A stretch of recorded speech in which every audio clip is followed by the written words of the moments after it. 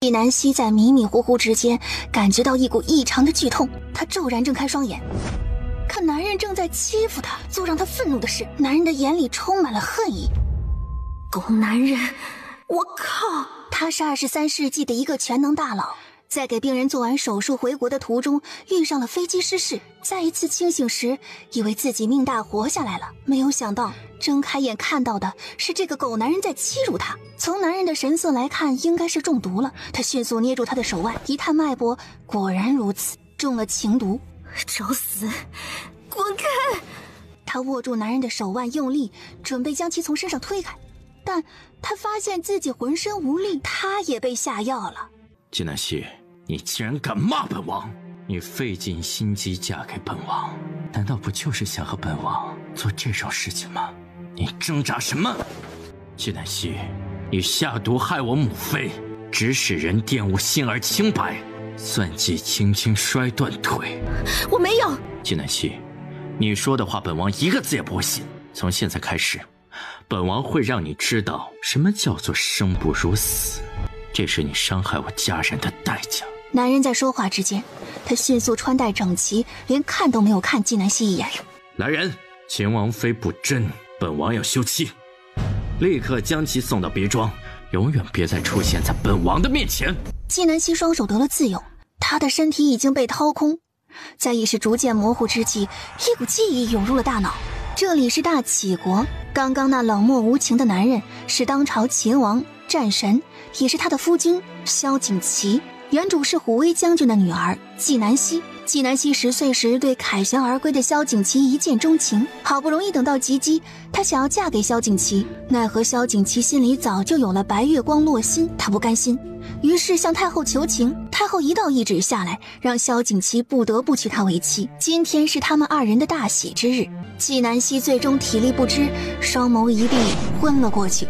5年以后，今天是京城媚叶堂每3月1次的拍卖会，开拍时间还没有到，1楼大堂早已坐满了人，讨论的都离不开今天的稀世拍卖品血魄。传言血魄可生死人肉白骨，每300年才得一。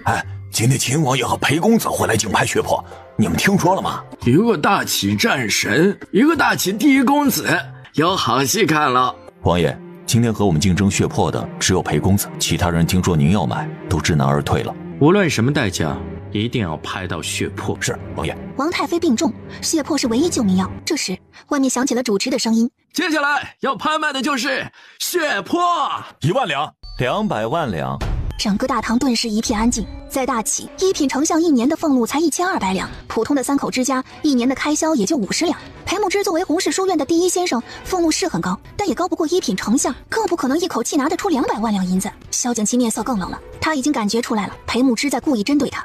去找裴牧之，说本王要见他。裴公子，我家王爷有请。不见。王爷，裴公子不愿意过来。加价250万两。萧景祺自己知道，这是他目前能拿得出来的最大现银的数量。300万两。王爷，我们不加价了。拍卖会结束，我们去会会裴牧之。是，王爷。裴牧之拿到血魄以后，就将包厢门关上了。他命人守好房门，自己则走进了里间，神色瞬间变得恭敬。师傅，拿到血魄了。接过盒子的女子点点头。一身红衣，肌肤胜雪，清丽绝尘，真乃倾国倾城之色。她正是5年以前被萧景祺休了的纪南希。纪南希嘴角带着浅浅的笑，他刚刚已经听到萧景祺的声音了，一想到他堂堂战神被欺的七窍生烟，他的心情就很好。师傅，您先走吧。好，萧景祺脾气古怪，你别和他硬碰硬，具体就按照我们计划来。是，师傅。他叮嘱好裴牧之以后就离开了。他前脚刚走，萧景祺后脚就来了。裴公子，我给你300万两。你把血魄分我一半，就当我欠你一个人情。王爷这么有钱，刚刚为何不自己拍下？裴牧之，王爷买不起就要发火抢吗？你把血魄分我一半，条件你提，本王都答应。王爷，血魄已经不在我这里了，你和我说什么都没用。我府上还有事，先告辞了。你把血魄给了谁？王爷，我没有义务必须告诉你吧。他说完，头也不回地走出房间。王爷，这裴牧之太嚣张了，属下把他抓来拷问，看他说不说实话。我说过要动他了吗？本王是那是非不分的人，有这歪心思，还不如快点去查他把血魄给谁了。是，王爷。等到萧景祺和秦风离开，纪南希才从暗格里面出来。萧景祺，就你也想找我？他迅速出了房间，来到京城豪华地段的一座宅子。娘亲，一个粉雕玉琢的小姑娘看见了他，迈着小短腿，喊着笑着朝他奔来。这是他的女儿季圆圆，今年4岁。我们家圆圆在家乖不乖？乖，圆圆最乖了。娘亲是不是要带你的乖宝贝去外面买好吃的？小小姐念叨一早上了，想要出去玩。那娘亲的小宝贝想吃什么好吃的？去给娘亲买喜欢吃的梅花糕、桂花糕、茉莉糕。你确定是给娘亲买的？不确定。娘亲如果吃不完，我也可以帮着娘亲吃的。这些带花的糕点是她的最爱。鬼灵精，总想着套路你娘亲。你等等娘亲，一会儿我们就出去吃好吃的，好不好？好。姬南希转身，神色就冷了下来。她的记忆回到了5年前，她离开京城才发现自己怀孕了。小圆圆一出生就得了病，她一边精细养着，一边寻找能医治她的药材。终于得知媚叶堂要拍卖血魄，于是她带着小圆圆回来了。没有血魄，小圆圆活不过5岁。这5年来，小圆圆是她生命里唯一的珍宝，所以哪怕倾家荡产，她也会拿到血魄。当年她穿越过来时，原主已经死了。从当时的情况来看，原主是死于非命的。这次回京，除了要救小圆圆，还有就是找出害死原主的凶手，为原主报仇。她带着小圆圆出了宅院，直奔京城最好的酒楼人间至味。娘亲有糕糕，然后就向糕点铺跑去，但他才跑2步就被绊倒了。圆圆，小圆圆千万不能受伤，一点小伤也会血流不止。眼瞎呀，弄坏了我的新衣裳，找我死！姬南希将小圆圆交给蓝竹，然后一看地上躺着呻吟的人，赫然是他3堂妹虎威将军府的季冉。以前的季南希之所以人人讨厌，季冉有很大一部分功劳，活生生的把季南希当作摇钱树，傻子一样玩。时隔多年，新仇旧恨瞬间涌上季南希的心头。你是谁啊？敢动手打我？你知不知道我是谁啊？我管你是谁，敢动我女儿就是找死。你知道我这衣裳多少银子吗？这可是袁大师的绣品，就你这穷酸样，一辈子也买不起。我不就是踢了他一下，怎么了？我就说这不长眼的怎么这么没有教养，原来是有一个没有教养的娘啊！刚刚明明是你伸腿绊倒我女儿的，你还恶人先告状。你绊倒我女儿不道歉也就罢了，还想踢她，谁给你的勇气这么嚣张？你喜欢这绣品是吧？那我告诉你，从今以后只要是她的绣品，你一样也别想买到。你胡说，我和你们又不认识，我为何要故意绊倒她？还说我买不到袁大师的绣品，估计你连袁大师是谁都不知道吧？既然明目张胆的欺负小圆圆的事不能就这么算了，他们第一次见面，既然为何会这样做呢？他目光一扫，瞬间就明白了既然的意图。姑娘，你别过分了，说话要讲证据的。说话的是洛心，也就是萧景琦心里的白月光。知道这是谁吗？是洪氏书院的先生，你一辈子也触不到的人物。怕了吧？怕就赶紧跪下道歉。本小姐一高兴，说不定就不和你计较了。洪氏书院的先生很了不起吗？什么东西？你骂谁呢？身为女子不守口德，出口即脏，真是丢我们女人的脸面。或许在其他人眼里，洛心是德才兼备、知书达理、温婉大方的娇娇女，但在季南希眼里，洛心就是一个高级绿茶。你以为你很了不起吗？刚刚他绊倒我女儿，是想利用我女儿将你这洪氏书院的先生扑倒。你别自作多情了，你在别人眼里兴许什么也不是。我没有，我看见了，刚刚这小姐就是故意伸腿绊倒那小孩子的。什么人呢？这么歹毒！洛心脸色一变，回忆了一下刚才自己站的位置，发现季南希说的是对的。季南希将目光转向季冉，你没有想到我女儿没扑向这洪氏书院的先生，而是顺势抓住了你，还撕坏了你的衣裳，这就叫自作自受。既然他说的是不是真的？洛小姐，季冉不知该如何解释，又急又生气，还有一丝害怕。他如今还是洪氏书院的学生，他得罪了洛心，洛心让他不能从皇家学院毕业就完了。今天他也是一时鬼迷心窍，听到洛心和季兰说起他身上穿的新衣裳是秦王送的，据说一会儿秦王还要邀请他一起吃饭，他一时没有控制住嫉妒，就这么做了。你真是太让我失望了，我本来想着你今年表现不错，把你从丙班升到甲班，看你方才做的事不尊师长，德行有亏，你还是在丙班老实待着吧。洛心见方才冤枉了季南希，立即赔礼道歉。抱歉，方才冤枉了你，不知小姐贵姓啊？看你方才仗义直言的份上，不如我们交个朋友如何？不需要。不知小姐出自哪个名门，洛西竟然连和你做朋友的资格都没有。洛小姐还和以前一样啊，总是爱往自己身上贴标签，装无辜。洛心一脸难堪。你还在为刚才的事生气？我不是都已经道过歉了吗？你还要怎么样？洛小姐，请你搞清楚，你道歉了我就一定得接受吗？你冤枉我，你道歉是必须的，而我是否接受是我的权利。你以为能和你做朋友是一件无上荣耀的事吗？那只是你觉得而已，我并不这么认为。你，洛熙从来没有这么丢脸过。他见周围竟然没有人反驳纪南希的观点，于是生生咽下心里的怒气。他还想表现出自己的大度，却发现纪南希已经走了。星儿，怎么不进去呢？王爷，您来了，我想等王爷一起进去。等很久了吧？辛苦你了。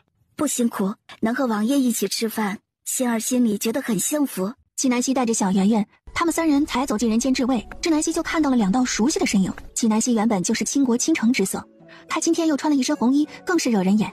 他一进人间至位，所有人的目光都自动聚集在他身上，也包括萧景琦。萧景琦眼中闪过一丝惊艳，目光在纪南希身上不由得多停留了一会儿。王爷也觉得她很美是吧？我只是觉得她有些眼熟，但我确定我以前没有见过她。一般男子见到美人都是这么说的。其实啊，我也觉得她美。方才我还想和她交朋友，可人家不愿意。我想大概是我不配吧。就在这时，大堂中突然发出一声尖叫：“小宝，你怎么了？救命啊！谁能救救我的小宝啊！”纪南希循声望去，见一个妇人瘫坐在地上哀嚎大哭，她旁边的男人抱着孩子。孩子怎么了？他吃花生被卡住了。我哭不出来。秦风，快去宜天下请大夫。让我来。你行吗？是啊，你行吗？这可是一条生命啊！你别只想着表现自己，反而害了孩子。纪南希连话都懒得回答。孩子被东西卡住了的黄金时间一般不超过4分钟，双臂环抱住并患孩子的腰部，使其上身前倾。接着，他一只手握空拳，快速用力地向孩子后上方进行冲击。快住手！你疯了吗？孩子还那么小，怎么经得起你这么折腾啊？王爷，您快制止他，他这是在杀人呢！萧景琦竟然没有动手，而是静静地看着纪南希，凌厉的目光竟然带着一丝期待。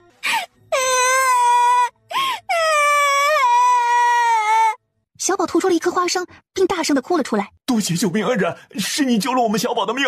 举手之劳，以后照顾孩子的时候要多注意一点。萧景琦盯着纪南希舒了一口气，眼里闪过一丝赞赏，还有一丝好奇。我们以前认识吗？不认识。哈哈，娘亲，你好棒啊！没有想到你年纪轻轻都有孩子了，难怪刚刚那么主动的去救孩子，是因为自己也有孩子才会推己及人吧？你年纪这么大了，竟然还没有孩子啊？按照你的逻辑，你刚刚没有救那孩子，难道是因为你自己没有孩子吗？洛熙面色惨白，尤其周围的人对他还指指点点的。当然不是，那是因为我不会救人就靠边站，还在那儿瞎叨叨的作甚？刷存在感吗？洛熙是被人捧着长大的，哪里受过这样的屈辱？他满腔愤怒，碍于自己的形象不敢发火，又没脸继续待在这里，连招呼都没和萧景琦打，就落荒而逃。星儿很善良的，他没有别的意思。你刚刚那么说他，未免太重了一些。你在教训我？他语气很轻，但却句句砸在萧景琦的心上，一股窒息之感袭来。他不禁暗道：好强大的气场。叔叔，刚刚那个阿姨是你的女朋友吗？萧景琦闻言低头，看见的是一张白白胖胖的小脸。他是不喜欢小孩子的，但他确定自己不讨厌眼前的小女孩，甚至还有一股亲切之感。女朋友是什么？女朋友就是你未来的娘子呀。纪南希不禁扶额，受他影响，小圆圆的思维很现代。从小圆圆懂事起，见到别人有爹爹，就问他的爹爹去了哪里。至此，小圆圆就踏上了给自己找爹爹的道路。这小圆圆是看上了萧景琦，要找他当爹呀。小圆，你刚刚不是说饿了吗？走，我们去吃糕点，好不好？娘亲，正事重要。纪南希心里是抗拒小圆圆和萧景琦走太近的。叔叔，你还没有回答我的问题呢。如果女朋友就是未来的娘子的话，那就不算是。啊，太好了！娘亲，叔叔没有女朋友呢。纪南希哭笑不得，心里尴尬的不行，但他知道，只要他装作不尴尬，那尴尬的就是别人。圆圆，叔叔没有女朋友那是叔叔自己的事，你就别操心了。娘亲，这叔叔比之前的叔叔都长得好看，你真的不考虑一下吗？小圆圆的声音不小，萧景琦也听见了。他这万年寒冰脸竟然笑了。纪南希这么无所畏惧的人也觉得脸发烫了，他直接将小圆圆抱起来就离开。叔叔再见。再见。突然他抬着的手一僵，他堂堂战神怎么会学一个小女孩如此幼稚的动作？他连忙将手收了回来，见没有人注意到他，才放下心来。小圆圆，娘亲和你商量个事，好不好？好。娘亲知道你想要给自己找个爹爹，以前你主动去找其他叔叔的时候，娘亲从未阻止过你，以后也不会阻止你。但娘亲有一个条件，你找谁都行，就除了刚刚那个叔叔。娘亲，我就喜欢刚刚那个叔叔。你喜欢那个叔叔什么呀？你才第一次见到他。长得好看。那以后要是碰到更好看的叔叔了呢？给娘亲。元宝真的是老母亲的好闺女，但娘亲要不了那么多呀，一个就够了。那就还是刚刚那个叔叔吧。王爷呀，您终于回来了，奴才正要去找您。太妃出事了。我母妃怎么了？去请谢神医。太妃今天突然吐血，浑身抽搐不止，奴才去请了大夫，大夫只是止住了抽搐，但对吐血束手无策。太妃是在纪南希和萧景祺成亲以前就中毒的，下毒之人是太妃身边的丫鬟。萧景祺在这丫鬟的屋里搜到了纪南希的手镯，就认定了是纪南希指使丫鬟所为。他派了那么多人去搜寻那丫鬟，至今没有见到其踪影。哎呦，请王爷恕罪。起来，和你们无关。谢云初，人称谢神医，医天下的坐诊大夫。王爷，他行了一个长礼，就来到太妃的床榻边，伸手把脉，神色凝重。王爷，您拿到血泊了吗？我会尽快拿到血泊，请神医立即帮我母妃止血，再想办法拖延一下时间。不过一盏茶的功夫，太妃的血止住了。王爷，我最多只能拖延1个月，1个月之内再拿不到血泊，我也无能为力。劳烦谢神医，我会尽快拿到血泊。我上次来给太妃看病时留下了药，这药虽不能让太妃醒来，但有它压制，太妃也不至于吐血。今天太妃是吃了什么刺激性的东西吗？王爷，谢神医，太妃今天吃的东西和平日一样，南瓜粥、山药泥。还剩的有吗？有。巧兰将一旁剩下的2样吃食端过来。这2样吃食没有问题。那谢神医认为是什么原因造成的我母妃突然吐血？这个不好说，太妃卧床多年，身体各个器官的功能都在退化，这次吐血是胃有少量的出血。我师父要回来了，到时候请我师父看看，兴许他会有办法。你师父他老人家有没有说过何时回来？谢云初捂着拳头，假意咳嗽了2声。依照他师父那性子，行踪不定，何时回来也不会告诉他，但他不可能将实情告诉萧景祺，以为自己不受师父重视，显得自己很没面子。我师父很忙，不会特意告诉我时间，他随时可能会被别人请去看病，耽搁10天半月。谢神医言之有理，这1个月的时间就麻烦谢神医了。王爷告辞，神医慢走。景风，那个女人呢？王爷，哪个女人？害太妃的那个女人。王爷说的是季二小姐啊，她不是被您休了，赶到别院去了吗？已经5年了。死了没有？属下不知。王爷，这件事属下去做，让季二小姐彻底消失，一定不会留下任何的痕迹。你干什么吃的？连她是不是活着都不知道？王爷，是您说任何人不许过问，让她自生自灭的。立刻去别院看看，活着就带回来。现在还不是她死的时候，别擅自做主。是，王爷。你最好还活着，你犯下的错受到的惩罚还不够，你死了，本王也不会放过你。纪南希正在陪小圆圆玩，突然打了几个喷嚏。小姐，您受凉了？没有，我总感觉有人在咒我。纪南希脑海里冒出的是萧景祺那张冰块脸。娘亲，说不定是叔叔在想你。小孩子家说话没大没小的。娘亲，人家已经不是3岁小孩了，人家4岁了。对啊，我家元宝4岁了，是个大宝宝啦。对啊，叔叔这么多，小圆圆说的是哪位？就是今天遇到的那个，长得最好看的那个。娘亲，我们改天去找叔叔玩，好不好？但娘亲不知道叔叔住在哪里啊？娘亲，去街上找人。小脑筋一天在想些什么呢？想叔叔啊，不可以吗，娘亲？纪南希心里揪着疼，她不想让小圆圆难过，只得暂时答应她。可以。哈哈，娘亲真好，娘亲，我太爱你啦！突然，纪南希感觉到一股冷漠的气息，她抬眸向门口望去，正好看见一身黑衣的穆青立在门口。楼主，谢公子来信了。他接过信一展开，是谢云初问他来京城，还说了萧景祺母妃的情况。楼主，秦王爷放出消息，任何人只要提供有关血泊埋储的消息，就得到黄金1万两。他还谎称王府遭了贼，丢了重要的东西，现在全城戒严，他派了人挨家挨户的搜。不愧是萧景祺，够狠。楼主，秦王爷派人去别院找你了。纪南希想起那雅婆婆，你派人去盯着，务必保证雅婆婆的安全。是，楼主，下一步怎么办？治病救人。王爷，季二小姐不见了，属下把亚婆带来了。季南希去了哪里？如果敢隐瞒，丢出去喂狗。亚婆，季二小姐逃了几年了？这亚婆又不识字，秦风问了半天也没有问出个所以然来。她是太妃身边的老人，萧景琦又杀不得，心里很烦躁。你继续问，问不出来不给饭吃，给本王关着。是，王爷。将散出去的人收一部分回来，全力找寻季南希，活要见人，死要见尸。你最好说实话啊！找不到季二小姐，大家都没好日子过。季南希将血泊制成了药丸，方便小圆圆服用，让她服下药，观察1个时辰，没有什么不适，她才放下心来。元宝，娘亲今天有事要出去，你和兰珠姐姐在家，要听话。娘亲要去找叔叔吗？是的。哇，娘亲加油！啊，我不可以去吗？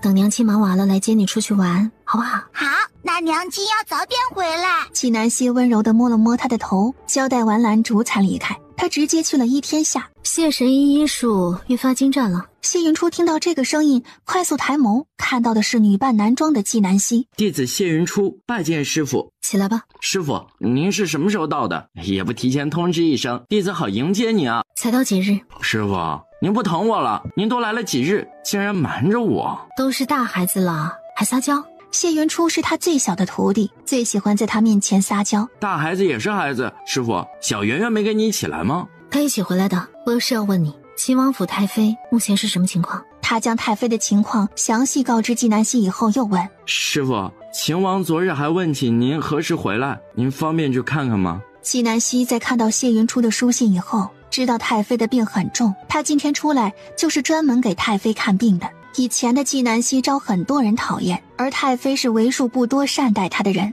我想现在就去，你现在走得开吗？可以，师傅，我现在就陪您去。不知秦王爷何时才能找到血泊？他不知道季南希和萧景琦的关系，更不知道是季南希买走了血泊。先去看看再说。季南希叮嘱道：“关于我的身份，别乱说话。”弟子明白。然后和季南希上了马车，前往秦王府。王爷，搜城的人回来禀报，他们没有发现任何可疑的人物。继续搜。贴的悬赏榜有消息了没有？没有。王爷，谢神医来了。快请。他声音一落下，就见谢云初迈步进屋来，在他身后还跟着一个美男子。王爷。谢云初见萧景琦盯着季南希看，就连忙解释：“这是我师傅。”这是你师傅。季南希不仅女扮男装，还对自己的容貌也稍加改变了。此时的她一身白衣，玉冠束发，五官少了几分柔和，比平时更冷了。我们去看太妃吧。神医师傅请。萧景琦啊，萧景琦，以后的某天你要是知道了，你现在奉为上宾人的是你曾经厌恶的恨不得杀了的人，你心里作何感想？我昨天才问过谢神医，神医师傅就到了，真是巧。我姓南。他听着这神医师傅实在别扭。南公子有什么要问的？太妃的情况云初都告诉我了，目前来看情况比他告诉我的要严重得多。连南公子也没有办法了吗？虽然很棘手，也不是没有希望。是不是需要血泊？是，必须要有血泊。季南希故意气萧景琦：“我听说前几日京城出现了血泊，被人买走了。我已经在全力寻找了。南公子多久要？3日之内，王爷拿得到吗？”我尽力。这天下间，竟然还有王爷办不到的事吗？师傅，王爷真的尽力了。弟子知道他找血泊已经找了很久了。关于我母妃的病，我的确是心有余而力不足，所以我把希望都寄托在南公子身上。南公子，拜托了。救死扶伤是我的使命，我会竭尽全力。多谢。今日来的匆忙，我没有准备什么。3日以后，我会来给太妃治病。好，需要我做什么？留步。南公子慢走。王爷，谢神医师傅好拽呀，气场太大了。高人脾气都怪，你注意自己的言行，别惹他生气了。现在只有他能救我母妃了。王爷，但我们没有血泊呀。他有。王爷，您说谢神医的师傅有，但他也没有说呀。笨，他说3日以后来给我母妃治病，但他明知道3日以内我不能保证一定能拿到血泊，这只能说明他早有准备。这谢神医的师傅就是不一样，连血泊这种价值连城的东西都有。王爷，那我们散出去寻找血泊买主的人，是不是可以撤回来了？不用，找到血泊作为诊金。是，王爷。季南希回到家里，小圆圆已经睡着了，她把制好的药丸递给谢云初。师傅，以后我是不是可以常来这里蹭饭了呀？来可以，如果被人发现你的行踪，你就……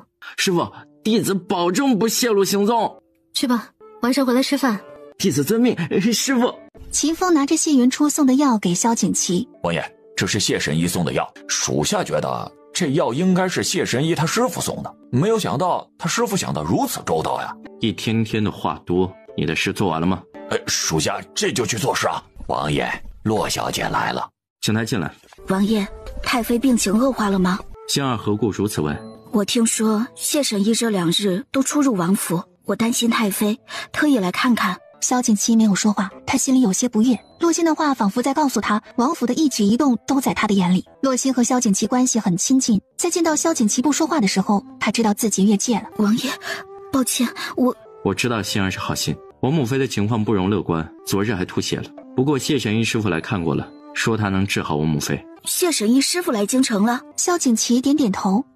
太好了，我祖父的病有希望了。他祖父瘫痪多年，不得不在家颐养天年。如果他祖父的腿好了，就能重新入朝，得到皇帝的重用，他们太傅一府又能崛起了。王爷，您知道谢神医的师傅住在哪里吗？不知，等他到时候来给我母妃看病时，你也可以过来给他说说您祖父的情况。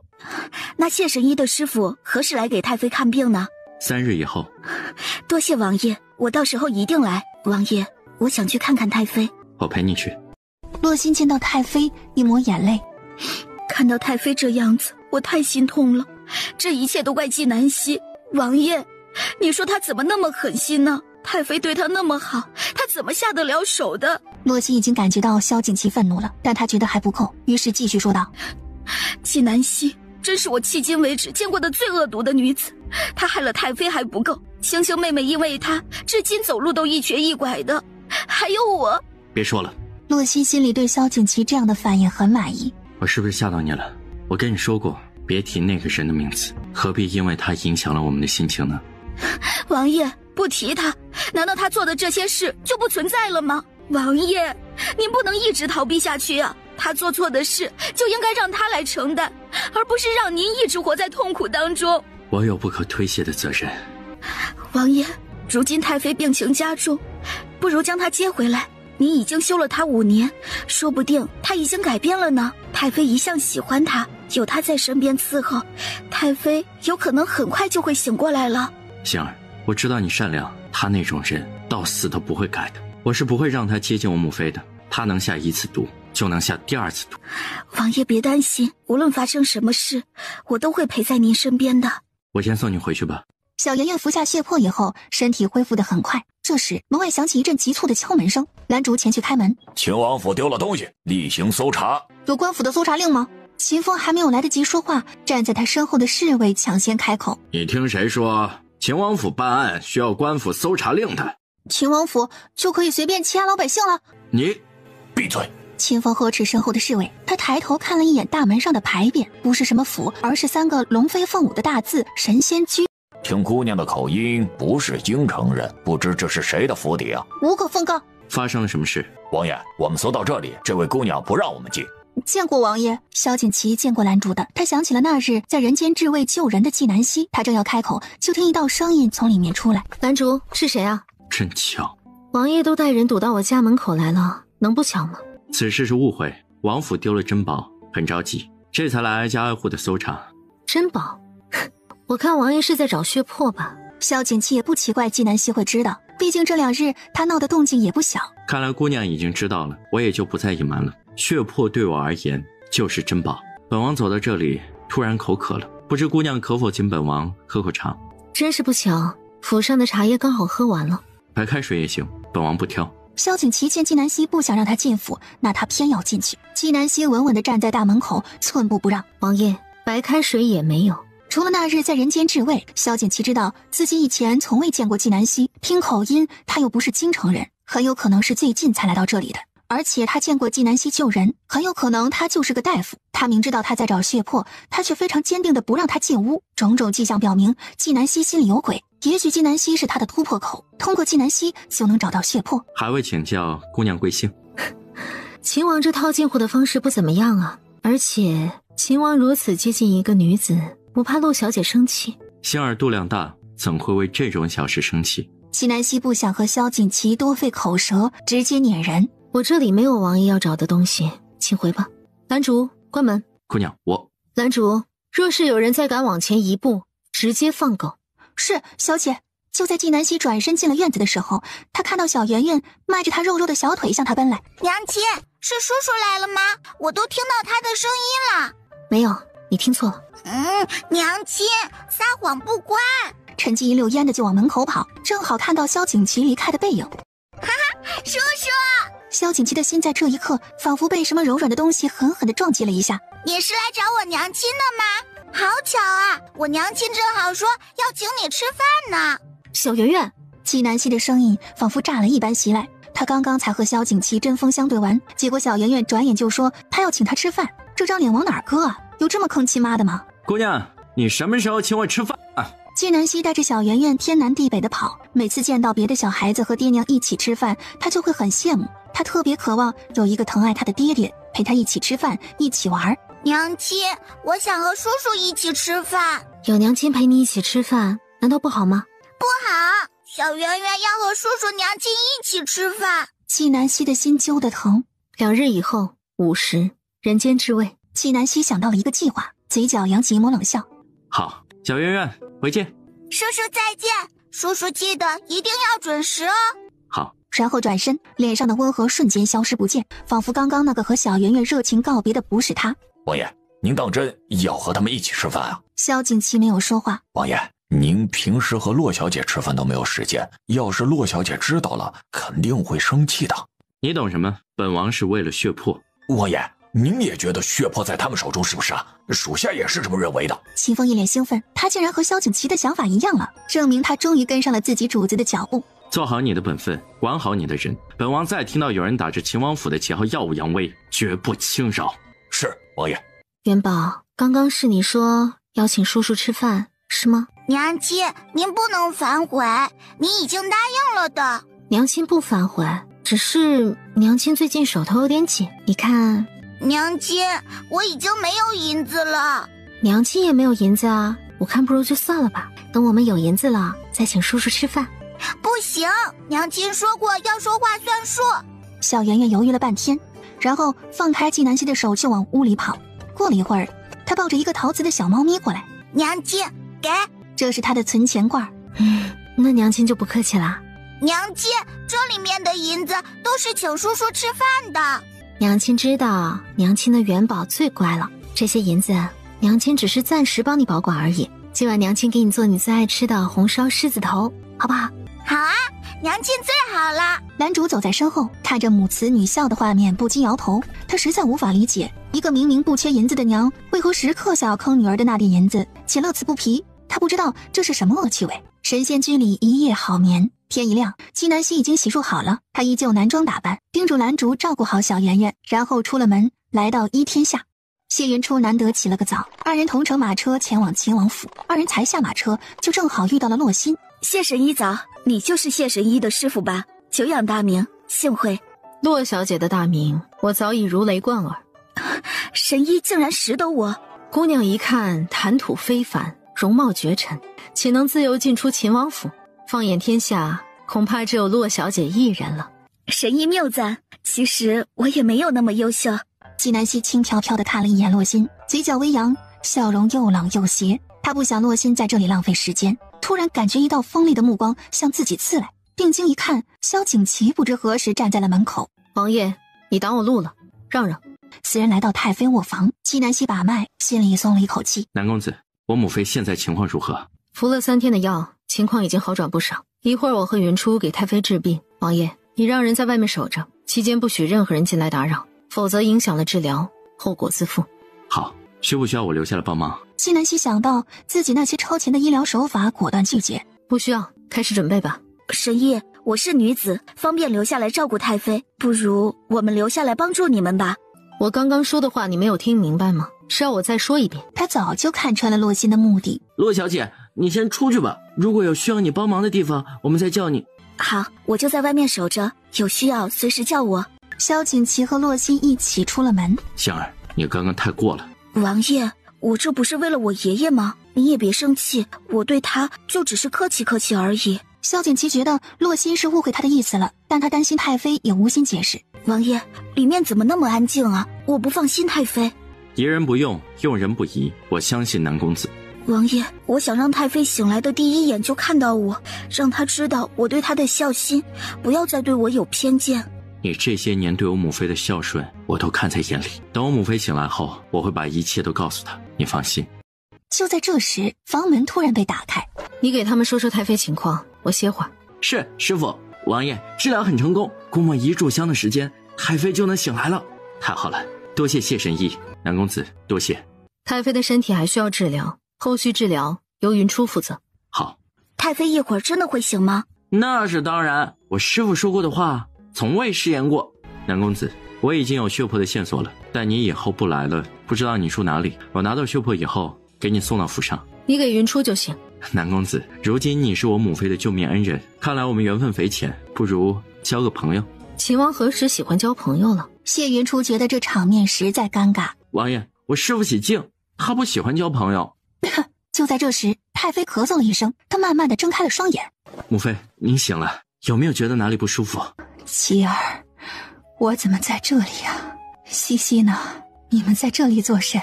母妃，之前发生的事您都不记得了吗？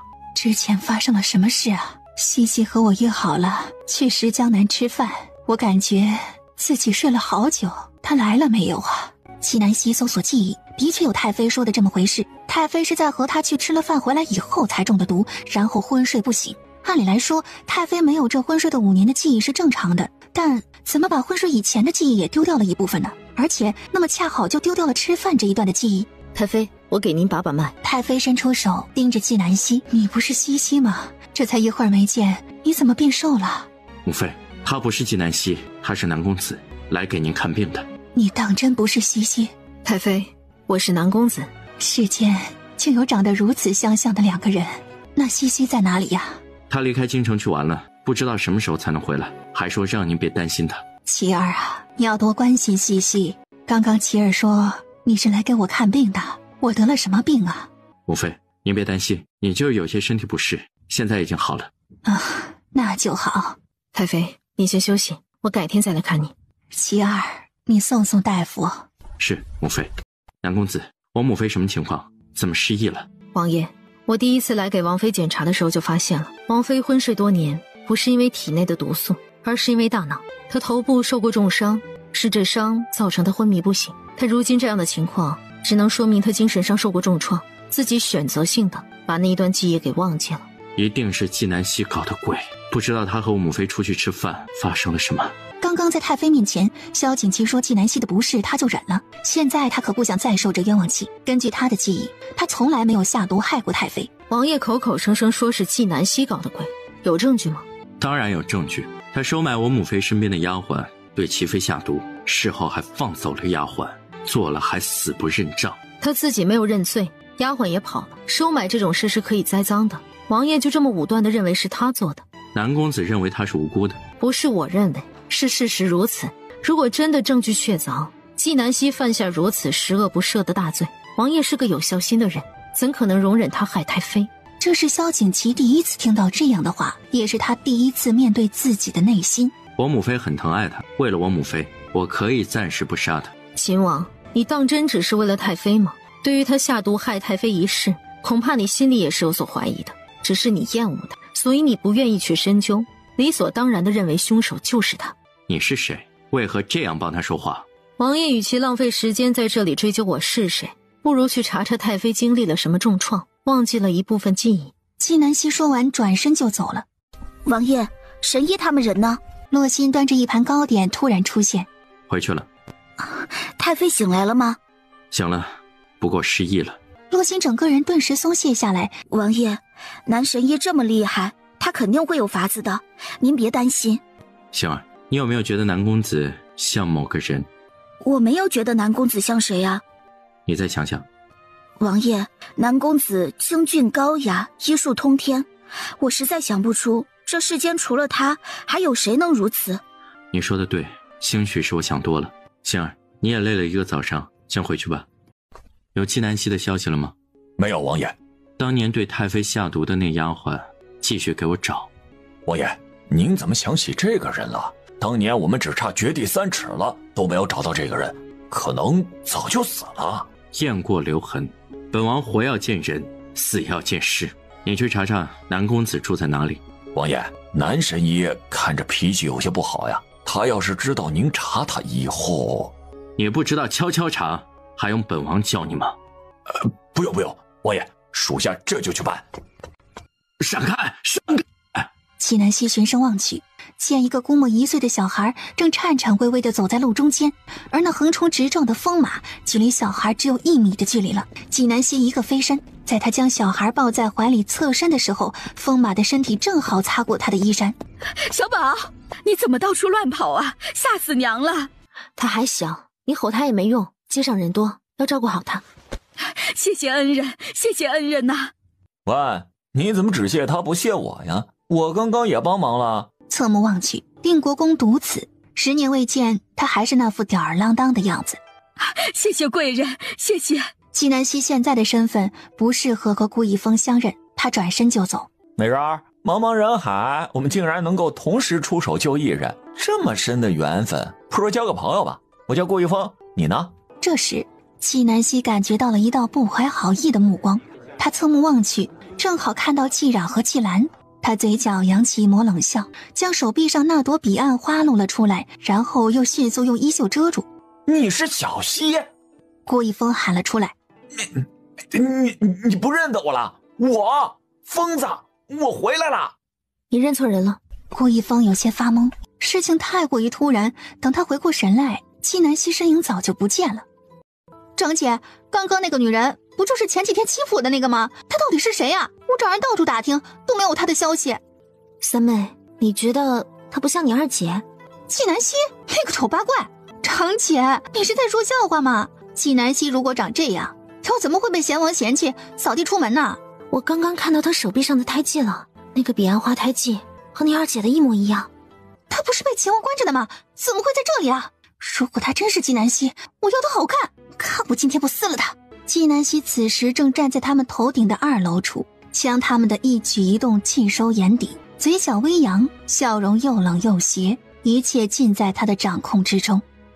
到了和纪南希约定的时间，王爷真准时。姑娘也是守约的人。叔叔，几人进了人间之味包厢，点好菜。纪南希和萧景琦隔桌而坐，小圆圆坐在2人中间。饭吃到一半，小圆圆已经吃好了，就到了门外和蓝竹、秦风玩耍。开个价吧。我不明白王爷在说什么。血魄在你手里，而你之所以和我吃这顿饭，也是想把血魄卖给我。真不好意思，被王爷发现了。王爷能出多少银子？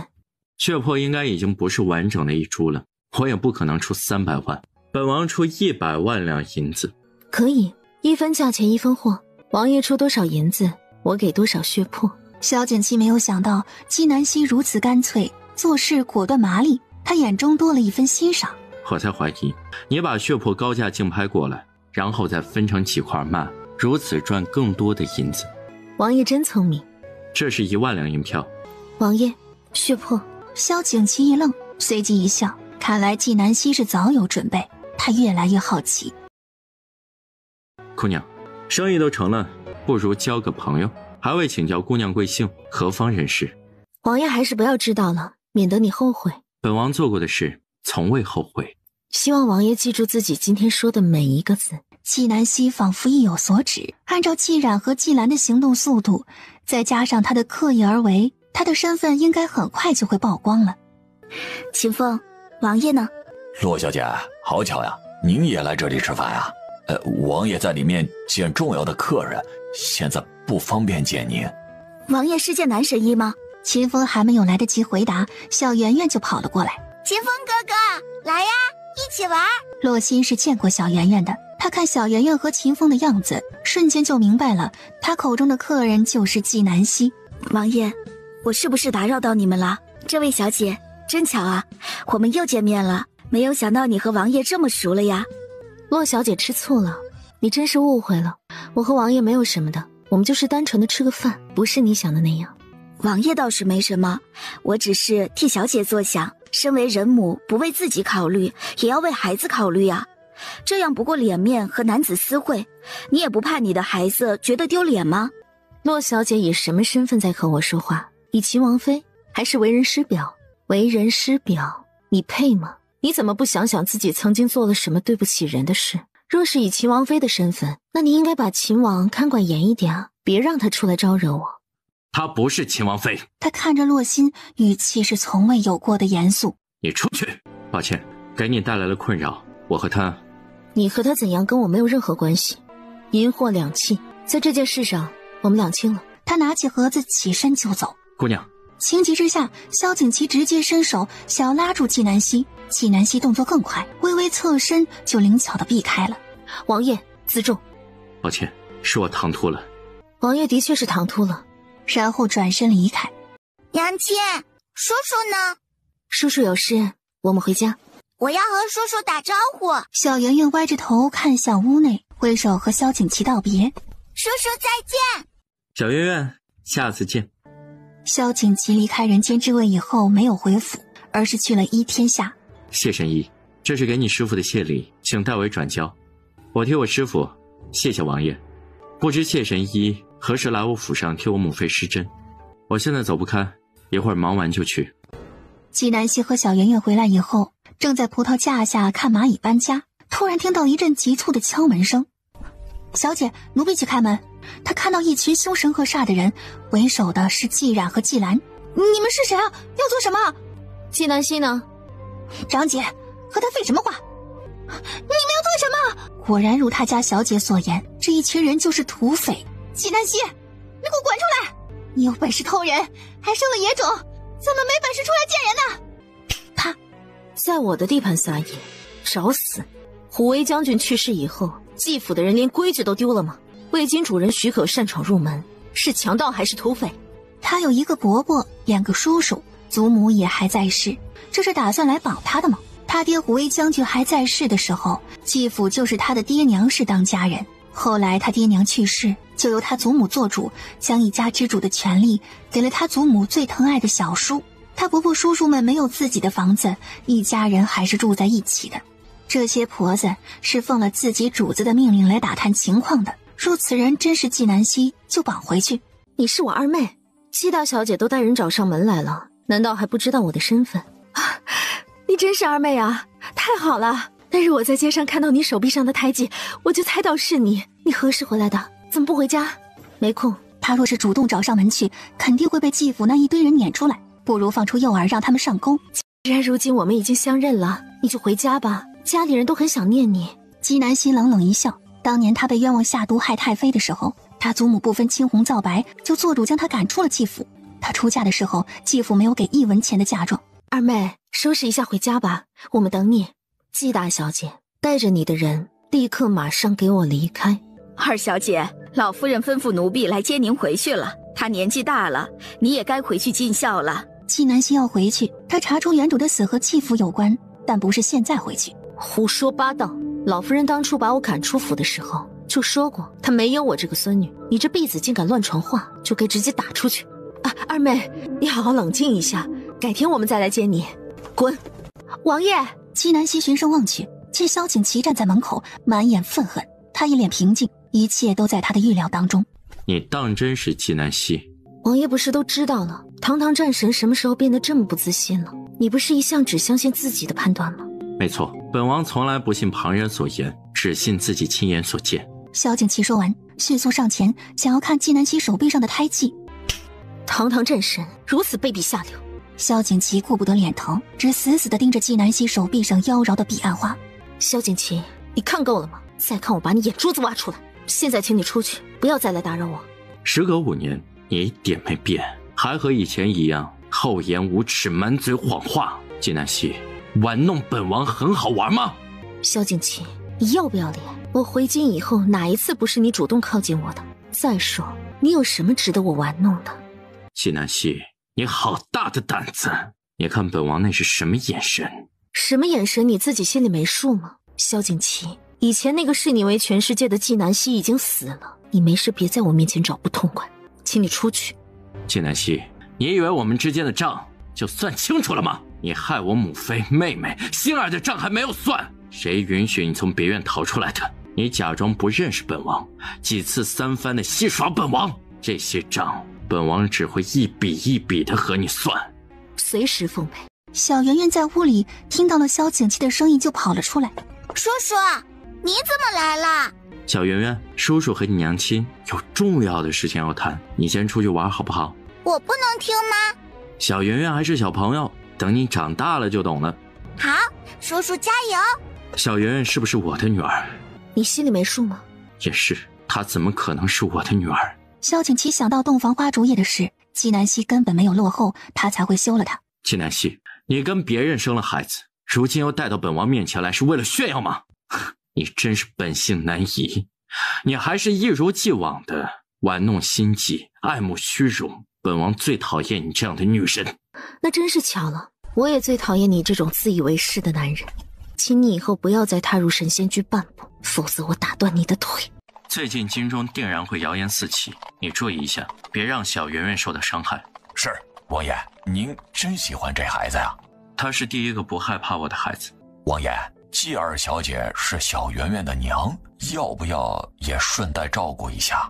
她是死是活和我有什么关系？一个能让洪氏书院第一先生为之做事的人，哪里需要他的保护？王爷，洛小姐要是知道了这个事情，会不会去找继二小姐算账啊？闭上你的臭嘴！你说她这些年去了哪里？性情模样都完全变了一个人。属下不知。不知道不会去查吗？是啊，王爷，属下这就去查。纪南希带着众人回到纪府。神呢？祖母，二妹妹没空，就没和我们一起回来。长姐，你留过她做甚？她就是不想回来，还诋毁祖母。怎么回事？老夫人，二小姐说是您把她赶出府去的，她不回来了。孽障！祖母，您是不知道，纪南希如今住的宅子可豪华了，里面有什么有什么，她穿的都是绫罗绸缎，日子过得潇洒得很，哪里还瞧得起我们呢？祖母，二妹妹那里确实很好，不如我们去瞧瞧。兴许二妹妹一见到您，就跟着我们回来了呢。为了我那可怜的儿子，我今天就去看看那不孝女。纪老夫人有自己的考虑，她听到纪冉将纪南希过的日子说得那么美，猜想肯定是她死去的爹娘偷偷的给她留了财产，她要去要回来。纪南希正在院子里闭目养神，既然他们都回去这么久了，按照他那祖母见钱眼开的样子，他们应该很快就会再来找他了。果不其然，这时门外又响起了急促的敲门声。你真是纪南希？是不是和你有什么关系？我们不是早就断绝关系了吗？希儿，那是祖母当初说的气话，你别当真。你这些年去了哪里呀？祖母想念你的紧，咱们回家吧。老夫人当初把我赶出纪府，在大门口当着众人的面起誓，说纪府已经跟我断绝关系，这样的话也不能当真。那老夫人说的哪句话是真的？我消失的这5年，纪府没有任何人想过找我，何来的想念？纪老夫人老脸通红，哑口无言。对了，纪老夫人，秦王今天来找我，还要和我算账，说不定我还要和他打官司。你确定要让我回去，让纪府作为我的靠山，跟秦王府作对吗？纪老夫人脸刷的白了，放眼天下，谁敢和秦王府作对？银子虽然很好，但也要有命花才行。这么大的院子，你一个人住太冷清了，不如让你长姐三妹过来陪你，也好有个伴儿啊。二妹，我们都是一家人，住在一起有个照应也好。二姐，如今我和长姐都在洪氏书院上学，我们和你住在一起，还能教你点东西，你也不用给我们学费，就是你的衣服首饰送我们就可以了。我记得你上次得罪了洛心，你能从洪氏书院毕业了再说。什么？你得罪了洛小姐？哎呀，你怎么会得罪洛小姐呢？有没有上门道歉呢？这么大的事情竟然瞒着我！既然你翅膀硬了呀！既然不敢顶撞老夫人，又不敢得罪纪南希，只得咬着牙低头受训。祖母，我们先回吧。二妹如今已经回来了，来日方长，等她想回的时候，自然会回来的。二妹，你有什么需要，随时告诉我，我会帮你的。不需要。若既然是会咬人的狗，那季兰就是不会叫的毒蛇。季老夫人，麻烦你以后不要再来打扰我，否则别怪我不留情面。祖母，我记得二叔的忌日就快要到了。他的忌日这么快就又到了，又得准备祭品，府里的银子已经不多了。不过也好，每年你二叔忌日，皇上都会赏赐东西给我，不知道今年会赏赐什么。祖母，二叔的忌日，二妹必须得回府啊。还是兰儿聪明。秦王府阴气森森，下人走路连声音都不敢发出。王爷，您是不是早就知道他是纪南希的？我也是昨天才知道。星儿，他和以前不一样了。也许你说的对，已经过去5年了，或许他真的变了。看来王爷对他很了解啊。星儿，你又误会我了。他现在很讨厌我，不会再纠缠我了。我和他没有任何关系。王爷，我也老大不小了，不如我们定亲吧。星儿，这种事情要说也是由男子来开口，怎么能让你来说呢？那你说，我听着。星儿，给我些时间，我现在什么都没有准备，无法给你一个像样的婚礼。你知道我不在乎这些的，王爷，你是不是心里还装着纪南希？星儿，你一定非要提他是吗？琪儿，西西回来了，他在哪里呀？让他来见我。萧景琦看了一眼洛心，神色不悦。他一直瞒着太妃纪南希的事，现在洛心一来闹，让太妃知道了。琪儿，我都听到了，不许骗我。王爷，您还要替纪南希瞒着吗？太妃那么疼爱他，可他竟然恩将仇报。太妃，您中毒就是纪南希下的毒。洛心，你太过分了。让他说。纪南希和王爷已经成过亲了，不过在成亲当晚就被王爷给休了，消失了5年，现在不知道从哪里带回来一个野孩子。小圆圆不是野孩子。洛心，你为人师表，难道不知道稚子无辜吗？王爷，那不是野孩子，难道还是您的吗？你真是太让我失望了。洛小姐说的是不是真的？是，母妃，你别担心。琪儿，你在新婚之夜休了他，让他怎么活下去？你怎么对得起虎威将军？母妃，别叫我母妃，西西会下毒害我，他有那胆量吗？我那么疼他，他为了你可以连命都豁出去，他为何要害我？我看你真是枉为战神。我要见西西。他忙不得空。那行，他住哪里？我去见他。母妃，您身体还没有完全恢复，得卧床静养，不宜到处走动。不说是吧？秦风，他要让秦风带他去。好了，母妃，您先去休息，我去叫他来看你。你最好说话算话。太妃说完，看也没有看洛心一眼，转身就离开。你回去吧，以后没事少出现在我母妃面前。王爷，我不是故意的，我当时没有控制住自己。再说，我也没有冤枉纪南希呀。洛心，我知道你恨纪南希，但你不该利用我母妃来对付她。你这为达目的不择手段的样子，和纪南希有什么区别？你走吧。王爷，我走了。你去叫纪南希来见太妃。是，王爷。你好好给她说，请她来见太妃，然后直接带她去见太妃，不用见我。秦风得了命令，来到神仙居。出乎他意料的是，纪南希一听太妃要见他，没有犹豫就来了。王爷，属下已经送纪二小姐去见太妃了。你多派2个人在旁边守着。王爷，属下觉得纪二小姐也没有那么坏。她就是个骗子，她的话你也信？她说不定就是想利用这个机会接近我。纪南希一来，太妃就握住他的手，满脸震惊。你是西西？是，太妃，我是西西。纪南希趁机给太妃把脉，见她身体恢复的不错，才放下心来。漂亮倒是变漂亮了，就是瘦的不行。西西啊，你这些年在外面肯定吃了不少苦吧？纪南希满心感动，所有人都责备她这些年去了哪里，却只有太妃关心她过得好不好。也还好，我没有吃苦。你这丫头还是以前那样，吃了苦受了委屈都是闷着，从来不把自己当回事。如今我醒来了，你也回来了，就留在京城，没事的时候多来陪陪我说话。是，太妃。听说你有孩子了，怎么不带来给我看看呢？走得急，下次有空再带来。你是怕我像其他人一样嫌弃孩子吧？太妃，我西西呀，从知道你喜欢琪儿开始，我就把你当做儿媳妇对待的。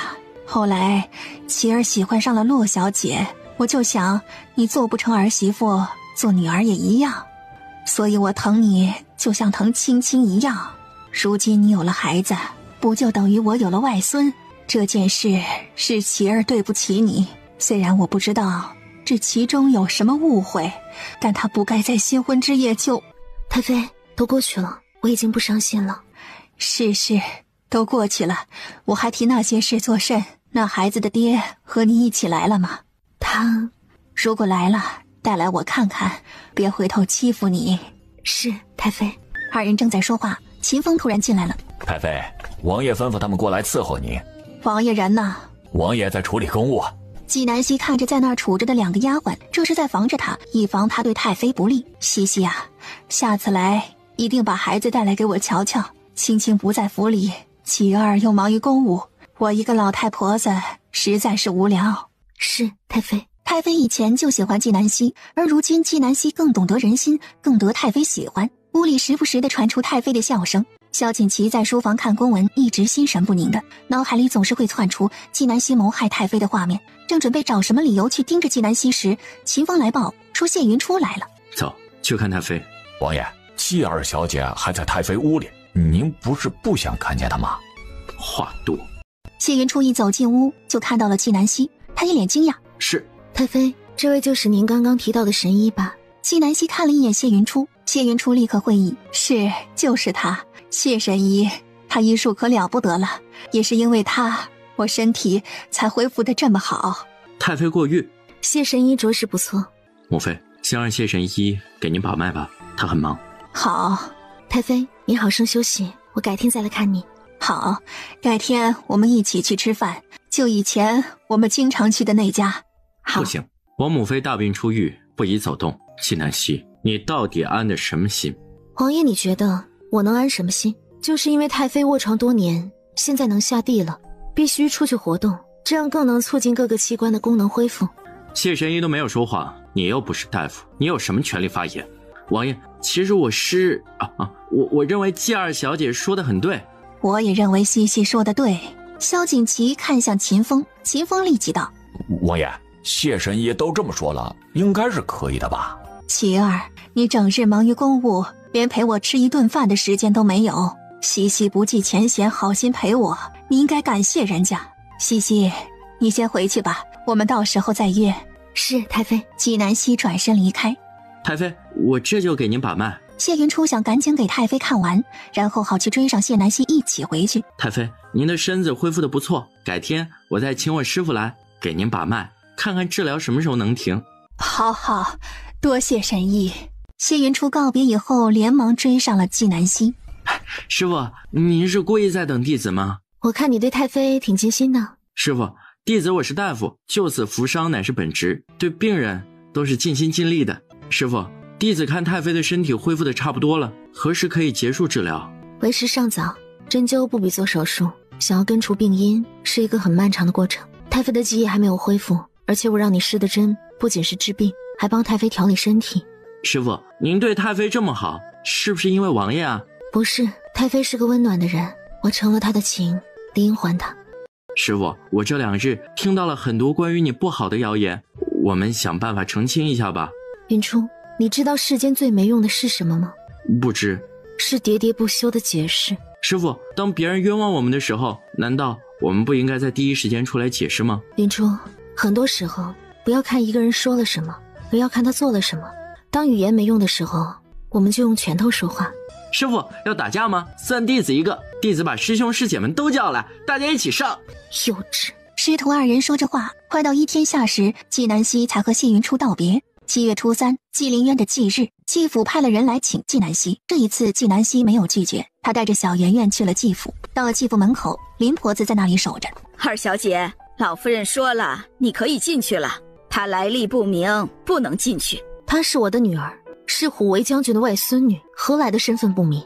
二小姐见识短，会说出这样的话也不奇怪。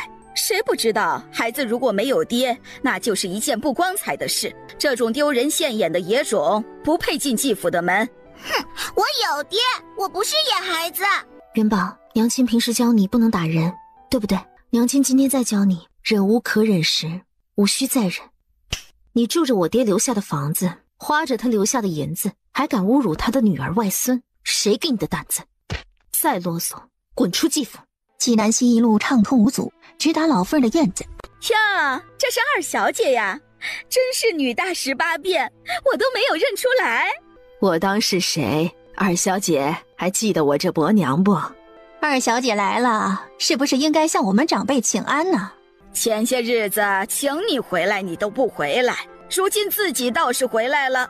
这性子呀就随了你娘，不知好歹。我看大家盛装出席，这不是祭拜我爹，是来开欢庆会的吧？我今天回来是祭拜我爹的，看完他我就走，在这期间谁也别招惹我，否则别怪我翻脸。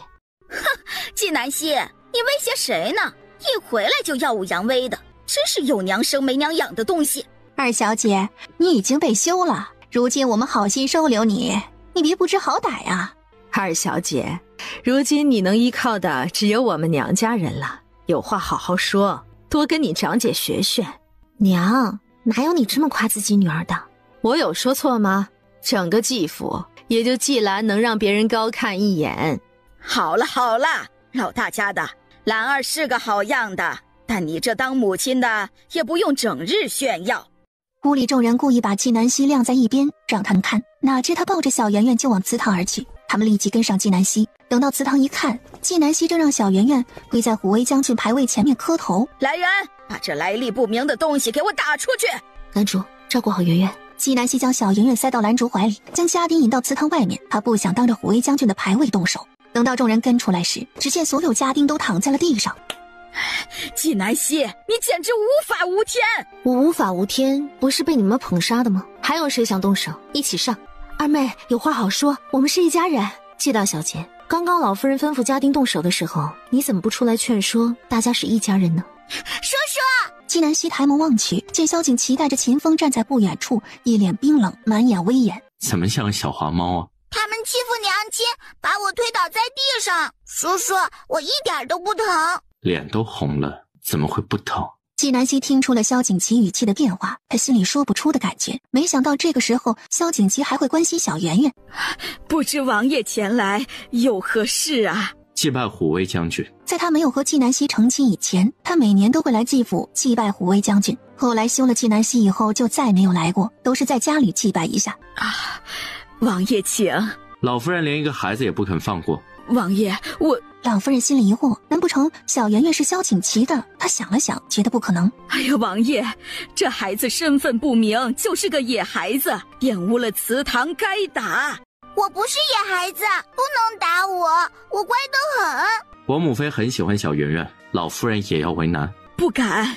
老夫人，再让本王听到一句野孩子，本王为继父试问。是王爷。纪南希突然发觉，大斗的萧景琦也没有那么讨厌。王爷来做甚？拜祭将军。萧景琦扫了一眼地上的家丁，你打的，你倒是挺能打。虎父无犬女吗？你记得5年前，你连一个普通的丫鬟都打不赢，短短5年时间，你就能以1打10。纪南希，你师父是谁？无师自通。祭拜完以后，王母妃想看看小圆圆，我带她去王府。不行。你如果不放心，可以跟着去。我去不合适吧？洛小姐会生气的。太阳打西边出来了，纪南希竟然会替别人着想，你以前不是以抢别人的东西为荣的吗？王爷是东西吗？本王不是。萧景琦话未说完，就感觉自己上当了。纪南希，我在。余晖轻洒，在他身上镀上一层金光，他笑脸盈盈，少了一些清冷，多了一些温柔。王爷看什么？阳光刺眼。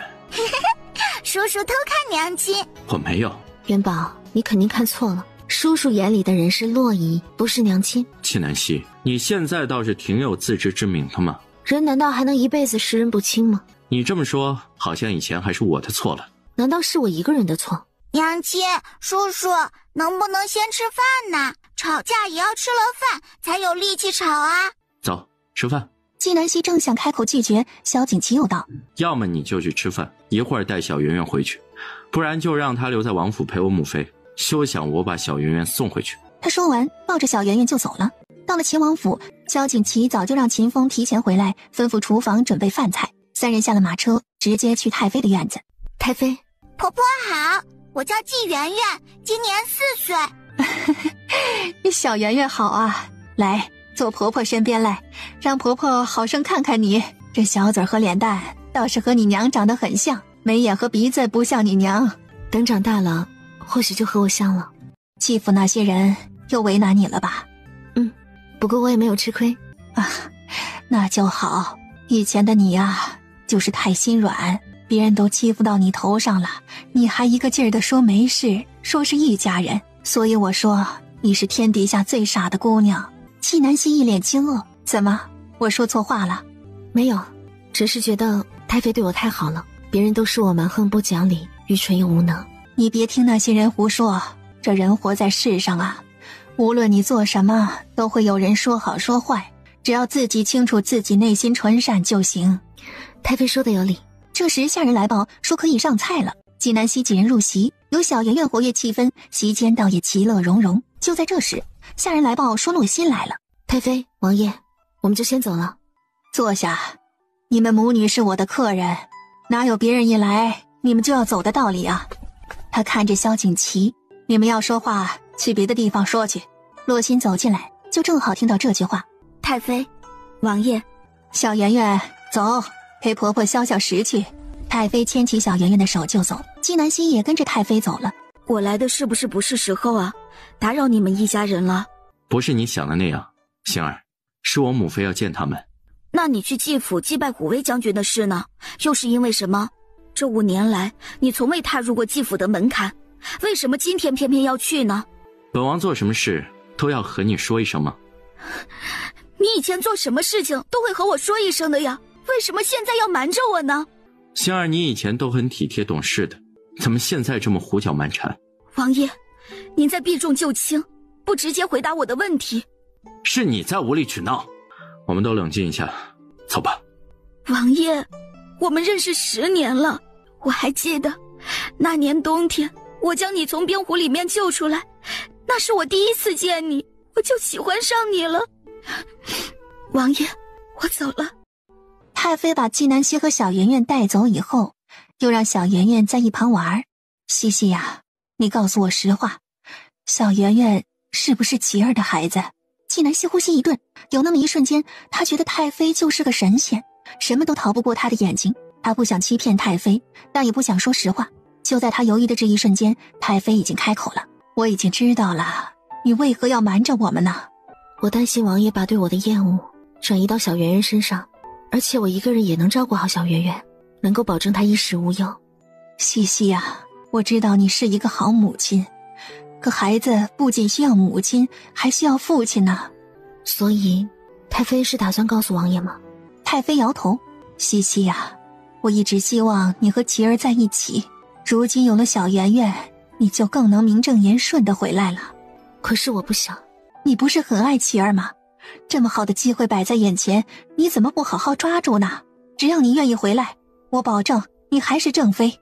我不愿意回来，曾经少不更事，我是喜欢过王爷，现在已经放下了。西西，你要知道，皇室血脉是不能流落在外的。恳请太妃帮我保守这个秘密。好，但你得答应我一个条件，不许把小圆圆藏着，经常带她回来看我。好。小圆圆的身份没有其他人知道吧？太妃是怎么看出来的？你是不知道琪儿小时候的模样，小圆圆和她长得一模一样。小圆圆4岁，这时间也对得上。刚刚吃饭的时候，小圆圆对香菜过敏，琪儿对香菜也过敏。琪儿那性子总是冷冰冰的，可她对小圆圆很特别。我观察了几次，你对琪儿很冷漠，却不抵触小圆圆和她接触，我就断定小圆圆是琪儿的孩子。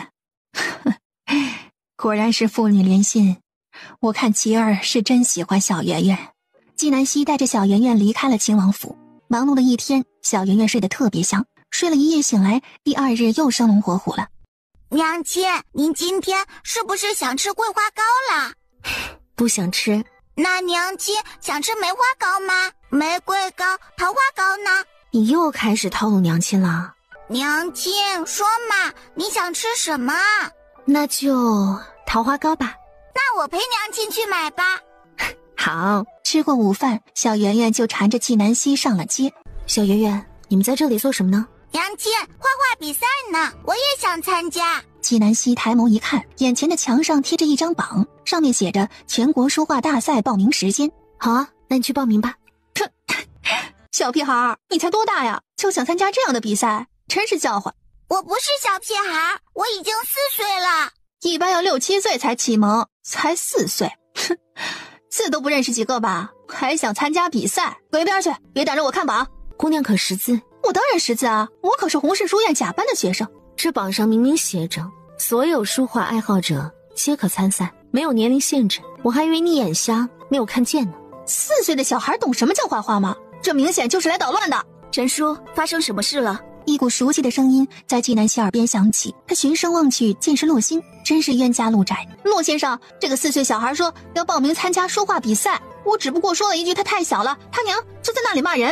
你撒谎，是你先骂我，让我滚的。你这小屁孩，我的手！喜欢动手是吗？季小姐，你以大欺小，不觉得太过分了吗？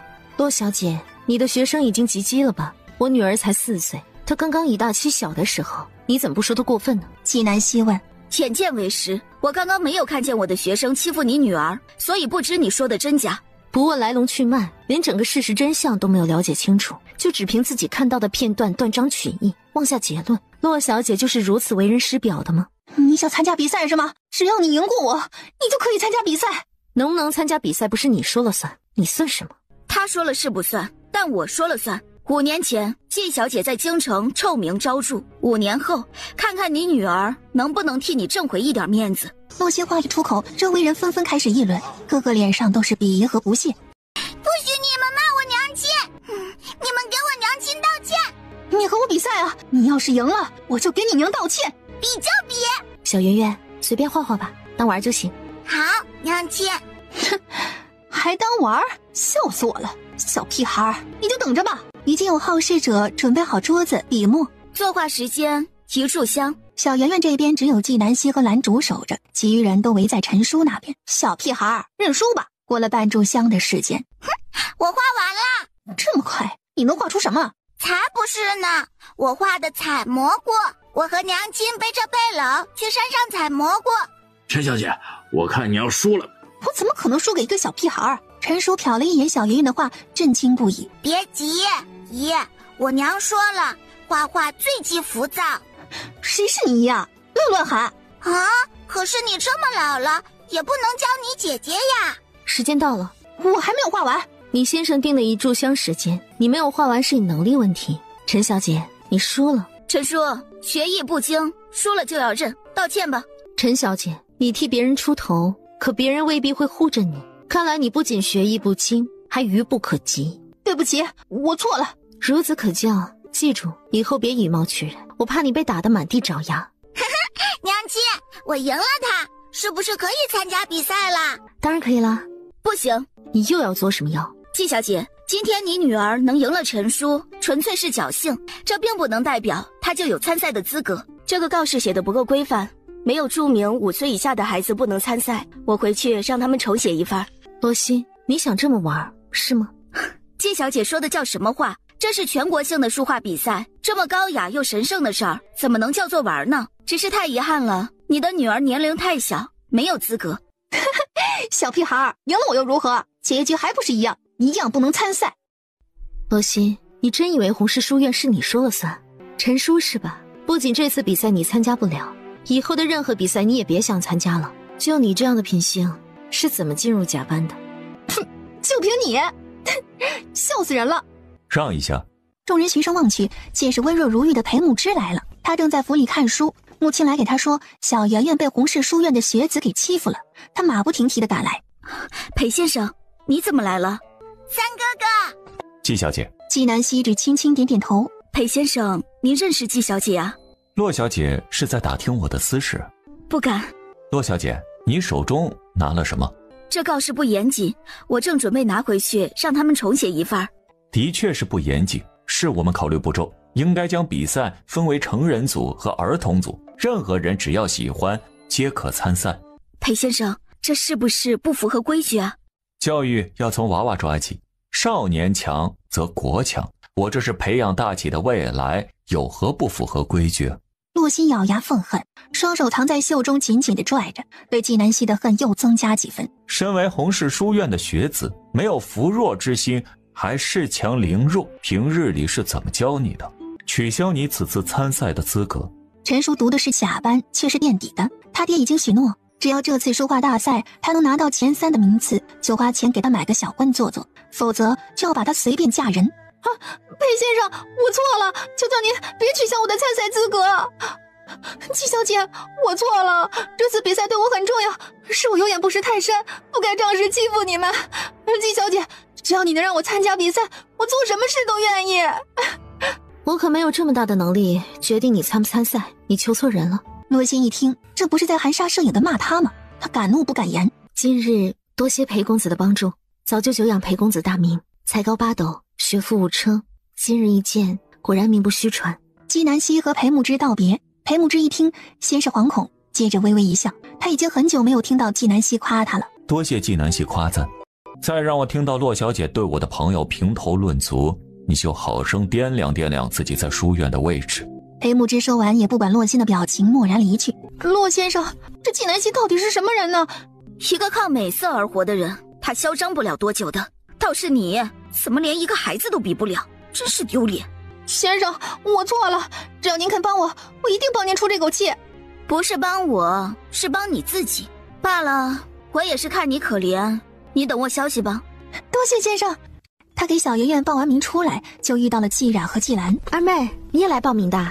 长姐，你真会说笑，谁不知道他是草包啊？他怎么可能会画画？草包骂谁呢？草包骂的就是你。哼，季三小姐真的是有自知之明啊。季南希，你在我面前猖狂什么？有本事我们比赛场上见。你不配和我比。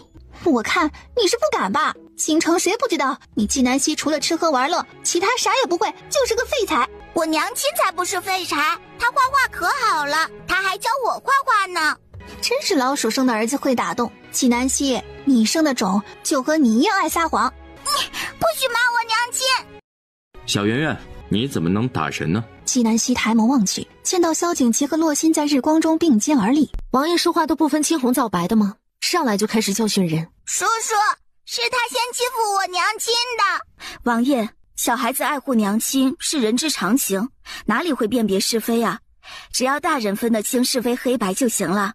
季南希，你爱撒谎就算了，不能教孩子撒谎。萧景琦，我怎么教育孩子是我的事，与你何干？你有多远给我滚多远。萧景琦，不如我们来比试一场，我若赢了你给我道歉，我若输了任你处置。比什么？随便你。你不是一向觉得自己很了不起吗？我会让你知道，我早已不是那个任你欺辱贬低的季南希。王爷，季小姐如今好不容易有了上进心，您可别打击她了，您就答应她吧，不如就参加这次的书画大赛吧。可以，我没有意见。这次书画大赛有了季南希和萧景琦的参加，报名的人尤其多，参加初赛的有5000人，复赛的有500人，第一名都是季南希，萧景琦名列第2。决赛的时间是10天以后，今天是8月14，明天就是中秋节了。季南希在厨房做月饼。好了，时间到，出锅。哈，娘亲，好香啊！小吃货，等月饼冷了以后，要分装放好，给顾少爷和太妃送一些去。裴公子和谢公子不送吗？不送，他们会自己来吃的。正好听到敲门声。季小姐，太妃新得了一幅名画，请您呀过去评赏。好，你告诉太妃，我稍后就到。他说完，带着小圆圆拿上月饼去了王府。等到了王府一看，萧景琦和洛心都在。太妃，快到中秋节了，府上做了点月饼，给您尝尝。婆婆，我娘亲做的月饼可好吃了。好，西西做的，我一定要尝尝。太妃，等等，您可能觉得我是以小人之心夺君子之腹，但凡事谨慎一点总是好的。太妃，我觉得洛小姐说的对，不如让谢云出来看看也放心。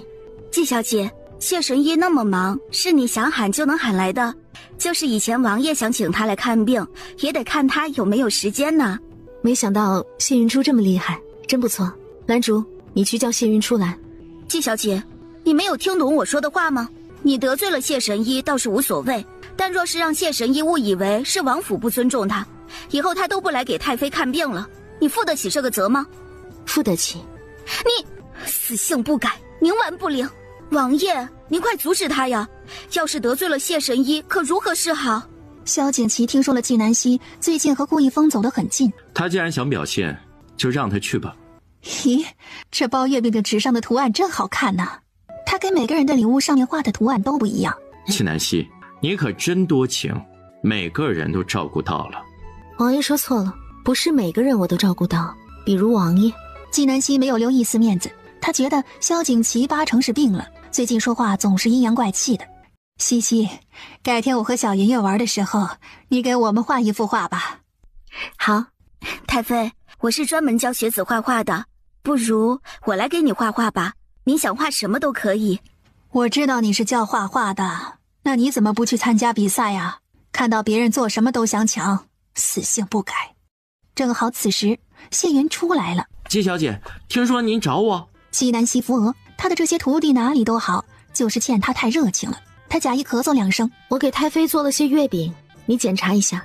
季小姐亲自做的月饼，太妃，我可以尝一块不？当然可以呀。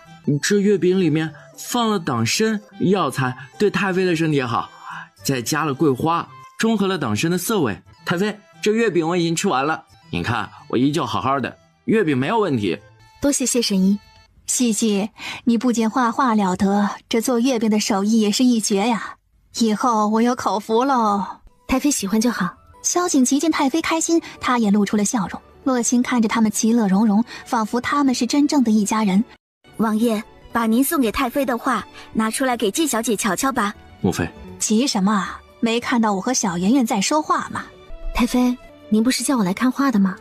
对，瞧我这记性，一高兴就忘了。妻儿给我寻了一幅画，说是袁大师的真迹，你帮我瞧瞧。好。纪南希接过丫鬟手中的画一看，是袁大师的冰雪垂钓。假的。洛熙当时就愤怒了，这画明明是他花重金买来讨太妃开心的，他又怕太妃不要，所以再借用萧景琦的手转送给太妃。纪南希，你见过袁大师的真迹吗？你知道我花了多少银子多少精力才买到这幅画吗？你不要以为自己赢了2次比赛就了不起得很，竟然说这幅画是假的。我说假的就是假的。琪儿，你不是说这幅画是买的吗？母妃，星儿也是为了孝敬您，你消消气。萧景琦和纪南希接触这一段日子以来，他也了解他的性格了，虽然张狂了一些，但绝不会信口开河。你说是假的，有什么证据？纪南希接过茶水，直接往那画上泼去。纪南希，你疯了！我花了20万两银子。我就是用茶水鉴别的。袁大师的画泼了茶水以后，笔墨不会散开，且会越来越亮。很多人仿他的画都把目光放在了纸上，以为是纸的作用，其实不是，而是他用的墨比较特别。此时那画被茶水泼过的地方已经有些模糊了。唉，这袁大师是近5年才兴起的画家，画的意境和用墨我都很喜欢，没有想到这幅画竟然是假的。太妃若是喜欢，我那里有她的真迹，改天我给你送来。当真？这礼物会不会太贵重了？不会，就是一幅画而已，不费银子，费时间。洛小姐刚刚说这是花重金买的，那我可不敢收，拿回去吧。洛心羞得面红耳赤，送礼送成了赝品，简直是丢脸丢到家了。她一把将画夺了过来，落荒而逃。太妃，那我也走了。谢云初见纪南希一走，她也跟着告辞。萧景琦神色冷得吓人。太妃忍不住一笑，不高兴了吧？你看不上的人，有的是人把他当作宝。我根本没有在意。在不在意，只有你心里最清楚。你骗得了别人，但骗不了你自己。你回吧，我乏了。母妃，您好好休息。师傅，那月饼还有吗？没有，整天就惦记着吃的，别泄露我给你的身份。师傅，弟子知错。那现在有没有月饼吃啊？明天中秋节来神仙居，给你留着的。是，师傅。洛心在拐角处看到纪南希和谢云初并肩而行的背影，脑海里突然冒出一个计划。他冷一笑：纪南希，这一次你一定死无葬身之地。纪南希赢了2次比赛，名声大振。宫里举办中秋宴，他在邀请之列。太后特意叮嘱想见小圆圆，让她带进宫。二妹，你来啦，来坐我这里。纪南希看都没有看他一眼，径直走向另外一边。那里就坐着一位青衣姑娘，她抬眸望去，见青衣姑娘头微微低着，双手交织在前，目光有意无意地躲着她。你怕我？你不记得我了？不记得。你曾救过我，我叫白小鱼。哦，我想起来了。有一次，白小鱼在街上遇到流氓，正好是他救了他。今夜的中秋宴格外丰盛，小圆圆将她的吃货本性展现得淋漓尽致。太后身边的侍女突然站出来，朝着台下喊：七二小姐在何处？我在这里。太后宣你过来说话，把孩子一块带上。过来，凑近些，让哀家好生看看你。回京这么久都不来看哀家一眼，是不是都将哀家给忘了？不是，是无颜见太后娘娘。罢了，我知道你受苦了，你放心，我会为你做主的。我的希儿不能让任何人欺负。多谢太后娘娘。这就是你的孩子。哎呦，孩子长得可真好看，像你。谢谢太后婆婆夸奖，以后经常进宫来看看哀家。太后又和纪南希说了会儿，就让他回到座位上了。然后太后借口乏了就走了。如果以前的纪南希令所有人讨厌，那太后和太妃就是例外。哎呀，娘亲，我肚子疼，我想入厕。好，娘亲这就带你去。他已经很多年没有进宫了，不熟悉路，正好碰见了一个宫女。你们一直往前走，然后左拐就到了。我还有事要忙，就先走了。多谢。纪南希往前走了几步，觉得不对劲，正要返回时，师傅，您叫弟子做甚？你来做甚？师傅，不是您说小圆圆不舒服，让弟子来瞧瞧？有我在，还用得着你瞧？还不快走，你上当了。师傅，您怎么办？你不在这里，我们就都平安无事。二人说完正要分开走，可已经晚了。谁在那里？接着皇后出现在纪南希眼里。纪小姐，谢神医，你们这是在私会？姑母，我在秦王府就经常看到他们二人眉来眼去，原来两人早就有私情。纪南希略微一想，这其中的疑惑就通了，于是连忙将手指搭在小圆圆手腕上。果不其然，她体内有毒。纪小姐，你有了自己的心上人，这是好事，怎么还瞒着我们呢？我这就去禀报皇上，请求皇上给你们赐婚。皇后娘娘，您误会了，我和纪小姐是清清白白的。刚才谢云初正要解释，谢公子。纪南希听到声音望去，妾是白小鱼，她面色疑惑。臣女白小鱼见过皇后娘娘。你来作甚？皇后娘娘，臣女仰慕谢公子已久，刚刚是臣女托纪小姐来打听谢公子喜好的。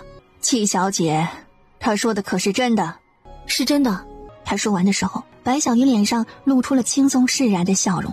宴会还没有结束，你们都回到席上去吧。心儿，扶我回去休息。是，姑母。洛心看了一眼纪南希，满眼不甘心。你怎么那么傻？你知不知道欺骗皇后严重的会被杖毙的？我不怕。谢神医，抱歉啊，我刚刚是为了救纪小姐才不得不那么做，请您原谅。无妨，我很佩服你的勇气，你的确是个好姑娘。你怎么会来？我听说过你和洛小姐的事，刚刚你才走不久，洛小姐就一直盯着你的位置，紧接着皇后娘娘就走了，还吩咐侍女来叫洛小姐。我心里担心你，就忍不住过来瞧瞧，我是不是给你添乱了？没有添乱，只是白小玉，你记得以后不许你再这样站在我面前，不顾自己安危的保护我。好。纪南希又问向谢云初，谁告诉你小圆圆不舒服的？一个宫女，我记得她的长相，欺骗我，等我找到她，我一定要她好看。等出宫以后，你说我来话，我们一定把这个人给揪出来。是，纪小姐。肚子还痛吗？他刚刚在发现小圆圆中毒的时候，就徒手捏小圆圆的穴道给她解毒了。不疼。好，那我们先回去吧。宴会结束，纪南希回到神仙居，谢云初也跟着来了。根据谢云初的描述，纪南希很快将那宫女的画像画了出来。母亲，给你1夜时间，明天我要知道所有结果。母亲动作很快，在第2日清晨就将整个事情查清楚了。楼主，幕后主使查到了，是皇后和洛星，接下来怎么处理啊？让人暗中保护白小鱼，她坏了皇后和洛星的局，他们肯定会报复她。皇后和洛星真是丧心病狂，为了对付她，不惜对小圆圆动手。以其人之道还治其人之身，皇后那么喜欢下毒，就让她尝尝毒的滋味。洛星想要毁我名声，那就先毁了她的名声。是，楼主。母亲动作很快，到了晚间，皇后浑身起红疹子，全身上下没有一处肌肤是好的，整个太医院的人都守在皇后软榻前。最后得出结论是皇后过敏了。过了整整3天3夜，皇后身上的红疹子还没有消退。姑母，要不请谢神医进宫来瞧瞧？谢云初没甚意思，要是能见到他师父就好了。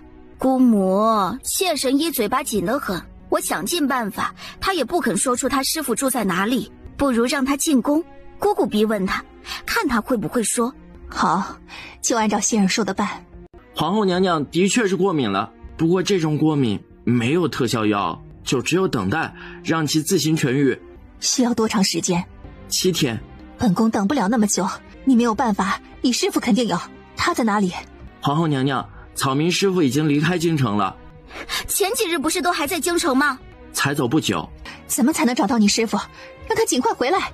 皇后娘娘，草民也不知道师父去了哪里，每次都是他主动找我找不到他的。谢云初，你可知道欺骗皇后娘娘该当何罪？当然知道，所以我句句说的都是实话。罢了，你回去吧。多谢皇后娘娘，草民告辞。姑母，我觉得谢云初在说谎，你怎么就放他走了呢？不放他走还能怎样？姑母，会不会他知道了中秋宴的事情是我们做的，所以才故意不给您医治？此事天衣无缝，他又怎么可能知道？派人跟着谢云初，看看他出了宫去了哪里。是，娘娘。还是姑母技高一筹。姑母能帮你的都帮了，能不能抓住秦王，就看你自己的本事了。是，姑母。洛心离开凤仪宫就准备回府，他上了马车，突然就晕倒了，醒来却是在春来阁的门口。春来阁，京城最大的花楼，而且周围还围满了人。哎，这不是洪氏书院的洛先生吗？如今为人师表都这么不要脸，一个女子竟然来逛花楼。也是，和秦王好了这么多年，秦王都没有娶她，肯定呀是耐不住寂寞了。洛心听着这些低俗不堪入耳的话，羞愧的恨不得找个地缝钻进去，然后爬起来一路狂奔回府。洪氏书院听到消息以后，立刻来问责。山长，你听我解释，我真的没有去春来阁，我是被人冤枉的。洛先生是与何人结怨？别人要如此冤枉你？洛心想了想，他唯一的仇人就是纪南希，不过依据他的了解，纪南希肯定没有能力来报复他。不过又有什么关系呢？他完全可以借这次的事情弄死纪南希。是纪南希。纪南希就是武威将军的女儿。对，就是他。他这次回来和以前大变样了，他处处针对我，这一点秦王可以作证，他就是回来报复我的。无论是谁陷害你，我给你10天时间，我要看到你清白的结果，不然严惩不贷。是，山长。何山长才离开，萧景琦就来了。王爷，你一定要帮帮我呀！怎么回事？我去宫里看望姑母，回来的半道上遇上了劫匪，他们把我扔到了春来阁的门口。劫匪？车夫呢？已经审问过了，他被人打晕了，什么也不知道。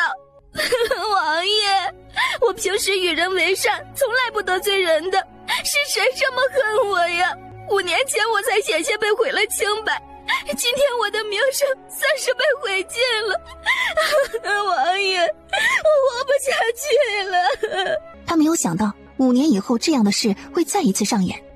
王爷，您千万别怀疑纪小姐，我觉得应该不是她做的，毕竟她已经变了个样了，心也应该跟着变好了。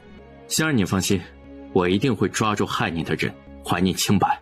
王爷，有件事我本来是不想讲的，但是到如今我也不能再瞒着了。洛心将中秋宴会上和皇后撞见纪南希和谢云初在一起的事告诉了萧景琦，不过隐去了白小鱼主动站出来洗清纪南希嫌疑的事。你在府里等我，我去找他。纪南希，是不是你害的心儿？你有什么资格来问我？5年前你害了他，我本以为你改了，没想到你变本加厉。纪南希，你还有一点人性吗？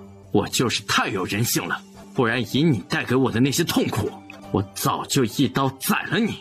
萧景琦，你知道一叶障目吗？你爱洛心，你以为他说的都是对的，你难道就没有想过他在骗你？纪南希，你真恶毒！我实话告诉你，我相信心儿，她很善良，她不会像你一样谎话连篇欺骗我。哼，萧景琦，你真是玷污了大启战神这个称号。你是不是笃定自己看人很准，觉得洛心真像你说的那么完美无瑕？你又要使什么阴谋诡计？既然是阴谋诡计，又怎么会告诉你呢？明日5时，人间至味，富贵人间包厢。本王一定准时到。萧景琦说完转身就走。到了晚间，洛心收到一封书信，写信的人告诉他知道是谁害了他，并约他见面。他深思熟虑一夜后，还是决定赴约。他按照约定时间来到人间质位。怎么是你？听说洛小姐被人丢在了春来阁门前，哭着闹着要寻死觅活呢。纪南希，你写信把我骗来，就是为了来嘲笑我吗？嘲笑你？洛小姐真的是看得起自己。我说过，你不配做我的对手。纪南希，你少在我面前装模作样。就算你变好看了，也只是一个狐狸精而已。萧景琦的心从始至终都在我这里，你永远也得不到他。你除了会利用萧景琦来对付我，你还有什么本事？哼，我能利用萧景琦对付你，我就已经赢了。每次只要我一提起你，萧景琦就对你恨之入骨。只要我稍微不高兴，他就恨不得杀了你为我报仇。纪南希，你深爱的男人是我的裙下之臣，他什么都听我的。有些事就算你没有做，我说是你做的就是你做的。你是不是觉得自己特别的可悲啊？洛心心里的嫉妒在啃噬着他的理智和自信心，他现在迫切的需要找回自信。纪南希，你在我面前什么都不是，跟我斗，你永远都是输。5年前，你险些被人玷污了清白，你明明知道不是我做的，却在萧景琦面前说是我做的，是吗？没错。这次春来阁的事，你又故技重施，给萧景琦说是我做的。你以为我像你那么蠢吗？我不用给他说是你做的，只要我提起5年前的事，他就会认定是你做的。原来你一直在利用本王，你说的我都听见了。这么多年，你一直在利用我，洛心，你太能装了。王爷，你听我解释，这一切都是纪南希设的局，你千万不要被他给骗了呀。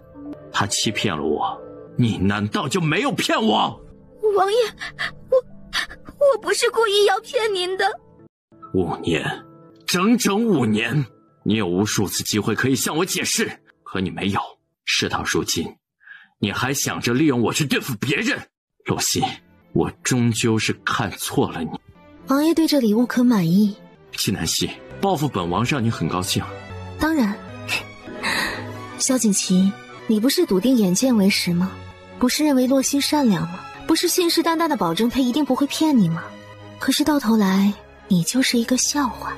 自以为深爱你的人，其实只是在利用你，这种滋味不好受吧？萧景琦，我只想告诉你，眼见不一定为实，我们之间的事慢慢算。萧景琦看着纪南希的背影，他仿佛从来不了解他。他不再管洛心，抬腿就要离开。王爷，我虽然骗了你，可是我是真的爱你呀。洛心，以后我们桥归桥，路归路，再无任何瓜葛。到了晚上，回到王府的萧景琦心情都未平静下来，不知不觉抬头一看，他竟然走到了神仙区门口。他不自觉地走向大门，抬手敲了门以后又后悔了，正想离开的时候已经来不及了，大门被打开了，是蓝竹送谢云初出门。王爷，您怎么来了？你怎么在这里？王爷，我家小姐不得空，您不能往里面闯啊！萧景琦一听纪南希不方便见他，而谢云初又才刚走，他脑海里立刻冒出不可描述的画面，当即气得脸色发青。纪南希！他大喊了一声，冲进前厅，发现纪南希正端坐在那里喝酒。你和谢云初什么时候在一起的？又是罗欣告诉你的。你承认了是吧？难怪你不缺银子，谢云初一定给你很多银子是吧？在王府，你让谢云初来他就来了，这么晚了他还出现在这里，你们……王爷！去而复返的谢云初正好听到了萧景琦的话，注意你的言辞，不然对你不客气。我倒是想看看你怎么对本王不客气。王爷，季小姐如今已经不是你的王妃了，你没有权利干涉她的生活。若你还想像以前一样欺负她，除非踩着我的尸体过去。云初，你先回去，这件事我自己来解决。我不。谢云初心道，自己若是在这个时候走了，即使是被赶走的，届时那些师哥师姐也会扒了他的皮。谢云初，我去旁边待着不说话。萧景琦，这是我的地盘，不是你王府，不可能任由你撒泼。有话快说，说完立刻滚。你是什么时候知道他骗我的？王爷是想知道自己被骗了几年，知道自己有多蠢吗？萧景琦，你在战场是神，在爱情当中就是猪。你自己静下心来想一想，如果想不明白，那你就真的活该被骗。我还记得你当初对我说的话，是我下毒害了你的母妃，害你妹妹摔断腿，害得洛心险些毁了清白。这桩桩件件的事我一样都没有做过。当我全部自证清白以后，萧景琦，你永远不要出现在我面前。你就这么恨我？不是恨，是厌恶。就好比一只蚊子总在耳边嗡嗡的叫，很想一巴掌拍死它。萧景琦闻着酒香，端起纪南希面前的酒杯，一口干了。这是我的酒杯。纪南希一把将酒杯夺了过来，萧景琦没有理会，又从纪南希手中将酒杯抢了过来，斟满酒，一口闷下。原来本王在你眼中是猪，是蚊子。纪南希，这些是我欠你的，你想骂什么尽管骂，就当我还你了。纪南希心疼死了，这可是好几年的桂花酿啊！我的酒，萧景琦，要喝酒回你的王府喝去。酒多少银子，我赔你。若你无事，不如我们喝一杯。萧景琦，你一个人来的？你是担心我喝了你的酒，赖账不赔银子吗？萧景琦心情不好，喝酒又喝得急了些，现在头昏昏沉沉的。兰竹，你去王府说一声，让秦风来接王爷回去。是，小姐。没酒了，拿酒来。付银子。给，要10坛酒。萧景琦摸了摸身上，最后从怀里掏出一块玉佩。纪南希觉得那玉佩有些眼熟，纪南希一时心软，将玉佩收入怀中，取了10坛酒出来。兰竹奉命来到秦王府，向门者说明情况。门房连忙去给太妃禀报：“你确定你没有听错？王爷是在纪小姐那里喝醉了？”奴才没有听错，太妃纪小姐的侍女现在还在门口等着回话。你去回了那侍女，就说我听见王爷喝醉酒就生气了，让他别回来了。是，太妃。然后立即跑去回兰竹的话：“琪儿啊，母妃就只能帮你到这点了。”纪南希一听就明白了太妃的意思，是想萧景琦留宿在神仙居，好趁机缓和二人的关系。可外人不知道太妃的想法，去找一家客栈，将他送到客栈去休息。师傅，不如让他去弟子那里吧。你不是讨厌他吗？弟子不讨厌他本人，讨厌的是他对师傅的态度。而且这么晚去客栈，到时候消息一传出来，对师傅您照样不好。他和弟子一起离开的话，我们2个男子，别人也不会多说什么。好，就按照你说的办。此时萧景琦已经喝醉了，等他一觉醒来，已经是第2天了。王爷醒了，头还晕得厉害吗？我让药童煮了醒酒汤，你喝了舒服一点。杜琪，我要去忙了，你喝完醒酒汤自己回去。还有，记得没事别去打扰我，打扰纪小姐。他喝完醒酒汤，离开了1天下，一回到王府就被太妃叫了去。琪儿，昨夜和西西谈得怎么样啊？母妃怎么知道我昨夜去找她了？她让人来送信了。也是西西心好，如果我是她，早把你丢大街上去了。母妃，是您不允许府里的人来接我的。是啊，我这是为了你好，给你俩创造机会。母妃，我和他不可能。怎么，你还真打算娶洛心？你要是真想娶她，怎么这么多年都不去定亲呢？琪儿，你好好冷静一下，看看你自己的内心。母妃，没事的话，我先走了。他出了太妃院子，正好秦风找来。王爷，您回来了。你是我的侍卫，还是太妃的？王爷，属下当然是您的侍卫。太妃说了，属下若是去接您，他就命人打断属下的腿。本王现在就打断你的腿。王爷，洛小姐的事真相大白了，一个路人作证，是有人打晕了洛小姐和她的车夫，将她丢到了春来阁门口。去做你的事。神仙居的纪南希也同样得到了消息。得主，此事关系重大，是属下亲自动的手。属下当时看过周围，确定没有人是才动的手。穆青给纪南希请罪，纪南希自然是相信穆青的实力的。他说的是实话，那就是洛心买通人为他证明清白，或者有人帮洛心。洛心已经受到了惩罚，此事暂时到此为止。依照洛心的身份地位，他也没法一次性弄死他，留着他慢慢玩。楼主，下一步我们怎么办？当年下毒害太妃那丫鬟可有消息？目前还没有，秦王也在找此人。继府那边有什么动静？目前没有。盯紧他们，按照原计划行事。是，楼主。洛心证明自己清白以后，接着去了凤仪宫。那3个宫女出事了。姑母，她们怎么了？负责下毒的宫女被蛇咬了，命是保了下来，腿却废了。传话带路的宫女走路不小心落入水中，已经昏迷1天1夜了，性命堪忧。希儿，是不是你泄露了消息？姑母，我敢用性命发誓，此事我没有向任何人提起，绝对没有泄露半个字。姑母，会不会是纪南希知道了我们的计划，他在报复我们？纪南希？就他？那个蠢货，他有这个脑子和胆子吗？姑母，纪南希真的变了，就连这次我也上了他的当。他将纪南希在人间至位算计他的事告诉了皇后。你怎么那么笨呢？洛心，你太让我失望了。你好不容易才到萧景琦身边，如今一步走错，满盘皆输。萧景琦的防备心极强，他很难信任一个人。你如今要想再得到他的信任，何其难呐！姑母，我觉得秦王也并没有多爱我，我还主动给他提过定亲，他并没有同意。你不能让秦王全心全意地爱上你，是你的问题。我早就跟你说过，秦王不同于一般男子喜欢娇柔的女子，他慕强，这就是家族当初为何选中你的原因。可你竟然自甘下贱，主动提出定亲，这样的话就应该让他来说。是，姑母。洛心，你如果连纪南希都斗不过，还如何在京城立足啊？还怎么为家族效劳？你若不想成为弃子，就给我上点心。是，姑母。好了，你回吧。是，心儿告退。转眼就到了全国书画大赛的决赛日子，纪南希控制好时间，在临开场前一会儿到了赛场。洛心负责在门口检查参赛者是否带了作弊的工具。不要以为自己前2次拿了第1就骄傲了，决赛才是真正的一决胜负的时候。纪南希轻轻一笑，就洛心这样打小没有经历过失败的娇小女，心里脆弱得很，在她手上吃了几次亏，就稳不住自己的心态了，时时刻刻针对她，想要重塑信心，殊不知这样败得更快。纪南希，你不想参加比赛了是吧？我参不参加比赛你说了算吗？就这点手段。纪南希，你是在讽刺我吗？是啊。其他人都先进去，纪南希，你留下。今天这个决赛你不要想参加了。你知不知道不尊重监考官是什么罪啊？那你知不知道作为先生随意诬陷人又是什么罪？这时裴慕之从赛场里面出来。季小姐，发生了什么事啊？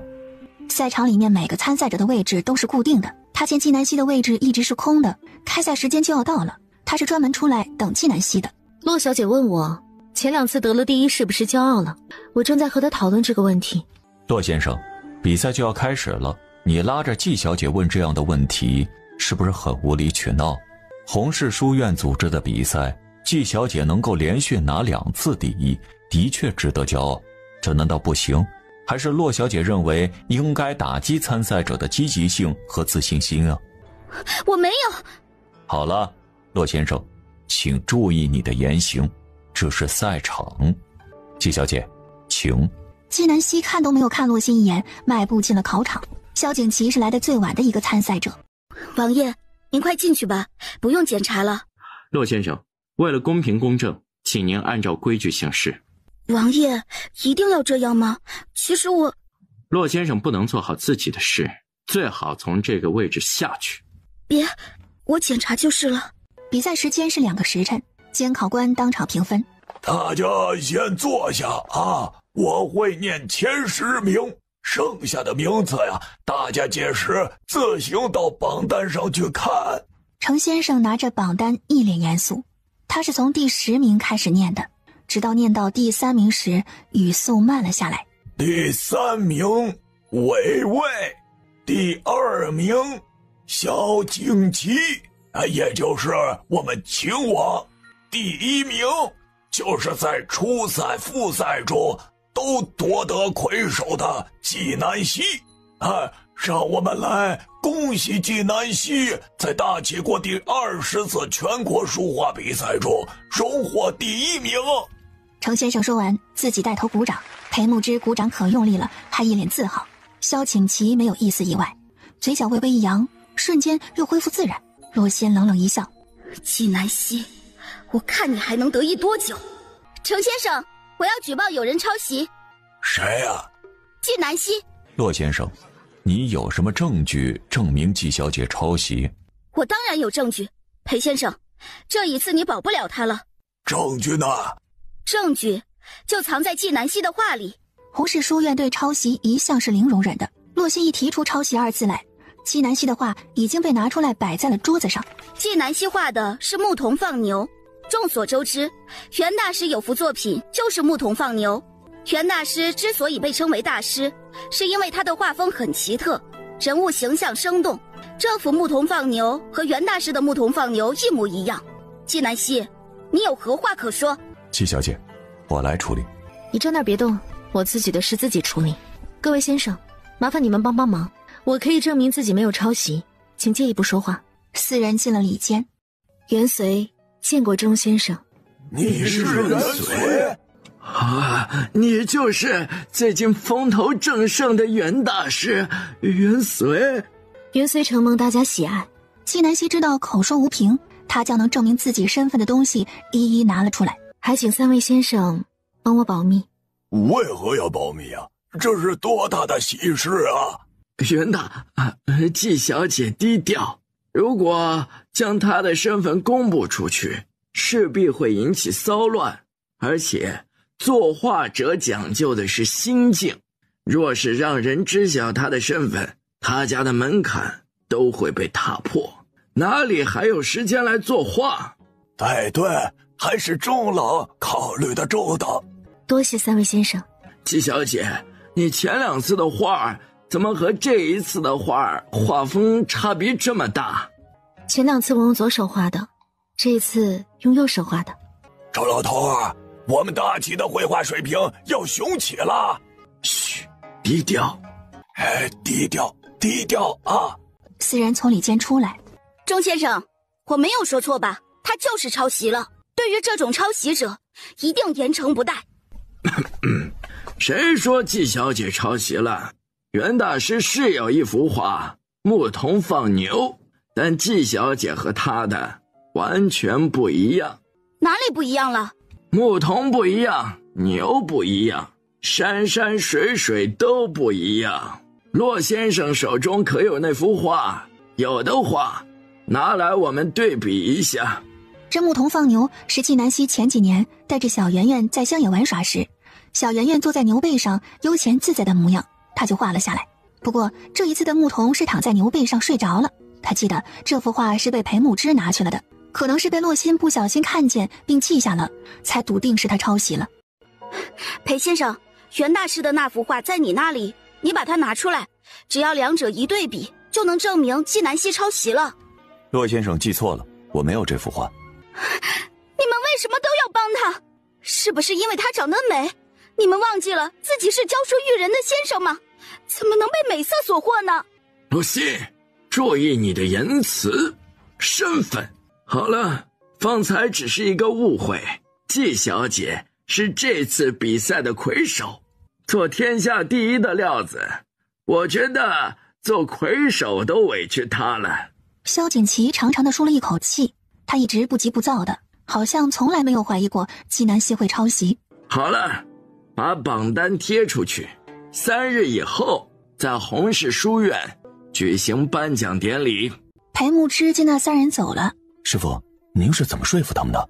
实话实说，他们还好吧？还好吧，接受能力还行，估计回去得仔细想想。这时萧锦旗走了过来。恭喜纪小姐，抱歉，我比赛输了，当日答应过你的，给你道歉。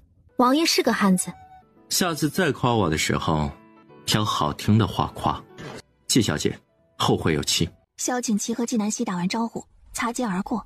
洛心气的脸色发青，他现在迫切需要一件事来证明自己的能力。谢神医，您快去看看吧，外面有好多老百姓堵着，吵着闹着要见您师傅。谢神医，让你师傅出来，他骗了我银子，他拐走我闺女，我媳妇儿吃了他的药死了。谢云初听到这些蹩脚的借口都忍不住想笑，少说也有100来人，这些人不可能无缘无故的来闹事，不知是受了谁的指使。诸位，你们一个一个来，慢慢说，把我师父对你们做了什么都详细说出来，我会让药童记好，到时候我陪你们一同去报官。这么多人足足说了2个多时辰才说完。走吧，我陪你们去报官。纪南希来到衙门的时候，和那些人一一对峙，半个时辰解决了所有人。这只不过是一场闹剧，这些人每人被打了20个板子才放他们回去。纪南希和谢元初从衙门出来的时候正是正午，师傅，弟子总有一股不好的预感。预感准了，这不在等着吗？男神医，好久不见。洛小姐好计谋。男神医过誉，我皇后姑母要见你。西南希从来没有打算一辈子隐藏自己的身份，他想尽自己所能去帮助更多的人，所以和宫里那些人打交道是迟早的事。这也是为何他明知是洛心设的局还现身的原因。西南希来到凤仪宫，见过皇后。男神医快请坐。男神医真是年轻有为啊，不知娘娘唤我来何事？我这些日子身上长了红疹子，如今虽已消退，却仍旧不放心，请男神医帮忙看看。是，娘娘。他下的毒心里有数的很，不过他还是装了装样子。一番查看以后，娘娘，您身体很好。真的？真的。太好了。男神医，本宫有一个不情之请。娘娘请讲。家父重病，还请男神医前去瞧瞧。可以，不如我们现在就去吧。他一刻也不想待在这里。他告别皇后和洛心，来到太傅府。男神医，我也是情非得已，才用了特别的办法请你来，你不会介意吧？救死扶伤乃是我的本职，我当然不会介意。齐南希来到太傅的卧房。祖父，我把谢神医的师傅请来给您看病了。你就是男神医呀？正是我。年轻有为啊。太傅，你的腿是怎么回事？从楼上摔下来，下半身就不能动了。这个有点棘手，我尽力而为。他给骆太傅施完针，并约定明日再上门为他治病，才离开。师傅，您当真以后日日来给骆太傅施针呢？先治几日看看效果，如果有效，那就你来。我就知道。我要进弘氏书院。师傅，您是不是犯困了？没有，我清醒得很。谢云初，人活着要有梦想。季南希还有一句话没说，他想要自由。自由从来不是想做什么就做什么，而是不想做什么就可以不做什么。就像这一次，洛心可以动用一切力量来逼迫谢云初让他现身，他当然可以不用现身，但谢云初就会受到威胁。裴夫人，你输了呀，这辈分就不对了。小圆圆叫裴公子三哥哥，就证明裴公子是安南郡主的小辈，你这是乱点鸳鸯谱啊。定国公夫人很高兴，裴慕之的确很优秀，只要裴夫人败下阵来，裴慕之没有机会，那顾一峰的机会就相当大了。你去我们家，顾叔叔给你买新衣服、糖果、玩具，好不好？谢谢婆婆，我要跟着娘亲，娘亲去哪里我就去哪里。我们都别争了，最后的决定权还是在西西手里。西西啊，我们三家你选哪一家？无论你选谁，只要你过得幸福，我都支持你。感谢太妃、国公夫人、裴夫人对我的厚爱。我知道你们选在这个节骨眼上来提亲是为了帮我，我谢谢你们的好意。然而如今是非常时期，我无心儿女私情。两位长辈，裴夫人，你们带着礼物请回吧。裴夫人知道自己是彻底输了，定国公夫人觉得自己还可以争一争。最高兴的是太妃，去南西哪一家都不选，其实她就赢了。安南郡主，我大齐没有送女子去和亲保平安的先例，到时候齐国的人来了，只要你愿意，你随时可以和定国公府定下婚约的。任何事情，定国公府和你共同承担。西西，秦王府永远是你的家。安南郡主，无论你和木儿的事如何，裴府永远支持你。谢谢你们。最后，三人抬着礼物来，又将礼物原封不动地抬回去。出了神仙居的大门，定国公夫人和裴夫人连忙给太妃致歉。太妃摆摆手，和两人有说有笑，仿佛刚刚争气南西一事根本不存在似的。等萧锦旗、顾一峰、裴慕之得到消息的时候，三人的母亲已经各自回到府里。三人各自回府问了自己母亲，然后又同时来到了神仙居。你来做什么？王爷，我错了，我不该仗着你喜欢我就肆无忌惮的。王爷，我时常在想，如果当初我没有救你，我就不会认识你，更不会爱上你，那我的人生会不会是另外一番光景？他一边回忆过去，一边小心观察着萧锦旗的脸色，见他神色稍微缓和了一些。但是我不后悔。王爷，遇见你以后，我才体会到什么是真正的幸福。我们和好吧，好不好？洛小姐，我再说一遍，我们已经不可能了。我看在你当初救我的份上，你这些年利用我的事，我就不和你计较了。从今以后，你和我再无瓜葛。来人，送客。王爷，您当真要如此绝情吗？萧景琦看着洛心，眼神没有一丝温度。滚！王爷，你不想和我在一起，是因为纪南希吗？我到底哪里比不上他？景风，扔出去！王爷，总有一日你会后悔你今天说过的每一个字。吩咐下去，以后不许他踏入王府半步。谁若是敢放他进来，直接赶出王府。是，王爷。洛心出了王府，眼里迸射出浓烈的恨意。我让你们都看不起我，欺辱我，有朝一日我要千倍万倍的奉还给你们。纪南希第二日醒来的很早，小姐，您昨晚回来晚了，怎么不多睡会儿啊？今天红石书院招人，我要去报名。天气有些冷了，你去买些食材回来，我配点药材，煲点汤，你给木之和云初送些去。是，小姐。他吃了早点就往红石书院而去。季小姐，钟先生，好巧。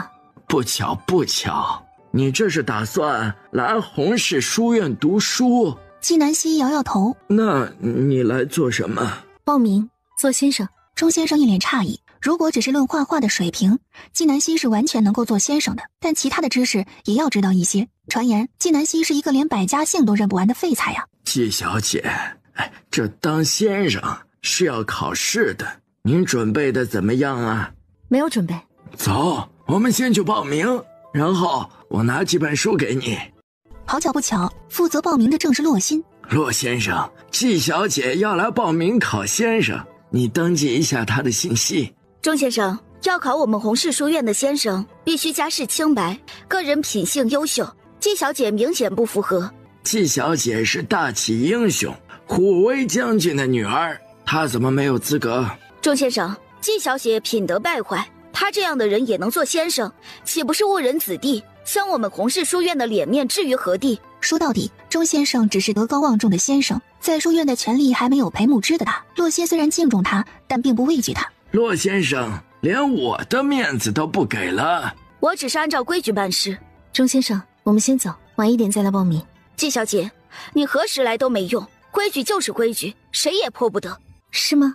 真不凑巧，我偏偏要给他破了。纪南希和钟先生离开去拿书。季小姐，这些是近几年考先生的常考题，你拿回去研究研究，争取一次性考中。多谢钟先生。报名的事儿你不用担心，我会帮你想办法的，大不了我去求山长破例给你报名。多谢钟先生，报名的事您不用担心，我自有办法。好，那我就等你的好消息。纪南希抱着书回到神仙居，写了一封信，换来穆青将信送出去。3天以后，报名结束，洛心整理报名者的资料，竟然发现了纪南希的资料，正要将纪南希的资料撕碎，何山长突然进来。洛先生，你在做甚啊？山长，我发现这里有个报名者没有通过我，而是偷偷塞进来的，我正要将他的资料毁掉。是谁？纪南希。放下。他来这里就是告诉洛心这件事的，幸好来得及时，不然纪南希的资料被毁了，他也没法给上面的人交代。季小姐的资料是我放进来的。山长，他做好你自己的事情，别多问。洛先生，你就是太顽固了。我知道你不喜欢季小姐，但有些人是你动不得的。洛心面色一白，咬着唇暗暗心惊。纪南希，我就不信了，我还阻止不了你，你给我等着。纪南希已经报名好了，就等着1个月以后的考试。师傅，钟先生要是知道他给您的这些书，您根本没打算看，不知道会不会被气得一口气上不来。不会，他顶多一脸无奈的觉得我不成器。云初，不如你把这些书看了，你也去考先生试试。师傅，求求您放过弟子吧。那就赶紧来抄书。师傅，您之前看到好多老病人病情都有起色了，特别是骆太傅，弟子早上去看他的时候，他脚趾头都能动了。太好了，应该过不了多久就能站起来了。师傅，骆小姐处处和您作对，要是有一天她知道是您治好了她祖父的病，她肯定内疚的想哭。你见过狼哭吗？狼那么凶残，怎么会哭啊？洛心也如此，他恨不得杀了我，对我不会有一丝愧疚之心。转眼1个月的时间就到了，经过纪南希的治疗，瘫痪在床多年的骆太傅终于站起来了。骆太傅亲自来到1天下。南神医，你救了我的命，请受我一拜。太傅言重，医者仁心，都是我该做的。他看了一眼身边的洛心，洛心连忙会意，给纪南希行了一个大礼。多谢南神医救了我祖父的命，您是我们家的大恩人。他日若有需要帮忙的地方，洛府一定竭尽全力。好，洛太傅还要请纪南希吃饭，被他拒绝了。第二日，纪南希来到洪氏书院参加考试，考试进行到一半，洛心走到纪南希身边，弯腰捡起一个纸团。纪南希，站起来！你大吼大叫作甚，影响到其他人答题了。你还担心其他人，自身都难保了。作弊，取消考试资格。我没有作弊，这不是我写的字。我在你座位旁边捡的，不是你写的，那是谁写的？我知道你擅长狡辩，如今人赃并获，我看你怎么抵赖。怎么回事？山长，纪南希作弊，这是他写的纸条。何山长一看，上面的题果然是这次考试的内容。纪小姐，你怎么解释？很简单，这纸上面的第3道题解法太复杂，第5道题的第2个步骤是错的。你再看看我的试卷就知道，这纸团是不是我写的了。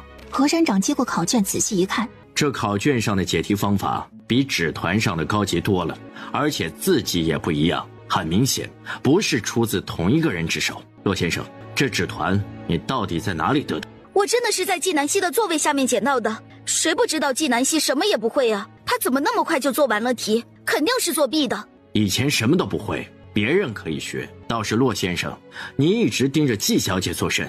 考试继续。何山长说完，出了考场。这一次算你走运，下一次再被我逮到，要你好看。洛小姐，下次再栽赃我的时候，麻烦用高级一点的手段。如果我猜的没错，那纸团是你故意丢到我座位的吧？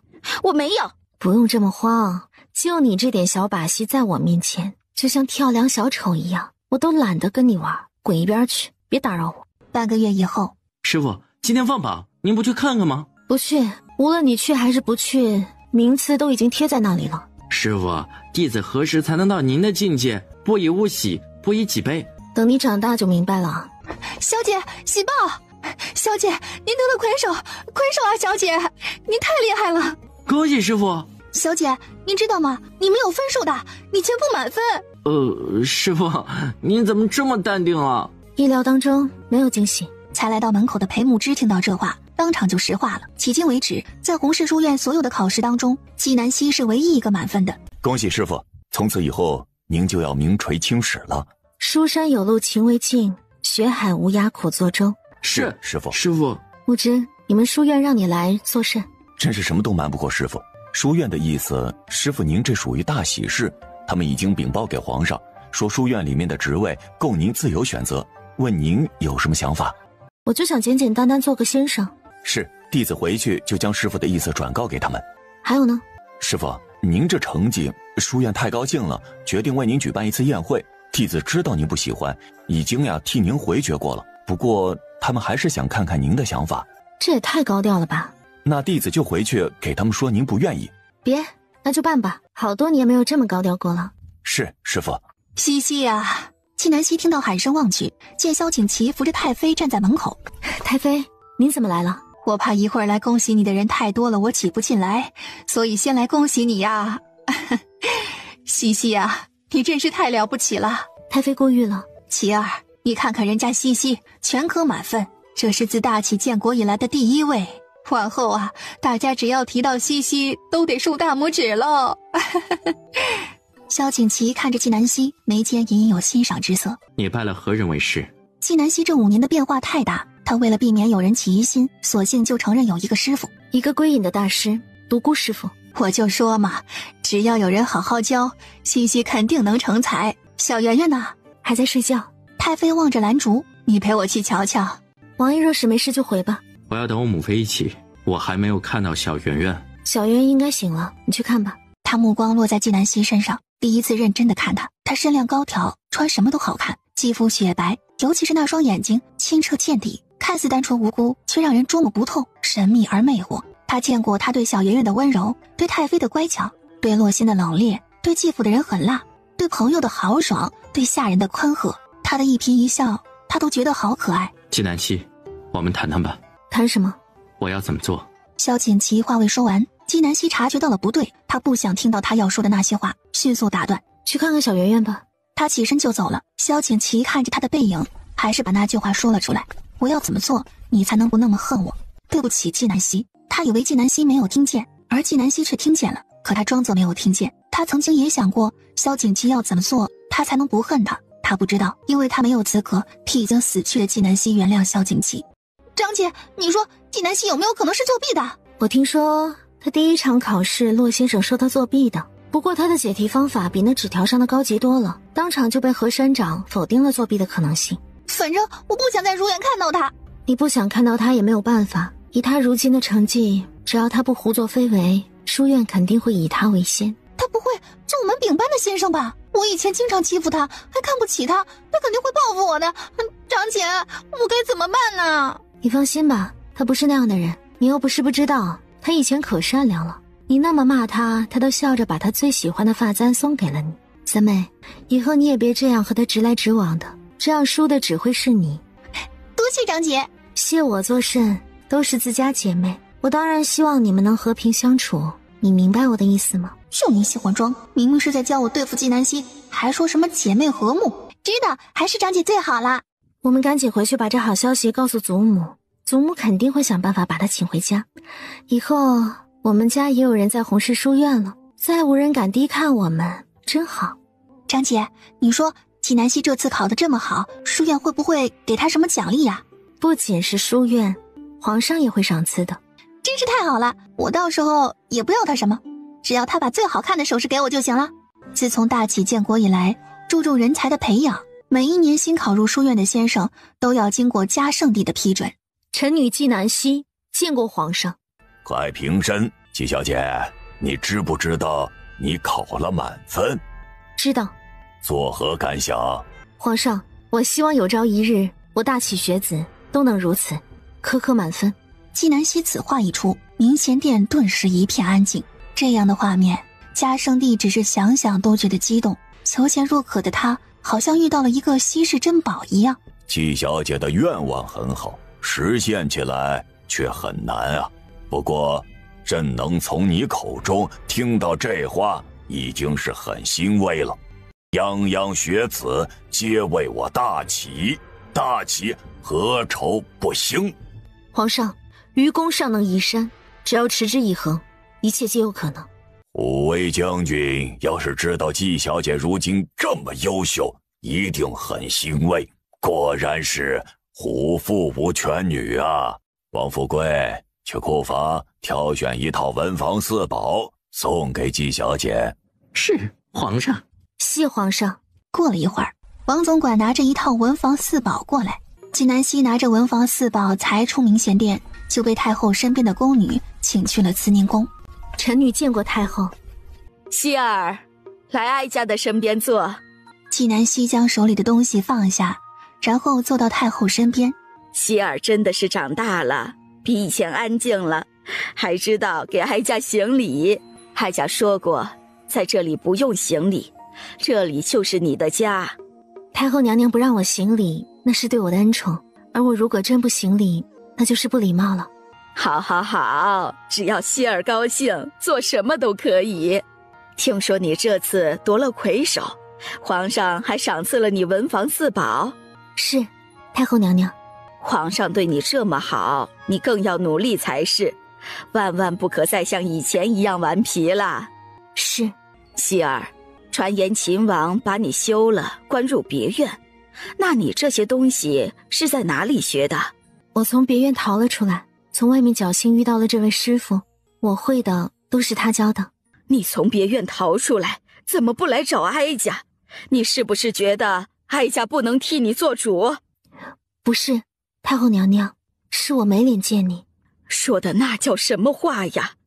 当年你父亲去世时，哀家说过，以后你就是哀家的亲孙女儿，只要是你要的，哀家都会给。看你当年喜欢秦王，哀家就一道懿旨，让他不得不娶你。所以以后啊，你有什么事儿都要告诉哀家，不许再瞒着哀家，否则你受了什么委屈，哀家都不知道，如何护着你呀？多谢太后娘娘多年的疼爱，如今我已经长大了，能照顾自己了。纪南希能感受到太后对她的疼爱，但她总有一股压抑之感。你这孩子，5年不见就和哀家离心啦？没有，太后娘娘，是我觉得不能总把自己当做孩子，得学会成长。难怪能够全科满分，伶牙俐齿的。好啦，你先回去吧，有空再来陪哀家。是，太后娘娘。裴牧之得了纪南希的许可，回来和书院的人商量，并上报朝廷，于3日以后在宫里设宴。转眼就到了宫里举行宴会的日子。皇后身边的宫女宁儿过来，纪小姐，您的位置在这里。纪南希抬眸望去，皇后给她安排的位置排在众人之首，相当高调，而她也没有拒绝，直接过去落座。小希啊，你今天真漂亮。轻浮，坐你位置上去。怎么办？我想坐你身边。顾少爷，您的位置在那边。那这里是谁的位置啊？秦王和洛小姐的。他们能坐这里，为什么我不能呀？不知道。下次做事的时候呀，考虑一定要周全。不过幸好有补救之策。他让他的小厮把他的桌椅搬过来，挨着纪南希。这下完美了，我就是要跟小希坐在一起，随时保护她。萧景祺一来就坐在自己的位置上，顾一峰连忙凑了过去。王爷，我兄弟是不是很厉害啊？他厉害，你这么兴奋作甚？小希说过的，我们是兄弟，他的就是我的，他夺得了魁首，就等于是我夺了魁首呀，当然高兴啊。那你倒也是夺个魁首，让他高兴高兴。嘿，我会的。就在这时，洛心来了。洛小姐，您的位置被顾少爷抢了。顾少爷，你这样霸道是不是不合适啊？怎么不合适啊？你让开，我要坐这里。巧了，我也要坐在这里，我要挨着我兄弟坐。顾一峰是一个放荡不羁的人，不在乎别人的看法，有点无赖。但洛心不一样，脸面比什么都重要，他拉不下脸耍赖皮。面对顾一峰的耍赖，洛心毫无还击之力。他看了一眼萧景祺，希望他能帮帮他，可他的目光从始至终都没有落在他身上。他无可奈何，板着个脸不得不坐到那角落出去。纪小姐，你这次得了魁首，有什么要告诉大家的吗？天道酬勤。好一个天道酬勤！希望大家以纪小姐为榜样，在学业中精益求精，人人为我大齐，我大齐将更繁荣昌盛。纪小姐，你想教哪一科，任你选择，朕都允了。皇上，包括现在弘氏书院没有的科目吗？弘氏书院没有的科目，那是什么科目啊？医学。你会医？略懂皮毛。医学科目不仅仅是弘氏书院没有，大齐所有的书院都没有设置这个科目，可想而知这有多难啊！皇上，这是我唯一想要教授的科目。纪南希循声望去，是嘉圣帝的宠妃婉妃，捂着肚子满脸痛苦。叫太医。婉妃估摸着有9个月的身孕了，难道这是要临盆了？皇上，我来瞧瞧。纪小姐，我知道你心急，但是此事事关皇嗣，马虎不得，你别乱动。皇上，刚刚纪小姐不是说她懂医吗？不如让她试试。胡闹！人命关天的大事怎么能试试啊？几人说话间，太医已经来了。皇上，婉妃娘娘要临盆了，务必保全婉妃和小皇子的性命。皇上，婉妃娘娘晕过去了，这小皇子没法出生了呀！想办法让婉妃醒过来。皇上，娘娘体力已经耗尽了，臣无能为力了。身为太医院的院士都无能为力，这已经等于宣布婉妃要一尸两命了。纪南希已经顾不得那么多了，这可是2条人命啊！皇上，我能救婉妃娘娘和小皇子。院士都救不了，你能救？纪小姐，我知道你得了个魁首，正是意气风发的时候，但医学并不是读书考试，没有那么简单。你别再为了一己之欲残害婉妃娘娘和小皇子了。你不能救，不代表我不能救。皇上，纪小姐这么有把握，不如让她试一试，说不定有希望啊！皇后在一旁帮腔，只要纪南希掺和进来，一旦救不了婉妃母子，他就有办法弄死他。皇上，我敢以性命做担保，如果我不能救下娘娘和小皇子，我就以死谢罪。好，朕给你这个机会，只要你能救婉妃和小皇子，你需要什么，朕都满足你。谢云初，纪南希说完，立即遣散这里的人，想要救孩子保婉妃，唯一的办法紧急剖宫产。屋外的人以嘉圣帝为首，翘首以盼。萧景祺神色冷峻，将和纪南希相识的过程都想了一遍。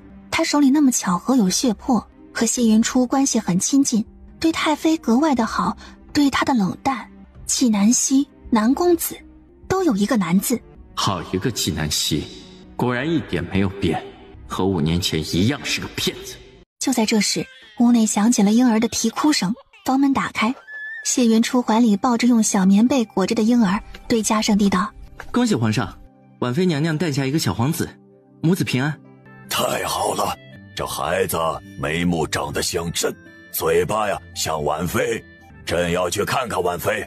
皇上请稍等，婉妃娘娘还在休息，现在不宜见人，等娘娘恢复了体力，皇上再进去也不迟。嘉圣帝想起婉妃刚刚痛苦的样子，知道她现在肯定很累，朕就在外面等着。谢云初抱着孩子返回屋里，他将孩子放在婉妃身边。娘娘，你醒了。你怎么在这里？我的孩子呢？恭喜娘娘，您生了一个皇子，很健康。是你救了我们母子。娘娘，有一件事我得和您说。你说。纪南希和婉妃沟通完以后，谢云初才放外面的人进来。婉儿啊，你辛苦了，朕已经为我们的儿子取好了名字，萧景恒，寓意他是朕的珍宝。多谢皇上。一旁的皇后闻言脸色一变，她儿子还是东宫的嫡子，名字都是先由礼部写好几个字了，再给嘉圣帝挑选，而不是嘉圣帝亲自想的名字。纪小姐，你们2人救了婉儿和小皇子，想要什么和朕说。皇上，我就一个愿望，做弘氏书院的医学先生。这恐怕不行啊，皇上，臣妾有话要说。纪小姐其实根本不懂医术，救婉妃的不是她，而是谢神医。你知道自己在说什么吗？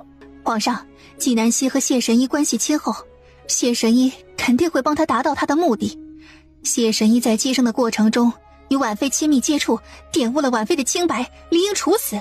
皇上，给婉妃娘娘接生的不是我，是纪小姐，我只是给她帮忙做助手的。嘉圣帝在思考几人说的话，他看向纪南希。你给朕一个合理的解释。皇上，是我给婉妃娘娘接生的。纪小姐，当今世上能让谢神医帮忙的只有他师父南神医了，你算什么？谁不知道你？他就是我师父，我师父低调，一直保密他的身份，将救死扶伤作为己任，没有想到他换来的却是诋毁和不理解。你是南神医？没错，我就是大家口中的南神医纪南希。洛心脸像猪肝色一样，他看着纪南希睥睨众人的目光，想起了自己曾经在他面前表现出来的谦卑、敬重、讨好，他不甘心，也不愿意相信。纪南希，你有什么证据证明你是南神医？洛小姐，你那日向我求了一味药，是让人迷失心智的药。别说了。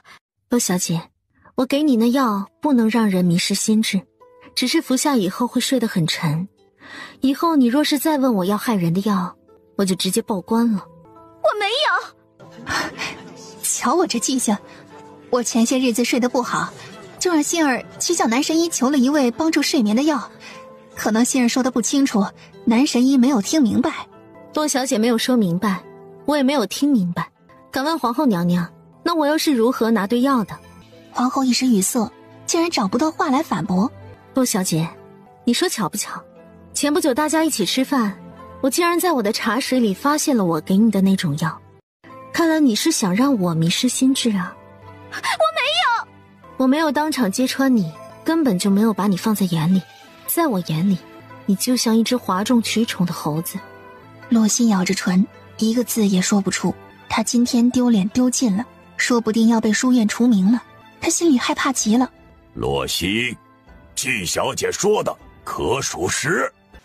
他冤枉我，大家都知道季南希恨我，怪我抢了秦王，所以如今他得了机会，一定会狠狠地报复我。皇上，我作证，那日我亲眼看见洛小姐往季小姐茶水里放了东西。那你当时为何不说来？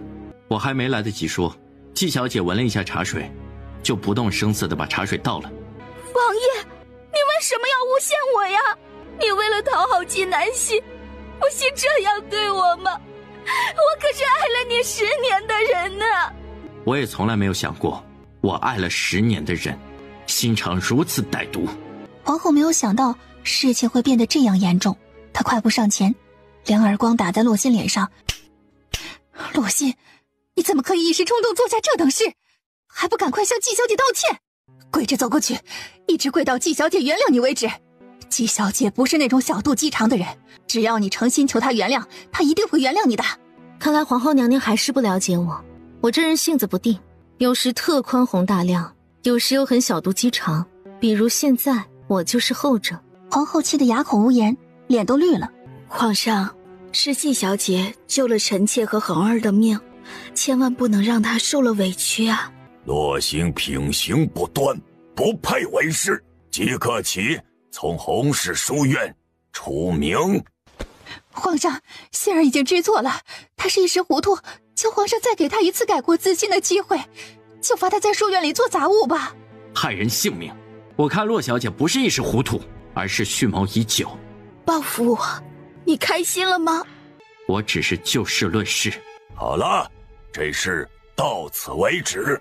你今天救了婉妃和小皇子，功不可没。你想教医学，朕准了。多谢皇上，我定将毕生所学传授给他们。众人恭贺嘉圣帝和婉妃以后，各自离宫。他出了皇宫，见萧景祺站在那里看着他，貌似在等他。季南希，难审议，骗人的水平越来越高了。王爷在此就是为了讽刺我。你离开别院5年，如今有备而来，就是为了报复我吗？从竞拍血铺开始，你一步步算计我，坑我银子，隐藏真实身份救我母妃，让我亏欠你。季南希，还有什么事是你做不出来的？为了报复你，我什么事都能做得出来，你最好别惹我。萧景祺竟然产生一种挫败感，季南希是什么时候变得如此光彩夺目的？他对他充满了好奇，想要了解他，可一想到他以前什么都告诉他，如今却什么都瞒着他，他心里难过又生气，酸酸的。季南希，以前终究是我负了你，是我亏欠你，给我一个机会，让我弥补你。没机会了。他连话都不想和他多说，转身就要走。萧景祺心里有些着急，一把抓住他的手，季南希反手就给他一掌，他纹丝不动，生生地受下了这一掌。季南希用了十足的力，他觉得胸口处又闷又痛。你为何不让？以他对萧景祺的了解，他是完全可以避开的。对不起，如果打我能让你好受些，你就打我吧，我绝对不会还手。不稀罕。季南希其实心情很复杂，他的理智很想暴打萧景祺一顿，可他的心里总有一股酸涩的感觉。也许是以前的季南希太爱萧景祺，在他的心底留下一丝执念。季南希，你可以一如既往的在我面前肆意而为。你不是讨厌那样的我吗？其实也没有那么讨厌，但是总比现在你对我冷冰冰的好。萧景祺，你和洛心分手以后被刺激到了吗？麻烦你以后不要在我面前胡说八道，请你认清楚一个事实，你已经休了我，我们已经没有任何关系了。你要是再敢出现在我面前，我打断你的腿。休书呢？季南希想了想，萧景祺坑他，他从始至终都没有拿到休书。休书自然在我手中。你果然没有变，说谎脸都不红，我从来没有给过你休书。那你现在不给我？季南希，我今天和你说这些话，不是因为我和洛心分开受到了刺激，也不是我现在立刻想和你重修于好，是我觉得我欠你的，我欠你一个道歉。我发现我从来没有认真去了解过你。季南希，如果你愿意，我们先从朋友做起。如果我不愿意呢？等。萧景祺，我不会和你成为敌人，前提是你别招惹我。谁让小圆圆这么喜欢萧景祺呢？季南希看得出来，萧景祺在认真的道歉，他他能感觉得出来，在萧景琦说了那些话以后，他心里那股酸涩感减轻了不少。往后余生，各不相干。纪南希说完就要走，目光一瞥，见顾一峰站在一旁，面色冷漠，不知道他听到了多少。顾一峰见纪南希看到了他，立刻换上一副笑脸走了过来。兄弟，谈好了吧？我们走。顾少爷，走。王爷，我兄弟说谈好了。顾一峰看向萧景琦的时候，笑容染上了几分冷意。你瞒着兄弟这么久，是不是不够意思？走，陪我喝一杯。我要回家，小圆圆还在等我。那我也去，正好我很久没看到小圆圆了。你昨天才见过她。是吗？瞧我这记性，忘了。萧景琦看着二人有说有笑的离开，不禁握紧了拳头。洛心在被皇后留下训斥了几句，让他赶紧回府，让他祖父来求情。祖父，跪下！你太令我失望了。男神医医治好了我的腿，你却要下毒害他，还被他发现了，愚不可及。祖父，我没有想到纪南希会是男神医，如果我知道，我一定不会让他发现。愚蠢！以后太傅府再也不能请男神医看病了，这是多大的损失，你知道吗？我现在还得低下头去求皇上原谅你，索性只此一次，下不为例，不然你就滚出府。洛太傅冷着脸，在他眼里，所有不能为太傅府带来利益的人都是废人。是，祖父。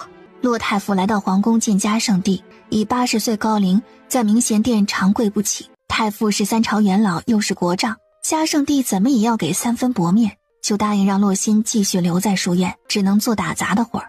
纪南希的身份曝光，犹如晴天霹雳，反倒是纪府众人高兴得不得了，全府主子聚在一起商量如何把纪南希给请回来。祖母，你寿辰要到了，这次是整寿，可以大办。这个主意不错。纪南希是要做先生的人，品德一定得好。他要是赶不回来给我贺寿，我就向天下人说他不孝，看他还怎么当先生。为避免夜长梦多，纪老夫人马上让纪兰写了一个帖子，连夜给纪南希送去。小姐，纪府的帖子。还有半个月才到老夫人的寿辰，这么早就送来帖子了。小姐，您去吗？纪府这也太势利了，恐怕是知道了您神医的身份，立即就跑过来送这个的。这才是他们的行事风格。去买点礼物备着，到了日子去就是。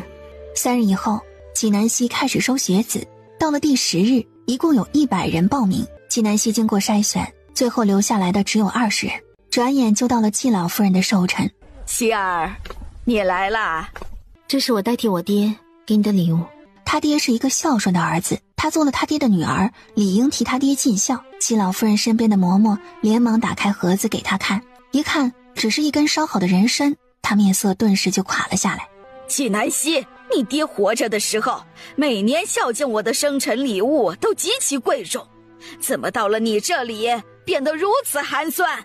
我穷啊，这是我能买得起的最贵的礼物，你要是嫌弃就算了，我拿回去就是。你现在都做洪氏书院的先生了，还在我这把老骨头面前哭穷，也不嫌臊得慌。老夫人，你不要忘了，我是被你赶出府断绝关系的陌生人，我今天只是替虎威将军来尽孝，再啰嗦就什么都没有了。祖母，礼物贵不贵重的不重要，重要的是心意。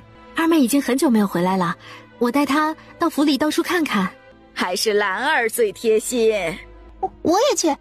纪南希和纪兰、纪冉从老夫人屋子出来。二妹，不如你和小圆圆一起搬回来吧，一大家子人住在一起热闹。是啊，我们还像以前一样打打闹闹的。张姐，三妹，我最近一直在回忆往事，想想自己这一路走过来，只有自己的姐妹对自己才是真心的。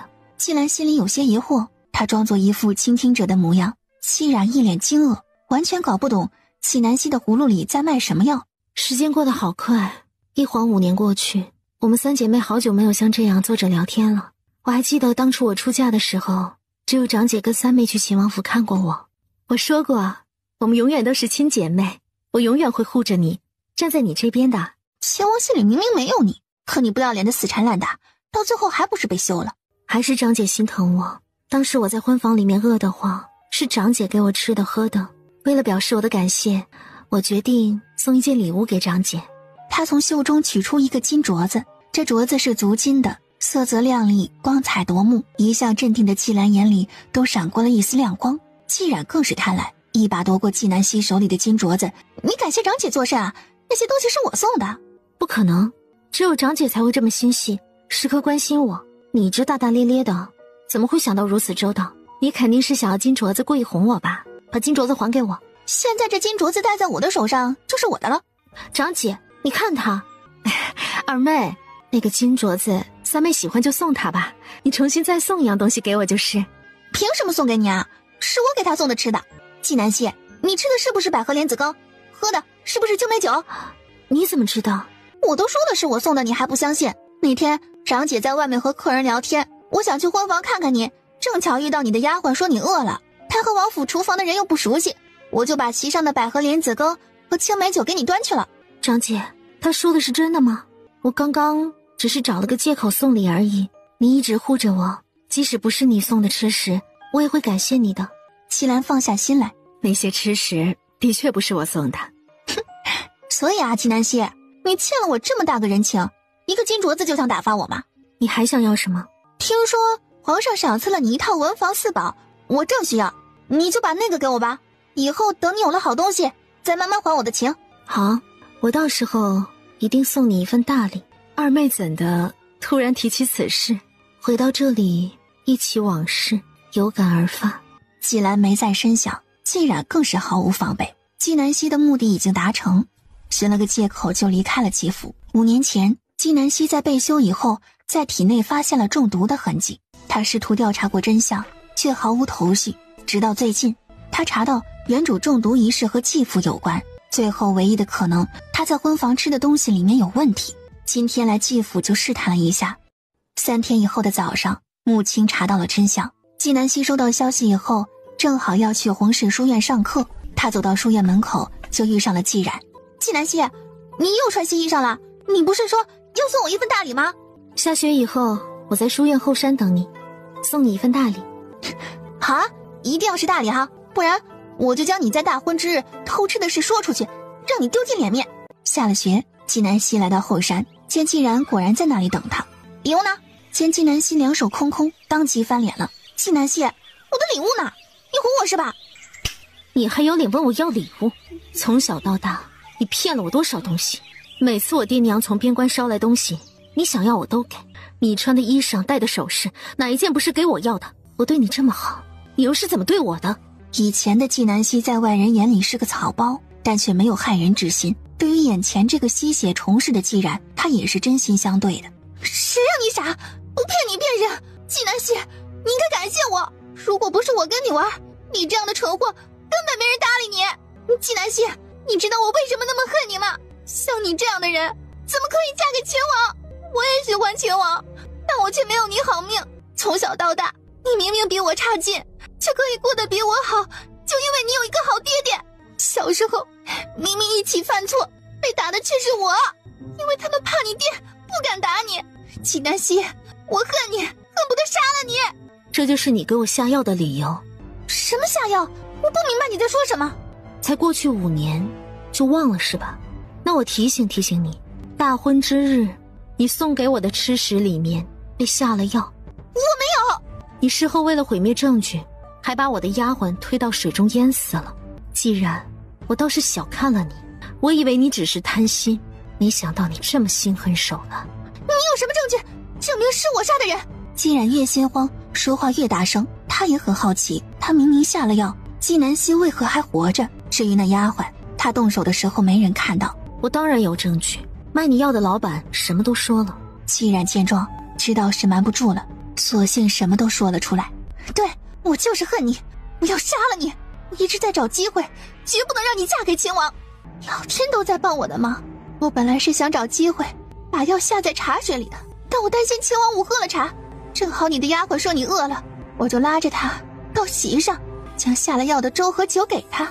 这样就算你死了也找不到我头上。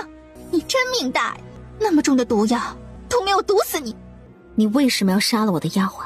你喝粥喝到一半就晕了，他翻了粥，被屋里的猫给吃了，猫死了，丫鬟来问我是不是下了毒，我就把他推到水中淹死了。季冉说到这里还一脸恨意，季南希，怎么死的不是你呀？你都已经走了5年，为什么还要回来？回来找你报仇啊！既然你欠季南希的命，该还了。你要做什么？送你去见他呀。既然这是你给季南希下的毒，现在你亲自尝尝是何滋味。季南希，你不是没有死吗？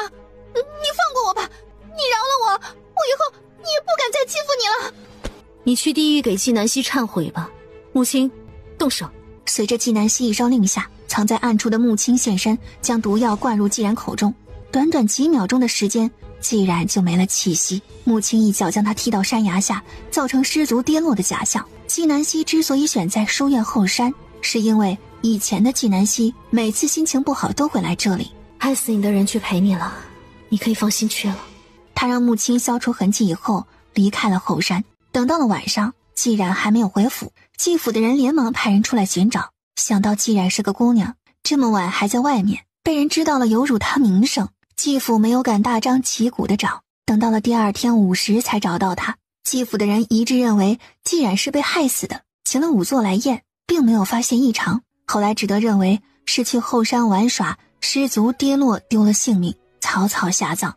季南希的生活又恢复了平静。这一天，他正在书院的房间里看考卷，突然门被推开，他正想问是谁，不敲门就进来了。抬眸一看，正是洛心。谁允许你进我房间了？出去！季南希，季冉是你杀的，对吧？你擅闯我的房间就是为了胡说八道。季南希，你别狂！季冉出事的那天早上，我看到你和他说话了。看见了又如何？和他说过话的人岂止是我？想要恐吓我，就把证据摆在我面前，否则就给我滚出去。洛心要是有证据，早就去报官了。季南希，你最好别让我抓住你什么，否则你会死得很难看。随时奉陪，现在立刻滚出我的房间。洛心底气不足，在季南希这里没有找到一点便宜，转身不甘心的离开。季南希下了学才走出书院大门，他向前走几步，发现了秦王府的马车。萧景琦站在马车旁边。季南希，王爷，好巧。不巧，我正在等你。去王府吃饭。不去。小圆圆也在。萧景琦，我警告你，这已经是第3次了。如果你以后再敢没有经过我的同意就把小圆圆带走，我就打断你的腿。我就只是站在神仙居门口，问小圆圆要不要去王府，结果她说要去，我这才带她去的。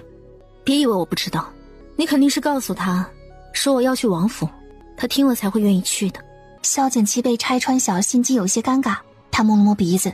季南希，多一个人疼小圆圆不好吗？季南希之所以一直没有和萧景琦翻脸，就是因为他知道萧景琦是真心疼爱小圆圆。走吧。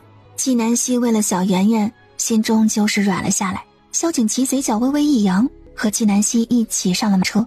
季南希来到秦王府，饭菜早已上桌，一眼望去都是他喜欢的菜。西西啊，这些菜都是齐儿吩咐厨房的人做的，你尝尝合不合口味？不错，王爷调查的挺仔细。多谢夸奖。他没有去调查季南希，只是每次和他一起吃饭，见他哪样菜多吃几口，他就记下来了。叔叔，你为什么只让厨房做我娘亲喜欢吃的？你是不是喜欢我娘亲？小圆圆。萧景琦看向季南希，没有否认，也没有承认。小圆圆怎么这么聪明啊？娘亲喜欢我，就经常给我做好吃的。叔叔，你说我说的对不对？对。那叔叔就是喜欢我娘亲啦。叔叔，那你可以做我娘亲的男朋友吗？那要问问你娘亲愿不愿意。娘亲，你愿不愿意做叔叔的女朋友？小圆圆，不得胡说，叔叔有女朋友的。叔叔，你和你女朋友什么时候分手啊？季南希扶额，见萧景琦看着他似有话要说，他连忙解释，这些话真不是我教的。我没说是你教的，我只是觉得小圆圆很聪明，这么小的年纪竟然懂这么多。谢谢叔叔夸奖。纪南希离开秦王府的时候已经到了深夜，第二天午时，他才去书院上下午的课。走到半路，见一老人昏睡在地上，旁边跪着一个女子。救命啊！求求你们救救我爹！我来看看，你爹怎么样了？我也不知道怎么了，我们是从外地来投奔亲戚的，才走到这里，我爹就突然晕倒了。在这女子说话间隙，纪南希已经检查完了老人的情况。老人是突发心脏骤停，需要立即进行心肺复苏。大家散开，别挡着，不利于病人呼吸。当他给老人做心脏按压的时候，瞬间惊呆了周围的人。季神医，你这样不妥吧？这老人都晕倒了，你还这么使劲打他？是呀，老人即使没死，也被你打死了。纪南希做了2组心肺复苏的动作，再一检查老人的情况，发现他已经恢复了心跳和呼吸。他再施针，过了一会儿，老人缓缓睁开了眼睛。老伯，你现在有没有哪里不舒服？老人摇摇头。爹，你没事了？对不起啊，误会你了，谢谢你的救命之恩。不用谢，老人身体情况不怎么好，你们现在去一天下找谢大夫，他会给你们下药治疗。季神医啊，对不起，刚刚我骂了你。季神医是活菩萨，是我们的错，只是我们从来没见过这种救人的方法，有些害怕。无知者无罪。说完，坐上马车就去了书院。他不知道的是，那老人的女儿看着他的背影，露出了凶狠的目光。下午，纪南希正在上课，突然冲进来一人，带着一群捕快。带走。你是谁？为何要带走我？我是京兆尹，有人状告你医死了人。纪南希神色淡然，他知道肯定有人出事了，看来得去衙门看看才知道事情真相。别动我，我自己会走。他跟着京兆尹离开。班里的人都知道裴慕之很敬重纪南希，于是有人立即跑去找裴慕之了。纪南希来到衙门，看着跪在地上的人是先前他救的老人的女儿，而老人躺在地上，看的样子已经死了有一段时间了。大人，就是他打死了我爹。京兆尹不等纪南希说任何话，直接把一认罪书扔在他面前。签了吧，给你一个痛快。纪南希将认罪书捡起来扫了一眼，这上面写的可真详细，将他救老人的每一个动作都变成了是在杀人。从眼前的情况来看，这是别人早就设好的局。他快步上前抓住老人手腕，发现老人没有中毒的迹象，也不是心脏问题造成的死亡。我要验尸。纪南希，你现在是犯人，你还想要验尸？做梦！压住他，让他签字画押。找死！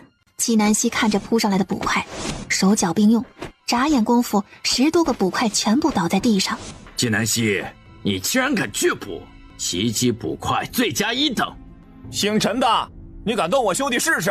纪南希手里捏着银针，正要出动的时候，一道大红色的身影挡在了他的面前。小希，你有没有事？我没事，过去，这里没你的事。纪南希知道这事的幕后主使肯定不简单，一个京兆尹还不敢这么明目张胆地对付他。什么叫没我的事儿啊？小希，你的事就是我的事。姓陈的，你就是这么办案的？信不信老子摘了你的乌纱帽？小国公爷，你摘了我的乌纱帽也没用。如今人证物证齐全，季小姐确实杀了人，我只是按照律法办事，你别为难我。你这些证据一看就是漏洞百出，无法证明他就是杀人犯。现在我要带他走。小国公爷，你不是他近亲，连保释的资格都没有。谁说没有啊？她是我顾一峰的女人。他咽了咽口水，也有些发愣，好似在确定刚刚那话是自己发出来的。纪南希也有些发懵，幸好他了解顾一峰的性格，就是为了救他而想出的权宜之计，他也不会当真。小国公爷，当真？他不是和秦王？这里有秦王什么事儿啊？我说的话你没有听见？纪南希想着顾一峰还未娶亲呢，不能耽误他名声，他连忙撇清关系。顾一峰，我们……你别说话，小希，以前都是你保护我，现在该我保护你了。姓陈呐，睁大你的眼睛，好生看看，你平时怎么断案我不管，但你欺负到我的人头上，小心你的狗腿！京兆尹面色难看极了。定国公在大齐是属于跺跺脚，大齐都要抖3抖的人物，既然小国公爷都这么说了，那我就再斟酌斟酌。不过季小姐仍旧是疑犯，不能离京。你最好呀，斟酌清楚。顾一峰说完，牵起纪南希的手就往外走。二人走了很远。顾公子，放开我的手。顾一峰连忙松手。兄弟，刚刚我演的怎么样呀？我演技是不是特别牛啊？纪南希感觉到掌心的湿润，看来刚刚顾一峰也很紧张。他突然觉得有些对不住他。真是太厉害了。其实你不必将自己卷入其中。纪南希一脸感激，即使没有顾一峰出手，他自己也能脱身。我们是兄弟嘛，自然要有福同享，有难同当呀。我知道你遇到事都喜欢自己扛，从小到大都是这样，但现在不一样了，你始终是女孩子，需要男人保护的。纪南希抿唇一笑，他以前那么不堪，怎么在顾一峰眼里都成了优点？小希，你看你笑了，女孩子嘛，就是要多笑笑才好。以前的你多开心啊，经常笑得没心没肺的。你这是在骂我没心没肺呢？我哪里敢骂你啊，我是在哄你开心。和你开玩笑的，兄弟，今天的事多谢你。方才在衙门里说的话，以后万万不可再说。你还没娶媳妇呢。那不行，演戏就要演到底。娶不到媳妇儿，我就去神仙居蹭吃蹭喝，让小圆圆做我的闺女。原来你早就打算好了。二人正说着话，纪南希突然感觉到一股刺骨的冷光。他循着感觉望去，见萧景琦不知何时站在那里的，正冷着脸盯着他和顾一峰。你先回去吧，这个案子你不用担心，我会处理好的。不行，在没有真相大白以前，我会守在你身边保护你的安全。二人说话间，萧景琦已经到了跟前。王爷，你来作甚？有事，路过。他正在外面办事，听到纪南希被衙门的人带走了，就立刻放下手中的事赶来。他知道金兆尹的行事风格，还担心他受到伤害，哪知到了这里一看，纪南希正和顾一峰有说有笑的，好不快乐。那王爷先去办事。纪南希看了一眼顾一峰道：我们走。顾一峰看了萧景琦一眼，笑道：走了。萧景琦握着拳头：纪南希，你就这么走了？不然呢？难道还要陪你喝一杯？回去重新验尸。王爷是为我的事来的。王爷，小希的事我会解决的，不劳你费心。季小姐。这时裴慕之突然出现，他上前几步，不看萧景琦，先和顾一峰打招呼：顾少爷在这里啊，我去向皇上求了圣旨，重查此案。纪南希的学生告诉他，纪南希被带走以后，他就准备直接来衙门要人的。后来穆青告诉了他案子的情况，案子疑点很多，他直接进宫去求圣旨，所以来得慢了些。萧景琦阴沉着脸，一个顾一峰还没有送走，又来一个裴慕之。纪南希，还不走？不想解决案子了是吗？当然想。你别想撵我走啊。那就一起去吧。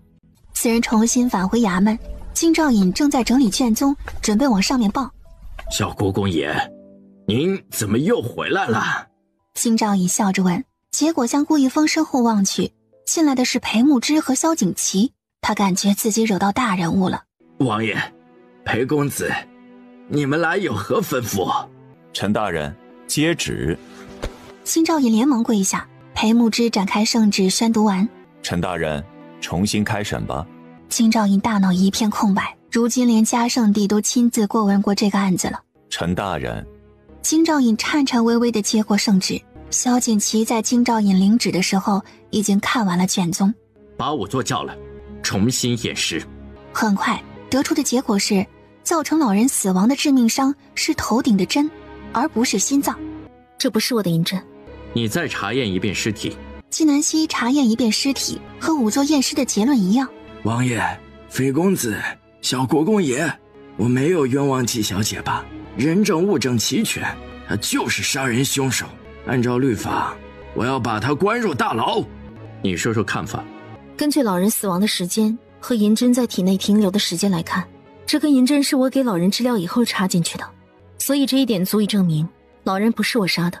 季小姐，老人死亡时间和你治疗的时间相隔如此近，我都无法判断，你怎么能判断是在你治疗以后被插进去的？你不能，不代表我不能。我还没有问你，你之前第一次尸检怎么没有查出来老人致死的原因是银针？是故意为之，还是能力有限？季小姐，我不是故意的，我闭嘴！你险些害了他，还好意思给他求情？出去，你的位置有人替你。萧景祺身为大启战神，又是皇室宗亲，换一个衙门的仵作，就像换自家看门的仆人一样。仵作哭丧着脸离开，在没有人看到的地方，双目露出凶光，朝皇宫而去。现在只要查出银针出自哪里，也许就能查出凶手了。我让人去查。外面天色已黑，今天这事是没有结果了。金兆尹又不敢将纪南希留下，只得放他离开。裴木之书院还有事，就先回去了。萧景祺是放下公务来的，他也必须得离开。就只有顾一峰这个闲人黏在纪南希身后，跟着回了神仙居。顾一峰，说好了，吃了饭就回去，我还有事。你还有什么事啊？我可以帮你做。给书院的学子编书，不然你来。我说兄弟啊，你这就不够意思了。你我曾经都是混吃混喝的人，你怎么突然就奋发图强了？为了养娃，被生活所迫。没事儿，养娃多简单呀！国公府最不缺的就是银子，以后我帮你养。你拿国公府的银子帮我养娃，不妥。那如果是我自己赚的银子呢？顾少爷，请问你除了吃喝玩乐，还会什么？我会的可多了。快去和小圆圆玩，别打扰我。是咯，有人没有良心，我下午才救他，就开始嫌弃我了。顾一峰嘴上念着，心里却没有生气，而是美滋滋的去找小圆圆了。自己赚的银子，从小到大国公府的银子都花不完，我还没有尝过自己赚银子的滋味，肯定很有趣。顾一峰一路走一路嘀咕，他现在也不会知道纪南希随意说的一句话会给他以后的人生带来这么大的影响。纪南希见顾一峰走远了，出来吧。楼主，这是属下查到的线索。做得不错。此时秦王府，萧景祺就着烛光伏案疾书，他今夜必须把手上的事情做完，明天好为纪南希洗清清白。王爷，洛小姐来了。不见。她说关于季小姐的案子她知道线索，她还说这个线索很重要，只能告诉王爷您，让王爷慎重考虑，以季小姐如今地位，敢陷害她的能有谁呀？让她在前厅等我。洛心说的问题他已经考虑过了，他最近也是看出来了，纪南希的性子太烈了，行事很张扬，可能确实碰触到了一些人的利益。如今纪南希是嘉圣帝跟前的红人，还有人敢动他，那这幕后之人身份肯定不一般。他将桌上未写完的文书用书本压好，再在上面放一根细线，这细线是透明的，寻常人根本看不见。处理完一切，他来到前厅，萧景祺在离洛心很远的距离坐下。说吧，见我的目的是什么？王爷，在您的心里我就是这样的人吗？以前是我错了，这一次我是真心想帮纪南希。他边说边向萧景祺靠近。站住，离我远点。你那么恨纪南希，又怎么会帮他？王爷，我帮他不就等于帮您吗？我知道你想帮纪南希，无非是觉得以前亏欠了他，这一次我们一起帮他洗清嫌疑。你说的线索是什么？依照洛心的身份，会知道一些消息也是有可能的。王爷，您过来些，我告诉你。洛心见萧景祺眼神已经有了变化，迷离、茫然、温柔。萧景祺当然也发觉了自己身体的变化，这种感觉有些熟悉。他用仅存的一丝理智，取出自己随身携带的短剑，划上自己的手臂，想要以此来保持清醒，但已经来不及了。洛心一把将他推开，那短剑反而从洛心手上划过。萧景祺失去理智的最后一眼，看到的是洛心手背上浅浅的划痕。秦风在外面等了许久，一直不见洛心出来。他走进前厅一看，没有了二人的身影。正要到处寻找时，听到里面隔间里发出了异样的声音。他走到门口一听，脸一下子红到耳根处，然后迅速离开。第二日，萧景祺听到身边有哭泣声，他睁开眼一看，是洛心睡在自己身边。你怎么会在这里？王爷，您昨晚要用剑伤自己，我救您被您误伤了，您抱着我道歉，然后不顾我的挣扎，把我抱到了这里。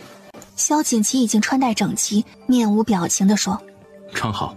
等他将衣裳穿好，萧景祺的目光才落到他的手背上，那白色的布条都被染成了红色。可他明明记得他的剑根本没有将洛心的手背划伤。你的手谁给你包扎的？我自己。你还会包扎？这得多亏了季小姐，她教学生的时候，我偶尔会看到一些，就学会了。我重新给你包扎吧，看你这血都渗出来了。偷学的技艺就是不行。萧景琦很粗鲁地扯过洛心手上的布条，他看见洛心手背上的伤口很深，鲜血淋漓。他眉目微微一皱，他常年征战，对于伤口的鉴别再熟悉不过。洛心的这伤口一看就不是他所伤，而是他自己拿剑划伤的。他眼里闪过一丝寒光，洛心这么做的目的是什么？王爷，我们现在怎么给季小姐交代呀？星儿，你都已经伤成这样了，还要担心别人？你不需要给他交代，我和他没有任何关系。你以后不要再靠近他，我怕他会伤害你。洛心看着萧景琦眼里的温柔，将信将疑。王爷，您真的是在担心我吗？当然，傻瓜，我不担心你，我还能担心谁呢？萧景琦眼下眼里的所有情绪让自己变得温柔可亲。洛心长长的舒了一口气，自以为他现在见到的萧景琦是真实的。王爷，我好开心，你又重新对我好了。那我们什么时候成亲啊？你现在回府去，我会上门提亲的。好，王爷，我等您。萧景琦以保护洛心的名声为由，将她悄悄送回了府，然后转身朝书房走去。他来到书桌前，俯身一看，昨夜放在书上的透明细线不见了。再看书下面未写完的文书位置摆放有些不对，幸好这文书已经被他替换过了。王爷，属下看到他昨夜进过书房了。萧景琦没有任何一丝意外，昨天夜里他的确晕了，不过只是暂时晕倒的。醒来的时候，他见到洛心穿戴整齐地坐在床边，于是他将计就计，看看洛心到底要做什么。在纪南希揭穿洛心真面目时，他就已经开始防备他了。王爷，您当真要娶洛小姐？以前属下觉得洛小姐知书达理，能成为您的贤内助，如今看来她城府太深了。说什么有关于季小姐案子的线索，原来就是想借机接近王爷您。我让你查的银针有线索了？已经查到了，银针是谢神医的。王爷，季小姐这案子如今是死局了，不知道她得罪了谁，对方摆明了是要置她于死地啊。先去衙门。无论纪南希如何撵，顾一峰都坚持留在神仙居，他一定要保护纪南希。顾少爷，吃了饭你就回府，我要去衙门。巧了，我正好去衙门有事儿，哎，蹭一下你的马车，一道去啊。顾一峰快速扒着碗里的三鲜鱼汤面，然后露出一脸满足的表情。神仙居真是一个好地方，连面条都这么好吃。顾少爷什么山珍海味没有吃过，这只是一碗面条而已。兄弟啊，这你就不懂了，重要的不是吃什么，而是和谁一起吃啊。嘴甜的像抹蜜了似的，把你这嘴皮子好好的用在别的姑娘身上，何愁找不着媳妇儿？这很难，我兄弟啊太优秀，我看人的眼光自然也就高了，寻常人已经入不了我的眼了。贫嘴，吃好了就走吧。好嘞，季小姐遵命。二人来到衙门，今日重审纪南希的案子。王爷，那银针查到是谁的了吗？暂时没有。王爷，我这里倒是查到了，这银针是谢云初的。谢云初和季小姐是师徒，这么一看就能解释得通了。季小姐和谢云初串通起来，杀死了人。银针已经被本王拿走了，你如何得知银针是谢云初的？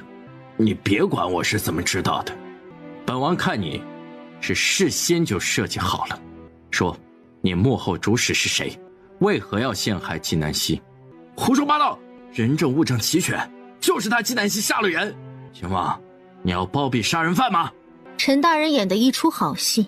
他将穆青查到的证据从怀里取出来，然后盯着那老人的女儿。你为何要杀你的父亲？我没有啊，是你杀了我爹。纪南希迅速上前，一把捏住老人女儿的手腕，一个过肩摔。你果然会武功。我会武功有什么稀奇的？难道这就能证明是我杀了我爹吗？当然能，因为他根本不是你亲爹。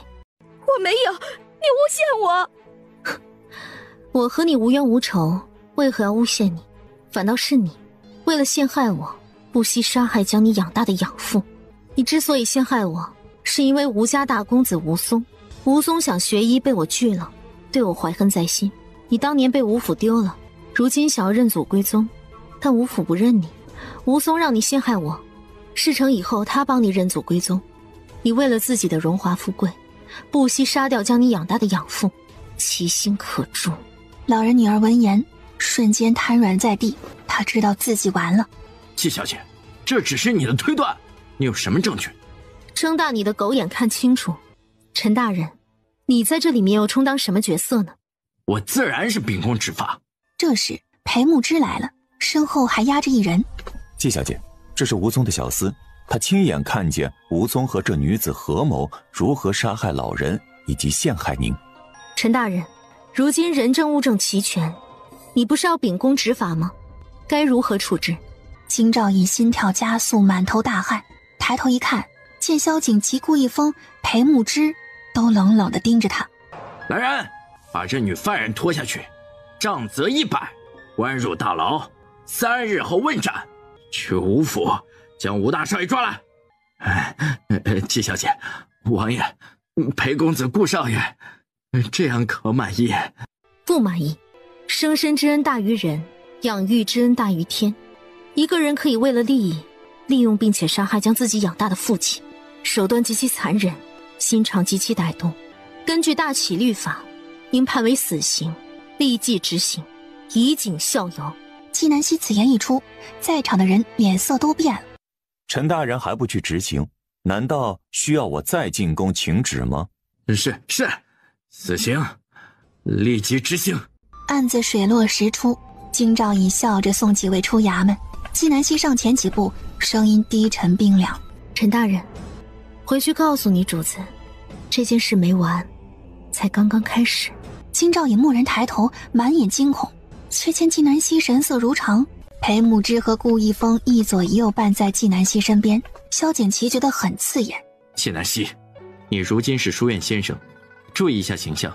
你现在这样，别人还以为你拉帮结派。哦，那王爷你最好离我远一点，免得被人误会和我们拉帮结派。顾一峰哈哈大笑，裴木之稍微内敛一些，只眉目舒展，神色愉悦。季南希，你就是一块顽石，也比王爷这臭石头强。萧景琦重拳出击，仿佛打在棉花上。此时此刻，他突然无比怀念5年前的季南希，但又有什么关系呢？只要是他，只要他还在，他就有希望。我的意思，我不惧怕被别人说与你拉帮结派。王爷，我很感谢你这一次的帮忙，就当你还了以前欠我的。往后还希望王爷离我远一点，王爷可以无所畏惧，而我不行。季南希，你的意思是我们两不相欠了是吧？是的。如果我说不呢？王爷，你说了不算，我的事我自己做主。王爷，小希以后的事儿有我，你就不用操心了。季小姐是洪氏书院的先生，我们保护她义不容辞。王爷事多就不必挂念。小希，我们走。哎，我饿了，你早上煮的面我觉得很好吃，还想再吃一碗。正好书院早上没事儿，季小姐煮面的时候可以多煮一碗吗？季南希看了裴木之一眼，裴木之立即加了一句：“我不只是吃面，我也可以刷碗。”那走吧。顾一峰有些愣住了，裴木之这大启第一公子为了吃口面，这语气怎么听来可怜兮兮的，还带着祈求的意思，他真是学到了。小谢，我还会扫地。好啊，刷碗扫地的活儿你俩包了。萧景琦看着三人有说有笑的背影，心里像是打翻了5味瓶似的。他想起季南希说的两不相欠，心里像是有什么被生生的剥离一般。不，他不会同意的，他不要和他两不相欠，他要和他纠缠不清。金兆尹在处罚完与季南希案件相关的全部人员后，就去宫里向嘉圣帝禀报。他忙完回到府上的时候，已经是深夜了。陈大人把事情办砸了，还好生悠闲。我已经尽力了，是纪南希太厉害了。办事不力就是能力不行，休要找借口。给你一个将功补过的机会。纪南希很聪明，他好像已经猜到了我身后的人，还让我传话说这件事没完。区区蝼蚁不足挂齿，做好你的事，不然你死得很难看。黑衣人威胁完，转身迅速离开。与此同时，神仙居楼主，属下查到，果然有人去见京兆尹了。是谁？叶太黑，此人轻功极好，借助于夜色掩身，属下跟丢了，请楼主责罚。罢了，是狐狸总会露出尾巴。对方布了这么大的局，手段肯定不一般，哪有那么轻易被人查到？好了，你回吧。楼主，属下还有一事要禀报。说。是关于秦王和洛小姐的。穆青将洛心在秦王府待了一夜的事如实禀报给纪南希。这么个事让你这么吞吞吐吐的，男单身女未嫁，他俩爱咋咋地，和我有什么关系？把神仙居的门给我看牢了，不许萧景琦踏进半步。是，楼主。第二天，如今已经入了冬，天气有些凉了。小姐，快到腊八节了，估计这天也要下雪了。又到了吃各种好吃的时节了，小妍最喜欢的日子。今天正好我休沐，一会儿我们上街买点食材，到时候煮腊八粥。好呀，小姐，今年过年那几位少爷小姐会来吗？他说的是纪南希的徒弟们，他们都在外游学，有空就会回来。今年照旧，每人一套新衣。是，小姐。天色暖和了一些，便带着他们出门了。哥哥，出去。他的书房，萧景清也不能进。哼，人家才一回来就凶我，有你这么做哥哥的吗？在外面这么久，性子还是这么毛毛躁躁的，一点都没有改变。是，我知道了。书房重地，除了哥哥和秦风，任何人不得踏入半步。跑这么急做甚？你去看过母妃了？哎呀，一会儿就去看了。哥哥，你快帮帮我！我刚刚在回来的路上遇到了一个女子，她长得好漂亮，还会驯马。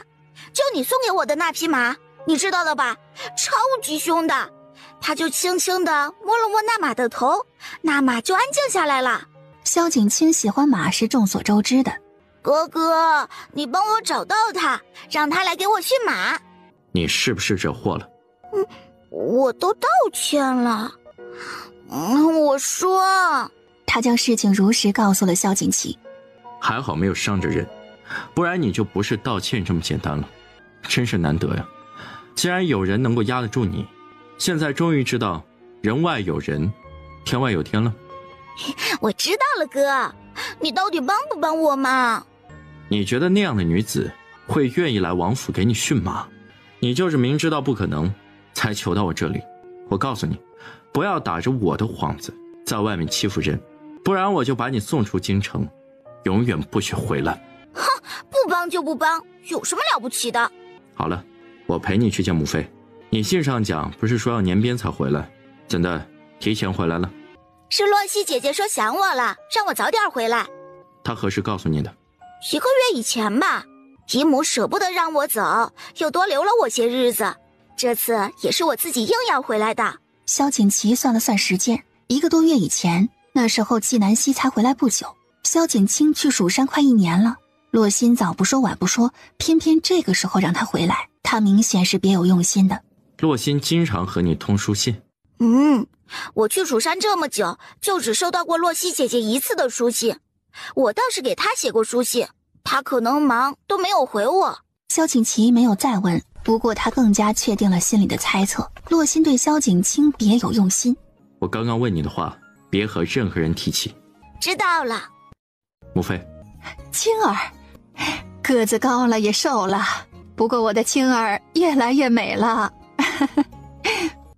母妃。太妃听到这一声母妃，心疼的不行。青儿最乖了。太妃看出了萧景清脚有些问题，心里暗道，等到有机会一定要让纪南希给萧景清看看脚。太妃，您吩咐奴婢挑选的煮腊八粥的食材选好了，您看一看，如果没有问题，奴婢就给纪小姐送去。哪个纪小姐啊？丫鬟正要开口，突然想到萧景清和纪南希是死敌，她哪里还敢往下说。萧景清顿时就明白了。哥，你不是把纪南希休了吗？他怎么还和王府有联系啊？青青，你还小，有些事你不明白。我已经不是小孩了，我都已经及笄了，我有什么不明白的？哥，你告诉我，你不是最讨厌纪南希吗？是不是他又缠着你了？他没有缠着我。洛熙姐姐写信告诉我说，她遇到一些事儿不开心了。我问她是什么事儿，可是她也不肯说。原来是纪南希回来了。哥哥，洛熙姐姐善良又有才华，你怎么就不知道珍惜呢？还要和那个纪南希那个不要脸的女人来往，来伤害洛熙姐姐。青儿，萧景清。太妃和萧景琦异口同声地呵斥萧景清，萧景清当即愣住了，万般委屈涌上心头。哼，母妃，你那么喜欢纪南希，干脆让她做你的女儿好了。他说完，气冲冲地往外跑。母妃，你别生气，我去看看她。太妃点点头。青儿，你何时才能分得清谁是好人，谁是坏人呢？太妃，这食材给季小姐送去，就说我等她的腊八粥。你告诉季小姐，让她有空来一趟王府，说我有事要和她说。是太妃。丫鬟拿着食材去了神仙居，并将太妃的话转告给了纪南希。纪南希看着那食材，鼻尖一酸：“小姐，太妃若是想喝您煮的腊八粥，直接说一声就可以了，为何要送食材过来啊？”你自己看看，这食材里面少了什么？糯米、薏米、山药、小米、红枣。小姐，没有核桃。对，因为以前的我不吃核桃。纪南希心里暖暖的。纪南希明白太妃的用意，是担心她太忙没空选食材，想喝她煮的粥，就干脆按照她的喜好挑选好食材送来。她煮好了粥再送去，这一来二去的，岂不是增进了和萧景琦接触的机会？萧景清回到自己房间。为什么你们要帮一个外人？我才是王府的小姐呀！萧景琦赶来，正好听到萧景清的抱怨，他还是抬起手敲了门。青儿，我是哥哥。你走，我不想看见你，你去找你的纪南希呀，她才是你妹妹，我不是。萧景琦听着这幼稚的话就摇头，他将萧景清送走就是为了历练他，但似乎没有效果。他知道萧景清的脾气，犟起来10头牛都拉不回来，不如等他气消了再来。那你先休息，一会儿出来吃饭，有你最爱的蟹黄豆腐。萧景琦说完假装离开，听到萧景清止住了哭声，却怨念道：以为蟹黄豆腐就把我打发了，你休想！我要去找洛熙姐姐，只有洛熙姐姐对我最好。他神色一冷，萧景清心思单纯好骗，他担心洛心做出对萧景清不利的事。你派人盯着小姐，别让她和洛心走得太近。是，王爷。王爷，属下听到街上有传言，说您要去太傅府提亲了。是他传出来的。是。我出去一趟。一向冷静的萧景琦眼里闪过一丝慌张。秦风望着萧景琦背影大声道：王爷，现在已经晚了，估计季小姐已经知道了。萧景琦脚步更快了，他前脚离开王府，萧景清后脚也跟着出了王府，他要去找洛心。萧景琦来到神仙居，见门一反常态是开着的，于是抬腿就往里走。就在这时，2头凶猛的大狗朝他扑来，他迅速一退，退到了大门外面。2头大狗才发出声音，狗叫声引来了纪南希。纪南希，让我进去。你问问他们同不同意。身为战神的他，对付2头狗是不在话下，但他不敢呢。你以前不是最怕狗的吗？王爷以前不是最讨厌我的，现在还巴巴的上赶着来找他。有事说事，没事就转身诱拐，不送。你这模样倒是有几分当年虎威将军的风范。萧景琦，你的心上人洛心小姐知道你背着她夸别的女人吗？纪南希，你说话能别带着刺吗？这就带刺了。萧景琦，那你以前说话带的怕是冲锋大炮吧？纪南希，对不起，我错了。不稀罕，和你的洛小姐说去吧。守好大门，晚上吃肉。他说完转身就要走。我和他不是你想象的那样，纪南希，我已经不喜欢他了。他说完有些愣住了，却有一种如释重负的感觉。纪南希转身盯着他。萧景琦，你以为你是谁啊？你怎知我想象的是哪样？你喜不喜欢他又和我有什么关系？萧景琦心里有些疼，纪南希最后的目光变得有些鄙视。萧景琦，你把女人的清白当做什么？洛心在王府留宿一夜，和你双宿双飞，你转过头来就不认账了？我没有。萧景琦想解释，纪南希打断他的话。萧景琦，别让我瞧不起你。萧景琦整个人瞬间僵住了，他仿佛听到了自己心碎的声音。现在的他对纪南希只有满心亏欠。哥哥，萧景琦转身见萧景清和洛心并肩而立，不知何时出现的。你说你不喜欢洛西姐姐了，是真的吗？如果此时他承认自己方才说的话是真的，那之前的计划很可能会付诸东流。可他如果为达自己的目的说是假的，那本就不信任他的纪南希会对他避而远之。两者相较，他毫不犹豫地选择了纪南希。我说的是真的。纪南希不知道实情，他只以为萧景琦才和洛心双宿双飞，转眼又说不喜欢他，这不就是妥妥的渣男吗？王爷，我不怪你，肯定是纪南希勾引你的。他没有勾引我，是我主动的。洛心面色一白，他很想冲上去狠狠地扇纪南希一耳光，但是不能，他这样的人是绝对不能撒泼的，有损形象。他将目光落到纪南希身上。现在你满意了吧？终于抢到了王爷，你如果真心喜欢王爷，我让给你就是，何必用这种不光彩的手段？如今青妹已经回来了，姬小姐，你害青妹摔断了腿，你是不是该给她道歉？绿茶配狗，天长地久，你俩都给我滚远点，可别来祸害我了。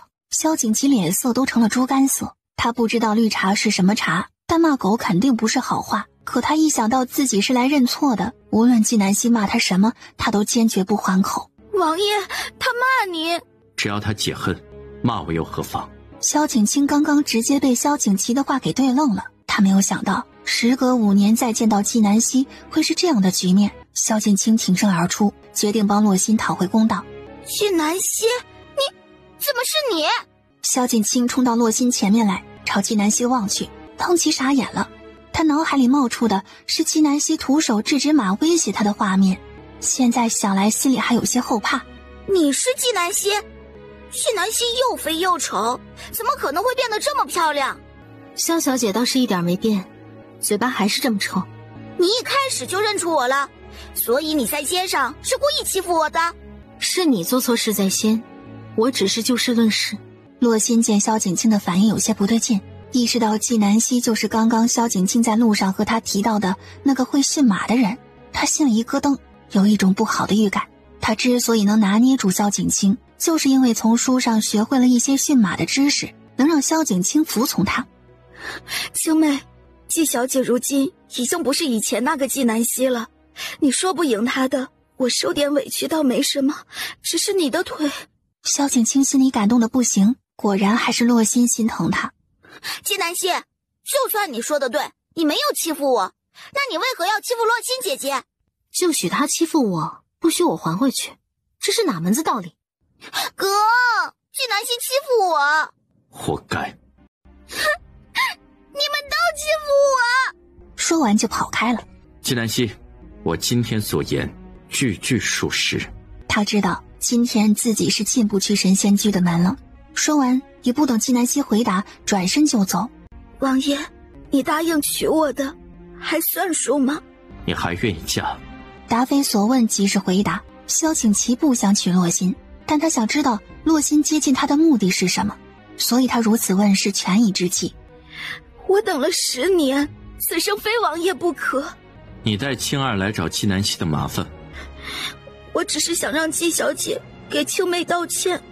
他俩水火不容，以后我要是再听到你撺掇青儿来找纪南希的麻烦，伤害到了青儿，我一定饶不了你。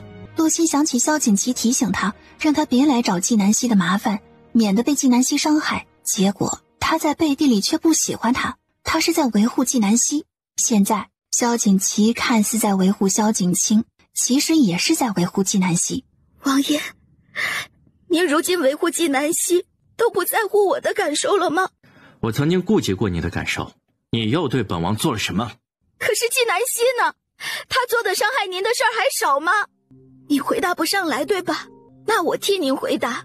王爷，您有没有想过，其实您并没有您想象中的那么讨厌纪南希，您讨厌的是您自己。洛小姐还是如此自负，自以为能揣测别人的心思，殊不知小心最后死的是你自己。萧景琦不知道洛心猜测的对不对，但他知道纪南希危险，他绝对不允许洛心对纪南希造成伤害。萧景琦没有再看洛心，转身默然离去。萧景琦，我见过你爱我的样子，所以你爱不爱别人，我一眼就能看得出来。你让我难受，我就让你更难受。你在乎的，我通通都要毁掉。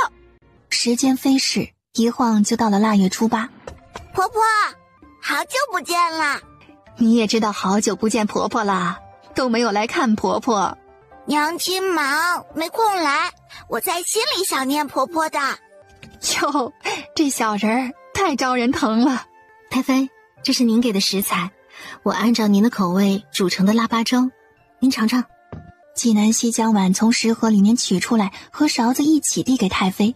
太妃尝了一口，双眸一亮：“西西呀，什么普普通通的食材到了你手里，都可以变成美味的东西，你真是太厉害了。”太妃喜欢就好。您说有事要跟我说，是什么？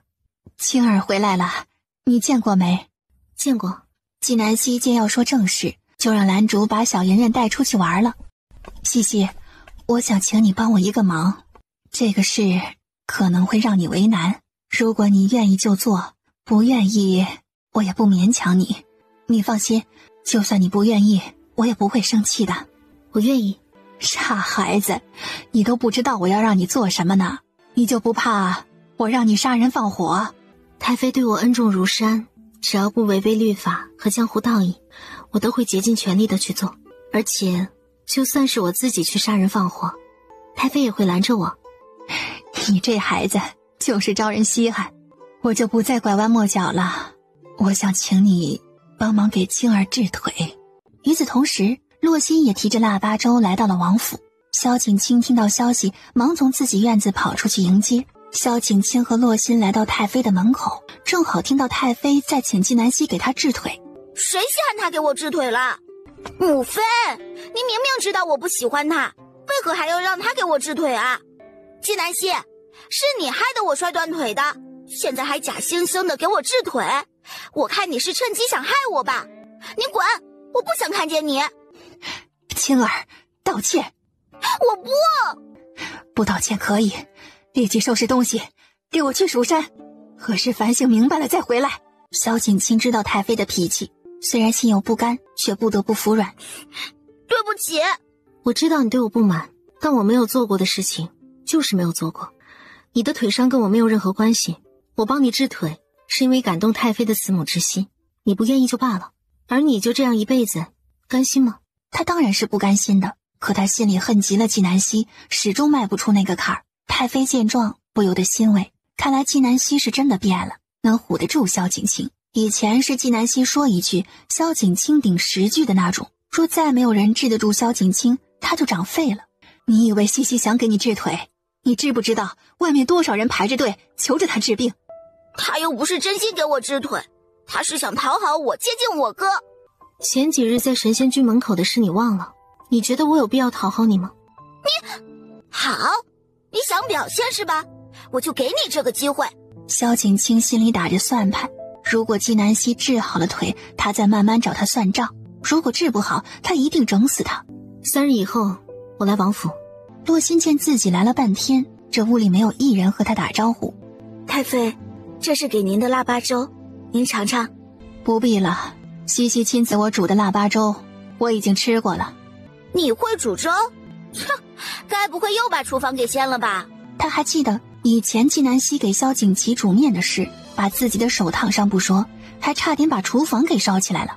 你不是不喜欢我吗？管我的事做甚？谁稀罕知道啊？洛小姐如果没事就回吧。是，那这腊八粥你提回去吧。是，太妃。此时他觉得手上的食盒有1000斤重，他在走之前看了萧景清一眼，萧景清立即会意。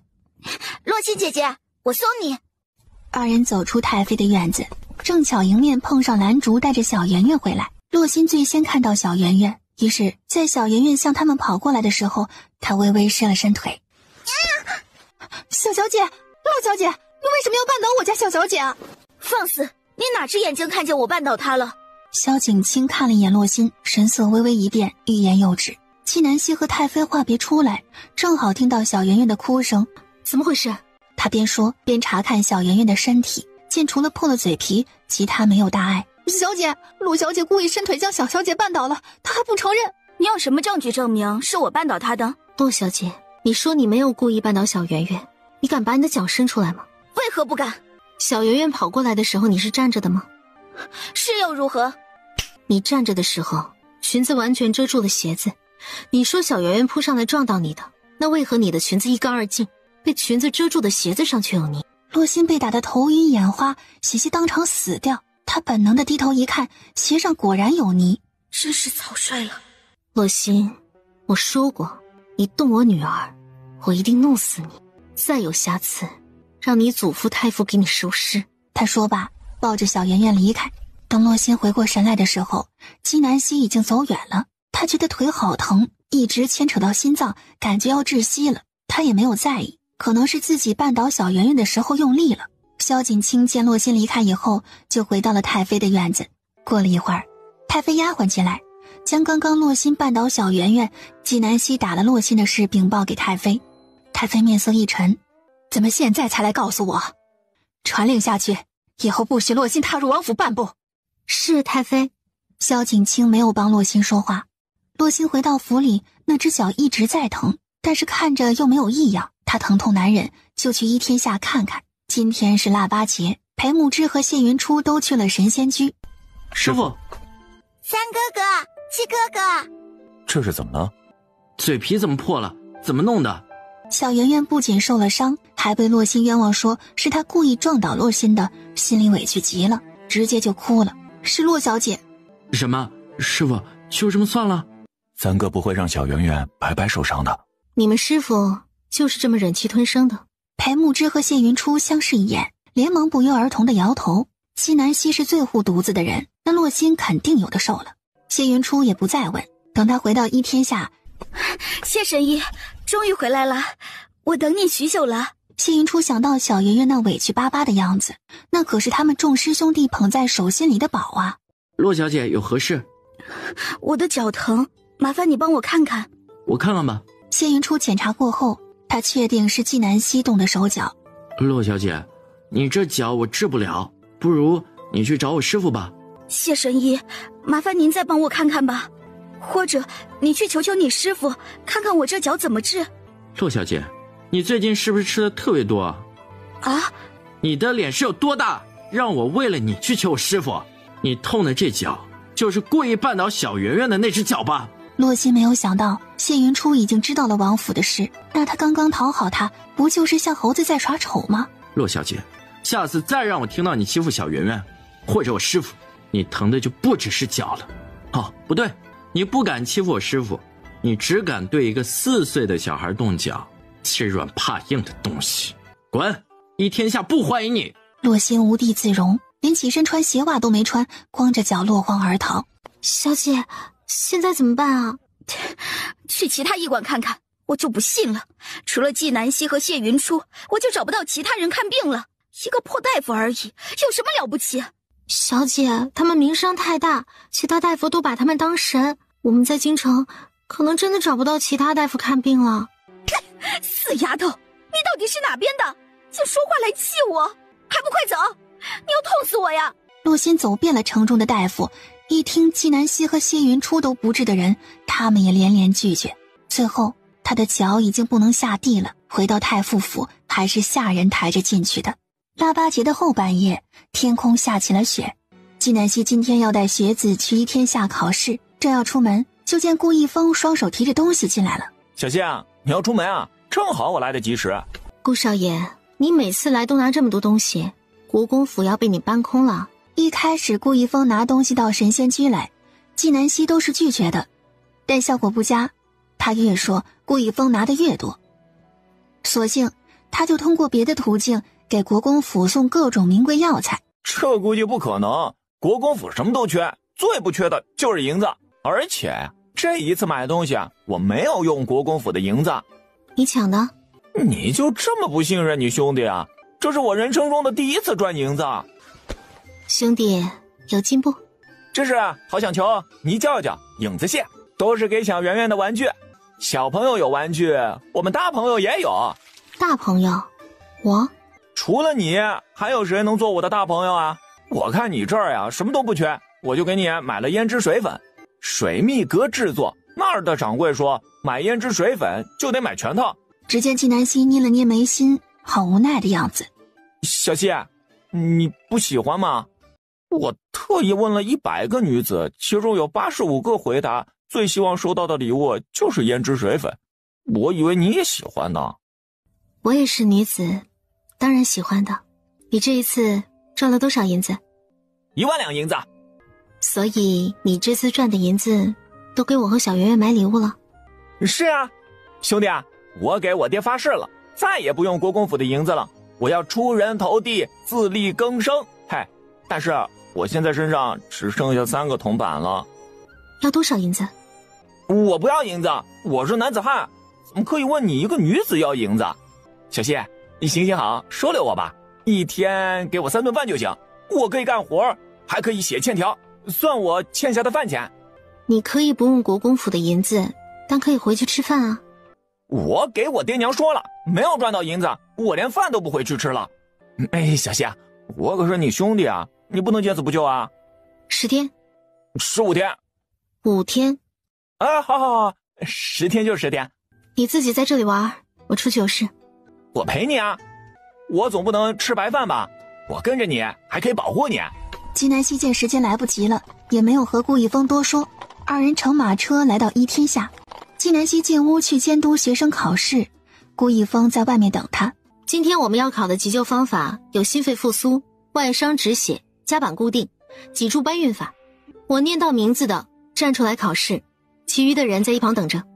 程岩先生。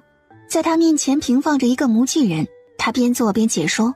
纪南希看着程岩将一系列操作做完，不由得露出满意的神色。不愧是每次考试都拿第1的学子。等所有人考完试出来，纪南希发现天都要黑了。小希，饿坏了吧？我刚刚在门口买的烤红薯还是热乎的，闻着可香了，你先吃点垫肚子。纪南希知道门口那家卖烤红薯的总是排着长长的队，他见顾一峰的脸都被冻红了，心里有些不是滋味。二人出了一天下，顾一峰给纪南希撑伞遮雪。纪南希抬眸向远处看去，正好看到一个熟悉的身影，是程岩在和一个男人说话。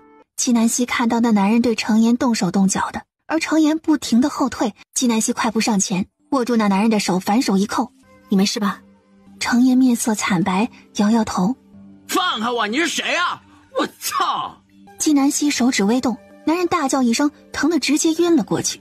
先生，算了吧。你认识他？是我表哥。先生，别伤害他。先生放心，我会保护好自己的。有什么需要，随时告诉我。二人回到神仙居，吃了晚饭，纪南希就把顾一峰赶去了客房。他换来了穆青，按照这单子上的东西给定国公府送去一份，就说是顾少爷买来孝敬二老的。穆青接过一看，这单子上的东西少说也值10万两银子。楼主，这是给您的帖子。纪南希接过来一看，是端王的亲笔信，邀请他下棋。纪南希一看时间是5日后，他正好得空，就随手回了3个字：备好棋。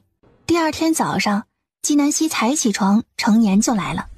先生，我今天来是向先生求教的。说吧，遇到什么难题了？我遇到一个病人，他的脚无缘无故的疼，白天症状轻一点，到了晚上几乎无法行走。我第1天晚上给他施针以后，他就好了一些，可昨晚给他施针疗效甚微。我扎的是太冲穴、太溪穴。纪南希听了程岩说这病人的症状，确定他说的这病人是洛心，难怪昨天他在齐天下看见洛心的时候，见他的脚能够自由行走了。程岩，此人中了49日毒，你别治了，你不仅治不好，还会治死他。纪南希倒不是担心洛心会死，而是担心毁了程岩的前途。那怎么办？放心吧，他死不了。他白天症状轻一些，晚上会被折磨得像鬼，直到49日才会自行缓解。先生，您对这毒这么了解，您都没有办法了吗？有，不如你把你那个病人带来我瞧瞧，我亲自给他治。他可能有些不方便。纪南希没有再说话，程颜见也得不到自己想要的，也没有再多停留。离开神仙居以后，就直接来到了太傅府见洛心。怎么样，纪南希有没有说怎么治啊？纪先生说他有办法，但得你亲自去见他。见他？他是想让我给他低头，去求他？他做梦！程颜低头不语，洛心将气都撒在他身上。哼，你说我娘拿银子养你有什么用？让你去打听个治疗方法都打听不来。你不是纪南希最得意的学子吗？他怎么会不交给你啊？你是不是告诉了他那个病人是我，所以他才故意不教你的？我没有，纪先生不知道那病人是你，他有他做事的原则，就算我是他最得意的学子也没用。我不听你这些借口，程颜，要么你就把我的脚治好，要么你就把这些年用我家的银子还给我，要不然我就把你卖到青楼去抵债。程颜的爹早逝，是他的娘将他抚养长大，他娘和洛心母亲是表姐妹，走投无路时求到了洛夫人跟前，洛夫人拿银子救济了他们。我说过，我们家借了你们家多少银子我都记着呢，总共100两银子，以后我会按照钱庄的最高利息连本带利的还给你们。而且我们已经好几年没有向你们借银子了，但我和我娘一直在帮你们做事，你就是请个佣人做事也得开工钱。这10多年来，我跟我娘为你做的事已经不止100两了吧？什么东西？跟着纪南希学了几天就敢跟我顶嘴了？早知道你跟着纪南希学坏了，当初就不该送你去书院读书，下贱胚子！你当初让我去学院，不就是想利用我接近纪先生，好趁机报复他？可纪先生不像你，他是真心对我好，全心全意地教我知识，鼓励我生而为人，向善而行。你呢，就是为达目的不择手段的伪君子。好，很好，纪南希对你这么好是吧？你不是以做他最得意的弟子为荣吗？那我就毁了你！来人，把他给我绑起来，丢到青楼里面去！很快就有丫鬟婆子冲上来将程颜绑住，立即就被打鹰扛走丢到了春来阁。冷静下来的洛心想起程颜的话，给萧景清送了信去，约他在人间至味见面。还是洛心姐姐对我好，有什么好的都记着我，我都不知道该怎么感谢你了。晴妹，其实我现在还真有一事想请你帮忙，还是算了吧。洛心姐姐，你怎么不说了？不说了，免得影响你和太妃之间的关系。哼，是不是和纪南希有关呢？我就知道，是不是纪南希又欺负你了？你放心，这次就算我母妃拦着，我也一定要收拾她。谢谢青梅，你真的是太好了。其实我是想让纪南希给我治脚。他把自己的计策说与萧景清听。没问题，洛心姐姐，这个忙我一定帮。洛心见计谋已成，他眼角余光瞟到一男人正向他走来，他拼命使眼色让那男人走开，可男人仿佛没有看见一样，转眼就到了他跟前。洛小姐，我最近手头有点紧。出去！萧景清抬头望去，你想要银子就快滚，坏我好事我就弄死你。洛小姐，最好说话算话。青妹，你怎么了？吓住了吧？刚刚那就是一个流氓，已经被我唬走了。洛心姐姐，你认识他是吗？就是他，我摔断腿那天看见的就是他。青妹，你在大庭广众之下这么吼，生怕别人不知道你的腿断和男人有关系吗？你的名声还要不要了？他人全然不知，他们之间的对话一字不落地落入了纪南希耳中。纪南希今天收到人间至味的书信，说他们按照他的要求新出了几道菜，请他过来品鉴是否可以上菜谱。纪南希回到神仙居，穆青就来了。楼主，程姑娘出事了。她怎么了？被洛心卖到了春来阁，幸好楼主吩咐属下派人保护她，不然她就被毁了。她在哪儿？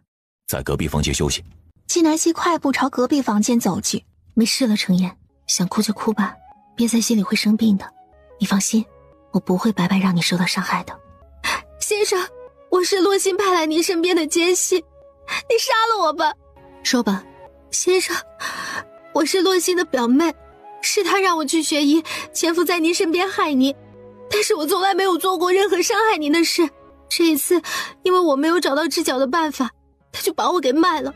先生，是您救了我，我的命是您的。我知道洛心一些事，你要问什么就问吧，我一定把知道的全部告诉你。王松和洛心是什么关系？王松是我的未婚夫，和洛心走得近，大概在为他做事。把你知道的如实告诉我。是先生。程岩将自己知道的一切都告诉了纪南希。先生，我娘也在为洛心做事，她可能会知道一些。母亲，去查。是。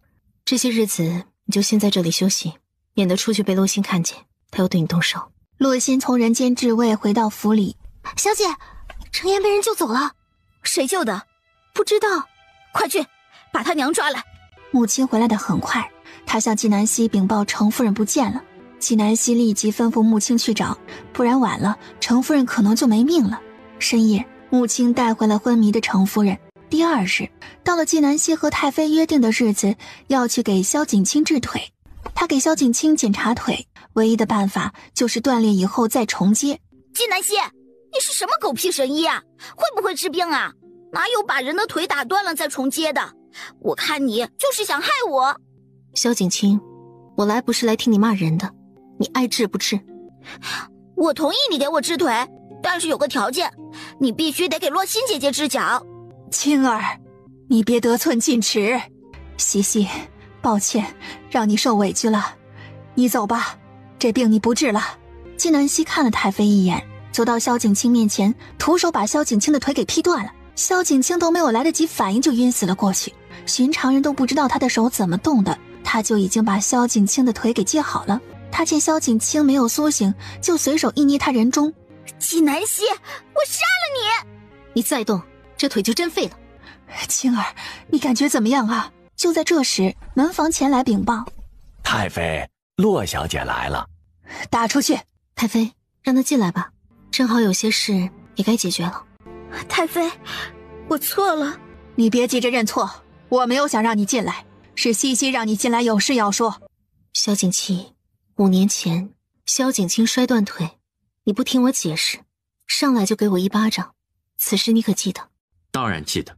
今天这一巴掌该还了。纪南希，你疯了！王爷，你疼不疼啊？萧景清的目光盯着纪南希，没有移开，见洛心伸手过来，直接避开。纪南希，你最好有证据证明不是你做的，不然你死定了。萧景清，当年萧景清出事那天，是你写信约我去西夏峰见面的。我在路上出了事，我没有去，反而是萧景清去了。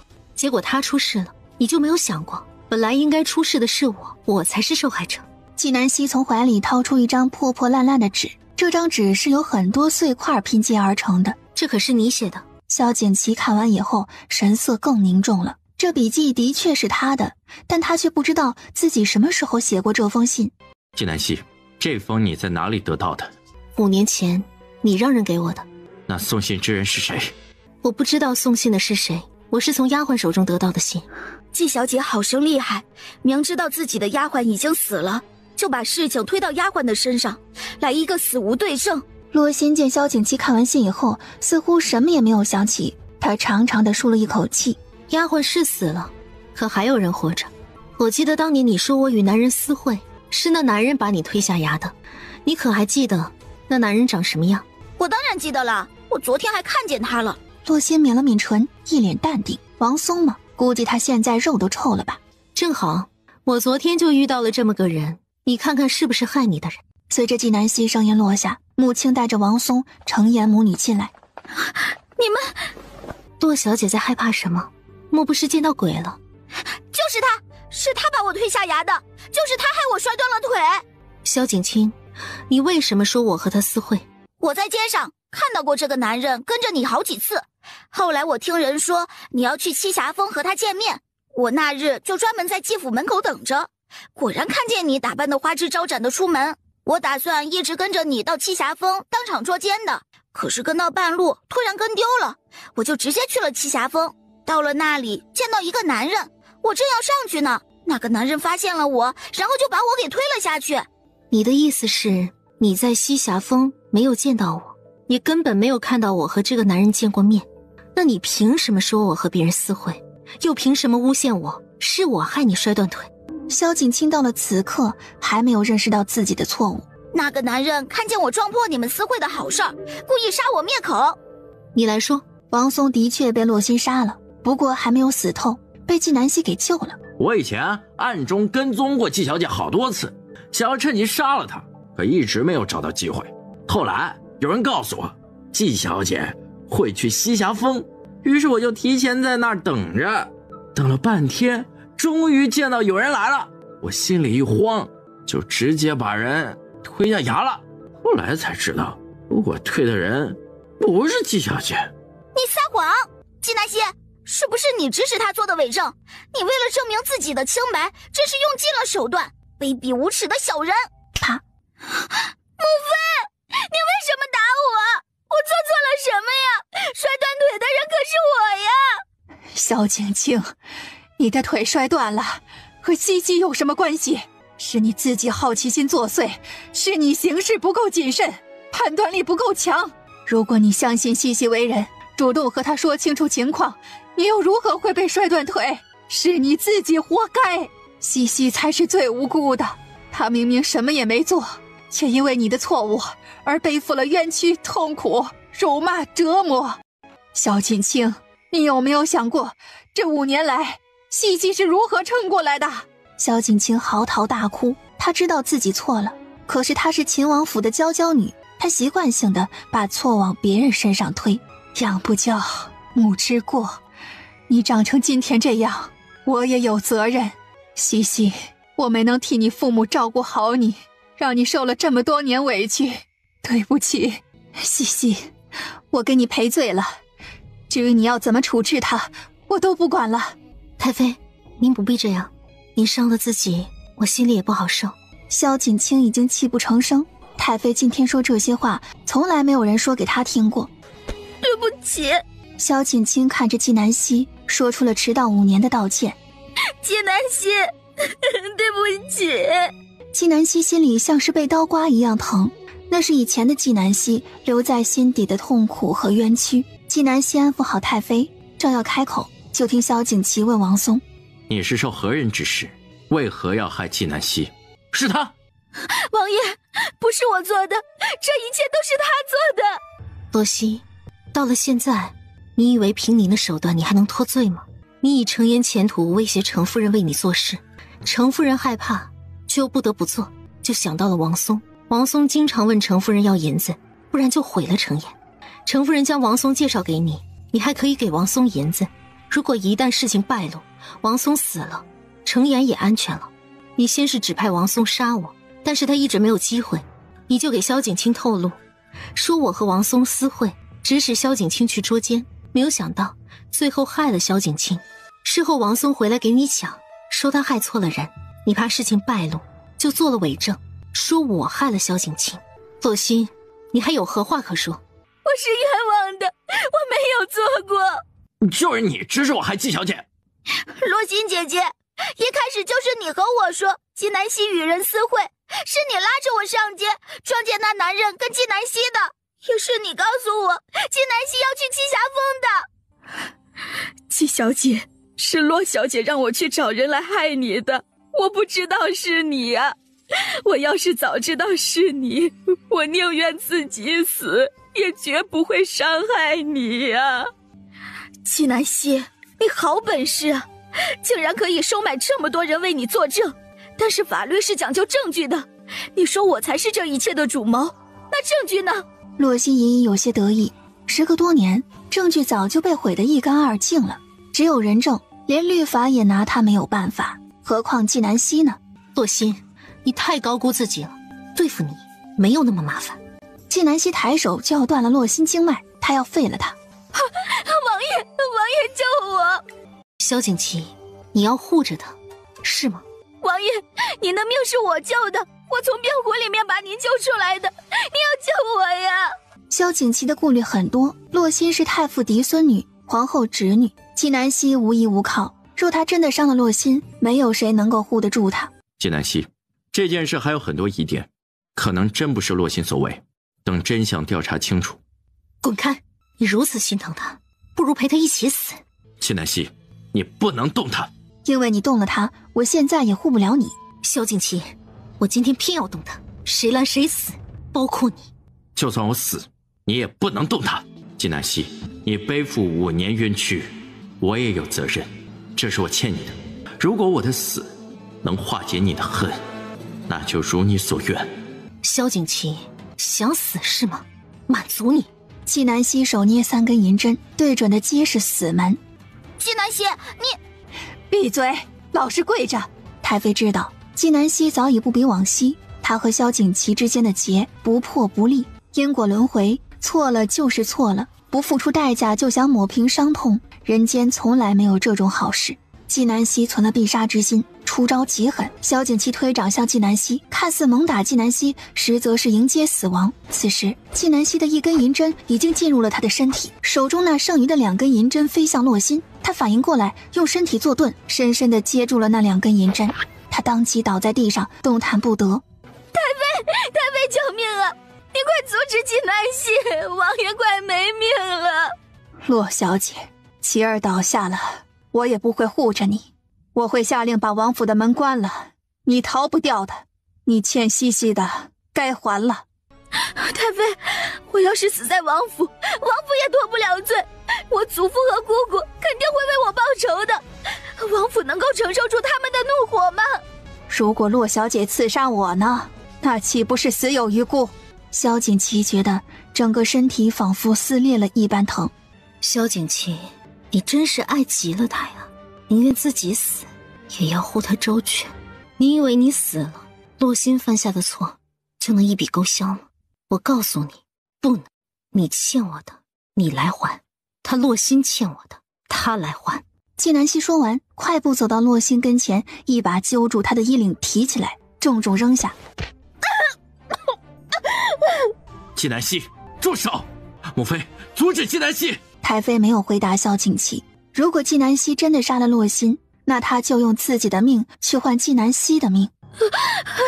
纪南希，我错了，纪小姐，我错了，求求你原谅我。纪神医，我承认我嫉妒你，害怕王爷爱上你，为了离间你和王爷，让你彻底消失，我买凶杀你。杀你不成就冤枉你，可你犯下如此滔天的大罪，王爷却仍旧留着你的命，我害怕呀，纪小姐，只有你死了我才安全。我现在知道我错了，只要你不杀我，你让我做什么我都愿意。纪南希充耳不闻，抬手直取洛心的命。南希！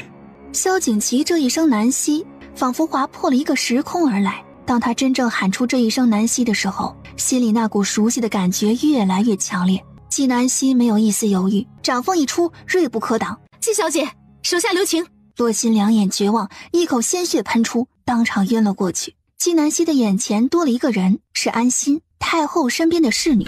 纪小姐，够了，再打洛小姐就真死了。他看了一眼带来的工人，那些工人迅速把洛心带走。太后娘娘要见你，我在外面等你，1炷香的时间。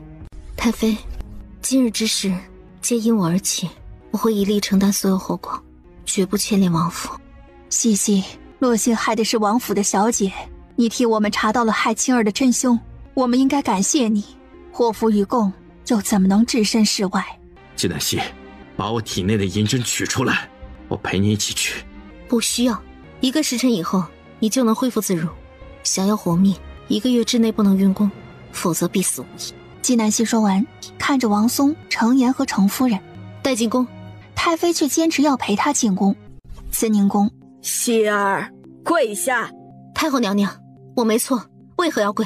纪南希，我孙女儿都要被你打死了，你还没有错呀？你太无法无天了！洛太傅要我如何？一命第一命。那你的命都是我救的，那又如何算？洛太傅，你孙女买凶杀人，害我女儿摔断了腿，这笔账又如何算？太妃不急，我们先算纪南希的事，王府的事稍后再说。为何要稍后再说？西西为我王府查出真凶，是我王府的恩人，我王府可做不出这等忘恩负义的事来。纪南希，你来说，怎么回事啊？纪南希将洛心所作所为如实说了一遍，王松、程岩母女作证，太妃帮腔。最后洛心是罪有应得，但纪南希也脱不了罪，是太傅府和皇后不放过他。他们认为洛心犯下的错自有官府定罪，纪南希越俎代庖，理应受到惩罚。既然如此，如今洛小姐还在昏迷中，但她的确是害了纪小姐，就罚纪小姐50个板子。洛太傅认为如何？乍一听起来，太后似乎是在偏袒纪南希，但被打50大板，不说是一个柔弱女子，就是练武的男子也得在床上躺几天。一切凭太后娘娘做主。母后，纪南希此事影响十分恶劣，为了以儆效尤，就当着我们大家的面打板子吧。哀家觉得皇后说得对，纪小姐，你身为书院先生，怎可做出这等荒唐事来？不可！纪南希投给太妃一个安心的眼神。洛太傅，当初我治好你双腿的时候，你曾承诺太傅府欠我一个人情，只要我开口，太傅府必定倾力为我效劳。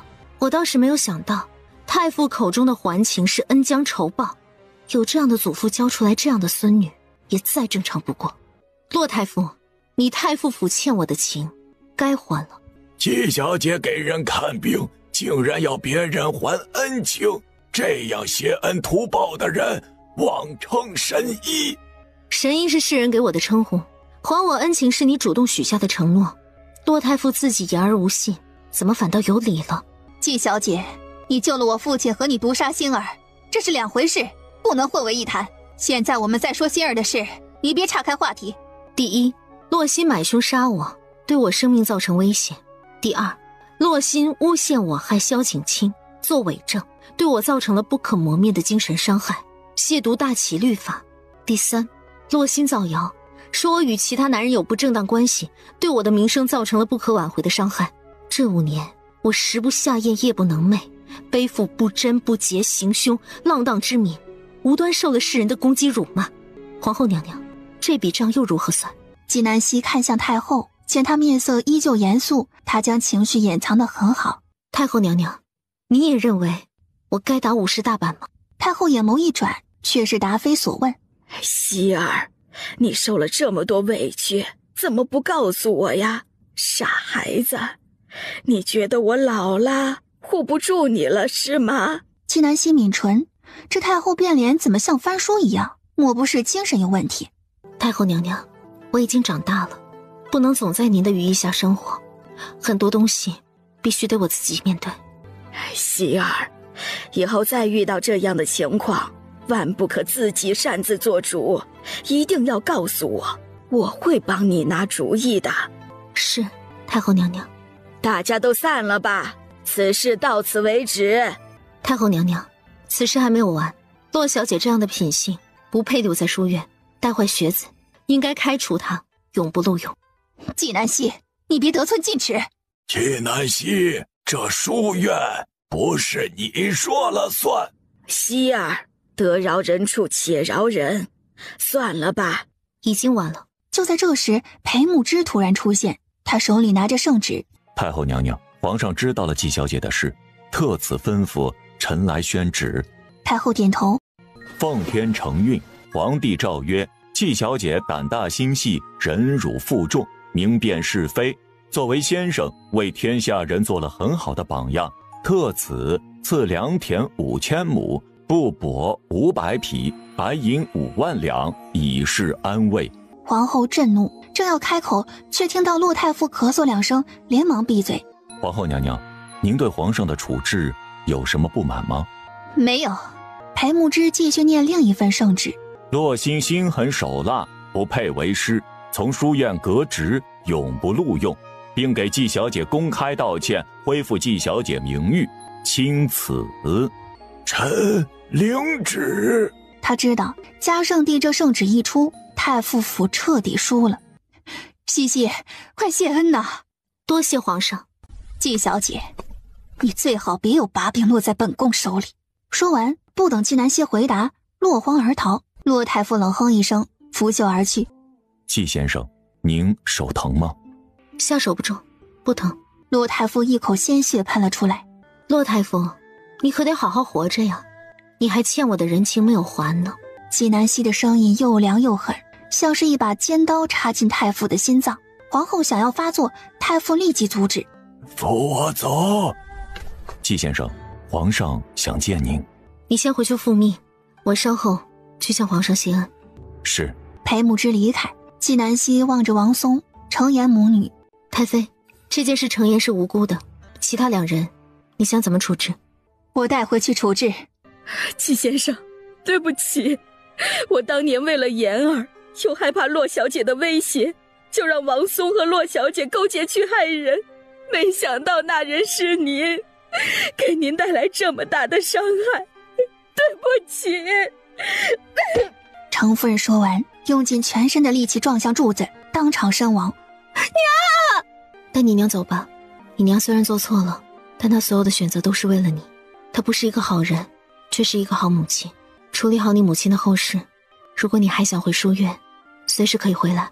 程颜放下程夫人，给季南希跪着磕了3个头，又向太妃磕了3个头。他是在替程夫人忏悔。季南希看了他的下属一眼，下属立刻带着程夫人离开。程夫人也是个可怜人，洛沁一直以为是他们救济了程颜母女，殊不知洛夫人这门亲事当初就是抢了程夫人的。随着程夫人的死，如今这一切都成了黄土。太妃见这里的事情告一段落，也带着王松离开。希儿，过来，我有话对你说。希儿，刚刚的事你别放在心上，当着皇后和太傅的面，我只有假装严惩你，不然他们会说哀家徇私，以后就不好再护着你了。太后娘娘，我就知道您刚刚是故意那么说的，其实我也是故意的。如果我有任何冒犯您的地方，还望多多海涵。我的希儿真是越来越可爱了，这伶牙俐齿的模样，哀家喜欢。太后娘娘，我去给皇上谢恩了，改天再来给您请安。好，哀家等着。季南希出了慈宁宫的门，脸色瞬间冷了下来。与此同时，太后脸上也不见一丝笑容。心安这季小姐越来越聪明了。太后娘娘，您不是最喜欢聪明的人吗？我老了，太聪明的人哀家看不透啊。还是以前的季南希好，傻傻的，什么都听哀家的。季南希来到明贤殿，给嘉圣帝行完礼。朕现在终于知道那日季先生为何有胆魄对朕说那些话了。好，小小年纪以一己之力得罪太傅府，赢得漂亮。季南希微微低头，他虽然早就知道嘉圣帝对太傅不满，但是这表现的也太明显了吧。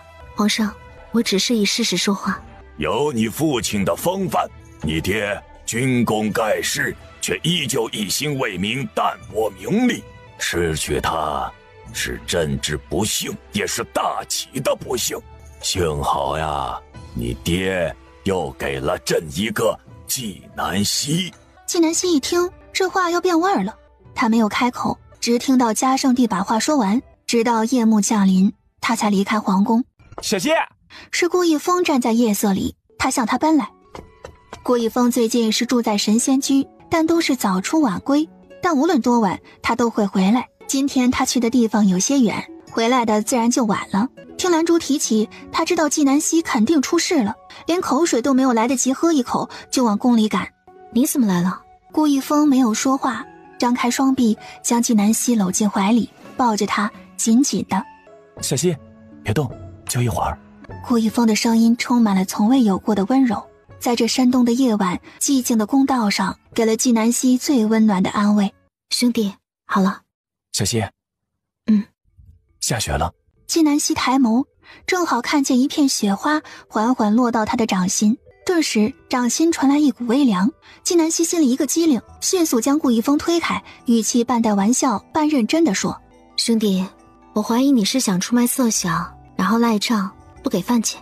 顾一峰一听这语气，不仅没有生气，反而乐了。10年前他总想出卖色相，季南希总是很嫌弃他。兄弟，估个价。没兴趣。饭钱照给，人白送，可行？不行。他不是傻子，能看出顾一峰的转变。最近的顾一峰开玩笑总是带着3分认真，而他清楚地知道当给不了别人结果时，就果断掐断希望，这才是对这份兄弟情最大的尊重。兄弟，淡定，就是开个玩笑，我很值钱的，岂能白送呀？走吧，回家吃饭。二人并肩而行，雪越下越大，飘落在二人头上。纪南希，吼什么吼？你有毛病啊！他能动以后，就火速赶往宫里，却正好看到纪南希和顾一峰相拥，他当即就火了。你身为书院先生，和别人搂搂抱抱成何体统？萧景琦啊，这也归你管？他身为书院先生，不注意自己的言行，给学子带来不好的影响，从而影响大启的脸面，这归我管。不要以为你是战神，我就不敢揍你。萧景琦因为被纪南希打了，现在还不能运功，这一拳他只有硬生生的受了。别打了，在宫里打架斗殴，你有几个脑袋？顾一峰正在气头上，纪南希继续道：他1个月之内不能运功。他现在担心顾一峰把萧景琦给揍了，回头萧景琦恢复了去找顾一峰报仇，他不能牵连顾一峰。我不会乘人之危，今天就放过你，等你好了，我们来一场真正的对决。小谢，走，回家。纪南希现在一点也不想看见萧景琦，连一个眼神也没有给他，孑然离去。萧景琦躺在雪地里，望着夜空，一言不发，心腔里面填满了悲痛。他想起了往事，到了此刻，萧景琦幡然醒悟，他欠纪南希的，生生世世都还不清了。他在雪地里躺了很久，直到浑身都湿透了，才起身离开。太傅府，骆太傅吐血以后，就直接回到了府里。太医说他的身体被纪南希调理过，他们也没有更好的办法。过了不久，洛心也回到了府里，他的命是保住了。不过太医讲，如果3天之内醒不过来，那可能一辈子就醒不来了，就是个活死人。第2日，纪南希进宫向嘉圣帝献策，然后去街上买年货。掌柜的，那貂皮如何卖？1000两银子。纪南希用手摸了摸，很软很暖和，值这个价。掌柜的，这张貂皮1万两银子，我要了。纪南希回头，对上的正是四皇子萧景华那张很不屑的脸。萧景华，皇后之子，也就是洛心的表哥，他是百姓心中的最佳皇子，也是嘉圣帝极为看重的皇子。掌柜的，你这里卖货的规矩是先来后到，还是价高者得？掌柜的一看萧景华锦衣华服，身边还带着几个随从，一看就是个不好惹的。价高者得。戚小姐，有些东西不是你想要就能要的，别不识趣。四皇子，这句话我也同样送给你。今天无论他出多少银子，我都比他多1个铜板。纪南希，你好大的胆子，竟敢在我的面前叫嚣。我胆子也不大，对于你这伪君子嘛，足够了。别跟我磨叽，我们各凭本事买这貂毛，你要是拿不出银子就滚蛋。你10万两银子，10万两银子再多1个铜板，100万两。萧景华想要用价格吓跑纪南希，这貂毛他根本不需要，他就是故意来找茬的。谁让纪南希得罪他母后和太傅府的？只要纪南希一走，他立即给点银子给掌柜的。他怎么可能花那么多银子去买一张貂皮？四皇子，只是喊口号没有用的，把银子拿出来摆着，不然我可随便乱喊1000万两。拿就拿。殿下，刚刚我们才买了棋盘，现在已经没有银子了。萧景华瞪了一眼侍从，脸都白了，难堪至极。没银子在这瞎叫什么？哪儿来滚哪儿去。我才买了东西，身上是没有这么多银子，那你有吗？巧了，正好有。不说10万两，就是20万两也不止。萧景华第一反应是纪南希出卖色相得的银子，不然以纪南希书院的俸禄，他就是不吃不喝10年也没有这么多银子。而且他也听洛心讲过，纪南希私德败坏，和很多男人有不清不楚的关系。肮脏的银子也好意思在本皇子面前拿出来，丢人现眼。堂堂皇子目光如此短浅，我都替你臊得慌。滚！你话都说不顺，回去好好读书，别在这丢人现眼。他想起了洛心被纪南希打个半死，连萧景琦都被打得躺在地上起不来，好汉不吃眼前亏。走。纪南希看着萧景华的背影，神色冰凉。他知道萧景华看似温厚，实则是个睚眦必报的人。小姐，刚刚小的有眼不识泰山，这貂皮呀，就当是我给您的赔礼，请您收下。这我原价买走，你做点小本生意不容易。纪南希将貂皮拿回去就裁剪好了，刚好可以做出来送给太妃做新年礼物。第二天就到了端王和他约棋的日子。小希啊，今天端王要和齐胜下棋，不如你和我一起去瞧瞧。有事？那真是遗憾了，不过也没关系，到时候我看了回来给你讲。这辈子能近距离看齐胜下一场棋啊，真是死而无憾了。有这么夸张？那是自然。小希啊，你是不知道齐胜有多厉害。这么讲吧，端王你知道吧？京城围棋第一人，曾代表大齐和其他国家比过赛的，可他都很佩服齐胜的棋艺。这样你知道齐胜有多牛了吧？也就一般般吧。顾叔叔，我娘下棋也很厉害呀，我下棋就是我娘教的。真的呀？当然是真的。好好好，叔叔呀，相信你说的话。到了端王府门口，端王一看纪南希竟然蒙着脸，有些意外。他是见过纪南希真容的，但不知道他真名。至于纪南希考了洪氏书院第1名的事情，他也不关心。他是两耳只闻天下棋，不关天下其他事，所以在今天之前，他在京城根本没有见过纪南希。齐胜，我终于盼到您了。端王是什么样的人物？是嘉圣帝的弟弟，天下闻名的棋痴，大齐的围棋之光。端王爷，好久不见，棋可备好了？那是当然，请。纪南希点头。端王让纪南希走在前面，他紧随其后。在端王身后的是萧景华。皇叔，此人蒙着脸，你怎知他就是齐胜，而不是江湖骗子？如今天下敢冒充齐胜的人还没有出生，这样的话莫要再提。是，皇叔。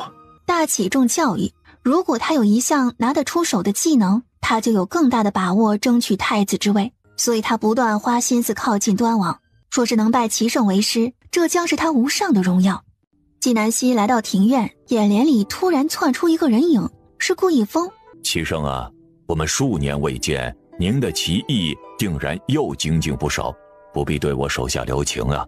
好，这次抽签决定谁先。顾一峰一直盯着纪南希，问身边的裴木之：裴兄，你有没有觉得齐胜很熟悉啊？不熟悉。你为何觉得齐胜熟悉啊？感觉。师傅啊，你可得小心点了，感觉这种事吧不一定靠谱。认真看棋吧，我答应了小希，一会儿回去给他讲棋。季先生当真让你给他讲棋？齐胜需要你给他讲他自己下的棋？兄弟啊，你确定你没有撒谎？是啊，没有想到吧？我跟你说呀，小希对我可好了，给我做饭吃，收留我。季先生答应收留你的10日之期要到了吧？看棋啊！端王执黑先落子，棋局开始。裴兄啊，齐胜这一招真的是绝了！贤弟啊，我记得当初季先生考书院第1名的时候，你也是这么崇拜的。不知在你心中，齐胜和季先生谁更厉害啊？这还用比吗？下棋当然是齐胜更厉害了。不过小希是我兄弟，在我心里是10个齐胜也没法比的。裴木之笑了笑，没有接话。他继续看棋。我输了。随着端王放下棋子认输，王爷棋艺又进步了。皇叔，这怎么就输了？你看看我的棋还能落在哪里啊？萧景华顿时觉得机会来了，端王都认输了，若他却指出了一条明路，岂不是说明他棋艺比端王还高？这里，白子落这里。萧景华不死心，又走了一步，端王紧跟上。二人如此走了3个回合，萧景华的路被全部堵死了。皇叔真厉害，我甘拜下风。有齐胜在这里，我哪敢称厉害呀？齐胜，他刚刚走的这步棋，我觉得尚可，不知可否请您指点1、2？尚可，也谈不上。端王说的尚可，是为了给萧景华面子，给他铺路。端王爷，我一直以为你敬棋爱棋，没有想到你也有偏颇的时候。刚刚我落那一子并没有多难，你也能做到，只是你故意放水的伎俩，着实明显了些。齐胜对其一如既往的敬畏，是我肤浅了。端王爷言重了，只是人品如其品，不是所有的人都适合学棋。端王知道纪南希看穿了他的意图，他眉目微挑，看向萧景华。你下去吧。纪南希见萧景华离开了，王爷，不如复盘如何？齐胜啊，就在这里。这里这么多人看着，纪南希这样公然复盘，不就等于是免费教大家吗？纪南希眼角余光瞟到顾一峰那张兴奋又期待的脸。当然。好，好。纪南希专注做事的时候很认真，一番复盘下来，已经到了晌午。齐胜姑娘，我是顾一峰，不知您是否有空？我想向您请教一二。纪南希不想驳顾一峰的面子，可如果不拒绝顾一峰，就还会有其他人也要向他请教，那不知道要下到猴年马月去了。我有一兄弟，棋艺太差，又视棋如命，我想向齐胜请教一招半式回去教他，以慰他爱棋的心。下来吧。果然如纪南希所料，在他答应顾一峰的时候，有更多的人向他请教。今日时候不早了，齐胜还未吃饭，1个时辰以后，我们再决定用什么样的方式和大家下棋。端王见纪南希没有反对，知道他认同他的做法。齐胜，我已备好薄酒，请移步花厅。纪南希点头。端王知道纪南希不喜人多，吃饭的时候直接遣退了下人。饭吃到一半，纪南希开口：端王爷，选20个名额吧。20个名额，这岂不是要很长时间？20个人一起上。好，我立刻吩咐下去。就在这时，管家来禀报：王爷，秦王来了，请秦王在前厅稍等。萧景琦是知道今天齐胜要和端王下棋的，但他早上走不开，才忙完就赶过来了。当他听到管家的回话，有些意外，端王竟然会为了齐胜而不见他，看来这齐胜的确不简单。他也没有生气，就在那儿耐心地等着。过了一会儿，管家又来了：王爷，4皇子来了。端王见纪南希微微皱了皱眉头，他有些不高兴，让他回去。萧景华接到管家的回话，当即就怒了，但碍于萧景琦在一旁，他也不好发作。这齐胜也太猖狂了。萧景琦和萧景华关系并不亲厚，他也没有接萧景华的话，萧景华反而先开了口：秦王，听你说被纪南希打了，这么快就好了？听说昨天4皇子去买东西没有银子，连10万两银子也拿不出来。你……萧景华脸色十分难看，他没有想到他和纪南希争貂皮的事竟然被萧景琦知道了。2人吃完饭，纪南希回到先前的庭院，端王去见萧景琦。皇叔，秦王啊，我还以为你不来了。能见齐胜一面，机会难得，一定会抽空来。萧景华向端王后面看去，没有看到纪南希的身影。皇叔，齐胜呢？去前面庭院了。皇叔，那我也先去了。端王眉目一皱，随即恢复如常，又和萧景琦说话。纪南希来到庭院：齐胜你好，我是丞相府狄大小姐白嫣。有事？刚刚端王爷命人抽签的时候，只有20个名额，我没有抽中，我想请齐胜多给1个名额。不给。纪南希言简意赅，他腿上有1块疤，是白嫣以前捉弄纪南希造成的。齐胜，在围棋方面，我是京中最优秀的女子，我曾连拿3届全国围棋比赛第1名，也是洪氏书院的围棋老师。如果不出意外，下一次的9州围棋比赛，我将代表大启出赛。说完了？说完了。齐胜，请你现在增加1个名额给我吧。不给。就你这点水平，也好意思拿出来显摆？你这样子代表大启出赛，不出3次，必输无疑。哼，你自称齐胜，那你又有什么拿得出手的奖呢？你没有资格知道。白嫣面色一白，又气又恼。齐胜，我是萧景华，中宫嫡子，我有事跟你说。纪南希置若罔闻。就在这时，端王和萧景琦来了。齐胜，这是秦王。久闻齐胜大名，今日终于得见，不知齐胜可否有空？我想与齐胜下一局棋。没空。齐胜技艺超群，应该不会介意20个人里面再多1个吧？萧景琦竟然将他的军，如果他不同意他加进来，那就是他承认自己的棋艺不行。既然如此，那就让他输得心服口服。秦王是有把握赢我了，试试就知道了。那你就做那第21人，和他们一起。我倒要看看秦王的棋艺是不是和你的人一样爱吹牛。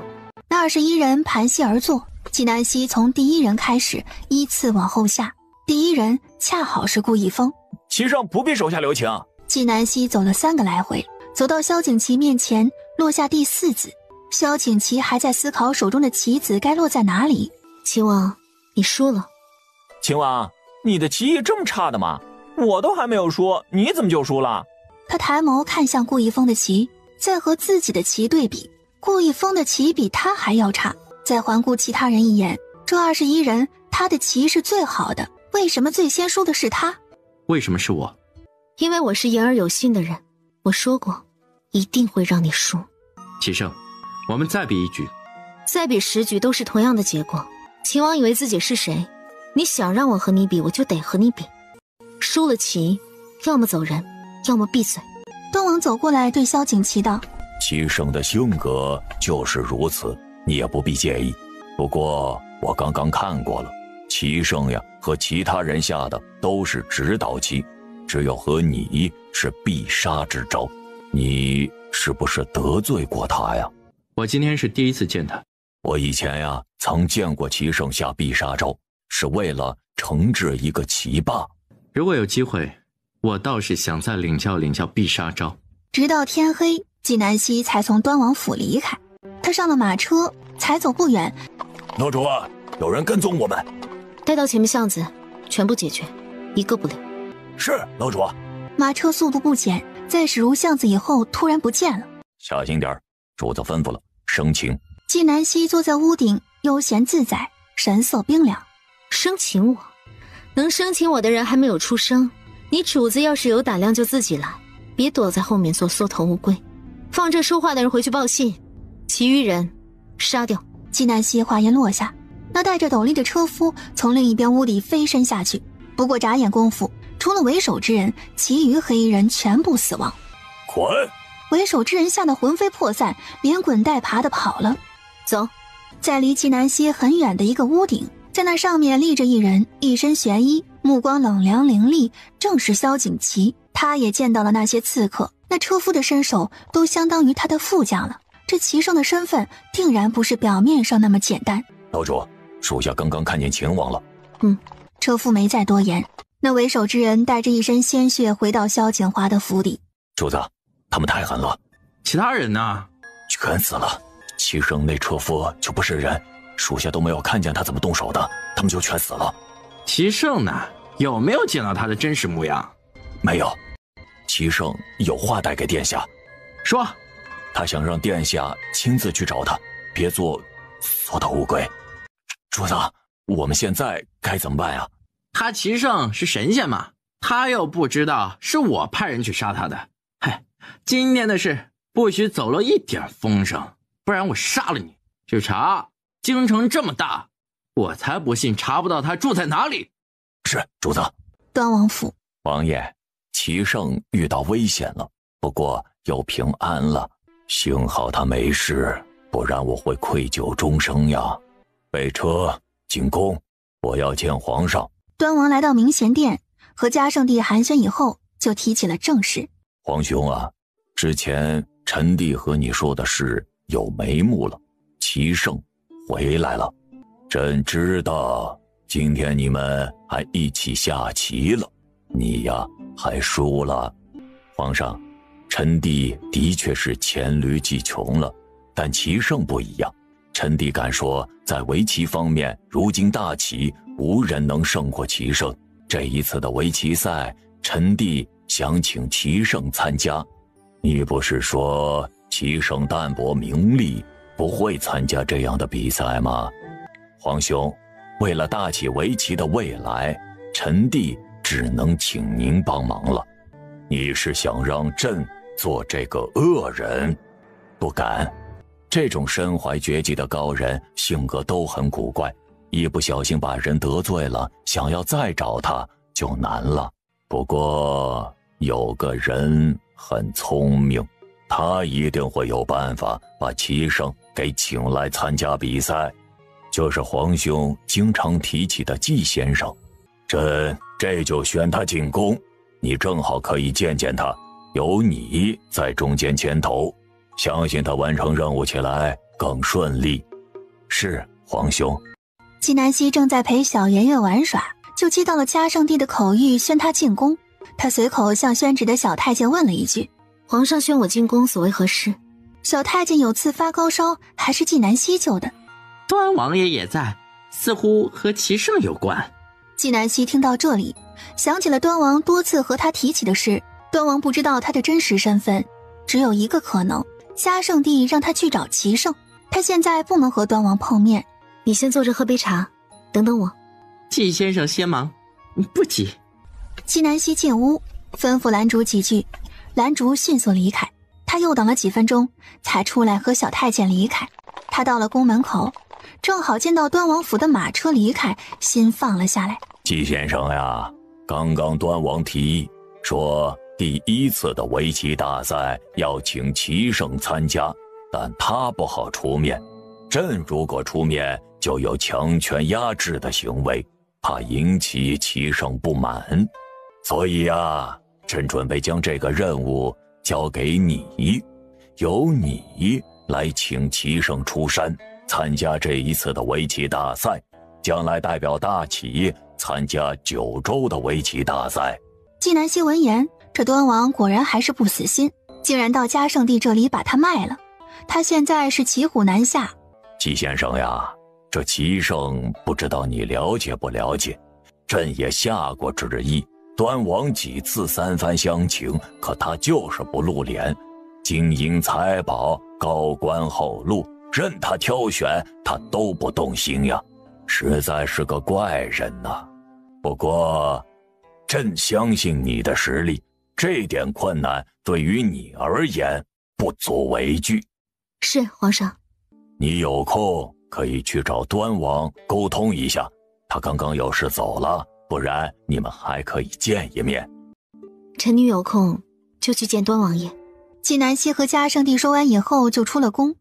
端王回到府里，发现是人间至味的人送了他等了许久的灵扇，这东西京城没有，且存活时间极短，死了就不新鲜了。季南希回到神仙居，就在想嘉圣帝给他派下的这个任务。到了第2日，季南希收到消息，洛心醒了，同时还有一个惊天消息，洛心怀孕了。短短几个时辰，秦王始乱终弃，抛妻弃子的骂名就到了顶峰。孩子是不是你的？若回答是，萧锦旗知道这一辈子他都得背负骂名，可回答不是，他的计划就无法进行下去。可他清楚地知道，那孩子不是他的。母妃，这事我自己处理，您无需担心。您要是觉得在府里压抑，可以去神仙居。萧景琦想的是很长一段时间，整个秦王府都会陷入骂名。若太妃和季南希在一起，说不定会开心一些。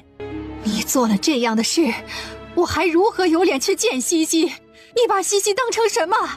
萧景琦，我对你真是太失望了。无论你喜欢谁，都要真诚对待，从一而终，而不是始乱终弃，喜新厌旧。萧景琦没有说话，面无表情。他现在所做的事，连太妃都不能说。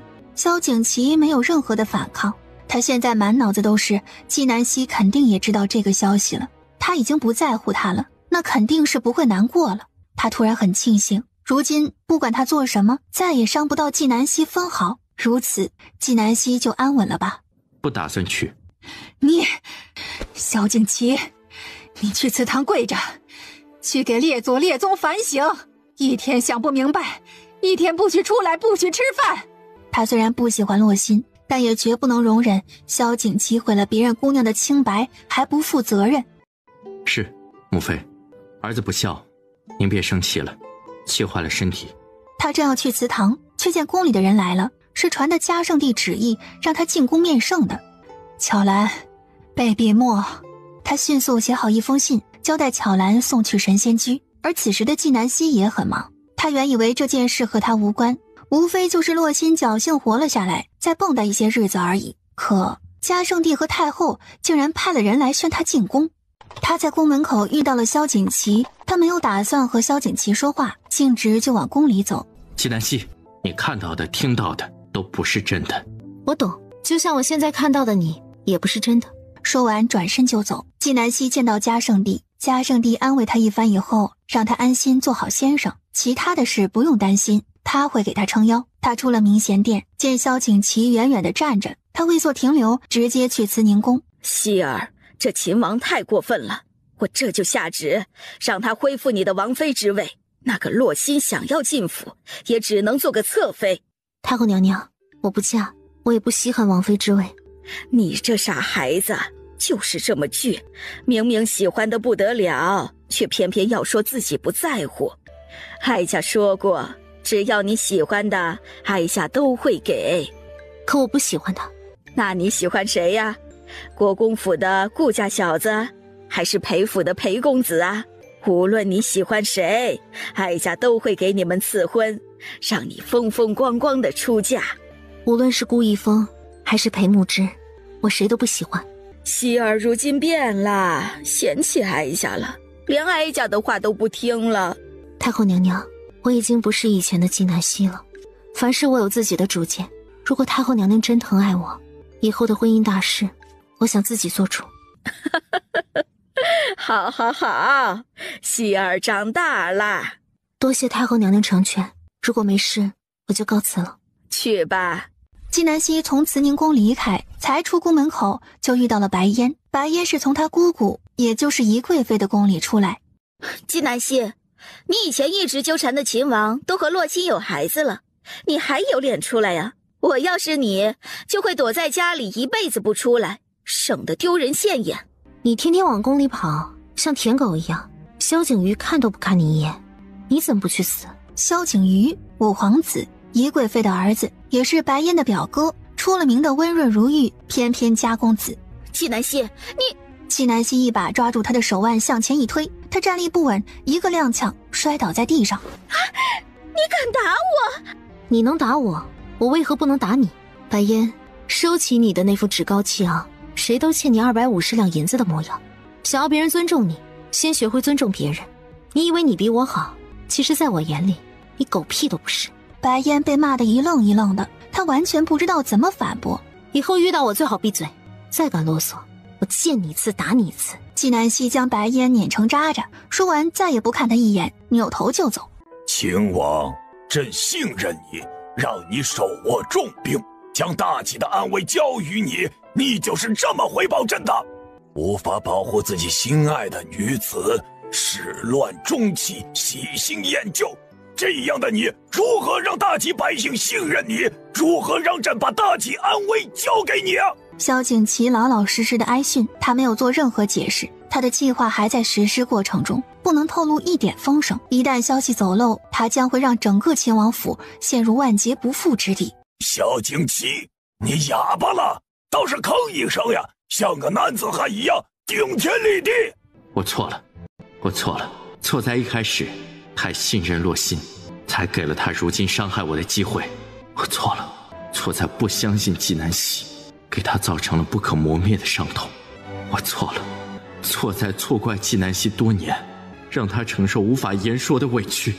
嘉圣帝气得浑身颤抖，直接抓起桌上的砚台砸向萧景琦。萧景琦没有躲闪，砚台砸到他的头上，顿时鲜血直流。嘉圣帝之所以这么生气，是因为洛心是皇后的侄女，萧景琦如果和洛心成亲，就等于成了皇后的助理。太傅府的实力已经超过了嘉圣帝的容忍范围。季南希离开的这5年，萧景琦和洛心一直没有成亲，不仅仅是因为萧景琦一直没有主动提及成亲，更有嘉圣帝明里暗里阻挠的原因。滚！萧景琦的胸口像是被狠狠地捶了一拳，很痛，痛感瞬间袭遍全身。突然，一口鲜血从嘴里喷射而出，他头痛欲裂，脑海里面迅速闪过一些画面。夕阳西下，他和季南希牵着马，暴雨倾盆，他牵着季南希的手在雨里奔跑。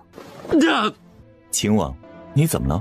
萧景琦眼神有片刻的茫然，他也不知道，他对刚刚脑海里面突然冒出来的那些零碎的画面没有一点的记忆。萧景瑜和萧景琦只是普通的堂兄弟，他随意问完萧景琦，见他没有什么异常，就直接往明贤殿而去。萧景琦又恢复了冷漠，回到秦王府，直接去了祠堂。到了傍晚，太傅府却炸开了锅。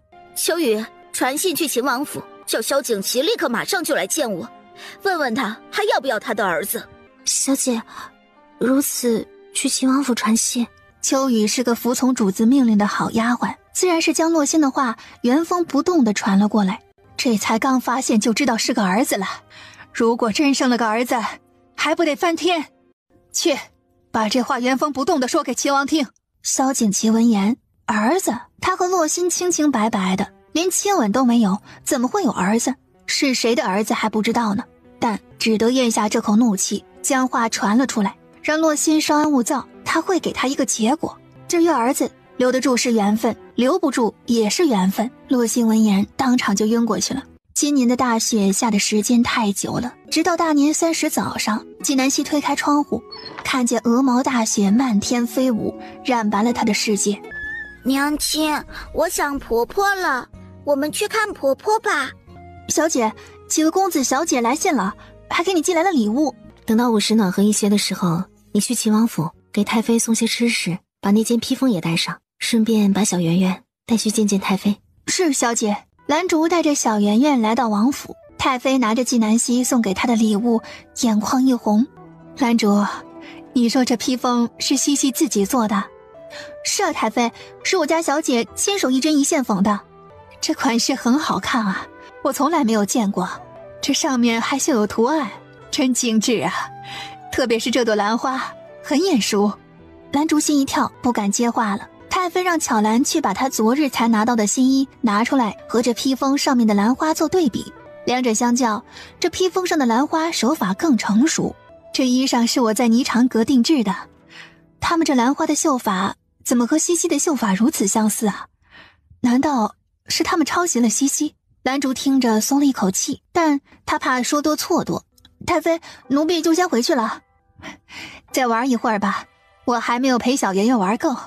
小圆圆啊，不如你就留在这里陪婆婆吃年夜饭好不好啊？太妃故意逗小圆圆，小圆圆一脸认真。不好，我要回去陪娘亲的。小圆圆这么乖呀，知道陪娘亲了。娘亲一个人把小圆圆带大，很辛苦。我们小圆圆要孝顺娘亲，知不知道啊？知道。太妃知道纪南希之所以没有来，是因为现在不合时宜。她考虑到纪南希一个人在家，就没有让小圆圆待多久，让她回去了。小圆圆玩累了，一上马车，趴在兰竹的怀里就睡着了。兰竹闻到一股奇怪的味道，还没有反应过来，她也晕倒了。车夫带着斗笠，将斗笠压得更低，一脸冷笑，扬鞭策马而去。纪南希正在炒菜，油突然飞溅出来，烫着了手背。师傅，有没有事？弟子去拿药膏。不用，小事。纪南希突然心里一慌。谢云初，小圆和兰竹去了有一段时间了吧？师傅，弟子去接他们。好。他马上又补充道：“我亲自去。”师傅，弟子陪你。纪南希嫌弃马车跑得太慢，直接用轻功飞到秦王府。季神医，我来接小圆圆。小圆圆，他们早就离开了呀？具体走了多久？朝哪个方向走的？往那边走的，大概1个时辰了。纪南希顺着那人手指的方向看去，脑海里瞬间闪出京城的交通地图。短短1分钟时间不到，所有搜救路线、人员安排已经全部在纪南希的脑海里形成。谢云初，去找裴木之，告诉他，城东废寨、城西义庄、城南孔家寨、城北香铺，迅速搜救，一定要保证小圆圆跟兰竹的安全。若有人胆敢违抗，格杀勿论。是，师傅。他吩咐完谢云初，自己则朝城外而去。在出城的时候，他给穆青发了信号。裴木之接到谢云初的消息的同时，纪南希孩子丢了的消息就已经传了出去。定国公府，爹，我兄弟有难，向您借1万兵。拿去。顾一峰微愣，没有想到定国公如此慷慨，他没有多想，拿着令牌就跑了。老爷，您今天这么大方借兵？夫人，你没有见这小子近来上进了不少啊，这可都是季先生的功劳。也是，也只有季先生能降得住他。而且我们收了季先生不少礼物了，也该还他人情了。纪南希送的礼物太贵重，怎么可能逃得了定国公的眼？顾一峰可没有那么多银子买礼物，齐天下杜之恒正在研究棋谱。什么？祖宗的孩子不见了？那岂不就是小祖宗不见了？吩咐下去，齐天下护卫全部出动，寻找小祖宗。红史书院，何山长正在看今年医学科的成绩，听到下人禀报，季先生孩子丢了，调遣红史书院各府的全部护卫全城搜救。萧景琦已经出城1天1夜了，他今天是赶回来陪太妃吃团圆饭的，才一进城门就看到了顾一峰、裴慕之、谢云初3个人在说着什么，神色焦急。能让这3人同时这般关心的人只有纪南希，而纪南希出事的可能性极小，那就是小圆圆。小圆圆出了什么事？你不配知道。说完转身就走。萧景琦抓住一个护卫问：你们这么多人在搜寻什么？季小姐的女儿不见了。萧景琦的大脑有那么一瞬间是空白的，强压着担忧吩咐秦风去问清楚怎么回事。在萧景琦进城的时候，洛心已经得到了消息，这边的萧景琦已经知道了小圆圆失踪的过程，他迅速调转马头就要出城。王爷，您不能出城啊，您得向皇上复命，然后去见洛小姐。皇后私下见过他，给他分析了利弊，如果萧景琦再一意孤行，将会给秦王府带来不可估量的灾难，他誓死也要拦住萧景琦。王爷，秦风替您出城，若找不回季小姐和小圆圆，属下愿意以死谢罪。秦风，你是我的人还是皇后的？属下的命都是王爷救的，属下誓死效忠王爷，所以才拦着王爷。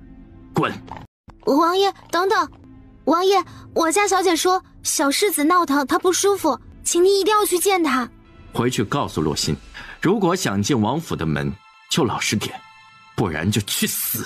洛心担心秋雨拦不住萧景琦，他在秋雨走后不久就赶过来了，正好听到萧景琦的话：萧景琦，你今天如果敢出城，我就死给你看。大雪飞舞，萧景琦骑在马背上，身边是他前日出城执行命令带的10几个士兵，眼前是誓死阻拦他的秦风，身后是以死相逼的洛心，而他心里挂念的纪南希不知身处城外何处，也不知道他是否期待他的出现。在他犹豫的瞬间，洛心已经来到了他的面前。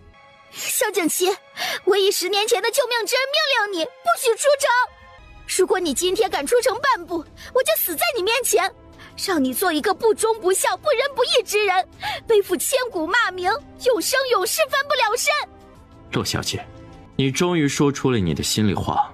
最大的不在乎就是漠视，萧景琦不关心他，他关心的竟然是和他毫无关系的小圆圆。在他愣神的时候，萧景琦从马背上下来，一把抓住他的手，将他的袖子往上撩起。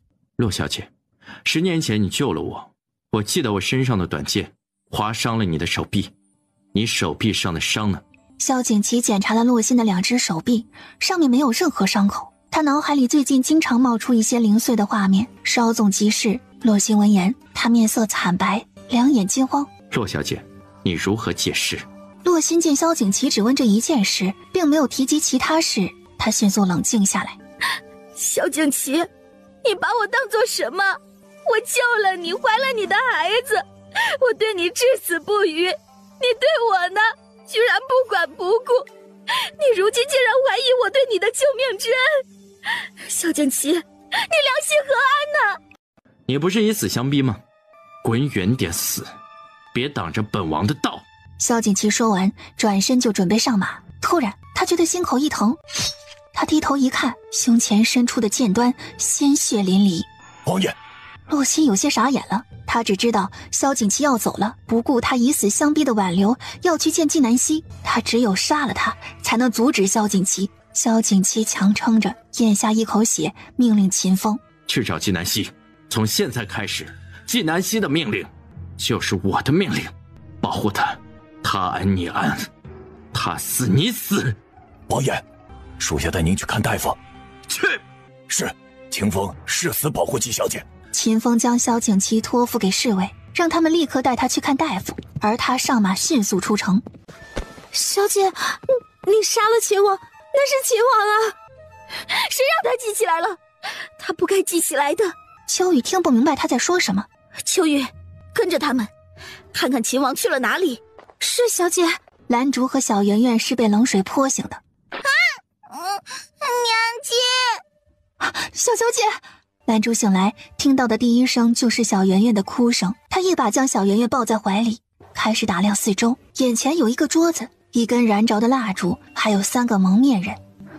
你们是谁？为何抓我们？3个蒙面人都没有回答他的问题。中间的瘦黑衣人看向左右2人，主子吩咐，只要不死，随便弄。蓝竹抱着小圆圆就跑，却被那胖黑衣人一把抓住头发向后一拽，他瞬间摔倒在地，小圆圆直接被摔了出来，被蓝竹的身体挡了一下，并没有那么疼。他见那胖黑衣人还在拖着蓝竹，就爬翻起来，跑到黑衣人身边，抓住他的手臂狠狠地咬了下去。蓝竹姐姐，跑！小兔崽子，敢咬我！黑衣人一把揪起小圆圆，狠狠地摔在地上，小圆圆当即昏了过去。小姐！蓝竹大喊出声，伸手抱着小圆圆晃了晃，小圆圆双目紧闭，没有任何反应。你们杀了小小姐，我跟你们拼了！就在这千钧一发之际，铁门打开了，纪南希一身血腥，满目猩红，立在门口。小姐，小姐，快！纪南希迅速接过小圆圆，一摸脉搏，2检查瞳孔，小圆圆危险，伤到了头颅，有颅内出血，必须立刻手术，否则必死无疑。他身上没有手术工具，必须赶回神仙居。而此时，那3个黑衣人已经朝他扑来。小姐，就是他，是他杀了小小姐！纪南希一手抱着小圆圆，另外一只手提着剑，反手往后一刺，一剑刺破胖黑衣人的喉咙。那瘦黑衣人见纪南希出手太狠，就把自己的同伴推了出去。纪南希手一挥，不过眨眼的功夫，那被推出来的黑衣人就倒在了血泊里。他用力将剑往前一送，剑直接从瘦黑衣人后背进，前胸出，瘦黑衣人瞬间毙命。楼主，外面的人全部解决了，留下了3个活口。我现在要带小圆圆回去，在我做完手术的第一时间，无论你用什么手段，我要知道幕后主使是谁。是，楼主。裴木之等人在城内地毯式的搜索，都没有发现小圆圆和蓝竹的踪迹，于是就向城外转移。他们在出城不久后，就遇到了正在飞奔的纪南希。大雪纷飞，夜色茫茫，他双手抱着小圆圆，小圆圆的双手自然下垂，头往后掉。祖宗，师傅，弟子来了。谢元初见小圆圆面色很不好，又见纪南希不肯骑马，定然是小圆圆出大事了。回神仙居。纪南希体力透支了不少，他还得留体力做手术，就把小圆圆交给了谢元初。谢元初接过小圆圆继续飞奔，他还得先回去做术前准备。谢谢，来。顾一峰见纪南希面色惨白，下马将他拦腰抱起，放在马背上，自己迅速上马，坐在他身后，将他圈在怀里，扬鞭而去。裴兄，交给你了。裴木之没有见到木青和蓝竹，猜想他们还在后面，他得去看看怎么回事。裴公子，你先去忙，我带人回去保护他们。多谢。纪南希到了神仙居，下马就往手术室跑，顾一峰则提着剑，亲自守在手术室的门口。而另一边，萧景祺躺在床上昏迷不醒。张太医，王爷何时才能醒来呀？回太妃，王爷若今晚能够醒来，就会安然无恙，否则会怎么样？若是祭神医在，一定能保王爷平安。那快去找他呀！小圆圆出事了，小希这时候还不知道在哪里，我们没有帮上什么忙，就别给他添乱了。还请张太医多费费心，一定要保王爷平安呐。臣一定竭尽全力，但若有可能，还是得请祭神爷来看看，这样更保险。太妃点头。就在这时，管家来了。太妃，洛小姐跪在府门口负荆请罪，请求见王爷一面。让他走。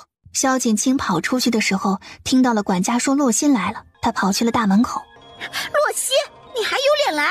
洛心的确是来认错的，他知道萧景琦昏迷不醒，只有太妃松口，他才能进府实施他的计划。他没有想到出来的会是萧景清。萧景清这个没脑子的，他3言2语就能忽悠他，让他进府。青梅，你打吧，我知道错了，只要王爷能够醒来，哪怕打死我也愿意。哼，洛西，我不会再相信你了，也永远不会原谅你。你走，我不会再让你靠近我哥。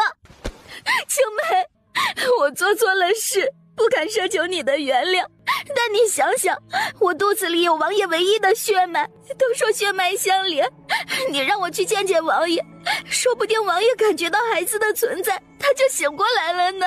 萧景清闻言没有说话，洛心见有戏，青妹，你就看在你未出世的侄子的份上，让你侄子去见见他爹，王爷肯定也是在乎孩子的。洛心见萧景清面色已经缓和下来，于是添了一把柴火。我在这里跪着，万一有个三长两短，伤了孩子，王爷醒来肯定会伤心的。王爷那么疼爱你，你一定舍不得让他伤心的是吧？萧景清觉得洛心说的有道理，反正有他在旁边盯着，让洛心也不敢再使坏。走吧，我带你去见我哥。谢谢青妹，还是青妹最好。萧景清冷哼一声，带着洛心进了萧景琦的屋子，见只有巧兰守着，一问才知道太妃体力不支晕倒了。青妹，你去看看太妃吧，你休想支开我。青妹，我那么爱你哥，我怎么会伤害他呢？洛心，我发觉你这人特别不要脸，我哥躺在这里不是你杀的吗？你还有脸说不会做出伤害我哥的事儿？我不是故意的。好了，你现在已经看过我哥了，快滚！青妹，我想和你哥待一会儿，你去看看太妃吧，有巧兰在这里呢。小姐，太妃吩咐奴婢照顾王爷，寸步不离。萧景清看了看巧兰，这个跟在太妃身边多年的侍女，对王府是绝对的忠心，有她在这里，她就能安心的去看太妃了。哼，一定要盯紧她。是，小姐。萧景清立即朝太妃的院子跑去。洛心看了一眼巧兰，巧兰端了一碗药过来。洛小姐，王爷该喝药了，您喂喂他吧。洛心点点头，接过药碗，长长的指甲没入药碗，又迅速取出来。她很耐心，一点一点的将整碗药都喂进了萧景琦嘴里，直到秦风回来，太妃醒过来，她又被赶出了王府。小圆圆呢？我去打听了，说小圆圆伤得很重，生死未卜。太妃急火攻心，口吐鲜血，快派人去神仙居守着，一有小圆圆的消息，立即回来禀报。季南希给小圆圆做完手术的时候，已经天明了。她望着昏睡的小圆圆，心仿佛被千万根针扎一样疼。如果她再去晚一点，小圆圆必死无疑。那她为小圆圆报仇以后，大概也会死吧。师傅，您去休息，弟子会寸步不离的守着小圆圆。我去处理点事，你守好她，有事随时来找我。是，师傅。楼主，幕后主使查出来了。谁？四皇子萧景华。萧景华是吗？季南希语气很平淡，但常年跟着他的穆青知道萧景华要遭殃了。楼主，证据齐全，要怎么弄死萧景华？直接打死。是，属下这就去。我自己亲自动手。今天是新年初一，季南希知道萧景华会进宫给帝后请安。楼主，属下打听到萧景华在皇后宫里。直接去皇后宫里。城外西山有一地下宫殿，也是萧景华的一个暗点，里面至少有1万人把守，一夜之间荡然无存。宫殿与人全部毁在了季南希手里。最可怕的是，那暗点里面有他很多见不得人的东西。娘娘，季小姐冲进来了。季小姐这么早就来给本宫请安了。萧景华看了一眼季南希，迅速将目光别开。我有一事向娘娘请教。世间还有季小姐不明白的事？杀人者该当如何？昨夜小圆圆的事轰动京城，皇后当然也是知道的。她以为是季南希找到了杀害小圆圆的人，但又拿那凶手无可奈何，所以才火急火燎的求到了他这里。既然如此，她肯定要拿捏他一番的。大启律法，杀人者当偿命，王子犯法与庶民同罪。说完，眉目一转，满眼讽刺。季南希，你不是天不怕地不怕吗？怎么还有你不敢动的凶手啊？你要是好好求求本宫，本宫身为皇后，自然会为你主持公道的。我的公道，我自己做主。他快步走向萧景华，萧景华腾地起身，迅速后退。季南希，你要做甚啊？季南希没有回答他，直接一拳打在他脸上，接着一腿将他打翻在地，迅速踩在他身上。萧景华，谁给你胆子敢动我女儿？季南希，你要做什么？娘娘说杀人者该偿命，萧景华指使人杀我女儿，难道不该死吗？皇后现在才明白，季南希哪里是要向他求救，他是在将他的军。你先住手！你说华儿指使人杀你女儿，有什么证据？母亲，带人。母亲将那3个活口带进来，扔在地上。这3人早已被母亲折磨得不成样子，将知道的像是倒豆子一样全部都说了出来。是四皇子让我们抓走季小姐女儿的。四皇子让我们把他女儿直接打死。我们是无辜的，是四皇子指使我们做的。季南希闻言，想起此时还昏迷不醒的小圆圆，她的脚在萧景华的胸口上重重碾压，咔嚓一声闷响，是萧景华的肋骨断了。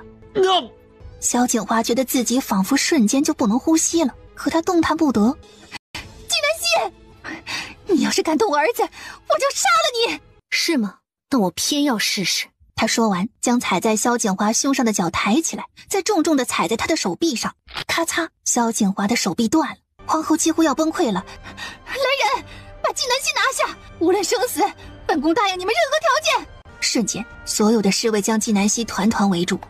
杀了他！随着皇后一声令下，所有的侍卫蜂拥而上。穆青打倒一个侍卫，抽出他身上的刀，不过短短10几秒，数个侍卫尽数倒地。皇后娘娘，你不是说杀人者该当偿命，还说王子犯法与庶民同罪，怎么轮到你的儿子受罪，你就受不了了？皇后此时后悔不已，早知道是萧景华杀了季南希的女儿，她就应该派人连夜将季南希一起杀了，斩草除根。季南希，你武艺高强又如何？才华横溢又如何？华儿是皇子，你这伤害他是何罪？株连九族。那又如何？杀我女儿者，无论对方是谁，倾我所有，即使是生命，我要对方死。疯子！皇上驾到！季南希带着穆青进宫后不久，嘉圣帝就知道了。昨天在他知道小圆圆不见了的时候，也派人暗中去查了。季南希的开源节流之策一出，已经动了很多人的利益。动季南希就等于断他的左膀右臂，他绝不姑息。没想到幕后主使竟然是萧景华，他没有立刻把萧景华抓来质问，因为他要季南希自己调查出来。他需要超强的季南希。当他知道季南希闯进宫来的时候，他心里竟然有些高兴。这样张狂胆大聪慧的女子，定然能够冲破重重阻碍，直冲云霄。他知道季南希要打萧景华，所以他故意来的晚一点。季南希泄了恨，他再来收拾残局。皇上，救命啊！救救华儿！季南希要杀了他！哭哭啼啼，成何体统啊！皇后一愣，瞬间反应过来，嘉圣帝是来帮季南希的。在他愣神的时候，嘉圣帝已经来到了季南希的面前，他一脚踢到萧景华身上。逆子，你为何要杀季先生女儿啊？季南希已经明白了，他不能不给他面子，于是就将脚拿开，让萧景华回话。父王，儿臣是冤枉的，儿臣没有。萧景华，朕再问你一次。父王，儿臣知道错了，儿臣是一时鬼迷心窍，见不得季南希欺负洛心表妹。父皇，儿臣真的知错了。畜生，你如何对一个无辜幼女下得了手的？父皇，儿臣知错了。皇上，华儿罪不至死，季南希。住口！慈母多败儿。皇上，我女儿才4岁，从小体弱多病，她被人活生生的摔在地上，头颅里面都是血，如今还在昏迷当中，生死未卜。就算能够侥幸醒过来，以后智力也有可能受影响，她可能一辈子会被别人骂傻子。季南希双目嗜血，声音带着几分沙哑，浑身都是戾气。她是一个无辜之子，在阖家团圆的大年30，萧景华要杀了她，可见萧景华手段之残忍，心肠之狠毒。我今天一定要杀了他。皇上，皇上，小圆圆醒了。门外响起了一道急切的声音，是嘉圣帝身边的内侍。在季南希进宫的时候，嘉圣帝就派人去神仙居盯着呢。这件事的唯一转机就是小圆圆能够平安。皇上，季南希的女儿没有死，华儿也罪不至死啊！华儿已经付出代价了。蠢货！皇后教子无方，从即刻起静卒于凤仪宫，无耻不得出。不等皇后认错，立即就有宫人将皇后给请走了。季南希听到小圆圆苏醒过来的瞬间，整颗心都落了下来。恰在此时，太医进来了，他瞬间明白嘉圣帝一切都算计得刚刚好，小圆圆还活着，萧景华就不能死。至少此时他不能明目张胆的当着嘉圣帝的面杀了萧景华。臣见过皇上。季先生，我知道你痛恨萧景华，如今小圆圆已苏醒，按照大启律法，萧景华死不了。纪南希知道嘉圣帝说的是事实，他没有想要反驳。嘉圣帝见纪南希没有说话，以为他是认同了他说的话，他心里更加欣赏纪南希。张太医，给四皇子治伤。张太医得令，立刻上前，一番把脉问诊下来。皇上，四皇子肋骨断了3根，右臂粉碎性骨折，头部有损伤。四皇子身上的伤即使好了，也会留下后遗症。右臂活动受限，可能无法正常使用刀剑了。什么？萧景华闻言大惊，他身为一个皇子，若无法正常使用刀剑，那跟废人有什么区别？这就等于直接断了他的皇帝梦。父皇，我不要做个废人。张太医，你一定要治好我的伤。微臣无法保证能将殿下的手恢复原样，除非什么？除非季神医肯帮忙。父皇，只要纪南希帮我治好了伤，我可以不追究他的责任。季先生的女儿也可能会留下后遗症，甚至变成一个傻子。他的痛苦是你造成的，你的痛苦是你自己造成的。那么小的孩子，他又找谁伸冤啊？我堂堂皇子，大启之未来，他纪南希的女儿什么也不是。你不是大启的未来，大启的未来是那一群未长大的孩子。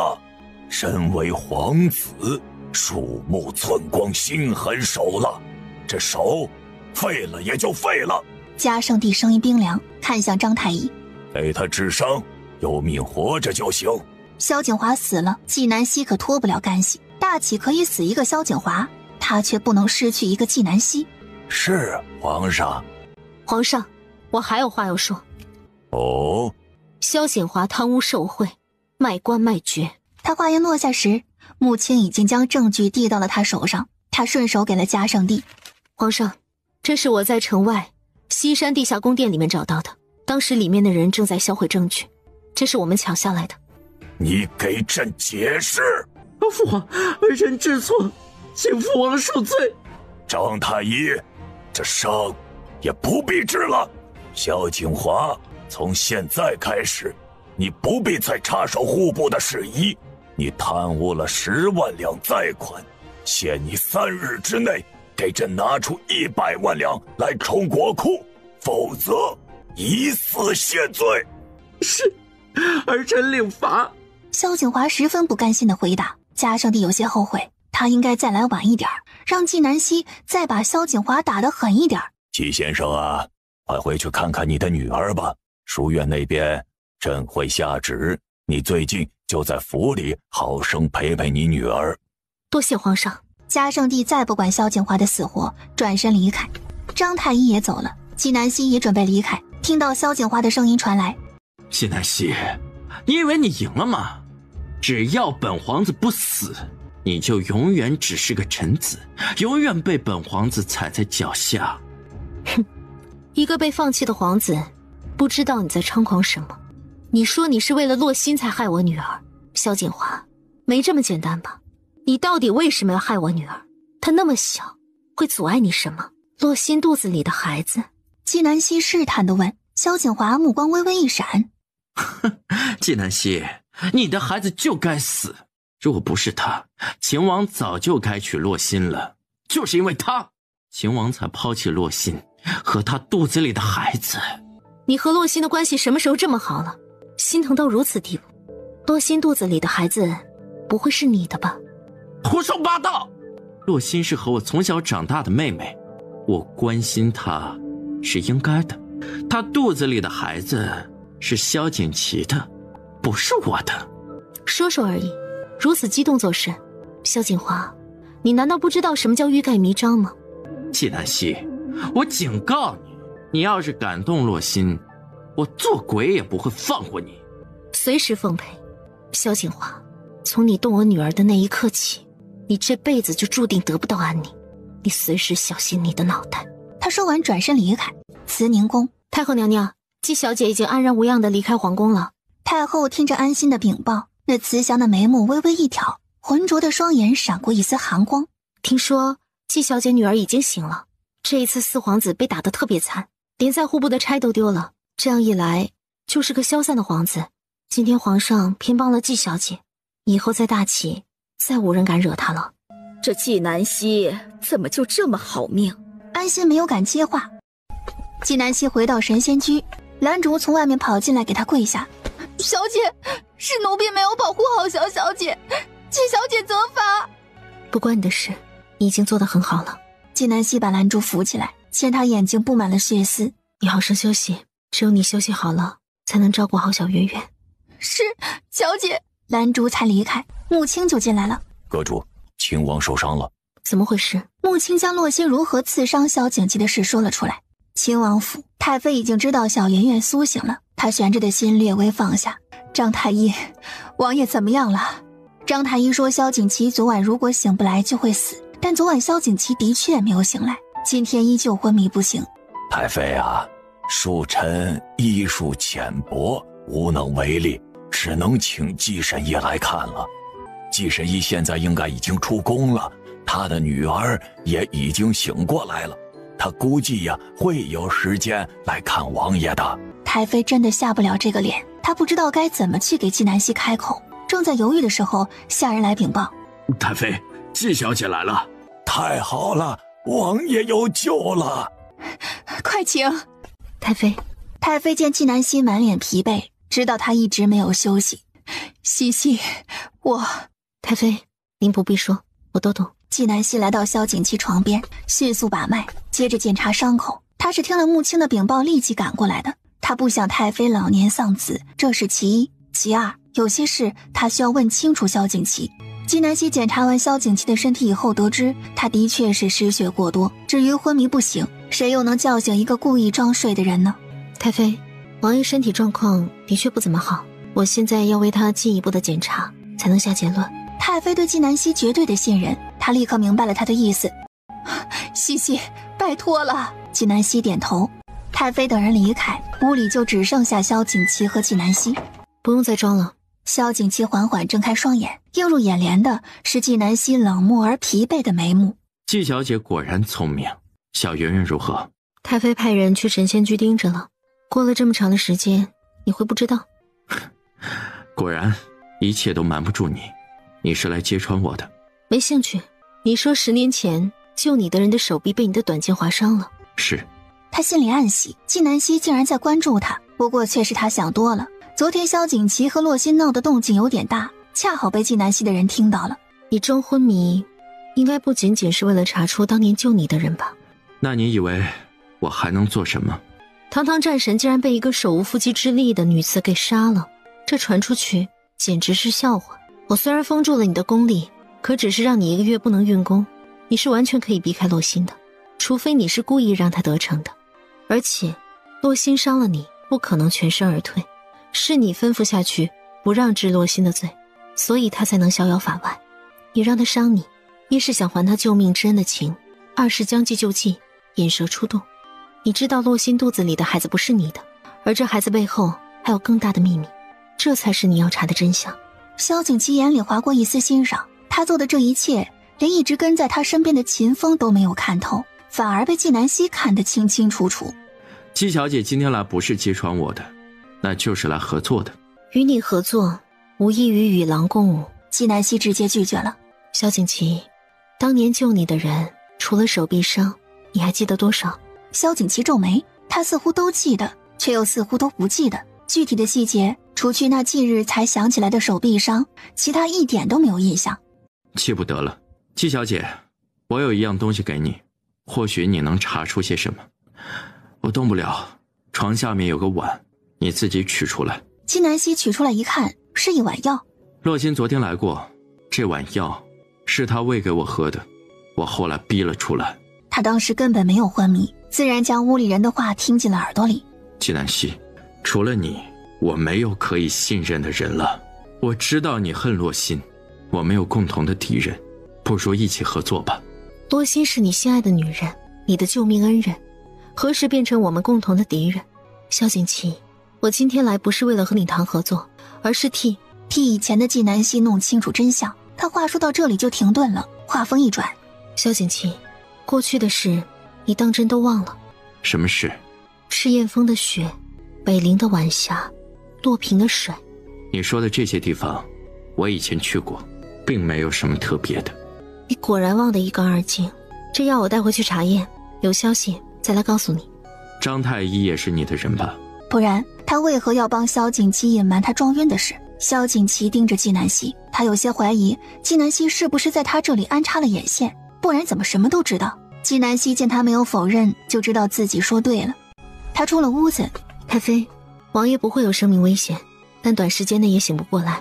不过你不用担心，有张太医在此，定能保王爷平安。”张太医心里一跳，没有哪个大夫不想被纪南希夸赞医术的，可他被这一夸，仿佛自己已经被看穿了，不禁背脊一凉。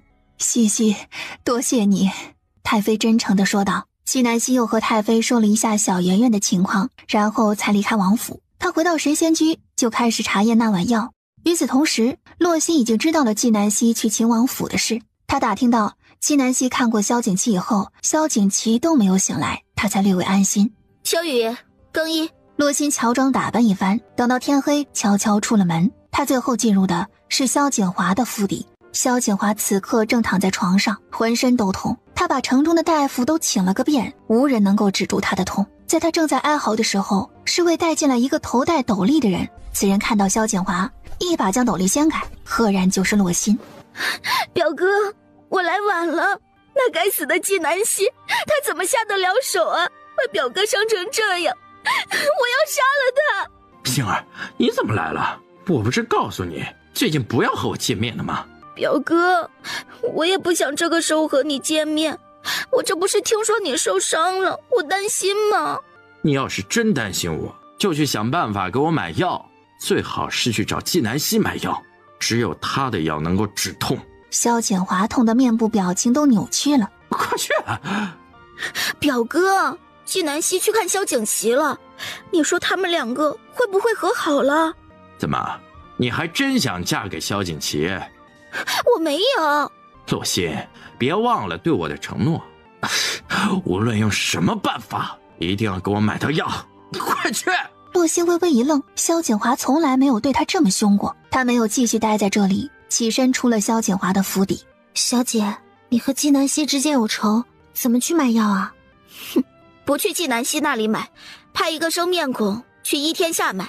然而很快他就绝望了，依天下任何止痛的药都没有了。洛心想不出好的办法，就把希望寄托在萧景琦身上。萧景琦受那么重的伤，纪南希又去看他，肯定会留下止痛药，他只要顺手牵羊拿一点就是。而此时的纪南希已经查出了碗里的药的成分，难怪萧景琦会忘了以前和纪南希的那么多事。此药名为天贤，只有他曾经的23世纪有，且是禁药。天贤药性很烈，能让人忘记一部分事情，而且会损毁人的身体。因为药材之特殊，制造过程之复杂，不是这里的人能够制造得出来的。这天贤入水即化，无色无味，如果没有见过这毒，是铁定查不出来的。可它怎么会出现在大启，而且还出现在洛心手里？那就只有一种可能，在洛心的背后还有一个和他来自同一个地方的人。如果萧景琦忘了很多事，是因为服下了天贤，那洛心对他下毒的目的是什么？仅仅只是让他忘了以前的纪南希，然后和他在一起？这有些不可能。看来洛心背后还有一个更大的秘密，而这个秘密才是萧景琦要查的。正在这时，门外响起了敲门声。进来。楼主，洛心派了人去依天下买止疼药，还是一个生面孔。看来他和萧景华果然不一般，继续盯着他。是。现在夜已经深了，纪南希打算明天再去秦王府。他倒不是因为关心萧景琦，而是要让萧景琦想起以前的事，并不是以前的纪南希一直纠缠他，而是他忘了纪南希，忘了他许下的承诺，忘了他们共同的过去。到了第二天，相比纪南希，洛心就比较闲了。他清早起来，提着一堆补品，又往秦王府而去。王爷，你怎么还不醒来呀？你是不是还在埋怨我？王爷，我知道错了。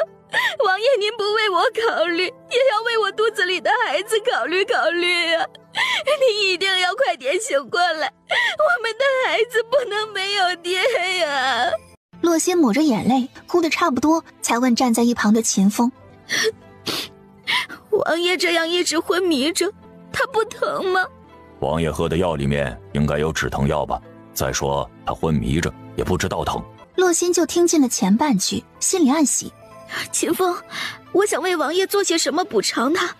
王爷喝药了吗？我去给他接药吧。秦风想起萧景祺的叮嘱，无论洛心想做什么，都满足他。王爷正好没有喝药，你去吧。洛心心里大喜，这事情办得也太顺利了。他正要离开去煎药，却听到了纪南希的声音。眨眼间，纪南希已经进了屋，还是带着太妃进来的。你怎么又来了？滚！太妃，我只是想来看看王爷，您别赶我走。来人，把洛心给我撵出去！太妃，王爷并没有责怪过洛小姐，不用赶她走，让她在这里陪陪王爷，兴许王爷会早点醒。秦风一脸淡定，他刚刚看到了萧景祺的指令，萧景祺让他留下洛心，他才出声帮忙的。太妃，不然您先回去，有秦风在这里，你放心。太妃闻言点点头。以前他总担心纪南希和洛心一起的时候会受欺负，可如今的纪南希是连萧景华都敢打的人，区区洛心根本不值一提。我就在隔壁，有事叫我。太妃对纪南希说完就走了。纪南希，你来做什么？与你何干？他之所以让洛心留下来，是想探他的口风，看能不能发现一些线索。哼，我怀着王爷的孩子，我们是一家人，我有资格来，而你没有。你就这么肯定那孩子是萧景祺的？纪南希，你什么意思？你自己生了，活腻了是吗？纪南希声音轻飘飘的，他察觉到洛心要骂他，立刻打断了他的话。他是来查线索的，而不是和洛心对骂的。纪南希装模作样的给萧景祺检查完以后问：秦风，你们给他吃了什么？怎么越来越严重了？秦风幸好得了萧景祺的叮嘱，让他一切听从纪南希的吩咐，不然他看到此时纪南希那表情，还真以为萧景祺有多严重。纪小姐，我家王爷怎么了？他就喝了药，其他东西也吃不了呀。秦风满脸紧张，洛心将信将疑。纪南希，你少装神弄鬼，王爷好好的，能有什么事儿？你怎么知道他好好的？难不成你懂医术，擅自给他用药了？纪南希，你别血口喷人！纪南希没有继续试探，而是若无其事地说：秦风，你家王爷3天之内醒不过来，就必死无疑。啊！秦风觉得他跟不上纪南希的思维。纪小姐，纪神医，你一定要救救我家王爷啊！无能为力了，听天由命吧。纪南希语气冷淡，秦风满脸绝望。洛心心里开始慌了，他想起纪南希刚刚问的萧景祺是不是吃过其他什么东西，难道真是他喂的药出问题了？如果因此要了萧景祺的命，他会后悔的。我不信，王爷一定会没事的。纪南希，你这个庸医，我要出去给王爷找个大夫来看。洛心说完就跑开了。他一出了秦王府，立即就被纪南希派的人跟踪了。屋里只剩下纪南希、萧景祺和秦风。萧景祺睁开眼，秦风立刻去门口守着。你就这么巴不得我死？你死不死和我有什么关系？纪南希，所以你在利用我。萧景祺，你可真不要脸！你用自己做诱饵，就让我们所有人陪你演戏，还好意思倒打一耙？你说我3日之内醒不过来就会死，你是在故意刺激洛心。谁让你心上人的狐狸尾巴藏得太深了？纪南希讽刺道。他已经看出来了，洛心对萧景祺是有感情的，关心则乱。萧景祺一旦有生命危险，洛心一定会露出马脚。只是洛心既然对萧景祺有感情，又怎么会怀别人的孩子？纪南希没有深想这个问题，他的目的让萧景祺恢复记忆，还以前的纪南希一个公道。至于洛心，他欠纪南希的要加倍还回来。那碗里的药我查出来了，确实还有另外一种药，解药我暂时没有。这是什么药？竟然连你也没有解药。天仙是禁药，自然解药也很奇特，短时间内制造不出来。纪南希没有给他解释，他也不想。萧景祺，你对洛心可真的是用情至深呢。萧景祺知道自己被洛心下药了，竟然没有在第一时间生气，这让纪南希不得不怀疑，以后查出来洛心有问题，萧景祺可能都会护着他。既然如此，他又何必和他多说什么？还不如自己去查。萧景祺从刚刚睁开眼，眼睛就一直在纪南希身上。10年了，有点感情不是正常的吗？萧景祺反问。他在心里奢望，当他在刺激纪南希的时候，纪南希会暴跳如雷。然而事与愿违。是吗？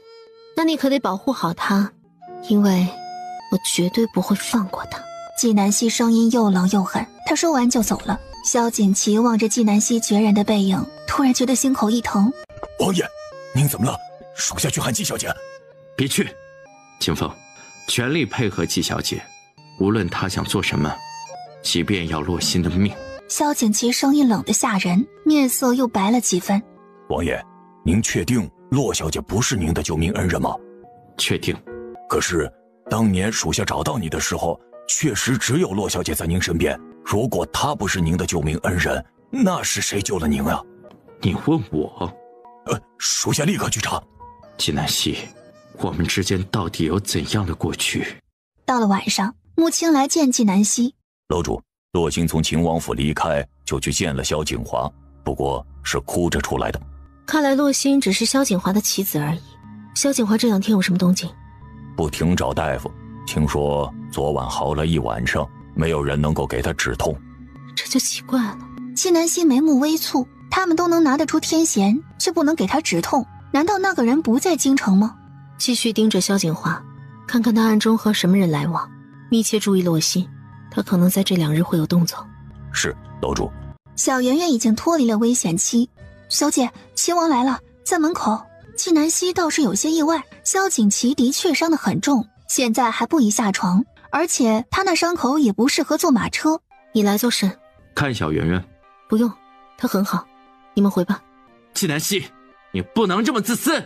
萧景琦见纪南希正要关门，就大声说了出来。你有什么资格说我自私？你不准我和小圆圆见面。我知道你厌恶我，但小圆圆也是个人，她喜欢我，她有权利见我，你不能阻止她。萧景琦，谁都有资格和我说这些话，就你没有。你从哪儿来，滚哪儿去。他说完就要关门，萧景琦却拼命地扒着门。他在运功，在这瞬间，他觉得全身像是有千万条虫子在啃噬他的身体一样。他感觉心脏要爆炸了，胸腔一口热浪窜出来，一口鲜血喷出来，可他依然紧紧扒着门不肯松手。王爷，退回去。凤绳，你会死的。纪南希，如果我的死能让你原谅我，那我死而无憾。要死就死远点，别脏了我门前的路。他最讨厌别人用死威胁他，自己的生命自己都不在乎，难道还妄想别人在乎？真是笑话。纪南希，你真冷血。萧景琦感受不到纪南希话里的一丝温度，眼前的纪南希完完全全就是一个冷血的动物。5年前的纪南希不是这样，他虽然废材混账不学无术，可是他是一个活生生的人。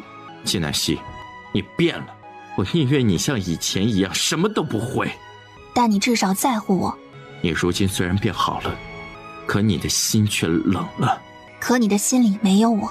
纪南希，你变回去吧，好不好？萧景琦嘴角还流着鲜血，在他惨白的面色映衬下更加的触目惊心。他眉头紧锁，满眼悲伤，那扒在门上的手紧紧握成拳头，声音低沉，充满了哀求。纪南希有些意外，他甚至怀疑萧景琦是不是恢复了记忆，想起了过去。他感动吗？并没有，只是心里那股酸涩的感觉更浓烈了。他闻到了一股浓烈的血腥味，是从萧景琦胸前伤口那里传来的，是他刚刚运功的时候撕破了伤口。幸好他放手的及时，不然萧景琦现在已经死了。纪南希，好不好？萧景琦声音又低了几分，眼里充满了期盼。不好，萧景琦，那个满心满眼都是你的纪南希已经死了，永远也回不来了。你也别再期待了，是你的自私自负不信任让你失去了他，你就死了这条心吧。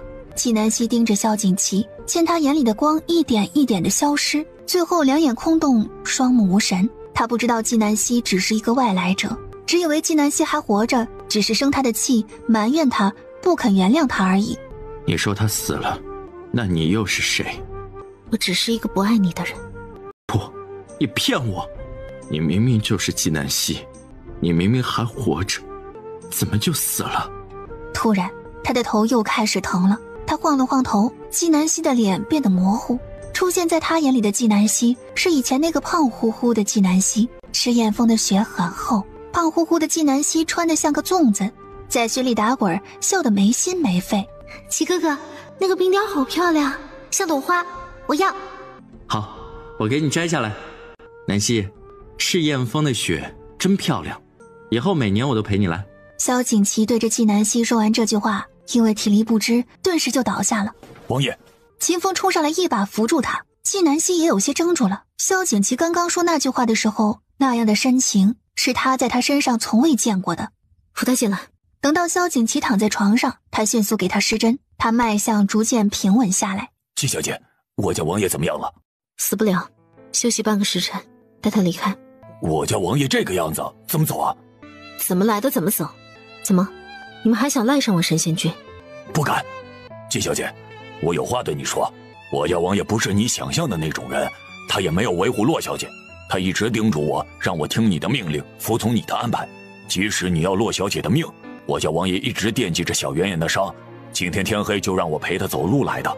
你知道我们走了几个时辰才走到这里吗？你一句轻轻松松的就要撵我们走啊？然后呢？秦风一脸茫然，作为一个女子，听到他这样的话，不应该很感动吗？然后与萧景琦抱头痛哭，解除误会，共同走向美好生活才对啊。到时间了就走。王爷说的对，你就是个冷漠的人。母亲，把他们丢出去。别扔，别扔！半个时辰，到了时间我们就走。母亲看向纪南希，见纪南希点了点头，他立即住手。纪南希确定萧景琦现在没事了，他也没有在此停留。萧景琦如果回去晚了，一旦被人发现他没有在府里，他前面的计划就白费了。只有趁天黑赶紧走。纪南希回到卧房的时候，小圆圆已经睡着了。他拿出纸和笔，计算天贤解药的各种药材和剂量。天贤之所以是禁药，是因为它太恶毒了。它里面一共有10种药材，每一种药材按照不同的比例来配，就是不同的天贤。需要的是不同比例的解药，他现在能够配出的只有那碗里面的天贤的解药。他现在唯一的希望就是萧景琦之前服下的天贤和那碗里的天贤比例是一样的。半个时辰的时间很快，一到点儿，萧景琦就醒了。王爷，您醒了。秦风将刚刚纪南希讲的话都告诉了萧景琦。王爷，季小姐不值得您这样为她付出呀。萧景琦却明白了纪南希的用意，他如果真要他死，大可以不救他，或者救了他，直接将他扔出去。等半个时辰，是因为算准了他半个时辰会醒来。值不值得，本王说了算。王爷，您还要去看小圆圆吗？现在不看了，明天晚上继续来。二人并未过多停留，直接离开了。穆青来到纪南希房门外。楼主，秦王他们走了。他有没有说什么，或者想起什么？没有。我知道了。纪南希拧了拧眉头，萧景琦这症状太奇怪了。如果萧景琦真的中了天贤，那他又是怎么想起过去的？纪南希以前倒是遇到过可以冲破天贤的人，但这样的人100万个人里面也难遇到一个。这样的人执念之深，令人胆寒。到了第二天，兰珠，我刚刚做梅花糕的时候，给太妃煲了一个药材汤，你给太妃送去。我要先去一趟定国公府。是小姐。我们都走了，谁照顾小小姐啊？谢云初会来的。果不其然，纪南希话音才落下，谢云初就来了，在他身后还跟着一个姑娘，白小鱼。师父，白小姐想来看看小圆圆，她找不到这里，就去了一天下。季小姐，不请自来，打扰你了。没有。师父，我们去看看小圆圆。谢云初说完就进屋了，像是在自己家一样。白小鱼站在门口没有动。白小姐也进来吧。白小鱼点点头。师父，您要忙什么就去忙吧，弟子在这里照顾小圆圆。纪南希目光落到白小鱼身上，有客人在，他这个主人怎么也不好离开啊。白小鱼是个聪明姑娘。我已经见过小圆圆了，我就先走了。白小姐，多留一会儿吧，你可以和我一起照顾小圆圆啊。我可以吗？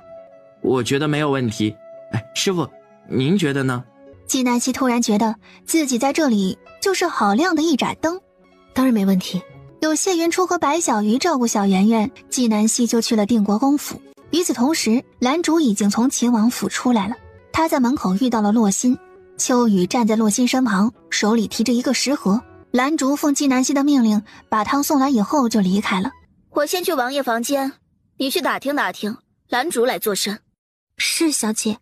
秦风，昨天我走之后，王爷醒过吗？没有。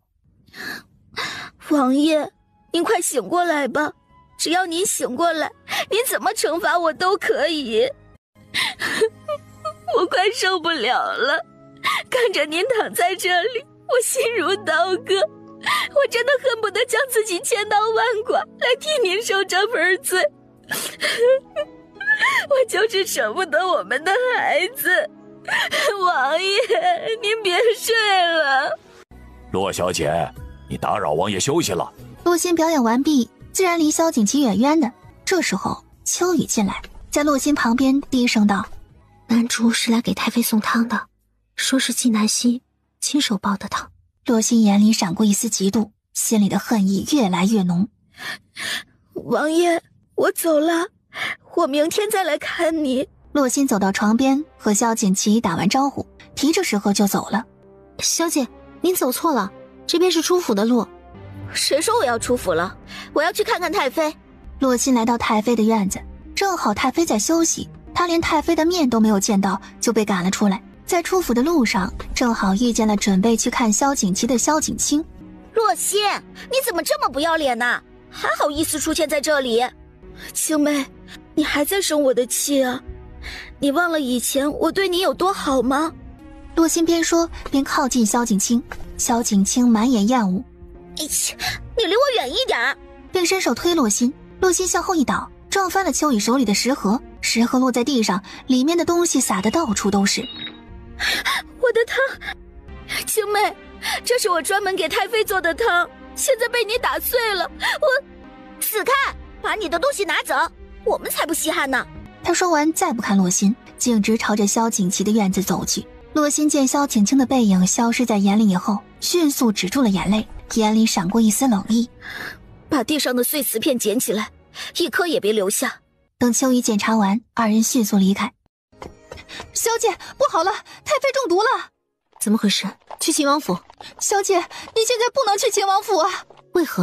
因为下毒的是您呢。他们为什么说是我下的毒？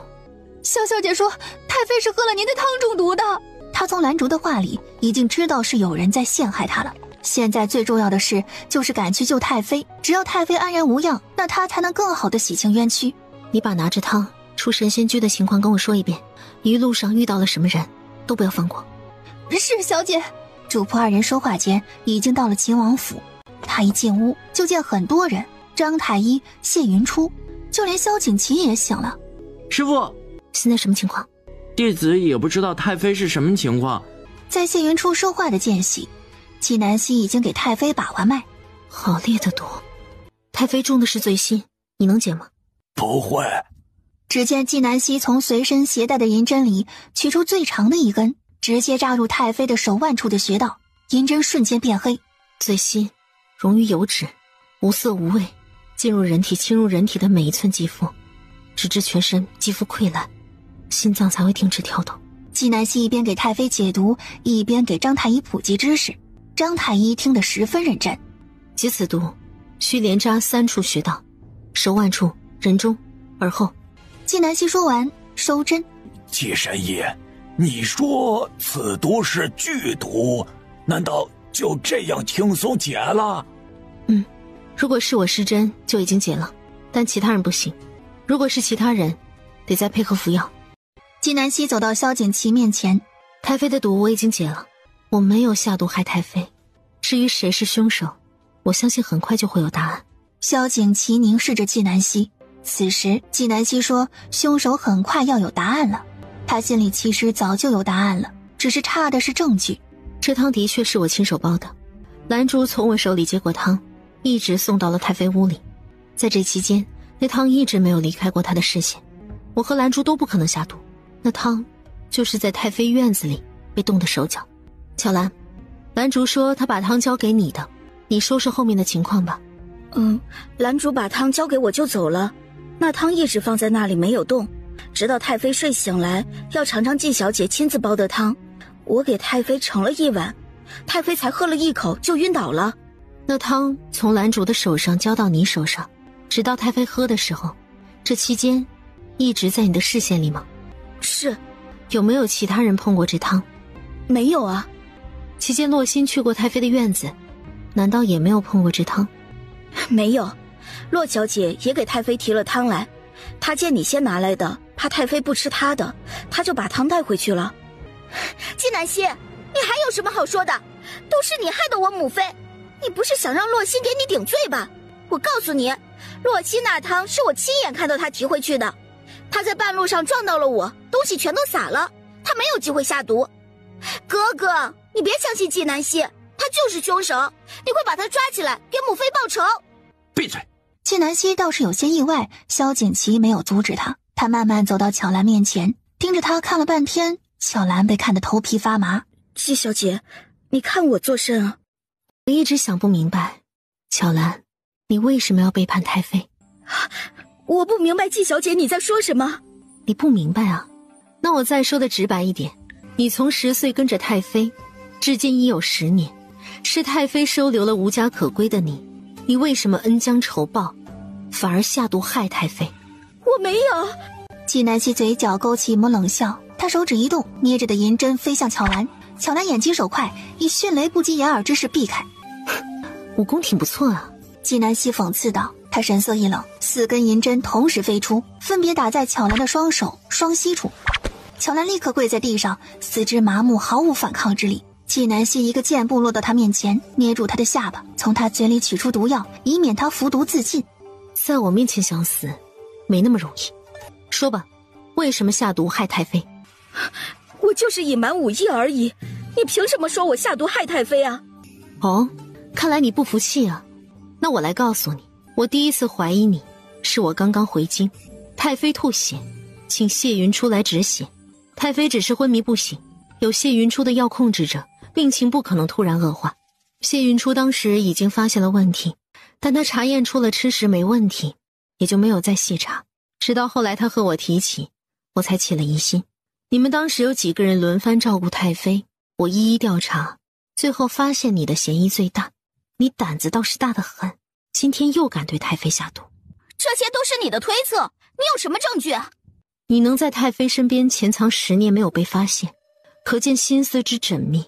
那些证据早就被你毁掉了吧？巧兰没有回答，眉色间尽是得意。尽管证据可能已经被巧兰给销毁了，萧景琦还是让秦风去搜巧兰的住处。秦风回来的很快，果然是空手而归。巧兰，我一直找不到你害太妃的理由，直到我想到了一个人，你的主子洛心。季南希盯着巧兰试探，巧兰一脸不屑，就他那猪脑子也配做我的主人？那谁又配做你的主子呢？巧兰闭口不答，看来是不见棺材不落泪。季南希伸出手指在巧兰身上随意一点，刚刚那4根银针迅速没入体内，像是化为千万条嗜血的虫子在体内乱窜。短短1秒钟的时间，巧兰的意志力就崩溃了。张太医和萧景清脸都被吓白了。救命！我说，我什么都说。若有半句虚言，我定让你生不如死。我有千百种酷刑，你都要尝尝吗？这一次的毒是洛心下的。5年前太妃中毒，是不是他下的毒？也是他下的。说具体。今天洛小姐来看太妃，看到你先拿来的汤，她就在你的汤里面下了毒，再把她自己的汤给带走了。你亲眼看着她下的毒？是我亲眼所见。你身为太妃的婢女，太妃还是你的救命恩人，你为什么要帮着洛心害太妃？是洛小姐逼迫我的，如果我不从，她就要杀了我。巧兰将一切罪责都推到了洛心身上。我害怕呀，我也是没有办法，一切都是洛小姐做的，我是被逼的。季南希拧了拧眉，这巧兰不对劲，似乎是在转移大家的注意力。就在这时，门口响起了一道声音：你胡说八道什么？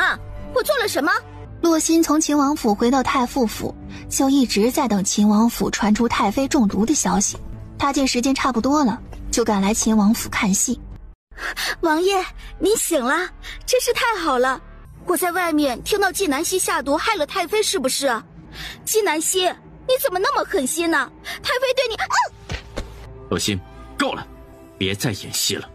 王爷，你的好盟友巧兰把一切都说了。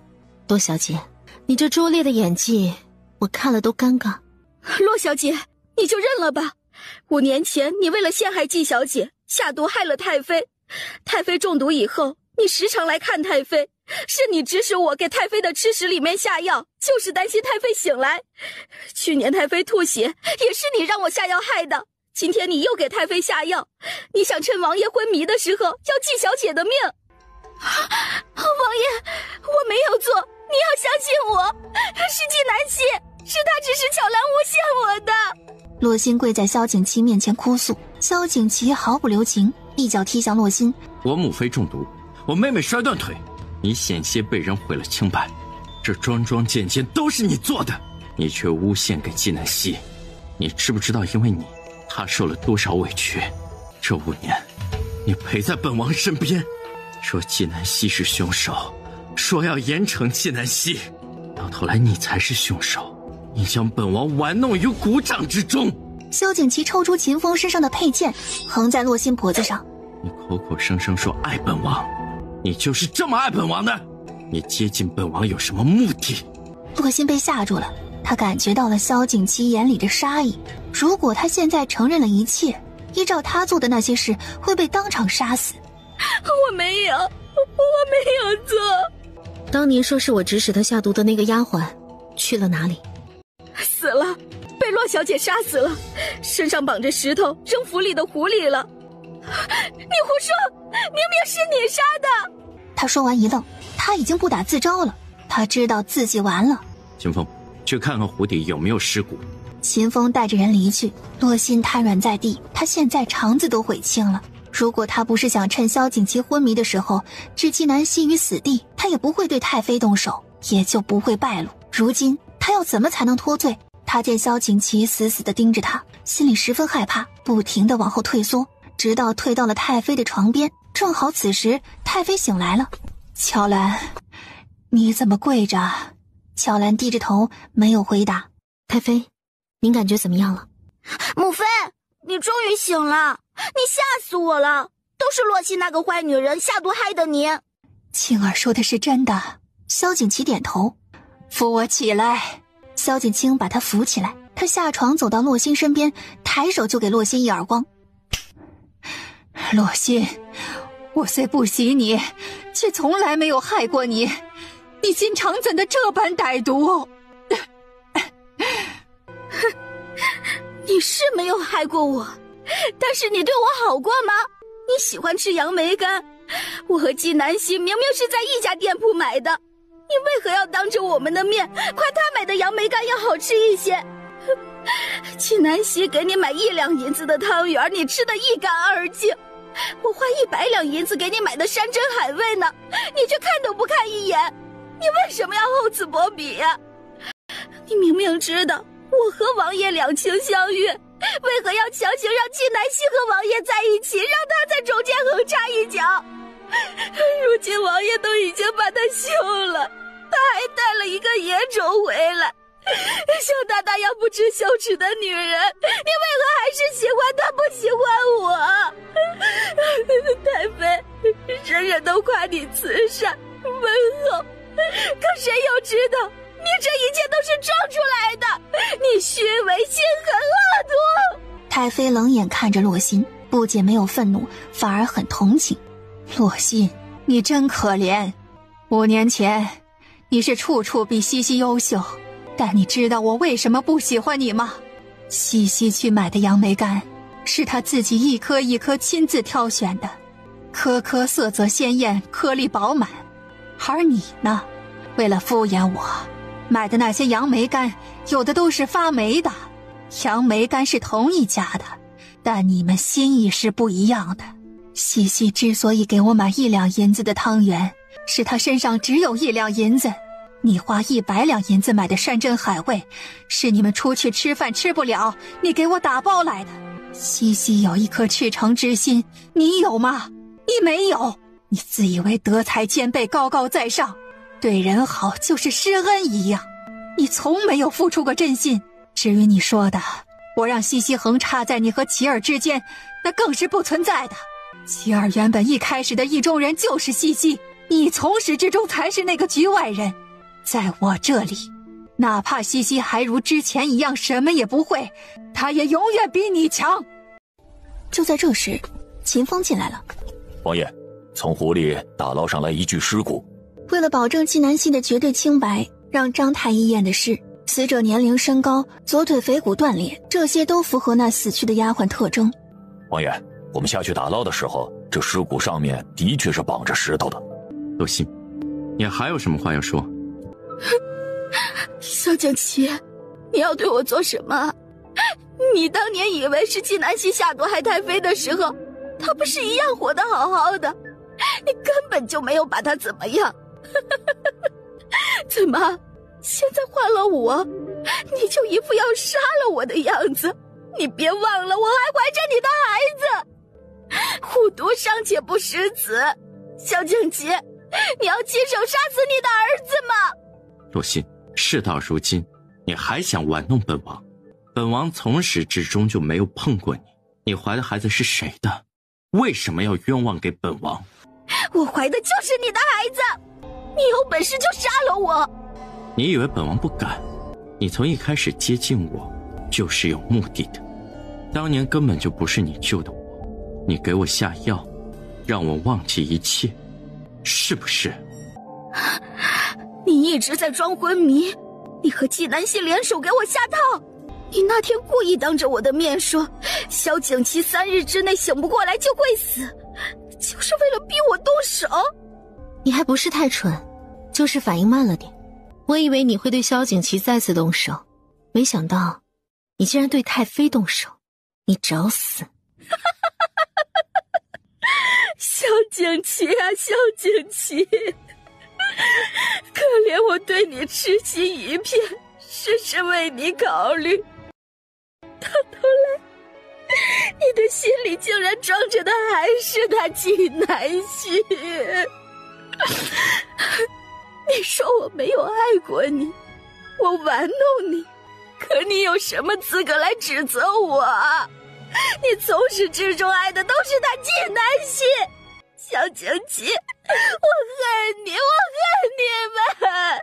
洛心骂完，见院子里的人都撤走了，众人还沉浸在他的辱骂声中。他知道机会来了，他得赶紧逃跑，不然今天就得死在这里了。他往前一跑，用力过猛，正好撞到了太妃。太妃的头磕在柜子上，当即就晕了。纪南希迅速跑过去扶起太妃，并立即施针。萧景清气急，一把推向洛心，洛心倒在地上，紧接着胸口一疼。他抬眸一看，只见萧景琦满脸冷漠，他手中的剑决然地刺入了他的身体。萧景琦，你还真杀我呀！你好狠的心！恰在此时，太妃醒来，她盯着洛心，满脸恨意。传太后娘娘旨意，宣洛小姐进宫。就在众人以为洛心今天死定了的时候，一道声音打破了僵局。众人循声望去，见是安心站在门口。他来到洛心身边，见洛心胸口上插着剑。张太医，我传太后娘娘之令，请你立即给洛小姐治伤，一定要确保她安然无恙。这……他看向萧景琦，一脸为难。张太医，洛小姐的腹中有皇室血脉，若是皇室血脉有损，你担得起这个责吗？张太医哪里还敢犹豫？太后娘娘何意？难道我惩罚一个下毒害我母妃的凶手，她也要管？他不仅没有放手的打算，反而更加用力，洛心直接晕死过去。秦王，太后娘娘让我问你，是大启安危重要，还是家仇重要？都重要。如果我连自己家人都护不住，如何护大启子民？王爷，您连太后娘娘的话都不听了吗？连皇上都得遵从太后娘娘的意思，你自以为能越过皇上？张太医见萧景琦在犹豫，他趁机拔掉洛心胸口上的剑，赶紧给他治伤。萧景琦知道今天是杀不了洛心了，最重要的是他得保护秦王府。王爷，太后娘娘让我转告你，你已经辜负了纪南希，不能再负了洛小姐。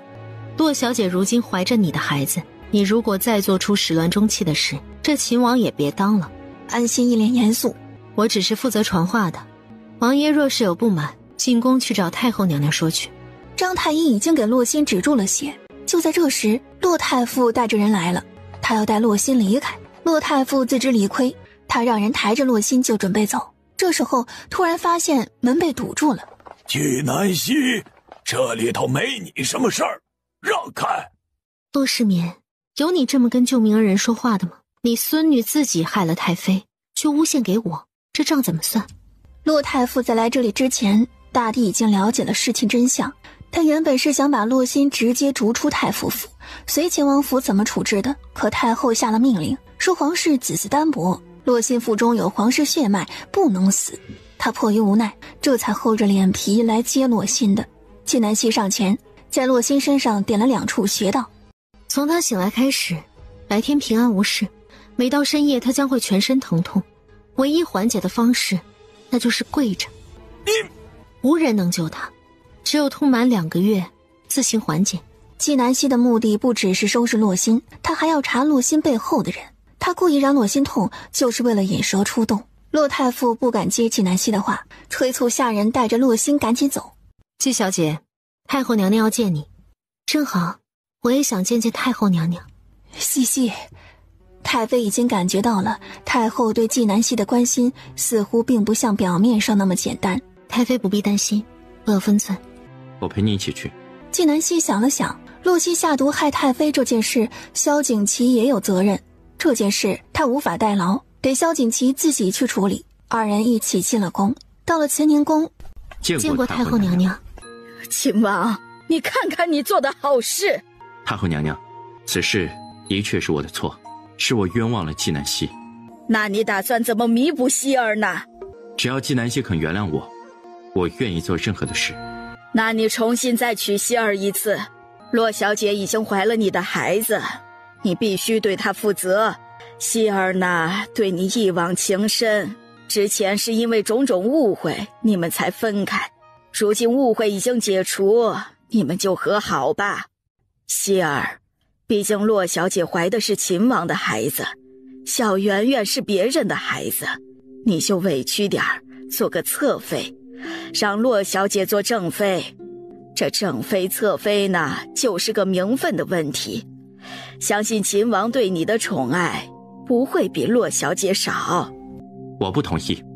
太后娘娘，我记得我跟你说过，我的婚姻大事由我自己做主，您是忘了吗？纪小姐是对我的决定不满意？不满意。太后娘娘，我也不愿意娶洛心，她怀的不是我的孩子。你如何证明那孩子不是你的？我从未和洛心有过肌肤之亲，何来的孩子？那夜洛心宿在王府，伺候了你1夜，此事天下皆知，你如何抵赖？太后娘娘，我行事有我的方式，如今很多事没有眉目，我无法如实相告。等到一切真相大白，如果到时候太后娘娘还要惩罚我，我绝无怨言。纪小姐，你也是和秦王一样的想法？不是，秦王做任何事和我都没有干系。我现在生活得很好，请太后娘娘不要乱点鸳鸯谱，让无关之人扰乱我的生活。你的意思是，你一辈子不嫁人，就守着小圆圆过日子？是。不行，我答应过你爹娘，只要哀家在一日，就要护着你一日，哪儿有女子不嫁人的？是哪条律法规定女子必须要嫁人？太后娘娘觉得嫁人以后一定能够幸福吗？请问那些出嫁了的女子，她们的痛苦又是谁给她们的？太后娘娘若真心为我好，就应该尊重我。我都已经告诉你，我过得很好，你为什么从来不征求我的意见就替我做主？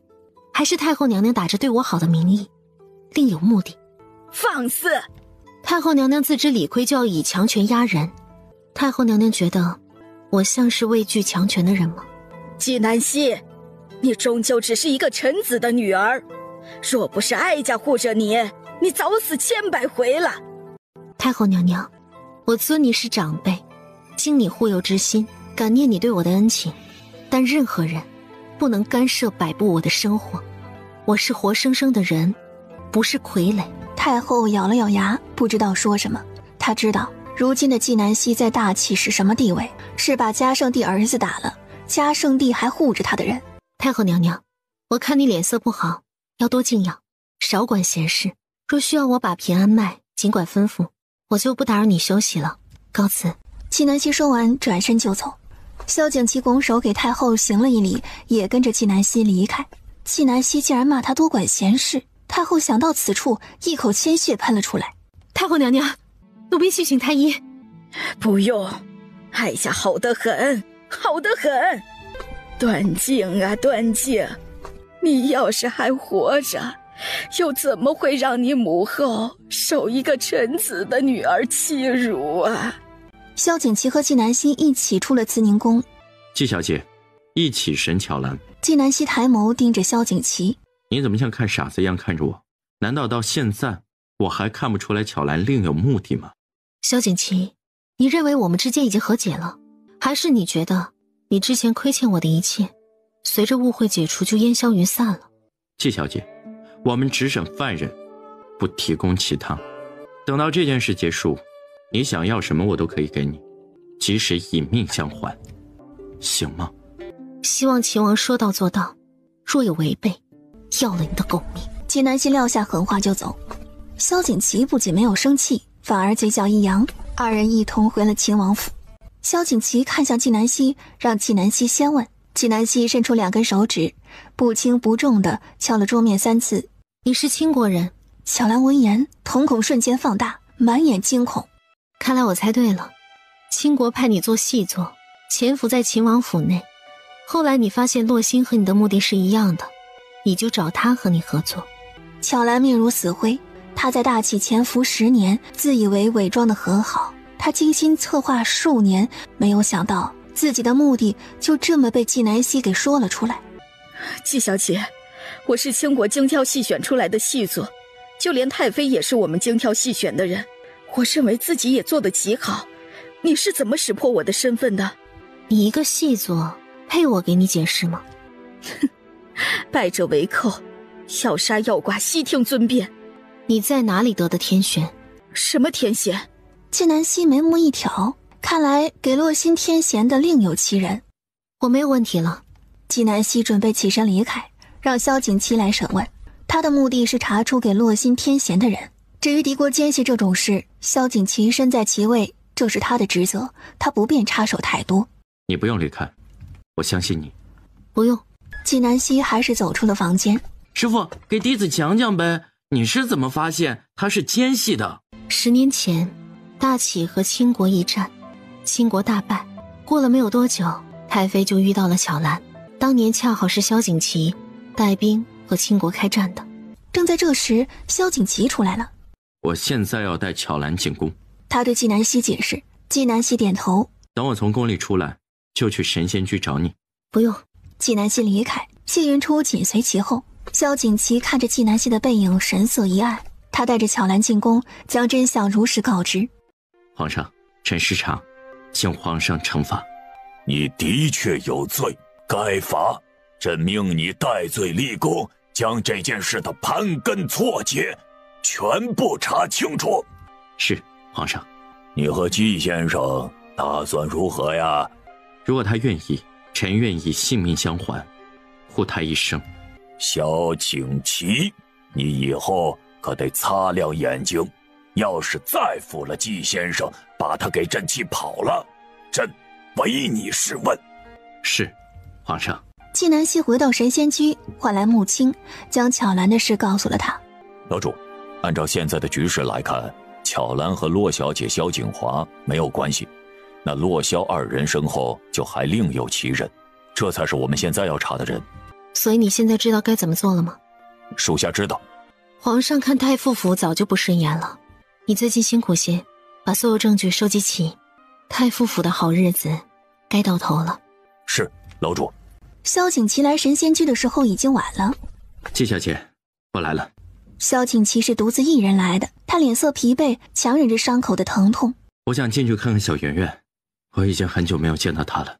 无缘之人，不必相见。我欠小圆圆一个解释，你让我进去，我给她道歉。萧景琦，你该道歉的人何止小圆圆？你走吧，在真相大白以前，我们不必再见面。纪南希，你别走，你如果不让我进去，那我就站在这里和你说。纪南希见萧景琦满目悲伤，态度坚决，如果不让他把话说完，他可能会一直待在这里不走。与其纠缠不清，还不如让他说完离开。有话快说。我审了巧兰，她和萧景华没有直接联系，看来她不是萧景华背后的人。我知道。萧景琦眉目一拧，纪南希审巧兰的时候他是在场的，他听到了他提了一句天贤，他不知道这是何物，但看纪南希现在这表情，天贤应该和萧景华有关，更有可能和他有关。他在来这里之前有千言万语想对纪南希说，可此时纪南希就站在他面前，他却不知从何说起。四周突然变得安静下来，他盯着纪南希好一会儿，声音温柔：纪小姐，我是不是把你忘记了？纪南希直视着萧景琦的眼睛，他确定他没有想起什么。他现在心情很复杂，他始终不是以前的纪南希，在他心里，萧景琦只是小圆圆的生父，与他就是个不相干的人。没有。我有一种感觉，越来越强烈，好像自己弄丢了什么似的，可无论怎么想也想不起来。纪小姐，那封信的内容我忘了，可你却记得，那就是真实存在的。你可不可以给我讲讲？不可以。萧景琦忘记了过去，记得过去的纪南希永远回不来了。他一个局外人，给他讲那些回忆有何意义？萧景琦，你走吧。纪南希说完，伸手关门。他透过缓缓闭上的门缝，看见了萧景琦那冷峻的脸上布满了悲伤、哀愁、无奈。他心里未起一丝波澜，没有犹豫，关上门进了屋。萧景琦像是一棵生了病的松，强撑着身体屹立在风中。他看着纪南希那张平静的脸缓缓消失在门缝里，心里一瞬间就空了。他在夜风里站了许久，直到胸口伤口渗出了鲜血，他才不舍得离开。黑夜，萧景华府邸。殿下，人来了。叶大人，我终于把你盼来了，快救救我！叶时一身黑袍，戴着黑斗笠，整个人像一束黑雾，一点儿不真实。他上前一把抓住萧景华的手腕，短短1秒钟的时间就把萧景华的手扔开。我只会下毒，不会治病。叶大人，现在你是我唯一的希望了，求求你，救救我的命！只要你能救我，什么条件我都答应你。我只会下毒，不会治病。那怎么办？我可以给你下毒，毒死你，这样也能解决你的痛苦。萧景华又不敢得罪叶时，直接气晕了过去。叶时看都没看萧景华一眼，就这样大摇大摆地走了。他出了萧景华的府邸，走到拐角处，突然顿足，然后朝四周撒了毒粉。等到毒粉散去，穆青将袖子从口鼻处拿开，飞上屋顶，四处寻找，都没有发现叶时的身影。他回到神仙居。楼主，此人装扮得太过严实，没有看清长相，看身形和动作是个男人。他跑得太快，现在线索断了，不好查他的身份。对方太过于谨慎，他朝四周都撒了毒粉。我去萧景华府邸看看。属下陪你去。不用，你有更重要的事情要去做，我自己去就行。纪南希吩咐完穆青，就去了萧景华府邸。他潜入萧景华的卧房，此时的萧景华晕过去了，还没有醒来。他一把脉，发现他的身体没有太大的变化。难道是那穆青发现的黑袍人根本没有给他治伤？今夜注定是个不平静的夜晚。太傅府，爹，星儿害了太妃，秦王还进宫见了皇上，皇上是肯定知道此事了，可他一句话也没有问过我们。我觉得这件事有些蹊跷。洛烟拧着眉头道，他是洛歆的父亲，也是洛太傅最看重的儿子。皇上将太傅府视为眼中钉，也不是1、2日的事了。当下我们最应该解决的是纪南希。祖父，这有何难？纪南希再厉害，也只是一个女子，她如今仇家肯定不少。我们派人把她杀了。妹妹怀了秦王的孩子，只要她嫁给秦王，我们太傅家有皇后祖母，秦王何愁不兴啊？说话的是洛歆的兄长洛奇。琪儿，你知道你最大的缺点是什么吗？是轻敌。你要是不改你性子，整个太傅府都不够你败。祖父教训的是，也不要提你那妹妹，我花了那么多心思去培养他，结果他就是一颗废棋。此时有下人进来禀报说洛熙醒了，我们去看看他。不许去，让他滚过来。就这样，重伤才醒的洛心在深夜被抬到了书房，跪在骆太夫面前。祖父。洛心强撑着没有晕倒，骆太夫一拐杖打在洛心的腿上。说，孩子到底是谁的？秦王的。到了现在你还敢撒谎？你是要害死太傅府所有的人才甘心啊！洛心死死地咬住嘴唇，她心里很清楚孩子不是萧景琦的，但她不能说，孩子是她嫁给萧景琦唯一的筹码。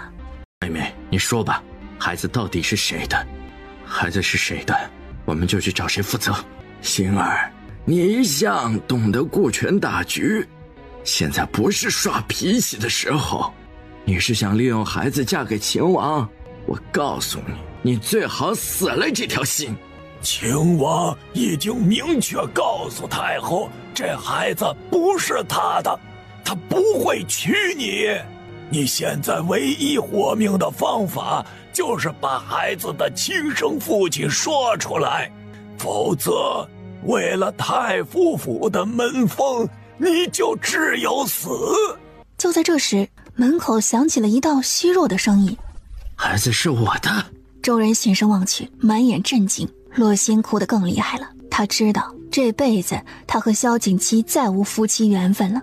奇妙的是，到了第二天，骆太傅亲自入宫去见嘉圣帝，他跪在明贤殿请求嘉圣帝为太傅府做主，说萧景琦毁了洛心清白，却不肯娶她。穆青来到神仙居向纪南希禀报此消息的时候，骆太傅还在明贤殿门口跪着没有起来。楼主，属下得到消息，萧景华的痛被止住了。谁给的药？暂时没有查到。太妃刚刚让人传话来，说有重要的事情跟我说，要我去王府一趟。你先盯着太傅府，我总觉得他们要有动作。是，楼主。纪南希来到秦王府，直奔太妃的院子，见萧景琦也在。西西，来，坐这里。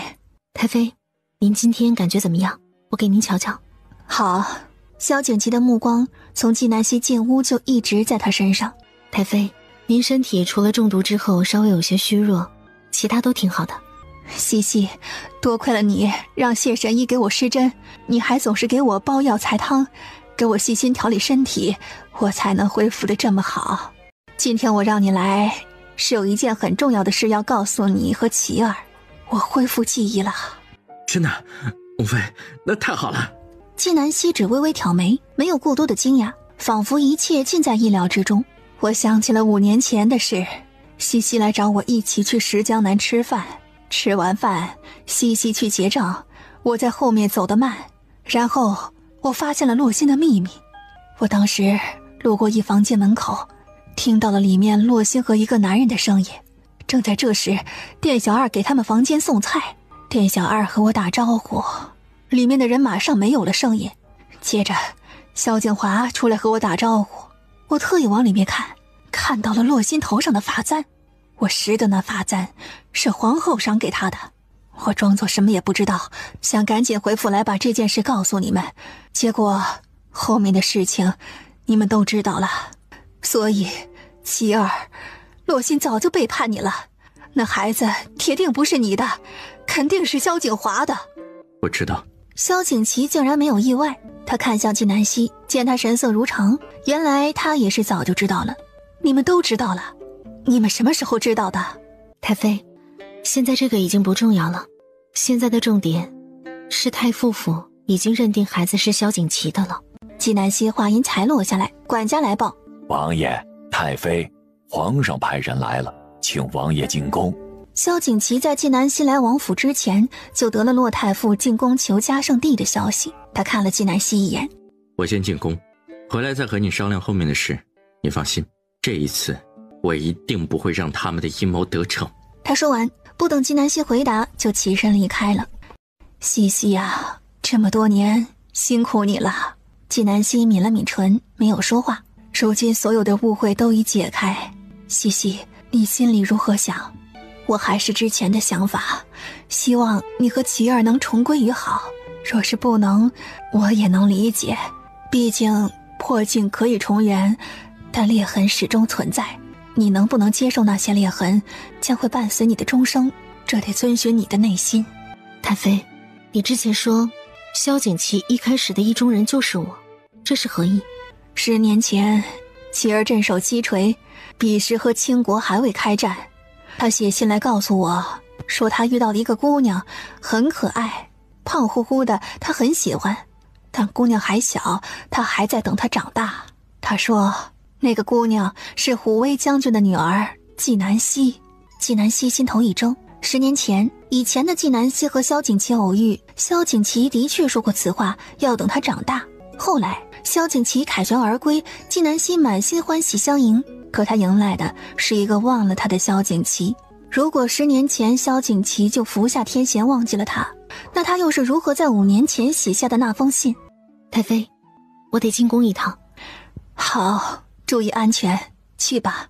太妃一脸欣慰，她不清楚纪南希心里在想什么，但她知道纪南希愿意帮萧景琦了，这就是一个好的开头。纪南希告别太妃，来到明贤殿，见嘉圣帝骆太傅萧景琦正在议事。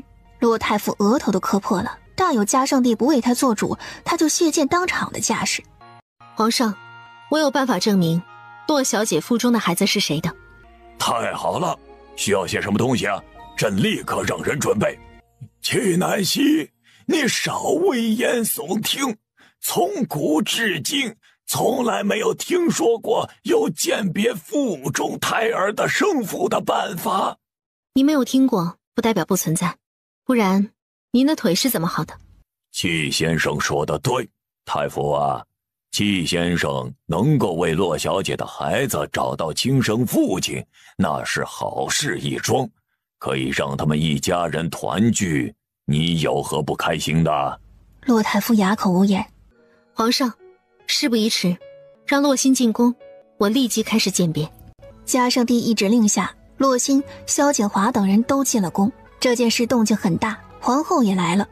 为了公平起见，嘉圣帝、皇后、太傅府、萧景琦各派一人跟在洛心身边，确保纪南希不作假。在23世纪，鉴别胎儿生父的办法更方便、快捷、安全。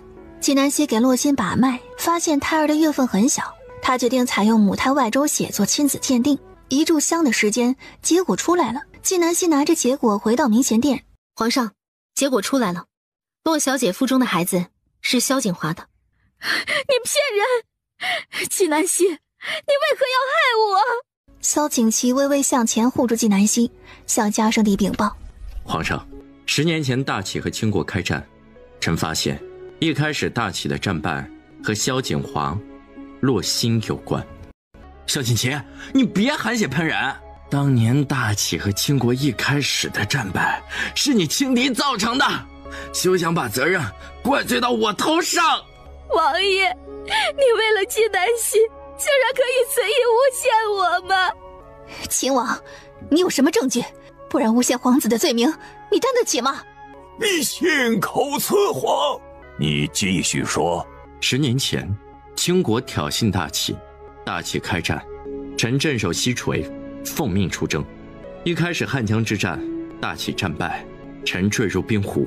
后来臣调查过，是臣身边出了奸细，但当时奸细已死，查无对证，线索就此断了。后来臣虽击败倾国，可此事一直悬在臣的心里，直到近来，臣才又查到了线索。去年一天夜里，骆小姐主动来到秦王府，借机对臣下药。事后臣诚轻薄了她，实则臣一直是清醒的，并未对她有越轨之举。当天夜里，骆小姐以为臣睡着了，曾悄悄潜入臣的书房，动了臣的秘密文件。臣将计就计，没有揭穿骆小姐，并且一直和她周旋，顺藤摸瓜，查到了她与萧景华勾结，巧兰的事情爆出来。虽然她说她和萧景华没有直接联系，但臣仔细审过她，依然发现了蛛丝马迹，查出了当年萧景华勾结倾国的证据。萧景琦说完，将证据呈给嘉圣帝。洛心早在听到萧景琦说他下药，他将计就计的时候，就瘫软在了地上。萧景华盯着洛心，眼里迸射出恨意。他没有想到，他所有计划的破溃，竟然始于洛心这颗他最看好的棋子。皇后一脸懵，洛太傅和皇后一样满眼震惊。等到众人反应过来，嘉圣帝已经看完了所有的证据。萧景华，你还有什么可说的？父皇，儿臣冤枉。你自己看看这些证据。朕自从登基以来，励精图治，想的都是如何把大齐壮大，让老百姓过上安稳富足的日子，让别国再不敢欺负大齐。萧景华，你身为皇子，不思如何替朕分忧，不学如何治国，尽做丧尽天良之事，竟然通敌叛国，你如何对得起大齐的千万百姓？父皇，儿臣知错，儿臣不是故意的。除了这件事，儿臣再没有做对不起大齐百姓的事。皇上恕罪啊！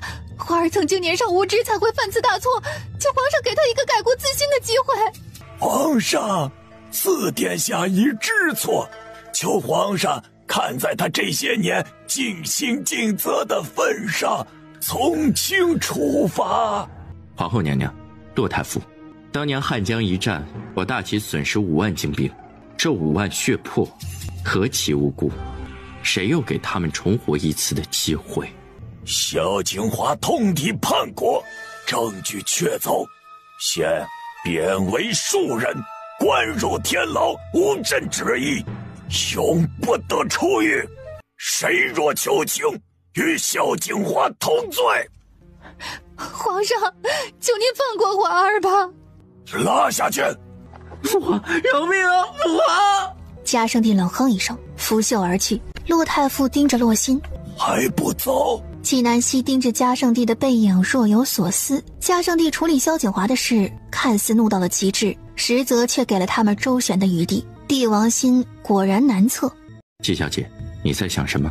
纪南希看着萧景琦，他之前对他绝情，对小圆圆的冷漠，虽然一切都是伪装的，可他终究还是做了选择。这样的行事方式不能说他有错，只是他不喜欢而已。他要的爱情是义无反顾，而不是权衡利弊。有事？纪小姐，我们之间的误会应该解除了吧？误会解除了又如何？要我现在就原谅你，和你握手言和，一笑泯恩仇。萧景琦，这10年，纵然洛心利用了你，可你对他付出的感情是真实的，你对我的亏欠跟伤害也是真实的。误会虽已解除，但伤痛从未过去。我不会原谅你，我们桥归桥，路归路。纪南希说完，居然离去。萧景琦抬了抬手，想要抓住纪南希，可又什么都没有抓住。他也没有在宫里继续停留，转身离去。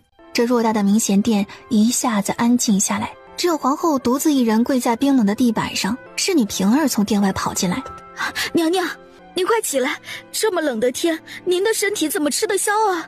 平儿，你不用管我，我的嫁妆箱子里有一个盒子，里面有一块玉佩。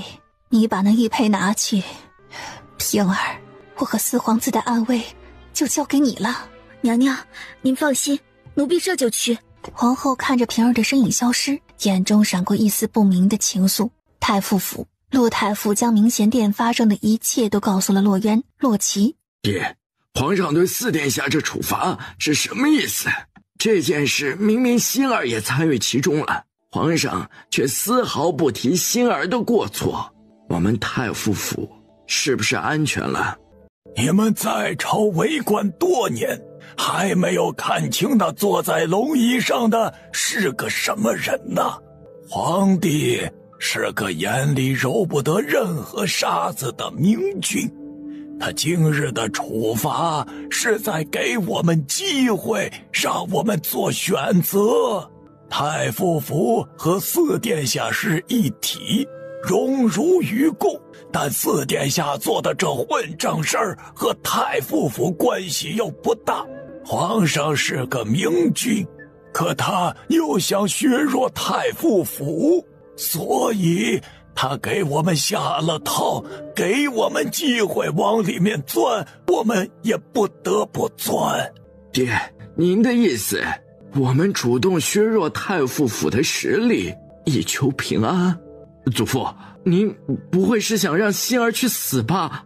他本就该死，我花心思培养他，以为真能借他和秦王府攀上关系，这样太傅府背靠四殿下和秦王，将会保100年不衰。可是这个不争气的东西竟然擅自和四殿下勾结，坏我大计，死有余辜。主父，太傅府不是只有长房一房，我也不止洛心一个孙女，不可能为他弃整个太傅府不顾。想要太傅府活，洛心必须死。你们去与他告个别吧。洛太傅说完，闭上了双眼。洛烟和洛奇知道已经无法挽回了，便离开了书房。夜日，小姐，宫里来人了，请您进宫。纪南希到明贤殿时，见洛太傅和皇后都跪在殿门口。见过皇上。嘉圣帝点点头，让内侍递给纪南希2本折子。你看看，洛太傅呈上来的。纪南希快速浏览完折子，洛太傅不愧是3朝元老，竟然把嘉圣帝点点心思摸得透透的。折子上面表明，因为洛心勾结萧景华，致使大齐5万将士枉死，洛心罪该万死，太傅府也脱不了责任。洛氏一族，洛太傅这一脉，5品以上的官员全部主动卸任，太傅府1半财产冲入国库。纪先生，昨天朕放过了太傅府，你是不是在心里骂朕是昏君呀？没有，臣女相信皇上是英明的，皇上这么做有皇上的道理。短短1夜之间就见了成效。哈哈哈哈哈！知我者非纪先生也。嘉圣帝昨日处罚萧景华，虽上说的很严重，却没有下旨。他想做明君，又想惩治太傅府，还想推行开源节流之策，更想充实国库。于是借用了洛太傅的手，达到他全部的目的。而他给洛太傅的好处，就是让洛太傅暂时安然无忧。至于萧景华，大抵也不用处罚那么重了。皇上过奖，臣女愿意竭尽所能，助皇上实现大齐的兴旺，国泰民安，富甲九州，无人再敢低看大齐。好，好，朕得纪先生便看见了大齐盛世。至于太傅府到此就安全了吗？并不是，只是他还有利用价值，并没有到完全铲除的时候。纪南希回到神仙居不久，嘉圣帝的旨意就下来了。大概是萧景华做了勾结外敌之事，洛心是从犯，萧景华依旧是皇子身份，直接被发配去守皇陵，无旨不得离开。洛心虽是从犯，但他加害太妃，杀害丫鬟，诬陷纪南希这忠烈之后，数罪并罚，直接处以死刑。因他怀有皇室血脉，限制关押在天牢里，等到孩子一分娩，立刻执行死刑。消息一出，轰动京城。继父纪兰将自己关在房间里，不吃不喝，眼睛都哭肿了。殿下，皇陵近了，漫漫长路，您在那里该如何度过？殿下，您放心，我一定会救您回来的。到了晚上，天牢里面的烛火都熄灭了，洛心蜷缩在墙角。突然他感觉到眼前有人，是纪南希和萧景琦并肩立在他的面前。纪南希是在来天牢的路上遇到萧景琦的。洛心开始装疯卖傻。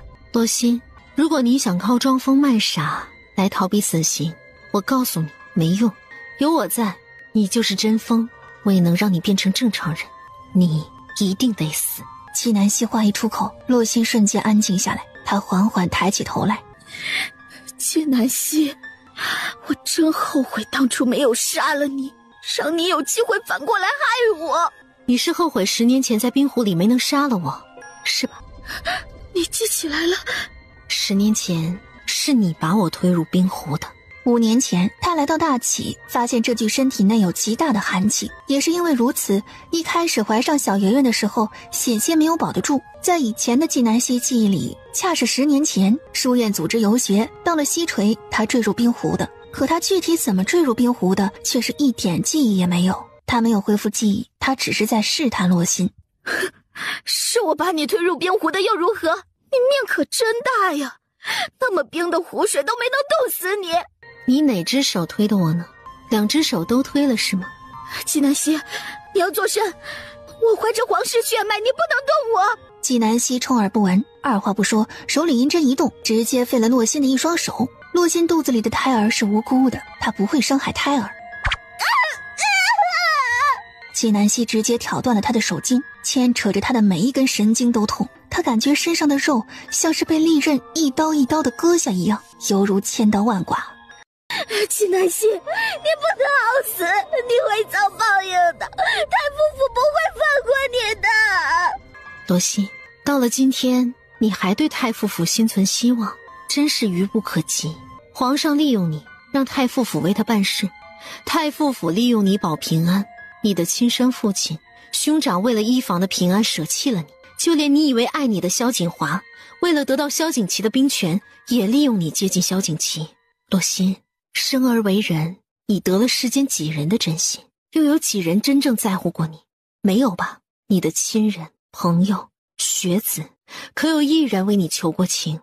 也没有吧？洛心，一个人活到你这种地步，真是悲哀。你就是一个彻头彻尾的笑话。诚如纪南希所言，洛心从小就是才女，她在情窦初开的年纪与萧景华互许了终生，心甘情愿地成为心爱的萧景华手里的助手，接近萧景琦，得到他的兵权。10年前，萧景华勾结金国，我方战败，我坠入冰河，被纪小姐给救了，而你为了接近我，却把纪小姐推入冰湖，谎称是你救了我。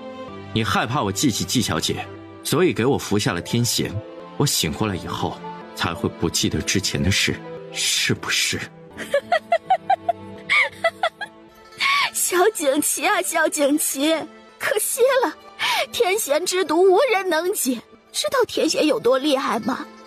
它会让你忘了你最重要的人，爱得越深，忘得越深，一辈子也记不起来，而且你再也无法爱上这个人。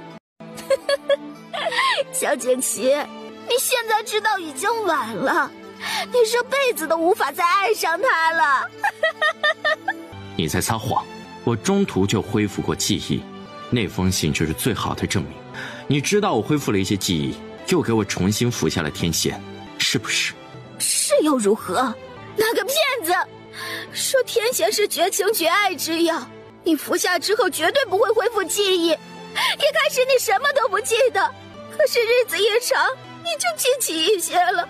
每次只要我发现不对劲儿，我就给你服下一些天弦。你对我这救命恩人深信不疑，从来没有起过疑心。我以为一切尽在我的掌控之中，可是我还是失败了。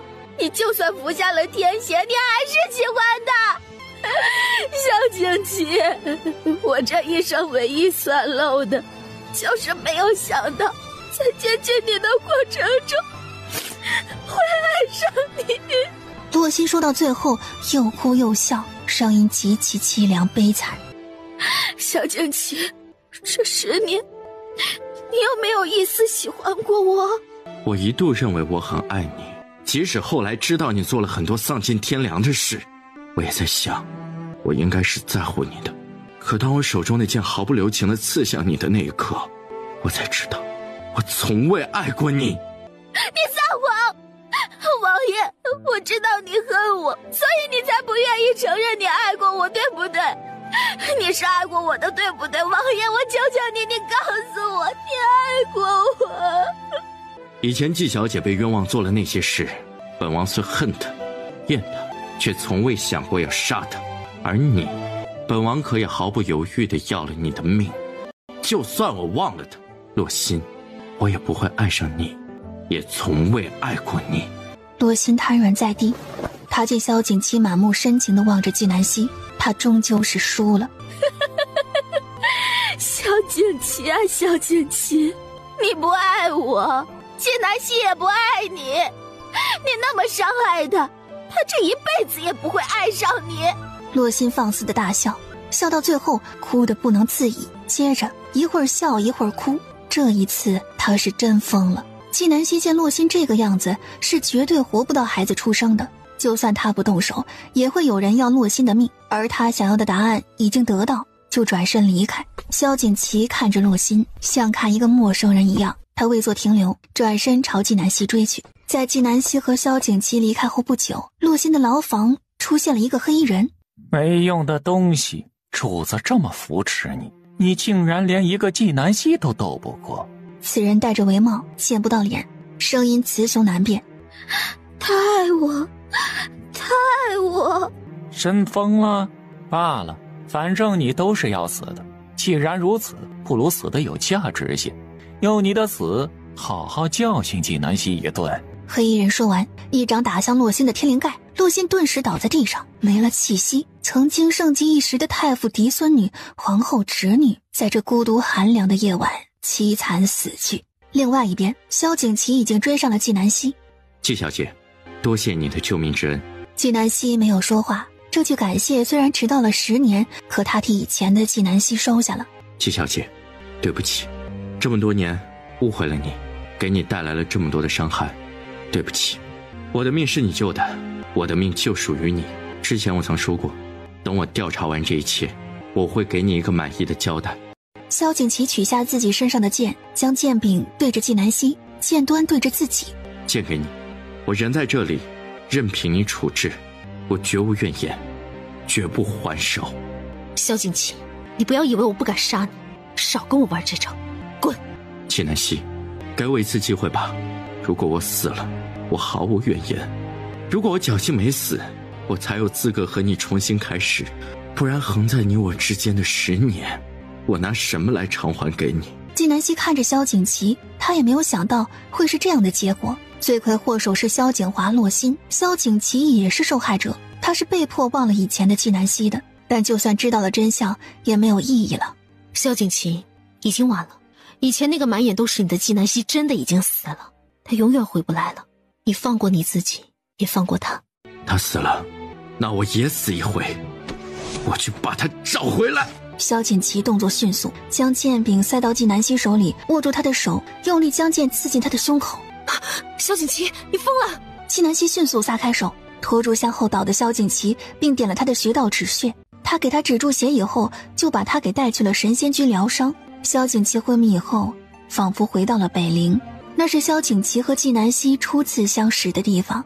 小姑娘，你怎么一个人在这里？这位大哥，你也是来看天上的云的吗？萧景琦从来没有见过这样的笑容，他竟然看到了他洁白的背齿，这样的笑容像极了西垂6月50的日头，炽热而耀眼。我恰好路过。萧景琦觉得纪南希很有趣，他当时并不知道纪南希就是个废材，哪里会将天上的云说得那么好听。路过，真巧。如果你没事，不如我们一起看天上的云。纪南希小时候曾跟随父母在边疆长大，他对将士有一种特别的感情，所以他看到萧景琦这个陌生人，不仅不害怕，反而很亲切。他很自然地和萧景琦聊了起来。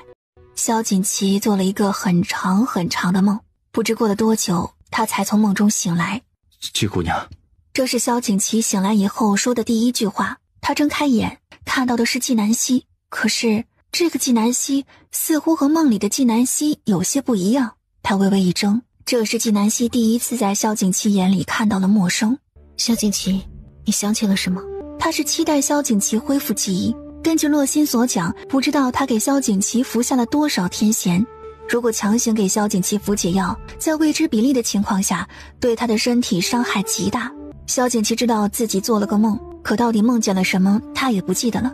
他看着纪南希，摇摇头。纪南希心里有些失落，不知何时萧景琦才能恢复记忆，想起以前的纪南希。一个人在这个世上完全消失的标志，是再没有人记得这个人。只要萧景琦记得以前的纪南希，以前的纪南希就一直活着。你好生休息吧，这几日你就在神仙居养伤，你的新伤旧伤很重，我已经让人去给太妃送信了。纪南希语气虽然很冷，却没有了以往的疏离和冷漠。如果是他以前说这样的话，萧景琦肯定会毫不犹豫地答应，甚至会心花怒放。但现在他没有，他一切很客气。不用麻烦纪小姐了，我还是先回王府。我让人送你回去。萧景琦点头。纪南希心里其实很清楚，萧景琦梦到了以前的纪南希，但醒来发现眼前的人和梦中的人无法重叠。萧景琦爱的从来都只是以前的那个胖乎乎的纪南希，如今萧景琦对他疏离，这样的结果于他而言是再好不过了。洛心死的消息在第二天清晨传开的，可这消息传到了慈宁宫，太后一听她的曾孙没有了，当即就病倒了。皇上，洛小姐固然该死，可我那曾孙是无辜的，天下没有不爱自己儿女的母亲，她为了孩子也不可能畏罪自尽的，一定要彻查是谁杀了我的曾孙。是，母后，朕这就让人去查。嘉圣帝立刻让人验尸，验尸结果很快出来，洛心是被人活活打死的，他头颅里面有一根细细长长的银针，而且他的手筋已经被挑断了。有能力下此毒手且擅长用银针的，不就是纪南希吗？一时之间，京城舆论四起，纪南希陷入了风口浪尖。皇后以纪南希残害皇室血脉为名，请求嘉圣帝严惩纪南希。嘉圣帝不得已宣纪南希进宫。纪南希是带着人进宫的，一番审问下来，是皇后派的人传谣言，嘉圣帝直接将皇后禁足，卸掉了她管理后宫各项事务的权利，并把这权利交给了宜贵妃。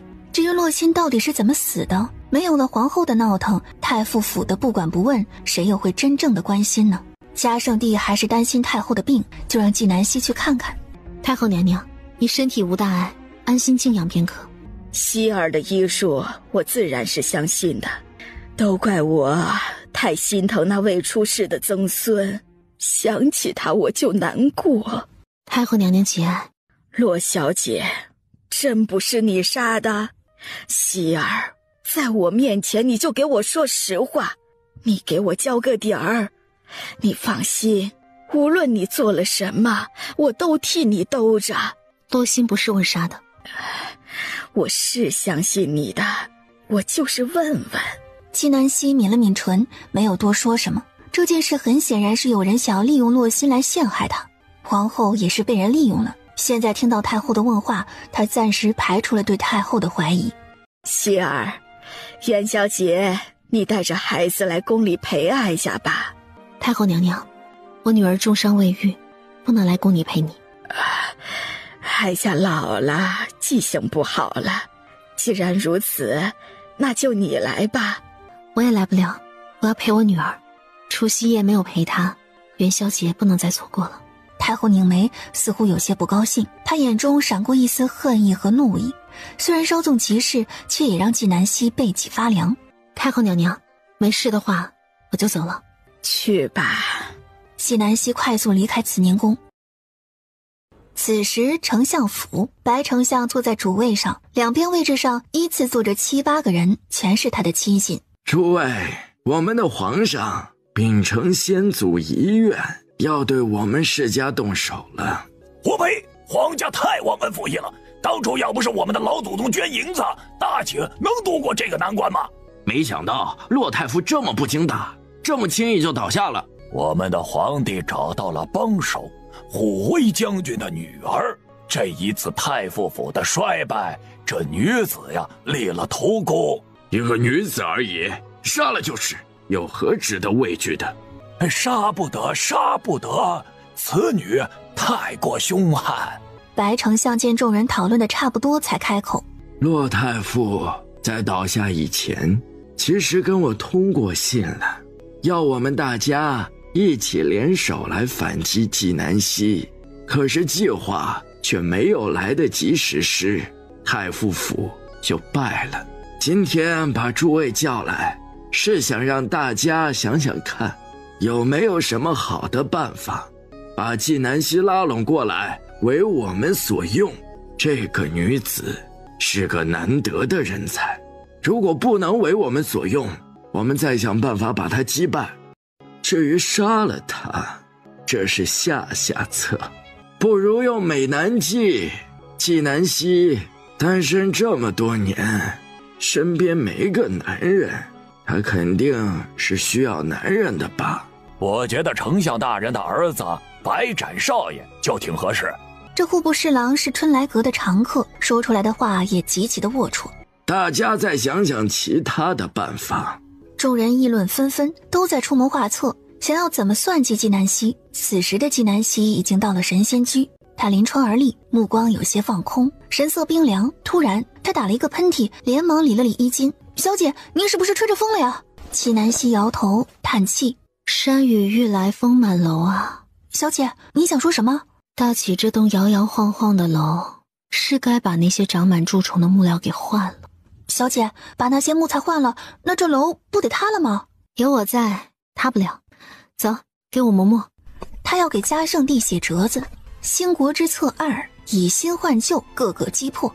纪南希洋洋洒洒写了10页纸，嘉圣帝逐字逐句的看，还不时提出疑问，反复看了2、3遍才放下。好，季先生乃千年奇才，真是我大齐之福啊！我大齐100年之毒瘤，有望在季先生手里彻底铲除。嘉圣帝眼神很复杂，身为一个帝王，被世家架空，无法施展拳脚，空有抱负却无法实现，心里有说不出的悲凉。如今有了纪南希，他终于可以一展宏图，实现大齐太平盛世。他眼里满是雄心壮志。臣女定然竭尽所能，助皇上实现宏愿。好，季先生，你放手去做，朕和大齐都是你的后盾。多谢皇上。纪南希满心欢愉，德育明君是他之幸，也是大齐之幸。正月12，弘氏书院开学，纪南希直接用马车把书拉到了书院门口。季先生，这马车里拉的是什么呀？医学科的学子魏晋伸长着脖子往马车里看。魏晋，魏副将的侄子，医学科里最调皮捣蛋的学子，成绩中等。书，去把大家叫来，每个人来领自己的书。我的天，我去年的系统解剖学都没有背完，今年又有新书了。赶紧的，别磨蹭。纪南希满脸严肃，魏晋溜得比兔子还快，一会儿就把同窗叫来了。今年新学内科、外科、妇产科、儿科，只有半年的时间，你们必须把所有的科目吃透。到了7月，你们就毕业了。大启需要你们，你们就到需要你们的地方去发光发热。好，季先生，我们得离开京城吗？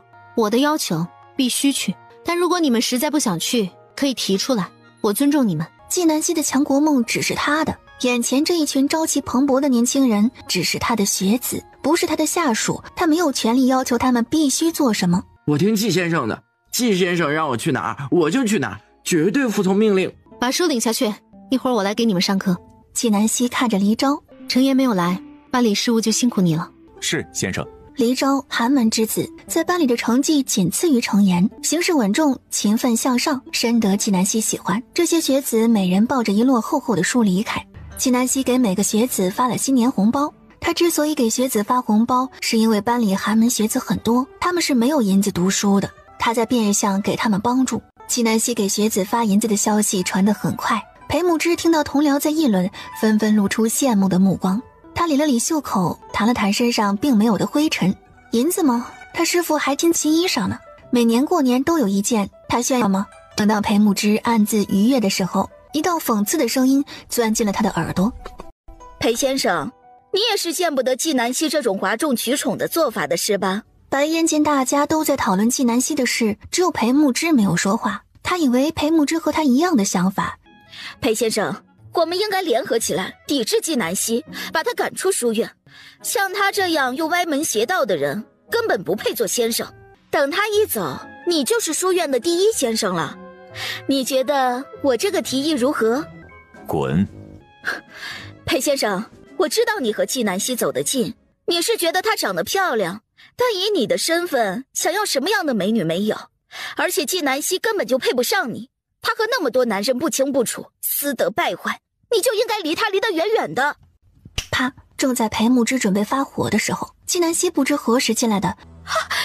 纪南希，你敢打我？你敢在背后诋毁我，我为何不敢打你？白烟害怕纪南希继续动手，直接往后一缩。书院有山长，不行还有长老院，再不行还有皇上。你对我的教学有任何的不满，大可以正大光明的去向他们告我。我还敬你是个堂堂正正的人，可你只敢在背后说人小话，使这种损招算什么东西？白烟面色惨白，他连话都答不上。他当然知道纪南希没有做错什么。白烟，想要整我，尽管放马过来，随时奉陪，我们新仇旧账一起算。你猖狂什么？你知道这书院丞相府出了多少银子吗？只要我爹一句话，你就得立刻从书院滚出去。你的意思，这书院是你爹说了算了？当然。白烟自知口误，连忙改口。我呸！我没有说。白烟，你最好安分点。你能不能让我滚我不知道，但我一定能让你滚。不信，你可以试试。白烟嘴上不服气，心里却很是畏惧。他不再反驳，灰溜溜的走了。其他同僚见到白烟走了，立即靠到纪南希身边，向他讨教管教学子的方法。纪南希没有藏着掖着，将自己认为好的办法都教给大家。裴木之望着纪南希，满眼崇拜，这就是他的师傅，他最敬重的人，他愿意跟随一生的人。今年要教学子很多医学知识，一直到了元宵节这一天，他才有空陪小圆圆。娘亲，今天吃什么呀？汤圆。啊，汤圆啊，就是和小圆圆一样圆的汤圆吗？是啊。我喜欢吃汤圆。他话音才落下，小圆圆，元宵节快乐！师傅来啦，稍会。是师傅。谢云初才坐下来，裴木之就进来了。顾一峰是来的最晚的，他们都是来陪小圆圆过元宵节的。小圆圆穿着顾一峰买的新衣裳，在院子里撒欢。突然，他的笑声停止，僵在那里。小圆圆，你怎么了？他循着小圆圆的目光望去，见到萧景琦站在那里。秦王不请自来，有何事啊？你又不是这里的主人，没资格问本王。萧景琦走到小圆圆身边，蹲下，拿出木马。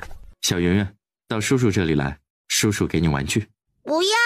小圆圆十分不高兴，她不知道萧景琦和纪南希之间发生了什么，她的记忆还停留在之前，她叫萧景琦，萧景琦不答应她，萧景琦还帮着洛心欺负纪南希。我讨厌你欺负我娘亲，坏叔叔！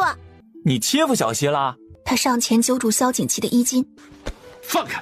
萧景琦厉声吼道。这几日他一直在思考一个问题，那梦中的人和现实里的纪南希到底有什么区别？最后的结果是，现实里的纪南希就是梦里的人，他要重新追求纪南希。秦王，你给小希带来的伤痛还少吗？但凡你有点良知，你也不要再靠近他。这是我和他之间的事，你无权过问。小希的事就是我的事儿，我管定了。顾一峰毫不示弱，瞬间气氛就变了。寒风掀起二人的衣衫，二人身上皆是肃杀之气。纪南希从厨房出来，看见的就是这样的场景。师傅，不管吗？不管。萧景琦死倔，顾一峰也是认死理的人，他不可能时刻跟在二人身后，他管得了一次，管不了一辈子。有些事得让这二人自己去解决。裴木之就很懂纪南希的心思，默默地将菜摆好花样子，然后十分淡定地问：师傅，现在吃饭吗？吃。小圆圆见到纪南希，连忙跑过来拦在他面前，瞪着萧景琦的目光，奶凶奶凶地吼：娘亲，坏叔叔来了，我保护你。好呢，元宝真棒。师傅，吃饭。顾叔叔，吃饭啦。顾一峰见小圆圆只叫他，没有叫萧景琦，心里的怒气顿时一扫而空。秦王，看见没有啊？这里没有一个人欢迎你，你要是还是个男人，就立即滚！萧景琦一把抓住他的手腕，冷声道：这是最后一次，再有下次，别怪我不留情面。说完，萧景琦朝纪南希而来。纪小姐，好久不见。并没有多久。今日登门是为了感谢纪小姐的救命之恩，没有想到正赶上大家吃饭，正好我也没有吃，不如大家一起吃吧。他说完就坐在了客位上，众人面面相觑，一脸惊讶。堂堂战神竟然将厚颜无耻演绎得如此炉火纯青。小圆圆，来，坐叔叔旁边。不要！小圆圆用手肘拐开萧景琦，他却把顾一峰拉过来，坐在纪南希和萧景琦的中间，而他自己则坐在纪南希的另外一边。顾一峰脸上都乐开花了。萧景琦看着小圆圆如此抗拒他，心里难受极了。纪小姐，这豆沙汤圆你做的吧？特别好吃。王爷，那是我做的。这果仁汤圆应该是纪小姐做的吧？萧景琦面不改色地问：王爷，那是奴婢做的。纪小姐，今天的汤圆没有你做的吗？我还以为能尝到你的手艺。糯米粉是我和的。纪小姐和的糯米粉真好吃。为了巴结小希，真是无底线。本王愿意，与你何干？谁不想吃饭就出去。萧景琦嘴角轻轻一弯，他终于不负所望，把纪南希给惹生气了。只要能够挑动他的情绪，他就有把握让他重新爱上他。这一顿饭吃得十分不融洽，但好在吃完了。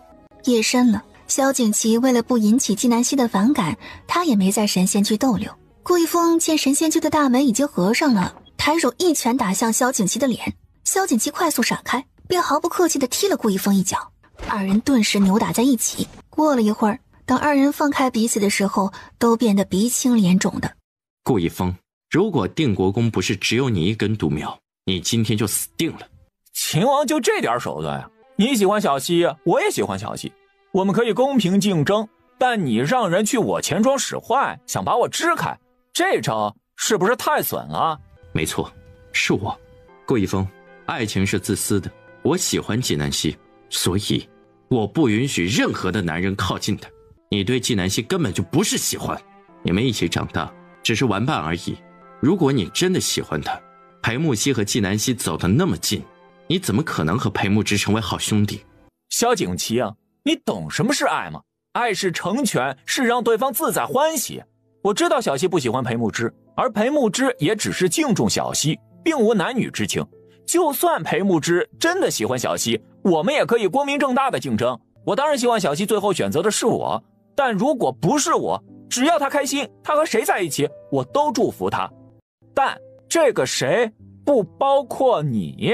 你问问你自己，你做了多少伤害小溪的事儿啊？你配和他在一起吗？配不配，不是你说了算。顾一峰，不要打着什么兄弟的幌子接近纪南希，有我在，我会保护好他，你离他远点。我也警告你，离小溪远点，若你再敢欺负他，什么狗屁战神，我照样锤死你。顾一峰撂下狠话，冷冷地看了萧景琦一眼，转身离去。这是萧景琦第一次在顾一峰眼里看到那种狠。他望着顾一峰的背影，低声道：我这次回来就做好了准备，即便是我粉身碎骨，也绝不会再负他。季姑娘，我们的故事要重新开始了，这一次换我来主动。今夜元宵，宫外一片欢腾，慈宁宫内死气沉沉。在慈宁宫的前厅摆放着一张圆桌，在圆桌上摆放着一堆吃的，满满当当，点心瓜果美味佳肴堆满了桌子。圆桌旁边摆放着3把椅子，太后坐了一把，其余2把是空着的。端静，慧敏啊，又到元宵节了，我们又见面了。慧敏，快吃啊，这些都是你爱吃的。太后满眼慈爱，这种疼爱是发自肺腑的，哪怕她看自己的儿子、孙子都没有用这种眼神。然而四周除了蜡烛燃烧的嗤嗤声，再没有其他的声音。端静，慧敏，你们看，今天大家都在团聚，我们却要分开。我让他们都来陪你们，好不好啊？太后泪中带笑，那表情十分的诡异。元宵节一过，世人都开始忙碌了。正月结束，春耕就开始了。2月初10早朝，皇上，隆安来了折子，说已经连续数月没有降雨了，农田无水灌溉，都裂开了口子，今年的春耕是种不下去了。往年都是从其他地方引流过来的，今年难道没有引流？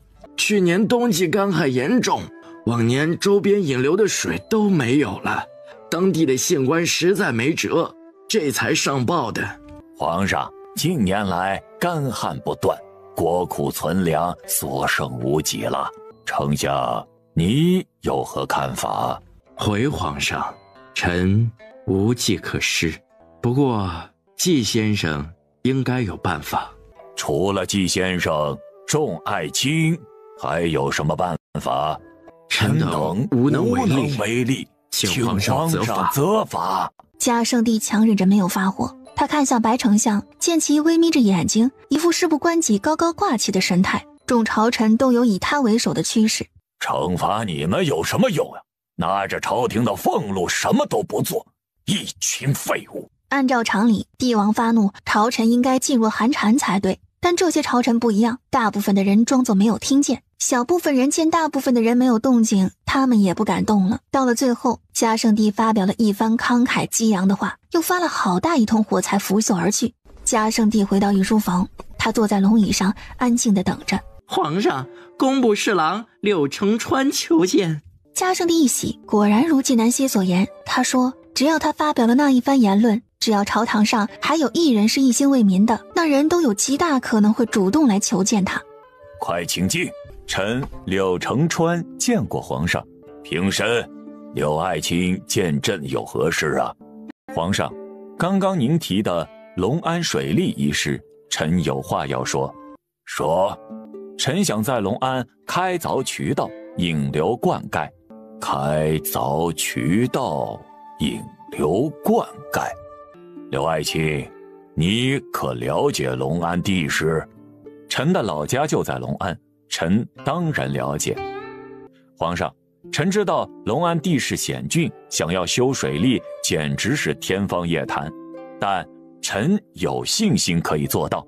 接着柳承川又滔滔不绝地讲了一些关于兴修水利的弊端，听得嘉圣帝大为赞赏。纪南希在书院给学子讲了一天的课，才从书院离开，就被高公公请进了宫。嘉圣帝将柳承川的想法说与他听。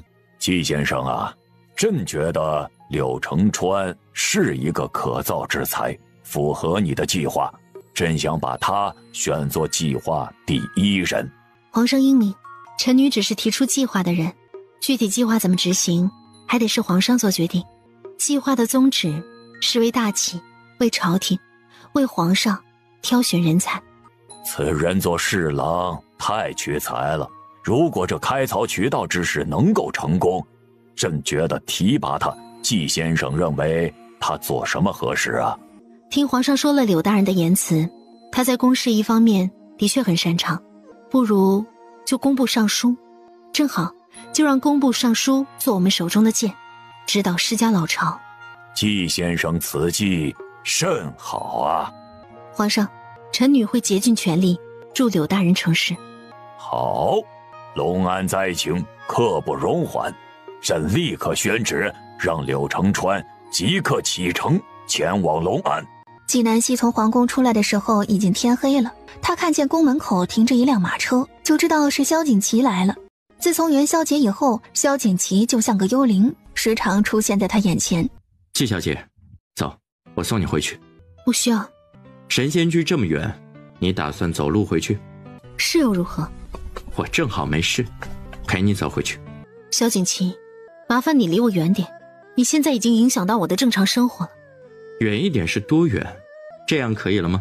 若是相爱的两人，这样的逗趣无异于是开心的。可对于纪南希这样一心只想强大大起的女子来说，萧景琦这样的行为幼稚又可笑，极其无聊。萧景琦，你是傻子吗？若是有病，去找谢南初给你治，别耽误我的时间。萧景琦微微一愣，他没有想到，他费尽心思在逗纪南希开心，换来的是他的冷漠与嘲讽。他心里像是被针扎一样。小希，娘亲，你们怎么来了？我听说你最近很忙，都没空好好吃饭。今天我正好有空，特意来陪你吃饭的。知道你进了宫，我正好带着小圆圆来透气，就一起来接你了。听说？听谁说的？当然是关心你的人啊。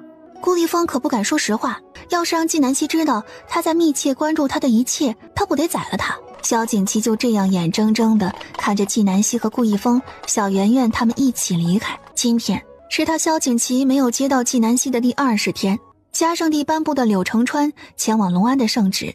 丞相大人，现在我们需要做什么？静观其变。只要柳承川一失败，我们立即把责任推到纪南希的身上，然后强行让皇上治纪南希的罪。一个纪南希倒了，就再没有人敢做第2个纪南希了。丞相大人英明。在柳承川离开京城的第3天，众人期盼的围棋初赛开始了。师父，明天围棋初赛，您作为裁判必须出场，医学科的课怎么办？让谢南初带着他们见习，我正好去看看今年的围棋比赛都有些什么好苗子。一个连下棋规矩都看不懂的人，竟然要去围棋比赛看好苗子，真是笑死我了。裴慕之冷着脸要准备动手了，纪南希看了裴慕之一眼，裴慕之握紧的拳头缓缓松开，白眼以为裴慕之要打他，吓得后退2步。他见裴慕之收手了，胆子又大了起来。纪南希，我真是看不起你，你除了依靠男子还能靠什么？你这次去围棋赛是让秦王带你去，还是裴先生啊？按照你那水平，你连围棋赛的大门都进不去。纪南希觉得和白烟这样的人纠缠不清，简直是掉价。可这蚊子不打死，总是嗡嗡的乱叫，也让人心烦。但现在还不是拍死这蚊子的最好时机。你算什么东西？要你看得起我？别把我惹急了，不然我弄死你。他说完，再不看白烟一眼就走了。白烟背脊发凉，他正在谋划怎么揭穿纪南希的时候，就听到了前面传来的谈话声。你确定纪先生在书院？确定，王爷，属下已经问过了。今天要是再找不到纪先生，麻烦就大了。明天围棋赛就开始了，本王还没有收到棋圣的消息。白烟抬眼望去，见是端王和他的随从镇棋。他知道端王的脾气，视棋如命。这样的人如果知道纪南希要去参加围棋赛，不得大发雷霆。白烟见过王爷，王爷是要找纪南希吗？白大小姐知道纪先生在哪里？他已经走了，和裴公子一起走的。我好像听到他在请裴公子帮忙让他去参加围棋比赛。白烟说完，见端王拧着眉头，以为是自己的目的达到了。而端王皱眉的原因是此行又没见到纪南希。王爷，您别生气，纪南希在书院都是这样的，喜欢争强好胜，什么都想要去争。可他不知道的是，这围棋啊，不比其他，不可速成的。端王神色平静，看了一眼白烟，没有说一个字就走了。恭送王爷。白烟满脸得意，他根本不担心他说的话被拆穿，因为端王这样的人不会来找他对峙。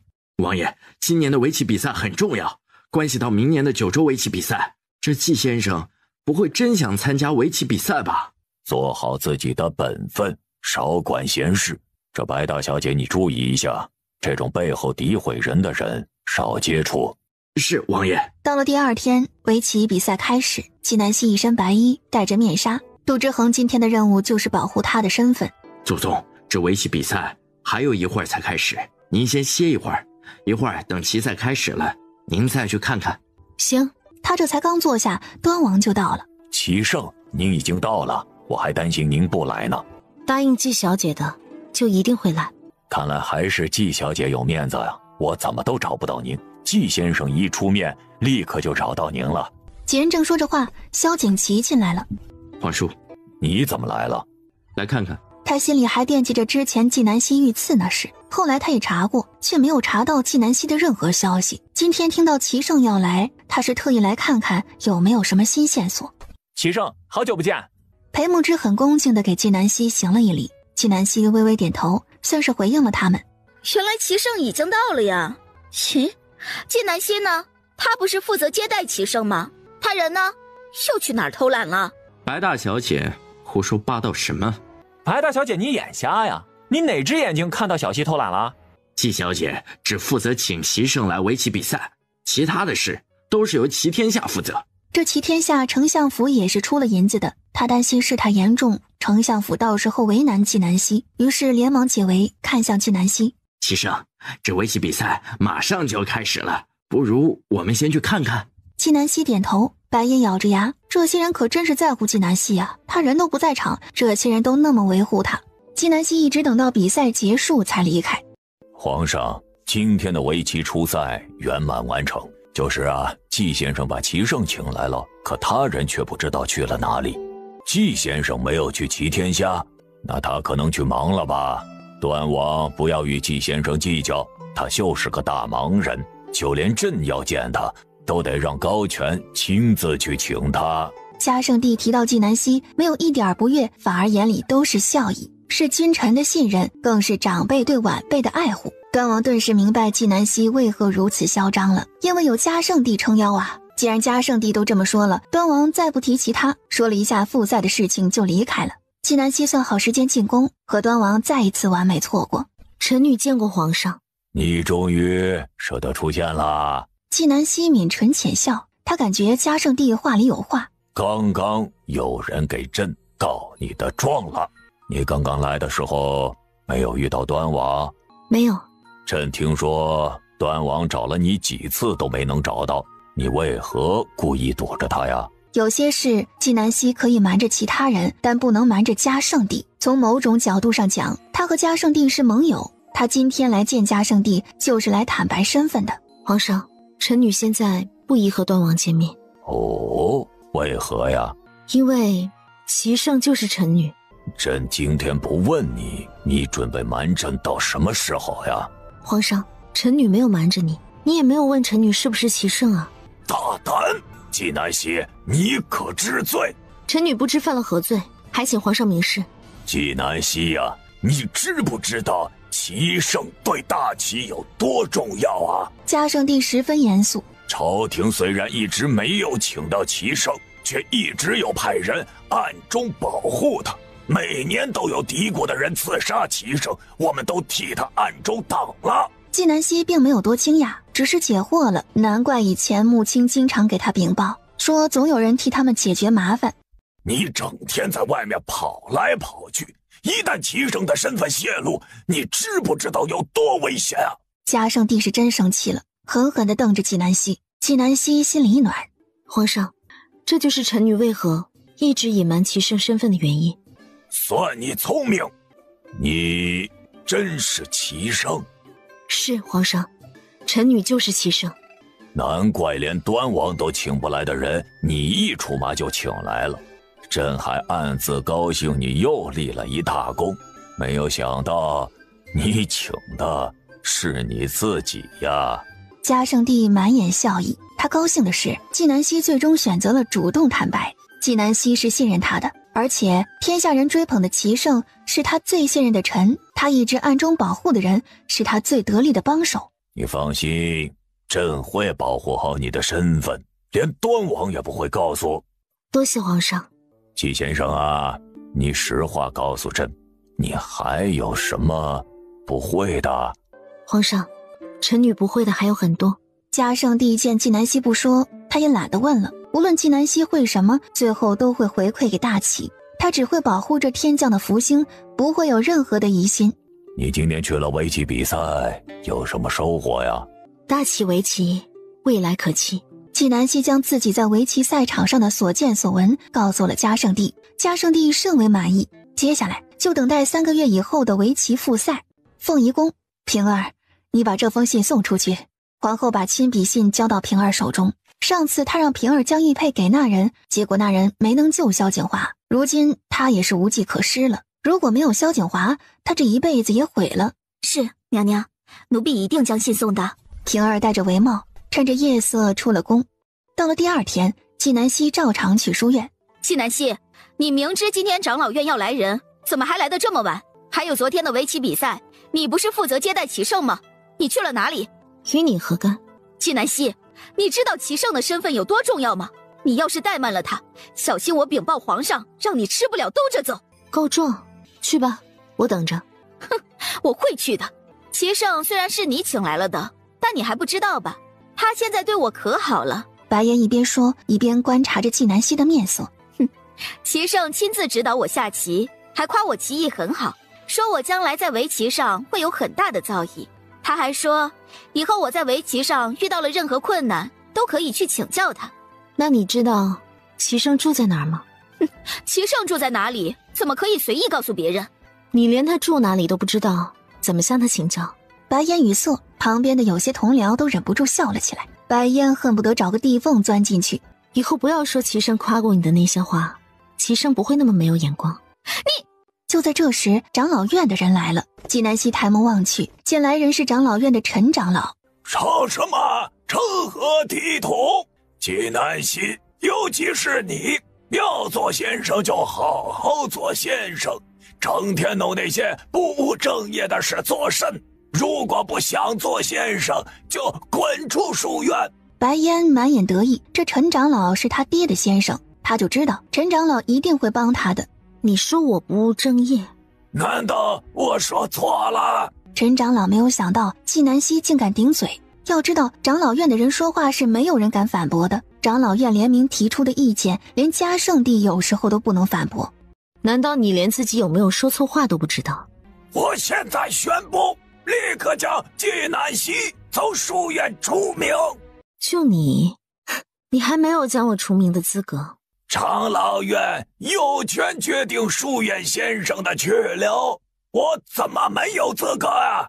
我当初创建医学科的时候，是皇上亲自允诺的，而医学科也只是挂在弘氏书院，医学科的一切事宜都只归皇上管。不得不说，嘉圣帝是一个足智多谋的帝王，他将医学科作为纪南希的起点，也是他的一块试金石。在当时的情况下，要重新去创建一所学堂已经来不及了，不如就把医学科挂在弘氏书院上面。嘉圣帝还有一个希冀，希望纪南希能以医学科为起点，将整个弘氏书院夺过来，但这很难。他没有对纪南希言明，可他不知道的是，纪南希是知道他的目的的。你说什么？这么大的事儿，我怎么不知道啊？此事是皇上做的决定，皇上做事难道还要向一个臣子说一声，征得你的同意？所以你该做什么就做什么，别想拿我来开刀，最后伤的是你自己。纪南希，弘氏书院的学子出来是要入朝为官的，而他们进入仕途最重要的一步就是长老院的推荐。医学科只归属你管，没有长老院的插手，他们休想进入仕途。纪南希，他们20人的前途，你负得起这个责？陈长老想以此威胁纪南希，也想从他口中打探到什么。我用得着向你解释吗？陈长老，该颐养天年了，我的事不是你该操心的。纪南希说完起身直接走了。2月底，柳承川传来消息，已抵达隆安，正在部署修水利一事。今天纪南希正好休沐，他带着小圆圆、兰竹上了街。经过霓裳阁的时候，听到从里面出来的顾客在议论：哎呦，我还以为纪南希变好了呢，没有想到他还是那副德行。他竟然拿霓裳阁的东西说是自己做的，真不要脸。可笑的是，太妃竟然还在里面为他说话。纪南希神色一冷，他原本是没有空理会这些谣言的，但是太妃在里面，他没有犹豫，抬腿就往里面走。你们今天必须给我一个交代，为何要抄袭西西的东西？证据摆在这里，你们还不承认？什么叫我们抄袭纪南希？他是什么东西，也值得我们抄袭？说话的是霓裳阁的一个管事魏烨。魏烨和白烟是从小的玩伴，他经常听到白烟说纪南希的坏话，对纪南希厌恶至极。这款兰花的绣法是我们老板自创的，是我们才出的新品，怎么就变成纪南希的了？太妃，发生了什么事？西西，你怎么来了？纪南希，你来的正好，你不要以为自己是书院先生就了不起，以为有太妃撑腰我们就怕了你。你现在立即给我道歉，不然我就把你抄袭的事说出去，让你滚出京城。纪南希眉目一皱，魏烨是魏晋的姐姐，这姐弟2人的性格差别真的太大了。一个霓裳阁管事本事这么大，纪南希不想将事情闹大，他看了兰竹一眼，兰竹立即会意，转身离开。纪南希，今天的事你不给我说清楚，休想离开。我不管你背后有谁撑腰，我都不怕你。啪！魏烨的话未说完，就被人甩了一耳光。他捂着脸抬头一看，是冯掌柜。掌柜的，你打我做甚呢？是纪南希抄袭了老板，我正在为老板。我现在告诉你，纪小姐没有抄袭老板，她和老板的刺绣针法只是很像而已。纪小姐，是我办事不力，没有管好下属，还望您大人有大量，不要与我们计较。从现在开始，我不希望在霓裳阁看到他。是，从现在开始，你被开除了，立即收拾东西，滚！开除我？哼，这霓裳阁要是没有我，早就垮了。滚！太妃，我们走吧。那这刺绣的针法就只是相似而已，太妃不必放在心上。太妃没有再追问，纪南希哪里知道，今日这件小事将来会成为大患。纪南希和太妃才走出霓裳阁，就看到萧景琦迎面来了。萧景琦知道京中不太平，他派了人暗中保护太妃。他收到太妃在霓裳阁出事的消息，立即赶来。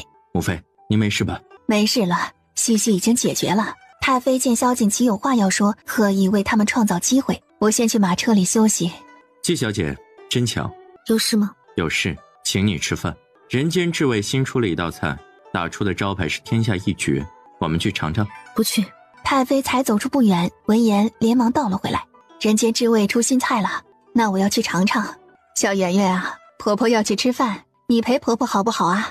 有你在，婆婆觉得吃饭更香。娘亲，我们一起去陪婆婆吃饭好不好？西西，不如你也一起去吧，你正好可以帮我看看那新出的菜品我能不能吃。纪南希看着太妃期盼的眼神，点了点头。到了人间之味，萧景琦点了一桌子的菜。当那新菜品端上来的时候，赫然是一盘凉拌折耳根。这不是鱼腥草吗？这能生吃？西西，我可以吃吗？可以。太妃皱着眉头尝了一口，放在嘴里一嚼，眉目瞬间舒展，甚至露出了笑容，赞不绝口。这道菜真是美味。纪南希看着太妃的食量，就知道这凉拌折耳根为何会被传为天下一绝了，因为下饭。饭后，萧景琦亲自送纪南希回神仙居。娘亲，以后我们不见萧叔叔了。为何？你不是很喜欢萧叔叔的吗？以前喜欢，但他对娘亲不好，我就不喜欢了。小圆圆很聪明，但也很敏感。只要有萧景琦在，纪南希都是不开心的。他喜欢萧景琦，但他更爱与他朝夕相处的纪南希。他比刚回到京城的时候要年长1岁，自然更懂事了。可是这样懂事乖巧的让人心疼的小圆圆，不是纪南希想要的。他的女儿，他只要她健康快乐。他瞬间红了眼眶。娘亲，小圆圆不要爹爹了，只要娘亲。好，只要元宝开心，娘亲都依你。但你得答应娘亲一件事，好不好？小圆圆答应娘亲。你都不问什么事就答应，小丫头。圆圆，你还小，只要负责开心就行了。喜欢谁不喜欢谁，遵从你的内心，不用刻意为了娘亲去做什么。不行，我要保护娘亲。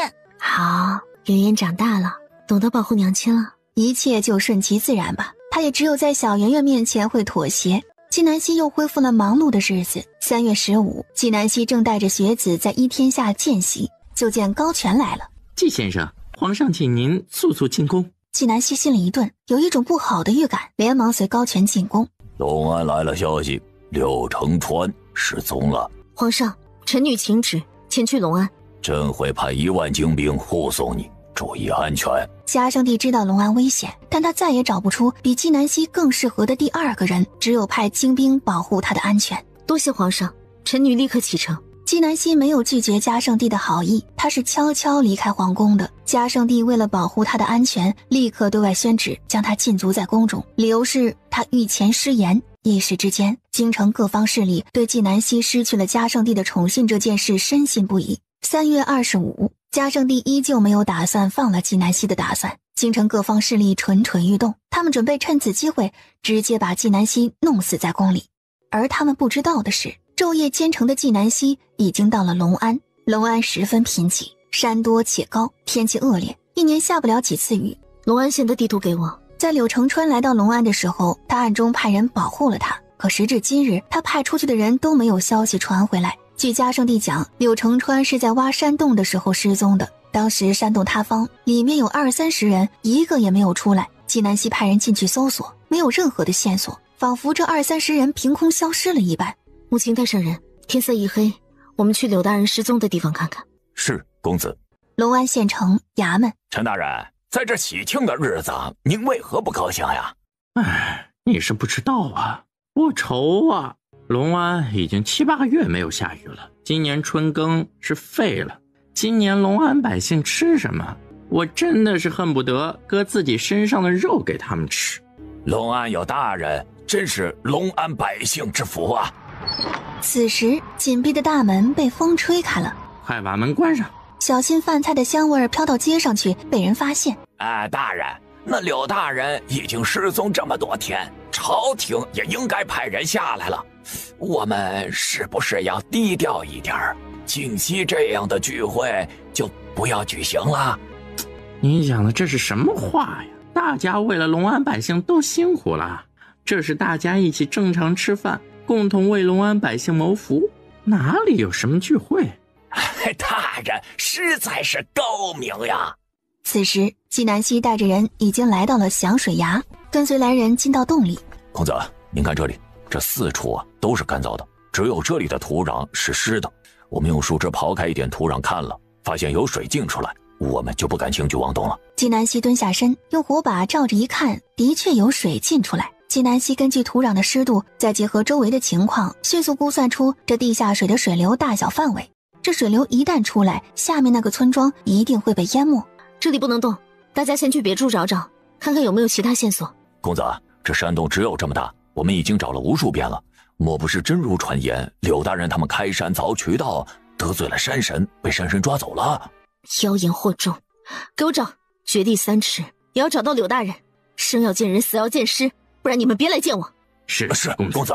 纪南希举着火把，跟着地毯式的搜索。他看了一圈，终于发现了有一块山洞壁和其他地方不一样。他抽出木青腰间的佩剑，那一块山洞壁刺进去，刺了一小半就发现了阻碍，而其他地方则能刺进去很深。把这里挖开，慢一点。木青指挥着下面的人开始动手，他们用手中的剑开始挖，不过一盏茶的功夫就挖不动了。公子，是块石壁。纪南希举着火把凑近看，这的确是一块很大的石头。他伸手一摸，然后伸手敲了敲，有回音。打开。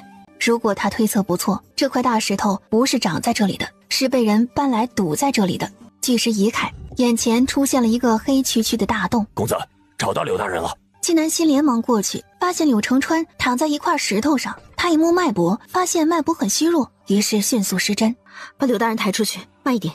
其他人呢？公子，其他27人无一生还，其中有6人是我们派来保护柳大人的人。纪南希眉目微蹙，心里一紧，把我们的人安葬在山清水秀的地方，其余的人等查清真相，将他们归还给他们的家人。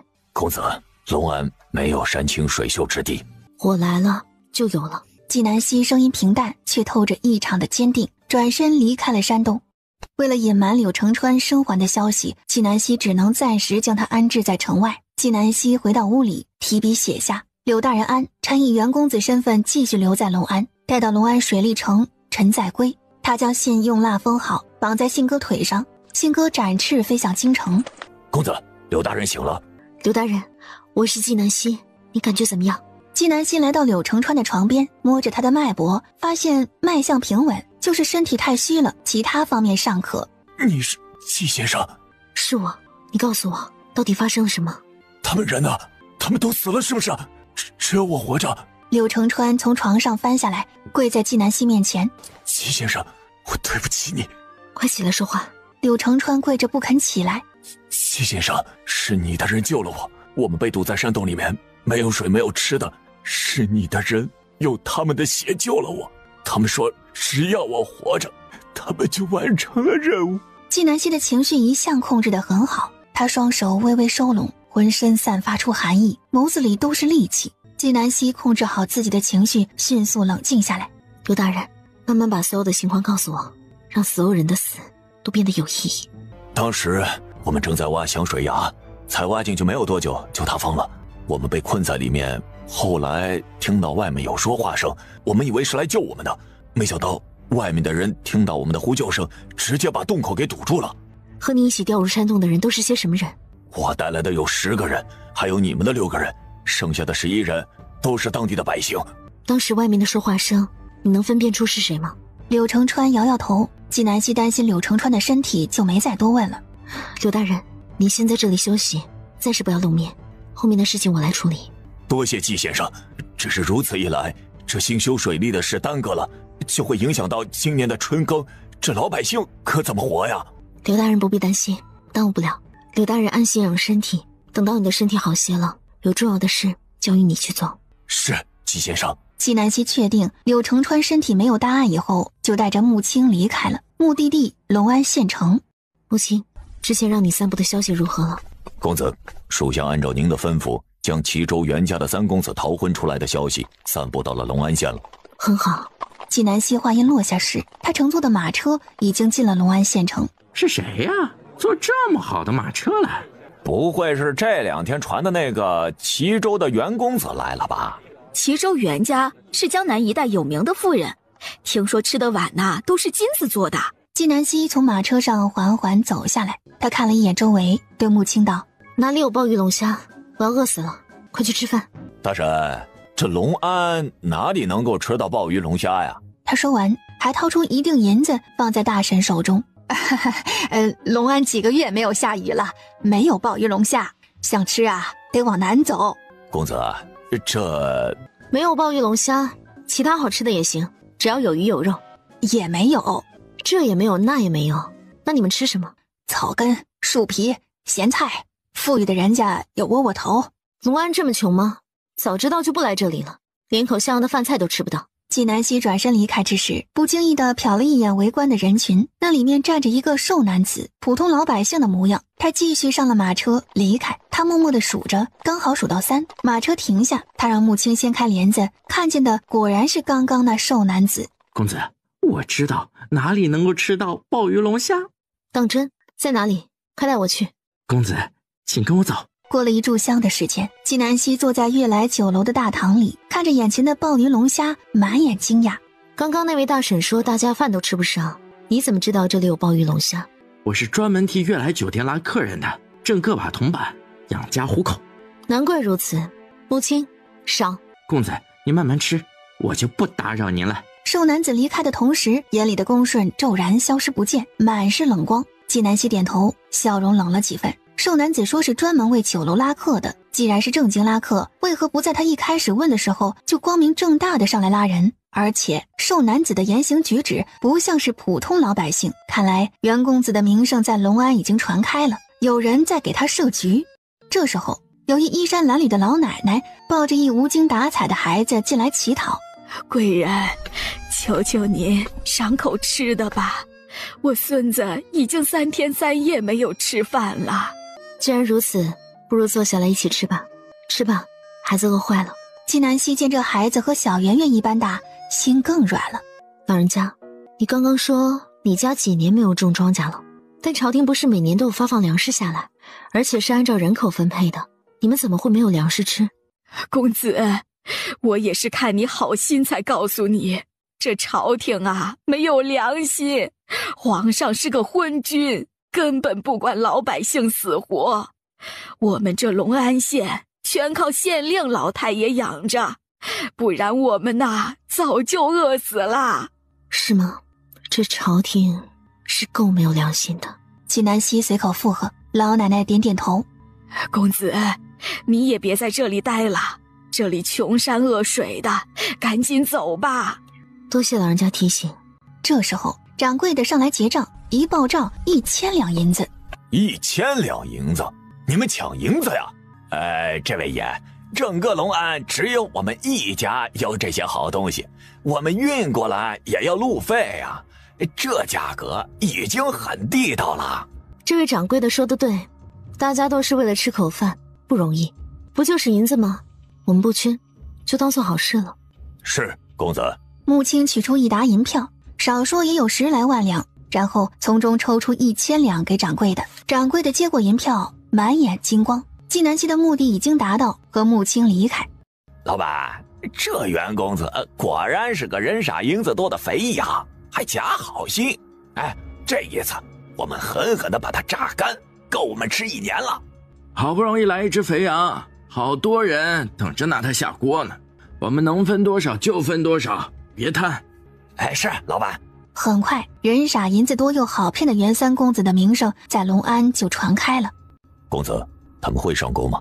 那引我们来吃饭的人不是已经去报信了，让马车走慢一些，假装去找客栈。是，公子。马车才走没有多久，纪南希就听到了外面有声音传来。敢问马车里坐的可是袁三公子？来者何人？我是县令大人府上的管家，我家老爷听说袁三公子到此，特意吩咐我来邀请袁三公子到府上做客。县令大人真的是太客气了，那就走吧。就这样，纪南希一只待宰的肥羊进入了陈炳全的府上。袁公子，我家老爷还在衙门，要晚上才回来。您先休息，有什么需要尽管吩咐我。多谢。纪南希进入客房，见管家走了以后，迅速收起脸上的笑容，对穆青道：“今天晚上把银票带好，抛出鱼饵。”是，公子。到了晚上，陈炳全没有回府，由管家把纪南希带到了一处隐蔽的山庄。老爷，袁三公子到了。久闻袁三公子风流倜傥，今日一见，果真如此。欢迎袁三公子到隆安。陈大人，你真是太客气了。陈大人还特意为我准备了这么丰盛的饭菜，略备薄酒为公子接风洗尘，还望公子不要嫌弃。不嫌弃。纪南希直接走过去坐下，提起竹筷就夹了一块肉放嘴里。陈大人，你这厨子的厨艺真不错，比我今天早上吃的那酒楼的菜不知道好上多少倍。袁三公子喜欢就好。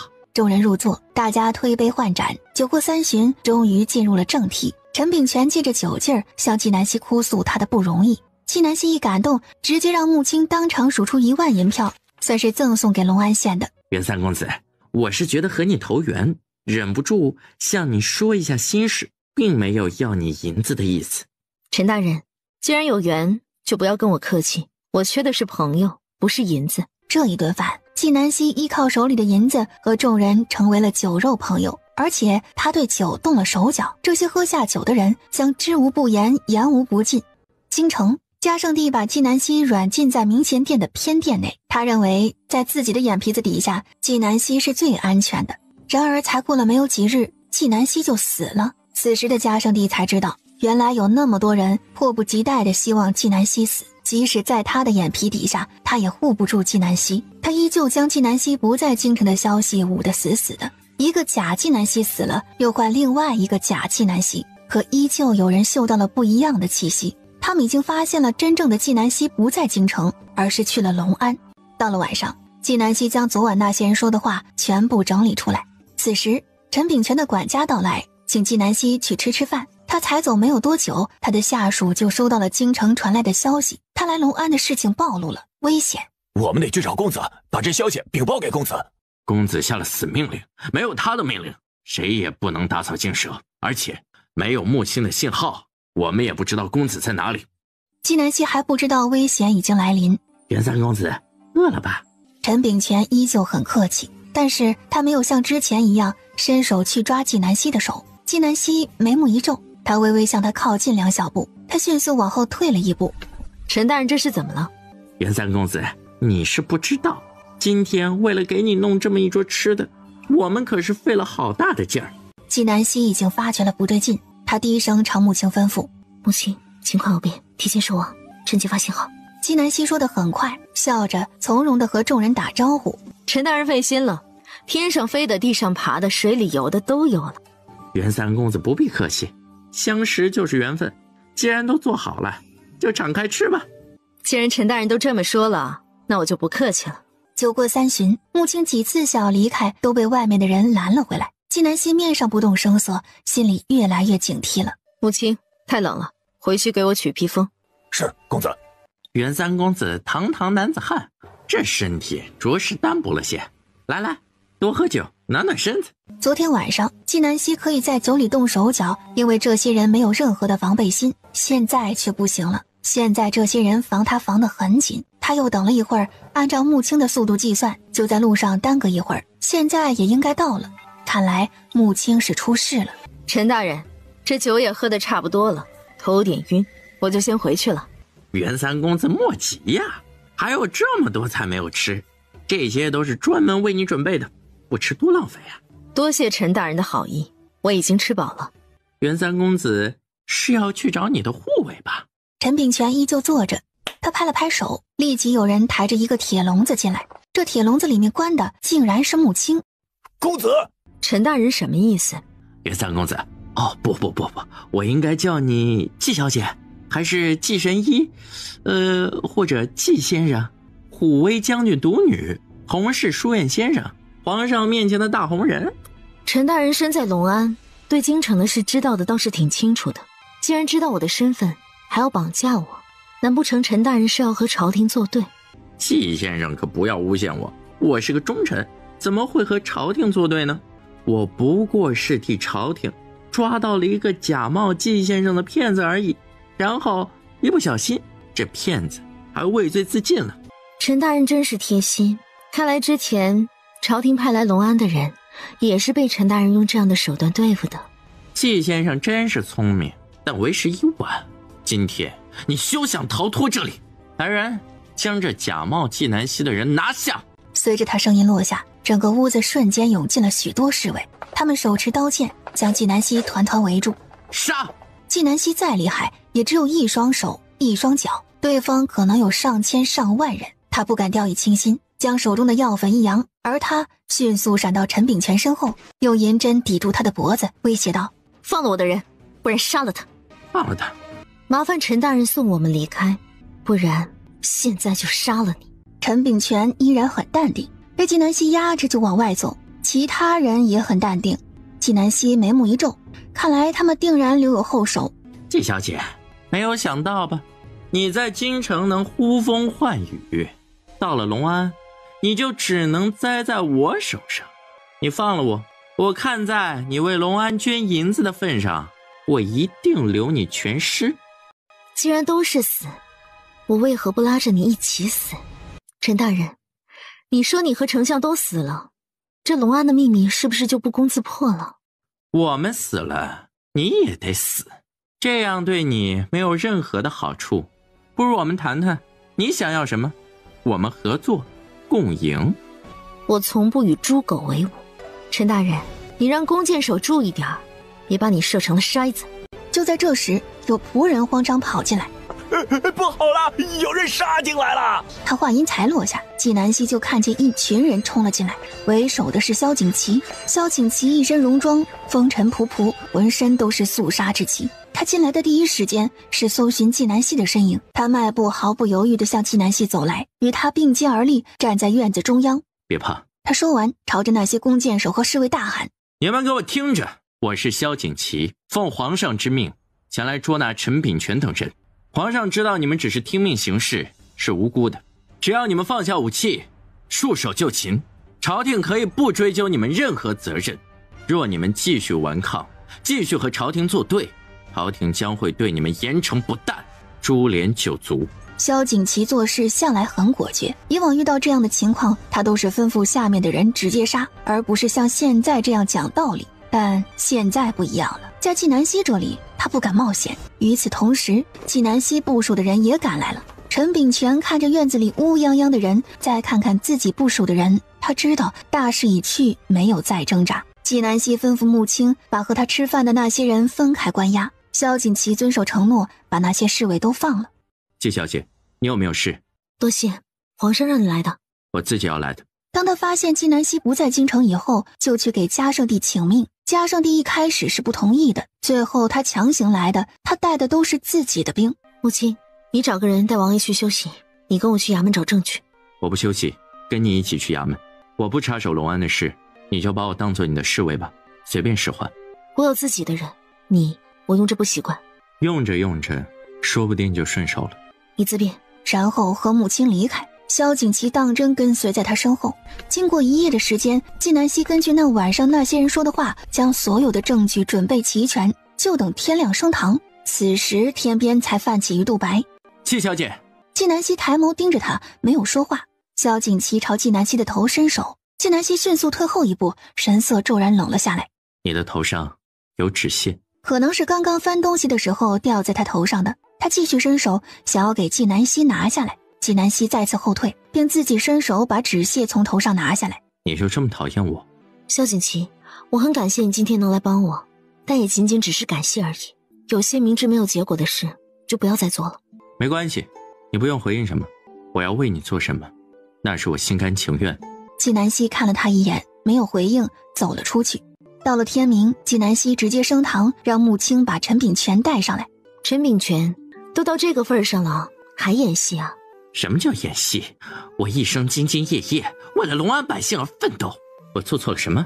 你们在京城是不知道，朝廷每年发下来的粮食根本不够吃。如果不是我想方设法养着隆安百姓，他们早就饿死了。按照你这意思，朝廷还得奖励你？那是自然。近3年，朝廷每年给隆安每个百姓都发放了粮食，总共10万担有余。而据我调查，近3年来，隆安百姓几乎没有收到粮食，甚至以乞讨为生。陈大人，这10万担粮食去哪里了？纪南希话音才落下，衙门外一阵骚动，下属跑进来禀报：纪先生，外面好多老百姓冲进来了，让我们放人，说我们抓错人了。陈秉权闻言，眸子里闪过一丝得意，微微闭着眼睛，神态自若。我去看看。纪南希起身朝外面走。陈秉权在隆安是百姓心中的神，这些百姓很疯狂，或许什么出格的事都做得出来。萧景琦站在一旁，默默地守护着他，生怕那些老百姓冲上来伤着他。你就是朝廷派来的，快把陈大人给放了，不然我们给你没完！朝廷的走狗，放了陈大人！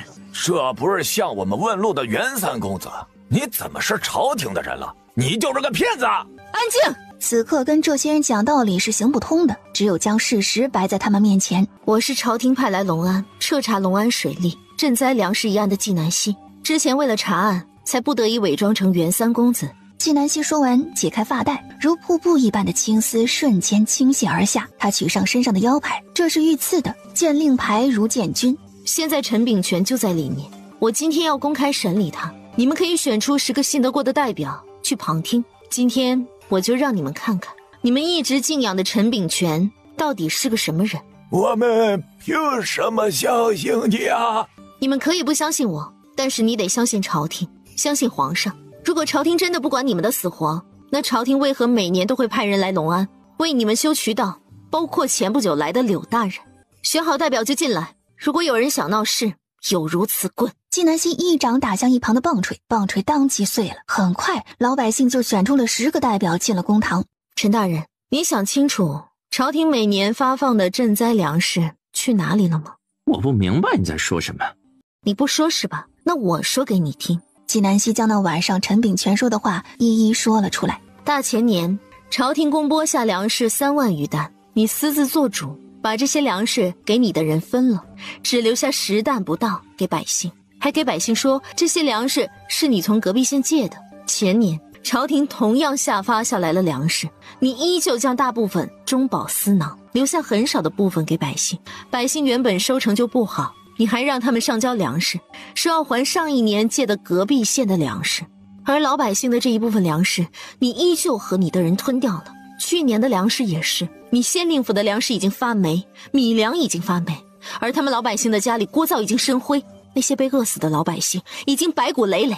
陈炳全，这就是你说的你一生为了隆安百姓的温饱做出的事，欺上瞒下，罪该万死。陈炳全一时没有反应过来，这些事纪南希是如何知道的？他做得很隐蔽，没有留下任何的证据。此时他才领悟到纪南希的可怕之处。陈大人，他说的是真的吗？他在撒谎，他是朝廷派过来害我的，你们要救我。我看你是不进棺材不落泪。陈炳全，你还记得半月前响水崖发生的事吗？响水崖的事情我也很痛心，柳大人为了隆安百姓而牺牲，此举感天动地，我已经上报了朝廷。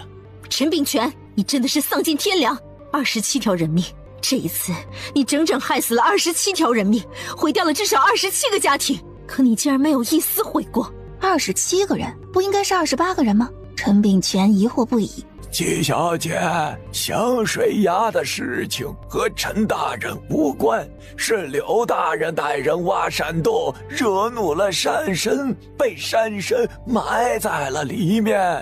哪里有什么山神，都是人在装神弄鬼。刘大人带人挖山洞，开凿渠道，为隆安百姓谋福利，这阻断了陈炳全的利益。他趁着山洞塌方，把柳大人等28个人全部封死在了里面，除了柳大人，其余27人全部被活活的饿死。柳大人竟然没死。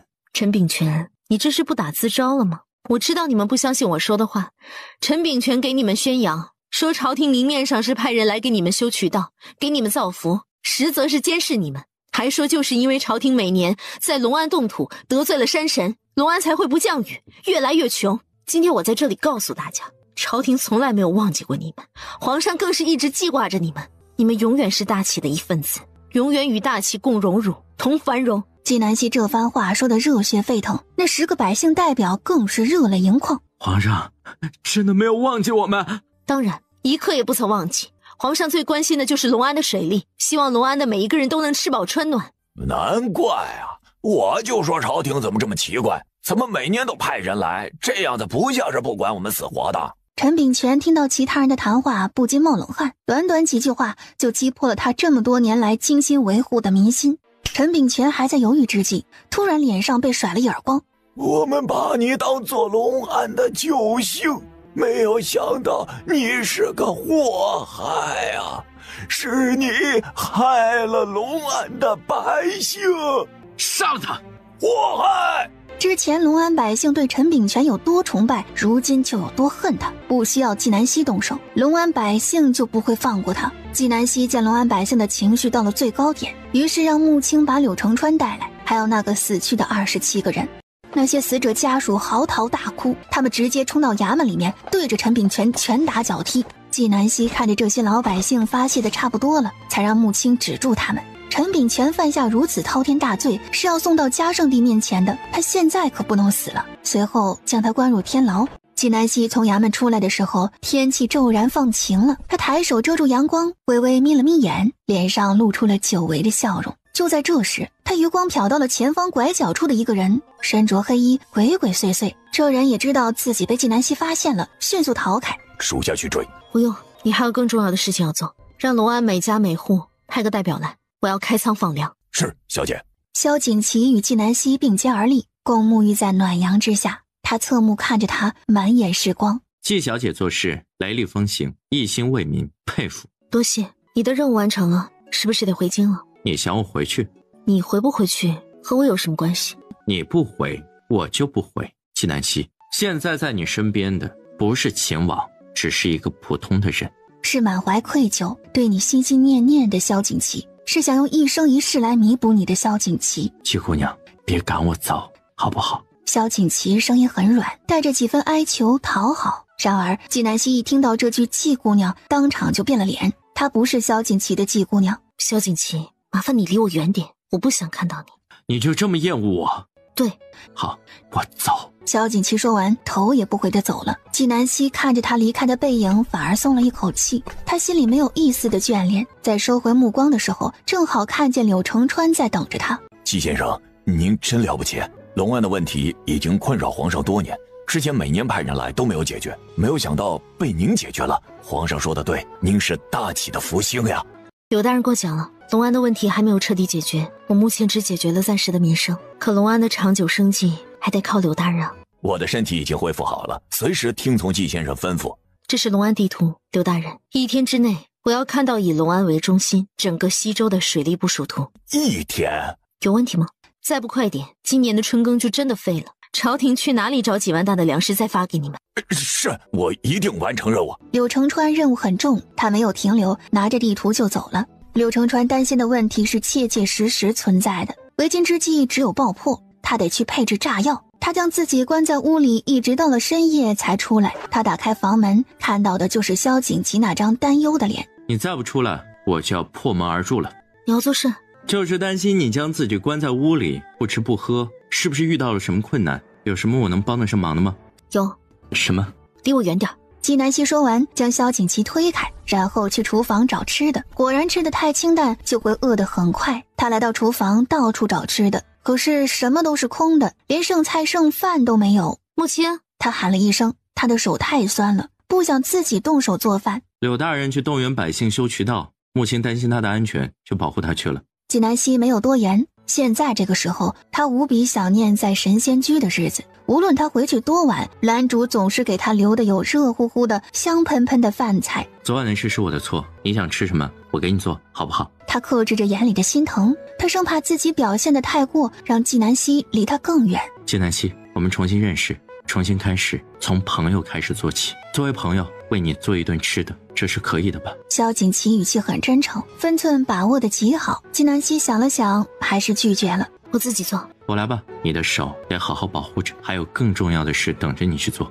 纪南希，你的双手是为隆安百姓造福的，你暂且就由我这个朋友来照顾吧。纪南希知道萧景琦说的是实话，他现在是得保护好自己的手，还有炸药的事得他亲自动手做，这关乎隆安百姓的生计。那你做吧。纪南希本来就不是扭捏的人，他想通了事情的轻重缓急，反而大大方方地和萧景琦说话。萧景琦说了一口气，眉梢眼角都是笑意。食材有限，纪南希也不挑剔，能填饱肚子就行。萧景琦却不这么想，他看着纪南希碗里的汤都见底了，突然信心百倍，他可能有做厨师的天赋。纪小姐，你明天早上想做什么，我给你做。纪南希看着萧景琦围着围裙，脸上还蹭着面粉灰的样子，那模样太滑稽了，他好不容易才忍住没有笑出声来。随便，多谢你煮的面。他说完就走了。还得继续去忙，争取明天早上就能做完，投入使用。这时候秦风进来，王爷，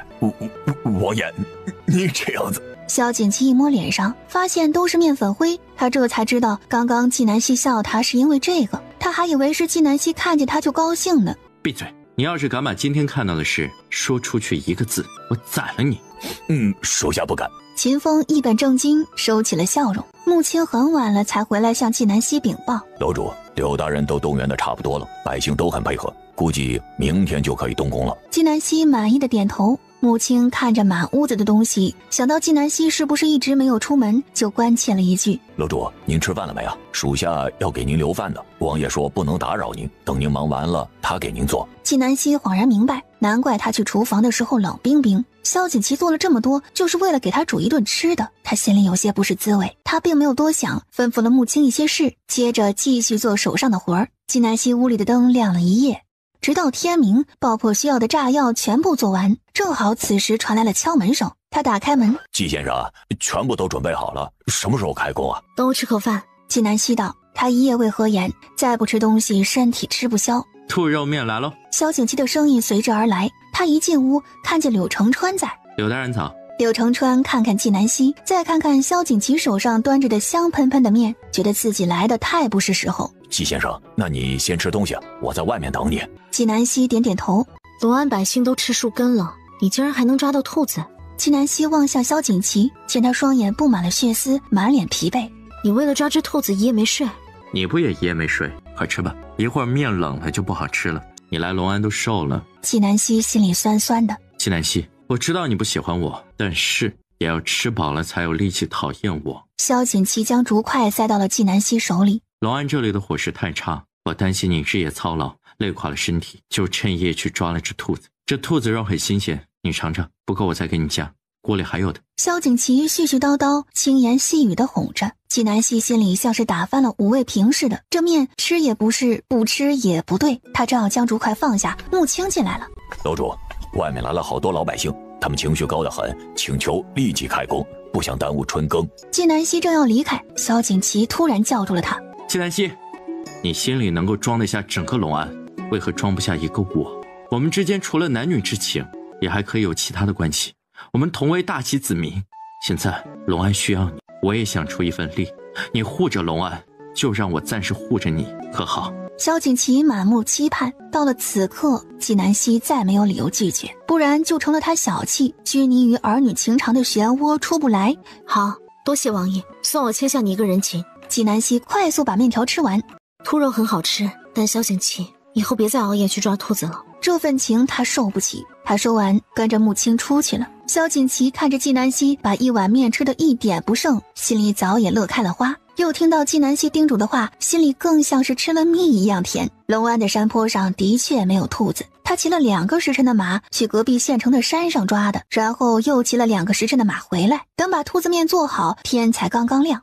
纪南希来到衙门前，给大家讲了一番慷慨激昂的话，然后将任务分发下去。10日以后，龙安县城的水利完成了，百姓喜笑颜开，终于可以敞开喝水了。更有老者捧着水激动地哭了。眼前的欢乐还在继续进行。纪南希已经看见穆青皱着眉头朝他走来了。出了什么事？楼主，没有粮食了。这么快？去买粮食，银子原品处。是，楼主。正在这时，门外传来了一道声音：来人啦！京城来人啦！纪南希循声望去，一道火红色的身影撞进了他的眼帘。小希，他满脸风尘，声音落下时眸子里都是担忧。顾一峰，你怎么来了？纪南希笑着问。许久未见，顾一峰眉目间多了几分沉稳。小希，抱歉，我来晚了。顾一峰来到纪南希面前，张开双臂想要拥纪南希入怀。纪南希往后退了一步，躲开了顾一峰。顾一峰眼中的落寞转瞬即逝。兄弟，这么多人呢，注意形象。兄弟，我豆豆啊，你看我给你带什么来了？什么？走，我带你去瞧瞧，应该是你需要的。顾一峰一把拽住纪南希的衣袖，将她带出了衙门。他跟着顾一峰来到门口，顿时惊呆了。衙门口排着一长长的车队，估摸着有20来辆，里面整齐地摆放着麻袋。打开麻袋一看，竟然都是白生生的大米。你离开了几天我才得到了消息。我想隆安这么贫穷，你一定吃不饱饭，所以啊，我就拉了一些粮食来啊。你就是把国公府的仓库都拉空了，也没有这么多的粮食啊。小希啊，我这次带来隆安的每一样东西都是我自己扔的，不是国公府的。这里总共20车，15车大米，2车面粉，2车蔬菜，1车肉。顾一峰一招手，立刻有人提了一个小箱子过来。还有啊，这10万两银票全部都是给你的，你随意支配，我不过问。不仅仅是纪南希，在场的所有人眼睛都瞪大了。萧景琦脸青一阵白一阵，他突然觉得他最近10多天天天给纪南希做饭，顾一峰今天这一冲击，他的努力可能要付诸东流了。顾一峰，你发财了。顾一峰嘿嘿一笑，你身上不会只剩3个铜板了吧？比3个铜板多一点。他那些钱庄粮铺还得运转，怎么也不止3个铜板。小希啊，接下来又得麻烦你收留我了。为了报答你，我就照顾你吧。啊，到时候你回京把我一起捎带走。纪南希还没有来得及开口，萧景琦就先开了口。不行，和你有什么关系啊？照顾纪小姐是我的事，你别插手。我如果不是筹买粮食来晚了，有你什么事儿啊？纪南希担心两人吵起来，连忙道：先说好，这次大家来都是为了隆安，若是先挑事，就回京城去。萧景琦和顾一峰对视一眼，冷哼一声，没有再争吵。母亲，你带人把大家安顿好。小希，我呢？走，带你去吃饭，想吃什么我亲自做。小希做的我都喜欢吃啊。萧景琦盯着纪南希和顾一峰并肩而行的背影，满脸冷色。他以为是顾一峰一来，纪南希就不理他了，其实不是的。原本纪南希和顾一峰的关系就比和他的关系要亲近。顾一峰不远千里而来，而县城今天通水了，他得了片刻的清闲，就想亲自做顿饭犒劳顾一峰。再说他做饭又不可能恰好只做2个人的分量，其他人也是可以吃的。吃过饭，纪南希带着穆青去清点顾一峰带来的米粮财物。穆青，你全部记好，将来新县令来了，这些都是要登记造册的。顾一峰送的这些吃的也是不够的，将来我们还是得出，到时候我们出的那部分全都算在他的头上。是，阁主。纪南希这是做了好事，还把好名声都留给了顾一峰，他是想用这种方式来感谢顾一峰。纪南希这里告了一段落，京城却炸了锅。陈炳全已经被秘密送到了嘉圣帝面前，嘉圣帝亲自审问，这一审就牵扯出了一些人来，世家也慌了。丞相大人，皇上这次掌握了证据，肯定会拿我们开刀，怎么办呀？丞相大人，你快想想办法吧，不然我们就死了！皇上们！白丞相怒斥道：皇上折腾了这么多年，又把我们怎么样了？此事的关键在纪南希，既然如此，就把问题抛给他，看他如何解决。白丞相一副胜券在握的模样。响水崖山洞里面的水只能满足隆安县城的用水，就算西周的渠道都修好了，也需要一股很大的水源，不然那渠道也只是一个摆设。纪先生啊，下一步我们该怎么走啊？柳承川也开始犯难了，他之前定的有水源，但这水源的水不够用。纪南希的要求要西周的每一个人每一寸土地都不缺水。冰湖，冰湖，对，就是冰湖，这是目前最好的选择。我看了冰湖的位置，只要将里面的水引出来，就足以够整个西周用了。纪先生啊，那里群山环绕，如何能把水引出来啊？压力差。柳承川跟着纪南希的这些日子，也学到了很多新的东西。他能听懂纪南希在说什么，却不知该如何实施。冰湖位置很高，我们凿一个渠道，让水流下来，形成一个瀑布。这瀑布之下我看了，方圆10里无人居住，这就是天然的蓄水池。冰湖的水1年4季不会干，从这里分流。我们要建水闸，天降暴雨有洪水，我们就泄洪，平时水闸关上，可以蓄水。这一片土地我也看了，是荒着的，到时候冰湖的水一下来，到这里的水就没有那么冰凉了，可以在这里养鱼养虾，让西周的普通百姓也能吃上这些东西，而不是从外面买进来，他们根本买不起。纪南希说完，众人都直勾勾地盯着他，默不作声。怎么了？我说的不对吗？纪先生啊，您简直就是神啊！如此绝妙的办法，你都能想得到呀！小希当然是最棒的，无论你想做什么，尽管放手去做啊！我都支持你。什么时候开工？明天。4月23，纪南希站在冰湖旁边，看着里面的水源源不断地往外流，最后在不远处倾泻而下，形成瀑布。他嘴角缓缓弯了起来。从此西周再不会缺水。那日他在响水崖说的，已经看到了希望。纪小姐，你的任务已经完成了，是不是不日就要启程回京了？纪南希听到声音转过头来。是的，这些日子多谢你的照顾。欠你的人情我记下了，你如果有事就先回京吧。我说过，我们是朋友，朋友之间不谈亏欠。如果可以，我想请你帮我一个忙。说吧，能力范围内我一定做到。陪我走走。去哪儿？去看赤焰峰的雪，北棱的晚霞，洛平的水。这些往事，萧景琦已经不记得了。可他听季南希说过一次，他就放在了心上。季小姐，你也没有办法解天弦，是吧？所以我只能依靠我自己恢复记忆。我们之间的过去，我不想只有你一个人记得，我也想要拥有。季南希，关于你的一丝一毫，过去、现在、未来，我都不想遗忘。萧景琦一字一句温柔深情，他确实没有抱太大希望，却没有想到季南希竟然答应了。好，季南希是必须去的，那是以前的季南希和萧景琦的记忆，他得去替他找回来。他要让萧景琦永远记得以前的季南希，不枉他借他身体得了重活一次的机会。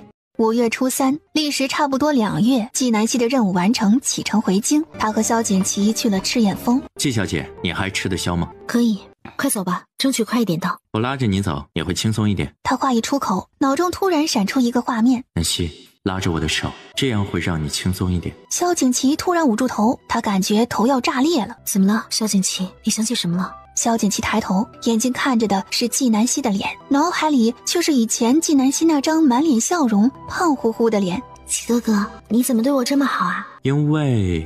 萧景琦望着季南希脱口而出，说的却是5年前对季南希说的话：因为你是虎威将军的女儿。萧景琦对以前的季南希如是说，他记得季南希当时听到这话是有些不高兴的，可他并没有解释。彼时他和季南希才相识，季南希还小，他将所有的心意都藏在了心底。季南希看着萧景琦这样子，再听到这句话，他知道萧景琦想起了过去。我们走吧。萧景琦的声音比之前更温柔了。季南希点头。等到2人到了雪山，已经是傍晚了，周遭的白雪，远处的落霞，带着一丝寒意的风。季南希放眼望去，仿佛看到了昔日季南希在雪地里翻滚的样子。季姑娘，你要不要玩雪？我陪你。难得出来一次，你也可以放松一下。等回到了京城，你又得忙了。季南希想的是，说不定玩雪可以让萧景琦记得更多。他接过雪球往前一扔，雪球飞出很远。他看着那没有了踪影的雪球，皱了皱眉。玩雪这种小姑娘做的事，她终究是做不来。你回忆起多少？一些片段。季南希长长的舒了一口气，一些片段也够了。天弦那么厉害，怎么可能一下子就全部记起来了？2人为了赶时间，没有继续在上面停留。到了京城，2人没有回府，直接进宫。季先生，此行太过辛苦，人都轻受了不少呀。都是臣女应该做的。季南希将隆安的一切情况仔细禀报给昌圣帝。昌圣帝听过以后连连点头。朕要为你接风洗尘，举办庆功宴。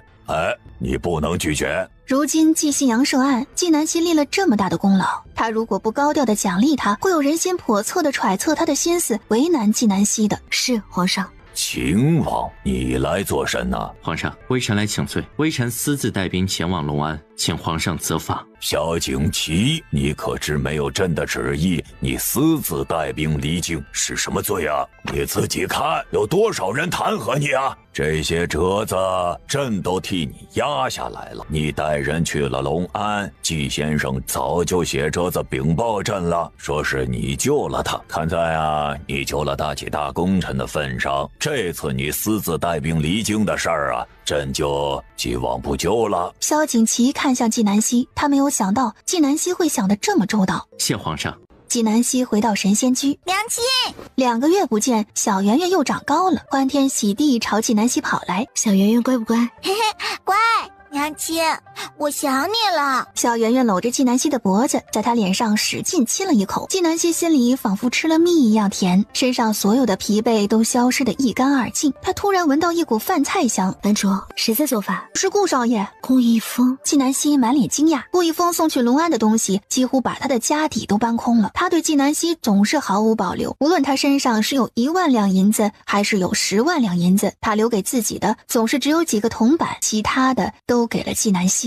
季南希来到厨房，见顾一峰正在将菜装盘，小心翼翼地装菜，可那菜似乎不听话，他动作又生疏，试了好几次才把锅底的菜装完。顾一峰，小希，你回来了，你一定饿坏了吧？等等还有最后一个菜，你喜欢的红烧狮子头，做好就可以吃饭了。你先去外面等着，这里面油烟很大。这些菜都是你做的？是啊，我在隆安的时候说过，你回到京城的第一顿饭一定要是我做给你吃的。顾叔叔从早上就开始忙了，他问兰主姐姐怎么买菜，怎么做饭，还把你喜欢吃的菜都记了下来。小圆圆，走，三哥哥带你去写字。裴木之把小圆圆抱过来走了。小圆圆，七哥哥也去陪你。小小姐，奴婢给你磨墨。周遭安静下来，气氛也变得有些暧昧。顾一峰率先打破了沉静，挠挠头。那个小圆圆的话，你不用放在心上啊。我知道，这么多菜你做了一天，辛苦了。不辛苦，我就是担心不合你的口味。你傻呀？如果我回来去别的地方吃，你辛苦做了这么多菜，岂不浪费了？不会，有小圆圆在这里，你一定会回来陪她吃饭。纪南希抿唇一笑，他见顾一峰总是躲着他，就去拉他的手。把手给我，是不是手受伤了？没有。顾一峰话未说完，手已经被纪南希抓住了。纪南希眉目一拧，心一紧，只见顾一峰的手背被烫了好几个水泡。你还打算瞒着我？这要是感染了如何是好？剩下的菜别做了，这些菜已经够吃了。走，我给你上药。小谢，我堂堂7尺男儿，这点小伤不算什么。纪南希就盯着他，什么也不说。好，剩下的菜改天再给你做，现在就去上药。这菜以后你还是别做了。纪南希给顾一峰上好药了，说道：为何呀？我怕你把我厨房给掀了。嘿嘿，若是掀了，我再给你重新搭一个。别，你还是好好挣钱，将来娶了嫂子，我带着小圆圆一起去你家蹭饭。顾一峰脸上的笑容瞬间凝固。顾一峰，你总要娶亲的，我啊，永远是你兄弟，你放心，你成亲，我一定给你准备一份大礼。顾一峰，我们这辈子只能是兄弟，而且会是一辈子的好兄弟。纪南希将药箱收拾好，他很清楚自己的内心，既然给不了顾一峰想要的，那就给他说明白。小谢，我今天不就是做了一顿饭给你吃，你就开始操心我的终身大事了？你都还是一个人，那我也不急啊。走，吃饭去，一会儿菜凉了。好，到了此时，纪南希回京的消息已经被众人知晓了。深夜，顾一峰几人离开以后，穆青来了。楼主，凶手查出来了。穆青带着大部队从隆安离开，在路上遇到了刺杀。当时纪南希并不在里面，对方下了死手，派了上千人。可惜的是，遇上了穆青还有萧景琦的兵。是谁？白烟。我听你讲了当时的情境，那1000多个死士，不是白烟一个丞相之女就能养得起的。她可能只是别人的妻子。属下这就去查。楼主，属下还听说太后最近很喜欢纪大小姐。为何？纪大小姐把您在隆安的事迹写成了一首诗，这首诗在京城家喻户晓。太后夸赞了这首诗，还特意召见了她。太后还说，纪氏一门先有楼主您，后有纪大小姐，皆是女中豪杰，是纪氏一门的荣耀。穆青说到这里的时候，神色骤然变得冷了。楼主，这是纪大小姐写的诗，属下认为她这是在利用您的名气。纪南希接过穆青递过来的诗，看了一眼，是一首7言律诗，短短数句将他以前如何混，现在如何痛改前非，描写的令人潸然泪下。就这还被太后夸奖了？纪南希面色冰凉，这哪是蹭他名气，这是狠狠地踩了他一脚，然后踩着他的身体往上爬。其他也有人夸，就说太后夸得最过分。一开始也有反对的声音，不过从太后召见了纪大小姐以后，就无人敢反驳了。太后一召见纪大小姐以后，京中的风向就变了，说纪大小姐赤诚勇敢睿智，敢于说实话，才貌双全，假以时日，一定能超过您。纪南希闻言，眼中寒气逼人，他一眼就能看出这诗里的问题。他不信太后看不出来，这诗看似赞扬他，实则是贬低他，将他以前的不堪大肆渲染，揭他的老底。他知道纪兰写这首诗的目的，就是告诉世人，无论他现在多么风光，他的过去都是不堪入目的。楼主，我们现在怎么办呀？以其人之道还治其人之身。而此时的纪兰正临窗而立，目光凝视着皇陵的方向。陛下，还有2月我就从书院毕业了，可惜你不在京城，不然你陪我毕业多好啊！小姐，您怎么起来了？侍女凌香揉着眼睛，拿着披风过来给纪兰披上。小姐，您早些歇息吧，明天还得去书院教大家写诗呢。自从小姐您写了夸奖2小姐的诗，您就名满京城了。太后娘娘也说了，假以时日，小姐你一定比2小姐还厉害，那时候奴婢也跟着沾光了。纪兰抿着唇没有说话。这时候旁边的院子突然传来吵闹声，还有摔东西的声音。自从4老爷入狱以后，四房那边夜夜吵闹。小姐您快睡吧，不然下半夜又没得睡了。纪兰点头起身，她已经迫不及待的想看到纪南希那张难看的无地自容的脸了。到了第2天，她早早的来到书院门口等着。谢大小姐，你在这里做什么？就我写的那诗嘛，我听说我二妹回来了，我怕他生气，我专门等在这里给他解释的。白大小姐，你知道我是没有恶意的，能不能请你到时候也帮我给我二妹解释解释？一提到那诗，白烟就满脸讽刺的笑了。他原本以为他知道的纪南希就已经够丢人的了，没有想到纪南希还在背地里干了那么多丢人现眼的蠢事。好啊，我一定替你好生解释。二人谈话声落下后，纪南希刚好下了马车，他抬眸一看，就看到了季兰和白烟在热情的聊天。白烟的目光落到纪南希的衣裙上，顿时红了眼。这是霓裳阁新出的最时兴的款式，整个京城限量5件，他都没有买到。纪南希，你怎么会有这衣裳？哼，你穿的再好又如何，一样掩盖不了你身上的臭味。这是霓裳阁的限量新款啊，你竟然不知道？不对，你该不会是没有买到吧？其实吧，你买与没有买都差不多的。衣服是用来蔽体遮羞的，像你这样毫无廉耻心的人，穿了衣服跟没穿衣服有什么区别？纪南希，你现在穿的人模狗样的，你忘了你小时候光着屁股追着狗跑的事情了吗？二妹，抱歉，都是我的错，我已经再三告诉大家，你当时是穿着裤子的，可是大家却不相信，认为我在袒护你。童年趣事嘛，难得季大小姐还记得这么清楚。正好我也有诗要回赠给季大小姐。同剧本是妙，奈何人无皮，相属尚有理，人若无理，不死何为？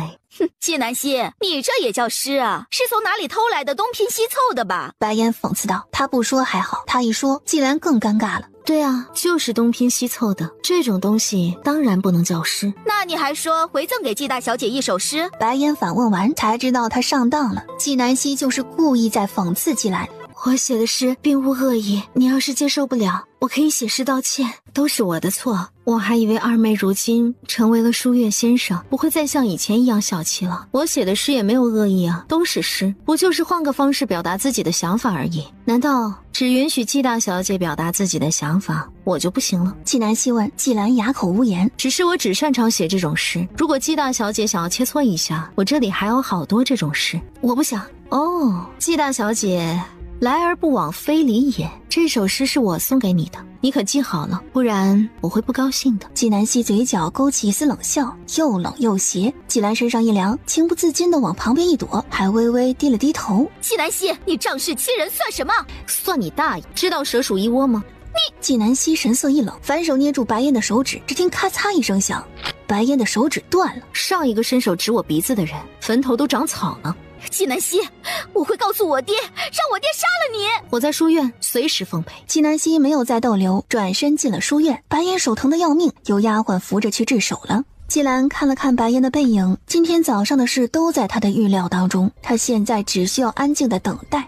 纪南希2个月未见到医学科的学子，今日一见，那些学子个个都红了眼眶。他给大家讲了一些楼安发生的事，学子们听得津津有味。最后他检查了大家的功课，这一节课还未结束，学堂的门就被撞开了。就是他伤了贵妃娘娘的侄女，抓起来！纪南希听到声音，抬眸望去，见一个胖嬷嬷正指向他。他认得这个胖嬷嬷是宜贵妃身边的人。你们要干什么？其他人不许乱动，宜贵妃娘娘要找的是纪南希，和你们无关。谁要是敢阻拦，宜贵妃娘娘可对你们不客气了。季先生犯了什么错？你们要带他走？魏晋，下去。纪南希不希望他的学子掺和进来。你们下好生看书，我去就来。放心，李章，你带头看书，我一会儿回来要提问的。是，先生。走吧，我正巧也想见见你的主子。纪南希到了长春宫，入目便是宜贵妃端坐在主位上，正巧一个宫女剥了一颗饱满的葡萄喂到她的嘴里，她自己没咬着，葡萄滑落在地，她一巴掌甩在那宫女脸上。娘娘饶命！蠢东西，这点小事都做不好，滚！多谢贵妃娘娘不杀之恩。宫女连滚带爬的跑了，等那宫女的身影消失不见了，这胖嬷嬷才上前。娘娘，纪南希到了。宜贵妃早就看到了纪南希，打那宫女的一幕不过是杀鸡给猴看，给纪南希下马威而已。见过贵妃娘娘，该有的礼节还得有。刚刚那个宫女连个葡萄都剥不好，听闻纪先生文武双全，剥葡萄这种小事自然不在话下。你来把这盘葡萄给本宫剥了。贵妃娘娘，臣女的手刚刚抚摸过腐烂的尸体，你确定要我给你剥葡萄吗？放肆！纪南希，你胆敢对本宫不敬，跪下！宜贵妃今天把纪南希叫来，就是要给白烟出气的。贵妃娘娘，我何错之有？本宫说你有错，你就有错。姑姑。正巧此时白烟从偏殿进来了。嫣儿，手还疼不疼啊？疼，姑姑，太医说以后燕儿可能都弹不了琴了。季南希打断了燕儿的手指，你一定要打断她的腿，替燕儿报仇啊！燕儿别哭，你放心，姑姑一定会替你报仇的。来人，把季南希拿下，打断她的一条腿。我看谁敢！她将自己的裙子撩起来，露出小腿上的一块触目惊心的疤痕。贵妃娘娘要替白烟报仇，那我这刀疤是不是也得找她报仇？哼，谁知道你的伤在哪儿弄的，还想赖给燕儿？当年这件事有很多的目击证人，白烟，你觉得你抵赖得了吗？季南希冷声问。白烟哑口无言。这时门口又响起了一道声音：季先生是欺负我丞相府无人了吗？白丞相一身官袍，沉着脸进来了。白烟一脸得意，宜贵妃松了一口气。白丞相来了，季南希这次跑不掉了吧？你丞相府无人有人，与我何干？你断我儿一根手指，我断你一条腿，这事就此作罢。白丞相下了朝，就有人给他禀报，他急急忙忙地来了长春宫。白烟是他的女儿，他当然是疼爱的，但是他更欣喜的是，终于抓住了季南希的把柄。只要这一次抓住机会，收拾了季南希，也就等于是打了嘉圣帝的脸。来人，给本宫打断季南希的一条腿！皇上驾到！高权尖锐的嗓音打破了这紧张的氛围。紧接着，嘉圣帝明黄色的身影出现在众人视线里。皇上，你要为臣妾做主啊！季南希她不敬臣妾。嘉圣帝仿佛没有听见一般，直接走到季南希的面前。季先生啊，原来你在这里啊！朕正派人到处找你。皇上找臣女何事？季南希接旨，季氏之女名南希，在隆安水利一事中功勋卓著，凭一人之力解决了整个西周的用水问题，此举足以名垂青史，为表嘉奖，现特封季南希为安南郡主，望尔不负圣心，继续为大启谋福，钦此。高权念完，将圣旨递给季南希，笑眯眯地说：恭喜安南郡主。多谢皇上。嘉圣帝这一突如其来的操作震惊了在场的人，白烟满眼嫉妒，眼珠子都快滚出来了。宜贵妃知道今天白烟这仇是报不了了，白丞相依旧不甘心。安南，3日以后，朕在永和宫设宴给你庆功。原本这封郡主的圣旨是等到庆功宴上给你惊喜的，现在看来呀，还是早点让大家知道的好，免得有些不长眼的欺负了朕的郡主。多谢皇上。季南希抿唇，心里多了几分畅快。他有了这郡主的身份，白烟和他之前的吵闹就变质了。白烟是在以下犯上。宜贵妃，刚刚你说什么？让朕给你做主？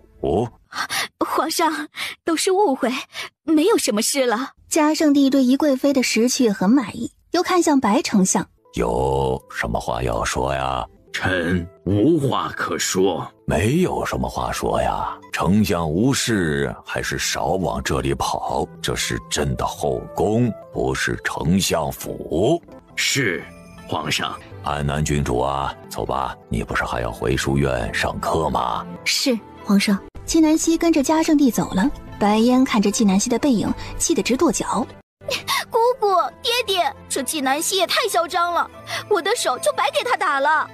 嫣儿，你放心，季南希如今爬得有多高，将来摔得就有多惨。嫣儿，你改改你那性子，没事儿别招惹他。娘娘，臣告退。白丞相看着白烟，厉声问：还不走？季南希被宜贵妃的人带走的消息很快就传遍了书院。季大小姐，季先生这次惹到了宜贵妃娘娘，会不会牵连到你？宜贵妃娘娘是个明辨是非的人，怎么可能会牵连到我？而且季先生打白大小姐的时候我还劝架了，但是我的身份摆在这里，季先生怎么可能听我的劝呢？你说的也对，有这么个妹妹你也很难啊。季兰很狡猾的不说话了。季南希到书院的时候刚好到午时，他在门口遇到了季兰。二妹，你怎么样？宜贵妃娘娘有没有打你？你有没有伤到哪里？季南希没有说话，就静静地看着他表演。季兰见状，以为季南希被打了，心里一喜，却更关心了。二妹，宜贵妃娘娘有没有说其他什么？比如不让你在书院教书之类的？二妹，抱歉，都是我写的那首诗，不然……季兰说得正起劲儿，突然听到背后传来一道冷厉的呵斥声。季兰，你在背后非议安南郡主，可知罪？裴先生，安南郡主是谁？我从未在背后非议过他。裴慕之才从皇宫出来，他他去面见嘉圣帝禀报书院的事，这才知道纪南希被封为郡主的事。纪先生就是安南郡主，见到郡主还不行礼，平时你们先生是怎么教你们的？饶是季兰擅长控制自己的情绪，此时听了裴木之的话，也不禁花容失色。但他知道他不甘心，可又不得不屈服。见过安南郡主，免礼。季大小姐果然不愧是书院的优秀学子，以后见到我行礼都按这个标准。是，安南郡主。纪南希见季兰表面上已经俯首帖耳了，他没有再继续收拾他，他走向裴木之。我正好找你有事，进去说。是。纪南希在书院忙碌的时候，嘉圣帝向天下颁布圣旨，封他为安南郡主，同时宣布3日以后在永和宫为纪南希举行庆功宴。此消息一出，轰动京城。你如今被封为郡主了，准备怎么报答继父啊？你觉得我该如何报答？季老夫人一副理所当然的态度。第一，扳回继父；第二，把你四叔救出来；第三，以后你做任何事都得先知会我一声。你爹娘不在了，我代替他们管教你。纪南希早已看穿季老夫人的目的，无非就是为了银子。不过以季老夫人那智商，怎么可能说话条理这么清晰？这些话怕是季兰教她的吧？传言季老夫人疼爱幺子如命，今日一见不过如此。就你儿子竟然排在了第2位。季老夫人，不要忘了5年前你把我赶出了继府，你休想再从我这里拿到1文钱。纪南希，你怎么说话的？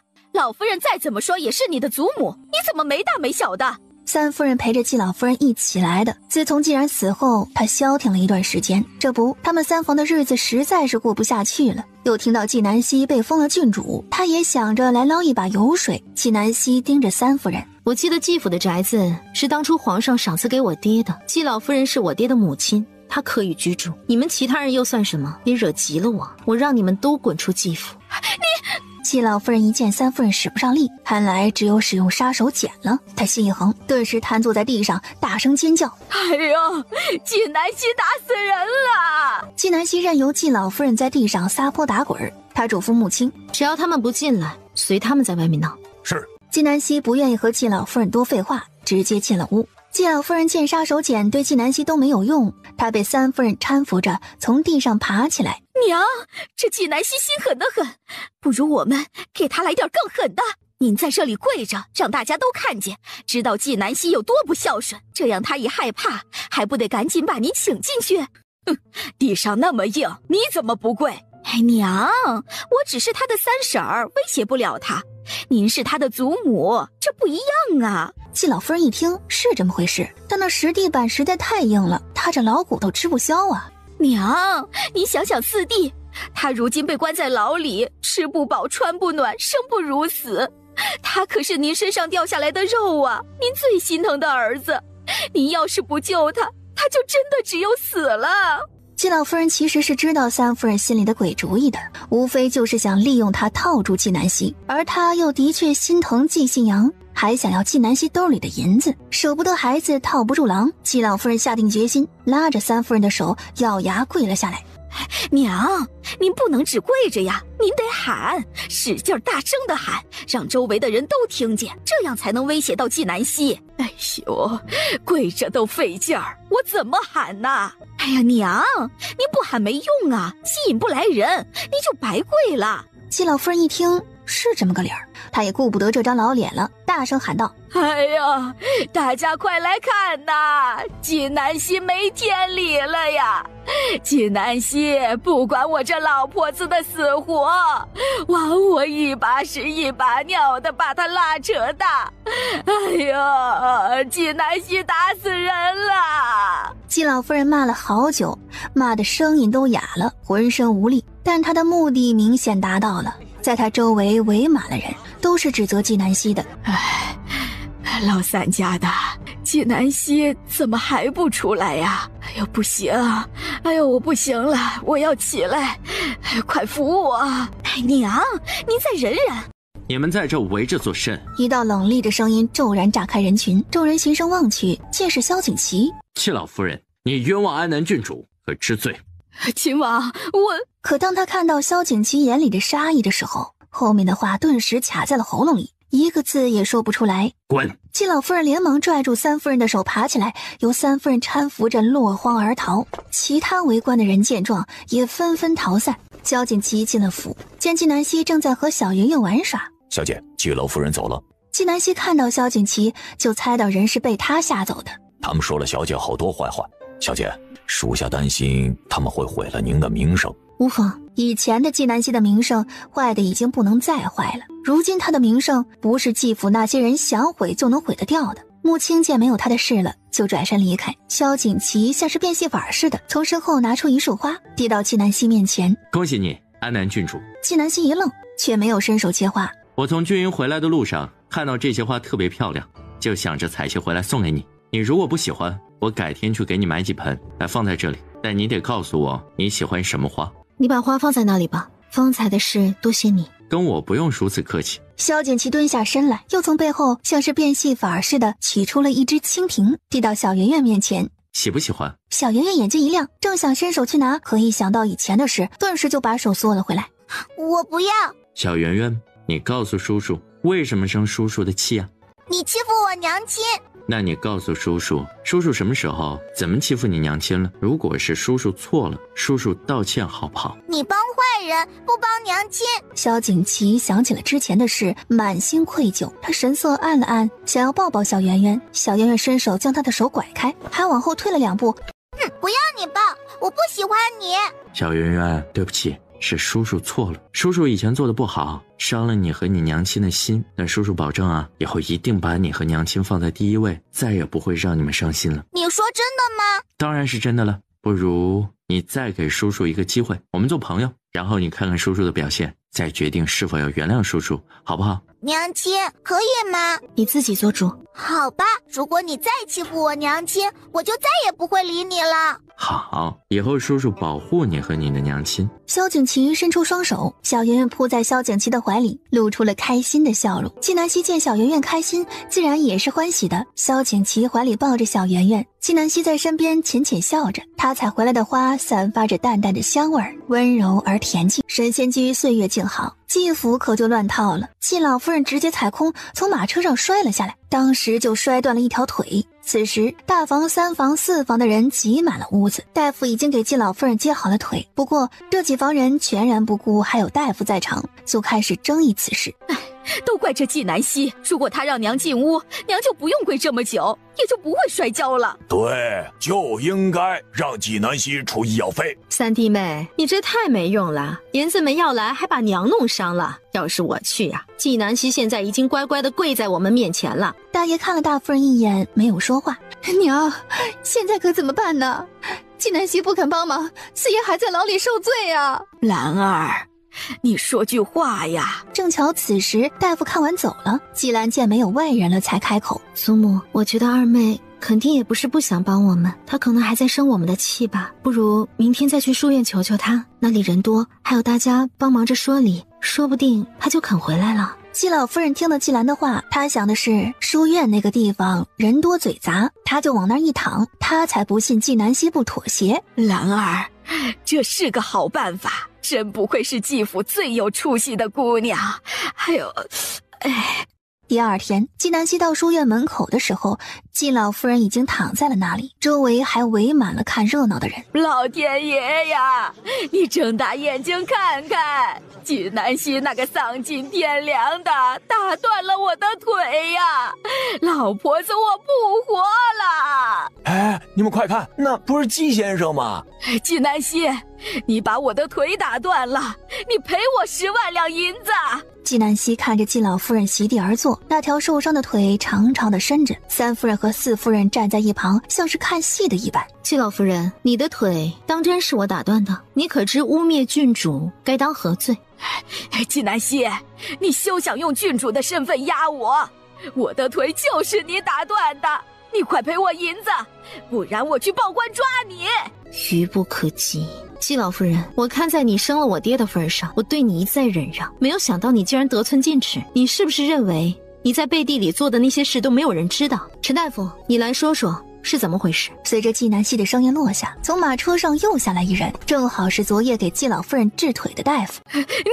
季老夫人指着陈大夫说不出完整的话来，满脸慌张。三夫人和四夫人更是不敢讲话了。季老夫人，季神医对我有恩，我昨天晚上听到你们的谈话，简直欺人太甚。大家听我讲几句。我昨晚在季府亲耳听到，季老夫人的腿是她自己摔断的，和季神医无关，他们就是来讹季神医银子的。季神医对我们这些毫不相干的外人都这么好，又怎么会对自己的祖母那么残忍？肯定是这祖母做的不对。你血口喷人！季老夫人如果觉得我冤枉你了，大可以叫别人来验伤。打断的腿伤和摔断的腿伤是不一样的。他早些时候治病遇到了点麻烦，是纪南希救了他一命。后来只要他遇到医学上不懂的问题，都会请教纪南希。季老夫人羞红了脸，刚刚那些帮他骂纪南希的人，现在都反过来骂他了。走，赶紧走！季老夫人恨不得挖个坑把自己埋了。纪南希可没有轻易打算放季老夫人走，拦在季老夫人面前，污蔑我就这么算了？我是你祖母，你还想怎样啊？母亲，将她送去官府。哎呦，快来人呐！季南希不认我这老婆子，要造孽呀！老二啊，你要是还活着，我就不会被欺负了。老二啊，哎呦！带走。母亲不由分说，直接将季老夫人拖走。纪南希余光瞟到了季兰，四目相对，季兰心里一慌，面上却故作镇定地离开。母亲当真把季老夫人送到了衙门，衙门的人是个聪明人，这种家务事不好管，但既然是纪南希送来的人，又是他的亲祖母，打不得训斥一番总是可以的。于是季老夫人就被狠狠地训斥一顿，还被罚在禁府禁足1月。如此一来，纪南希就得了短暂的清静。直到庆功宴的到来，这一次的宴会，百官可携带家眷。端王府，王爷，往常这样的宴会您都是拒绝参加的，今天怎么想着参加了？去见季先生。纪南希作为今天的主角，自然是最后一个到场的。此时这永和宫里已经坐满了人。寇全，让安南郡主出来吧。纪南希不急不缓的登场，瞬间聚焦了所有人的目光。端王死死地盯着纪南希，他怎么和齐胜长得一模一样？臣安南见过皇上。免礼。安南啊，往后你身为郡主，肩上的任务就更重了。臣一定尽我所能，不负圣心。嘉圣帝很满意的点头。纪南希转过身，见端王依旧还盯着他，他只礼貌性的朝端王笑了笑，然后坐到了属于他的位置上。端王的内心太震撼了，他终于控制不住自己内心的冲动。恭喜安南郡主，安南郡主长得很像本王的一个旧友，不知道你们是什么关系啊？他不能直接问纪南希是不是齐胜，如果纪南希真是齐胜，那他就是当众曝光了他的身份。王爷说的那位旧友我认识，他还向我提起过王爷，说峭壁之风可作刀，王爷已经做到了。端王听到这句话，手一抖，手中的酒杯顿时滑落在地上。这是他和纪南希第一次下棋的时候，纪南希提点他的。这句话只有他和齐胜知道，所以纪南希就是齐胜。纪南希见到端王如此，便顺手给他解围。王爷不必如此激动，你的旧友说不日你们将会见面，届时再把酒言欢。多谢安南郡主告知。这时他耳边突然传来一道不友好的声音：安南郡主，恭喜你。纪南希抬头，见是御史大夫陈仙和。安南郡主，今天大家都在，既然是你的庆功宴，不如你给我们讲讲你是如何治理隆安旱情的。想听我讲课很贵的，得先付银子。安南郡主果然视财如命，无论做什么事儿都离不开银子。随着陈仙和这一闹，四周已经安静了下来。陈仙和，你要做甚？皇上，微臣状告纪南希，在隆安新修水利中贪污朝廷的赈灾银两，向当地父母官行贿。陈仙和此言一出，场上顿时炸开了锅。先前来恭喜纪南希的顿时变了脸色。陈仙和敢在纪南希的庆功宴上举报他，那肯定是确有这事。证据呢？陈仙河从身上取出来几个折子，展开一一念出来，细数了纪南希在隆安的重重罪证。皇上，纪南希一到隆安就开始大吃大喝，还点名要吃鲍鱼龙虾，在衙门和隆安县令大吃大喝，要求他们给他寻找山珍海味。朝廷拨的银子，纪南希表面上是拿去买粮食了，实际上是被他贪了。陈仙河将纪南希的罪状念完以后，又叫了几个证人。纪南希一看，那证人当中有当初谎报人口数想要多领粮食的男人，还有他去吃饭那家酒楼的掌柜。皇上，这些是纪南希当时拿出来的银票，他一个书院先生哪里有这么多的银票？这明显就是他贪的。皇上，如今人证物证齐全，请皇上重罚纪南希。嘉圣帝面色铁青，幸好纪南希回来以后将隆安的事情一五一十的禀报给了他，而且他也绝对信任纪南希，不然就凭眼前的这些证据，纪南希绝无翻身的可能。陈老二，你满嘴胡言！那些银票是我送给小希的，他想要银子我都会给，他用得着贪吗？皇上，臣以性命作保，安南郡主是冤枉。皇上，这两人的话都不可信，京城谁不知道？顾少爷和秦王已经成了纪南希的群下臣，是吗？朕还不知道，朕才封的安南郡主是这样的人呢。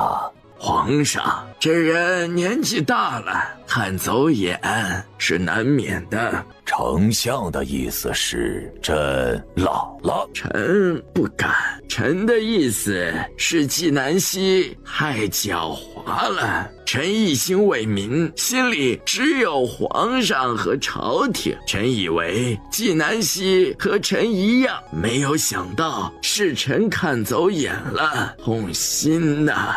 请皇上重罚纪南希。以陈仙河为首，身后突然跪了1-20个人。纪南希一直没有说话，他就让他们尽情的表演，看他们最后的手段是什么。皇上，臣妾认为安南郡主不是这样的人，请皇上明察。皇上，安南郡主一向嚣张，敢不把臣妾放在眼中，恃宠而骄，请皇上重罚。皇上，安南郡主就算真拿了朝廷的银子，他为隆安立了那么大的功，也不能罚得太重。皇上，安南郡主一定是冤枉的，请皇上明察。请皇上明察，请皇上明察，请皇上明察，请皇上明察，请皇上明察。请皇上明察。嘉圣帝听着这一声声为纪南希求情的声音，暗想纪南希没有要夺权的心思，不然他将比白丞相恐怖1000万倍。万幸纪南希是他的臣，请皇上撤除纪南希的郡主封号，革除书院的职务，永不录用。放肆！嘉圣帝震怒，直接抓起眼前的酒杯砸到白丞相的头上，白丞相的额头当即被砸出了鲜血，他依旧一动不动。恳请皇上重罚纪南希，请皇上重罚纪南希。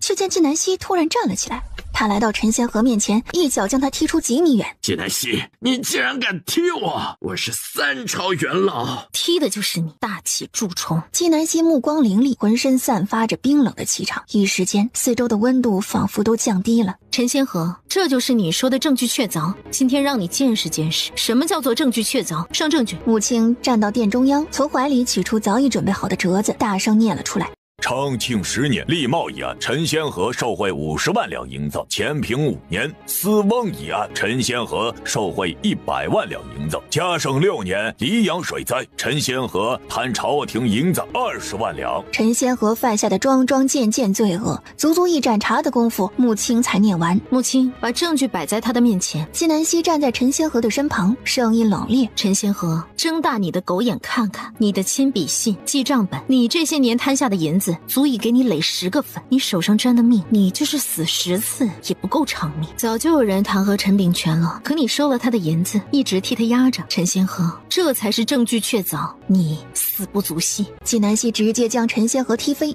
跪到嘉圣帝面前。以白丞相为首的那一群人，他们此时都不敢再出声了，生怕自己变成下一个被纪南希挖牢底的人。此时嘉圣帝已经看完了那些证据，陈仙河，你还有什么话说？臣罪该万死。他现在已经清醒了，今天无论他告不告纪南希，纪南希和嘉圣帝都要拿他开刀，不然几十年前的那些罪证，没有嘉圣帝的帮忙，纪南希怎么会有？御史大夫陈仙河贪赃受贿，数额巨大，草菅人命，罪大恶极，数罪并罚，满门抄斩，其本人凌迟处死。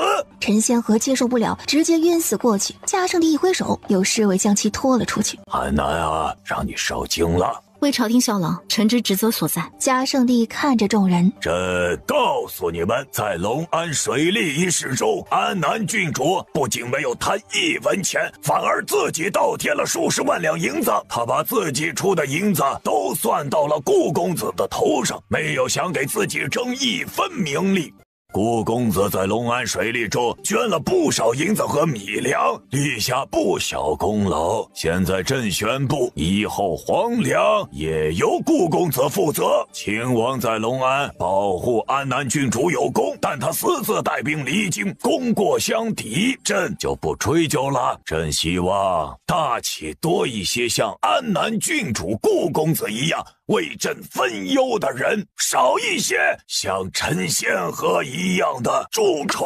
众人望向纪南希，有敬佩，有嫉妒。在顾一峰和萧景祺谢恩以后，嘉圣帝借了一个由头离开了。白丞相终于端起酒杯朝纪南希走去。安南郡主足智多谋，佩服。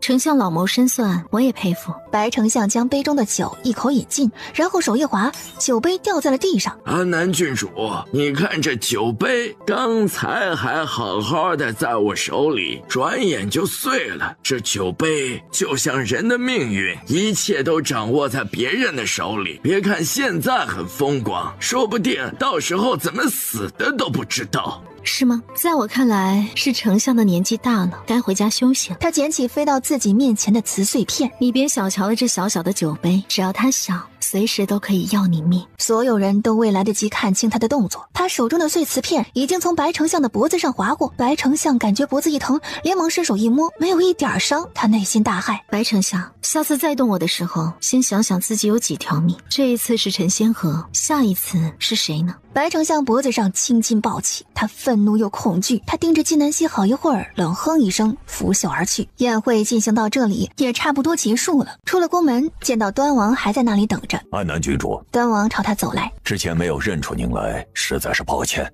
王爷，论辈分，您是长辈。我只认齐道，齐胜担得起。不知道安南郡主何时有空，我想请郡主指点一二。王爷，等哪天我抽出时间来，我邀请您来府上坐坐。估计是多久呀？为期复赛之前。端王得了答案，又见不远处萧景祺和顾一峰等人在等着纪南希，他才离开。你们怎么还不走？回神仙居再说。三人回到神仙居。小希，你是不是认识齐胜啊？认识。就在他以为顾一峰已经知道他身份的时候，听到顾一峰继续问：那你能不能带我去见见他呀？围棋复赛要开始了，我想向他请教。他就在你眼前。你是齐胜呀？我……顾一峰张大着嘴巴，一脸震惊。萧景祺一直没有出声，闻言也相当震惊。裴慕之和谢云初一脸淡定。小希，你的意思是我以后可以随时和齐胜下棋了吗？理论上是这样。为什么是理论上呀？因为我和你都很忙，可能有时候不得空。只要是和你一起，我随时有空。顾一峰脱口而出，气氛瞬间暧昧。纪南希笑了笑，岔开话题：兄弟，够意思。萧景祺黑了脸。你齐胜的身份知道的人多不多？他担心纪南希的安全。除了皇上和端王，还有就是你们。安南郡主的身份，我希望大家都放在心里，哪怕对自己最亲近的人也别提起，特别是有些话多、口风又不严谨的人。你含沙射影的说谁呢？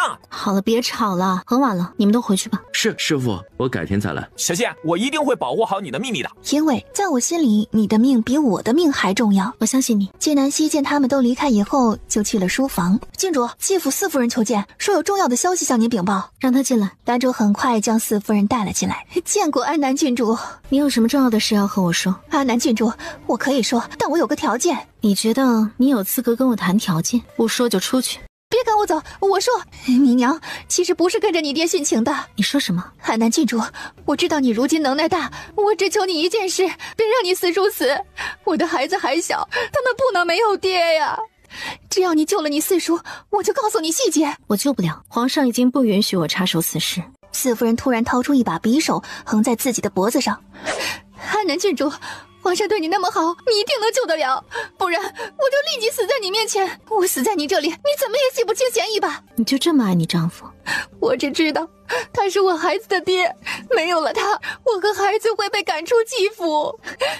我死了就死了，可是我不能让我的孩子受苦。他可怜四夫人一片爱子之心。季四爷的事我不会插手，他做错了事情就该受到惩罚，皇上会秉公处理。我娘的死因你知道多少？开个价。四夫人见威胁不成，她又没有其他办法对付纪南希，就想着能拿到银子也是好的。好，10万两。你如果直接告诉我凶手是谁，我立即给你10万两银票。我不知道凶手是谁，我这里有一个很重要的线索。当年你爹战死以后尸骨无存，你娘准备带着他的遗物回来照顾你的，可是后来过了几个月，就传来了你娘殉情的消息。你如何知道我娘要带着我爹的遗物回来的？他明明记得当年他爹娘去世以后，府里的人告诉他说他娘不要他了，宁愿跟着他爹死，也不要他这个拖累。后来他自己做了娘，才觉得他娘死得可疑。纪南希在很小的时候就被送回继府了，继府的人把他养废了。再者，他后来常年不在他爹娘身边，更愿意听继府这些人的话。在他的记忆里，每年过年的时候，他爹娘会回来看他，但他记得四夫人和他娘的关系并不亲近。那他娘要回来的事，四夫人是如何知道的？他写信回来的，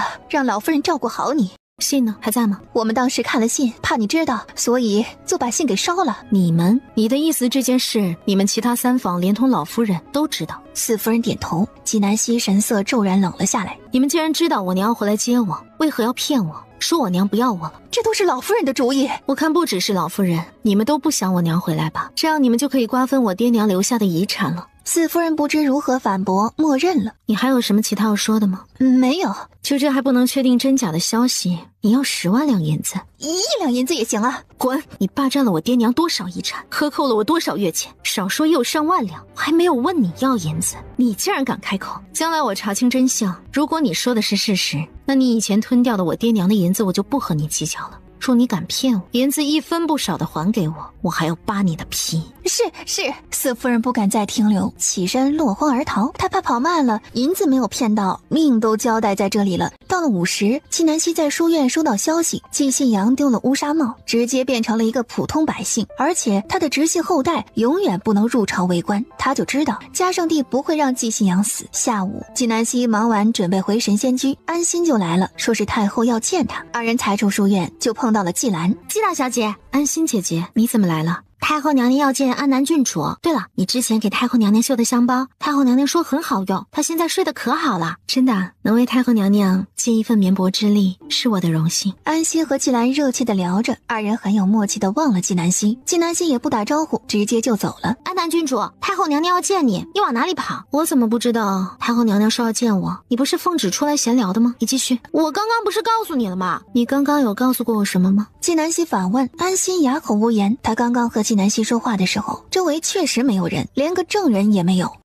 二妹，安心姐姐每天那么多事，偶尔忘了也是正常。安心姐姐，我想陪着我二妹一起进宫见太后娘娘，还可以吗？当然可以啊，太后娘娘正念叨着你呢。安心生怕纪南希又像方才一样跑掉，她不敢再和纪兰热聊了。她原本是想和纪兰热聊，把纪南希冷落在一旁，让她尴尬，没有想到反而是自己吃了亏。她如果没有把纪南希带去，坏了太后的计划，她要受罚的。三人到了慈宁宫，纪南希和纪兰给太后行礼。希儿，时间过得真快，你如今都是安南郡主了。太后娘娘叫安南来，所为何事？怎么没有事，哀家就不能让你进宫了？不是，太后娘娘请吩咐。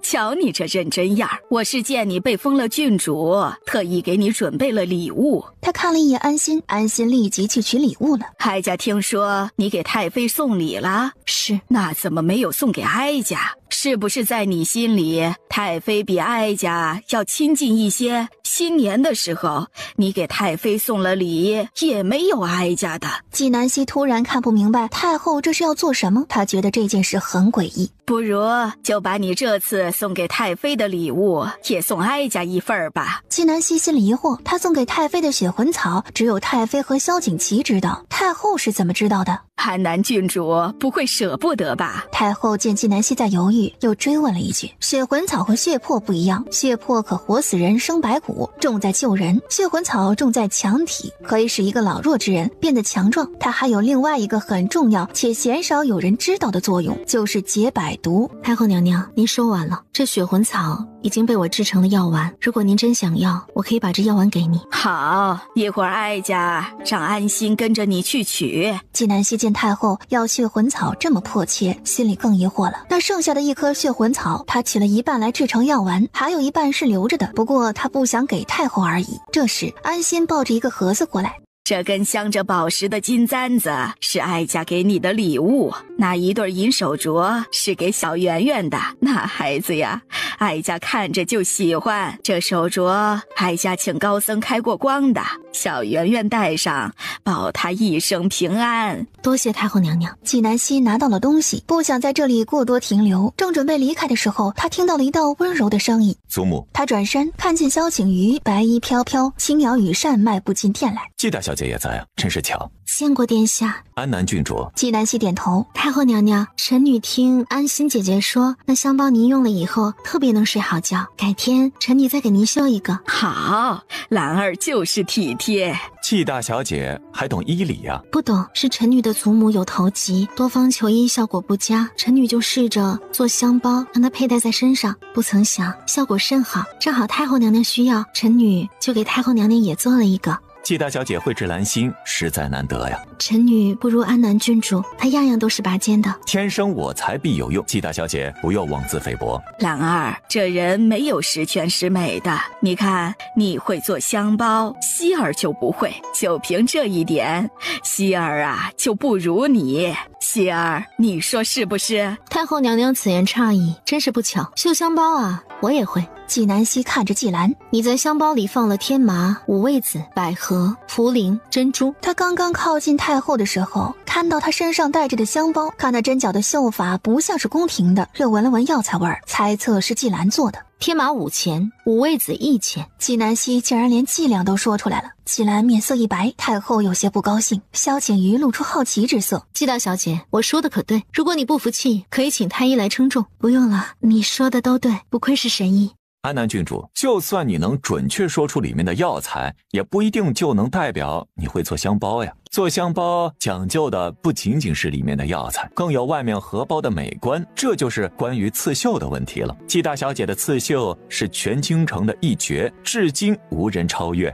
全京城绝绣的荷包就这水平？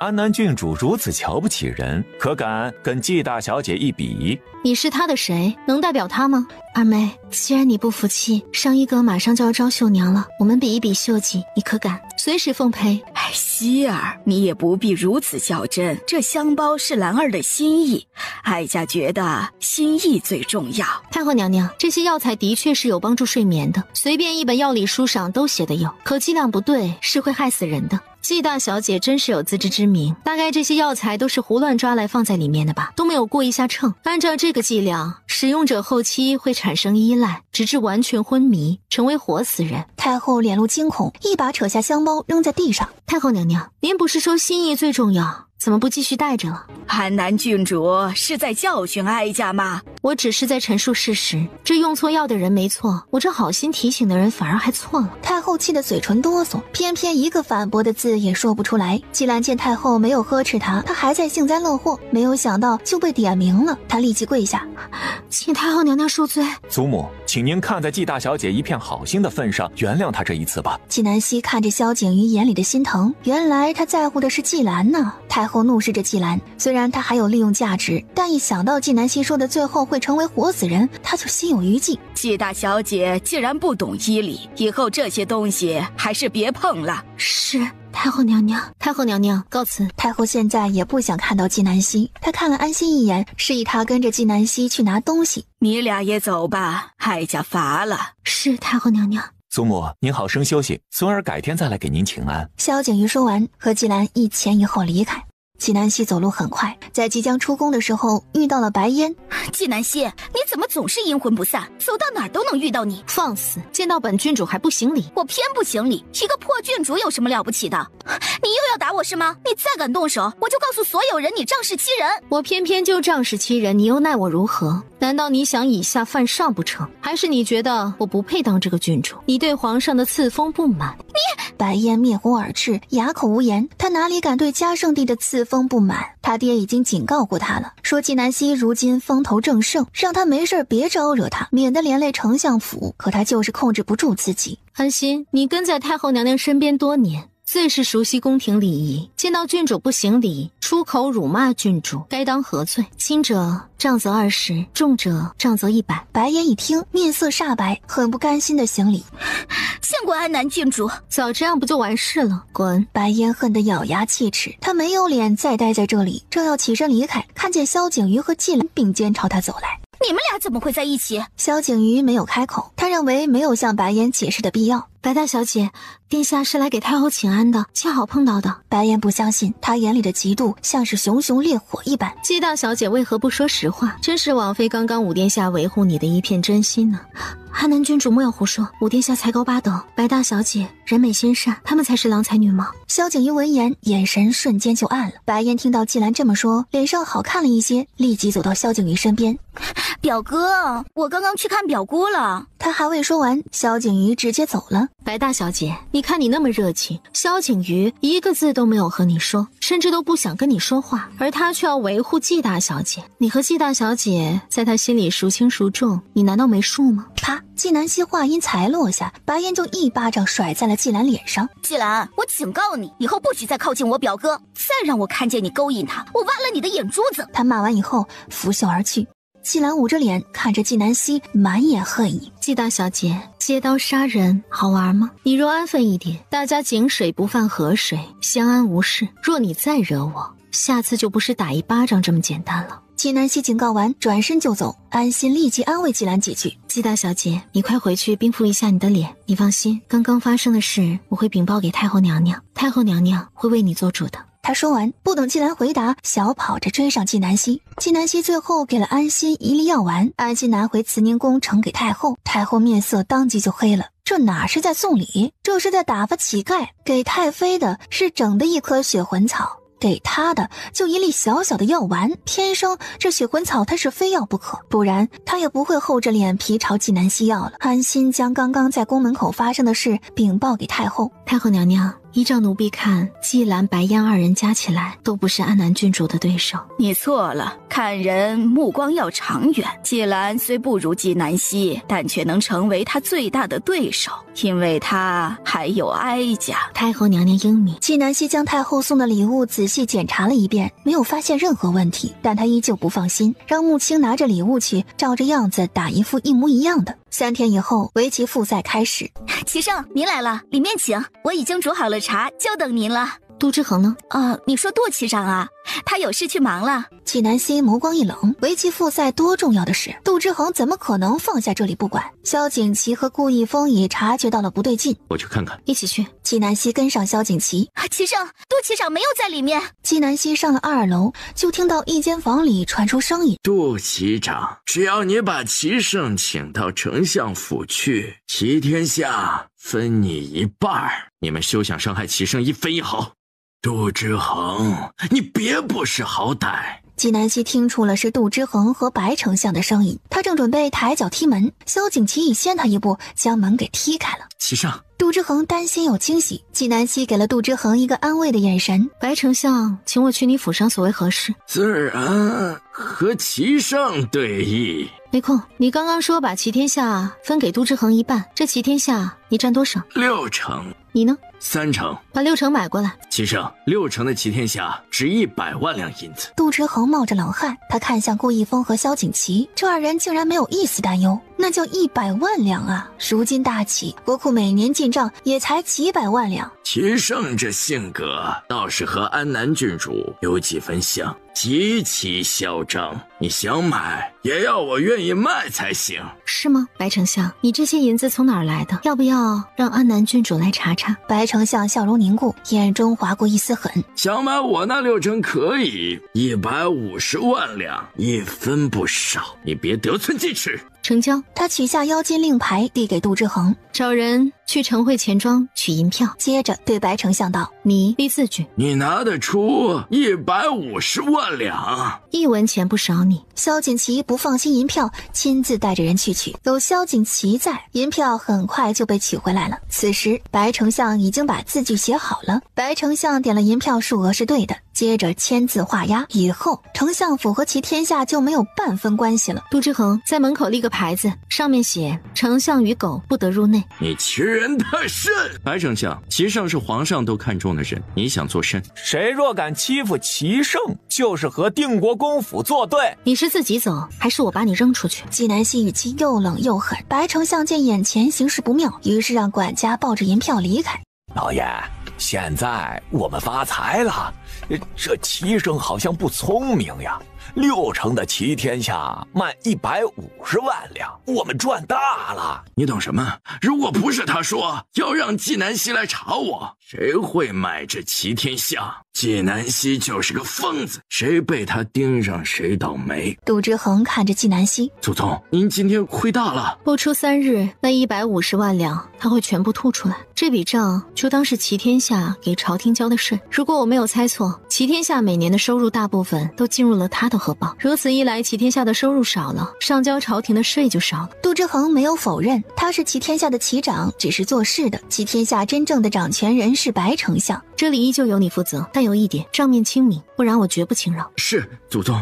纪南希在书院忙了一上午，直到午时才得空进宫见嘉圣帝。安南啊，听说你昨天在齐天下赔了150万两银子。皇上，不能算是赔，是替朝廷挣了150万两银子。哦，银子已经到了白丞相兜里，你难道有办法让他拿出来？臣不仅要让白丞相拿出银子来，还要让他心甘情愿的双手奉上，求着皇上收下。齐天下由白丞相把持着，账目不干净。杜之恒是他的徒孙，又是明面上齐天下的负责人，一旦他齐胜身份曝光，齐天下被人利用，他和杜之恒都跑不掉。所以他早就计划好了，把白丞相踢出来，银子往他兜里过一遍，再回到国库，算是补上齐天下这些年少上交的税。即使没有昨天白丞相的主动出击，他也会设局请他入瓮。安南又想到什么好办法了？纪南希将自己的计划如实告知嘉圣帝。还是朕的安南聪明呀！皇上，长宁郡主来了。选长宁郡主，贤王幼女，天资聪颖，美若天仙，集才华与美貌于一身，且身份尊贵，真正的天之娇女。长宁见过黄伯伯。快免礼。安南啊，这是长宁郡主，你们呀都是朕亲封的郡主，以后可姐妹相称，得和睦相处啊。是，皇上。做姐妹嘛，长宁郡主可能十分不愿意，毕竟二人之前可是有深仇大恨的。皇上，长宁有事向您禀报。说吧，何事啊？长宁郡主看向纪南希不语，她心想，传言不是说纪南希如今变聪明了吗？怎么还是像以前一样不识趣呢？竟然还不走。安南不是外人，你但说无妨。是。纪南希听到嘉圣帝如此说，反而不想待下去了。皇上，臣告退。去吧。长宁有什么话要对朕说呀？皇上，我父皇说。纪南希出了宫，回到神仙居的时候，发现韩子义已经离开了，只留下了一封信和给小圆圆的一堆礼物。他展开信一看，韩子义一如既往的惜字如金。师傅安，小圆圆安，弟子走了，决赛再见。他看完信唤来穆青，你去丞相府。他将任务告诉了穆青。第二天早朝，众爱卿，昨晚朕做了一个梦，梦见一位老仙人说，朕的大臣家中发生了喜事，枯木逢春，花开满盆，让朕放一件宝物在这花盆旁边沾沾喜气。不知道昨晚哪位爱卿家里出现了喜事啊？皇上，臣在来上朝的路上，听说白丞相家里的那盆快要死了的花，竟然开花了。白夏，你刚刚为何不说呀？难道是怕朕沾那花的福气？一盆回光返照的花而已，皇上，臣怕晦气才没有说。白夏，先人之话亵渎不得。既然先人都给朕指路了，那朕也得遵照执行。朕会放一宝物在那花盆旁边，明日早朝朕会派人去取。白夏，你切记，这宝物啊，碎不得，不然后果不堪设想呀。此事事关大齐国运，若有闪失，朕为丞相府试问。皇上，白相想抗旨不成呀？是。白丞相十分不甘心。此宝物就由秦王亲自负责押送。是，皇上。下朝以后，萧景祺带兵亲自押送一宝物，那宝物是由红布盖着的，具体是什么，外人并不知道。萧景祺放下那宝物就要走。秦王，此物如此贵重，你不在这里亲自守着？有白丞相在，何须本王？本王的任务只是押送，并不包括亲自看守。说完，头也不回地走了。白丞相气得咬牙，他感觉他已经进套了。来人，召集所有人，里3层外3层，全府戒严，死守宝物。萧景祺从丞相府出来，给纪南希传了信，说一切顺利。白丞相一直守到深夜，眼看只有1个时辰就要天亮了，他却莫名的睡着了。到了第2天，白丞相醒来的第一眼是看向那宝物，刹那间他就愣住了，宝物碎了。白丞相，本王来接宝物，开门。白丞相背脊一凉，他迅速冷静下来，将宝物重新盖好，拉开门，留一个缝，对萧景祺说：请王爷先去前厅喝杯茶，再来接宝物。本王不喝茶，让开。萧景祺眸色一冷，一脚将门踢开，踢到宝物那里，捧起宝物喝道：白相过意损坏宝物，带走。秦王，我看谁敢？本王敢。谁若抗旨，格杀勿论。白丞相权衡利弊，此时不宜和萧景祺撕破脸皮，于是不甘心地选择了进宫。嘉圣帝一听萧景祺说宝物被白丞相打碎了，顿时大惊失色，那夸张的神色仿佛是边境失守了。白从儒，你打碎宝物，惹怒先人，降罪大齐，你是何居心？臣是冤枉的。那你告诉朕，你仍然守着宝物，不是你打碎的，那是谁打碎的？白丞相哑口无言。白从儒故意损坏宝物，致使先人降罪大齐，其居心不良。来人，把白从儒押下去，打入天牢。萧景祺闻言就要动手，白丞相见嘉圣帝是动真格的，看来他不出点血是无法洗清这罪名了。皇上，宝物在丞相府损坏，是臣的失职，臣愿意赔皇上一个宝物。不知道皇上这宝物值多少银子？胡说八道！宝物无价，是先人的心意，用银子衡量宝物，是对先人的亵渎。皇上恕罪，请皇上看在臣一生勤恳的份上，给臣一个机会。既然白相都这么说了，朕就给你个面子。白丞相一想，自己前2天才得了150万两银子，这次赔的银子怎么也不能比这个数目少。皇上不知道150万两银子可够？虽然少是少了点儿，将就吧。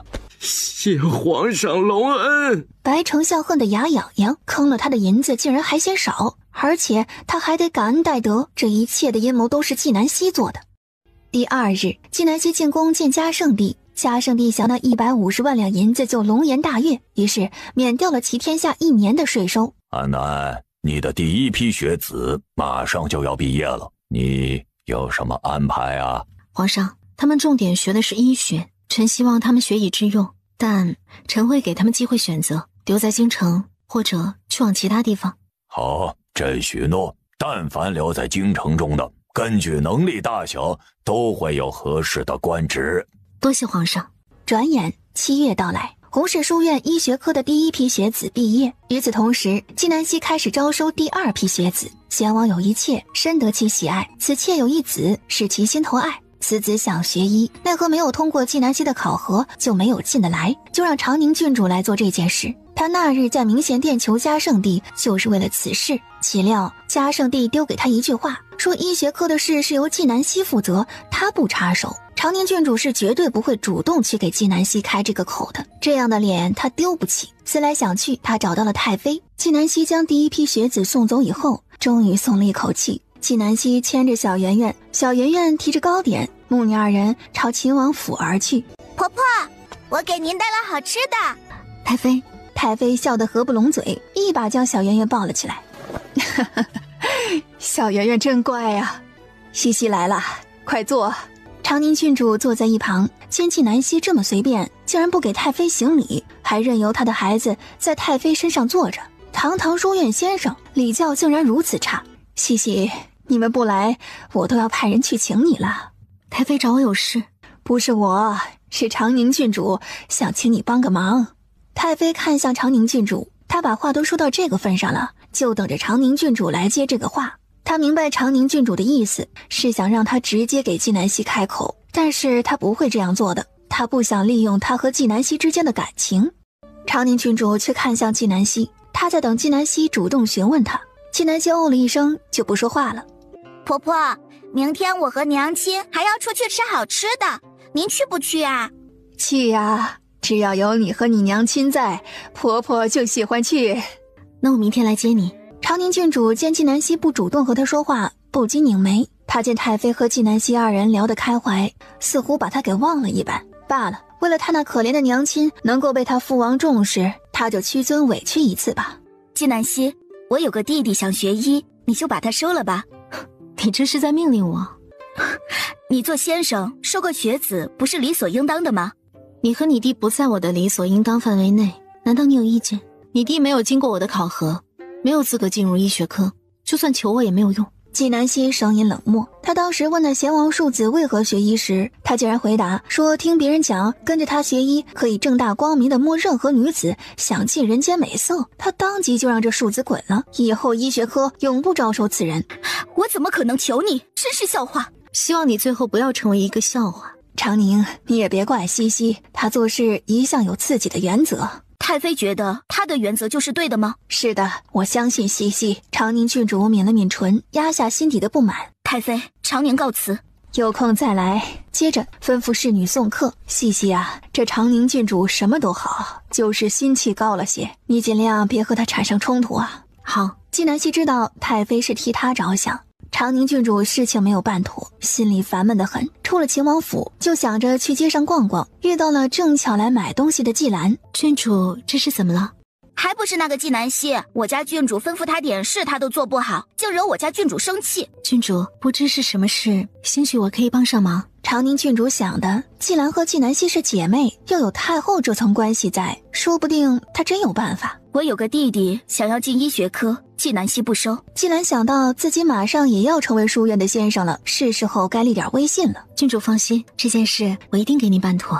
季大小姐，如果你能帮我办成此事，就算我长宁欠你一个人情。他按道都是姓季的，怎么纪南希和季兰差那么多？二人商定了此事，季兰承诺明天给他答复。到了第二天，季兰拿着他特意买的礼物进宫见太后，他的马车和纪南希的马车擦身而过。纪南希今天特意带小圆圆和太妃出去享受美食的。三人到了云琼阁，点了一桌子的菜，正要开始吃的时候，萧锦旗来了。琪儿，你怎么来了？萧叔叔，我巡逻至此，听说你们在这吃饭，我上来看看。他见纪南希不搭理他，这一桌子的菜你们3个人也吃不完，浪费了可惜，不如我帮帮你们吧。这饭菜我们3个人吃刚刚好。他说的是实话，这一桌子菜看似很多，实则只是种类多。你想吃什么？我让店小二再上菜。萧锦旗自己拉了一把椅子放在纪南希身边坐了下来。银子不够加菜，我带银子了，这顿饭我请了，你们想吃什么随便点。纪南希没有再说什么，几人吃完饭，萧锦旗送纪南希和小圆圆回神仙居。男主禀报说太后宣纪南希进宫，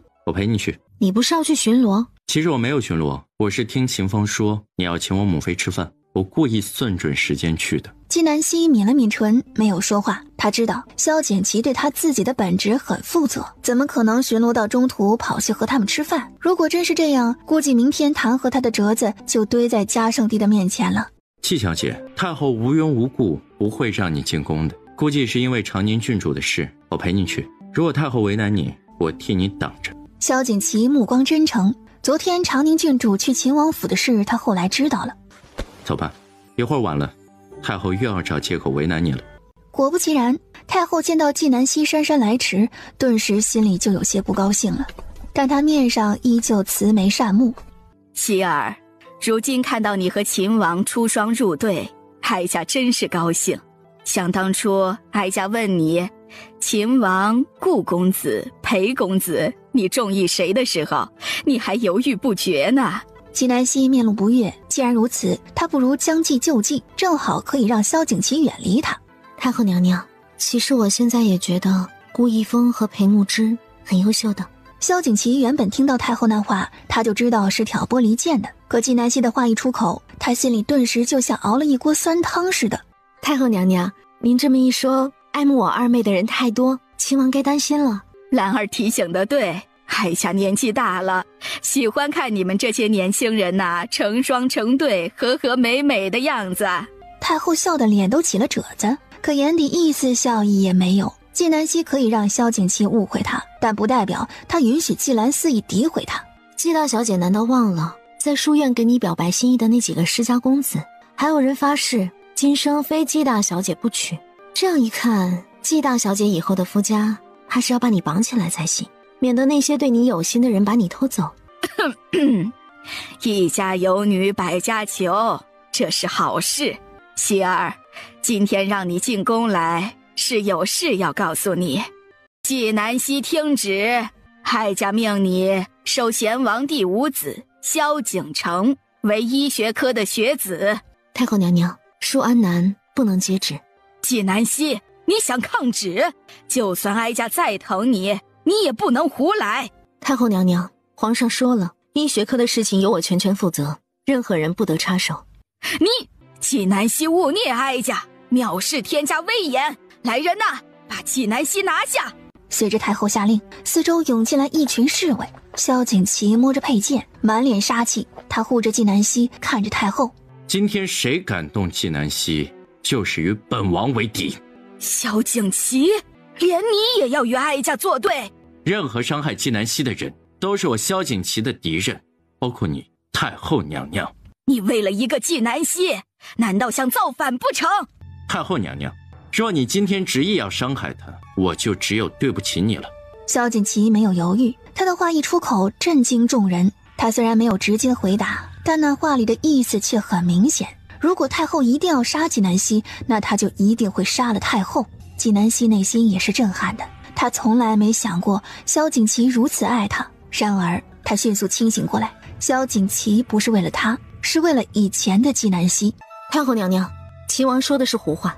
萧景祺见纪南希为他开脱，他心里无比欢喜。哀家可以不与他计较，但你必须得答应哀家的要求。南希，不能答应他。萧景祺，你当真不把哀家放在眼里？萧景祺，我的事和你无关，你现在立刻离开这里。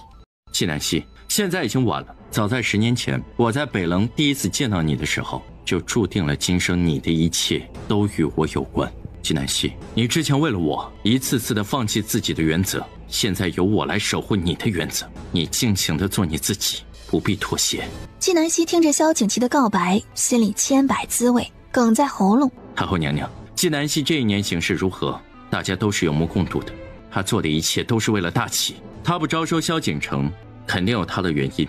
你连原因都不知道，就强人所难，是不是欺人太甚？哀家做事需要什么理由？杀！就在这千钧一发之际，高泉尖锐的声音传来：皇上驾到！皇上怎么来了？母后，这是作甚？一点小事，哀家能够处理好。皇上日理万机，还是去忙吧。纪南希呀，你来说，你怎么把太后惹生气了？皇上，太后娘娘下旨逼迫臣招收萧景城为医学科的学子，臣不从。太后娘娘说臣抗旨，要杀了臣。那秦王这是作甚呢？臣是在保护纪先生。皇上，秦王是被臣连累的，臣愿意一力承担过错。今日之事与秦王无关。皇上，臣是心甘情愿的，臣甘愿领罚。皇上，你看看，他们这成何体统？哀家不就是让纪南希收个学子吗？这有什么大不了的？母后啊，您是要让朕做一个言而无信的皇帝呀？早在纪先生成立医学科之际，朕就已经颁布了圣旨，医学科所有事情由他全权做主，连朕都不能插手啊。如今母后想要插手，朕若不帮你，朕就不孝；帮了您，朕就失信于天下。朝令夕改，以后谁还敢信朕的话呀？太后面如猪肝色。母后呀，还有一事您可能不知道，但纪先生一开始就禀报给朕了。他在考核萧景城的时候，发现萧景城品性不端。您也知道，纪先生的医学课很新颖，恐此以后借行医之便行不轨之事。纪先生提出医学科永不录用萧景城，朕已经准了。他话音才落下，太后就狠狠地把纪兰剜了一眼。他在责备纪兰为什么不告诉他有关于萧景城的事，害他在嘉圣帝面前失了礼，还丢了他的脸面。母后，你现在觉得纪先生还是抗旨不遵吗？皇上，你果然养了一个好臣子啊！带着你的人走吧，哀家乏了。多谢母后。嘉圣帝带着纪南希和萧景琦出了慈宁宫，很严肃地问纪南希：这么大的事，你为何不给朕报信呀？抗旨不遵，多大的罪名呀！够那些大臣参你一落折子。今天这情况伤到了你，朕不忍；伤到了太后，朕要如何保你啊？纪先生啊，朕把所有的希望都寄托在你身上，你可千万别拿自己的性命去开玩笑。纪南希听着嘉圣帝的念叨，这听似责备的语气，实则满满的关心。皇上，臣知错。秦王，还有你，纪先生年纪小不懂事，你也不懂事啊！在太后面前亮武技，你这秦王还当不当了？皇上，臣知错，臣领罚。回去面壁思过3日，罚3个月俸禄，打10个板子。是，皇上。然后自己去领罚去了。纪先生啊，你跟朕来，朕有事跟你说。是。纪南希应声跟上了嘉圣帝。慈宁宫内，那些侍卫已经离开了，去让长宁来见哀家。安心领命而去。纪兰，你可知罪？臣女知错，请太后娘娘恕罪。纪兰重重磕头，等她抬起头来时，额头又红又肿。在太后没有惩罚她之前，她必须重重惩罚自己，以退为进，博取太后的同情。你可知自己错在何处？她的重点不在惩罚纪兰，而在引导并培养纪兰。臣女错在低估纪南希，错在没有完全了解事情的真相。哼，自己去殿外跪着，跪满3个时辰再起来。跪3个时辰，纪兰至少3天无法走路。太后恩威并施，她要让纪兰感激她，又害怕她，从而对她忠心耿耿。是，太后娘娘。长宁郡主来得很快，当他看到慈宁宫门口跪着的纪兰时，心里已经明白纪兰失败了。长宁见过太后娘娘，免礼。长宁啊，萧景城品行不端，你为何不事先告诉哀家？太后娘娘，我弟弟就是顽劣了一些，在怀城名声极好的，从不曾有人说他品行不端。长宁郡主说的是实话，不然他怎么敢到处找人帮忙呢？不然别人对他一句萧景城品行不端就够他丢脸的了。太后见长宁郡主这模样，就知道他也是不知情的。那这件事有没有可能是纪南希作怪？你想你弟弟进医学科，可以直接来求哀家，何必借他人之手？长宁不敢劳烦太后娘娘，是纪大小姐说要帮忙。要是早知道纪大小姐是来求太后娘娘，长宁就自己亲自来了。太后一听就知道了纪兰的心思，想借她之手整治纪南希。这纪兰胆子也太大了，竟敢利用她。你回去吧，哀家乏了。长宁告辞。纪大小姐，太后娘娘让你跪满12个时辰再起来。跪满12个时辰，她腿都废了。纪兰身体忍不住颤抖，发誓今天所受的每一分痛，他日都要1000百倍的还给纪南希。纪南希和嘉圣帝商议完事情以后，就出了宫。到了宫门口，见萧景祺站如松，见他走来，他眉目舒展，立刻迎了上来。纪南希，你有没有事？皇上有没有责备你？我没事，皇上也没有责备我。你怎么样？纪南希见萧景祺行动自如，那10个板子应该就和挠痒痒差不多。但萧景祺毕竟帮了他，他不问候一句，良心上过意不去。我很好，今日多谢你帮忙。不客气，我陪你进宫就是为你遮风挡雨的。我希望有我在，外面的狂风暴雨都和你无关。纪南希，有我在，你永远可以做你自己想做的事。纪南希听着萧景祺的温言细语，心里五味杂陈。萧景祺，谢谢你。如果他能听到你的这些话，一定会很开心的。哪里有他，从始至终都只有你。纪南希没有解释，他想到今天萧景祺在慈宁宫的疯狂，心里忍不住后怕。他害怕连累萧景祺，甚至连累秦王府。他现在只想和萧景祺划清界限，将他推得越远越好。萧景祺，你知道你现在做的这些于我而言是什么吗？什么？夏天的棉被，冬天的蒲扇。纪南希道。萧景祺闻言面色一变，纪南希这是在说他做的这些多余。萧景祺，你说你和我做朋友，你越矩了。朋友也可以同生共死，可是我不愿与你共生死。你的执着和付出已经成为了我的负担，对我的生活造成了困扰。萧景祺，我们放过彼此吧。你可以把以前的他珍藏在心里，而我们应该向前看。萧景祺，在隆安你救了我一次，今天在慈宁宫你又救了我一次，我欠你2次人情。以后你或者秦王府需要，我一定会竭尽所能的帮。就此别过，各自安好。纪南希说完，抬腿往前离开。萧景祺一把拉住他的手。纪南希，你在撒谎对不对？你是怕连累我是不是？纪南希盯着萧景祺的手，这一次他没有放开。如果我说你没有连累我呢？我本就是处在风口浪尖的人，周遭本就是血雨腥风，又何惧多你呢？我只是不在乎而已，和连累无关。萧景祺，你再纠缠我，我们连朋友都没得做。他说完决然离去。萧景祺傻傻地站在那里，心像被密密麻麻的针扎一样。纪南希，我忘记了你10年，我会用余生来记住你，弥补你。萧景祺望着纪南希消失的背影，目光坚定，他非纪南希不可。纪南希回到神仙居，唤来穆青。你知道秦王最近在忙什么？除了军中的事，就是什么？哄楼主您开心。那个，你看看秦王最需要什么，帮帮他吧。楼主，秦王好像在寻袁大师的画，那幅《人间四季》，他只搜集到了春秋冬，还差夏季。那夏季的图去了哪里？据那买去的富商说，在路上丢了。这么多年过去，估计很难寻回了。我再画一幅一模一样的，你到时候想办法给他送去。记住，不要让他发现是我们送的。是，楼主。此时慈宁宫内，萧景瑜正在给季兰求情。皇祖母，求求您放了季大小姐，她一个弱女子，跪那么久身体吃不消。太后直接让安心把萧景瑜给请了出去。萧景瑜无奈，只得陪季兰一起跪着。过了一夜，季南希的画画好了。与此同时，季兰正从慈宁宫出来，一回到季府，她就卧病不起了。这一病断断续续的，她竟然病到了8月底。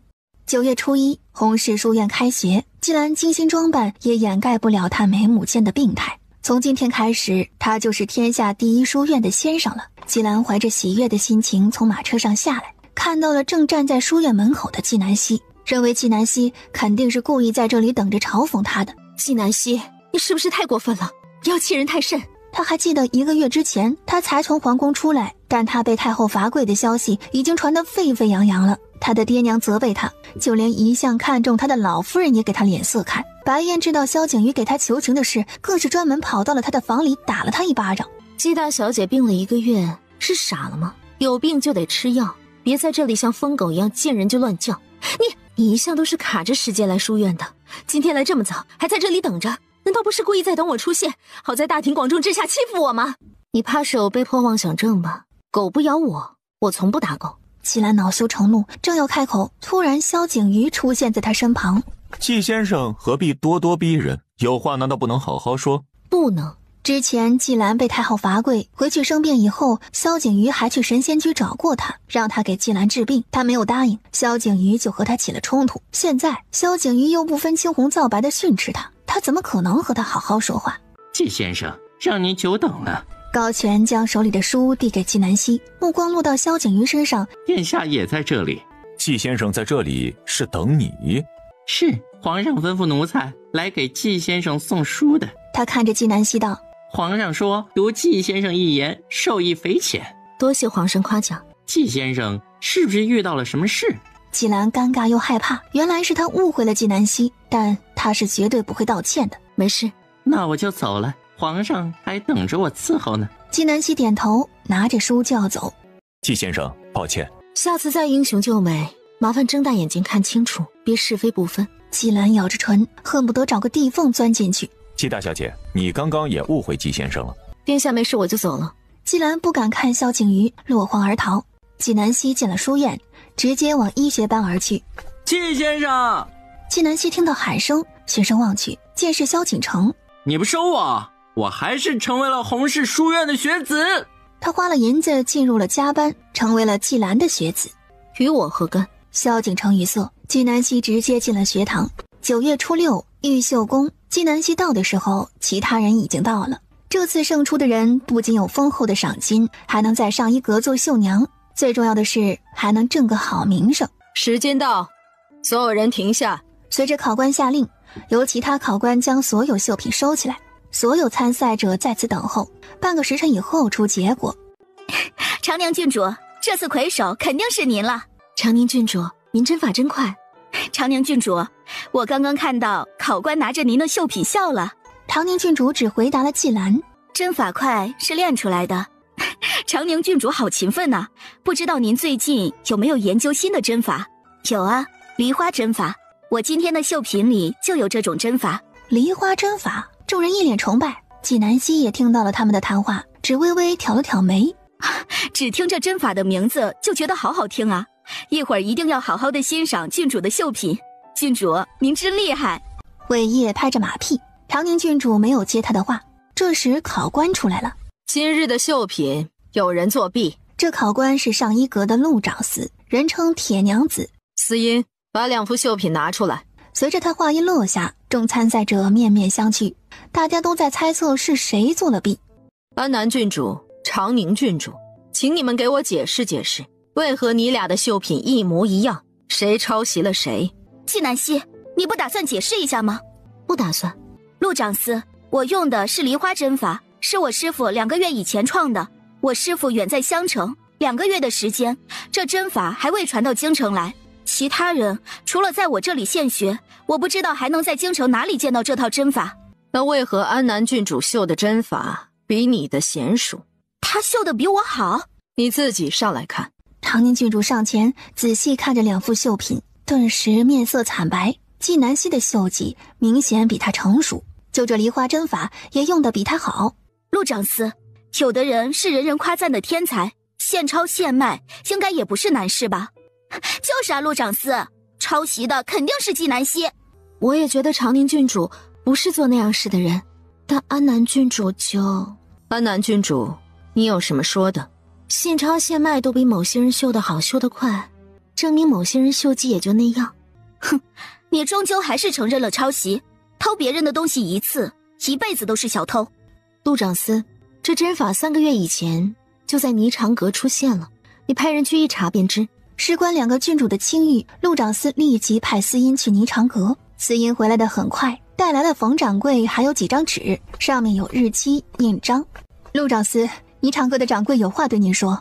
陆长司啊，这梨花针法是季小姐创来送给我们的，上面有她的印章作证。陆长司看着原稿上面的日期，的确是3月以前，印章只有1个字：西。胡说！这么珍贵的针法，他怎么可能送给你们？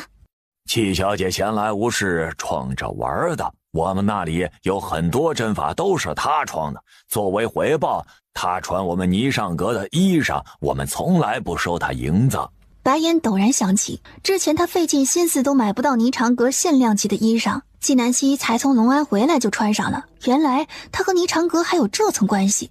陆长司，他没有说谎，这里是安南郡主创的原稿。司音又把手里剩下的纸递给陆长司，陆长司一张一张看，看到最后，那张刻板的脸竟然浮现出震惊、欣喜之色。宫里的衣裳虽然古板，但也要求有创新。如果霓裳阁出了新的针法、花样子，他都会买来瞧瞧。他现在手上这些原稿都是他曾经学习过的，也是他喜欢的。他就想着，有朝一日要是能见一见创着针法的人，也无憾了。飞絮绕城烟弥漫，浮红过江水成沙。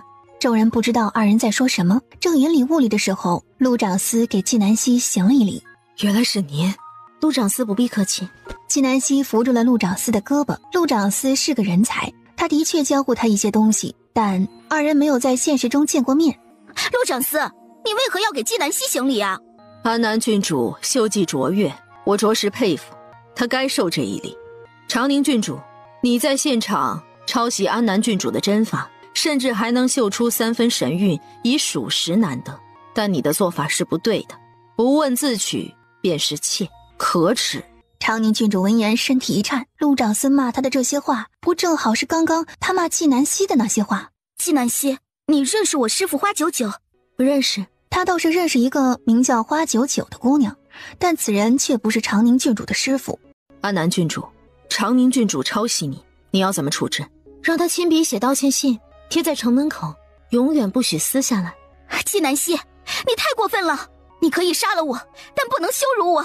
巧了，我行事向来喜欢反其道而行，我偏要羞辱你。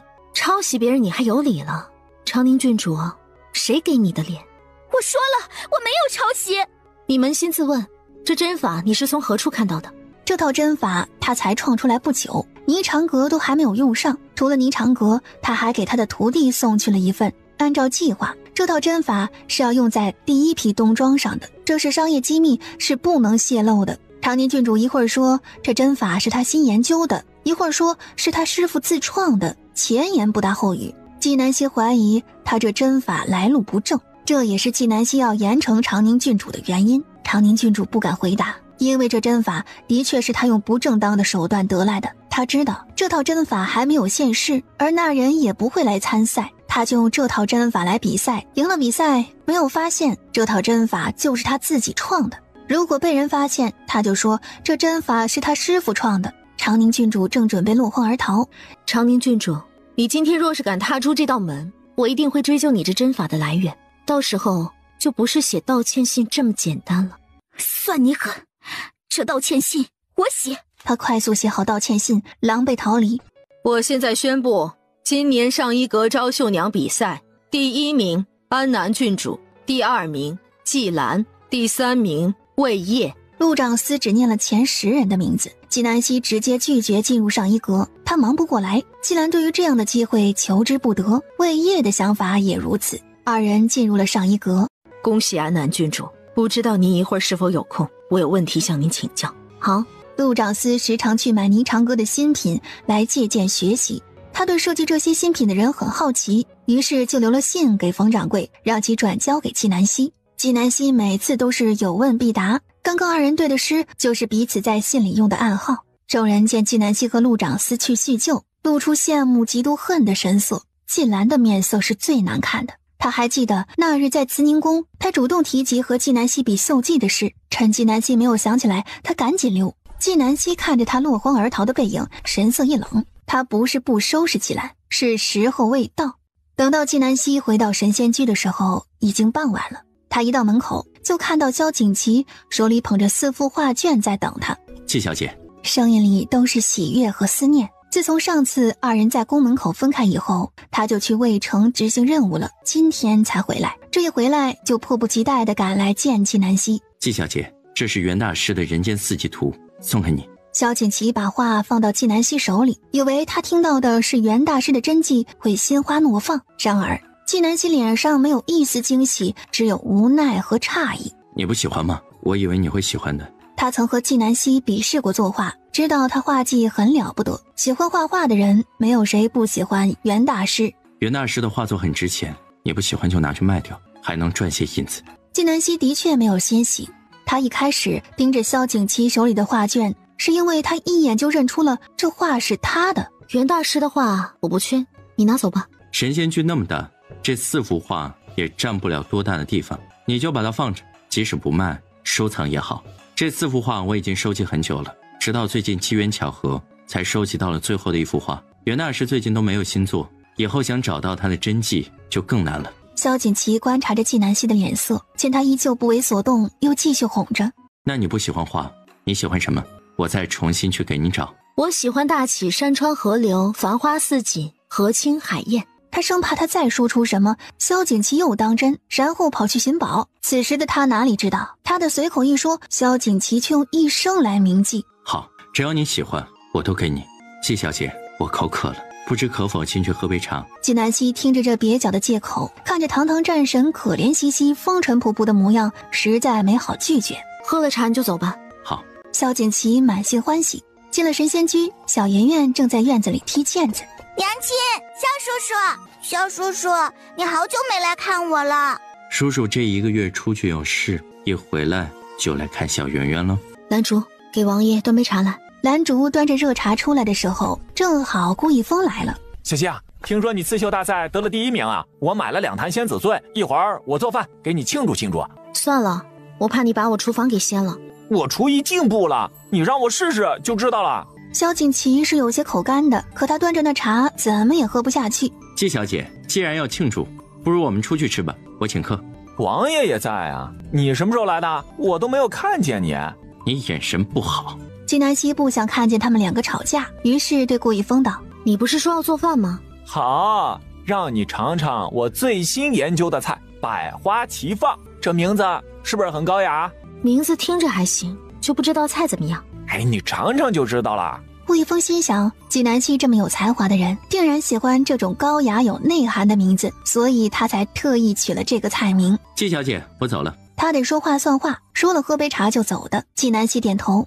顾一峰和纪南希去厨房做饭，菜都没有切完，萧锦旗又回来了。季小姐，听说神仙居今天有喜事，我来沾沾喜气。你不是已经走了吗？走了可以再回来。萧锦旗走到纪南希身边。你的手是用来下棋、画画、刺绣，给病人做手术的，怎么能切菜呢？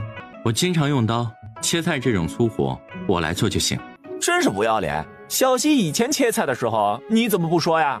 季小姐，以前都是我不好，以后只要你做菜，我一定切菜。顾一峰暗自懊恼，他怎么给萧锦旗创造了一次表白的机会？纪南希见萧锦旗一身戎装，是那双应该拿长枪卫四方的手，此时却拿着菜刀正笨拙地切菜。这里交给你们，我走了。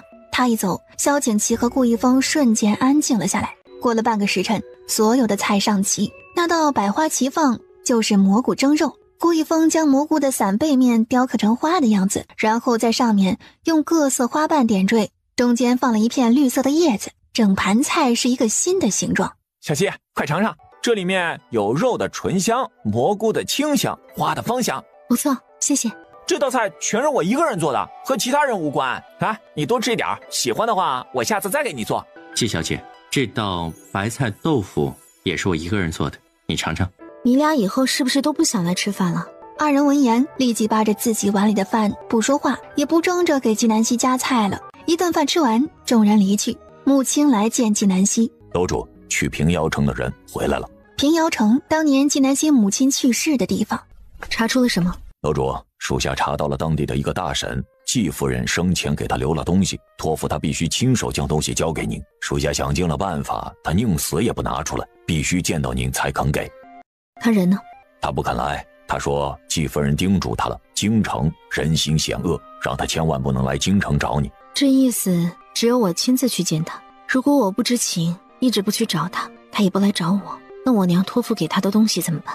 他说季夫人说了，如果你查不到他，就证明您能力不够，拿到那些东西反而会害了您，或者你根本没有发现什么，那你就会生活的快乐无忧，又何必用那些东西来扰乱你的生活？就让那些东西永远消失。纪南希听到此处，心像是被鞭子狠狠地抽了一下一样，疼得一颤一颤的。父母之爱子，必为之计深远。楼主，他为了证明他说的话都是真的，交给了属下一个信物，说这玉佩是当年楼主送给季夫人的，季夫人一直随身带着。纪南希接过玉佩一看，整个人瞬间愣住了。这玉佩是他的，准确来说是23世纪的纪南希的，是他出生的时候一得道高僧赠送的，他一直贴身带着。这玉佩竟然比他还先来大气，这是怎么回事？楼主，怎么了？纪南希摇摇头。楼主，接下来怎么办啊？找时间去平阳。9月15围棋决赛。祖宗，棋场里面都检查过了，是安全的。纪南希点头。韩子义在给纪南希煮茶，杜之恒连忙上去帮忙。师傅，弟子来。他拍掉杜之恒的手，也不说话，继续给纪南希煮茶。杜之恒笑了笑，连忙恭敬地退到一边。韩子义将煮好的茶递给纪南希。师傅，小六的茶艺越来越好了。韩子义露出了一丝笑容，他这一笑就像是孤山之巅的松柏转青了。小希，你提前来了，都不等我接你。子义兄，你也在啊？几时来的？都不找兄弟我喝酒。韩子义的目光落到顾一峰和纪南希座位之间的空隙上。喝茶。韩子义递了一杯茶给顾一峰，茶杯一滑，落在顾一峰和纪南希之间，且偏向顾一峰。小希，你有没有伤着？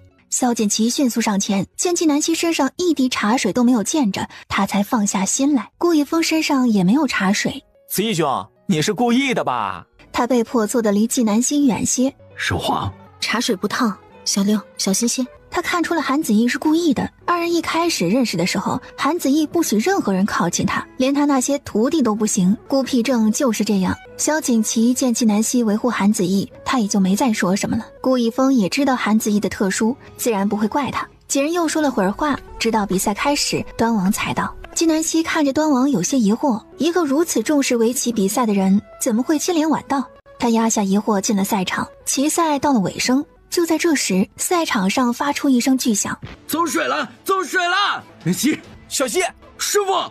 萧景琦、顾一峰、韩子义已经在第一时间围到纪南希身边，警惕地看着四周。纪南希已经闻到了空气里弥漫着的桐油的味道，快组织大家撤离！他目之所及没有发现端王，他为了保护身份没有带木青，只有对萧景琦道：“快去找端王爷。”他说完就朝爆炸声传来的方向跑去。爆炸声有3处，他选择去了火势最大的地方。齐胜，你怎么来了？这里危险，你先离开。谁在里面？王爷。纪南希心里一跳，端王若出事，他和杜之恒都跑不掉，杜之恒必死无疑。火势太大了，我们进不去。齐胜怎么办？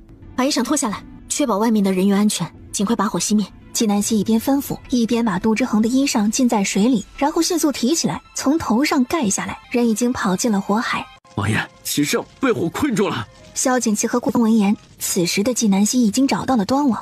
王爷，我来救你。纪先生啊，抱歉。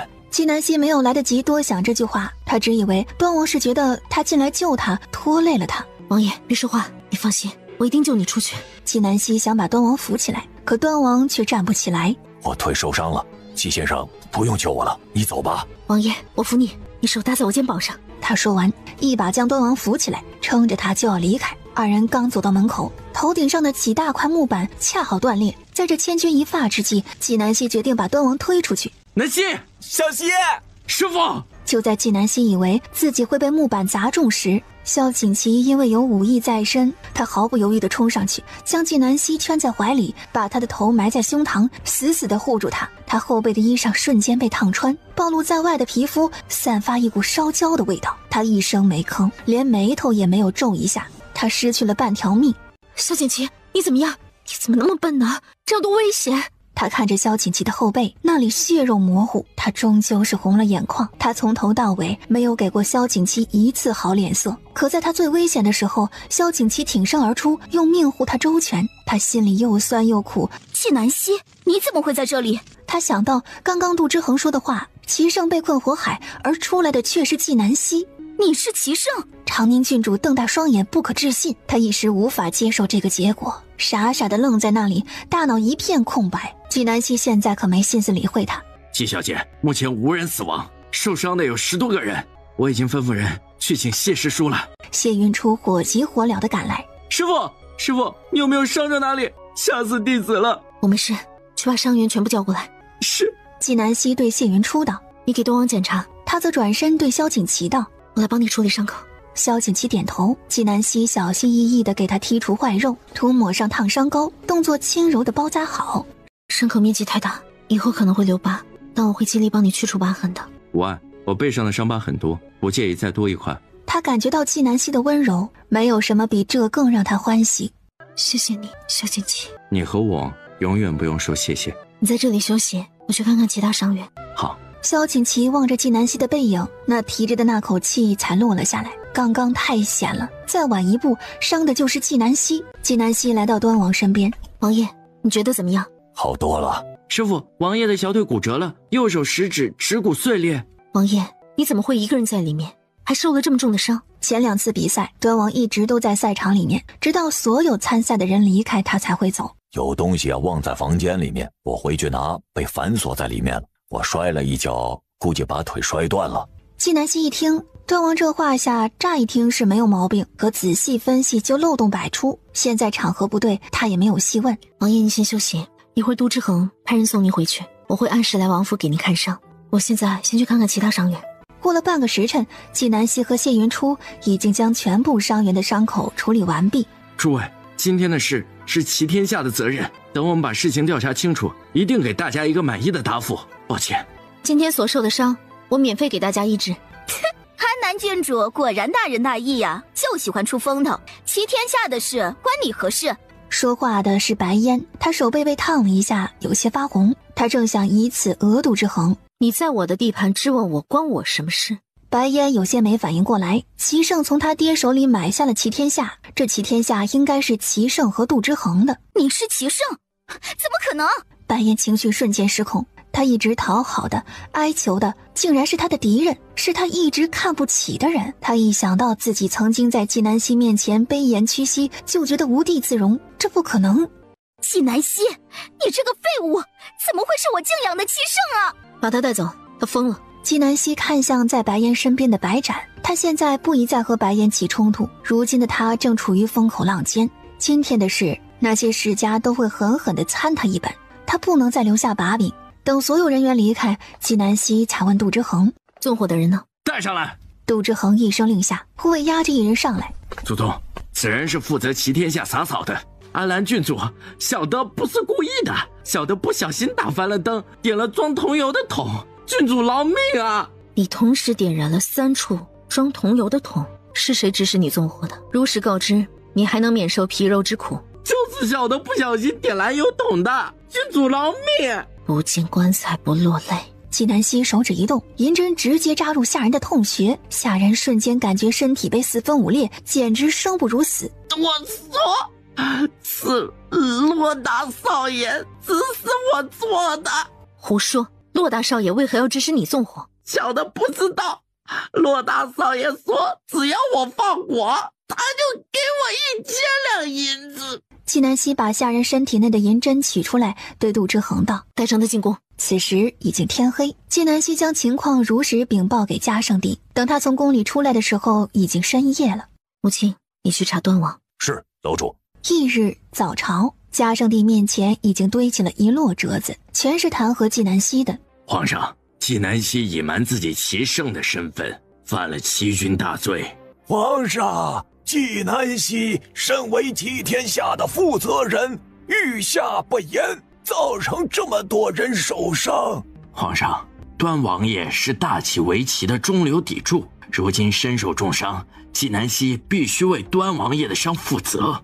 皇上，取消纪南希负责齐天下的资格，不准他再涉入围棋。文武百官超过半数皆下跪，以死相见。为首之人便是白丞相。如果不是纪南希连夜把人带到他面前来澄清，看这帮朝臣的架势，还真以为是纪南希犯下了10恶不赦的大罪。怎么安静了？你们不是很能说？皇上，纪南希犯下如此大错，如果不受到重罚，那大齐还有何公理在？他现在恨不得撕了纪南希，他与纪南希的仇不共戴天。你再说真是昏君！白丞相不说话就是默认了。放肆！纪先生齐胜的身份，朕早就知情。至于你们说的齐天下一事，凶手另有其人。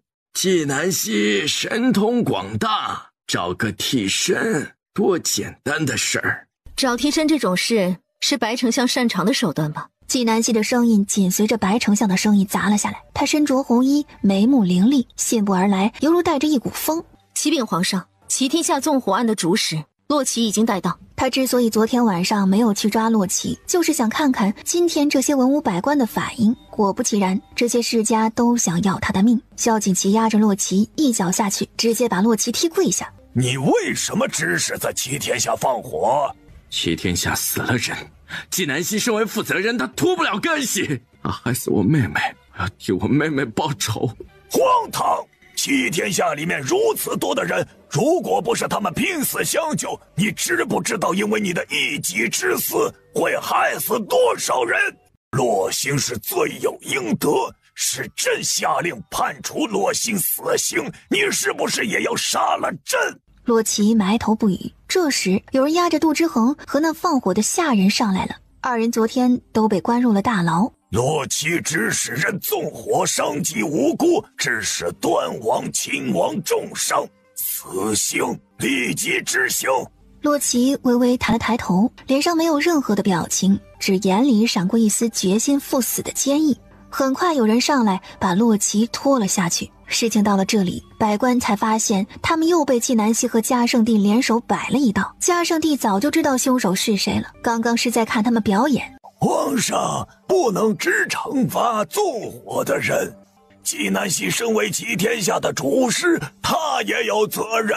请皇上重罚纪南希。皇上，纪南希见官不言，不配做齐天下的主事。百官紧追不放。皇上，齐天下的主事是草民，昨日发生的一切事情和纪小姐无关，草民有罪，自愿革去齐天下一切职务。皇上，昨天安南郡主孤身一人勇闯火海，救了端王爷，其行可嘉，不能重罚。萧景琦给纪南希求情，而当事人纪南希没有说一个字，他在深思。刚刚洛奇那个眼神太不正常了，而且洛奇刚刚说了一句话，说知道他是齐天下的主事，齐天下出事他也逃不了责任。可是在昨天齐天下出事以前，他齐胜的身份还没有被爆出来，这幕后之人的目的就是要把他从齐天下逼走。既然如此，不如将计就计。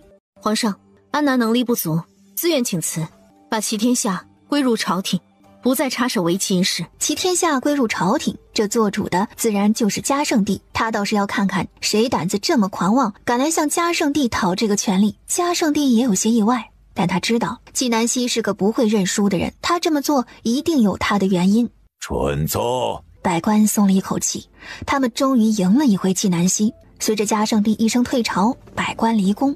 祖宗，都是徒孙的错，连累了你。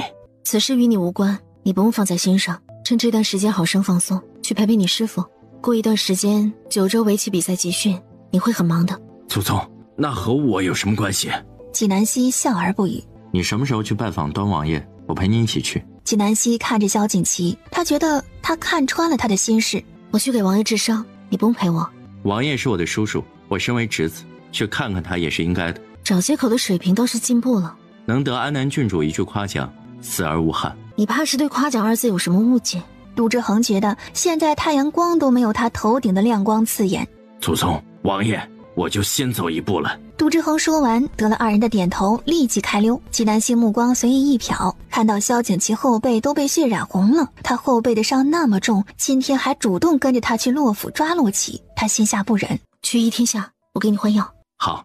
此时凤仪宫，皇后娘娘，大少爷已经被行刑了。皇后闻言身体一颤，瞬间瘫坐在木椅上。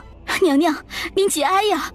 妻儿，姑姑一定不会让你白白死的，姑姑一定会为你报仇，洛府会永远记住你的牺牲。平儿，你再出宫一趟，告诉他本宫的身家性命都交给他了。是，娘娘。纪南希来到一天下给萧景琦换药，就在快要处理完时，来了2个不速之客。纪南希，听说你被革职了。纪南希，你也有今天呢。我被革职了也是郡主，也不是你能嘲笑的。昨天是纪南希不想多生事端，恶化事态，不然这巴掌昨天就该打在白烟的脸上的。你敢打我？白烟捂着脸上前，却被萧景琦给挡住了。哟，秦王想对我一个弱女子动手吗？本王眼里只有对安南郡主好的人和不好的人，没有男女之分。白烟被对得说不出话来，他满腔都是愤怒。白燕，你怎么又来惹事啊？白展是来找纪南希处理伤口的，他昨天救人时受了伤。回家去，你再来惹事，我饶不了你。白展撵走了白烟，转头向纪南希道歉。安南郡主，抱歉。把手伸过来。他见纪南希不想和他多说话，他也不再开口。长宁郡主也不和纪南希打招呼，他东张西望，正在寻找韩子义的身影。他找了半天没有找到，才鼓起勇气上前。安南郡主，我们对弈一局。他想和纪南希对弈，是想从中学到些什么，还有就是趁机接近韩子义。没兴趣。他给白展换完药，所有的伤员都处理完了，就准备起身去端王府。长宁郡主觉得他难堪又愤怒，可他又不能在大庭广众之下和纪南希争执，只能眼睁睁地看着纪南希和萧景琦离开。白展站在一天下的门口，一直看着纪南希，直到他的背影消失，他才离开。长宁郡主看着白展，眼里闪过一丝算计。王爷，安南郡主和秦王来了。端王斜靠在软椅之上，手里拿着一本棋谱，闻言脸上没有以往的一丝欣喜，语气里甚至有几分凉意。让他们进来吧。王爷，你们来了，齐省这么繁忙，怎好劳烦你亲自上门给我持赏呀？是我的失职，都是我应该做的。他的目光落到端王手里的棋谱上。王爷，如今我已不过问围棋一事，这一届的九州围棋比赛你得多费心了。我正想和你说这件事，我如今手脚不便，这九州围棋赛恐无法参加了。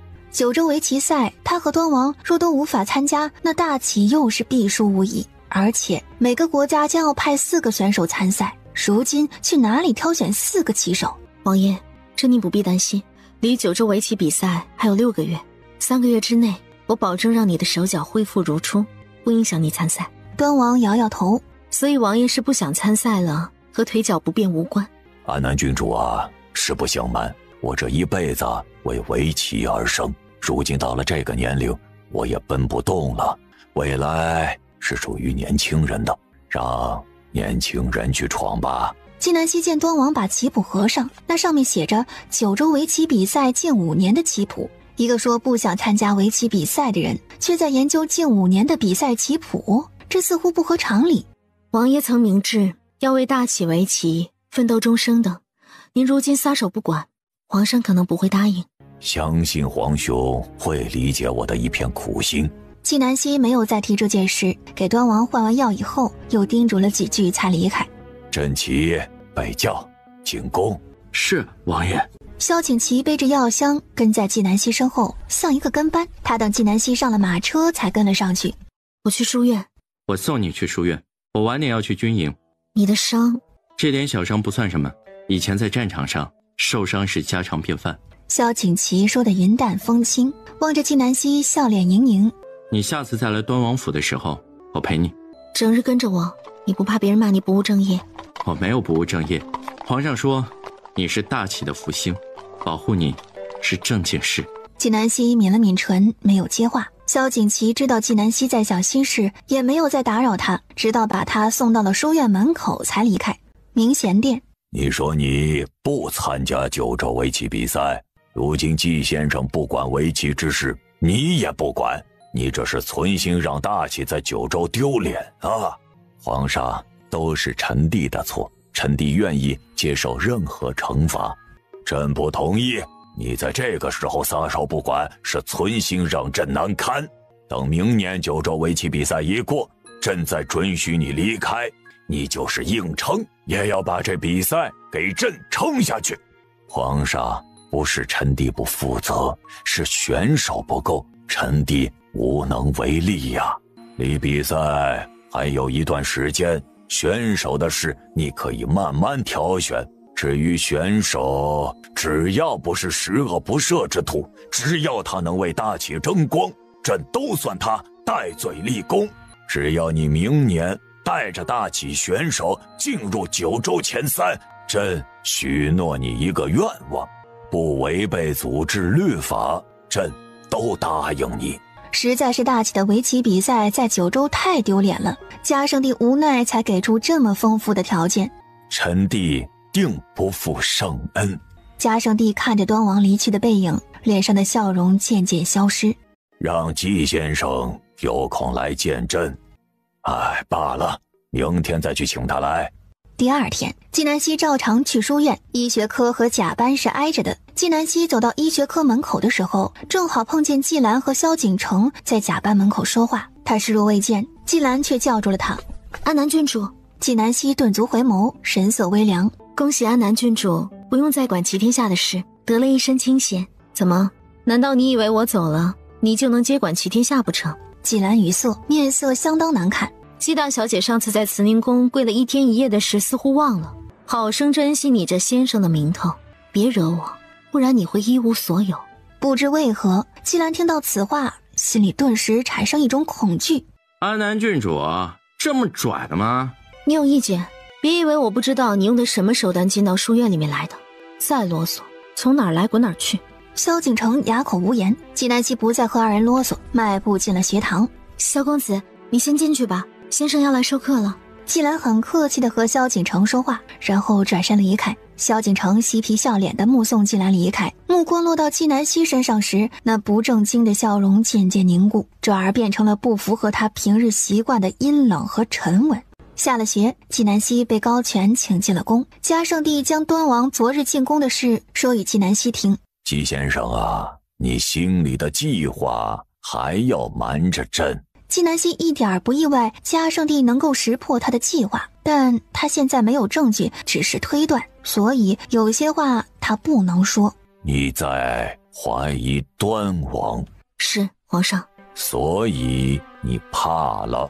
是，安南怕了，怕皇上伤心。纪南希这话有7分真，自古帝王家皆薄情，嘉圣帝却是个例外，只要他的兄弟安分守己，他就保他们荣华富贵。安南郡主啊，朕在你心里就是这样是非不分的昏君。自然不是，安南知皇上重情，所以不敢妄下断言。安南，你记住，在大启面前，谁的感情都得排在后，先有国，后才有家，朕也不例外。无论今后遇到何事，哪怕是与朕相关的，朕希望你永远把大启放在首位，然后才是朕。是，皇上。端王的事，你放手去查，你不要忘了，你的背后站的是朕，是整个大启。安南领命。嘉圣帝叮嘱完，又问了些纪南希关于端王的问题，才让他离开。他才出明贤殿，就被安心请到了慈宁宫。希儿，你受了这么大的委屈，怎么也不来告诉哀家一声？那太后娘娘现在知道了，又如何？哀家当然是要为你出气，不能白白看你受委屈。这件事和你毫无关系，特别是端王，哀家听说是你救了他的命，可你被革职的时候，他竟然缩在府里，不为你求情。皇上也是，平日里那么信任你的，关键时刻竟然不保你，他不知道这样做会寒了你的心吗？最可恶的呀，还是洛府，此事定然不只是洛奇做的，其他人肯定知情，皇后说不定也脱不了干系。太后一边说，一边观察着纪南希的脸色，见他面上没有一丝波澜，他也没有说下去的兴趣了。纪南希就那么静静地看着太后表演，他倒是要看看他能说出什么来。这一番话听下来，他倒是听明白了，太后这不是在给他出气，而是在给他树敌。太后娘娘，我一人之力无法对抗这么多人呢。没关系，有哀家在，哀家给你撑腰。皇上也说要给安南撑腰，难道太后娘娘觉得皇上在说谎，诓骗安南？你自己呀，要多个心眼儿。多谢太后娘娘，你说的这些话我都记住了。纪南希离宫的时候，天色已经黑了。放出风去，说安南郡主受了委屈，在哀家这里哭了许久，眼睛都哭肿了才离开的。是，太后娘娘。明天你去一趟端王府。奴婢去说什么？太后娘娘。让端王行事三思而后行，别忘了之前齐胜对他的恩情。太后娘娘英明。皇上那里，哀家亲自去找皇上说，像纪南希这样的人才，如果不好生给点甜头，一旦离了心为别人所用，麻烦就大了。太后娘娘说得对，这哪是在给纪南希讨回公道，这是在把他往死路上逼。第二天，纪南希一如既往地去书院，安心奉太后之命来到端王府。王爷，太后娘娘说，请您行事三思而后行，别忘记之前齐胜对您的恩情。太后娘娘何出此言？王爷，太后娘娘和安南郡主之间的事，岂是我一个小小的婢女能够过问的？安心避重就轻，不直接回答端王的话，反而加重了端王的疑心。王爷，太后娘娘说，您有任何疑问直接进宫去找她，别为难安南郡主，奴婢告退。端王可从来没有受过这样的屈辱。沈琦，去打听打听，出了什么事啊？是，王爷。此时坊间传闻满天飞，传言纪南希失了势，夜里在太后宫里哭诉，倾诉他在齐天下纵火一案中的冤屈。他救了端王，端王忘恩负义，不给他求情，害他被革职。王爷，这安南郡主什么意思？他给了王爷你什么恩惠？要王爷您对他感恩戴德。端王没有立刻回答他的话，一番思考以后，他得出的结论是，这些传言是真的，至少纪南希去找太后诉苦，太后来训斥他的事是真的，毕竟太后宠爱纪南希，天下皆知。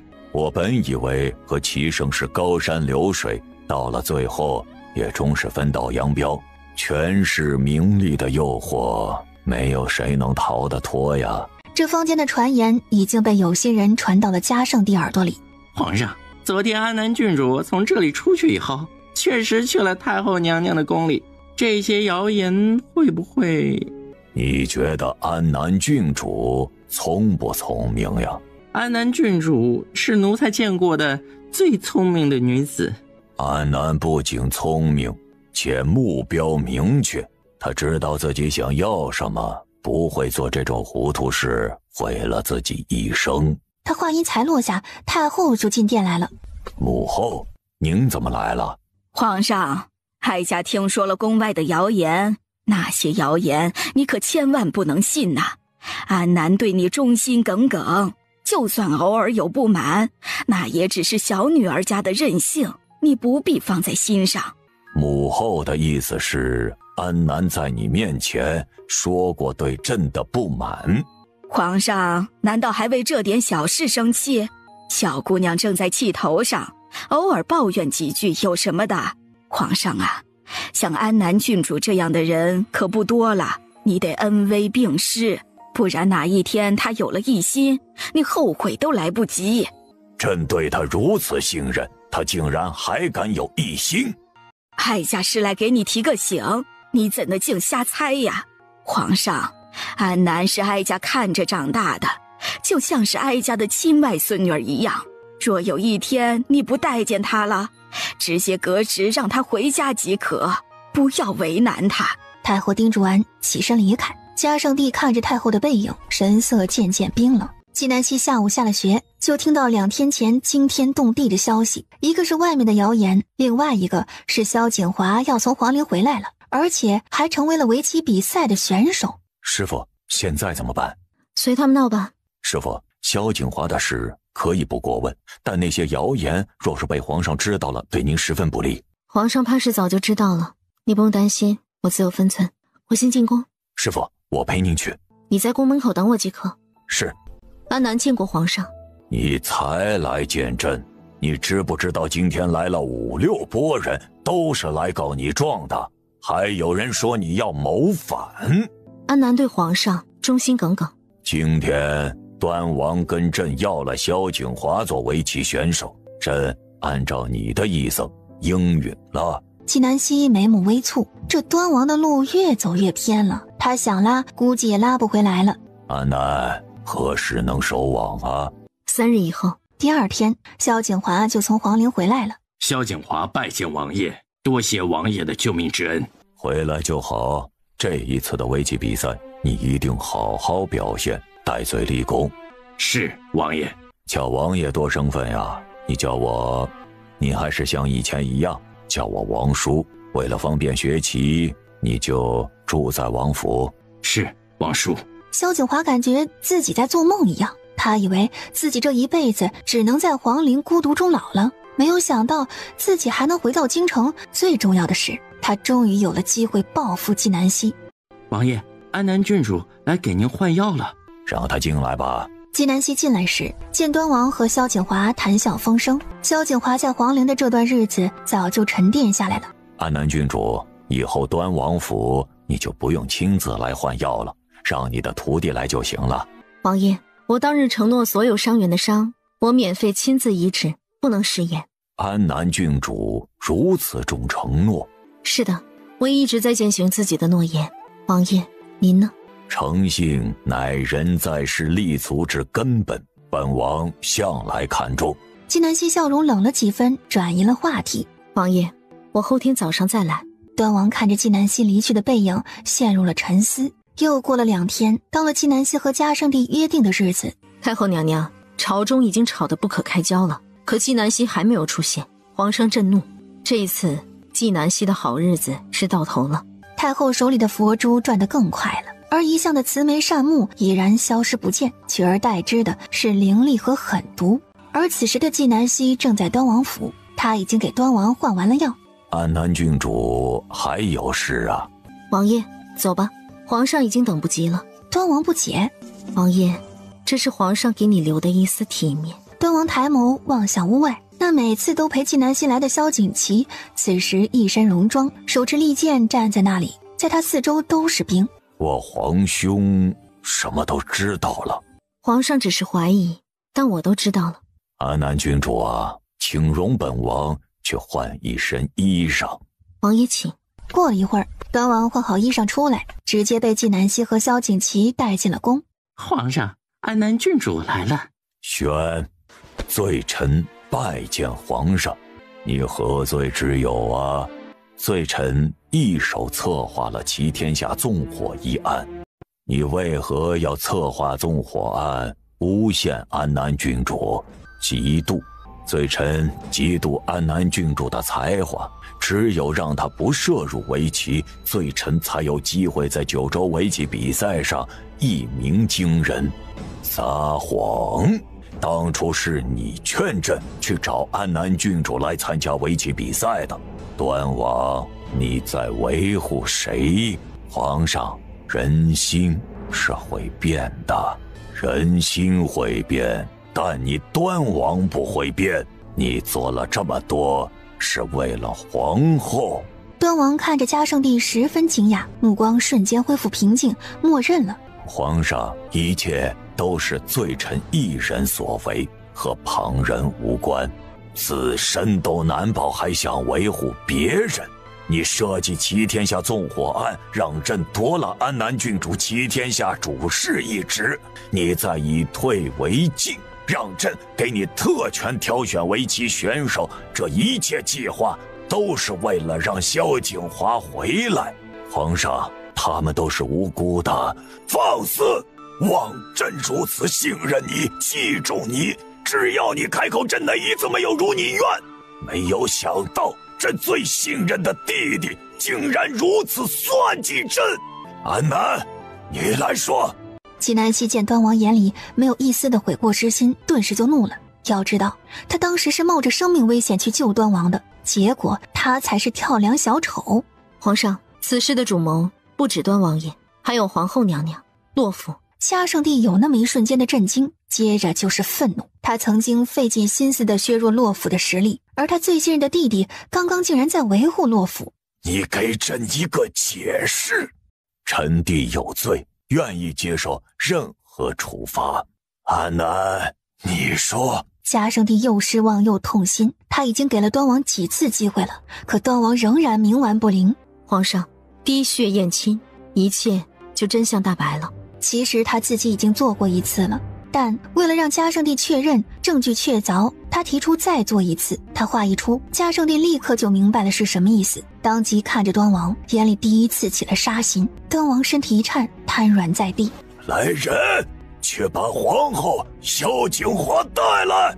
随着二人被带来，纪南希迅速取了端王和萧景华的血放在一起，二人的血以肉眼可见的速度融合在了一起。端王设计这一切都是为了他和皇后的亲生儿子萧景华。皇上，此事和皇后娘娘无关，都是臣弟的错，臣弟愿意以死谢罪，恳求皇上放过皇后娘娘和华儿。你不配做朕的兄弟，嘉圣帝愤怒过后反而变得冷静了。你们何时背叛朕的？皇上，臣妾从来没有想过背叛您，臣妾是被端王强迫的，皇上饶命啊！端王瞬间傻眼了。端王何时强迫你的？臣妾和皇上成亲以后，有一次宫宴，臣妾头疾发作，先回寝宫休息，端王借着酒劲儿。皇后说到这里，竟然泪流满面，她真是受了天大的委屈。端王，皇后说的是不是真的？是真的。他闭上眼，流下了2行悔恨的眼泪。他不后悔现在的决定，他后悔曾经没有抓住皇后的手。皇上，皇后娘娘在说谎，她和端王爷之间的事情根本不是受端王爷的强迫，而是两人两情相悦，心甘情愿的。皇上，当年的事已经过去多年，安南郡主根本不知情，她在撒谎。皇上，安南郡主和臣妾有过节，他诬陷臣妾。皇后满脸委屈，嘉圣帝根本不理会二人的叫喊，只望着纪南希。皇后娘娘当年抛弃端王爷，选择了皇上您，是那时候她已经发现自己有了身孕，以洛府20多年以前的势力，把足月的萧景华说成早产，瞒天过海，何其容易。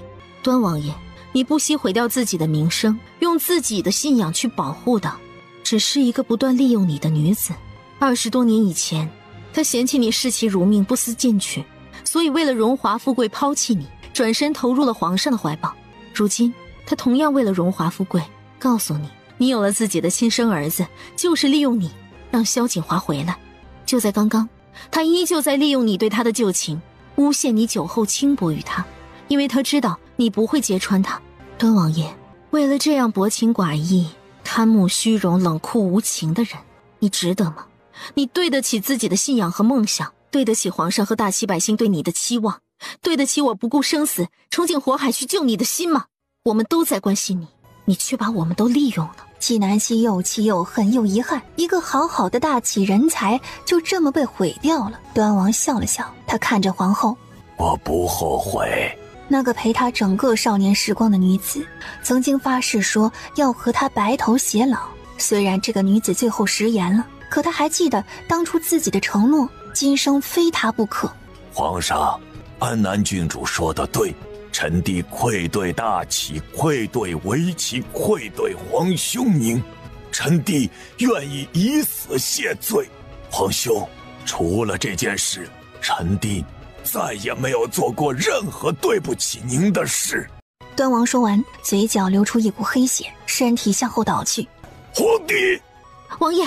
纪南希喊出声的同时，连忙俯身查看。你怎么那么傻？嘉圣帝有些动容，他没有打算杀端王，毕竟这件事的一开始，端王也是受害者。纪南希把脉过后，望向嘉圣帝，摇摇头，已经没救了。端王早在王府说去换衣裳的时候，就在舌下含了毒药。即使皇后不诬陷他，他也早就做好了保护皇后独自赴死的准备。皇兄，臣弟能不能求您一件事，饶他不死？端王余光看见皇后，皇后从始至终没有看他一眼。皇兄，求您了。好，朕答应你。端王得到了想要的答案，含笑离去。萧景华已经回过神来了，他曾经以为自己身为中宫嫡子，尊贵无比，岂料他就是一个笑话。皇上饶命啊！嘉圣帝缓缓起身，站在皇后面前，居高临下地看着她，无比冷漠。洛氏之女明晴，私德有愧，心肠歹毒，现废除皇后封号，贬为庶人，打入冷宫，任何人不得探望，永世不得出宫。洛府之人满门抄斩，庶民萧景华发配寒江，永生不得回京。端王勾结洛府，犯下欺天下纵火一案，现已畏罪自尽。安南郡主在欺天下一案中实属无辜，且舍身救人，勇气可嘉。现已查明案情，立下大功，特恢复欺天下主事一职，接管九州围棋比赛的一切事宜。杜之衡恢复原职，嘉圣帝说完口谕，高权立即传旨下去。很快有侍卫上来，把皇后和萧景华拖走。皇上，端王爷带回去，交给王府管家安葬了吧。等他的后事结束，把王府散了。很快，嘉圣帝的圣旨就昭告天下。太后在宫里是最先得到消息的。这纪南希到底有什么魔力，竟让皇上如此信任他？他之前在嘉圣帝面前演的那些戏，现在看来就像小丑一样。安心，去叫纪兰来见哀家。是，太后娘娘。纪南希趁着夜色翻墙而出，与在墙外等候的穆青会合，二人连夜前往平遥城。纪南希昼夜兼程，又过了数日，到了平遥城。你好，崔大婶，我是纪南希。你就是纪夫人的女儿，纪小姐。是的，正是我。抱歉，这么多年才来找你。来了就好，我也总算是完成了纪夫人对我的托付。崔大婶将纪南希迎进了家，然后去后山挖出一个箱子，将箱子递给纪南希。这箱子是当初纪夫人给我的时候叮嘱我埋下的，说不是纪小姐本人来，绝不能打开。当年纪夫人把箱子交给了我以后，就准备回京，可她才离开没有多久，就被我上山挖药材发现了。她当时身受重伤，我还没有来得及带她去见大夫，她就去世了。纪南希打开箱子，见到有男子的衣物，应该是虎威将军的衣物，还有些信和一个上了锁的小盒子。崔大婶，我娘在临终前有没有说什么？说老夫人杀人，这句话我记了10多年，我也不知道什么意思。他面色有些难看，忍下心里的难受。崔大婶，给我说说我娘的事吧。好。崔大婶和纪南希说起了纪夫人的过往，还带着她去祭拜纪夫人。到了晚上，纪南希离开了崔大婶家。楼主，我们从阳泉出发，一直有人跟着我们，不过都被亲王解决了。查出是谁跟踪了吗？暂时没有查到。注意点，明天启程回京。是，楼主。穆青离开了房间，纪南希对着屋顶说道：跟了一路，下来吧。萧锦旗从屋顶飞身而下。你早就发现是我了。谢谢。你永远都不用跟我说谢谢。你在怀疑你娘的死因？纪南希点头。我去外面，你慢慢看箱子里面的东西。好。他见萧锦旗出了门，就打开书信开始看。第一封信只有4个字：杀纪将军。接着打开第2封信，只有2个字：火攻。他将所有的信看完，心里的疑惑更甚。难道他爹的死另有蹊跷？看来想要弄清楚他爹的死因，必须查清当年那场战役。剩下的就是那个上了锁的小盒子了。他用尽了所有的方法都无法打开，看来只有找到钥匙才行了。12月初3，穆青将当年杀害纪夫人的杀手组织禀报给纪南希。楼主，杀害夫人是血玲珑的人。查到老巢，灭。3日以后，当夜，纪南希带着人血洗血玲珑，生擒血玲珑的首领。当年是谁指使你杀害纪夫人的？血玲珑的规矩绝不能出卖雇主任何信息。看看是你嘴巴硬，还是我的刀硬？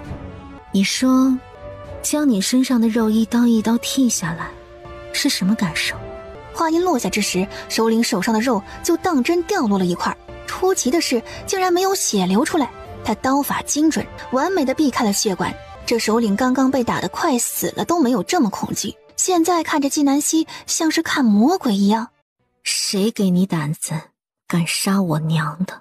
纪南希问下的同时，首领手上的肉又掉了一块。所有的恐惧和痛苦来袭，首领意志力崩塌，大声吼了出来：纪府老夫人！纪南希一开始听崔大婶说纪夫人遗言的时候，他是有些怀疑的。纪老夫人再不待见纪夫人，也不至于杀了她。毕竟时间过去了这么久，他担心崔大婶记错了。你有什么证据证明是纪老夫人雇你们杀纪夫人的？我们有一个账本，每完成一个任务，会让雇主画押确认，那上面有纪老夫人的手印。穆青，放开他，拿到账本，去纪府。是，楼主。等穆青拿到账本，纪南希带着人去了纪府。纪南希，你来做什么？纪老夫人的日子过得真好，可有想到我娘的尸骨还在他乡？纪南希一过来，纪老夫人身边的丫鬟连忙起身向外跑去给其他几房报信了。你娘死了，关我什么事儿啊？她自己要跟着你爹去死，那是她活该。找死！母亲，把人带进来。哎呦，纪南希，你敢动手打我，你这是大不孝啊！这时，那跑出去的丫鬟弃而复返。老夫人，门口有人把守，奴婢出不去。季老夫人闻言才慌了神。以前的纪南希虽然也不待见她，但从来没有对她动过手。季老夫人可认得此人？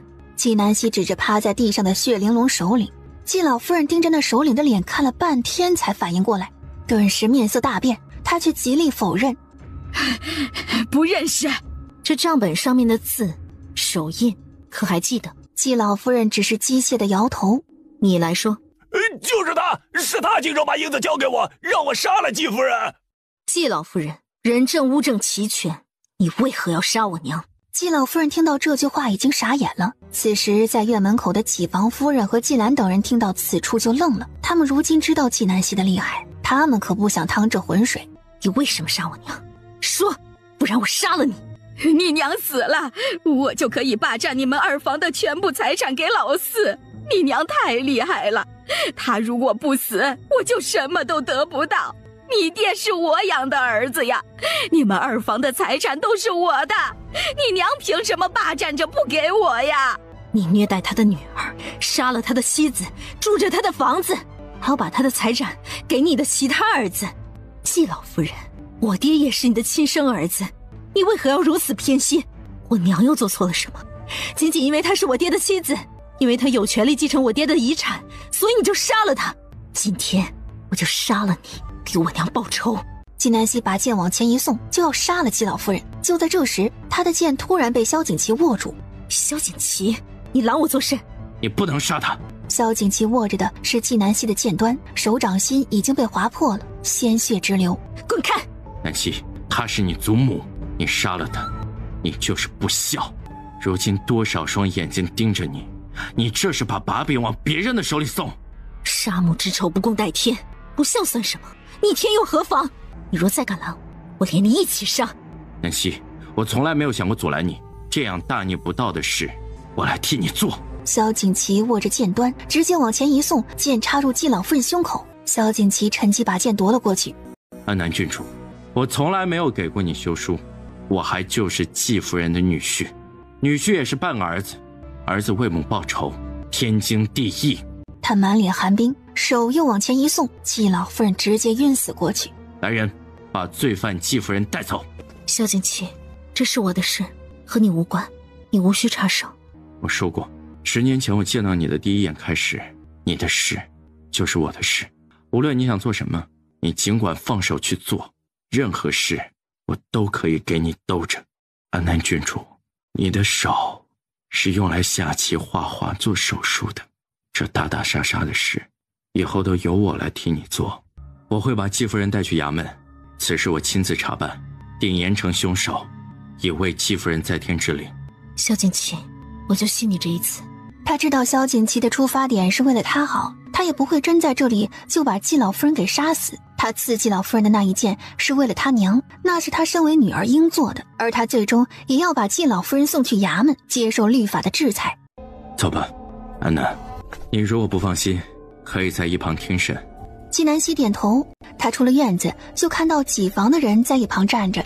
四夫人是有些害怕的，大夫人和三夫人面面相觑，皆不敢出声。他们高兴又害怕，无所畏惧的就是季兰。他知道一个道理，女子在男子面前装柔弱，可以博得同情。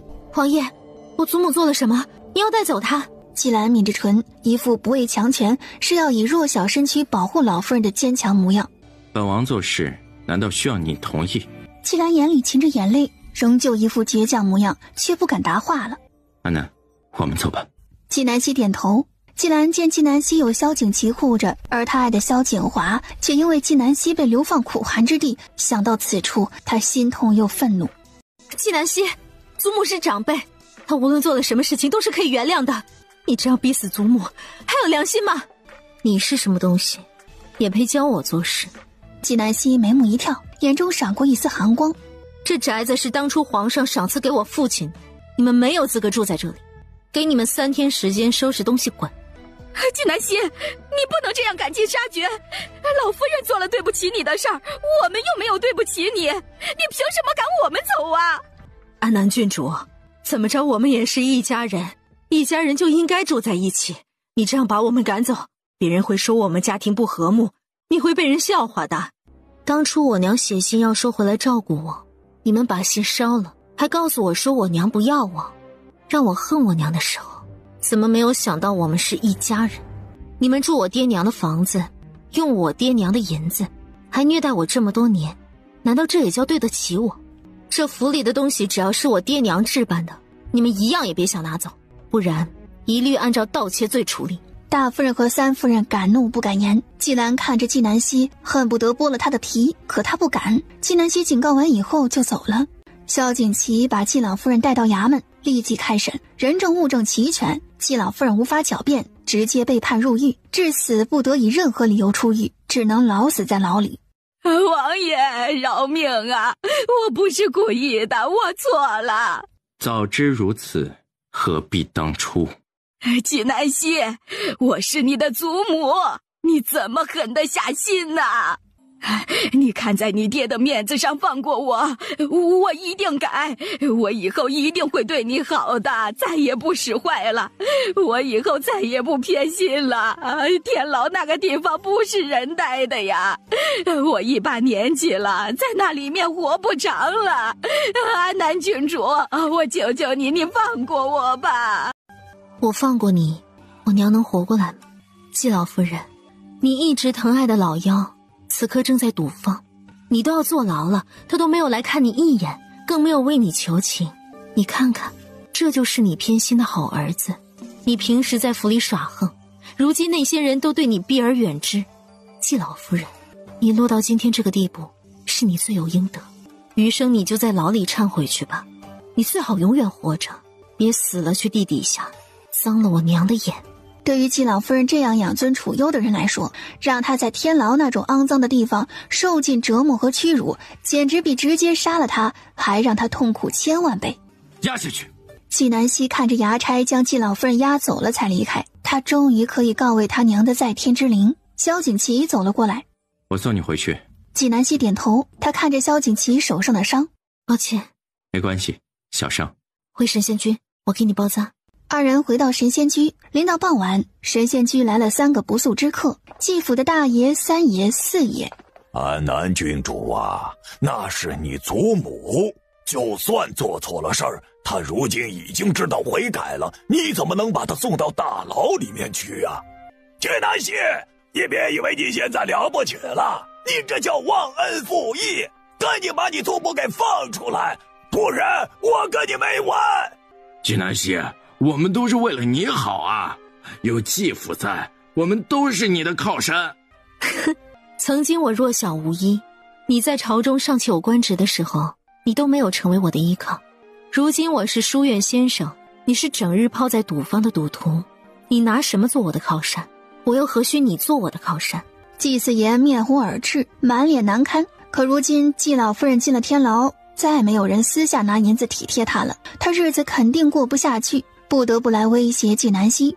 别以为我不知道你在打什么主意，你们若是真的心疼老夫人，为何不早点来求情？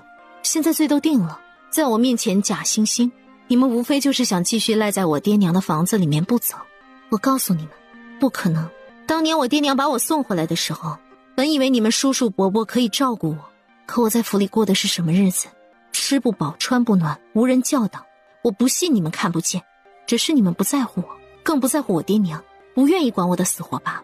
我对你们也如你们对我，没有任何亲情，所以3天为限，请你们离开我爹娘的房子，也别来打扰我。母亲，送客。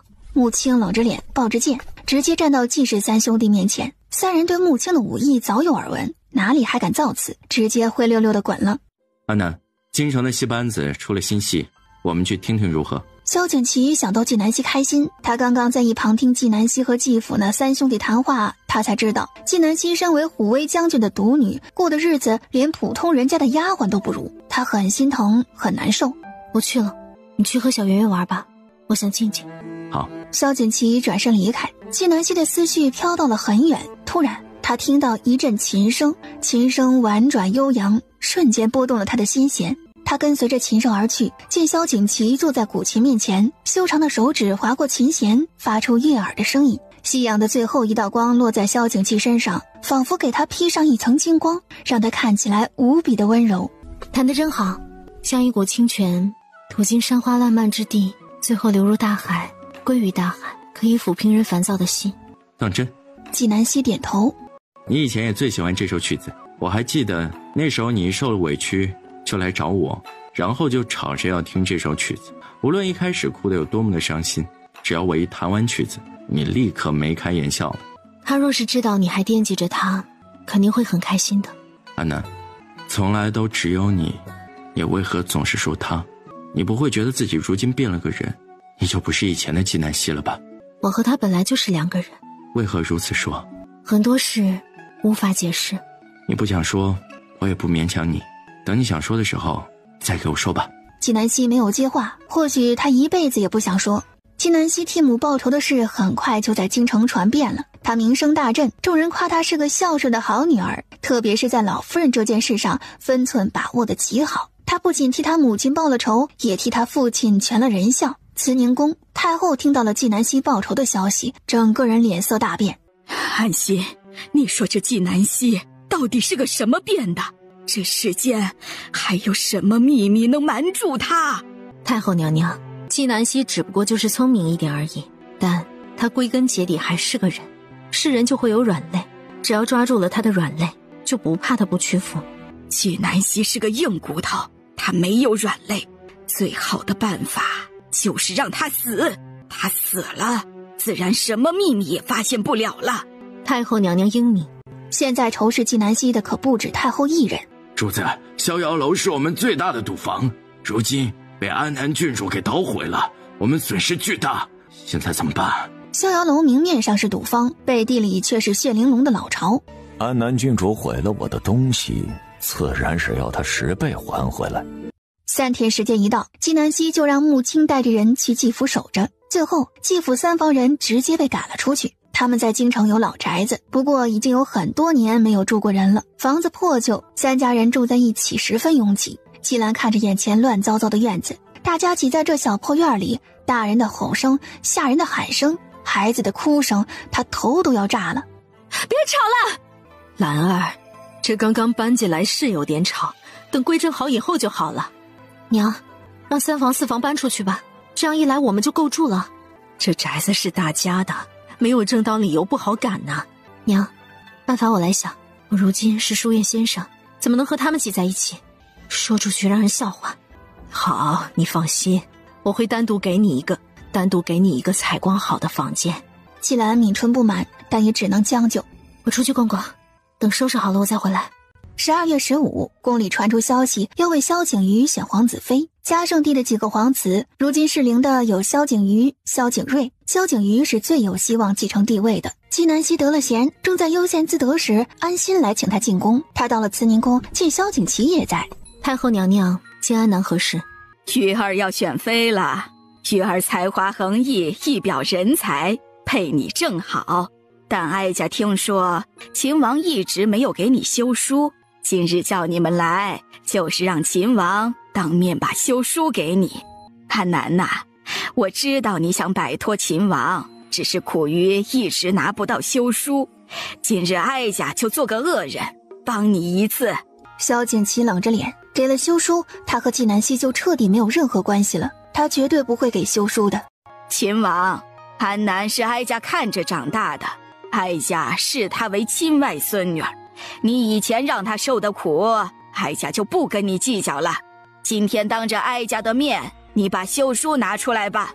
太后娘娘，臣的家事无需您插手。太后娘娘，我已经告诉过你，我的婚姻我自己做主，你为何屡次3番的插手？我和你之间到底有何仇恨，让你这般恨我？安南，这次瑜儿选妃是个难得的机会，错过了瑜儿，这天下间就没有人能配得上你了。哀家是为了你好。我不需要，如果太后娘娘没有其他的事，我就走了。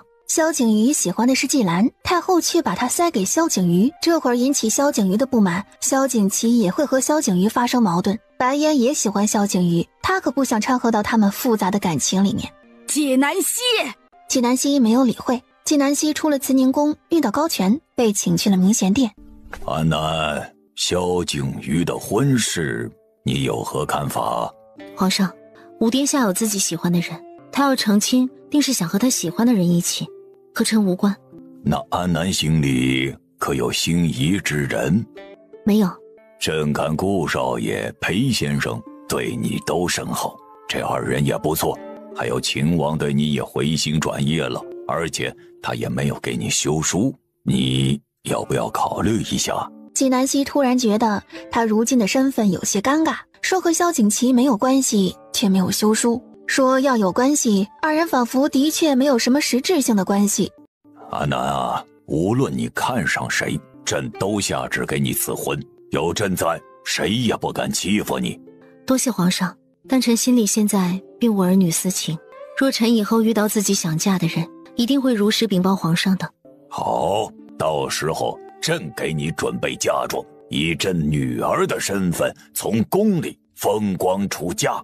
多谢皇上。他也没有想到，就是因为嘉圣帝这份疼爱，让他和萧景琦彻底分开。萧景琦见纪南希出了慈宁宫，他都没有和太后打招呼就追了出来，到了明贤殿被高权拦着，等纪南希出来就正好看到萧景琦在门口。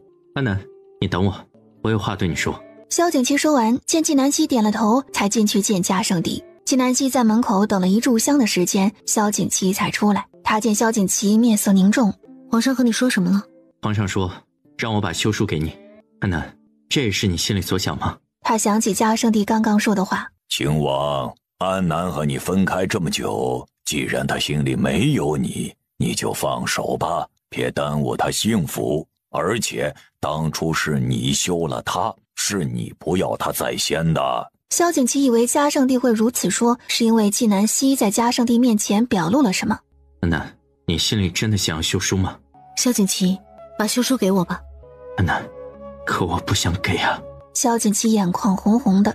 萧景琦，你爱的纪南希真的已经死了，永远也回不来了。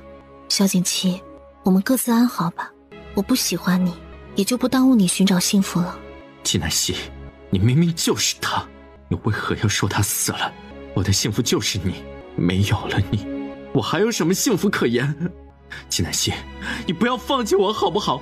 再等等，你看我已经改了，我们现在已经能好好相处了，再等等，说不定你就爱上我了。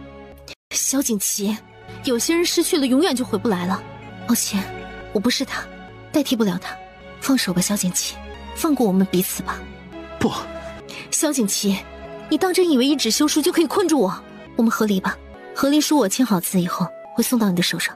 纪南希扒掉萧景琦的手，居然离开。萧景琦的手掌空空的，他鼻尖一酸，眼泪夺眶而出，连忙深呼吸，仰仰头，踉跄离开。第二天，纪南希写下了和离书，签好字以后，带着和离书去了王府。萧景琦，签字吧。萧景琦接过和离书，看都没有看就准备撕掉。萧景琦，别让我瞧不起你，你撕了和离书，我们难道就能和好如初吗？你真的这么讨厌我？如果你再继续纠缠不放手，我就真的讨厌你。好，你别讨厌我，我签。萧景琦很不甘心，却不得不拿出笔，那笔仿佛有千斤重一般。他写了好久才把自己的名字写完。他把签了名字的和离书递给纪南希。安南郡主，我们还是朋友吗？纪南希觉得浑身轻松，他终于把萧景琦还给以前的纪南希了。我们当然是朋友。萧景琦心里一颤，这是纪南希第一次在他面前露出这样的笑容，明媚轻松，肆意飞扬。我走了。好，我就不送你了。安南郡主，王府的门随时为你打开，欢迎你来做客。纪南希点头，然后转身离开。萧景琦一直盯着纪南希的背影，直到他完全消失，他才收回目光，颓废地坐在椅子上，任由眼泪无声地往外流。就在这时，他感觉头痛欲裂，他抱着头，脑海里面的画面越来越多，越来越清晰。等他再次抬起头来时，他已经恢复了所有的记忆。他也察觉出了现在的纪南希和以前的纪南希不一样，而且为何纪南希一直强调他不是以前的纪南希？纪南希出了书房，就被太妃吩咐人请了过去。太妃，纪南希把和离书往袖中藏了藏。不用藏了，我都知道了。西西，我以为你们能和好如初，没想到还是走到了今天这一步。太妃，抱歉。西西，我说过，你做不成我的儿媳，就做我的女儿。小妍妍的身世，你打算一直瞒着琪儿？太妃，事到如今，再说出来已经没有意义了。过去的就让它过去吧，以后王爷总是要成亲的，他还会有其他孩子的。你们年轻人的事我不干涉，但是我还是以前的要求，你要经常把小圆圆带来陪我，你也要来陪我啊。好，谢谢你太妃，无论我做什么，你都支持我，把我当成亲生女儿对待。我可没有你娘有福气。纪南希又陪太妃说了会儿话，才离开王府。转眼就到了大年30除夕夜，神仙居周围杀机四伏。生擒纪南希，其余人杀。这一群黑衣人大抵有30来人，领头人带着他们渐渐围拢的时候，纪南希就感觉到了不对劲，他闻到了一股异香。拦住小鱼，带小圆圆去后面。他话音落下时，外面的剑犹如暴雨一般涌进来，剑雨过，剩下的黑衣人闯了进来。这些人身上都有一股奇特的香味，如果他猜的没错，这是一种能够使人武艺大增的香粉。来者何人？奉命捉拿你的人，拿下！找死！纪南希直奔领头人，双方交战不过短短半炷香的时间，生擒领头人，其余黑衣人一个不留。说，谁派你来的？领头人一字未说，头一歪，谢云初立即上前查看。师父，咬舌自尽了。检查所有人尸体，看有没有线索。一番检查下来，没有发现任何的线索。云初，你闻到了特别的香味吗？闻到了，是从刺客血液里面散发出来的。师父，这是幻香，大齐几乎没有人用这个，齐国人比较喜欢用。师父，这些刺客是齐国人派来的吗？有可能。师父，九州围棋比赛的日子就要到了，齐国一直位列九州第一，有可能是他们知晓了您的身份，所以才派人来暗杀您的。一次不成就有第二次，小六，你要小心些。是，师父。把这些尸体清理了。这时躲在里面的蓝竹、白小鱼带着小圆圆出来了。白小鱼的目光首先是落到谢云初身上的。谢公子，你受伤了。谢云初歪着头看了看，是手臂上被刺客的剑划了一条口子。不碍事。疼不疼？不疼。白小鱼心疼的红了眼眶，仿佛那伤是在他自己身上一样。娘亲，白姨姨好像很心疼七哥哥，就像萧叔叔心疼娘亲一样。谢云初看了白小鱼一眼，笑意更浓。他点了点小圆圆的眉心。仔细观察，七哥奖励你一盘梅花糕。谢谢七哥哥。小鱼，你去给云初包扎伤口吧。他给白小鱼找点事做，免得他害羞。小圆圆，以后这样的话不能当着白姨姨的面说，白姨姨会害羞的。好的，娘亲，以后我只悄悄和娘亲说。小淘气。然后让蓝竹带小圆圆过去。木之，你让人去齐国查一下，看看这些刺客是谁派来的，让我们的人提前去布置。这一次去齐国，我们的人必须平安回来。是，师父。纪南希吩咐完，就去后面看谢云初的伤口包扎好没有。他进屋，见白小鱼熟练而温柔地给谢云初包扎伤口。小鱼，这包扎手法你教的？是的，师父，白姑娘很聪明，一学就会。白小玉一听，欢喜又羞涩。纪南希看着二人眼里的明明暗暗的情愫，心里也欢喜。不错，白姑娘，我师父夸你包扎技术不错，我师父很难夸人的。多谢纪小姐夸奖。我夸的可不止小鱼的包扎技术。纪南希说完就走了。白小鱼愣了一下，才反应过来，他看向谢云初，正好谢云初也看向他，二人心里那股已经生根的情愫开始发芽。正月初一，新年伊始，纪南希和小圆圆在神仙居吃了早饭。小圆圆说要去看太妃，母女二人便去了王府。王爷，安南郡主和小圆圆来了。秦风奉萧景祺之命一直在门口守着，见到纪南希母女，他就连忙跑来禀报。萧景祺闻言疼地站了起来，他理了理衣裳，走了2步又退了回来。王爷，您不去太妃院子里啊？您不是一直想见安南郡主吗？秦风，你知不知道你为何至今还是孤身一人？秦风摇头，因为你根本不懂爱情。王爷，您说属下，您还不是孤身一人？滚！是王爷。萧景琦望着书桌上的礼物，不知道这些新年礼物纪南希和小圆圆喜不喜欢。他想把这些礼物一起捧到纪南希和小圆圆面前，可是他又害怕被纪南希拒绝。他想了许久，终于想出了一个好的办法。萧叔叔，新年快乐，恭喜发财！萧景琦把箱子放在桌上，将小圆圆抱起来，从兜里拿出一个红包。希望小圆圆健康快乐的成长。谢谢萧叔叔，我也有礼物要送给您哦。是什么？小圆圆掀开自己的荷包，从里面取出一块玉。这是我用我帮我娘亲抄书，娘亲给我的工钱给您买的。纪南希为了让她练字，就采取这种方式，有银子赚，她可开心了。萧景琦感动得一塌糊涂，他不禁暗想，要是小圆圆是他的亲生女儿就好了，又或者即使不是亲生的，他能有一个合理的身份陪在他身边，他也满足了。萧叔叔，这玉可以保平安的，我现在把它送给您，希望您平平安安。谢谢小圆圆，叔叔一定随身携带。太妃看着小圆圆和萧景琦相处的画面，也不禁露出了开心的笑容。到了下午，纪南希要带着小圆圆离开，萧景琦把礼物递给纪南希。给小圆圆的礼物，多谢。有点重，我给你送到马车上。好。萧景琦把小圆圆抱上马车，将箱子放好，站在一旁看着纪南希上马车。他痴痴地看着纪南希，直到马车消失，他才转身回府。在马车上，小圆圆迫不及待地看萧景琦送给她的礼物，然后她翻到了美人簪。娘亲，给萧叔叔送给您的礼物。纪南希接过来一看，这不是他前不久新雕刻的美人簪吗？他记得他当时卖了1万两银子，对于簪子而言这是天价了，但这玉是极好的玉，再加上袁大师的名号才卖这么贵。可如今银子他赚了，簪子又回到了他手里。娘亲，萧叔叔送你礼物，为什么要藏在我的礼物里面？可能叔叔忘记了。正月初8，百官恢复上朝，同时萧景瑜的正妃人选定了，是季兰继父。小姐，殿下对您真好啊！您看，您说想要继续在书院教书，晚些日子成亲，殿下都依了您。季兰脸上没有一丝喜色，圣旨已经下了，她就是准皇子妃，她的身份地位终于比纪南希高了。这就是她答应做萧景瑜皇子妃的原因。她之所以不愿意这么早成亲，就是想在书院时常看到纪南希，然后用身份压制她，让她日子得不到安宁。纪南希，我们的好戏开始了。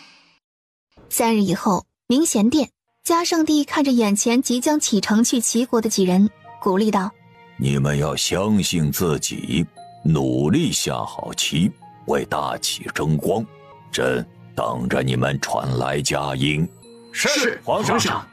此次去齐国，你们以安南郡主为首，一切听从他的命令，不得违抗。是。嘉圣帝叮嘱完众人，把纪南希单独留下了。安南啊，此去齐国路途遥远，比赛第二，安全第一，你要带着大家平安归来。是皇上，臣一定将他们平安带回来。朕等你们。嘉圣帝又和纪南希说了会儿，才让他离开。纪南希出来就遇到了白嫣，白嫣才去见过宜贵妃。纪南希，你为什么不让我去参加比赛？你资格不够。我够不够资格你说了不算。你知道我为了能参加这次的比赛付出了多少吗？不论严寒酷暑，我都在练棋，我到处搜集棋谱，精心研究，我废寝忘食的打棋谱。你说我到底有没有资格？凭什么你一句话就否定了我的努力？白嫣知道萧景瑜选了季兰为妃以后就崩溃了，但是他还没有放弃，只要他去参加围棋比赛，拿到好的成绩回来，他就让他的姑姑去求嘉圣帝，让嘉圣帝给他和萧景瑜赐婚。纪南希，你凭什么要一个棋艺不如我的人去参赛，就把我给刷了下来？凭什么？这次去参赛的长宁郡主跟韩子义谁的棋艺不如你？就连一开始比赛输给你的连昭，现在都能跟你打成平手，他们谁不是废寝忘食的训练？那你为何选连昭不选我？围棋初赛时，连招输了你10来次，1年时间不到，他就能和你打成平手。我再训练他2个月，你觉得你还是他的对手吗？白烟哑口无言，事关大齐荣耀，纪南希不可能在这么大的事上掺杂私人恩怨，不然嘉圣帝也不会放心把这么大的事交给他。纪南希来到宫门口，那即将要同去齐国的队友还在等他。他叮嘱众人回去收拾行李，明日午时在城门会合出发。安南郡主，纪南希听到声音望去，见是白斩。祝你们得胜归来。多谢。纪南希有些奇怪，他和白斩并不熟。白斩与他擦肩而过，低声道：小心。等到白斩走过去，他手里多了一个纸团。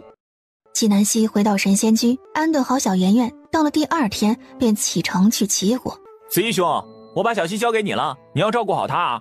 韩子义盯着顾一峰不说话，像看傻子似的。那是他师父，他能不好生照顾吗？顾一峰也不生气，絮絮叨叨的给韩子义说了好多话。安南郡主，你来得这么晚，还不出发吗？我昨天说的是午时在这里会合，现在超过午时了。长宁郡主是想早点来，早点见到韩子义。他见韩子义听顾一峰说纪南希的事听得那么认真，心里就很郁闷。顾一峰也不想纪南希为难。算了，太多了，一时半会儿说不完，还是我自己来吧。你说，我都记着。以后再慢慢说。出发了。顾一峰恋恋不舍地送纪南希离开。除了长宁郡主，几人都想和纪南希同乘一辆马车。韩公子，不如你和我坐一辆马车吧，我马车大。不用。他直接骑马和纪南希的马车并排而行。九州大陆上，齐国最强盛。这一次的围棋比赛是在齐国洛城举行的。2月18，纪南希等人出发1月，已经走了大半的路程。现在他们面临一个抉择：如果走水路，就会节约10天的路程，他们可以提前到洛城休息；但是走陆路就会晚10天。长宁郡主要走水路，纪南希要走陆路。安南郡主，一路来你为何总是要和我作对？走水路可以节约时间，我们可以提前去熟悉环境，你为何要固执己见？纪南希想到临出发前白斩塞给他的纸团，上面写道：一定不能走水路，一定要相信我。他当然是不信白斩的。如果白斩是世家用来给他放的烟雾弹，可他比世家要多想一步，他偏偏不走水路，一定要走陆路。还有就是他们这一行人大多都是旱鸭子，如果在水路遇到了意外，连逃命都成了困难。长宁郡主，你一路上少出幺蛾子，我们的时间就节约起来了。现在我们是一个整体，一切听从我指挥，走陆路。大家出发。长宁郡主看着纪南希雷厉风行的样子十分不满，这一次他一定要赢过纪南希。等他提前到达洛城，安排好一切，众人见他如此能干，他一定会声名大噪。到了晚上，众人休息的时候，他带着丫鬟和王府的侍卫就悄悄地溜走了。等到第2天天亮，纪南希发现的时候，他早就没有踪影了。郡主，我们的水里被下了蒙汗药。你带着人继续往前走，我去水路。郡主，属下跟您一起去。师父，弟子和您一起去。你们都别争。木青、小六，如果我万一出现了意外，不能及时赶到，你们要带着连昭他们平安到洛城比赛，大企荣耀就交给你们了。郡主，师父，这是命令。是，郡主。是，师父。穆青和韩子义拱手领命，目送纪南希离开。这长宁郡主一心想要赢过纪南希，这一路可谓是快马加鞭。纪南希追了2天都没有看见他的踪影。到了第3天晚上，纪南希看到前面火光漫天，他看到船上有人在打斗，他心惧了一跳。长宁郡主千万不能出事，他答应了嘉圣帝的，就算他出事，这些队员也不能出事。船家，再快些！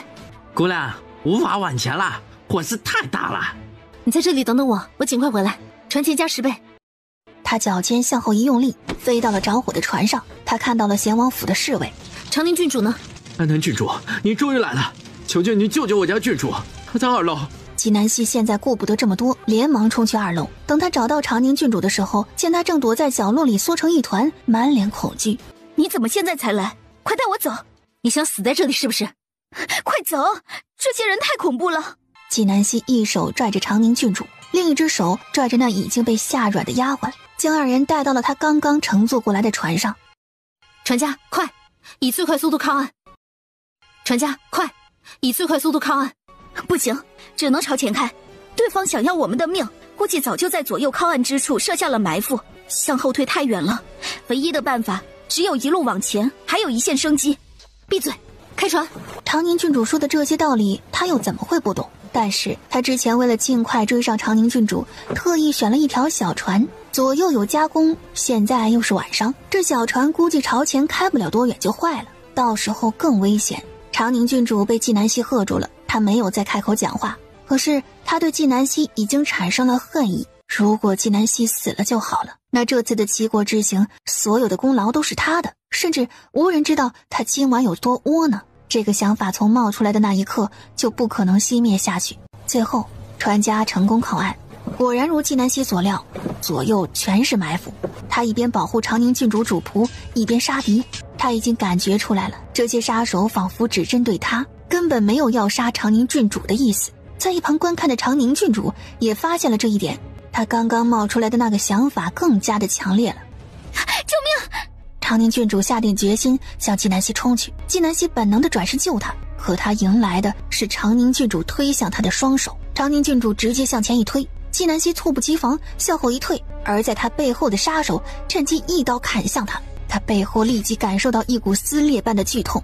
我知道你们想要的是安南郡主的命，我已经把他的命给你们了，求你们放过我。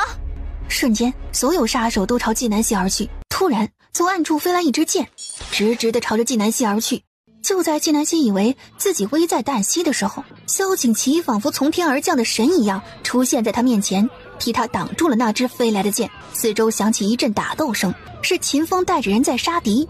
萧景琦，纪南希接住萧景琦，也看到了那支箭直接从萧景琦的后背穿到前胸。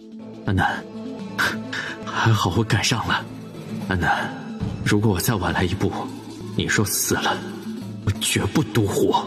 纪南希见秦风已经带人解决了杀手，他连忙扶着萧景琦。你怎么那么傻？安南，你不用有负担，我救你是我的事，我心甘情愿的。别说话，我给你拔剑治伤，忍着点，我有点痛。萧景琦流了很多的血，这里条件简陋，能用的只有银针。他全程咬牙忍痛，没有哼一声。纪南希是知道有多痛的。好了，萧景琦疼得浑身直冒冷汗，可他看见纪南希的瞬间，依旧忍不住露出了笑容。还笑？你知不知道刚刚有多危险？就是因为危险，所以才应该我来承受。纪南希心里一怔，难怪以前的纪南希会如此爱萧景琦。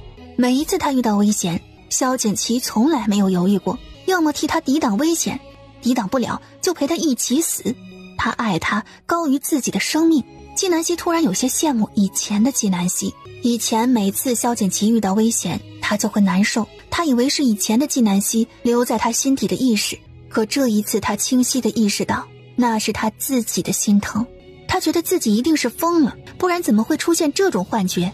他慌忙站起来，别开目光。你好生休息，我去处理点事。好。萧景琦靠在旁边叫住了纪南希。安南，无论你想做什么，尽管放手去做，任何后果我担着。好。安南郡主还有2个活口，其余的全死了。别让他们自尽了，我等会儿来处理。纪南希说完，朝长宁郡主走去。长宁郡主没有逃，他知道逃不掉。安南郡主，抱歉啊，我刚刚不是故意的，我只是太恐惧。纪南希上前二话不说，一耳光甩在长宁郡主的脸上。长宁郡主愣住了，他没有想到纪南希直接动手就打，但他没有反驳，希望这一耳光能让纪南希消气。可是他见纪南希竟然在提剑，他慌了。纪南希，你要做什么？我已经道歉了，你打也打了，你敢杀我，我父王不会放过你的。你父王算什么？敢算计我，天王老子来也没用。你不听劝阻，执意要走水路，我来救你，你不知感恩，反而把我推向敌人，出卖我，恩将仇报。我都说了，我是因为太害怕才会推你的，我不是故意的，我从来不给别人道歉的，我都给你道歉了，你还想怎样？纪南希怒极反笑，笑容又冷又邪，他手中的剑直接插入长宁郡主的身体。不好意思，我手滑了，没拿住剑。你看，我也给你道歉了，被人杀的滋味好受吗？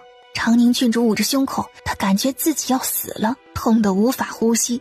你也知道痛啊，因为你我被杀手拿刀砍，那剑直接贯穿了萧景祺的身体。我们比你痛千万倍，这一切都是因为你自私自傲、忘恩负义。西南西，我死了，你也脱不了干系。你死了和我有什么关系？是你自己不听劝，是这些杀手杀了你。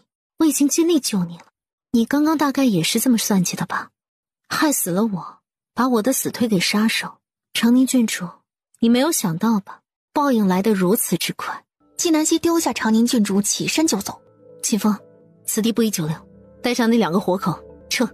长宁郡主感觉身体里的血正在一点点流失。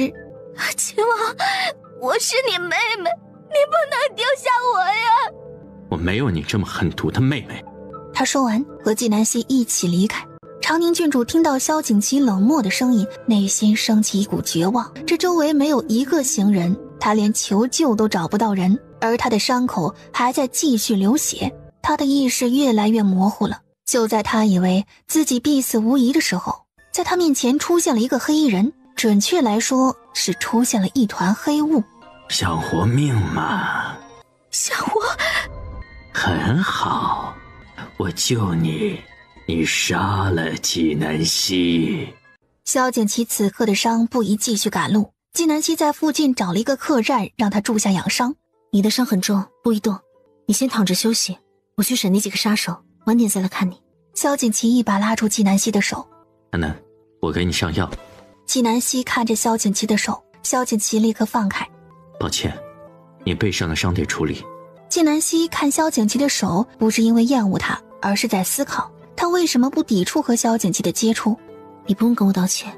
萧景祺听到这话，以为是因为刚刚他救了纪南希，所以纪南希才不用他道歉。他见纪南希疼，比他自己受伤还难受。我来给你包扎，我蒙着眼睛。你的包扎技术已经好到蒙着眼睛就可以了。可以。最后他褪光了上衣，萧景祺蒙着眼睛给他包扎好了伤口。萧景祺虽然没有看见，但是他能够感觉到伤口很深很长。他从始至终没有听到纪南希哼一声。安南，痛的话你不用强忍着的。萧景祺的手轻轻拂过纪南希包扎好的伤口。纪南希穿好衣裳，还好能忍住。萧景祺摘掉遮住眼睛的布条。长宁郡主，你打算如何处置？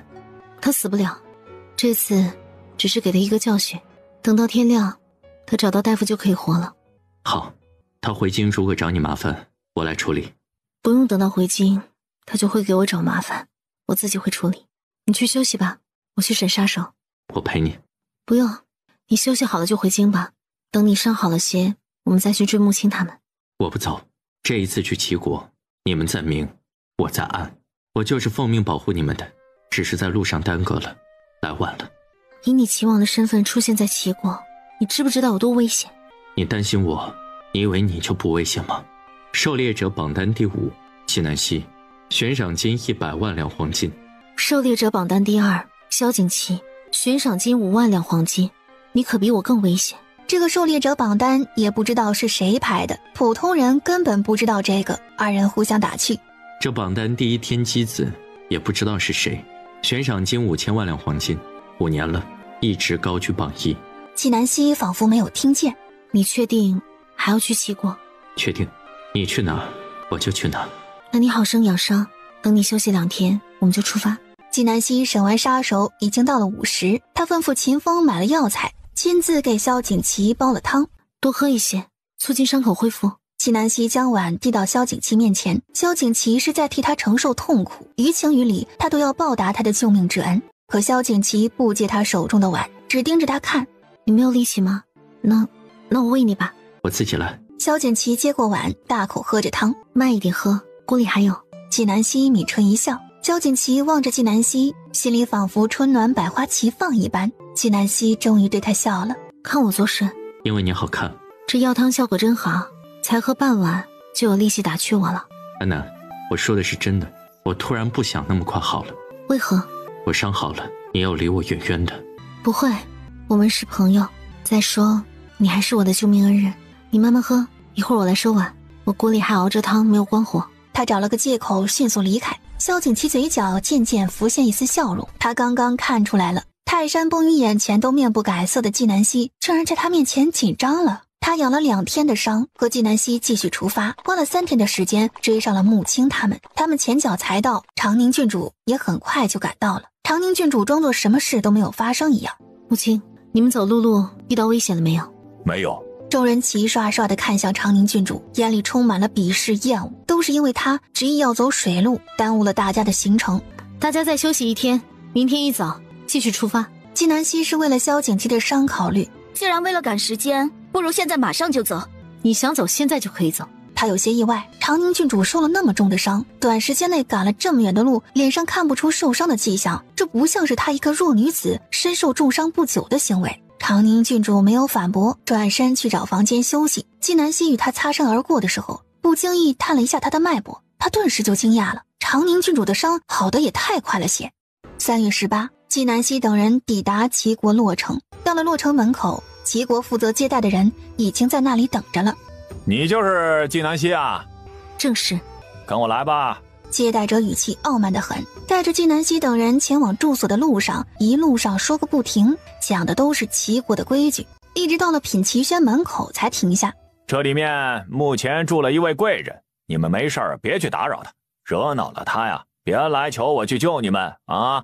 我姓周，是品齐轩的负责人，参赛期间你们有事可以找我，但你们最好别给我惹事，我事情多得很。纪南希没有说话，只是冷着脸。这时他看见从另外一个院子里走出来一个妖艳的绝色美人，那周大人连忙凑了上去。玉娆公主，惊扰您了。北商玉娆公主艳绝天下，传闻见过她美色的人没有一人不为之屈服，而且她是北商围棋第1人。她看都没有看一眼周大人，径直来到纪南希面前。你就是大启的齐胜。他早就听说了纪南希的名号，特意吩咐安排纪南希和他住一座宅子。有事？我看也不怎么样嘛，这大启人的眼光也太差了些。玉娆公主嘴上这么说，眼里却闪过一丝嫉妒。哼，大启已经穷得吃不上饭了吗？你看你瘦不拉几的样子，要啥没啥，有什么看头啊？玉娆公主身为北商皇室的公主，竟然如此低俗，依靠出卖色相为荣，看来北商果然是名副其实的低等民族。你，哼，耍嘴皮子算什么厉害呀？我们赛场上一较高低，我要让你的衣服都输光。我也不要你全部衣裳，你如果输了，到时候当着大家的面，一件一件的脱衣裳，脱到最后一件为止。你敢和我打赌？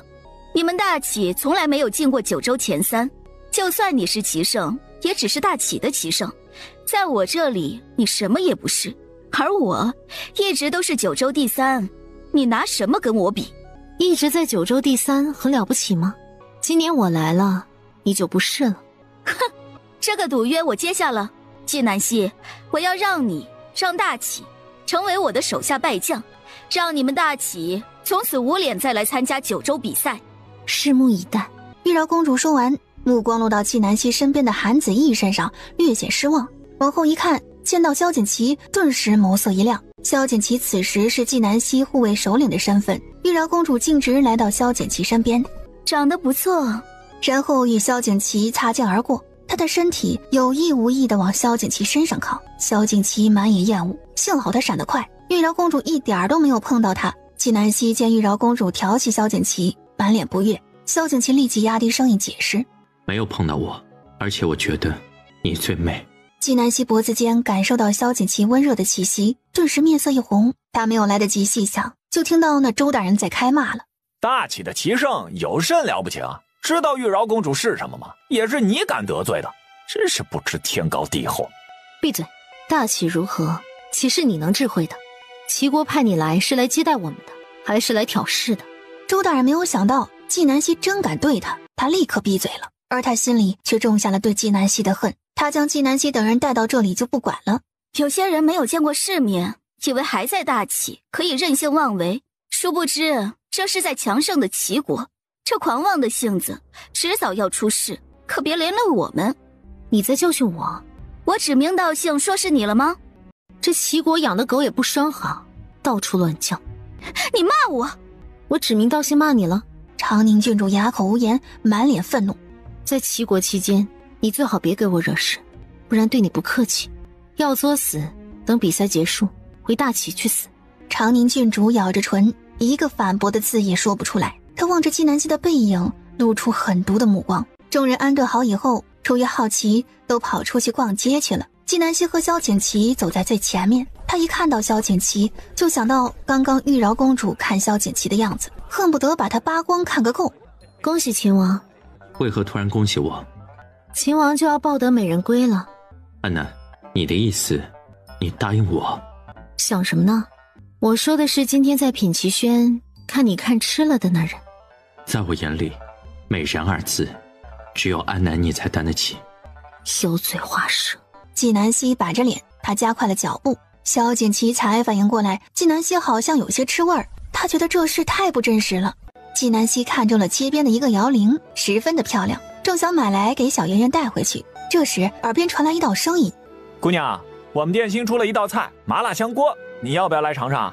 纪南希抬眸望去，他一身红衣，笑容肆意。小希，别来无恙啊！你怎么来了？他抬眸望向顾一峰身后的店，店名是风往南吹。他记得有句话说：爱人，我走在往北的路上，风往南吹。你来了，我就来了呀。兄弟不错啊，店都开到洛城来了。赚齐国人的银子带回大企业不好吗？聪明。小希啊，你这一路来肯定没有吃好，哎，我给你准备了你最爱吃的麻辣香锅，你去尝尝如何呀？好啊。顾一峰对穆青道：你就把大家都一起叫来吃饭吧。穆青点头离开。你取这个店名，别人怎么知道这是吃饭的地方？还酒香不怕巷子深嘛，只要做得好吃，名声自然就打出来了。纪南希点头赞同，看向顾一峰的目光多了几分赞赏。你这店开了多久了？知道你齐胜的身份以后，他在知道纪南希齐胜身份以后，就知道他肯定会来洛城比赛。他担心他吃不惯这里的吃食，就提前来洛城开店。顾一峰见纪南希面色都变了，他担心他心里有负担，连忙转移了话题。小希，你看我对你这么好，等回到京城，你也要煮饭给我吃。好。萧景琦见纪南希见到顾一峰就不理他了，心里一阵失落。等到其他人都进店了，萧景琦还在外面，顾一峰走过来：走，进去吃饭。萧景琦有些意外，他没有想到顾一峰会主动和他打招呼，毕竟二人在京城可是彼此都看不惯对方的。这里是洛城，我们同是大启人，我暂时不和你计较，等回了京城，我们就还是敌人。如果你可以放弃安南，我们兴许可以做朋友。那我们注定一辈子成不了朋友。萧景琦与顾一峰四目相对，二人之间仿佛刀光剑影顿起，彼此皆不退让。你俩不吃饭吗？二人闻言，那释放出来的气势瞬间收敛，彼此心照不宣，含笑走向纪南希。好在这顿饭吃得其乐融融。吃过饭，纪南希等人回到品奇轩。你去休息，我就在外面，有事叫我一声。堂堂战神给我做护卫，委屈了？不委屈，你知道我心意的。别提这些事了。好。你也别太累了，有穆青在，你可以去休息的。你身上的伤才刚好不久。萧景琦嘴角上扬，纪南希的一句关心，他身上所有的疲惫都消失不见了。纪南希太累了，就休息了一会儿。萧景琦听到屋里安静了，他莫名觉得很安心，他心里很渴望时间在这一刻静止，他能以朋友的身份全心全意地保护纪南希，纪南希可以轻松自在地做他想要做的事。公子在想什么呢？萧景琦的思绪被一道娇媚的声音拉了回来，他见到玉娆公主已经到了他跟前，他根本不搭理玉娆公主，只把手中的剑提到了面前，警告他：乔公子相貌堂堂，气宇轩昂，怎么甘心只做一个侍卫啊？太屈才了。玉娆公主请自重。公子好凶啊，你吓着人家了，一点儿也不懂得怜香惜玉。我也有家室，请公主离我远点，刀剑无眼。玉娆公主没有半分退缩之意，笑得更加柔媚了。至今为止，还没有她玉娆公主得不到的男人。公子贵姓啊？你看我们都这么熟了，你怎好叫人家公子公子的喊呢？滚！公子莫气，我晚些时候再来找你。玉娆公主还想说什么，却见穆青过来了，便借过离开。王爷，您去休息，我来守着。不用，一会儿等安南郡主醒了你再来。穆青见萧景琦在这儿守着也放心，便转身走了。纪南希一觉醒来，推门而望，萧景琦果然还在门口守着。你醒了，想吃什么？我们一起去吃。纪南希还没有来得及回答，母亲就过来了。郡主，顾少爷在门口等着您，说饭做好了，接您过去吃饭。好啊。晚上，纪南希吃了饭回来，就收到了帖子，是齐国三皇子南宫莫景送来的，说明天晚上邀请他吃饭。回你们殿下，我一定准时到。第二天，纪南希叮嘱几人注意安全，然后在萧景琦的陪同下前去赴约。此时，纪南希和萧景琦已经到了风往南吹。传闻齐胜绝代风华，今日一见，果然名不虚传。殿下过奖了。今天请齐胜前来，主要是想和齐胜交个朋友，不知齐胜意下如何？9州之内结朋友，有何不可？齐胜果然幽默，殿下亦如此。南宫莫景和纪南希几次交锋以后，才领教了纪南希的厉害，说话滴水不漏。让店家上菜。南宫莫景吩咐侍从，侍从领命而去。听闻这家店的老板是大齐人，我特意选了这家店，应该会符合齐胜的口味。多谢。纪南希保持着合适的距离。据他得到的消息，这南宫莫景是出了名的笑面虎。不一会儿，饭菜上来，南宫莫景和纪南希酒过三巡。他看了一眼他的侍从，侍从立即出门去。他又看了一眼纪南希，纪南希知道他有话要说，纪南希给他一个放心的眼神。萧景琦出去守在门口，静静地听着屋里的动静。齐胜和你这侍卫的关系不一般呢。殿下有什么事直说。齐胜果然是爽快人，那我就直说了。齐胜觉得洛城风景如何？不如在这里长期居住下来。这竹笋炖鸡的味道差了些，没有大齐的竹笋炖鸡味道鲜美。大齐有竹笋炖鸡，齐国有竹荪炖鸡。竹荪可比竹笋更营养，更美味。我嘴刁，吃惯了大齐的菜，再吃其他地方的菜，便觉得索然无味。纪南希动作优雅地擦了擦嘴，多谢殿下款待，我已经吃好了，告辞。齐胜不必如此着急，你还有其他菜都没有尝过，后面还有甜点，你也尝尝。齐国地大物博，不像大齐贫穷落后，总有一样符合你的心意。我是一个惜才之人，没有其他目的，就是单纯的想要和齐胜做朋友。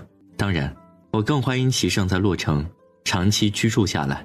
大齐能给你的，我也能给，甚至比大齐给的更多。他这是公然的拉拢纪南希了，利用丰厚的条件挖走其他国家的人才，这是齐国擅长玩的把戏。但是挖人挖到纪南希面前，他非常不悦。他知道非常时期不能和齐国产生冲突，不然他早就动手扇南宫莫景2耳光了。总有一天，他要强大大齐，让9州列国仰视大齐。你的国家太弱了，你来我这里，我能给你丰厚的赏赐。南宫莫景，这是你的意思，还是你们皇上的意思？南宫莫景瞬间感觉到了气氛的压抑，他盯着纪南希，纪南希盯着他，彼此都不退步。在门口守着的萧景琦没有听到屋里的声音，他很担心，正要推门进去，却听见了门口有声音传来：“让让，送甜点。”屋里的2人也听到了屋外的声音，终究是南宫莫景先退了步。大齐传言，齐胜是天启复兴，果然名不虚传。他话音才落下，顾一峰已经端着甜点进来了。2位慢用啊。顾一峰已经瞧出了气氛的不对劲，他转身之际，手扶过南宫莫景面前的酒杯，酒杯摔落在地，酒水洒在了南宫莫景的身上。抱歉，都怪我笨手笨脚的。怎么弄的？今天这顿饭敝殿请了，全当赔罪。殿下，我还有事就先走了。贵人还有什么吩咐的？走走。是，那您先休息啊。顾一峰转身离开之时，脸上的笑容渐渐消失，取而代之的是满脸冰冷。南宫莫景再也忍不住，一口鲜血喷了出来，面色惨白。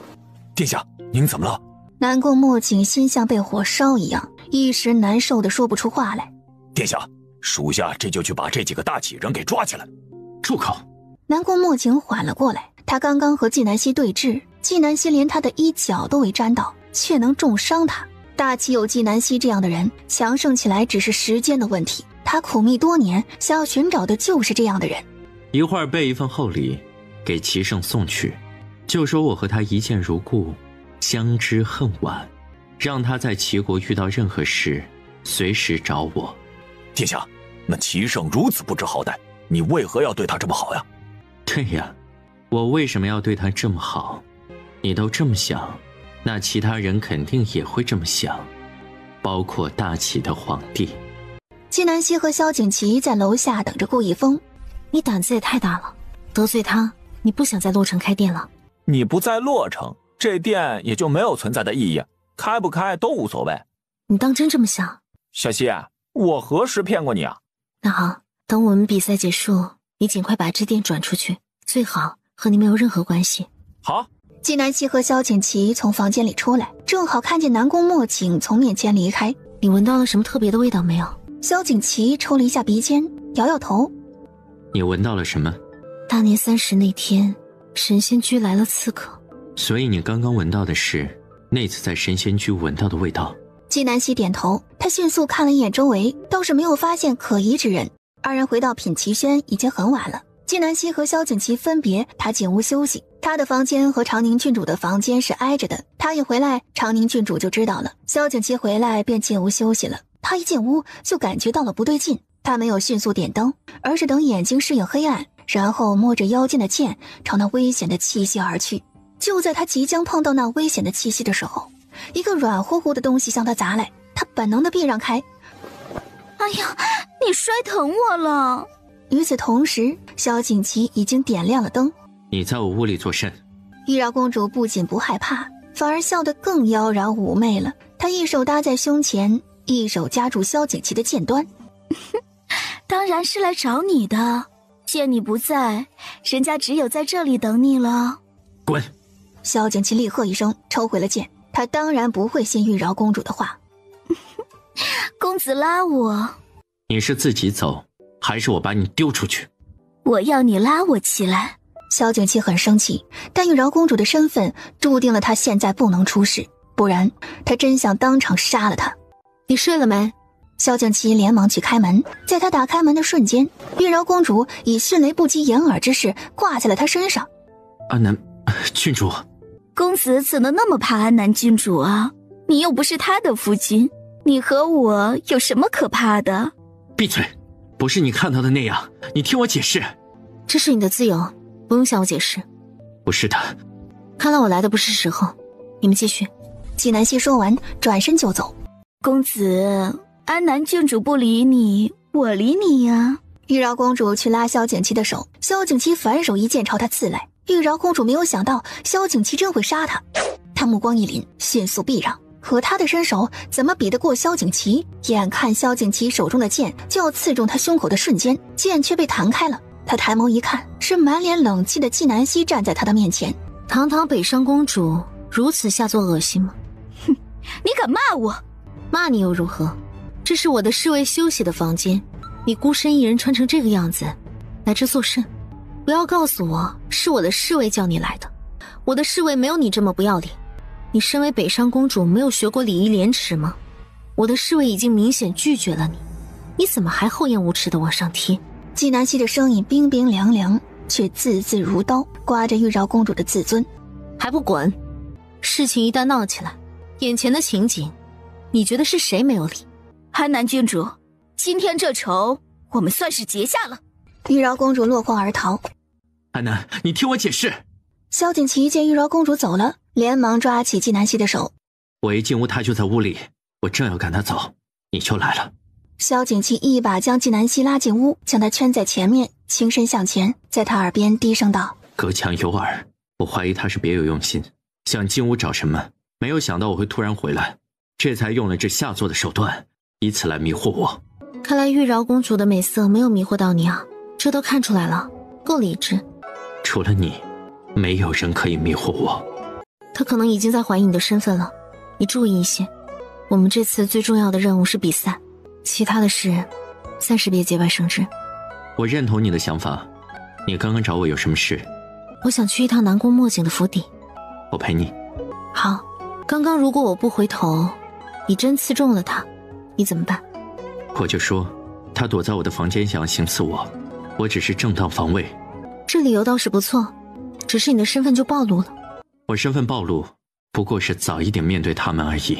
二人迅速离开品奇轩，前往南宫墨景的府邸。他们一路避开守卫，寻了半天才找到南宫墨景的书房。二人找了一圈，就当季南希以为他一无所获的时候，他打开了一个暗格的机关，发现里面有一个盒子，上一层是信，下面一层是一张药方。过来。我发现了东西。萧景琦一看，拿起一封信展开来看，面色一变。这么重要的东西，如果我们拿走会被发现的。不用拿，直接换。你去门口守着，我来抄信。过了一会儿，萧景琦见纪南希已经抄完了，他拿起原件和纪南希抄的一对比，竟然发现一模一样。你是怎么做到的？就这样就做到了，这不是很简单吗？安南，还好我们不是敌人。他将抄的信和原件兑换掉，关上机关，正要离开的时候，门外响起了脚步声。殿下，这么晚，您怎么想起来书房呀？写信。纪南希一听是南宫木槿的声音。你先走，我掩护你。话音落下时，脚步声已经到了门口，这一下谁先走都不可能了。一起走，冲出去。二人迅速躲到门后面，南宫墨景已经推门进来了。纪南希一把药粉撒过去，二人迅速撤离。来人，有刺客！殿下，您怎么了？属下去找太医。这时候，府里的侍卫已经来了。追，重点搜查品奇轩，尤其是大气人。纪南希和萧景琦甩掉身后的人，迅速赶回品奇轩。安南，你回屋，一会儿就说你一直在屋里休息，没有出来过，任何事我承担。纪南希想到了长宁郡主，他先前和萧景琦从外面吃饭回来的时候，长宁郡主都在偷偷的看他。现在他回屋，说不定长宁郡主趁机就把他给卖了，他一定不能回屋。我们是一个整体，任何人出事，我们所有人都脱不了干系。说完，他轻点脚尖，直接飞到屋顶，将怀里的信藏到瓦片下面。当他飞身下来的时候，发现南宫墨景的人已经追到了品奇轩门口。萧景琦，去你屋里。纪南希一把抓过萧景琦，就往他屋里跑。脱衣服。纪南希眼睑一开，他已经退掉了外面的衣衫，一跃躺在床上。萧景琦瞬间明白了纪南希的用意，他脱掉外衫，却并没有上床，而是给纪南希盖上了锦被。与此同时，萧景琦的门和纪南希那屋的门同时响起了敲门声。谁？开门！来了。都睡着了还被吵醒，还让不让人睡觉了？搜！你们要做什么？萧景琦反手将这领头侍卫的刀打落，在他们即将走到床前的时候，将被子再往上面拉了拉，彻底盖住纪南希的头。里面是何人？我的人。我问你，里面的人是谁？知道这是谁的地盘吗？大启人，不要在这里嚣张。大启人在齐国，难道连睡觉的自由都没有了？还是你们想趁机对我们不利，另有目的？今夜有人闯二殿下的府邸，我们奉命搜查品奇轩，总得让我们见一见里面躺的是谁。这时，在纪南希那屋搜查的侍卫过来向领头的侍卫禀报：那大齐的安南郡主不在屋里，听隔壁屋的人说已经出去好久了，一直没有回来。领头侍卫再一次看向床上，他为了好交差，试探性地问道：这里面的人是安南郡主？我床上躺的是谁，要经过你们的允许。齐国是不是欺人太甚？领头侍卫从萧景琦的反应已经确定了床上躺着的人是纪南希，如此看来，今夜闯府邸的肯定不是二人了。撤！等到他们走了，萧景琦立刻将门关上，掀开被子。安南，委屈你了。其实你刚刚不必如此麻烦，我直接露出头来，他们见到是我，立即就会走的。那不一样，你躺床上的样子，怎么可以让别人看到？他背过身，你穿衣服吧，我不看。纪南希心里有些感动，无论何时，萧景琦都在护着他。他迅速下床，穿好衣裳。萧景琦刚好转身，二人离得太近，他连忙后退，恰好踩到了萧景琦的腰带，腰带缠住了他的脚，他瞬间向后一倒。萧景琦担心他磕着头，连忙伸手揽住他的腰，在惯性的作用下，纪南希直接将他扑倒了。纪南希看着躺在身下的萧景琦，顿时面色一红，而且他的手竟然放在了萧景琦的胸前。抱歉。纪南希边说边准备起身，他这一起身，萧景琦怀里顿时一空，心里也空落落的。你今天的名声被我毁了，抱歉。萧景琦闻言一愣，随即一笑。你笑什么？这样的话应该是男子说的，然后女子应该在一旁哭哭啼啼的才对。你挺有经验啊。我没有经验，都是在画本子上看到的。你还看画本子？以前不看，后来才看的。他后来为了哄纪南希开心，又不好求助别人，偶然间听到那些才子佳人的故事，才去画本子上寻找办法。安南，一般男子说完你刚刚说的那句话，你知道他们接着会说什么吗？纪南希摇头。他们会说，姑娘，我会对你负责的。少看画本子，那是闲书，不利于身心健康。安南，其实我的名声无所谓的，主要是你。他们虽然没有看到是你，可已经认定是你了。你的名声，还有什么能比我以前的名声更坏？萧景祺一愣，随之而来的就是心疼。安南，那不一样，你如今名利双收，你不怕失去这些吗？如果说一点不怕，那肯定是假话。但是在我心里，有比名利更重要的东西。为了守护这些东西，名利什么的已经不那么重要了。安南，放手去做你想做的事情吧。你守护大齐，我来守护你。先过眼前这关吧。南宫墨景是个危险人物，聪明得很，他肯定还会怀疑我们的。我们后面行事要更加小心。好。纪南希和萧景祺说完话就回了自己的房间。唐宁郡主一直没有睡。你去了哪里？你管我？纪南希，你如今代表的是大齐，请注意你的身份。如果你胆敢让大齐蒙羞，我一定会如实禀报皇上。你说这话之前，先想想自己做了些什么。我要是你，早就挖个坑把自己给埋了，还有脸在这里瞎叨叨。他说完，砰的一声把门关上。唐宁郡主羞得无地自容，恨得牙痒痒。此时的南宫墨景双眼已经恢复了光明。殿下，属下等人搜了品奇轩，并没有发觉异常。南宫墨景眼里闪过阴鸷，以纪南希的身份，她怎么可能是那样随便的女子？她嘴角浮起一丝冷笑，要么这侍卫的身份有假，要么就是纪南希和这侍卫有问题。眼见不一定为实，盯紧纪南希和那侍卫。南宫墨景吩咐他，庆幸的是自己去书房去的及时，没有丢任何东西，不然后果不堪设想。第二天，南宫墨景直接去了品奇轩，纪南希正在和其他人对弈。齐胜真是好兴致。殿下有事？我这眼睛有些疼，听闻齐胜是神医，想请你帮忙看看。纪南希面色如常，放下手里的棋子，站起身来。殿下坐吧，我给你看看。南宫墨景盯着纪南希的眼睛，仿佛要透过他的眼睛看穿他的心事。齐胜昨夜去了何处？殿下不是让你的侍卫去检查过了吗？我倒是没有想到，齐胜竟然是个如此放得开的人。我也只是个凡人。纪南希检查完南宫墨景的眼睛以后说道：殿下的眼睛里是进了什么东西吗？我的眼睛进了什么东西，你不知道吗？殿下这是何意？我的意思是，齐胜是神医，我眼睛里面进了什么东西，你不是应该一看便知吗？我只是大夫，不是神仙。南宫墨景见纪南希竟然还对他了，可能他真的误会纪南希了。齐胜看我这眼睛怎么才能好？过几天自然就会好，不用特别处理。纪南希已经重新回到了座位上，继续和其他人下棋。多谢齐胜，齐胜帮我看眼睛，不如一会儿我请齐胜吃饭。吃饭不必了，没空。如今大齐和齐国的关系本就紧张，如果他和南宫墨景走得近了，难免会被有些人利用。那我就不打扰齐胜了，毕竟比赛第一，我们友谊第二。他说完，客气一笑，起身离开。果然，南宫墨景一走，其他人一脸好奇地盯着纪南希，尤其是长宁郡主，像是抓住了把柄一样。哼，安南郡主倒挺闲的呀。昨天晚上出去，莫不是和刚刚这齐国人在一起吧？和你有关系？当然有关。你不要只顾自己玩乐，误了比赛的事，不然我会如实禀报给皇上。好啊，不如你别参加比赛了，现在立马回大齐去给皇上禀报。嘴里嚷嚷着要为大齐争光，一天有这闲心来管我的闲事，不如好好练棋。长宁郡主耍嘴皮子说不过纪南希，才艺也比不过，只有忍气吞声。到了午时，南宫墨景的侍卫带着礼物来品奇轩，说是感谢纪南希给他治眼睛的。可这感谢礼也太贵重了些，金银珠宝、名家书画，价值上万两银子。安南，我去把这些东西退给他。我和你一起去。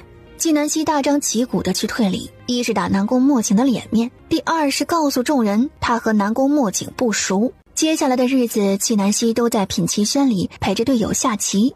小谢，马上要比赛了，今天出去吃饭，放松放松。好。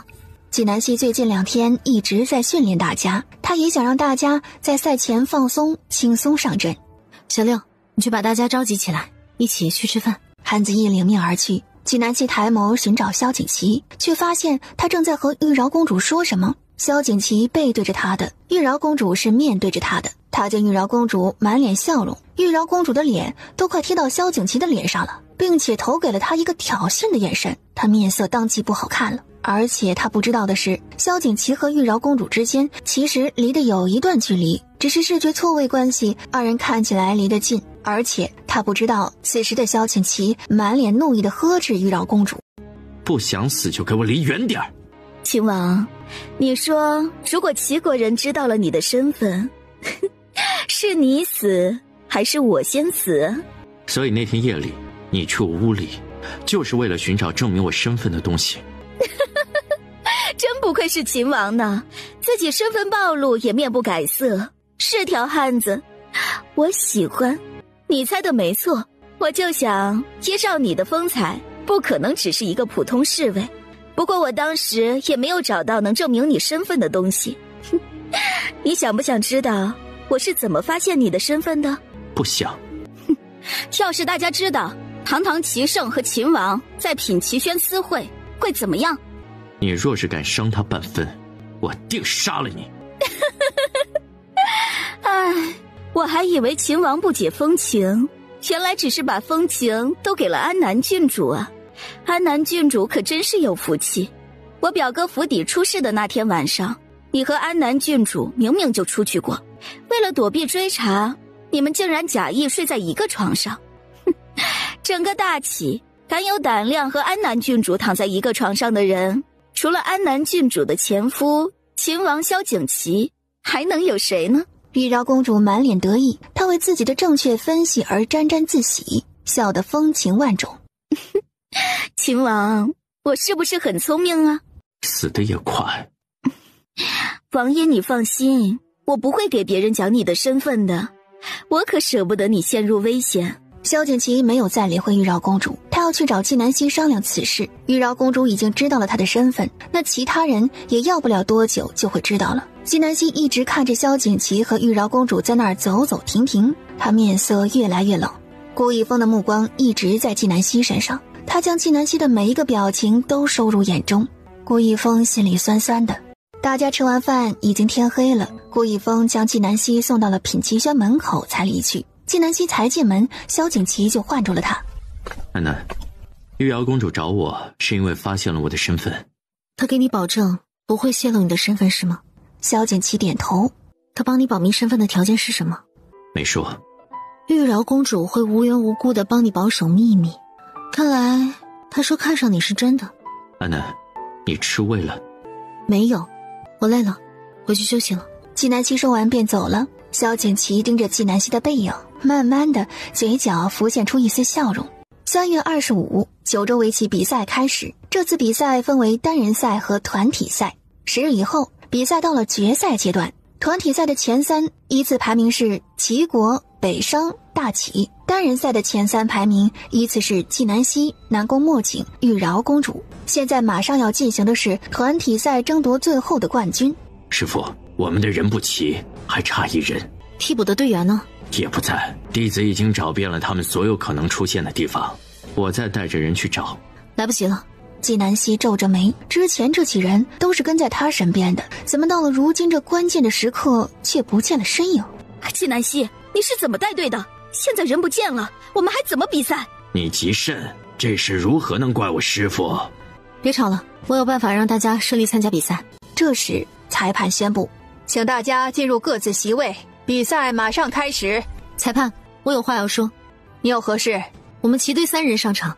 不行，按照规则，队员人数不足，不能上场比赛。规则上面附加条款，若一方队员不足，剩下的队员能够以1人代替多人，整个队员也能够上场比赛。安南郡主，你是不是以为你单人赛目前排名第1，你就能以1敌2了？能进入9周前3的都是佼佼者，你真把自己当棋圣，以为自己天下无敌了？南宫墨景面色温和，不言不语。试试不就知道了。按照规矩这是合理的，至于我能不能赢那是我的事，和你有什么关系？安南郡主，附加条款是有这一项，但附加条款同时也写明了，如果你以1顶2上场比赛，你输了将会取消单人比赛资格。并且3年不准参赛。这附加条款后面的条件其实就是限制了前面的条款。以往也有领导开场队员人数不足的情况，不过这样的旗队都是直接放弃比赛。安南郡主，你说你有办法让我们参加比赛的。他也害怕纪南希退缩，为了自己的单人比赛放弃这次团体比赛。安南郡主怕了吧？如果舍不得个人的名利，就不要逞强，免得丢人现眼。安南郡主，大启旗队这一次不能参加比赛，还有下一次，你不一定非要拿个人的荣誉去赌。我同意。众人哗然，有嘲讽纪南希不自量力的，也有为纪南希的勇气和舍小我成全大我的精神鼓掌的。他语气坚定，当着众人承诺：我以1敌2，如果我赢了，我会继续参加单人比赛；如果我输了，我退出单人比赛，并且3年不再参赛。好，纪南希，这可是你自己说的，你可别忘了你和我打的赌。如果你放弃了单人比赛，就等于你输了。你怎么知道我一定会输呢？在9州围棋比赛场上，还没有人能以1敌2带领整个旗队取胜的。纪南希，你以为你是谁呀？别太把自己当回事儿。前无古人，那我就做这第1人。哼，我会让你后悔你今天说的每一句话。南宫墨镜看向裁判，裁判高声宣布：9州围棋比赛决赛开始，第1场，大启旗队对阵齐国旗队。纪南希对阵的是南宫墨镜，外加齐国旗队的第2队员。开盘即是厮杀，一炷香时间过去了，长宁郡主输了，韩子义赢了。现在大启团队赛的所有希望都在纪南希身上，他必须同时赢了2人，这个旗队才是胜利的。又过了半炷香的时间，齐国2号选手败下阵来，紧接着半盏茶的功夫，南宫墨镜将棋子放下。我输了。什么？表哥，你好生看看，你怎么会输啊？输了就是输了，单人决赛见。第1回合，大启旗队胜出。别得意，纪南希，你要赢了我才算是彻底胜出。裁判，立刻开始第2场比赛。按照规矩，纪南希才结束第1场比赛，他是可以休息2个时辰补充体力的，但玉娆公主明显不给他喘息的机会。第2轮比赛开始。裁判根本不会问纪南希的意见，在他们的强国意识里，这些中下弱等国家根本没有话语权。这才刚刚结束，怎么又要开始了？还让不让人休息了？安南郡主，你不是很厉害吗？你去给他们求情，让我们休息一会儿。与其求情让别人可怜，不如提升自己实力，让实力说话。长宁郡主被对得哑口无言。纪南希这一次面对的是玉娆公主和北商2号棋手，纪南希的体力已经透支了，她必须速战速决。才下3子，玉娆公主就愤怒了。纪南希，你下的这是什么棋？哪有一开场就杀的？这让人怎么下呀？不服就认输。纪南希冷声道，气场全开，她手中的棋子落下。我输了。玉娆公主举棋不定，眉目皱成一团。你输了。我没输。玉娆公主盯着棋盘找了半天，终于找到了一条活路。你不是说我输了吗？我告诉你，我没有输。纪南希轻轻一笑，十分不屑。他手中的棋子在玉娆公主棋子落下的瞬间随即落下。我说你输了，你就是输了。玉娆公主盯着棋盘仔细检查，她果然输了。她气得直接将手里的棋子摔在棋盘上。纪南希，算你狠！北商的公主这么没有气皮，我只是想告诉你，哪怕你们不讲规则，我一样能赢。比赛靠的是实力，而不是强权。就在这时，长宁郡主和韩子义那里也双双结束，并且都赢了。大启旗队和北商旗队对弈，大获全胜。9州围棋比赛团体赛，大启胜，位列9州第1。小谢，恭喜你们，大启赢了！师傅，我们赢了！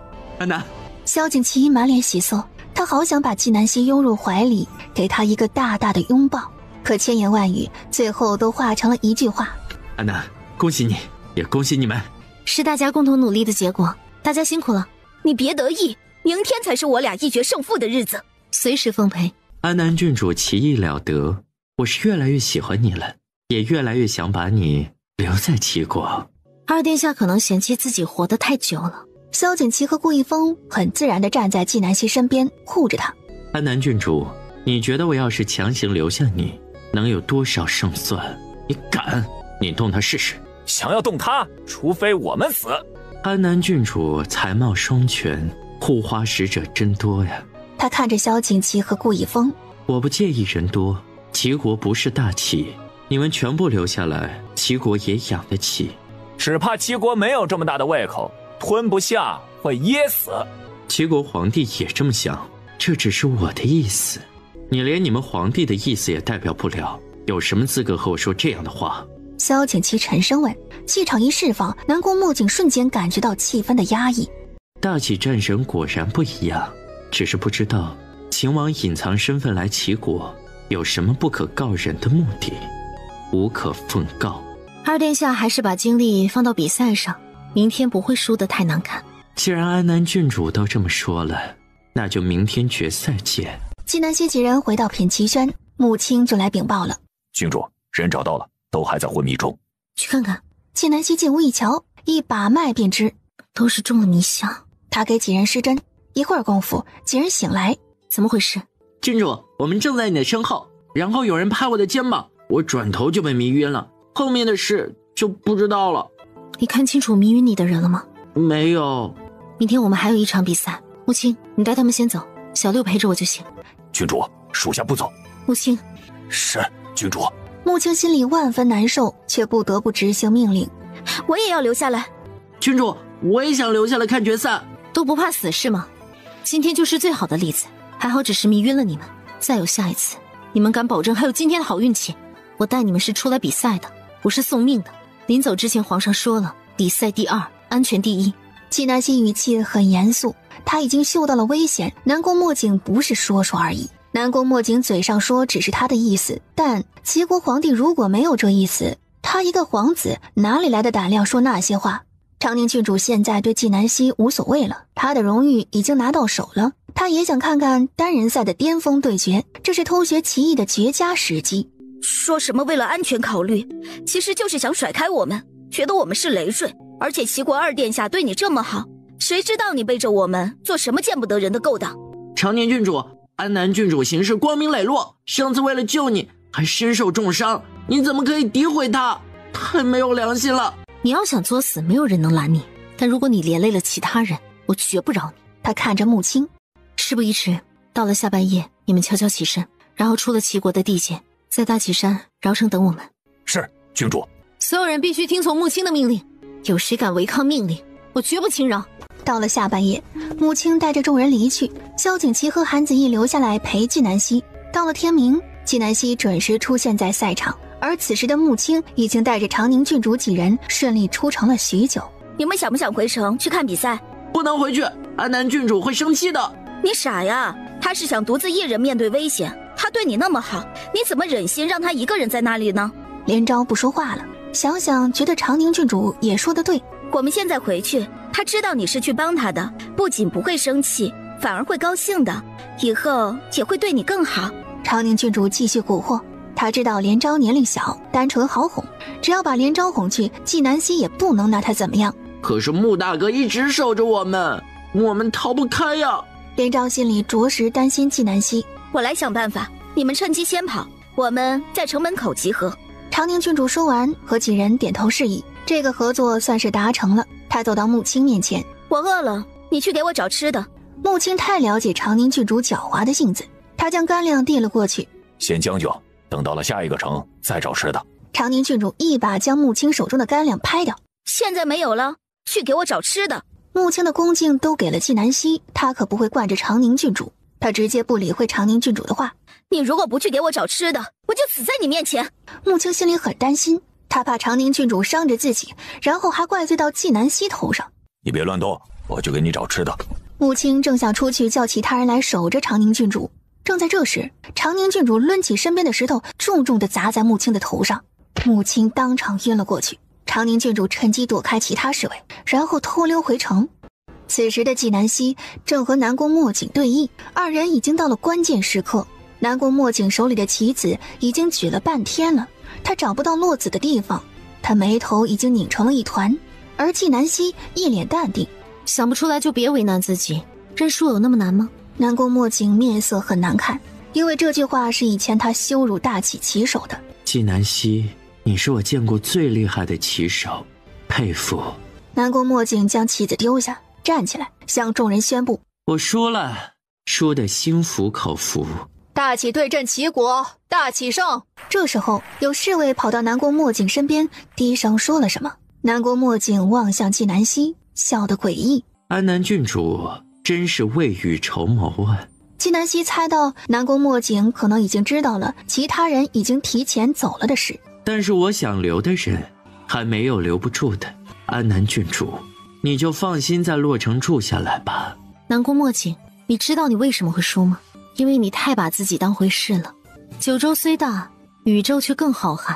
齐国闻名九州，可于宇宙而言，不过是沧海一粟，而你南宫墨镜更是不值一提。南宫墨镜听不懂纪南希在说什么，但从纪南希的语气判断，他知道纪南希在讽刺他。我南宫墨镜想做的事，还没有做不成的。巧了，我纪南希让谁做不成的事，他就一定做不成。纪南希直视着南宫墨镜，周围的气压瞬间降低，让人喘不过气来。安南郡主真倔，我喜欢。不稀罕。这时候，裁判宣布纪南希和玉娆公主的对阵开始。玉娆公主见南宫墨镜在纪南希面前输得惨不忍睹，她原本棋艺就不如纪南希，现在一害怕，方寸大乱，这棋下的乱七八糟，只坚持了5子就输了。玉娆公主，脱衣服吧。我没有输。当着大家的面，玉娆公主是想耍赖吗？难道北商人就如此输不起？玉娆公主不知道该怎么办，在她犹豫的时候，周围已经有人在开始起哄了。玉娆郡主，你要不脱衣服也行，除非你告诉九州诸国，你们北商就是言而无信的人，输不起。玉娆公主，脱衣服啊！倒是脱呀，我都等不及了。北商窝囊废，输不起。那观众席上的人越吵越厉害，到了最后，直接把手上的东西扔向玉娆公主。纪南希冷眼旁观，现在不用她出口，那些人也会逼死玉娆公主。玉娆公主向南宫墨镜求救，南宫墨镜现在也无奈得很，他现在的心思都在纪南希身上，想如何才能把她留下来。玉娆公主，你犹豫的越久，你甚至北商丢脸丢得越彻底。纪南希，你今日欠我的，我他日一定让你加倍还给我。随时奉陪，别墨迹，脱。玉娆公主瞪着纪南希，想要用眼神杀死她。她被逼得走投无路，无奈之下只有脱衣裳。她的脸已经红到了耳根处，她死死地咬着唇。玉娆公主的身材很好，如今只着里衣，更是将她的好身材一展无遗。玉娆公主，能让大家目睹你的身材，这是你毕生的荣幸。玉娆公主已经把衣裳穿好了，她狠狠地瞪着纪南希。这样的荣幸你怎么不要啊？那要你有本事赢我。玉娆公主感觉自己受到了莫大的屈辱，她冲上来一巴掌甩向纪南希，只听到啪的一声响，是她反而被纪南希打了一巴掌。输不起说不赢，想要动手吗？你找死吗？试试谁先死。纪南希，今日羞辱我记住了，有朝一日我定10倍奉还。随时奉陪。玉娆公主现在觉得自己浑身像是被大家看光了一样，她原本的棋艺就不如南宫墨镜，现在更是满腔愤怒，没有心思下棋，短短3下子就落败了。九州围棋单人比赛，第1名大启纪南希，第2名齐国南宫墨镜，第3名北商上官瑶瑶。上官瑶瑶便是玉娆公主。玉娆公主看着那被众人热情包围、真诚恭贺的纪南希，嫉妒的火花仿佛要将她整个人点燃起来。她现在可没有脸再往纪南希跟前凑，她夹着尾巴灰溜溜地走了。纪南希和众人道完别，就带着人启程回大启了。南宫墨镜还是拦在了他的面前。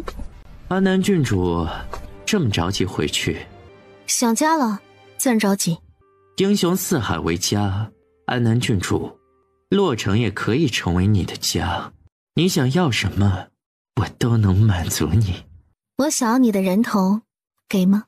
安南郡主，这个玩笑一点儿也不好笑。你觉得我像是在和你开玩笑？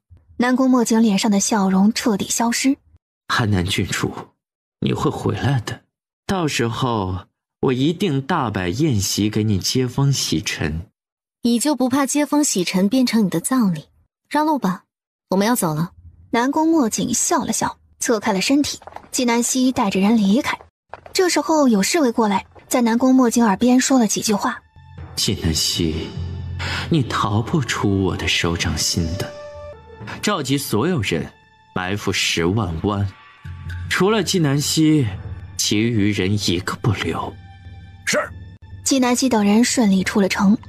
安南，我觉得我们出城太顺利了。按照路线来说，到了山瑶城他们就不敢再追了。山瑶城和洛城之间最危险的地方就是10里湾，他们一定会在那设伏。我们人少，他们如果两头拦截，我们插翅难飞，不如绕道而行。可以，走八面坡，虽然绕路，但很安全。安南，你懂兵法？略懂皮毛。萧景琦已经不相信纪南希口中的略懂皮毛这种自谦的话了，他的略懂皮毛是别人无法仰望的高度。就在这时，穆青带着人向他们奔来。郡主，出事了！发生了何事？其他人呢？长宁郡主打伤了属下，和其他人一起跑了，属下一路追来都没有看到他们，请郡主责罚。先起来，找人要紧。纪南希想起了之前南宫墨景对他说的话，依照穆青的武艺，长宁郡主绝对伤不了他，除非是下黑手。你伤得严重吗？属下没事。安南，我一直注意到在场周围的情况，没有看到他们，说不定他们已经被南宫墨景给抓住了。我和南宫墨景下完棋，他就发现他们提前离开了洛城，他的人肯定一直在追，等他们返回，正好被他的人逮住。纪南希现在已经顾不上生气了，他现在很担心他们的安全。安南，我带着人去找他们，你继续往前走，我走10里湾，你走八面坡。我也走10里湾，小七，你和子义兄走八面坡。都别争了，一起走10里湾。此时已经到了傍晚，在临近10里坡的时候已经深夜了，夜黑风高，加之10里坡的地形原因，他们选择了停下，等天亮再继续出发。他让众人歇下，等到大家睡着了，萧景琦走了过来。走吧。纪南希有些惊讶，萧景琦竟然知道他的想法。你想暗中查探他们埋伏的情况，我陪你。好。时间太紧急，纪南希没有再推迟。到了凌晨，纪南希叫醒众人，这是南宫墨景等人最放松警惕的时候，他要打得他们出其不意。安南郡主。纪南希站在谷底，听到南宫墨景的声音，抬眼望去，见南宫墨景站在半山腰，在他的身边绑着几个人，正是长宁郡主和连昭几人。我倒是低估你了，你竟然能闯过我的2道关卡。南宫墨景说完，看了一眼身边的下属，下属放了一个信号，紧接着纪南希前后的路都被骤然出现的齐国侍卫堵死了。安南郡主，你是不是好奇他们从哪里出来的？昨夜你和秦王夜探10里湾的时候，我就知道，我在你们走以后特地变了部署。你刚刚杀的那些人，不过是特意用来迷惑你们的。现在堵你退路的人，才是我真正的部署。安南郡主，我说过，你逃不掉的。只要你乖乖跟我回去，我保证放了他们。否则，我就将他们推下去，摔个粉身碎骨。南宫墨景此时虽然欣赏纪南希的才华，但是在排兵布阵这一方面，他畏惧的还是萧景琦。所以到了晚上，他特意让下属装睡，让纪南希和萧景琦放松警惕，探查到错误的埋伏情况。如今纪南希在谷底，他在半山腰，在地理位置上他明显占了优势，只要乱石滚下，纪南希无处可逃，要么死，要么臣服他，再无第3条路。安南郡主，给你半炷香的时间考虑。不用考虑了，南宫墨景，你看你后面。南宫墨景神情又难看一分，他目光落到长宁郡主4人身上。据他所知，这4人属长宁郡主的身份最尊贵。于是他一把拖过长宁郡主，将剑横在他的脖子上。纪南希，放我离开，到了安全的地方，我会放了他。做梦！不然我杀了你。你杀吧，正好我和他有仇。南宫墨镜见纪南希真的毫不在乎，他知道自己失算了。他的确知道纪南希和长宁郡主不和，随即他又想到，说不定纪南希正好可以借他的手除掉长宁郡主。在他犹豫的那一瞬间，萧景琦已经近了他的身，打掉他手中的剑，救下了长宁郡主。萧景琦将长宁郡主交给穆青，让穆青带着他们下去和纪南希会合。长宁郡主刚刚确实被吓坏了，她此刻都还记得刚刚那剑横在脖子上的冰凉和濒临死亡的绝望。纪南希竟然不顾他的生死，还让南宫墨镜杀他。他恨毒了纪南希，他要报复纪南希。他的目光落到了连昭身上，如果连昭死了，纪南希是带队的人，定然脱不了干系。长宁郡主打定主意，走到连昭身边，他伸手推向连昭。连昭毫无防备，直接从半山腰滚下。电光火石之间，纪南希飞身而起，穆青和萧景琦齐飞身而下，三人同时去救连昭。这山是斜坡，连昭在半途上被树枝挡了一下，最后直接弹落到地上，头撞到一块尖锐的石头上，当场死亡。连昭！纪南希当即吼了出来，双目猩红。连昭直接死在了他的眼前，就差一步，他就接住了连昭。连昭！纪南希把连昭抱起来，想要救他，可是连昭已经没了呼吸。此时萧景琦和穆青赶到了。郡主，都是属下的错，是属下没有照顾好连昭。安南，把他交给我。要带他去哪里？带他回大齐。好，你动作轻一点，他怕疼。他还记得带连昭回神仙居吃饭，连昭的手被刀切了一下，直流泪，说他怕疼。萧景琦亲自抱着连昭，将他放回马车上。没有萧景琦的钳制，南宫墨镜趁机跑了。纪南希抬眸望去，目光直接落到长宁郡主的身上。他站起身来，走到长宁郡主的身边，一巴掌甩在长宁郡主的脸上。纪南希，你打我做甚？你有病啊！为何要推连昭？他眼里的恨意足以毁天灭地。我没有推他，你哪只眼睛看到我推他了？我看到了，长宁郡主，我亲眼看见你把连昭推下去的。此时在谷底的侍卫上来了不少，他们都指证长宁郡主。我也看到了长宁郡主推了连昭，还有我也看见了，长宁郡主就是杀人凶手。纪南希，你好狠的心！刚刚大家亲耳听到，你让南宫墨镜杀了我，怎么我没有如你的愿，你就用这样的方法来逼迫我，害死我吗？还有你们这是在助纣为虐，你们是纪南希的帮凶。长宁郡主，你以为你不承认，我就拿你没有办法？纪南希手起针落，银针直接插入长宁郡主的脖子里。长宁郡主瞬间感觉到身体仿佛四分五裂了一般，她疼得完全顾及不了形象，直接在地上打滚，喊爹叫娘，不停地求饶。我错了，你放过我吧！是我害死了连昭，求求你杀了我吧！准备笔墨，把你做的一切如实写下来，一字不落，否则你将会比刚才痛苦1000万倍。长宁郡主哪里还敢狡辩，将这一路上的所作所为全部写了下来，整整写了10多页纸。纪南希拿到长宁郡主签字画押的罪证。长宁郡主，连昭和你是相处数月的队友，和你无冤无仇，你怎么下得了手的？把他押走。安南，我已经安排好了，我们得加快脚程。如今天气热了，尸首在路上不能耽搁太久。不用担心，我有办法。连昭体面出大齐，也要让他体面而归。纪南希用了香料保存连昭的尸身。我早就提醒过你，防人之心不可无，你为何要一次又一次的轻信他？小连昭，你放心，我一定给你报仇，给你一个交代。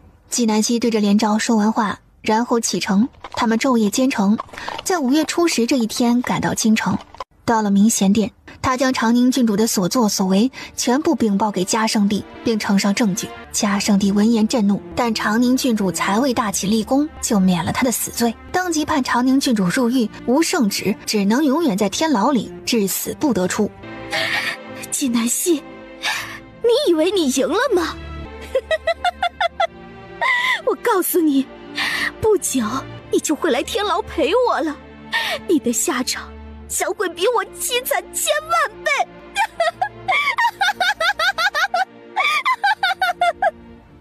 是吗？那我们拭目以待。连昭为大启立了功，得了丰厚的封赏，并给了他父母抚慰慰问赏金，其他几人论功行赏。总体来说，这一次的齐国之行，纪南希还是立下了大功。安南，如今你已是9州围棋的第1人了，给大齐带来了前所未有的荣耀。你想要什么赏赐啊？皇上，臣愧对皇上，愧对连昭，没有什么想要的。嘉圣帝一眼就看穿了纪南希心里所想，他心里是欣慰的。纪南希还是那个纪南希，一直有一颗赤子之心。安南，连昭的死不怪你，世事复杂，当时情况危急，你已经拼命了。从连昭出事到今，可有人责怪过你一句啊？纪南希沉默，他心里很难受，像一个没有把事情做好的孩子。安南，你已经很优秀了，千万别再苛责自己。既然你什么都不想要，那朕就特许你以后不用对任何人行跪拜之礼。多谢皇上。说完比赛的事，嘉圣帝让其他人离开，把纪南希和萧景祺留下。安南，你上次让人带回来的信，朕已经查明了，不如就趁此机会将这些人一网打尽。在齐国的时候，纪南希和萧景祺夜探南宫墨景的府邸，拿到了信和药方。纪南希当时在齐国，那信放在哪里都不安全，于是他选择了在南宫墨景放松警惕的时候，让下属把信带回来呈给嘉圣帝。皇上，时机未到，现在还不到收网的时候。何时收网？等他们等不下去的时候。纪南希总是能很好的控制他的情绪，现在嘉圣帝提到这信的事，他的注意力瞬间转移了过来。目前为止，他唯一的失控就是眼睁睁地看着连昭死在他的面前，而他却无能为力。皇上，现在出手虽然能打他们措手不及，却不能连根拔起，只能等他们耐不住性子，他们会倾巢而动，我们再一举歼灭。你估计他们能忍多久？皇上，不出3日就会有消息。好。皇上，还需要您配合臣演一场戏。他和嘉圣帝、萧景祺商议好对策以后，已经到了傍晚，二人出了明贤殿。金乌西沉，晚霞为天空穿上了彩裙，微微有些刺眼。纪南希抬手遮住眼睛，透过指缝看着天际。安南，走，我带你去一个地方。哪里？去了就知道了。萧景祺一把拉过纪南希的手，二人一路快步出宫。到了宫门口，萧景祺正好看见他的一个下属在拴马。借你马一用。萧景祺解下马。安南，上来。他牵上了马，将手递给纪南希。安南，保证不会让你失望。快，时间来不及了。纪南希将手放在萧景祺的掌心，接着他手上的力道往上一蹬，上了马，坐在了萧景祺的前面。二人一路狂奔，直奔梧桐山。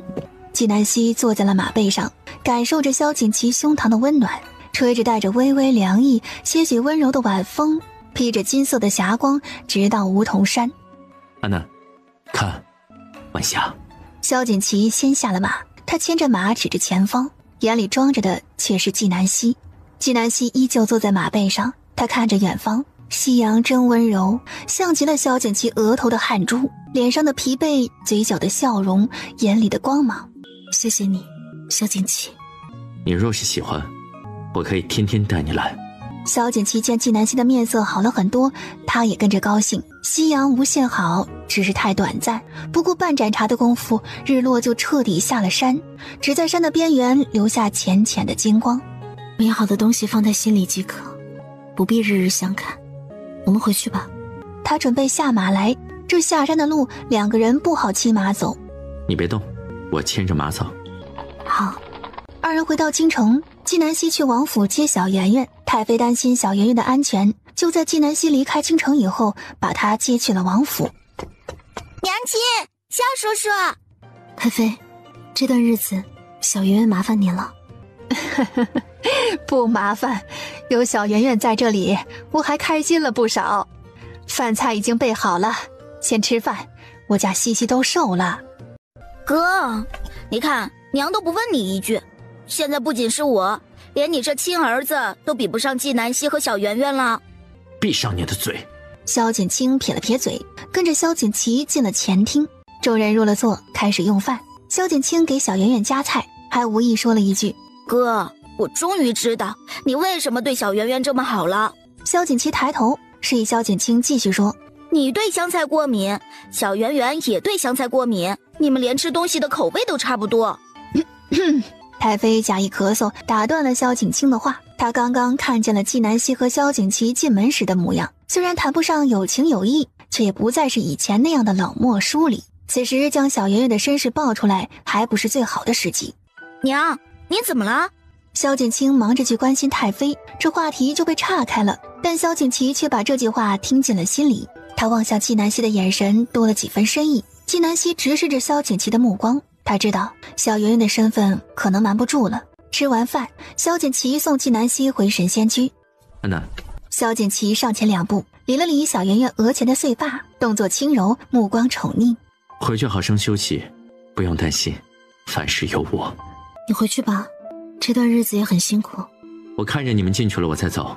其实他刚刚是想问小圆圆是不是他们的女儿，但他害怕他就这么直接问出来，纪南希不一定给他说实话，他会自己去查。其实小圆圆是不是他亲生的已经不重要了，毕竟他早就把小圆圆当作亲生女儿来对待了。纪南希点点头，抱着小圆圆进了神仙居。他已经决定找个合适的时机告诉萧景琦关于小圆圆的身世。第二天早朝，一道消息在朝堂上炸开，齐国的2皇子南宫莫景要来大齐求亲，而且点名要娶纪南希。皇上，齐国来势汹汹，不娶到安南郡主誓不罢休啊！皇上，他们惹不起齐国，得罪不得呀。说不定纪南希啊早就和齐国2皇子勾结在一起了，不然齐国2皇子为何点名要娶她呀？文武百官众说纷纭，最后不过是一个结果：齐国太强盛，大齐惹不起，不如将纪南希送给南宫莫景，以换得大齐的平安。我大齐已经到了要靠送女子才能维持安稳的地步了。皇上，这不是送女子，是齐国2皇子来娶纪南希。纪南希也算是高价了，不算容没他。白相既然觉得齐国好，不如就把你的女儿送去齐国。皇上，臣的女儿清清白白的，不曾和南宫2皇子有任何的来往。纪南希的事为何要扯到我无辜的女儿？放肆！嘉圣帝听到白丞相骂纪南希不清白，面色当即就黑了。安南郡主一心为了大齐，唇亡齿寒。白丞相的女儿如何是无辜的？难道她不是大齐人？安南郡主前去齐国有多危险？她为了什么？为大齐争光。你们又做了什么？诋毁她的名誉，践踏她的尊严，甚至否定了她为了大齐的赤诚之心。你们扪心自问，弑君之路，你们忠君之事了没有？他一说完，朝堂上瞬间安静了。嘉圣帝一见萧景琦，镇住了场面，替他省下了不少事。他立即宣布退朝。随着高泉一声退朝响起，嘉圣帝的声音已经消失在明显殿。而这件事的当事人纪南希还在书院上课。到了午时，他下了课正要去吃饭，就被纪兰拦住了去路。安南郡主，恭喜恭喜！恭喜我什么？他一直在上课，还不知道外面发生了什么。你还不知道啊？恭喜你马上2嫁，还是高嫁。安南郡主，很快你就要离开大齐，我也永远不用见到你了。纪南希闻言想了想，离开大齐还高嫁，十有八九是南宫莫景在作妖。你要想不用见到我，除非你死。纪兰身体一僵，纪南希的声音仿佛有噬魂的魔力，能瞬间穿透他的5脏6腑。疯子！纪兰回过神来，落荒而逃。纪南希嘴边的笑容渐渐凝固，面色冷了下来。南宫莫景又要见面了，看来我们之间是不死不休啊。纪南希想到此处，正要抬腿去吃饭，就见穆青来了。郡主，神仙居来人了，请您回去。谁来了？来了好多人。他将大概的情况给纪南希讲了一遍。纪南希和穆青以最快的速度回到神仙居，一进门他就看到了满院子的礼物。他继续往前走，在走到前厅门口的时候，就听到里面传来了欢声笑语。一进前厅，赫然看见3人端坐在那里，坐在首位的是太妃，浑身充满了高贵之气。小圆圆正依偎在他怀里和大家说着话。太妃之下是定国公夫人，面容慈善，眉目间又有一股英气。下手的是裴夫人，穿的是浅蓝色裙子，一股书香之气扑面而来，温婉大气。太妃、国公大人、裴夫人，让你们久等了。娘亲，小圆乖，和兰珠姐姐去玩，娘亲跟婆婆婶婶说话。好的，娘亲。小圆圆咧嘴一笑跑开了。纪南希坐了下来，那刚刚还喜笑颜开的三人顿时收起了笑容，像是要打一仗硬仗一样庄重。郡主，我是来替风儿提亲的。郡主，我今天来是替木儿提亲的，我是来接我家西姬回家的。太妃，王爷和安南郡主已经和离了，你把安南郡主当作女儿，接女儿回家无可厚非。可要说提亲，可得再斟酌斟酌。众所周知，我家木儿和安南郡主关系一向很亲厚，二人曾共患难，这其中的情谊不是常人能比的。安南郡主去隆安赈灾，去齐国比赛，我家风儿都是跟着去的，二人同生共死，是有过交情的。裴夫人，我记得这隆安和齐国之行，裴公子是没有陪着安南郡主去的。裴夫人不禁有些懊恼，这裴牧之平时和纪南希走得这么近，怎么到了关键时刻不跟在纪南希身边，害得他现在占了下风。纪南希在哪里，秦王就在哪里，而且小圆圆和我比较亲，秦王才是最合适最喜欢西西的。但是秦王不知道珍惜，他现在和安南郡主已经没有任何关系了。太妃这话我不赞成。他朝门外玩耍的小圆圆喊了一句：小圆圆。婆婆叫我，有什么事吗？我们三位婆婆，你最喜欢谁呀？都一样喜欢。你最想去哪位婆婆家玩啊？我们家有裴叔叔哦。婆婆，那不是裴叔叔，是我三哥哥。这话逗得其他人都乐了。按照规矩来说，小圆圆应该叫裴夫人为婶婶，而不是婆婆。小圆圆，这是三哥哥的娘亲，你得叫婶婶，不能叫婆婆。小谢，我娘今天来提亲的事儿，抱歉啊。无妨，我知道他们是想帮我。可是我觉得我娘的提议不错，我也是同意的。小谢，你可以先同意，等到南宫墨景走了，你想随时取消婚约都可以。婚姻大事不是儿戏，我岂能为了一己之私，将你的名声幸福弃之不顾？我心甘情愿。兄弟，这是关乎两国局势的大事，开不得玩笑。萧景琦没有再提亲的事，他如今能够守护在纪南希身边，对他而言已经是一件很幸福的事了。安南，你就安心的做你自己，其他的事交给我来做。好。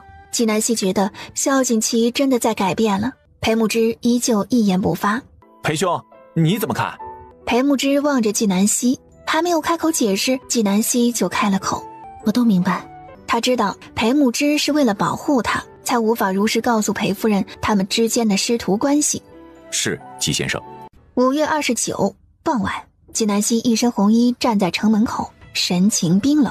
他目之所及是齐国的使团，为首之人正是一身紫衣的南宫墨景。与南宫墨景并肩而立的是一个50岁左右的男人，高颧骨，一脸奸诈相。安南郡主，没有想到我们这么快就见面了，一别数日，你可安好？我也没有想到二殿下这么着急赶来送死。二殿下活得好好的，我哪里会好得了？安南郡主真有趣，放心，你不会舍得我死的，相反，你会保护好我。那可未必。你若死在大齐，大齐如何给齐国交代？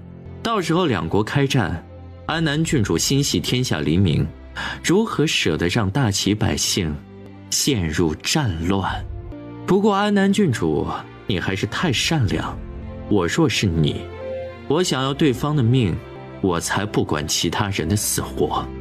不是所有人都像你这样无底线。二殿下，请吧。城内的悦来宫就是专门给使臣住的地方，纪南希直接把他们领到那里去，交给管事的人，然后等他们安置好，带他们进宫参加迎客宴。皇上，齐国使臣到了。齐国南宫莫景拜见皇上。二皇子路途辛苦呀。紧接着是南宫莫景旁边的那个高颧骨的男人，他连礼都没有给嘉圣帝行一个。我是齐国阵王。嘉圣帝面露不悦，周围人皆不作声。皇上，这是我皇叔，他一向少言寡语。嘉圣帝很敷衍的点头，他再怎么也是一国之君，这齐国阵王的身份再高，也只是一个王，他如何忍的？二殿下，请入席。阵王见嘉圣帝这个态度，十分不满，他冷哼一声，一甩宽袖，转身就要入席。可他的目光在横扫过众人时，突然眼睛一亮，纪南希发觉了异样，循着阵王的目光望过去，见他正盯着太妃看，而且目光十分不友善。纪南希见太妃也注意到了阵王，太妃忙将目光别开，故作镇定。可纪南希依旧注意到了太妃那拽着衣袖的手指在发抖，他担心别人看见什么，连忙对阵王道：王爷，你的位置在那边。场上人的目光大多都集中在南宫莫景身上，所以发现阵王异常的除了纪南希，就萧景祺、裴慕之、顾以风。等到南宫莫景等人入了席，这欢迎宴会就开始了。皇上，我此次来大齐的目的，就是为了迎娶安南郡主。不知皇上可否看好良辰吉日，安南郡主何时出嫁？安南不嫁。皇上这是要我空手而归了。不合理的要求，朕绝不会同意。二殿下，安南郡主是大齐难得的人才，皇上舍不得也是正常。来，我敬你一杯，欢迎你们来到大齐。南宫莫景向白丞相举了一下杯，浅尝了一口酒，望向纪南希。安南郡主，你的意思是不嫁？哼，安南郡主，你可真是个狠心的女人。当初我们耳鬓厮磨，山盟海誓，你都忘了。此言一出，宴会瞬间炸开了锅。南宫莫景，你是何意？秦王何必这么着急呀？安南郡主认识你在先，是你不知道珍惜，她才跟了我。哼，我们还有一个可爱的女儿。胡说八道！想必这位就是将安南郡主当作亲生女儿疼爱的太妃吧？我谢谢你把我和安南郡主的女儿当作亲生闺女看待，但是让你失望了。小圆圆是我和安南郡主的孩子。南宫莫景打得好主意，他没有查到小圆圆的身世，那就只说明小圆圆的爹死了，或者这是一个见不得人的男人。而他编造和纪南希的故事，无论真假，对他都是有利的。纪南希原本想要找个合适的时机告诉萧景祺关于小圆圆的身世的，可现在看来，小圆圆的身世得提前公开了。皇上，小圆圆不是南宫莫景的孩子。在众人翘首以盼中，纪南希终于说出来了藏在心底的秘密。皇上，小圆圆是我和萧景祺的孩子。他的话像一颗炸弹，随着他声音落下，场上静的仿佛一根针掉在地上都能听得见。萧景祺瞬间怔住了，他有些不敢相信，还忍不住掐了一下自己的手，手背钻心的疼提醒他不是在做梦。安南郡主，你为何要撒谎？那孩子……皇上，臣可以让臣的女儿和齐王滴血验亲，以证身份。他必须证明小圆圆的身份，不然任由南宫莫景造谣，不仅会影响小圆圆的未来，也会影响大齐和齐国的局势。朕准了。纪南希让人去把小圆圆带来，并把滴血验亲的东西准备好。萧景祺率先扎破自己的手指，滴了一滴血在水里，紧接着纪南希也扎破了小圆圆的手指。小圆圆的指尖血与萧景祺的血粘住，迅速融合在一起。萧景祺一把抱过小圆圆，紧紧地搂在自己的怀里，满眼宠爱。萧叔叔，你怎么哭了？叔叔，爹爹是高兴。爹爹，小圆圆怯生生的，然后看向纪南希。圆圆，萧叔叔就是你的爹爹。小圆圆小嘴一扁，直接哭了。这个消息来得太突然。小圆圆乖，别哭，爹爹在这里。对不起，宝贝，爹爹来得太迟了。他一手抱着小圆圆，一手牵过纪南希的手，护着纪南希娘俩。南宫墨镜，小圆圆是本王的女儿，纪南希是本王最爱的女人。如果再听你污蔑他们，上天入地，本王绝对不会放过你。萧景祺浑身煞气，面色阴沉。纪南希看着众人，相信大家也看到了，小圆圆是我和秦王的孩子，和南宫墨镜没有任何关系。太妃心里满是心酸，她终于盼来了这一天。萧景清见太妃一点不意外。娘，原来你早就知道了呀。她看着台上的纪南希和小圆圆，忍不住笑了。这么一看，安南郡主其实也挺招人喜欢的。她起身直接朝小圆圆跑了过去，伸出双手，笑脸盈盈。圆圆宝贝，来，姑姑抱。亲姑姑。她将小圆圆抱在怀里，坐回到座位上。安南郡主，你不能替孩子找到了亲爹，就不要我这个后爹了。前些日子听说有几家人一起上门提亲，安南郡主一家都没有同意，原来是心系二殿下啊。安南郡主，二殿下对你如此情深意重，你就嫁了吧。白烟见白丞相都说话了，他也忍不住阴阳怪气地说道：我就说安南郡主平时怎么这么嚣张，原来是有二殿下撑腰啊。安南郡主，你真是有福气啊，我要是你我就嫁了。白丞相何时和二皇子关系这么近了，连你女儿都想嫁给他了？还是你们私底下早就有了联姻的心思？谁说我想嫁给他了？我才不想嫁给他，嫁过去就是送死。白大小姐怎么知道嫁过去是送死？她等的就是白烟这句话。有很多人虽然对纪南希很不满，却没有掺和进来。比如纪兰就恨不得纪南希死，可她也忍着不敢在这个时候踩纪南希。只有白烟这么愚蠢。因为白丞相连声咳嗽打断白烟的话。白烟这时候才反应过来自己说错话了，他连忙捂住嘴巴，低着头，根本不敢对视纪南希。白丞相，你打断白小姐的话做甚？既然你不想让白大小姐说，那你就来说，为何嫁到齐国去就是送死？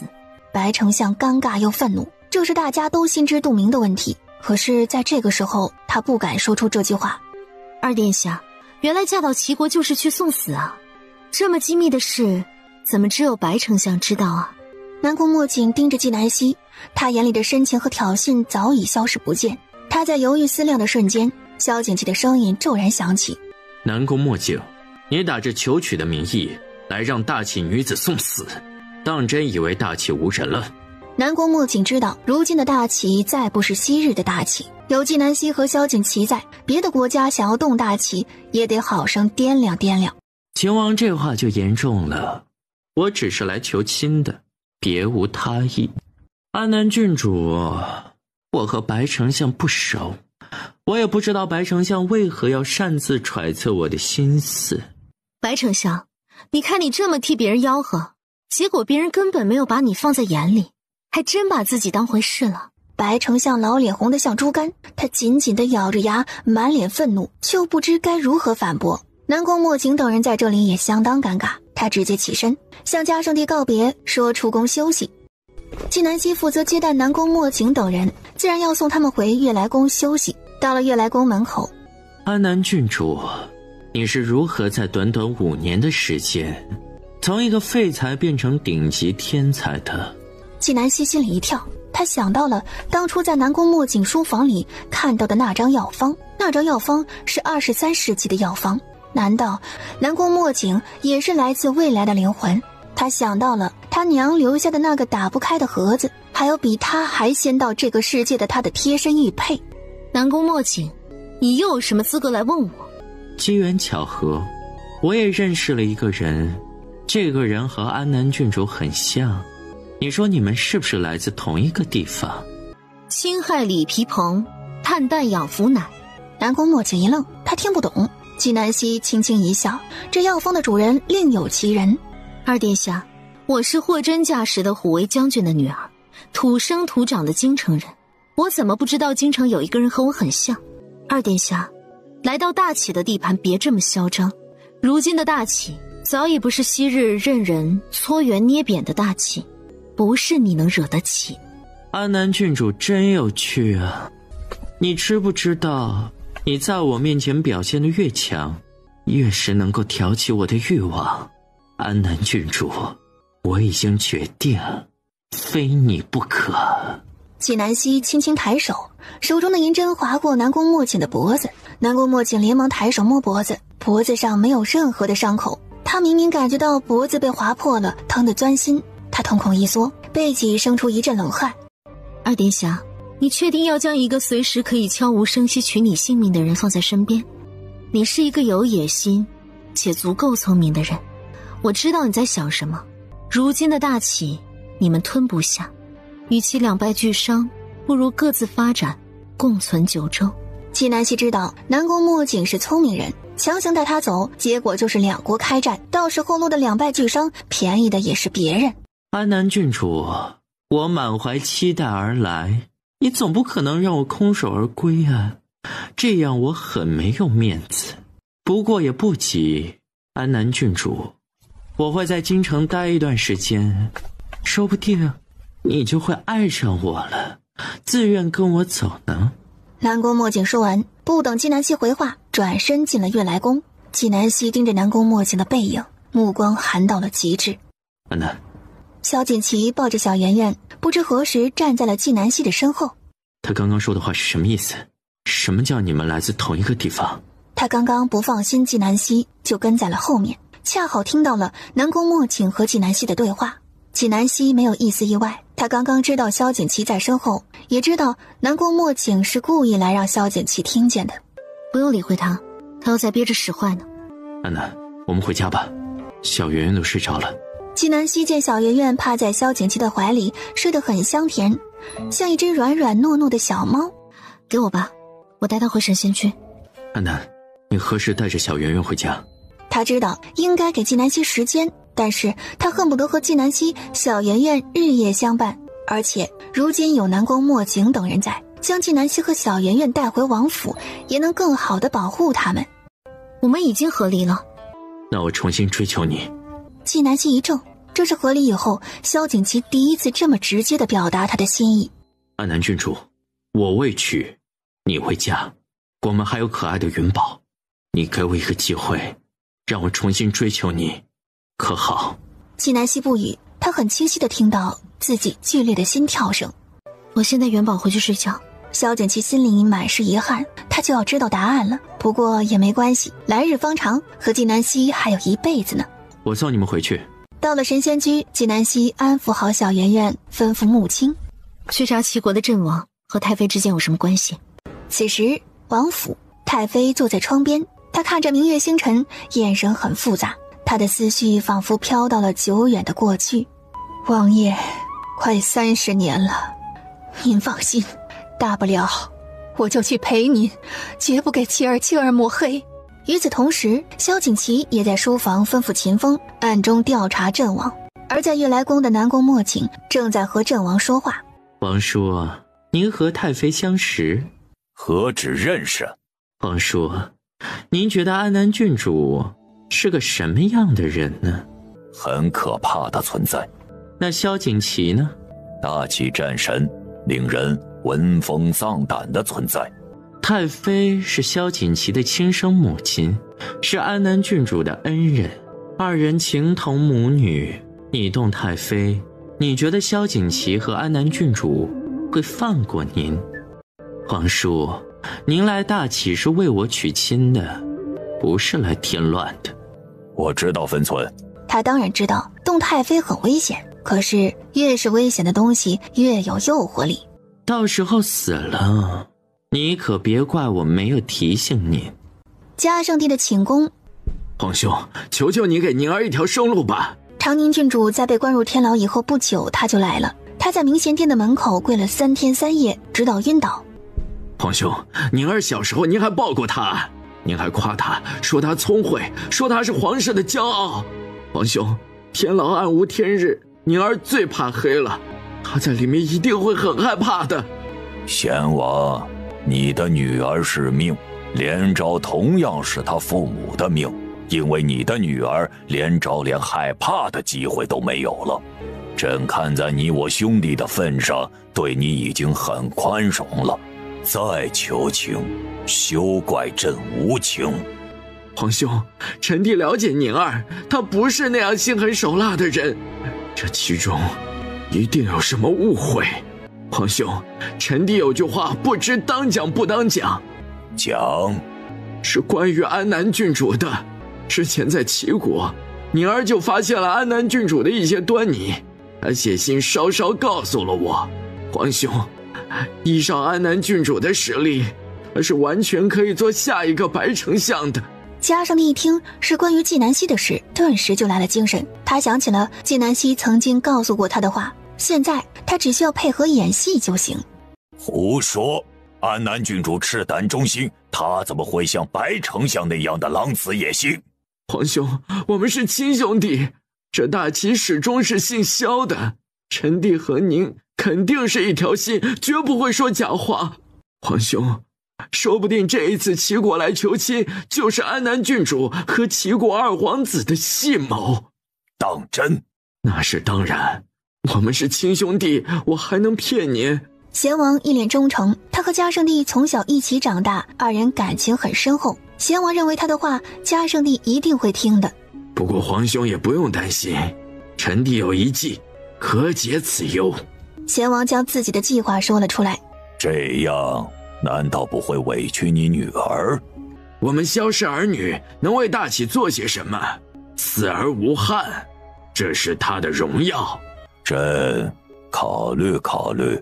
贤王满意的离开，嘉圣帝望着贤王离开的背影，满眼深意。第二天，纪南希进宫向嘉圣帝禀报，说南宫莫景要他带着使团在京城逛逛。嘉圣帝准了，并且把昨夜贤王的计划一字不漏地告诉了纪南希。皇上的意思是，朕想保大齐平安，也想保安南平安。臣叮嘱皇上，得偿所愿。第二天清晨，纪南希入宫向嘉圣帝禀报南宫莫景同意了换一个人嫁去齐国。安南，现在不是换一个人的问题了，齐国阵王要求娶萧景清，说是两国联姻。阵王那个老头都可以做萧景清的爹了。皇上，这件事不能同意。朕当然不会同意。只是安南，如果我们再拒绝阵王的联姻，就已经拒绝了他们2次。依照齐国的一贯行事方式，他们丢了脸面，肯定会发动战事找回面子的。纪南希听出来了，嘉圣帝这是为难了。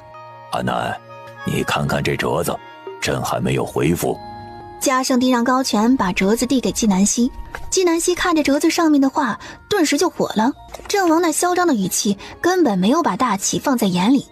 安南啊，大齐和齐国之间总会有一战，只是朕没有想到这一战来得如此之快。朕还想等大齐再休养生息几年，让老百姓再过过安稳日子。他沉默了一会儿，还是做了决定。安南，如今和齐国开战，你有几成把握取胜啊？与其窝囊的活着，不如奋力一搏，兴许还能为大齐换来一丝尊严和安稳。不然齐国会以为大齐好欺负，时不时的来招惹一下。6成。6成，那太好了，有你有秦王，大齐定能平安无恙。嘉圣帝满脸信心，纪南希的心却又沉了沉。皇上，臣定当竭尽全力保卫大齐平安。纪南希带着凝重的神色出了皇宫，看来得让林白加快训练赤色军的速度了。他回到神仙居，安南郡主，求求你，求求你救救我娘！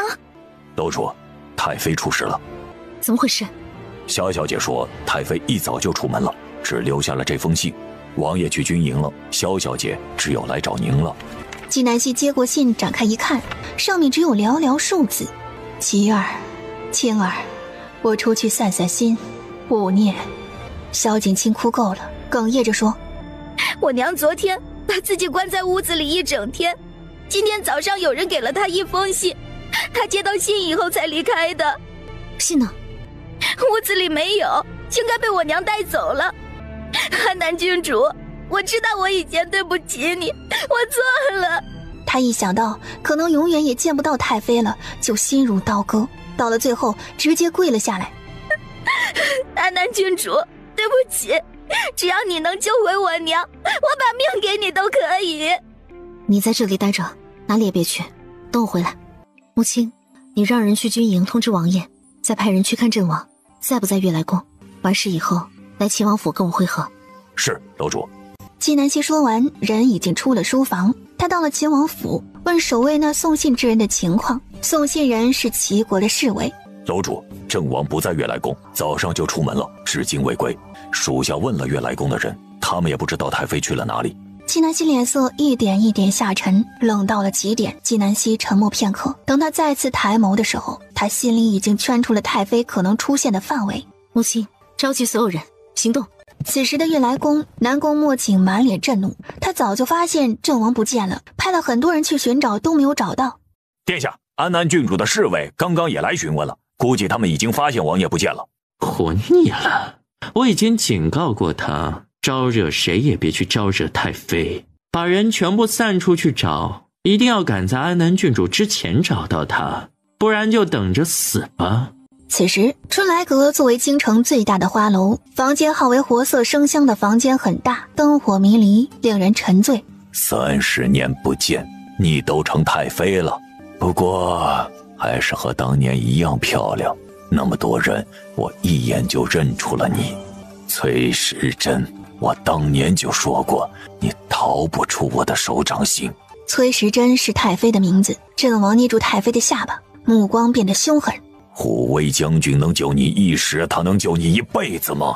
你当年要是也像现在这么乖乖听话，那你不早就是我的女人了？不过现在也不晚，这做了太妃的人，味道一定不一般吧？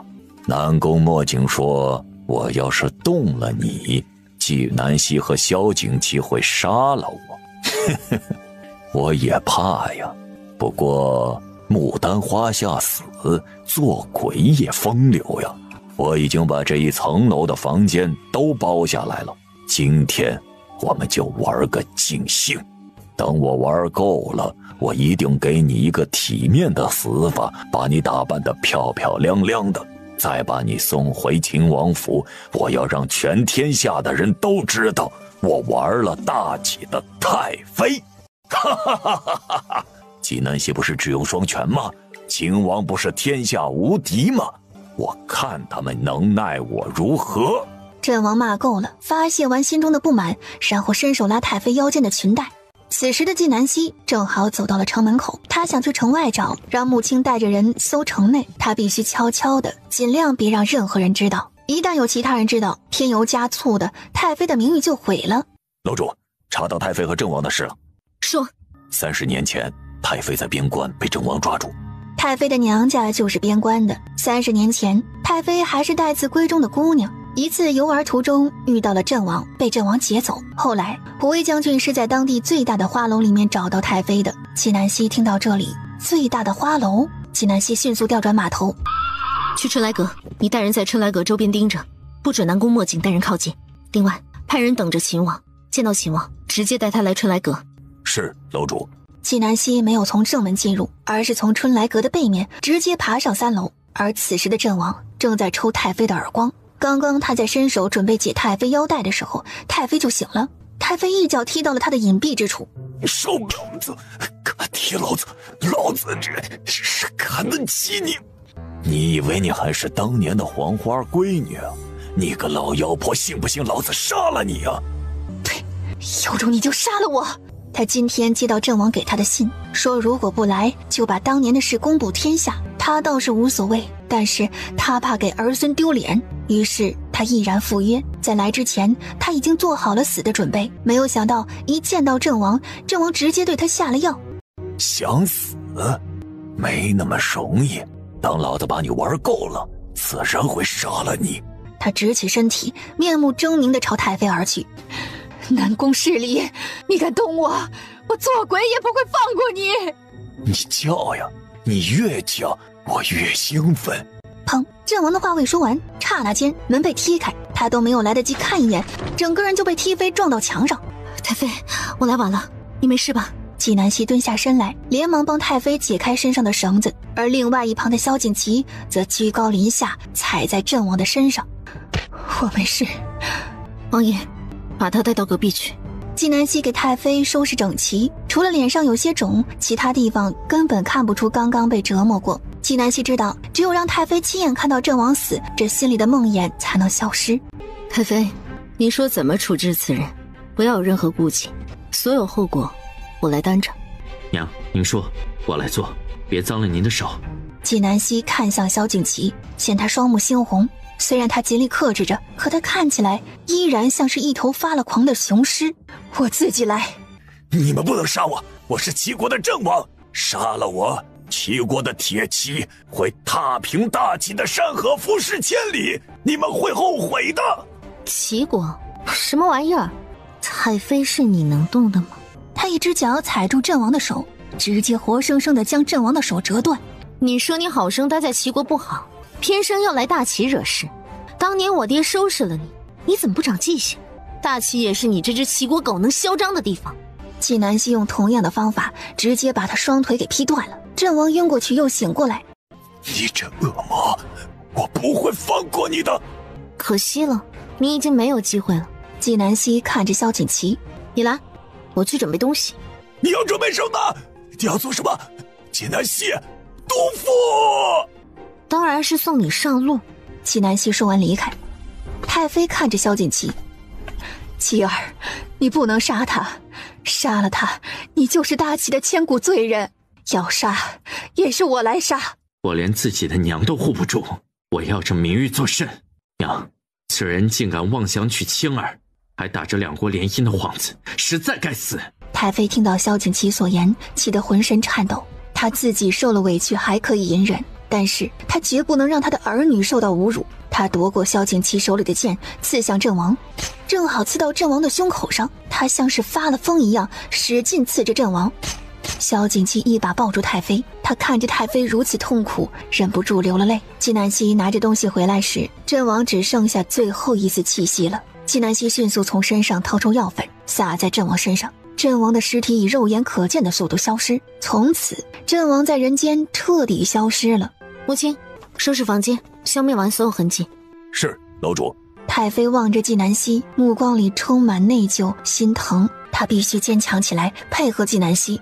西西，需要我做什么？太妃，我立即让人护送你去皇陵。城门、关卡、皇陵的事我来安排。还有最重要的一点，阵王逃跑的理由，我现在需要进宫一趟。你注意安全，我们分头行动。二人分开，纪南希立即前往皇宫。等他从皇宫出来的时候，宫里已经传出消息，说是今天早上宫里丢了一宝物，嘉圣帝已经下令全城搜捕那小偷。他回到神仙居书房，楼主，伪装成阵王的车队已经离开，一切准备就绪。好，现在就等南宫墨景上门。南宫墨景可能很快就来了。方才属下离开春来阁的时候，听到了传言，说太妃被阵王带去了春来阁，清白全毁。这些话谁传出去的？属下已经派人去查了，目前还没有查到。有什么消息，速来禀报我。郡主不好了，齐国二皇子带人闯进来了。来得正好。纪南希抬腿就朝前厅而去。二殿下怎么有空来我神仙居？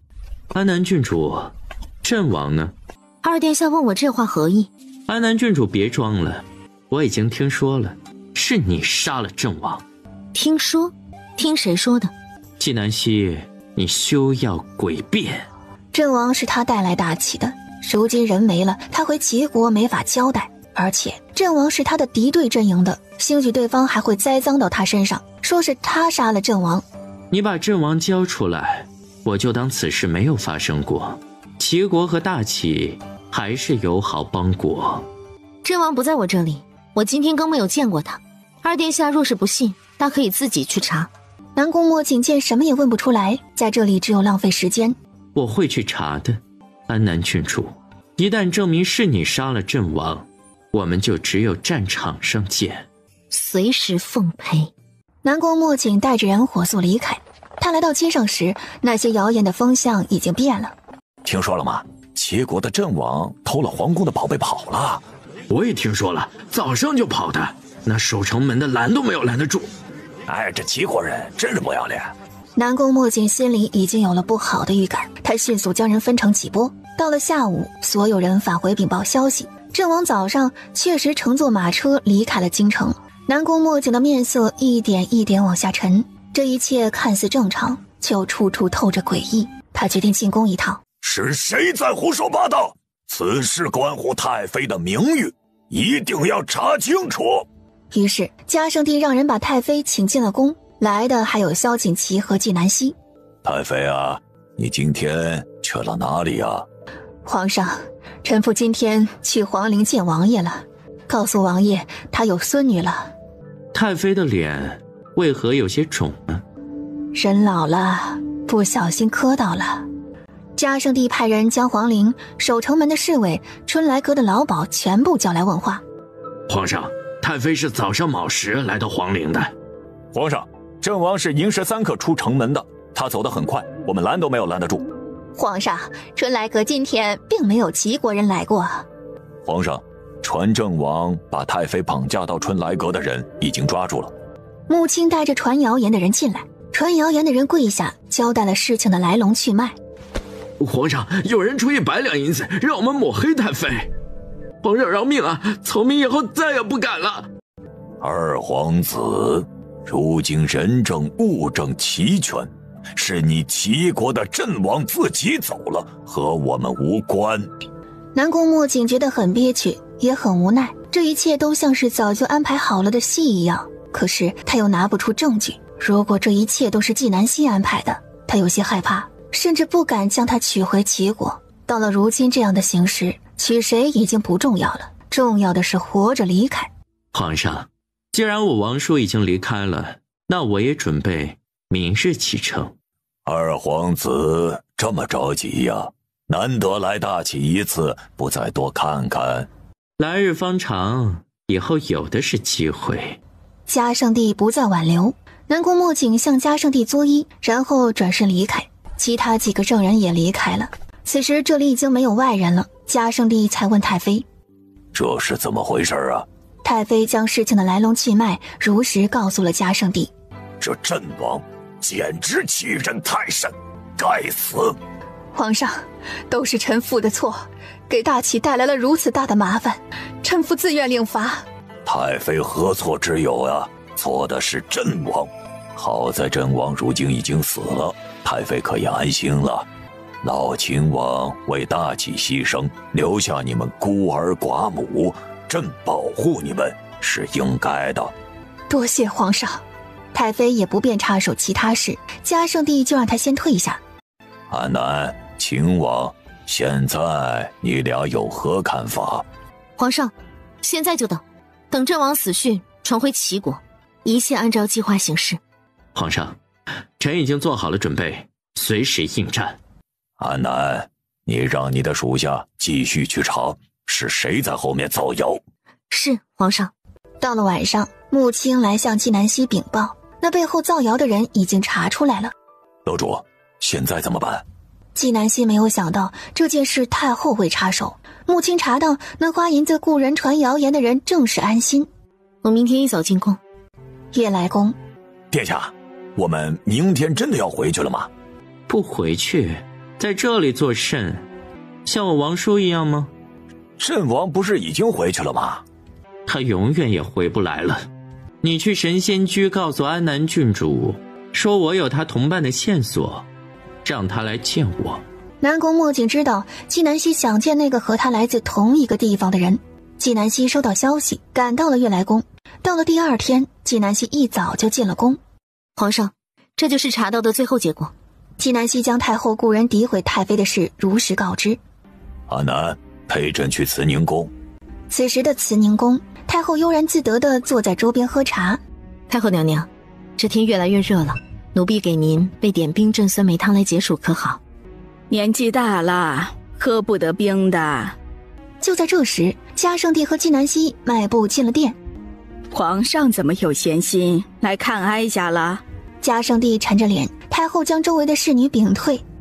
皇上带着安南郡主专门来给哀家摆脸色看的。还是安南郡主又给你说了什么？母后，您为何要诋毁太妃的名誉？你说什么？母后这是翻脸不认账了。你指使安心花营子雇人诋毁太妃，证据确凿，还有什么话说？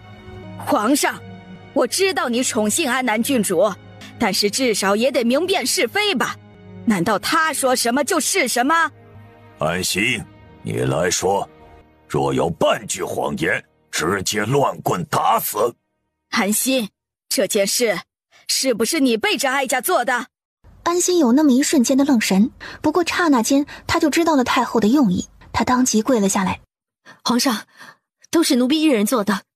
你和太妃无冤无仇，为什么要诋毁太妃？奴婢恨安南郡主，太妃和安南郡主关系太近，太妃出事，安南郡主一定会很伤心，奴婢要报复安南郡主。你怎么这么糊涂呢？好在太妃最后好好的，没有出什么事儿，不然你万死难辞其咎。母后，安心是你的侍女，她做了这样的事，你当真不知情？不知情？皇上，这又不是什么大事，还用得着劳烦皇上亲自跑一趟吗？他看着纪南希，怒斥道：哀家知道你和太妃关系亲近，但是你身为臣子，你的任务是好好辅佐皇上，而不是利用皇上去帮你的私事。皇上日理万机，哪有闲心管这种小事情？母后，您认为这是小事？太妃是功臣之后，代表着大齐的脸面，那些谣言会让她活不下去，甚至会引发大齐和齐国的战争。事关天下苍生，母后觉得还是小事。太后面色很难看，呵斥安心：都是你做的好事，还不赶紧向皇上认错？皇上饶命，奴婢知错。来人，把这宫女拖出去杖毙。皇上，安心已经道歉了，不就是一点谣言吗？太妃又没有什么损失，何必要了安心的命啊？嘉圣帝更愤怒了，他知道真正的凶手是太后，杖毙安心只是为了警告太后，哪知太后没有一丝悔改，反而得寸进尺。纪南希原本是不打算插手的，可既然太后如此嚣张，他自然要给她几分颜色看看。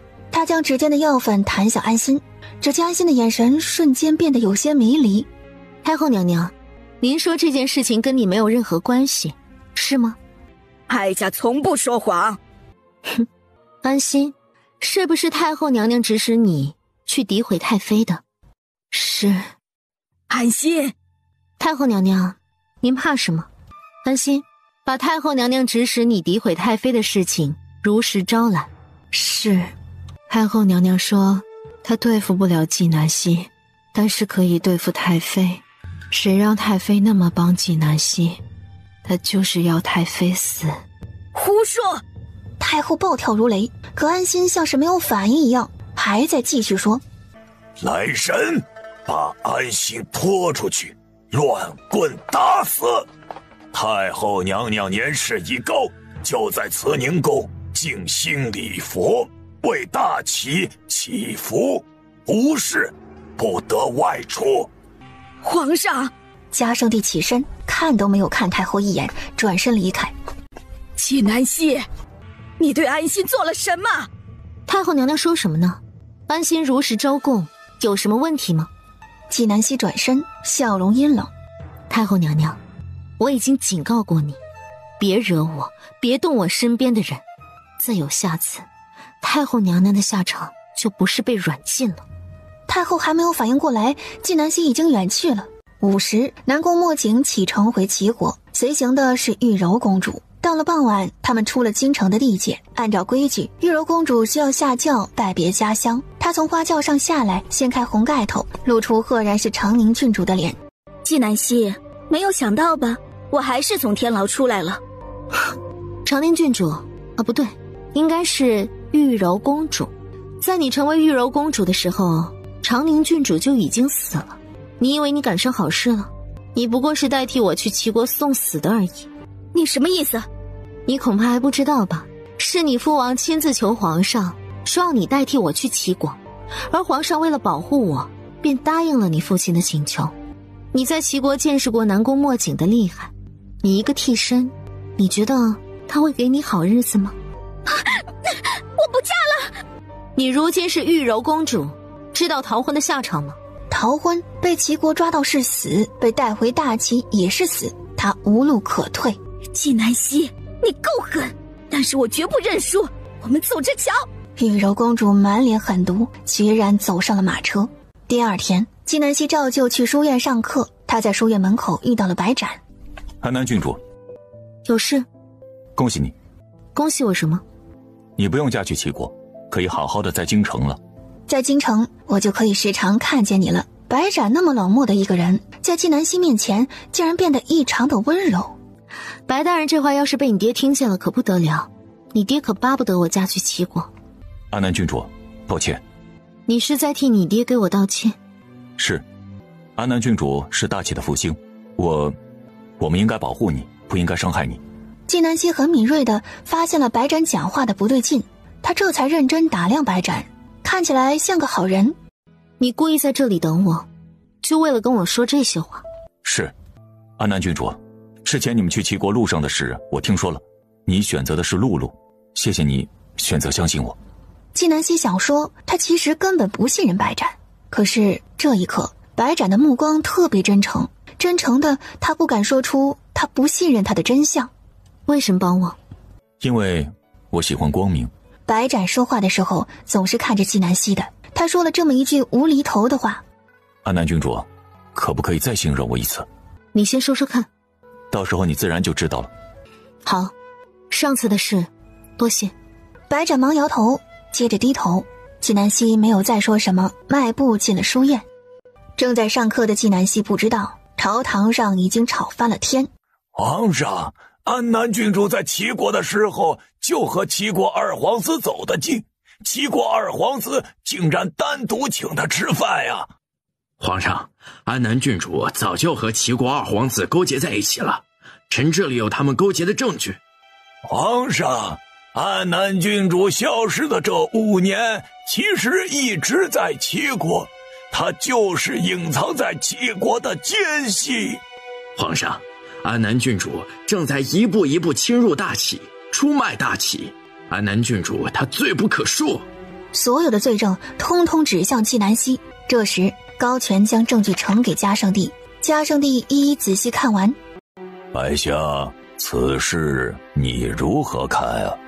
皇上，证据确凿，安南郡主通敌叛国是事实，请皇上立即将安南郡主抓捕归案，凌迟处死，以儆效尤。请皇上将安南郡主凌迟处死，以儆效尤。嘉圣帝看了一眼高权，却看安南郡主忙完没有？忙完了，来见朕。高权领命而去。纪南希正在给学子上课，接到圣旨，没有立即进宫，而是淡定的给学子上完课才不慌不忙的进宫。此时明贤殿内的朝臣都等得不耐烦了。皇上，这纪南希太猖狂了，必须得处死。处死纪南希！劳烦大家如此惦记我，真是辛苦了。安南啊，有人参你通敌叛国，你有什么话说呀？嘉圣帝让高权把那些证据给纪南希，纪南希快速看完。人道，我们在齐国参加围棋比赛的时候，你并没有去，你怎么知道南宫墨景请我吃饭了？人道是户部尚书。真坤，南宫墨景在离开大齐前夜，我单独见过他。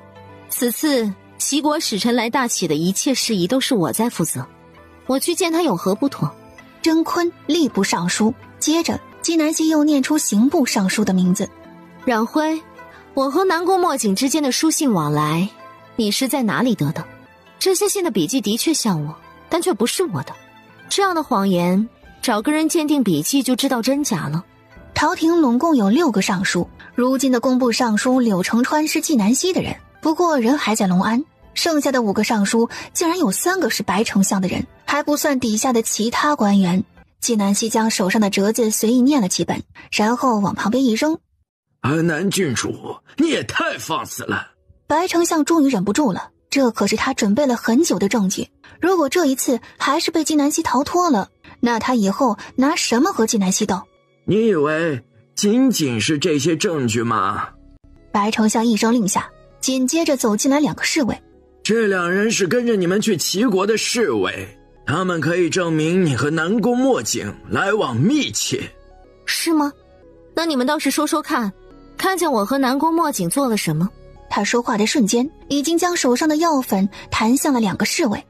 我什么都没看到，是白丞相叫我说的。白丞相让我诬陷安南郡主，不然就杀了我的家人。这就是你说的证词？皇上，臣是冤枉啊！是纪南希动了手脚，让这2人污蔑臣。臣没有看见安南郡主动手脚啊。皇上，臣这里倒有不少白丞相跟南宫墨景勾结的证据。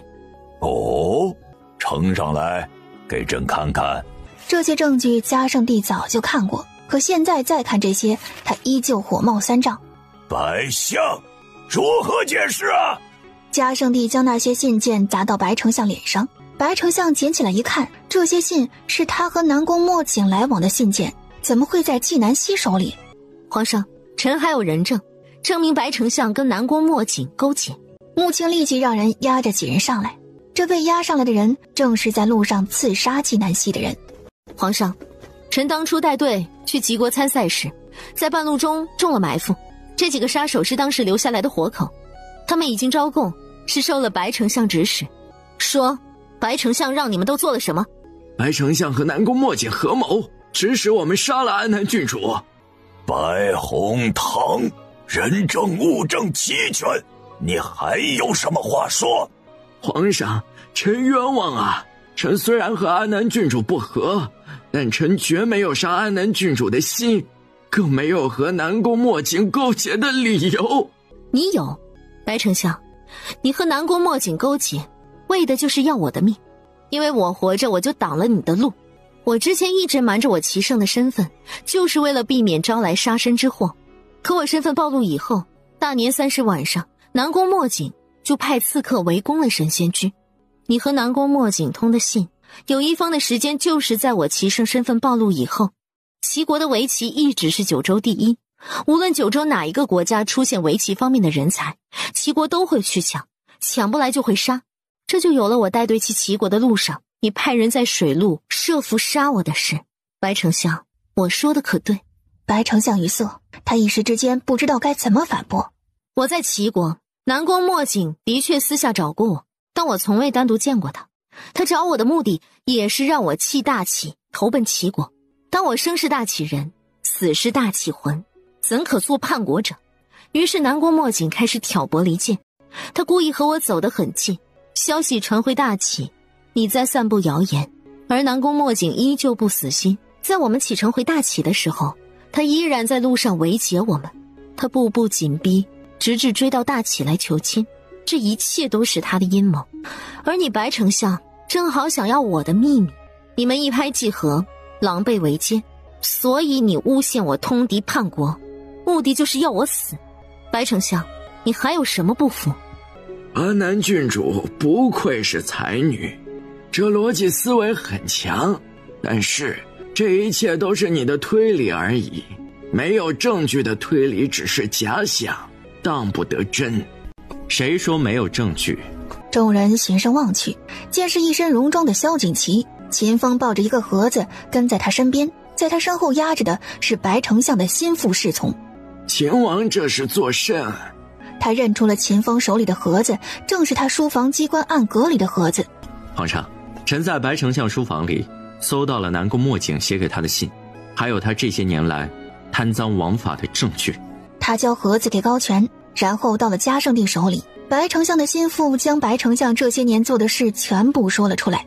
皇上，臣是冤枉啊！肯定是纪南希和秦王联手起来污蔑臣。皇上，你要相信臣呐！嘉圣帝也不想理他，只专心看着手上的证据。看到最后，他的面色相当难看。白红堂，南宫墨景许你大齐半壁江山，你就卖了大齐？你对得起朝廷和黎民百姓？你还有什么话说？白丞相依旧站着，哪怕他心里已经知道他输了，可是他不服，他死也要站着，这是他最后的尊严。萧景祺大不过去，手中的剑直接打在白丞相的膝盖上。白丞相闷哼一声，咬牙跪下。白丞相通敌叛国，该当何罪？你身为刑部尚书，你来说。现在看着局势，白丞相明显落了下风。他如果还帮着白丞相说话，那下一个遭殃的就是他。可如果白丞相最后赢了呢？在冉辉犹豫的时候，纪南希又开口了：皇上，冉大人身为刑部尚书，连通敌叛国应该判什么罪都不知道，不如换一个懂律法的刑部尚书。准了。冉辉没有想到，方才他都还在弹劾纪南希，现在他的官就丢了。他还没有来得及辩解，就听到吏部尚书甄坤道：皇上，通敌叛国之罪，理应满门抄斩。皇上，白丞相犯下此等大错，按律当斩。有了这二人开口，其他朝臣跟着附和：白丞相通敌叛国，按律满门抄斩。白红堂，你可知罪？皇上，臣知罪。白丞相终于说了这句话，他别无选择，只有认罪。臣犯下的罪，臣的家人都不知情，恳求皇上宽恕臣的家人。白红堂，早知如此，何必当初？白红堂通敌叛国，贪赃枉法，现革去丞相一职，打入天牢。3月以后问斩，白府满门，秋后问斩，押下去。很快有侍卫上来，架着白丞相将其拖走。朝堂一罢，白红堂威风多年终于落了马。至于刑部尚书，纪南希早就准备好了他的罪证，他不仅被卸了官职，还蹲了大牢，这辈子只能在大牢里面度过了。阿南，你和秦王带着人去白府，将所有人捉拿归案。是，皇上。纪南希和萧景祺带着人已经来到了白府。白展领着白府众人跪在地上。阿南郡主，你来了。白展抬头望着纪南希，一如既往的温柔。我的家人全部在这里，一个不少。纪南希，你到底对我爹做了什么？你不得好死！嫣儿，住嘴！你凶我作甚啊？爹让你接近纪南希，是让你套取他的消息，没有让你真喜欢上他。都是你害了我们，是你害了爹爹。刚刚我带人来找证据，是白大人帮忙的。纪南希更不解了，白展为何一而再再而三的帮他？你说让我再相信你一次，是什么事？说吧。阿南郡主，我从来没有害过你，我知道你的目标是要推翻我爹，我会帮助你。我相信你。阿南郡主，你要永远做大齐的光，让所有的阴暗无处躲藏，还大齐一片朗朗乾坤。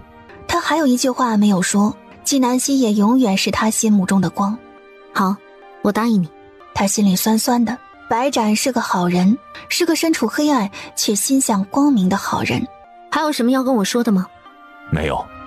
带走吧。有老人孩子的，走慢一点，盯着点，别对他们用刑。纪南希知道萧景祺这是为了他感谢白展的。谢谢。做了坏事的是白红堂，他们只是无法选择，做了他的家人，不能说绝对无辜，但也不至于全部都该死。纪南希抬头望望天，他终究只是一个人，无法逆转这个时代的大规则。安南，你想做什么尽管放手去做，你守护你心中的梦，我来守护你。纪南希想了想，目光落到白展身上，良久才开口：萧景祺，我想去试试。好，我陪你去。你都不知道我想做什么就要陪我，万一我去杀人放火怎么办？若世间还有一人能够值得我信任，那这个人一定是你。此时萧景祺眼里盛满了纪南希的倒影，再也容不下世间其他任何一物。你要杀的人一定是该杀之人，你要放的火一定是要毁万恶的火。如果我真做了恶事呢？安南，有我在，你没有做恶事的机会。为何？因为恶事我会去给你做了，我要你心里永远存着一方净土。我们去向皇上复命。二人一起回到宫里，萧锦旗在御书房门口守着。纪南希进了御书房，直接跪在了地上。安南，你这是怎么了？皇上，臣有一事相求。安南竟然会开口求朕，这实属难得呀！快起来说。纪南希没有起身，依旧跪着。皇上，臣想求您放白斩一条生路。安南，为何？你喜欢白斩？如果你喜欢白斩，朕就放了他，依旧给你们赐婚。纪南希眼眶一红，发自内心的感动。嘉圣帝是真心爱护着他。白红堂犯下通敌叛国这等诛灭九族的滔天大罪，白斩身为白红堂的嫡长子，谁都有机会活，就白斩没有。臣不喜欢他。那是为什么？你其实可以告诉朕你喜欢他，那朕马上就放了他，这是皆大欢喜呀。皇上，臣不想骗你。安南啊，以你如今的实力，你想瞒住朕救下白斩是轻而易举，可你却选择如实告知，是你笃定了朕会如你所愿。臣并没有如此笃定。皇上，臣不想隐瞒你，臣不想开这个先例。隐瞒从来没有第一次跟第二次，只有0次跟无数次之分。而且臣希望自己永远心怀坦荡，无论何时面对皇上，在国家大事面前，臣永远可以说一声问心无愧。安南呀安南，这世间怎会有你这样奇特的女子呀？难怪秦王他们都对你如此着迷。给朕一个理由，如果你能说服朕，朕就放了他，不然白府一个人也不能放过。皇上，白红堂通敌叛国，负圣心，负天下黎民，理行千刀万剐，但罪不及家人。白斩入仕途10余年，没有同流合污，没有为白丞相做过一件伤天害理的事。10年前，黎大人状告白红堂，白红堂让白斩杀了黎大人一家，白斩放了他们一家，被白红堂发现，毒打一顿。8年前，郑大人参了白红堂一本，白红堂让白斩杀了他，白斩又放了他，被暴打一顿。后来，白红堂再也不派白斩去杀人了，也不告诉白斩核心机密的事，白斩就偷偷发现，然后再告密。之前我们去齐国，就是白斩帮了忙。这一次搜集白红堂的罪证，白斩主动提供了证据。皇上，臣不会放过任何一个坏人，但也不想冤枉一个好人。白斩没有做过坏事，他只是力量太微薄，反抗不了。皇上，我们应该给好人一次活命的机会。嘉圣帝听了纪南希的话，陷入了沉默。殿内很安静，纪南希在耐心地等着。过了许久，嘉圣帝仰了仰头。安南，朕明白你的意思，可是自古以来，如此滔天大罪，皆是一人犯罪，全家丧命，从无例外。犯罪的成本太低，人人都想犯罪。白红堂通敌叛国的行为，如果不是被你发现，后果不堪设想，大齐将不复存在。安南啊，朕不想做亡国之君，任何人想让朕做亡国之君，朕也绝不放过。纪南希就知道，想要改变一个一国之君根深蒂固的想法，哪有那么容易。皇上，史无前例，您就可以做第一人，开创真正的公平公正。安南啊，第一人这诱惑的确很大，但朕也会冒很大的风险。皇上，风险和名利原本就是一体，二者是共存的。一旦做好了，皇上就会流芳百世，成为千古明君。安南，原来你也会拍马屁呀！朕还是第一次听你说这么好听又没有实际用途的话呀。皇上，臣说的是实话，臣会竭尽所能帮助皇上达成心愿。安南，你怎么会有这些稀奇古怪的想法？你的思想完全不像这个时代的。皇上，佛说人在经历巨变以后会大彻大悟，臣或许是顿悟了吧。安南，之前南宫墨景曾告诉朕，说你不是这个世界的人，会给大齐带来灾难。如今看来，这南宫墨景是嫉妒朕，他就是嫉妒朕有你这个福星。纪南希闻言心头一震，南宫墨景活着永远都是一个祸患，他早晚要灭了他。安南，起来吧。纪南希抬头望着嘉圣帝，有些不可置信。傻了，朕答应你了。多谢皇上。纪南希拱手行礼，给嘉圣帝磕了一个头。嘉圣帝心里甚是欣慰。安南，你答应朕的，帮朕成为千古明君，不然朕治你的罪。臣定不负圣恩。但朕有条件，白斩必须离京，且永不回京，后代永不入朝，只能隐姓埋名。是。安南，秋后问斩，白府的人数要对，不能让任何人看出破绽。是皇上，臣会办好。去吧。是。纪南希面带喜色，领命而去。嘉圣帝的笑容渐渐淡了下来，望着纪南希的方向。安南，朕给你足够的天空，希望你能还朕更加明朗的大旗。萧景琦。纪南希来到萧景琦身边，眉梢眼角都是笑意。成了。事不宜迟，这件事尽早处理。好，我立刻去准备。当天夜里，纪南希和萧景琦去牢里提审白家人，白斩自然是由纪南希来审问的。纪南希没有提及他，直接把路引、户籍还有碎银放到白斩面前。你走吧。安南郡主，你答应我的，说要做大齐永远的光，你这样私自放走了我，就等于违法了。不以善小而不为，不以恶小而为之。安南郡主，你千万不能如此做，我不值得你这样做。在白斩心里，最好的爱就是成全，他宁愿死，也不愿意纪南希为他犯罪。纪南希很感动，无关情爱。我去求了皇上，皇上答应放你走。安南郡主，你没有骗我吧？你没有理由骗我，你从来不会骗人的。皇上没有为难你。你不用担心我，皇上没有为难我。皇上是个明君，他身为一国之君，很多时候身不由己。我明白。白斩这才握着户籍，那是他的新身份，他活过来了。我是白府嫡长子，我是最该死的，可我却活了。皇上肯放我一条生路，我所做的一切都值得了。白斩笑了笑，眼里带着泪花。纪南希在旁边看着，都能感觉到笑容里的苦。安南，你做的没错，皇上是一位值得你全心全意辅佐的皇帝。只是你得永远离开京城，隐姓埋名生活。京城这个地方是权力的漩涡，虽然有荣华富贵，却容易迷了眼。你找个地方娶妻生子，过普通人的日子吧。好。不早了，我让人连夜送你出城。白斩知道他无法亲自和家人道别了，他跪在地上，朝着关押白家人的方向跪下拜了3拜。等他抬起头来时，早已泪眼婆娑。我会让人盯着，不会有人为难他们。谢谢你，安南郡主。走吧。安南郡主，你知道我是什么时候知道你齐胜的身份的吗？白斩不等他说话，又继续说，第一次在端王府和你下棋的时候，我就认出你了。安南郡主，我应该是第一个知道你身份的人，他们都从你棋艺来判断你身份，可是最好判断你身份的不是你的眼睛吗？你的眼睛是我见过最明亮最特别的光。纪南希最后亲自送白斩出城的，他的人会将白斩送到一个安全的地方。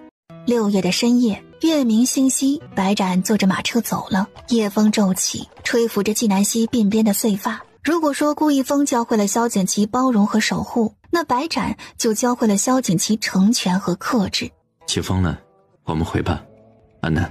好。纪南希在收回目光的瞬间，刚刚心底浅浅的伤感已经收敛起来了。不过从白斩的事，他也学到很多事，很多人得学会珍惜。萧景琦，我在。明天带太妃、萧景清来神仙居吃饭吧。安南，你是说我们？感谢你，你们一直出现在我身边，陪我风风雨雨。纪南希看着萧景琦手足无措的样子，不禁感慨，原来他一句微不足道的邀请能让萧景琦如此欢喜啊。你先回王府休息，明天一早我进宫去向皇上复命。我早上去书院上课，下午让谢云初带他们上实践课，我就有空做饭了。不要你做饭，我来做。你会做？我可以学。那也行，那就给你一个机会表现。好的，我一定好好表现。纪南希抿唇一笑，变了一个人的萧景琦也多了几分可爱。这铁血将军的绕指柔总是令人沉醉的。等到天明时，纪南希入了宫，萧景琦去了军营。他到了御书房，见宜贵妃还跪在那里，他差不多跪了1天1夜，腰杆都弯了，可他仍然咬破嘴皮，吞掉血水强撑着。安南郡主，求求你救救我的家人。我救不了，也不会救。你救不了其他人，只救我侄儿也行啊。就是白展，他是一个心地善良的好孩子，从没有做过伤天害理的事，求求你救救他。以前是我对不住你，我给你磕头，我求你了，安南郡主，求你给白府留一条血脉。纪南希连忙避开，没有受宜贵妃磕的头，她也不会告诉宜贵妃白展已经被救了的事。早知如此，何必当初？皇上没有迁怒你，也属万幸。你走吧。纪南希说完，不再看宜贵妃一眼，转身进殿。安南，如今丞相之位、刑部尚书之位都是空缺的，你觉得谁来任这2个职位合适啊？臣认为裴牧之可任宰相之职，运州知府董虔诚可任刑部尚书一职。裴牧之，大启第1公子，这倒是个难得的人才，依照他的能力，足以胜任丞相一职。董虔诚，皇上，当初在朝堂直言进谏，被白红堂涉及到运中的耿直人。朕想起来了。皇上，董大人到了运州，运州几乎可以达到夜不闭户、路不拾遗的状态。安南啊，朕原本打算让你来任丞相一职，没有想到你另有安排，不如朕再在丞相之上为你专设一个职位。皇上，不可。为何呀？臣最想做的是书院的先生，先生可教白子，白子可助皇上兴天下，这才是臣的梦想。皇上，跳出百官，才能看百官之态。裴牧之比臣更适合做丞相，而且皇上可以绝对信任他。好，既然是安南说的，朕便相信。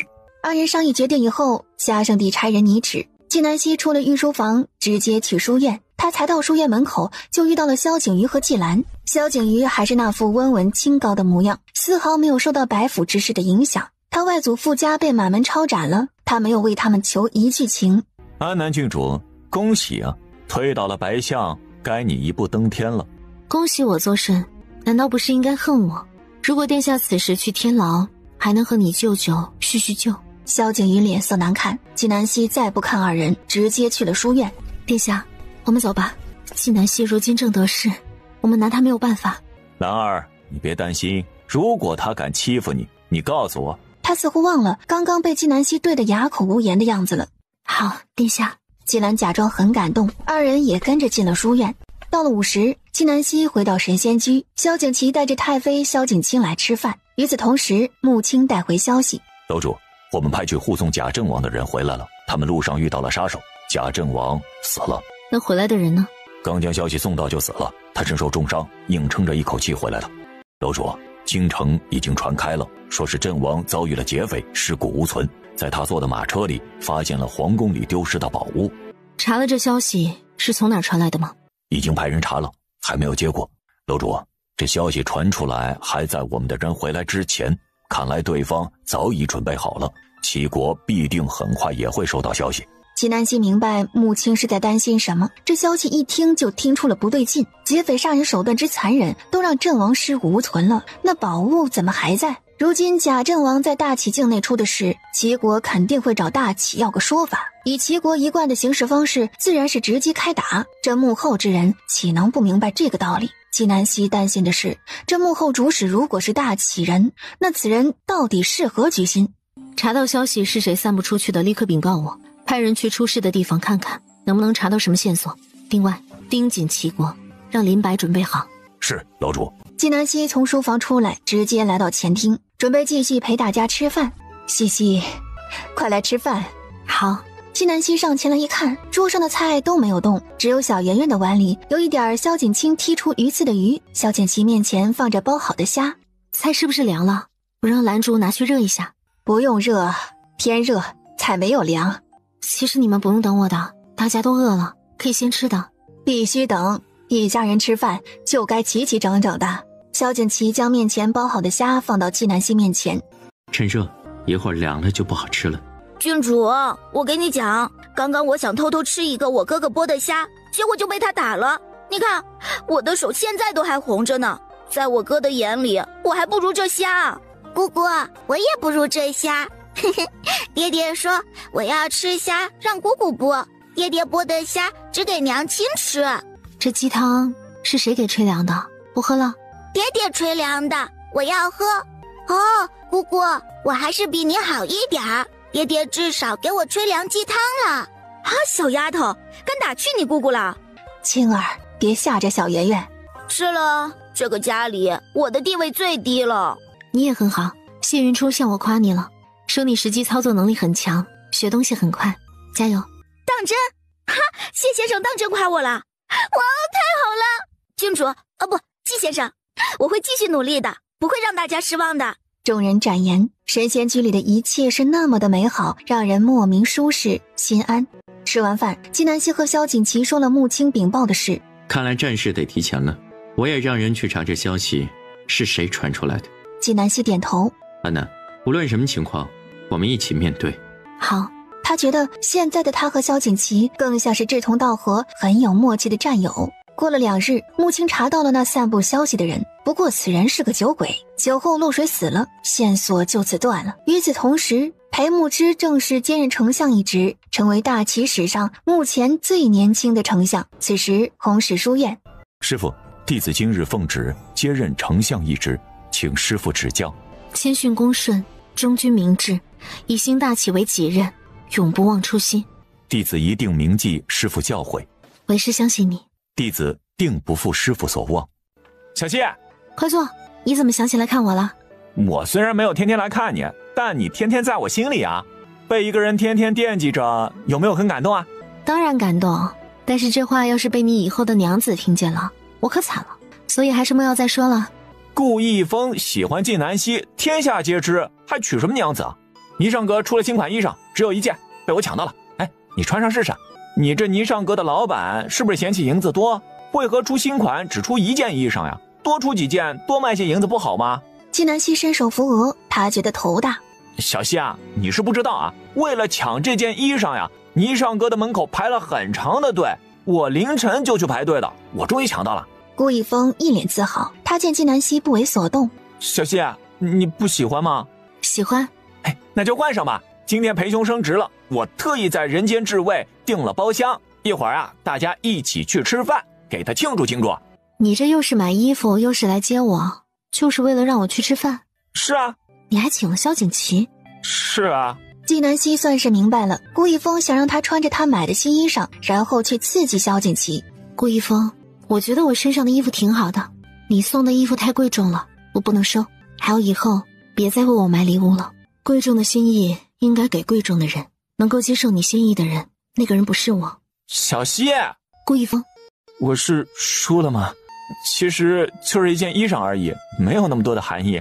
我就是觉得这件衣裳好看，只有你才配得上这衣裳，我就忍不住买了。小希，我真的没有勉强你，只要你开心，你选择谁我都尊重你。但你没有做出选择以前，可不可以不要推开我，给我一个机会，考验考验我。顾一峰，浮世万千，山川美景，百味美食，我们可以爱的东西有很多，不用执着于一个人爱不爱你。良辰美景终究都要给对的人，我不是你的良人，莫要负了大好人生。小希，我读书少，你莫要用这些大道理哄骗我。什么浮世万千，美景美食啊，这些都抵不过一个你，我要那些做甚？纪南希无语。固执是吧？我也就只剩这点固执了。话语里溢满了悲伤，他将盒子往旁边一放，语气干脆又失落。这衣裳不穿也没有关系，我们小希穿什么都好看，就这样去吃饭也照样惊艳四方。哎，你继续忙啊，我在旁边等你，等你忙完了我们一起走。我忙完了，那就走吧。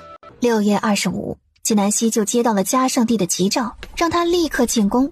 他到了御书房，见萧锦旗也在。你们俩看看。嘉圣帝给了他们2人2本折子，纪南希手上的折子上写着几个大字：山瑶城告急。山瑶城是大齐和齐国的接壤城池，折子上说齐国以为阵亡复仇的名义攻击山瑶城，山瑶城危，需要支援。萧锦旗手上的折子写着的是栾城告急，栾城是大齐和北商的接壤之地。说说你俩的看法。皇上，臣请求出战。皇上，臣请求出战。齐国和北商联手，怎么打？臣去山瑶城。安南，我去商瑶城，你去栾城。山瑶城比栾城更凶险，齐国的实力比北商更强一些，萧锦旗知道他不可能和纪南希同时去一个地方，那他就只能把相对安全的地方留给纪南希。纪南希当然不会同意。我去山瑶城，说到底，齐国的目标是我。安南去山饶城，秦王去栾城，速速出发。嘉生帝这么决定，倒不是偏袒谁，而是萧锦旗曾经和北商对战过，对栾城熟悉。二人领了圣旨，一同出了御书房。安南，战场凶险，你千万要小心。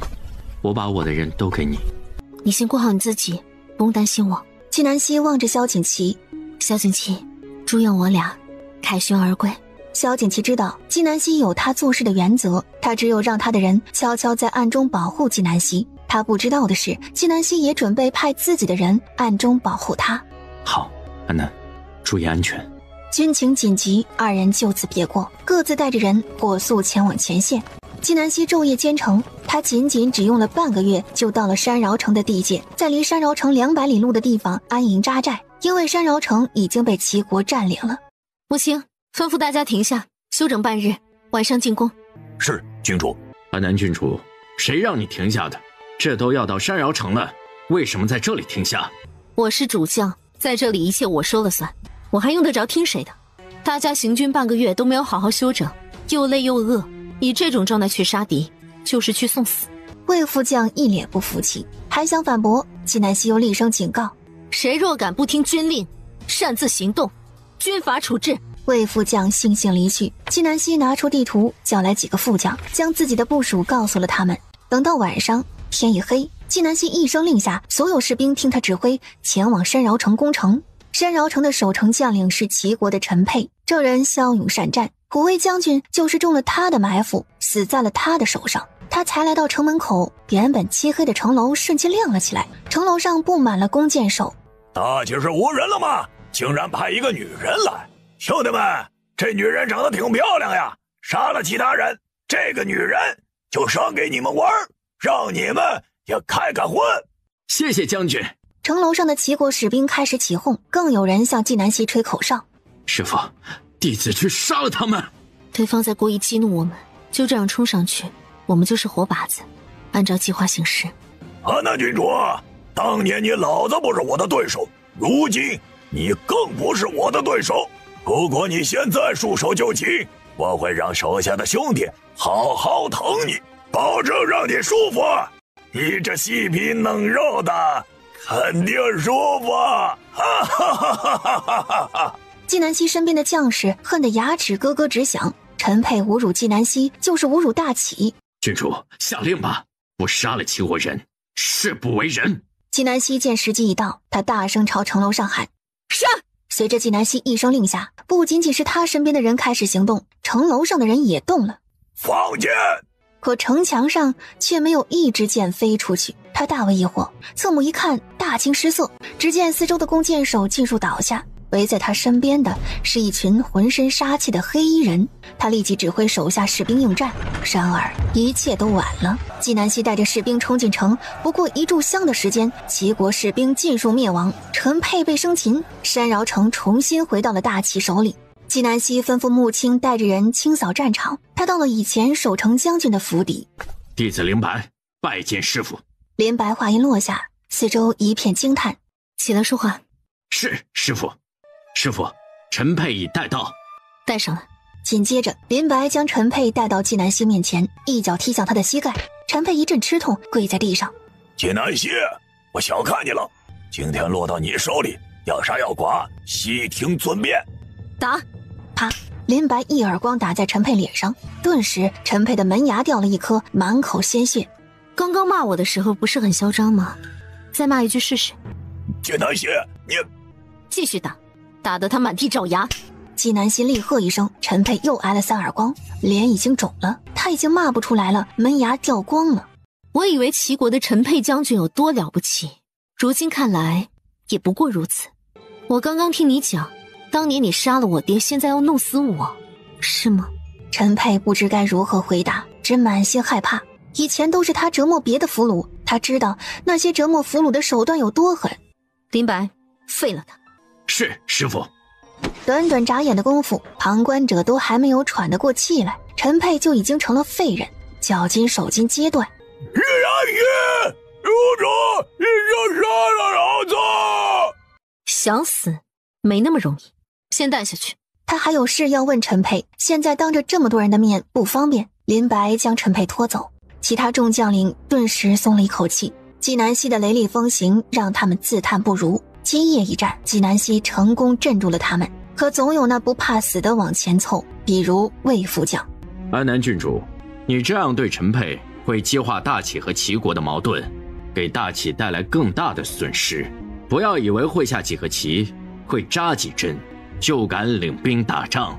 你虐待陈佩，到时候齐国报复，大齐必然死伤无数，这罪你担得起吗？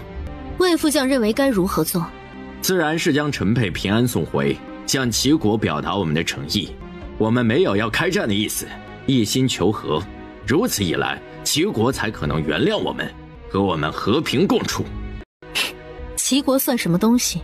从来没有把我们放在眼里，这数十年时不时来攻击我们，他们的手上不知沾了多少大齐百姓的鲜血，你竟然还奢求他的原谅？魏副将，你也打算卖国？你血口喷人！陈佩带兵占领山瑶城，烧杀抢掠，山瑶城血流成河，浮尸千里。如今那些惨死的百姓尸骨未寒，你竟然让我把刽子手陈佩平安送回齐国，你这不是卖国是什么？魏副将哑口无言。任何个人，任何国家，胆敢欺我大齐，虽远必诛，我愿以身护国，万死不悔。我等誓死追随安南郡主，护我大齐平安。魏副将面红耳赤，他简直无地自容，撂下狠话：安南郡主，你一意孤行，会有你后悔的一天。然后怒气冲冲离开。谢南希，你又要做什么？你不如直接杀了我！想死啊？只要你好生配合，我一定给你痛快。当年大启和你通信勾结合谋害死我爹的是谁？我不知道。信里明确提到了你的名字，你会不知道和你通信的人是谁？看来你是不肯配合。我真不知道当初和我通信的人是谁。此人向我泄露了虎卫将军的布防图，条件就是让我杀了虎卫将军。我当时是设了埋伏的，虎卫将军也的确受了埋伏，但是他太厉害了，竟然冲破了我的围困。但后来听说他死了，还是死在我的手上。能杀死虎卫将军是一件无上荣耀的事，我贪慕虚荣就没有解释。你会如此轻信一个根本不认识的人说的话？万一那布阵图是假的呢？那布防图不会有假，我们当时本来也要派西索去偷布防图的，一查验就知道是真的。你仔细想想，还有没有遗漏的地方？那和你通信的人还说过什么？人没有了，你让我做的事儿我已经做了，给我一个痛快，杀了我吧。给你痛快？那你问问山饶城数百万百姓的冤魂答不答应？林白，把他丢到南宫墨景的军营。是，师傅。林白领命。纪南希神色凝重地出了房间。时隔已久，他该从何处查起？他最先想到的是他爹的好友沈冰石，还有心腹副将冷宽，但二人现在都离得远，无法相问。正在这时，穆青进来了。郡主，王爷来信了。纪南希接过穆青手上的信，展开，他一目十行。萧景琦说的都是些家常话，看完以后，心瞬间平静下来。今晚和我出去一趟。是，郡主。到了晚上，穆青才知道纪南希是要去见南宫墨景，而此时的南宫墨景正在气头上。他刚刚才发完一通火，说着军营巡逻的士兵就是摆设，竟然连扔陈佩人的影子都没有看见。等他把下面的人赶走，正要休息时，突然脖子上多了一把匕首。别动！安南郡主，好久不见啊！安南郡主的胆子还是一如既往的大，以前敢杀我王叔，如今将军交战，你竟然敢闯敌军主帅的营帐，你就不怕我杀了你？杀我？哼，我活不了，那你比我死得更快。安南郡主还是那么有趣，好久不见，是想我了？来找我叙旧？我要见他。谁啊？那个和我来自同一个世界的人。安南郡主终于肯承认自己是从另外一个世界来的了。你难道不怕我把你的秘密告诉大齐皇帝，大启皇帝会杀了你。你不是已经告诉他了吗？你说如今将军交战，我们皇上会信我的话，还是会信你这敌人的话？这就是你之前一直不肯承认自己的身份，现在两军交战，你才主动来找我的原因。安南郡主果然步步为营，每走一步都是算计好的。既然你想见人，是不是得拿出诚意，让你的人先放开我？你觉得你现在有资格跟我谈条件吗？别废话，半盏茶见不到人，明年的今天就是你的忌日。南宫墨景知道纪南希不是吓唬他，他真会杀了他。来人，叫叶石来见我。过了一会儿，叶石迈步进来，顺着纪南希的视线而去，见到叶石一身黑衣，露出的是一张精致而苍白的脸。叶石给纪南希的第一感觉像是一个没有感情的冷血机器。他还记得当初去平遥城的那天晚上出现在他房间的人，他当时在睡梦中都感觉到了危险，而在他眼前的叶石身上没有感觉到那种危险。23世纪，人工智能32代。叶石表情依旧没有任何变化。你好，朋友。纪南希可不认为叶石称呼一句朋友就真的把他当作朋友。他看了穆青一眼，穆青点了南宫墨景的听穴。你是怎么来到这里的？时空隧道。你呢？飞机意外。你有办法回去吗？没有。你来了多久？比你久。你知道我什么时候来的？你难道不知道你什么时候过来的？当然知道，6年。你果然不知道自己什么时候来的。纪南希眉目微蹙，难道他真的不是6年之前来到大齐的？他想到那个玉佩比他还先到大齐，可是他为何没有之前的记忆？你是不是想起了什么？没有。你以后有什么打算？打算一直待在南宫墨景身边？差不多吧。其实有一个办法可以回去，但得等到时空隧道再次开启，还需要一样东西。什么东西？时间。你说的时间不是一个参数，而是一个名为时间的物体。是。你是不是想起了什么？没有。哪里可以找到时间？叶石还没有来得及回答，纪南希就听到了一阵脚步声朝南宫墨景的营帐而来。他没有多想，看了穆青一眼，放开南宫墨景，二人迅速撤退。等到侍卫进来的时候，纪南希和穆青早就不见了踪影。有刺客，追！你们追不到。你刚刚为何不拦住他们？拦不住，他还会来找我的。他知道纪南希有很多地方想不明白，而他抛出的问题已经成功的吸引了纪南希的注意。可他不知道的是，他终究低估了纪南希。你们刚刚说了什么？不过是说说我们那个世界的事。在你们那个世界，像安南郡主这样的人是不是很多？安南郡主那样的人，就他一个。南宫墨景心头一震，他见识过叶石的厉害，而叶石竟然说出这样的话，可见纪南希有多深不可测。纪南希和穆青一路飞奔出了南宫墨景的军营。楼主，属下曾见过叶石。在哪里见过？楼主打伤萧景华的时候。我记得你说当时并没有见过那人，你确定那人就是叶石？属下确定就是他。二人的着装、身量、体态、行动举止都一模一样。当初他打伤了萧景华，叶石出现在萧景华府邸以后，他偷偷去检查过萧景华的身体，证明当时叶石并没有给萧景华治伤。可是那个能教离谢医术、能救长宁郡主的人医术肯定不差，难道那会医术的人和叶石不是同一个人？除了他和叶石，23世纪还有其他人穿越过来吗？楼主，我们现在该怎么办呀？打，而且一定要赢。先把南宫墨景打赢了，再进行下一步。先有国，后有家，稳定了大齐，他才有更多的时间去做自己的事。二人回到山饶城，已经快天明了。纪南希没有立刻休息，而是提笔给萧景祺回信。他心里是有话要对萧景祺说的，可是千言万语最后只变成了2句话：保重自己，勿念。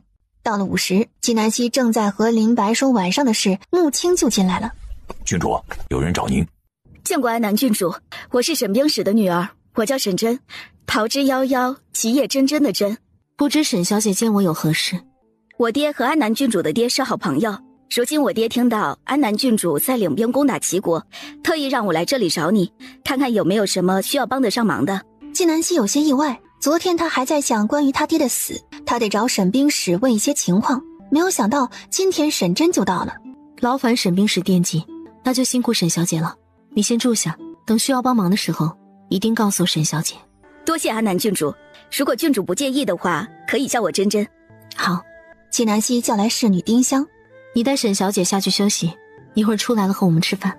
多谢郡主。沈真离开。木星，战场上刀剑无眼，你注意保护沈小姐。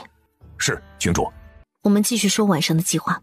纪南希和穆青去过南宫墨景的军营一次后，南宫墨景就加强了戒备，但是他的军营还是出事了。殿下，粮草出事了！南宫墨景从床上翻爬起来，连外衫都没有来得及穿就跑了出来。他看向粮草方向，火光冲天。等他跑到的时候，已经晚了。侍卫呢？看守粮草的侍卫呢？殿下，看守粮草的侍卫已经死了。你们是怎么巡逻的？敌人潜进来把粮草烧了都不知道。殿下，当时在巡逻的侍卫也死了。纪南希，我不杀了你，誓不为人。就在这时，有人来报：殿下，皇子妃来了。你来做甚？给殿下送粮草。玉娆公主，你给我送粮草来打你的国家？出嫁从夫，夫君要做什么，我都会支持。你们大齐女子都这么狠的吗？粮草已经送到了，战场危险，我让人送你回去。殿下，您想到什么法子对付纪南希了吗？你有办法？有。等到林白等人回到山饶城的时候，已经快天明了。师父，弟子已经成功毁掉了南宫墨景的粮草。辛苦，去休息吧。接下来就等南宫墨景主动出战。山饶城这里的战事一触即发，而在栾城的萧景琦也很危险。此时，萧景琦正站在城楼上，俯视着北上士兵。他夺回了栾城，北上如今开始反扑。大齐战神原来是一个孬种，萧景琦，你有种就出来跟我决一死战，别像缩头乌龟一样躲在里面。萧景琦不是不战，他是故意的。上官离异骂得越厉害，大齐士兵就越愤怒。两军交战时，大齐士兵就越勇猛。瑶瑶，我都骂得如此难听了，萧景琦依然不肯开城门应战，不如你来骂。哥哥，打蛇要打7寸呢。萧景琦，好久不见了，怎么没有看到纪南希啊？他是不是抛弃了你，去勾搭别的男人了？萧景琦闻言脸色一变，骂他可以，但不能骂纪南希。瑶瑶，还是你厉害。上官离异也开始侮辱纪南希。萧景琦啊，你回去告诉你们皇帝，把纪南希送给我做小妾，把我伺候爽了，我就退兵。他话音落下，周围的北商士兵发出震耳欲聋的嘲笑声。萧景琦，纪南希那样的美人就应该让天下人品尝，你不能独享呀！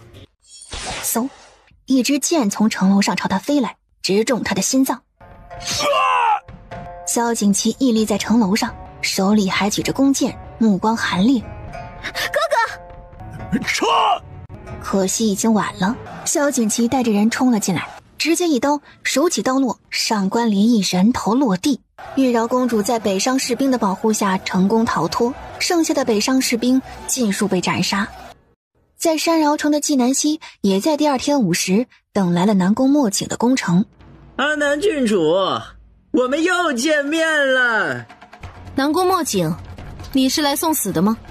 你都还活着，我哪里舍得死？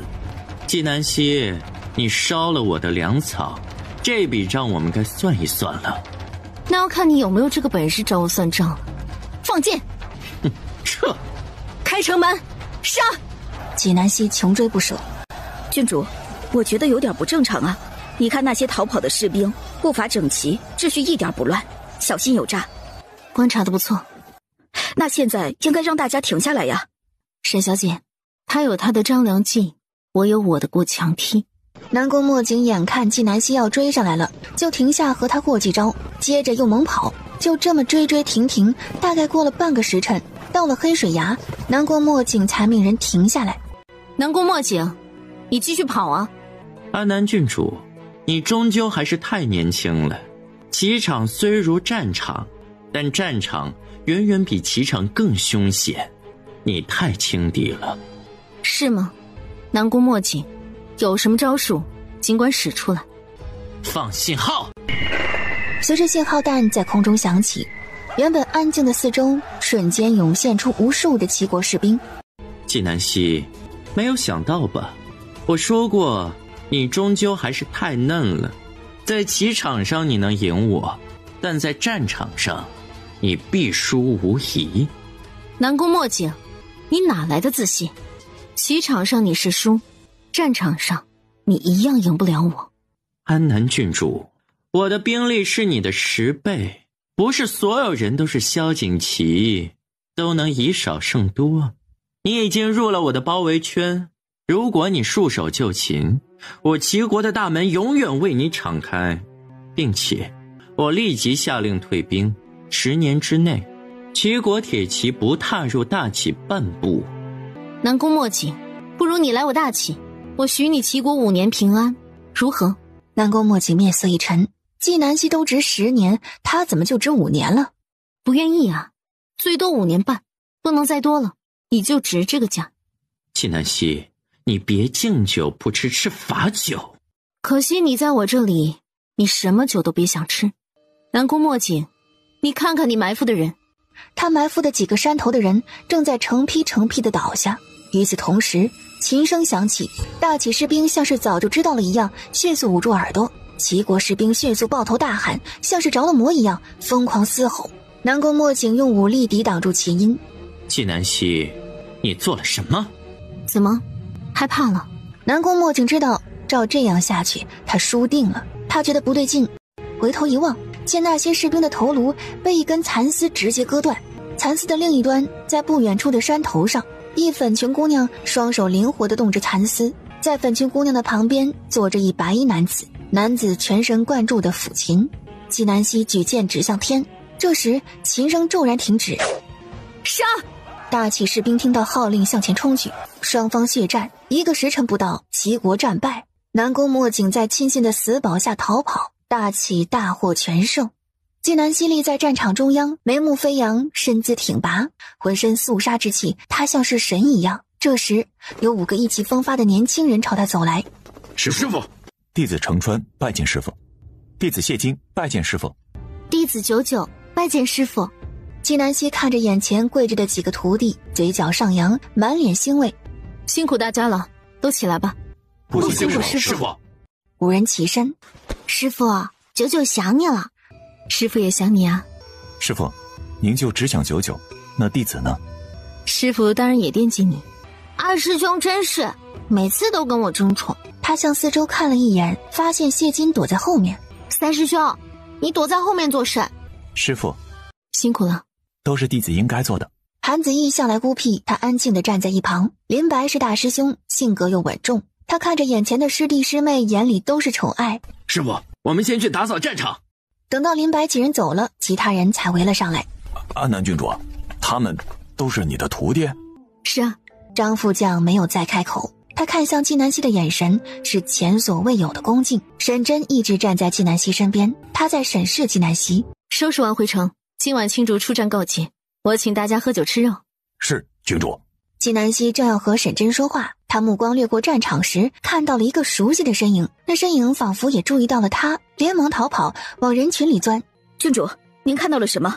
可能是我眼花了。沈小姐今天辛苦了，能跟在安南郡主身边是我的荣幸。沈小姐言重了。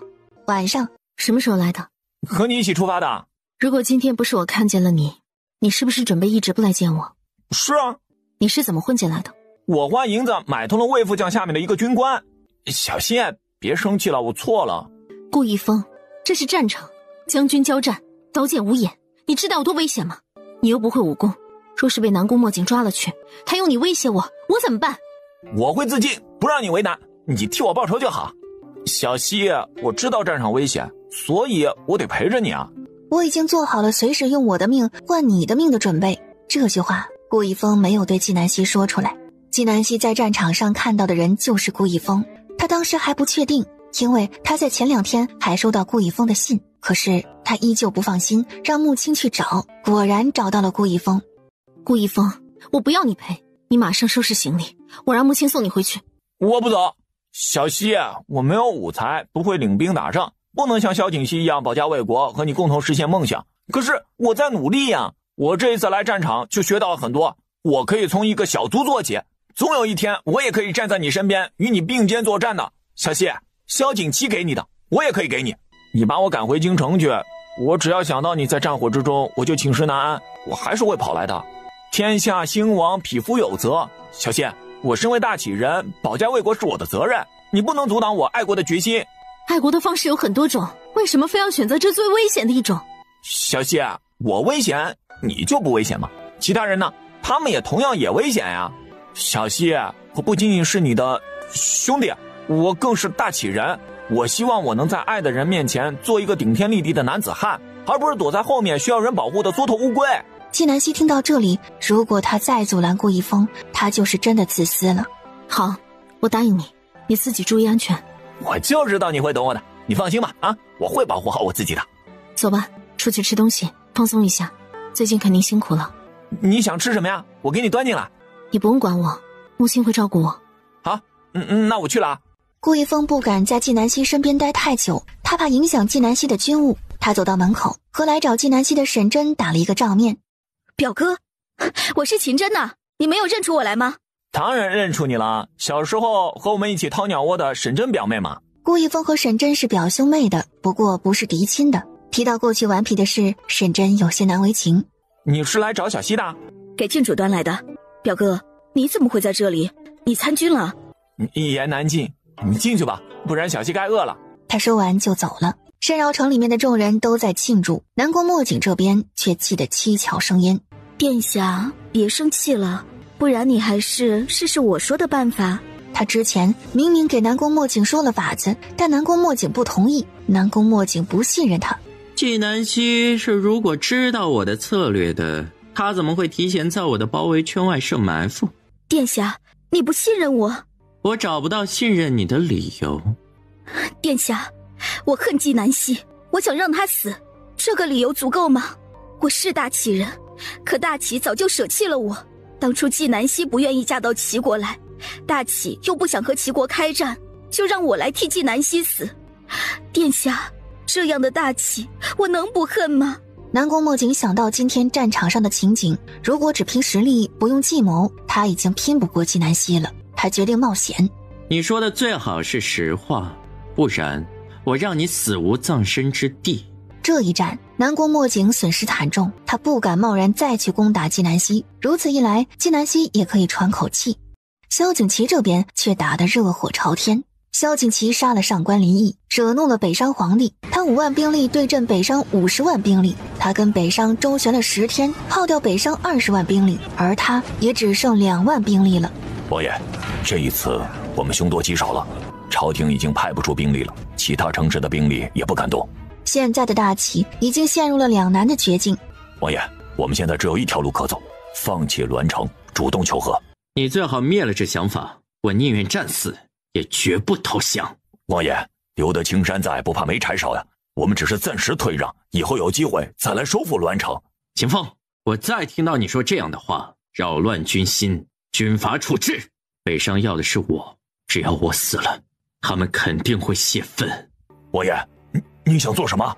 以我之死换栾城平安，足够了。王爷，秦风，我心意已决，你不用再劝我了，你出去吧。秦风离开以后，萧景祺就开始写信。他给纪南希写的绝笔信，从午时一直写到夕阳西下之时，萧景祺才落笔。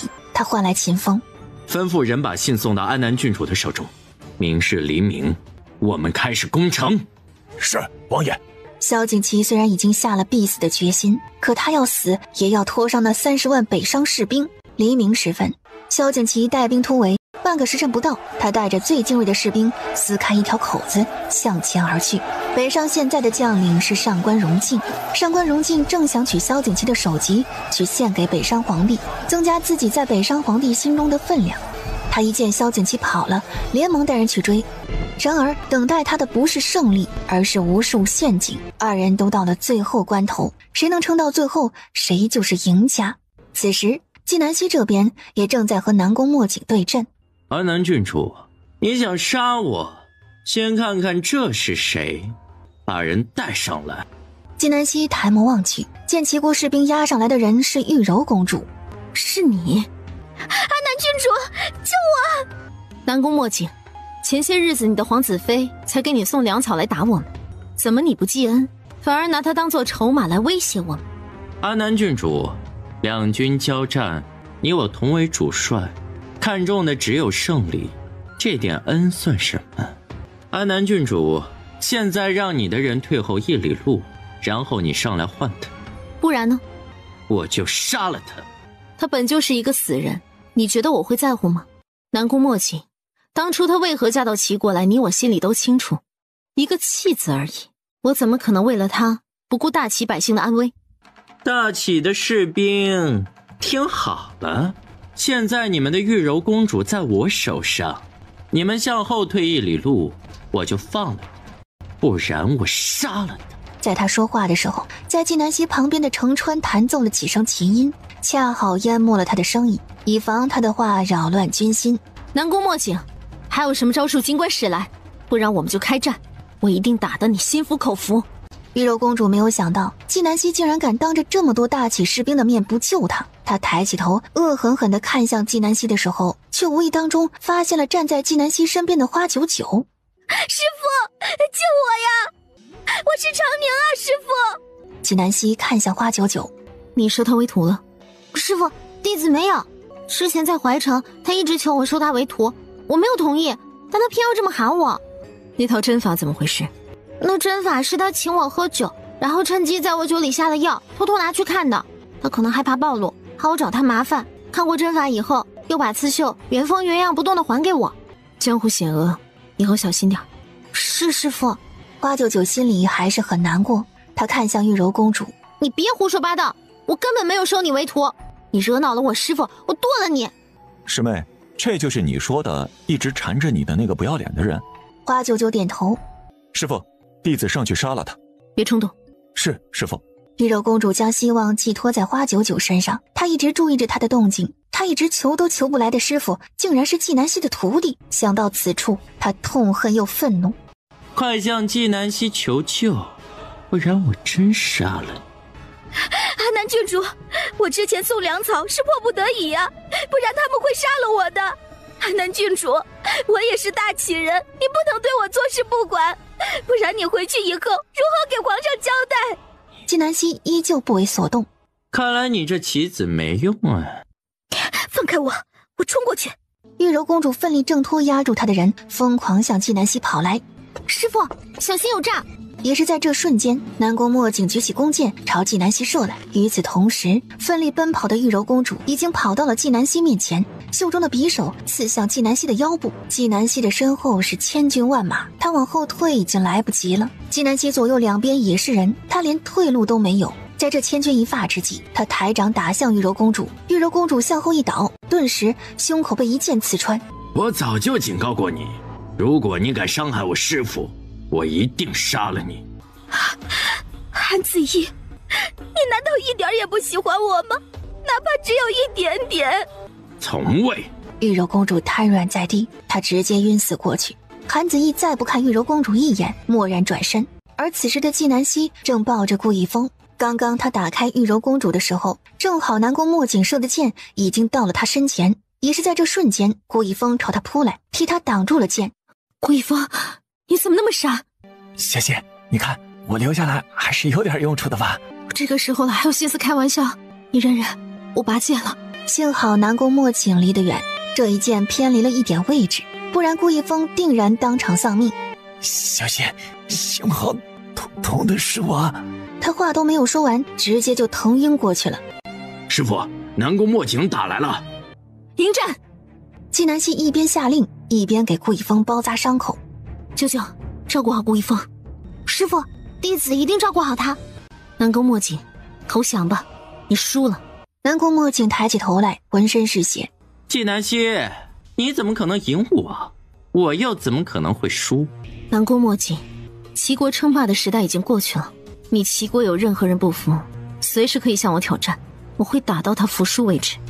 给你们皇帝带几句话，别有事没事的来招惹我大齐，我大齐是不屑于和你们打。如果真打起来，输的一定是你们。这时叶时不知道从哪里冒了出来。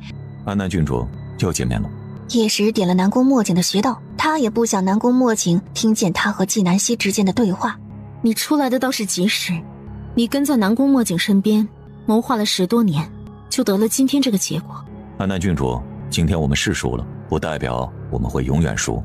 纪南希挑眉，叶时很聪明，回答的滴水不漏。安南郡主，上次的事情还没有说完，你不是想回去吗？只要找到时间就可以回去。时间在哪里？你不知道时间在哪里？不知道。你一直在找时间吗？不如我换一个方式问，你一直想接近我，是不是因为只有我能找到时间？又或者时间本来就在我这里？一向面无表情的叶时在这一刻脸色终于有了一丝变化。他还想继续问叶时，没有想到叶时抱起南宫墨景就跑了。大启和齐国的战事暂时告了一段落。栾城那边，萧景琦和上官荣静在最后生死相搏的关头，有人赶到了。王爷，穆青，真是你？你怎么来了？郡主呢？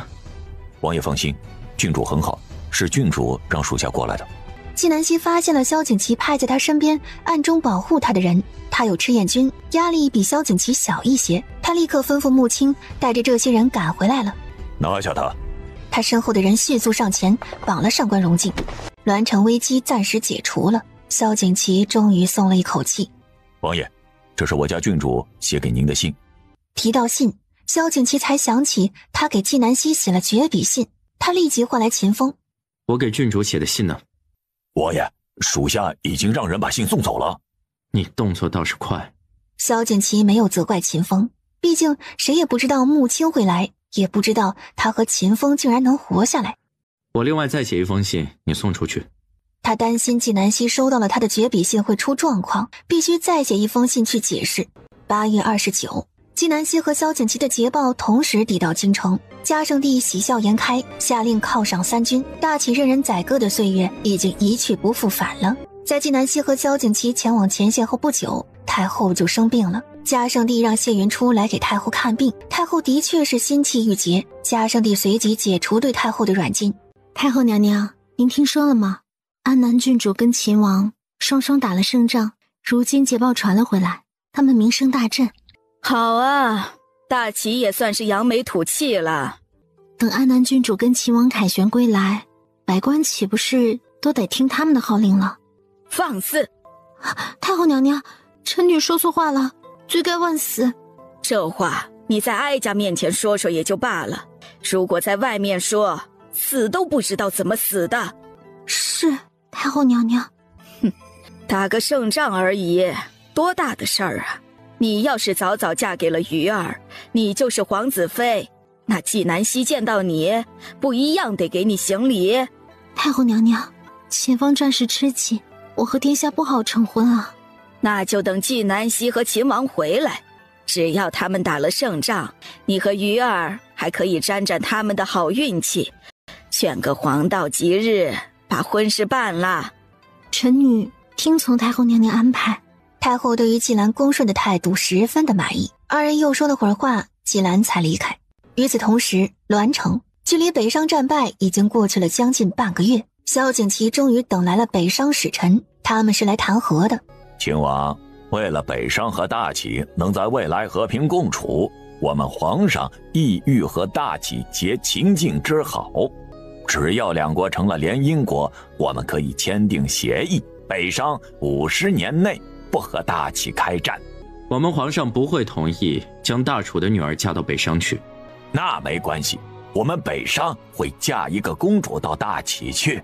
使臣态度很友好，萧景琦却觉得有诈。但是大齐同时遭受北商和齐国的攻击，看似他和纪南希都打了胜仗，但是对百姓的影响也相当的大，百姓饱受战火之苦，国家又怎么能富强得起来？我会将你们的意思上报给我们皇上。好，那我们就等秦王好消息。使臣离开，萧景琦迅速写折子，将北商的想法如实禀报给嘉圣帝。经过这10多天的休养，顾一峰的伤已经好了很多，他可以下床活动了。吃饭了。纪南希端着一钵汤进了屋子，快尝尝我亲手煲的药材汤。他给顾一峰亲自盛了一碗，放到他面前。小谢，你太好了。师傅，有我的吗？师父，弟子也想喝。林白和韩子义虽然不说话，眼睛却盯着那波汤。谢金安静地站在一旁，不言不语。都有，一个一个来，小馋猫。就在大家喜笑颜开的时候，有士兵过来禀报纪南希：郡主，有人要见你。纪南希来到前厅，看到的是一个风尘仆仆的普通装扮的男子。郡主，王爷写给您的信。申饶城和栾城相距甚远，这男子为了能将信安全送达，又特意选了偏远的一些路，因此萧景琦写给纪南希的绝笔信他现在才收到。纪南希想到穆青也应该到了，有了穆青带过去的人，萧景琦那边问题不大。他带着喜色打开了信，信上的第一句话是：我爱南希，永别了。纪南希看到信上的第一句话，手一抖，他的心都提到嗓子处了。当你收到这封信的时候，我已以身殉国，这是我作为大齐秦王应当担当起的责任。遗憾的是，我不能陪你到老了，也十分抱歉，让小圆圆失去了父爱。此生对你们娘俩的亏欠，今生是无法弥补了。南希，秦王府的财产，除去给我娘养老、给我妹妹的嫁妆以外，剩余的所有财产都归你和女儿。我给不了你们其他，只能让你们一生衣食无忧。南希，如果有下辈子，我们再也不要分开。南希，我答应爱你一辈子，我做到了。就是这一辈子太短了，早知道一辈子这么短，哪怕当初你怨我、恨我，我都绝对不会离开。南希。纪南希忍痛将信看完，他紧紧地拽着信纸，泪流满面。这送信之人他是认识的，所以这信不会有假。他脑海里面只有一个念头：萧景琦要死了，不，或许已经死了。往事浮现，萧景琦是在用命爱他，而如今这个男人却没命了。悲痛袭来，纪南希的心像是被活生生地拽了下来，整个人都麻木了。他感觉心痛得无法呼吸。纪南希，到底是你在心痛，还是我在心痛？我怎么觉得是我在心痛？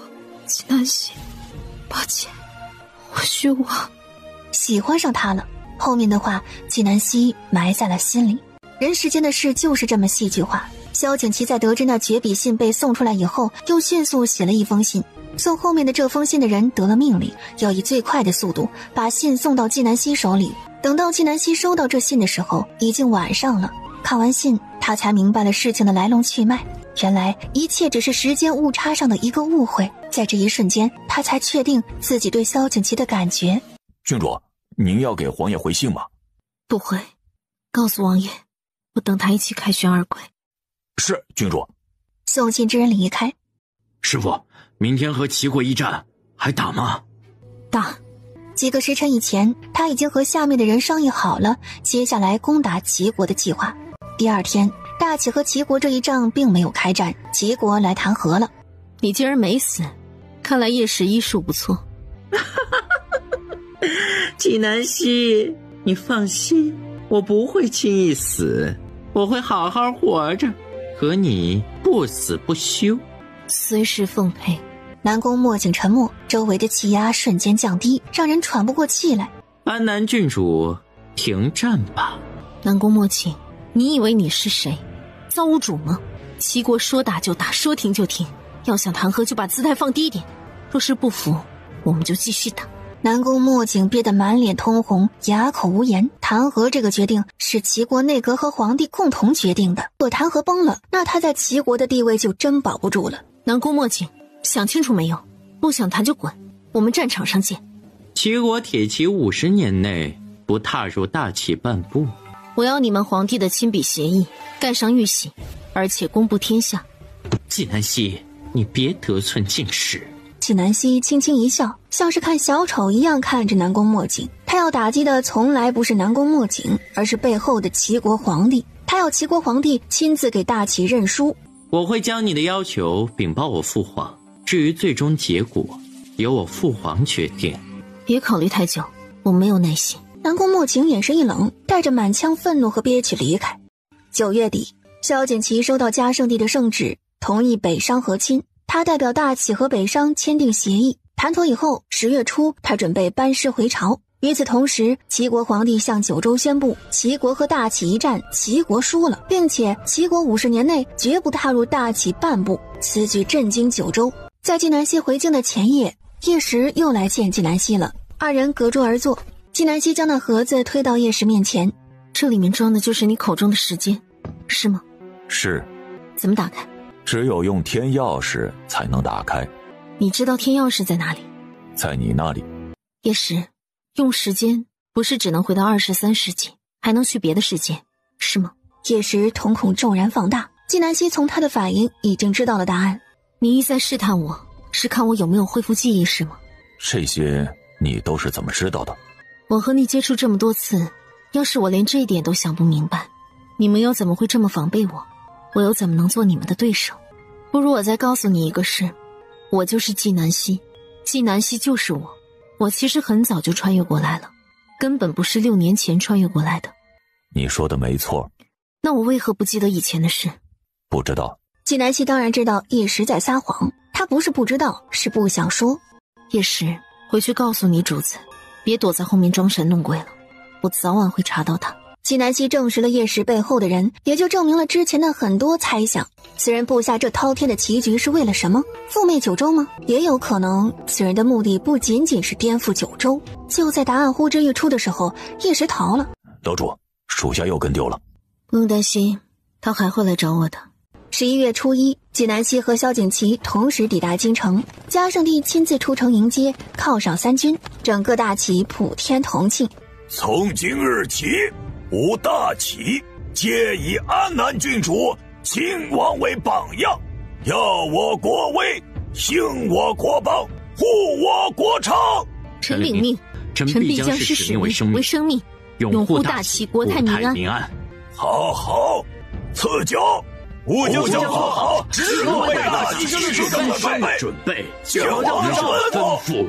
纪南希看着眼前的情景，他觉得自己所有的付出都值得了。嘉圣帝敬完酒，纪南希和萧景祺并肩而行，陪着他一起进了宫。皇上，北商使者说他们1个月以后送和亲公主来。你们俩想想，这个公主来放在谁的府上最合适啊？北商这不是送一个公主过来，怕是送一个眼线过来。暂时没有合适的人选。罢了，时间还早，你们慢慢想，到时候给朕答案。是，皇上。3日以后，朕将会在宫里举行庆功宴，你们2人回去好生休息，到时候准时来参加。是。二人又向嘉圣帝禀报了一些事，才离开。到了宫门口，萧景清带着小圆圆在那里等着，几人一起上了马车回府。吃完饭，太妃哄着小圆圆去玩了，把空间留给了纪南希和萧景祺。纪南希，我们复合吧。他直呼其名，正式而庄重。这突如其来的一句话，让纪南希心底泛起一阵欢喜。他还记得，在那短短的1天之内，他经历了大喜大悲，也明白了自己的心。他喜欢萧景祺，情不知所起，一往而深。可是当时他无法确定自己就是以前的纪南希，他还有些心怀内疚。直到后来，他知道了自己的身份，他才真正的接纳了萧景祺。好，安南，你说什么？萧景祺激动紧张又小心翼翼。安南，你在说好，是吗？是的。安南，我想抱抱你。萧景祺话未说完，人已经上前将纪南希拥入怀中。安南，我好开心。那我何时能再娶你一次？等天下定，九州安，你我方可成婚。他现在没有想好怎么跟萧景祺解释他的身份，而且他还没有查到叶时背后的神秘人。如果他现在一旦和萧景祺成婚，所有人都知道秦王府会是他的软肋，他不能将秦王府置于危险之中。好，安南，我等你。你不怪我吗？不会，我知道你有你的梦想，我不能因为你和我在一起，我就折断你追寻梦的翅膀。安南，我希望在你追逐梦想的路上，有我与你并肩而行。好。纪南希神色温柔，目光坚定。原来好的爱情真的会成为生活里的一道光。那现在这就是只属于我们之间的秘密，等到天下定，九州安，我一定用九州最盛大的婚礼迎娶你做我的妻。余生安南将会是我生命里唯一的挚爱，我将倾尽所有，护她周全。我在，她便安。纪南希满心欢喜，嘴角上扬，原来爱情是甜的。第2天，纪南希日子恢复如初，她去书院上课。郡主，我想跟在你身边，你看有什么是我能帮得上忙的？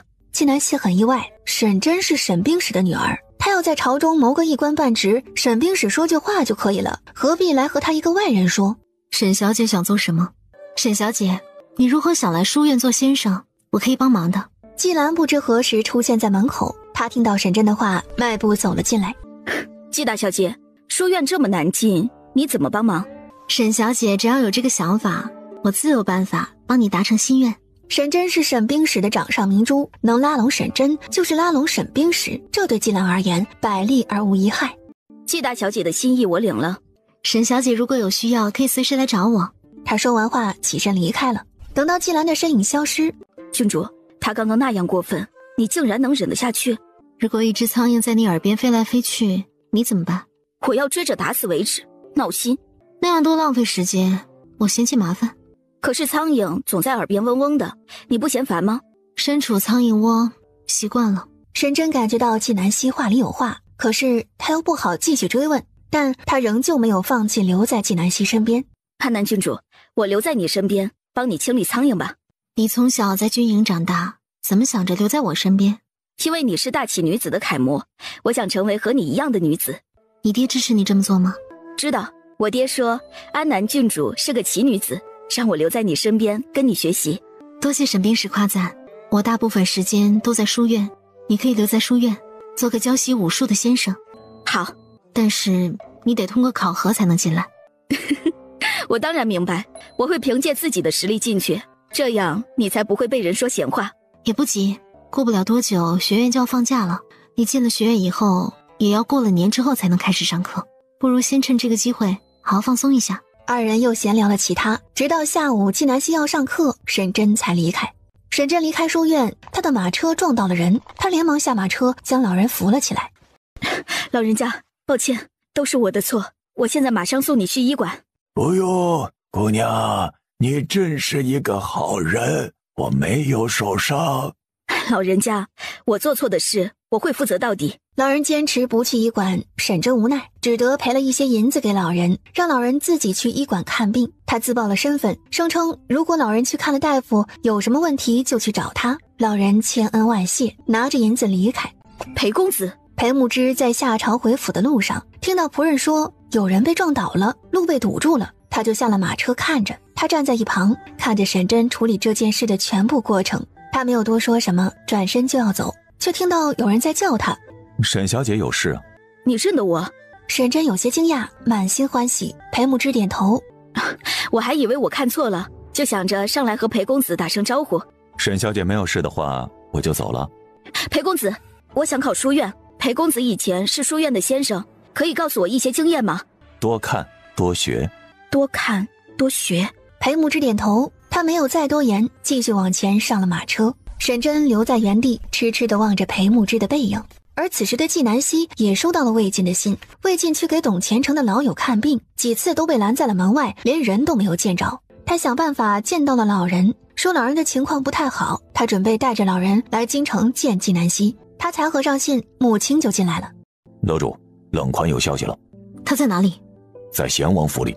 纪南希眉目微蹙，冷宽怎么会在那里？冷宽是虎威将军的心腹，他才让穆青去查冷宽。这一查，发现冷宽竟然死了。可是冷宽的死太蹊跷了，像金蝉脱壳。他爹贤王冷宽之间又有什么关系？他在那里做什么？护卫首领。大启堂堂副将，去给一个王爷做护卫首领，这怎么看都不是一个好去处。事出反常，必有妖。继续查。是，老主。沈冰史那里目前没有查到什么，从现在的情况来看，冷宽那里更可疑。盯紧冷宽，沈冰史那里也不要放松。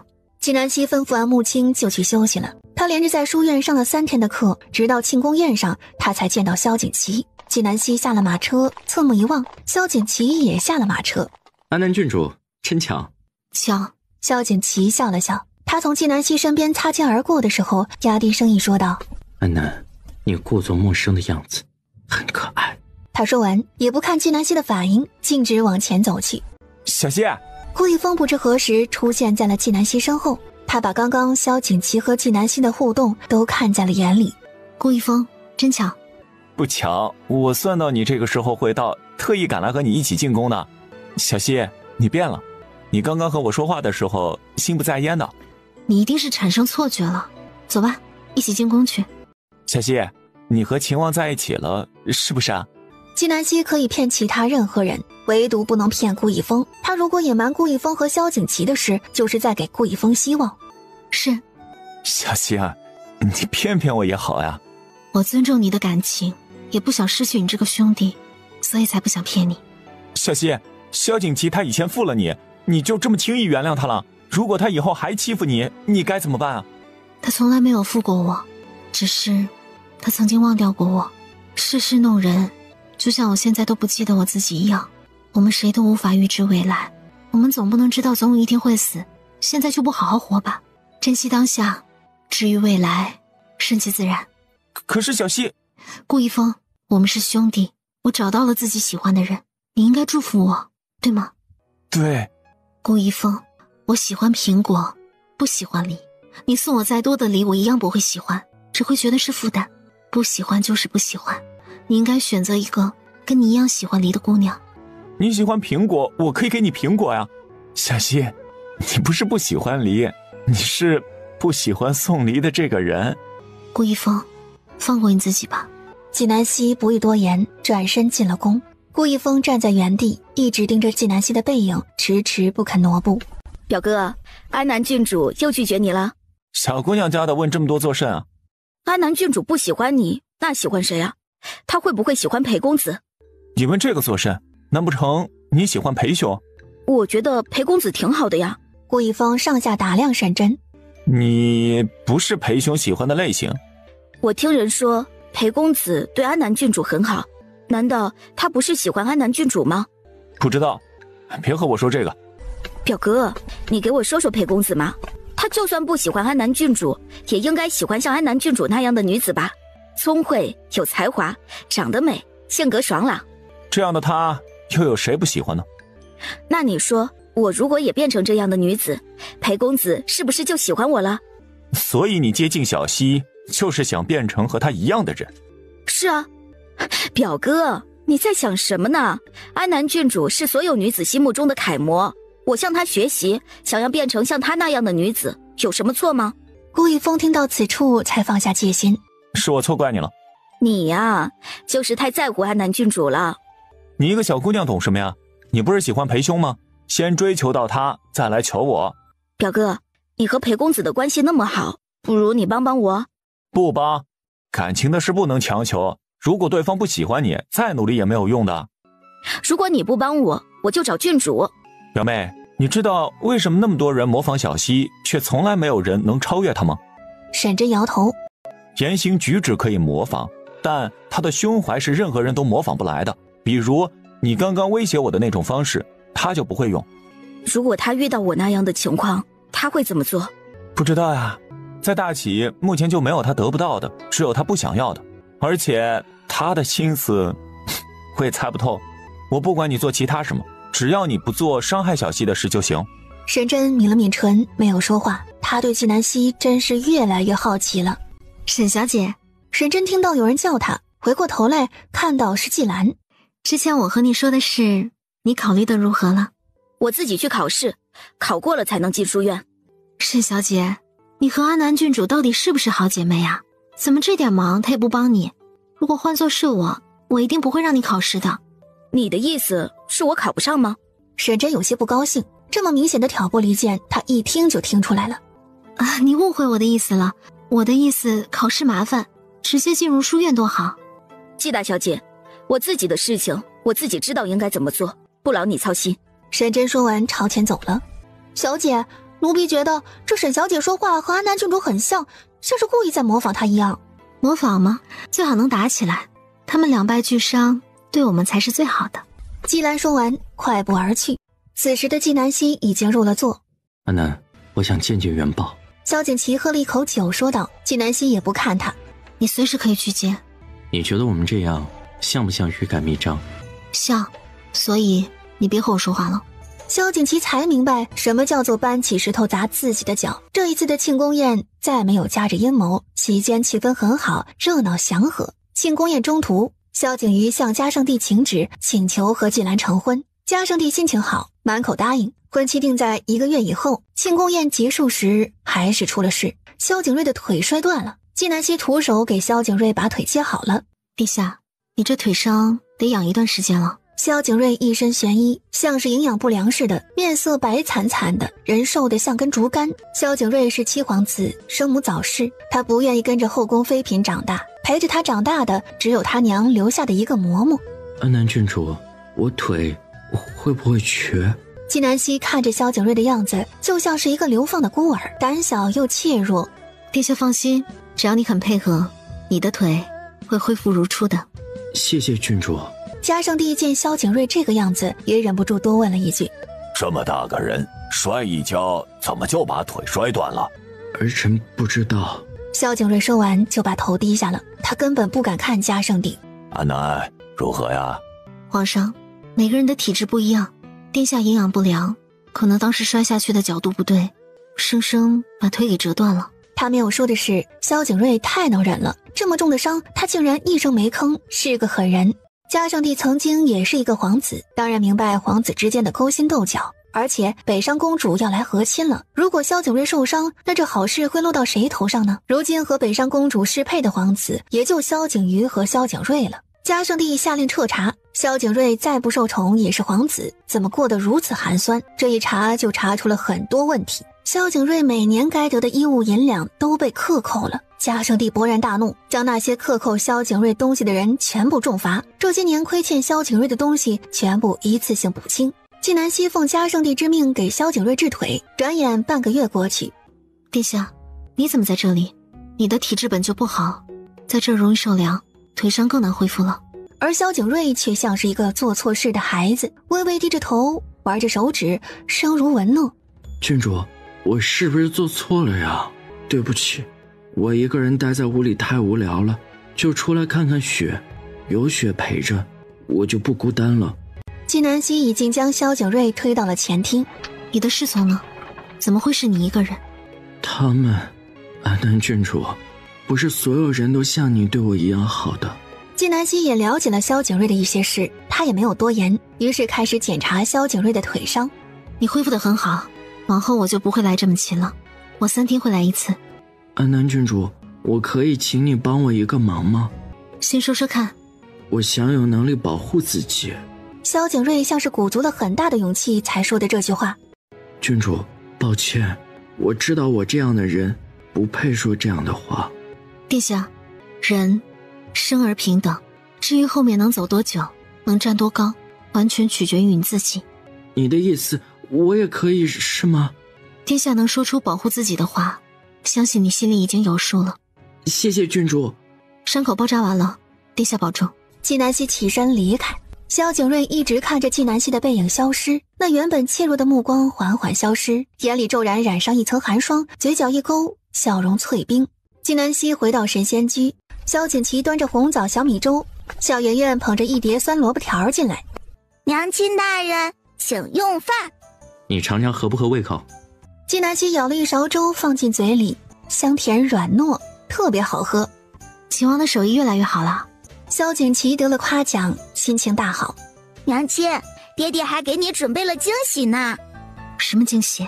萧景琦从背后像是变戏法似的拿出一束梅花，这梅花是经过修剪以后用纸包上的，这纸上还画了一幅画，是一男一女手牵手在雪地里走，抬头正在看一株梅花。安南，初雪时的礼物。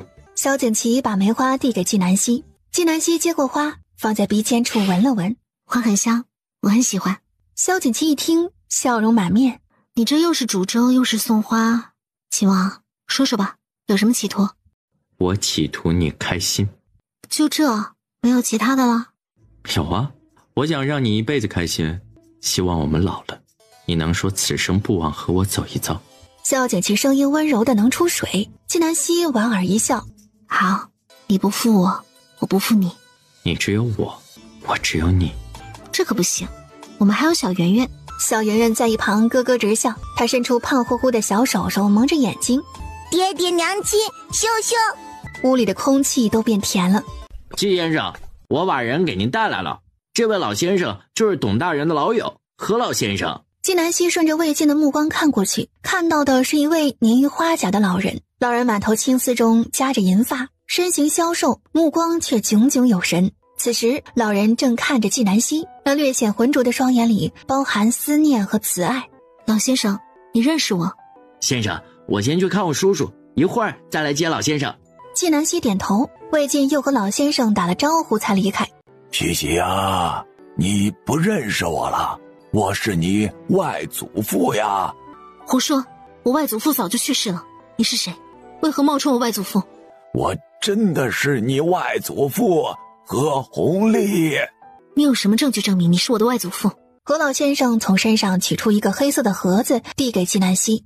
这个是你当年托我给你保管的，10多年了，我一直放在身上，你看看就知道我是不是你外祖父了。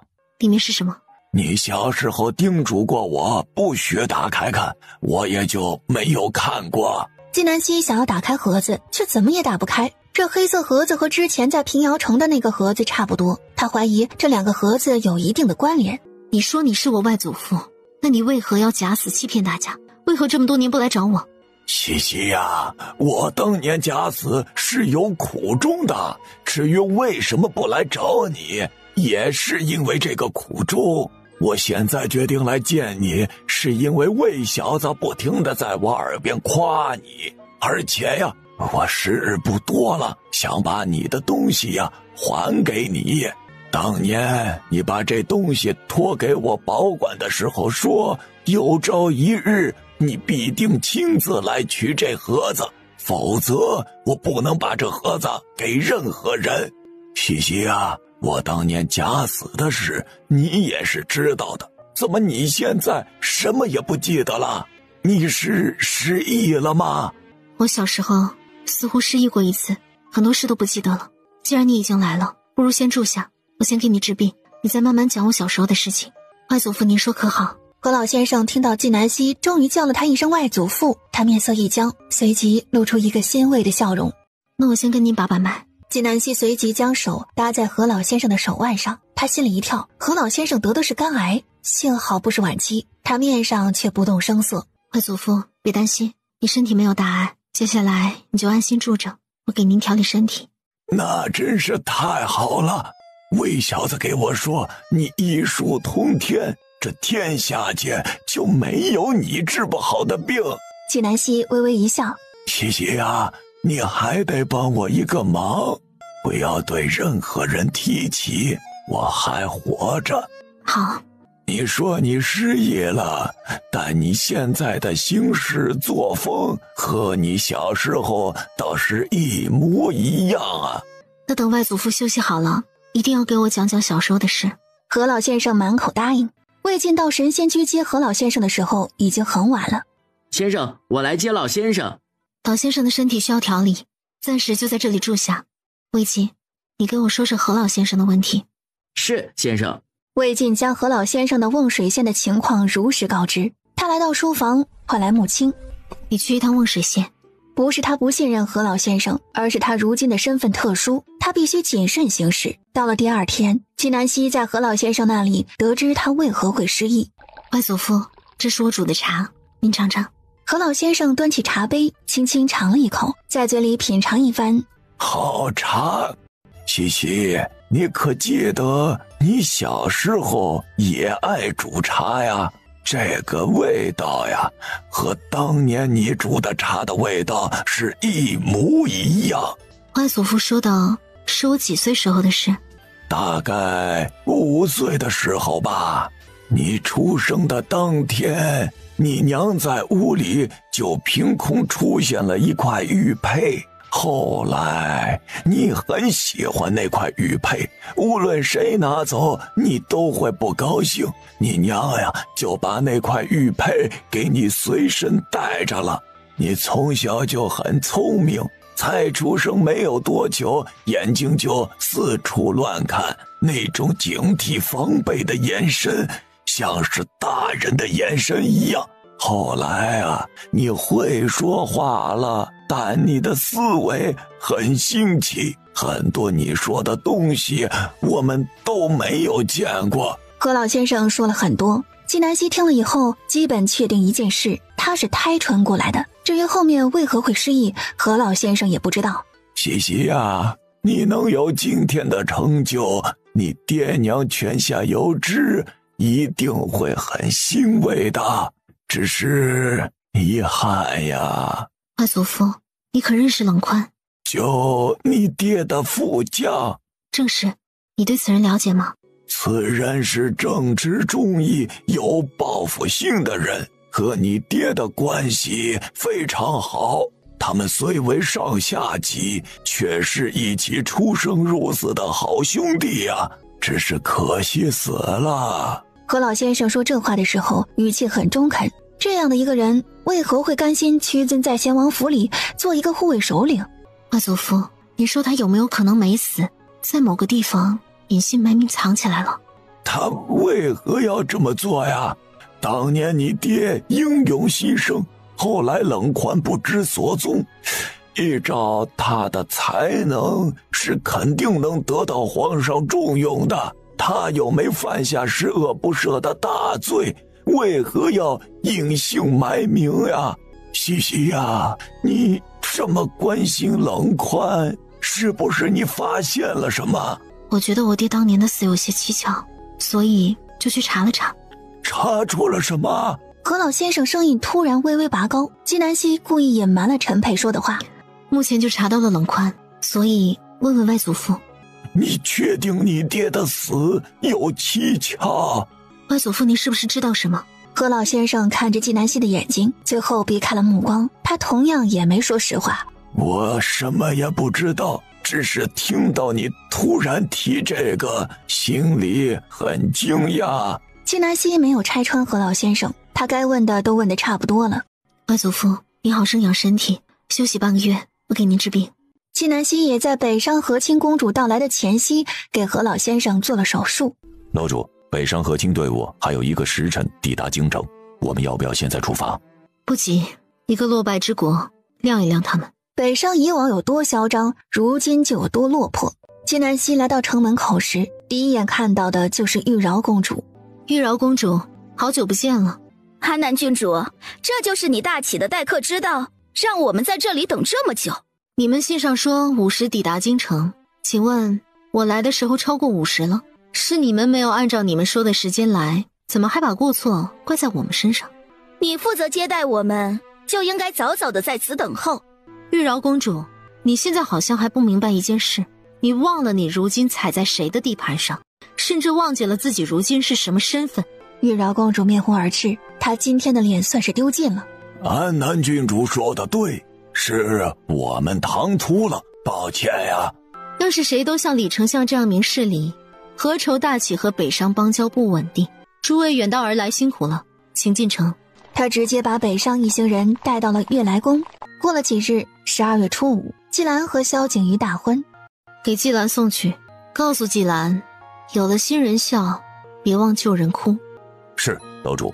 穆青拿着礼物直奔季府。穆青将季兰看到礼物的表情向纪南希禀报。楼主，我们现在要不要动季兰？不用，萧景华不在京城，以这个理由去动季兰，他也死不了，没意思。而且季兰还有用。他知道季兰是太后的人，与其让太后重新去培养一个他不知道的眼线，还不如让季兰活着，至少他知道季兰的身份。季兰的婚事一过，玉娆公主就来找纪南希，让他找几个人组局陪他一起玩。纪南希知道玉娆公主还在物色和亲对象，最后纪南希将日子定在了12月15，并把帖子发了出去。12月初10，董虔诚来神仙居看望何老先生，跟在他身边的还有一个妙龄女子。见过安南郡主。长哥拜见安南郡主。这位是？郡主，这是我的妖女董长歌。之前董虔诚来京城任职，因为来得及，家眷都还在曾经任职的地方。他他现在稳定下来了，最近才派人把家眷接了过来。郡主，我常听我爹爹提起您，夸您特别的有才华，我心生向往，就求着我爹爹带我来了。郡主，您真美。长歌，没规矩。董虔诚心里一跳，这纪南希是什么人呢？那是如今令百官丧胆的人，他真担心董长歌这么说话会惹怒纪南希。郡主，抱歉啊，是我娇养了长歌。董虔诚道歉的话未说完，就被纪南希抬手制止住了。纪南希此时才认真打量董长歌，身材娇小，眼眸清亮。他刚刚夸纪南希的时候，脸上没有一丝的讨好，他喜欢眼前这个喜欢笑的董长歌。董长歌，我觉得你也长得很好看。董虔诚见纪南希不仅没有生气，反而还夸了董长歌，他心里的石头瞬间落下了。长歌几岁了？可愿意读书？我今年15岁了，我还想读书，我想学更多的东西，像郡主一样，做一个对大齐有用的人。胡说八道！郡主这样的人，且是人人都可以学的。董大人不必如此，长歌好学是好事。你回去准备准备，过了年参加书院的考试，如果通过了，就可以进入书院读书了。是，郡主，我一定好好看书，不辜负郡主的美意。郡主，何老先生在哪里啊？他在休息，我带你们去见他。三人来到何老先生的院子，董长歌来到何老先生的旁边。何爷爷，你身体怎么样？长歌来了，我身体呀，好得很。纪南希站在一旁，看着董虔诚、董长歌和何老先生欢声笑语，他心里也很欣慰。董虔诚之前还惦记着何老先生的病，专门来求纪南希给何老先生治病，这一份恩情纪南希记下了。12月15到了纪南希宴请大家的日子。安南郡主，你这主人请客却来得最晚，不合情理呀。你没有看帖子吗？帖子怎么了？玉娆公主问坐在旁边的人，叫了帖子来看，上面写着的是她为了和大家结交朋友，她请大家吃饭。纪南希，你诓我！玉娆公主何出此言？不是你说的让我邀请大家一起陪你吃饭吗？是我说的，但现在倒好，她成了主人，其余人是客人，她如果稍有不慎，就会落下一句待客不周之名。玉娆公主都承认是你自己说的，那我也没有冤枉你啊。玉娆公主面红耳赤，无言反驳。季兰见状，又开口帮玉娆公主：“安南郡主，谁是主人，谁是客人又何妨？重要的是吃得开心，玩得尽兴。”纪南希看向季兰，她并没有邀请季兰，看来是萧景瑜带着季兰来的。纪南希，见到本皇子妃还不行礼，你想让别人给你行礼，想疯了吧？我为皇子妃，你是异姓的郡主，说到底，我是正宗的主子，而你不是。况且我们同出继父，我是姐，你是妹，长幼有别，无论从哪儿论起，你都要低我一等，让你行个礼，还委屈你了。你说的没错，就是委屈我了。皇上曾下旨，特许我不用行跪拜之礼。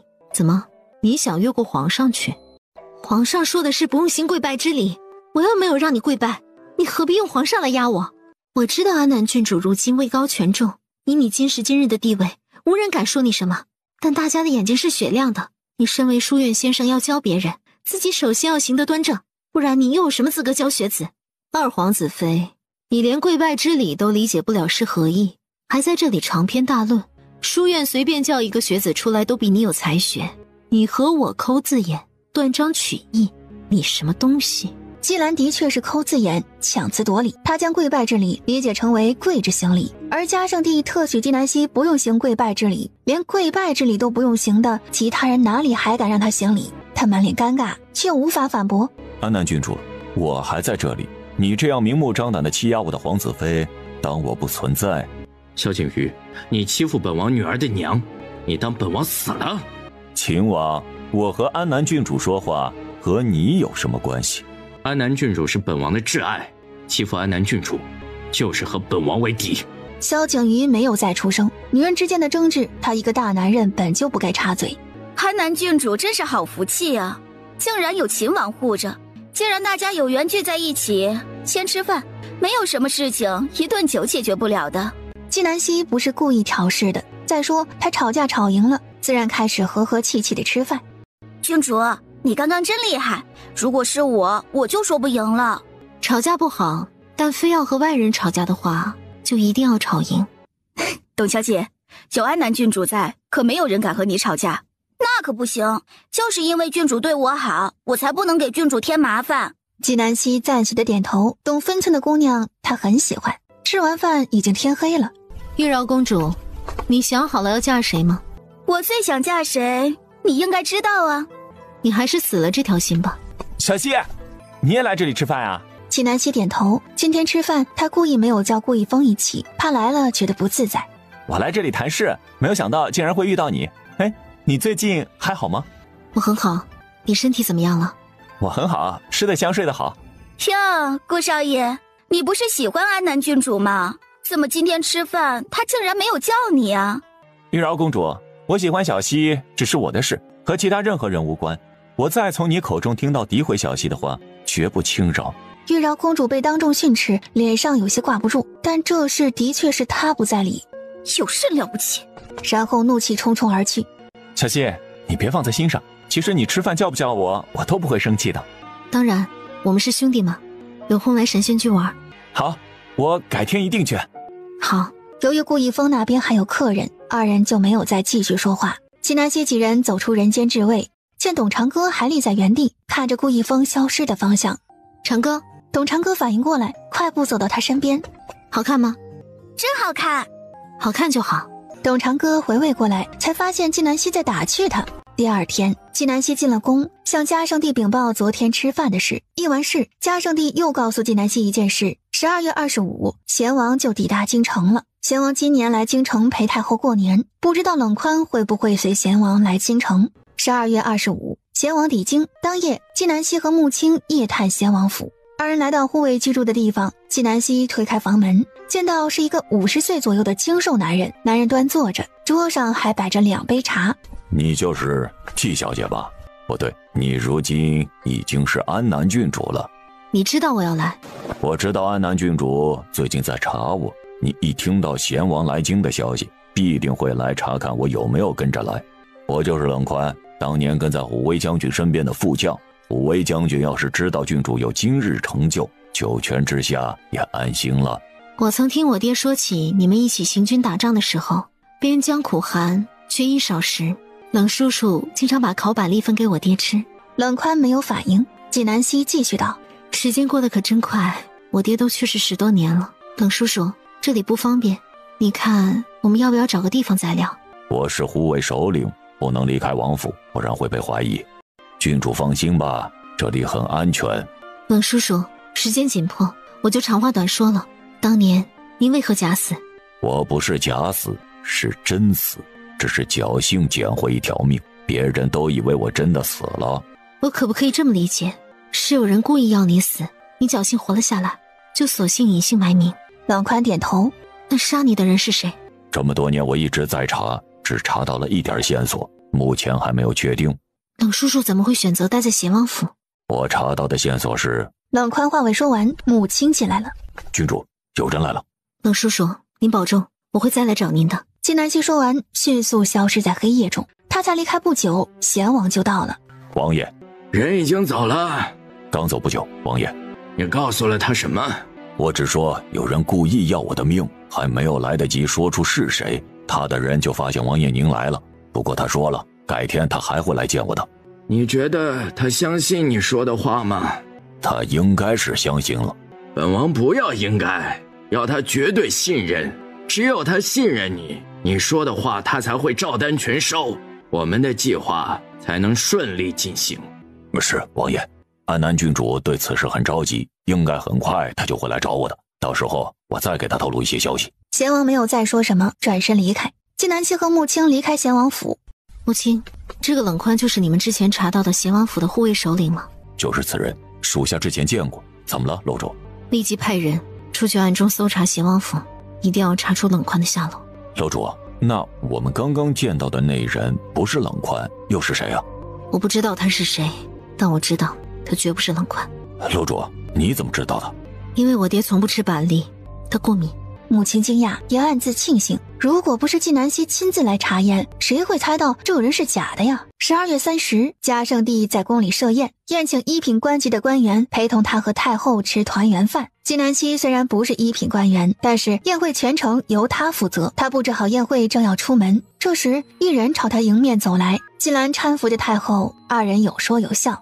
见过太后娘娘，好久不见呐，安南郡主越发滋润了，看来混得不错。真遗憾，让太后娘娘失望了。你放肆！安南郡主，你也太没有规矩了，怎么和太后娘娘说话呢？我说话就是这样子，你要是不爱听，可以把耳朵堵上。太后娘娘，行吧，一会儿皇上看到你在欺负我，说不定你又得在宫里祈福了。你敢威胁哀家？我敢不敢？太后娘娘难道不知道吗？好，纪南希，早知道你如此忘恩负义，当初秦王府欺负你的时候，哀家就不应该插手，让你被他们欺负死。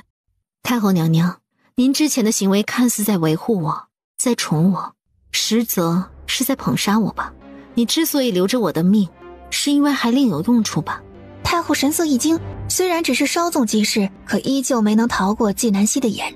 太后娘娘，我以前从始至终都只是你的棋子而已，别把对我的利用说得那么好听，还说为了我好，你不恶心，我都觉得恶心。纪南希，你够了！你真把太后娘娘气着？你以为皇上会放过你吗？纪兰，你不过是一条走狗而已，少在我面前叫嚣。今天是个团圆的好日子，你们不惹我，我也不会惹你们，惹急了，我会让你们见识到我的手段。他说完，再不看太后和纪兰，继续去忙了。太后娘娘，一会儿一定好生给皇上告一状。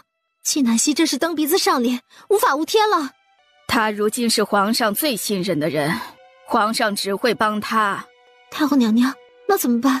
就让纪南希继续嚣张下去吗？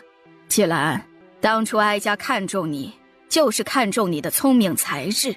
凡事啊，不是用武力来解决的。我们不是莽夫，得动脑子，智取。是，太后娘娘。而太后没有告诉纪兰的是，她的计划已经开始启动了。今天这宫宴团圆饭很热闹。过了一会儿，贤王有些醉了，被宫人扶着去偏殿休息。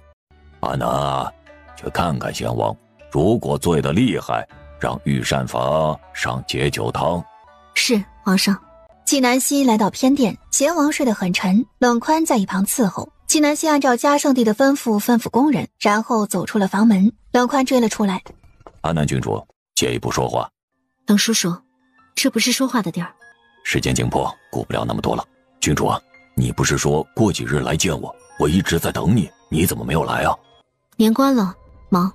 冷叔叔，不然定在元宵节，到时候贤王府松懈，我再来见你。好，我等你啊。纪南希转身之际，脸上的温和瞬间消失，取而代之的是阴冷。冷宽的脸色也渐渐变冷。他推门返回屋里，关上门，走到床边，刚刚还睡得沉的贤王眼睛睁得大大的。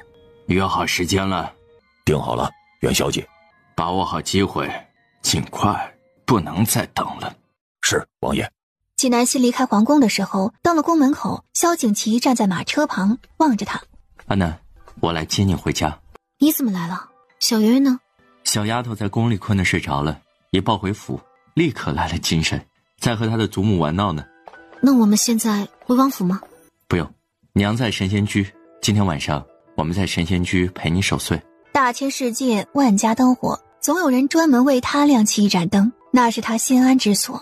那我们回家吧，别让他们等久了。萧景琦听到回家二字，一时怔住了。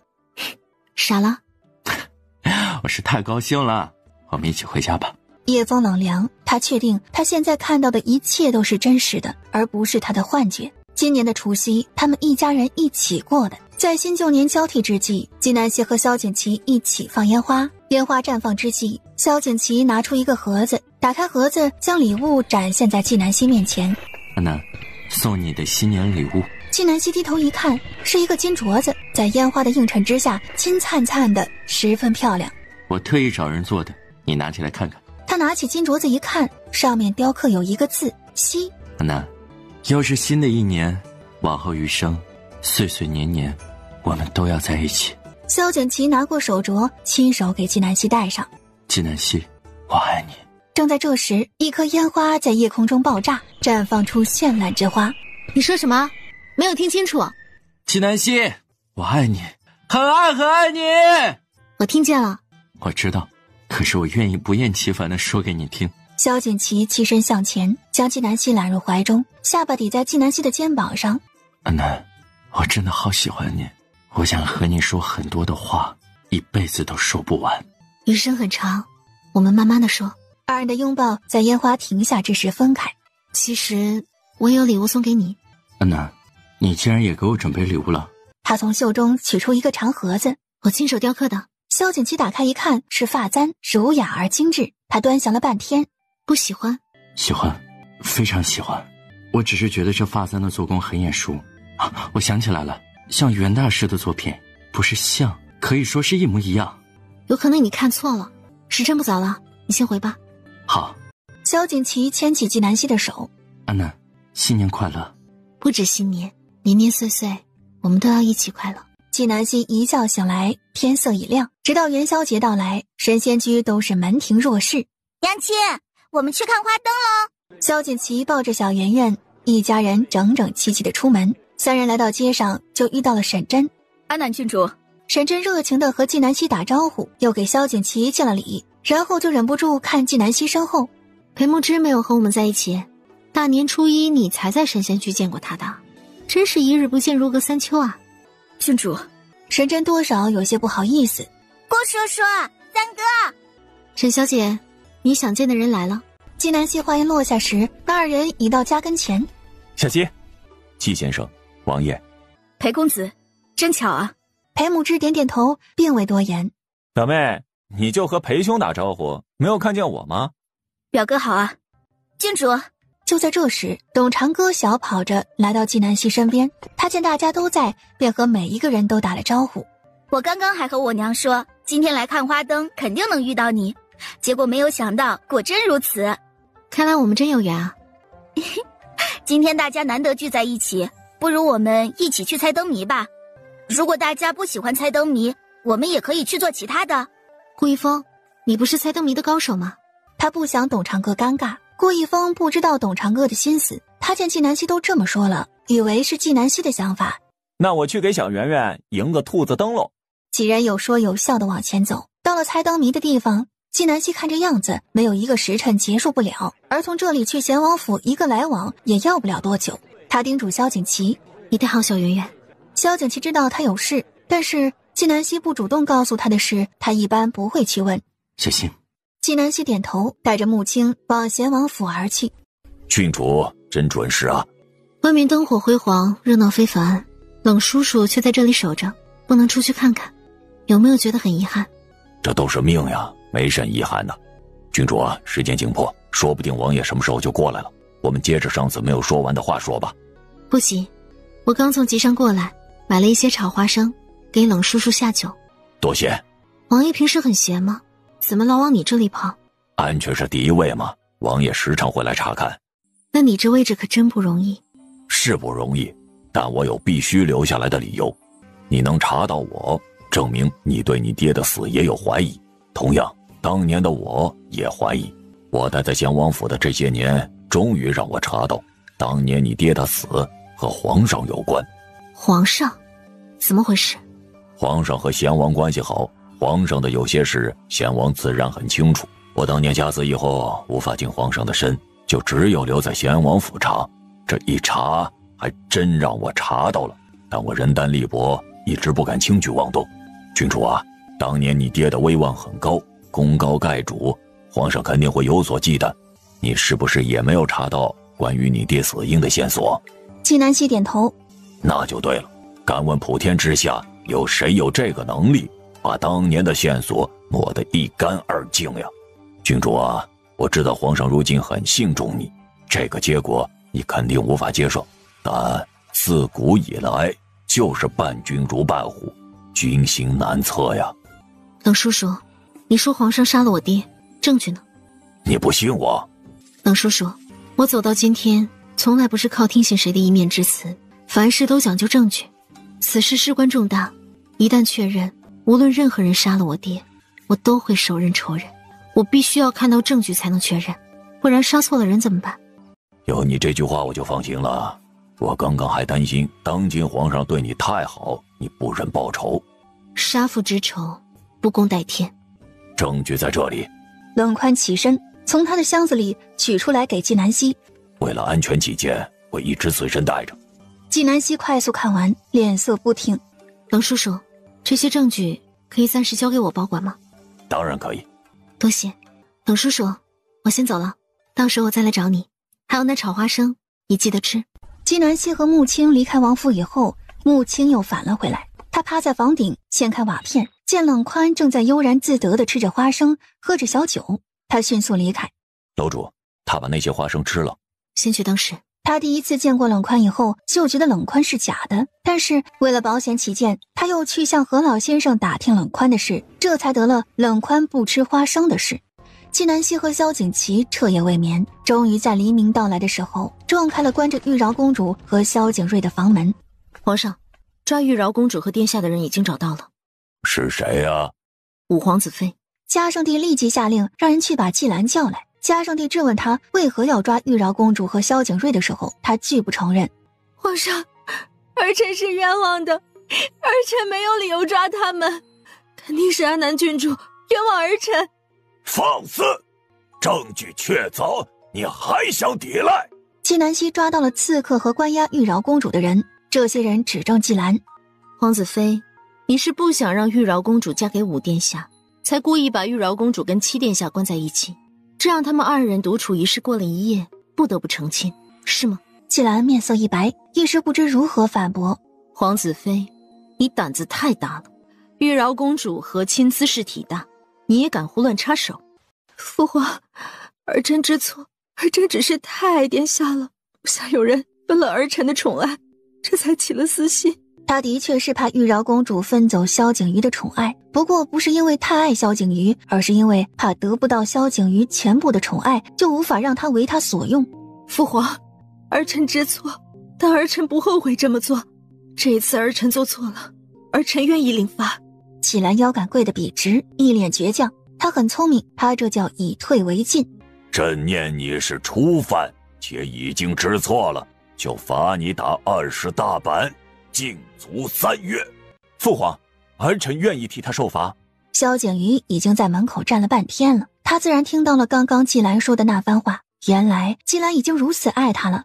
父皇，此事因儿臣而起，是儿臣没有给兰儿足够的安全感，她才会犯下此错。父皇，兰儿是个弱女子，20大板打下去她会死的。父皇，儿臣愿意替她受罚。殿下。季兰只喊了一声，咬着唇，眼泪流得更凶了。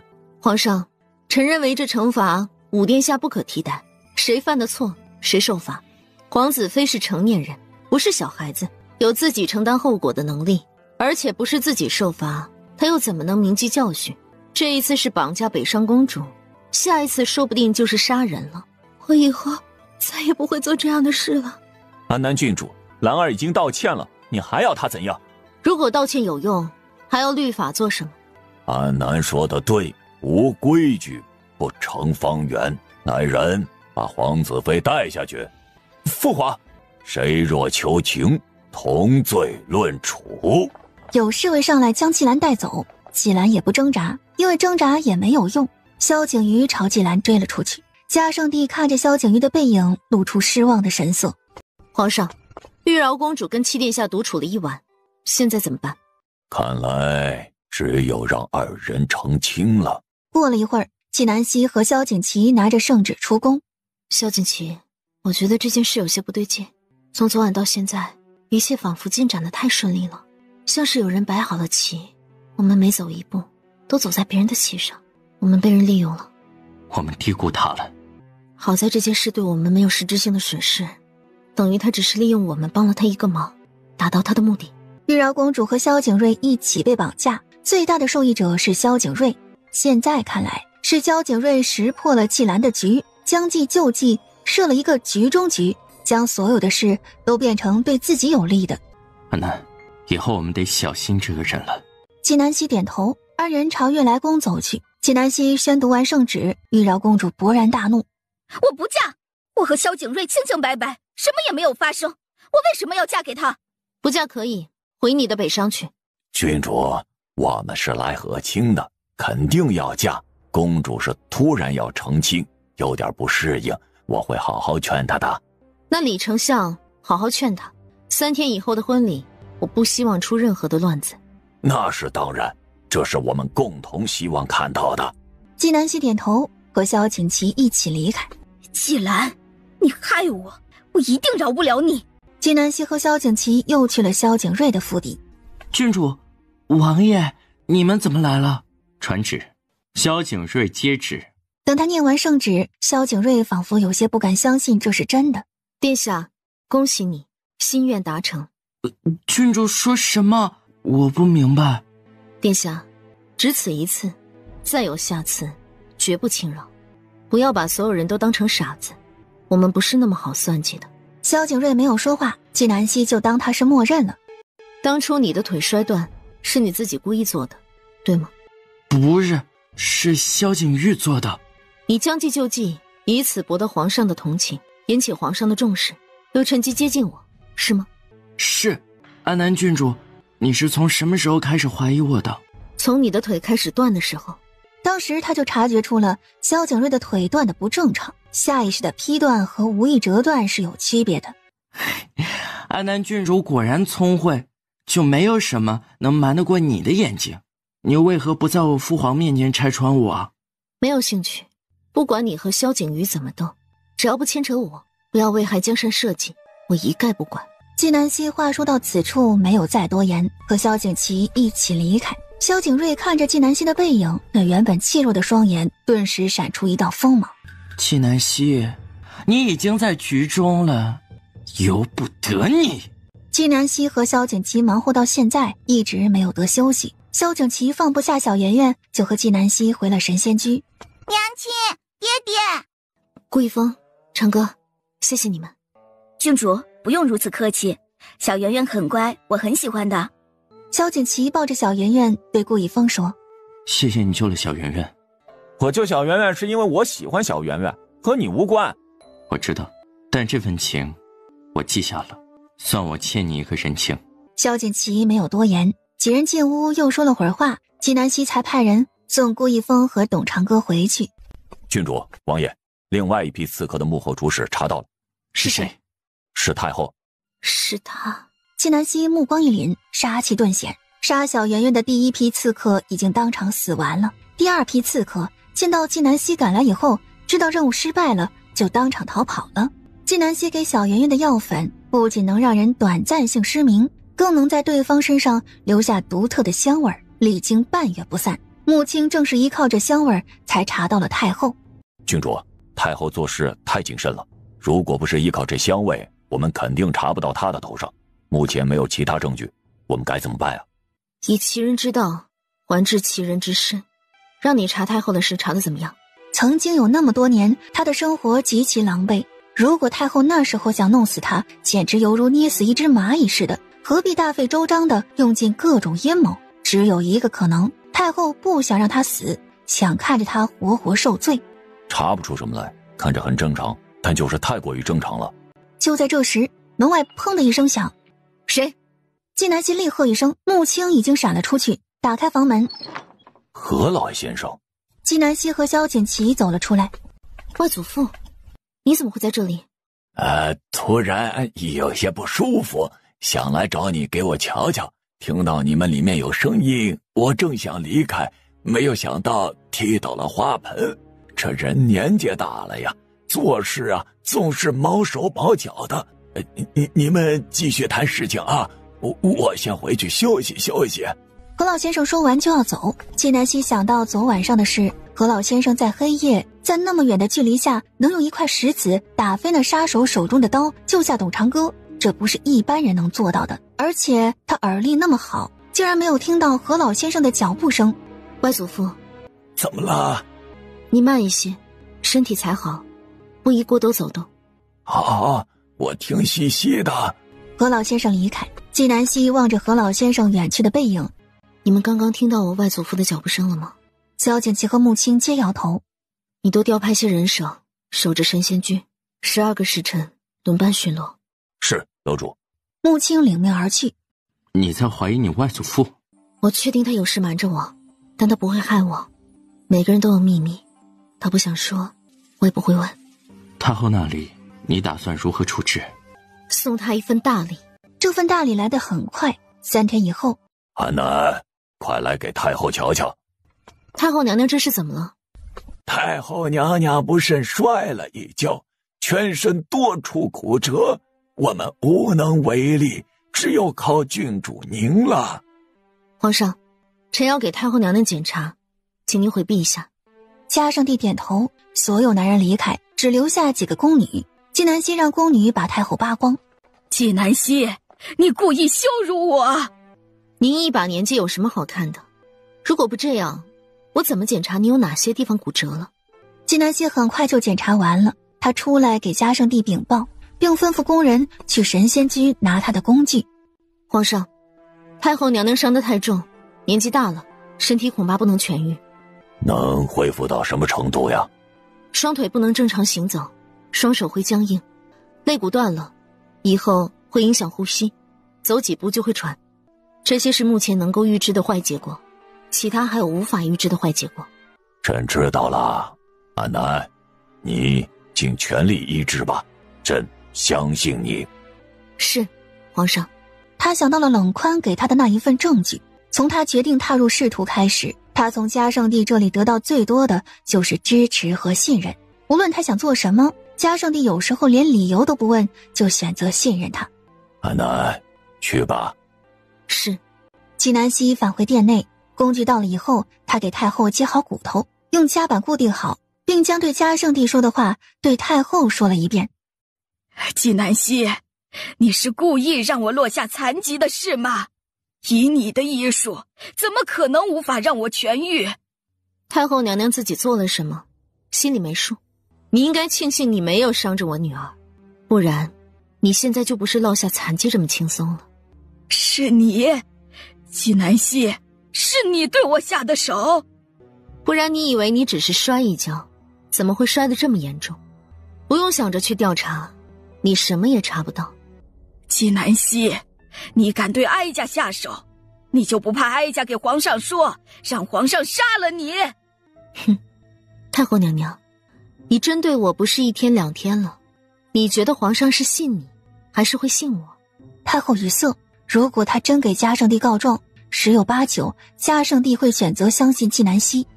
太后娘娘，你真可悲，你自己的儿子不信任你，竟然愿意信任一个臣子。太后娘娘，游戏才开始呢，你可别这么轻易死了。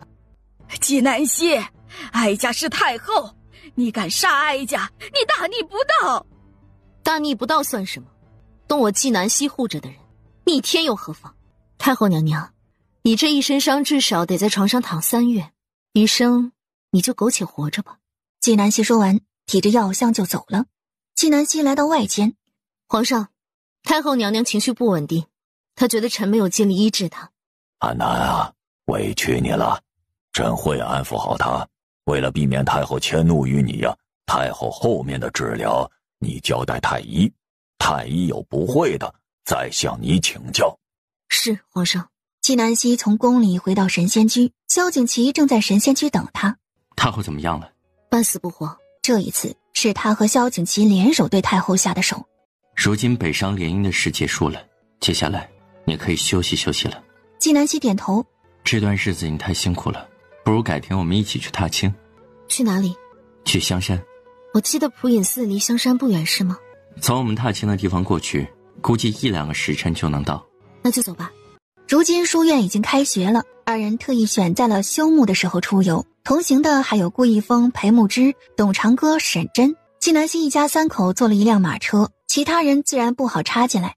裴公子，不如我们坐一辆马车吧。裴慕之没有回答，他望着顾一峰，他想和顾一峰坐一辆马车。裴兄，抱歉了，今天我们得分开了。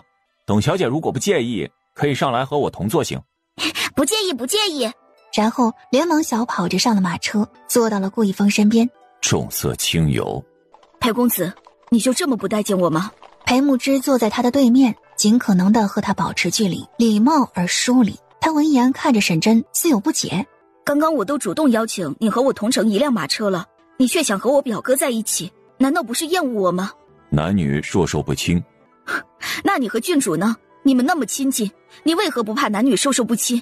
沈小姐，你越矩了。对不起，我只是太羡慕郡主了。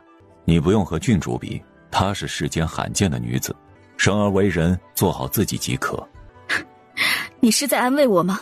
裴公子，谢谢你给我说这些。裴木之轻轻点头，他话太少了，沈真一个人实在说不了多少话。顾一峰那边完全相反，一开始二人都不说话，走了一段，顾一峰见董长歌总是偷偷瞄他。你看我做啥啊？你不看我，你怎么知道我在看你啊？那当我没有问。我看你是想知道你为什么不说话。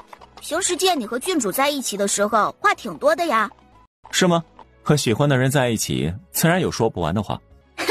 那我们算是有共同的兴趣爱好啊。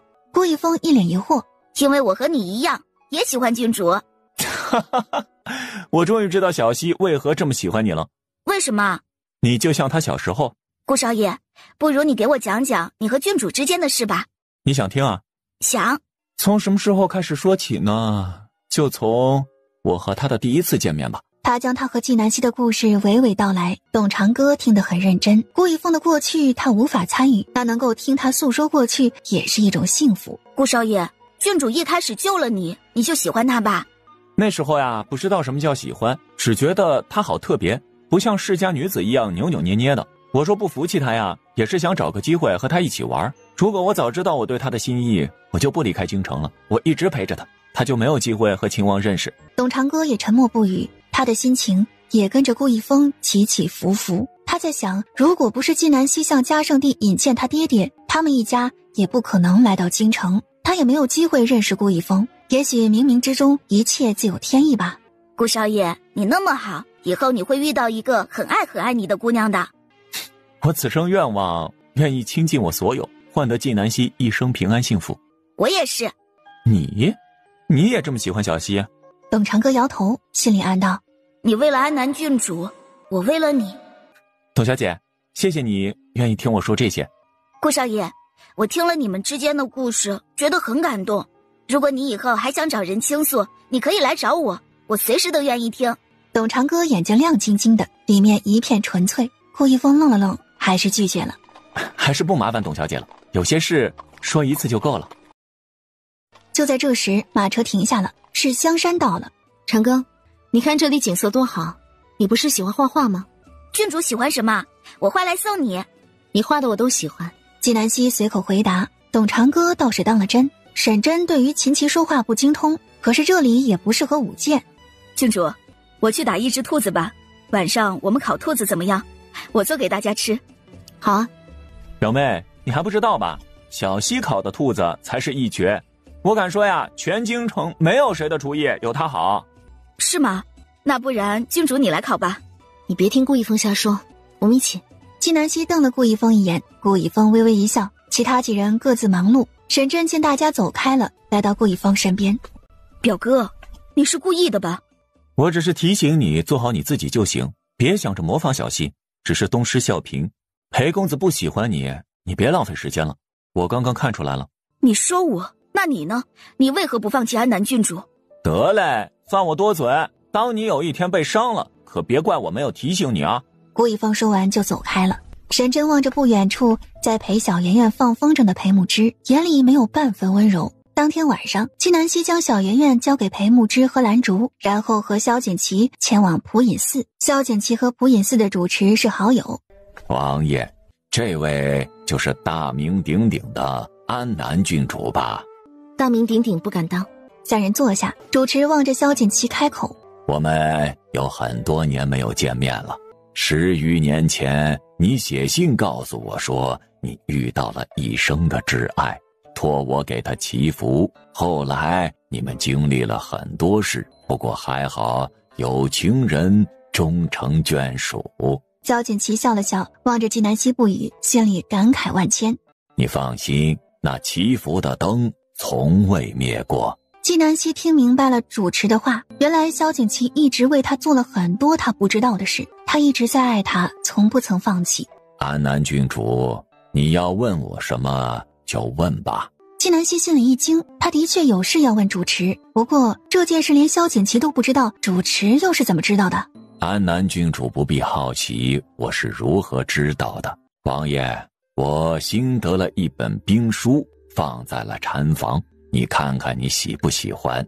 萧景琦没有想到把他支开的会是主持，可他不会去挖掘，他只想守护好纪南希，保护好他。兵书啊，我喜欢，我这就去瞧瞧。他一走，房间里就只剩下纪南希和主持了。安南郡主，你是不是很疑惑我为什么知道你的目的？为什么支开秦王？纪南希点头。天机不可泄露。纪南希没有再追问，他直接拿出玉佩放在主持面前。这玉佩是他在23世纪出生的时候一个高僧给他的，上面刻的有诗。主持拿起那玉佩，念出上面的诗句：混沌初开万物始，善恶出现分两极。主持，这诗何解？和我有何关系？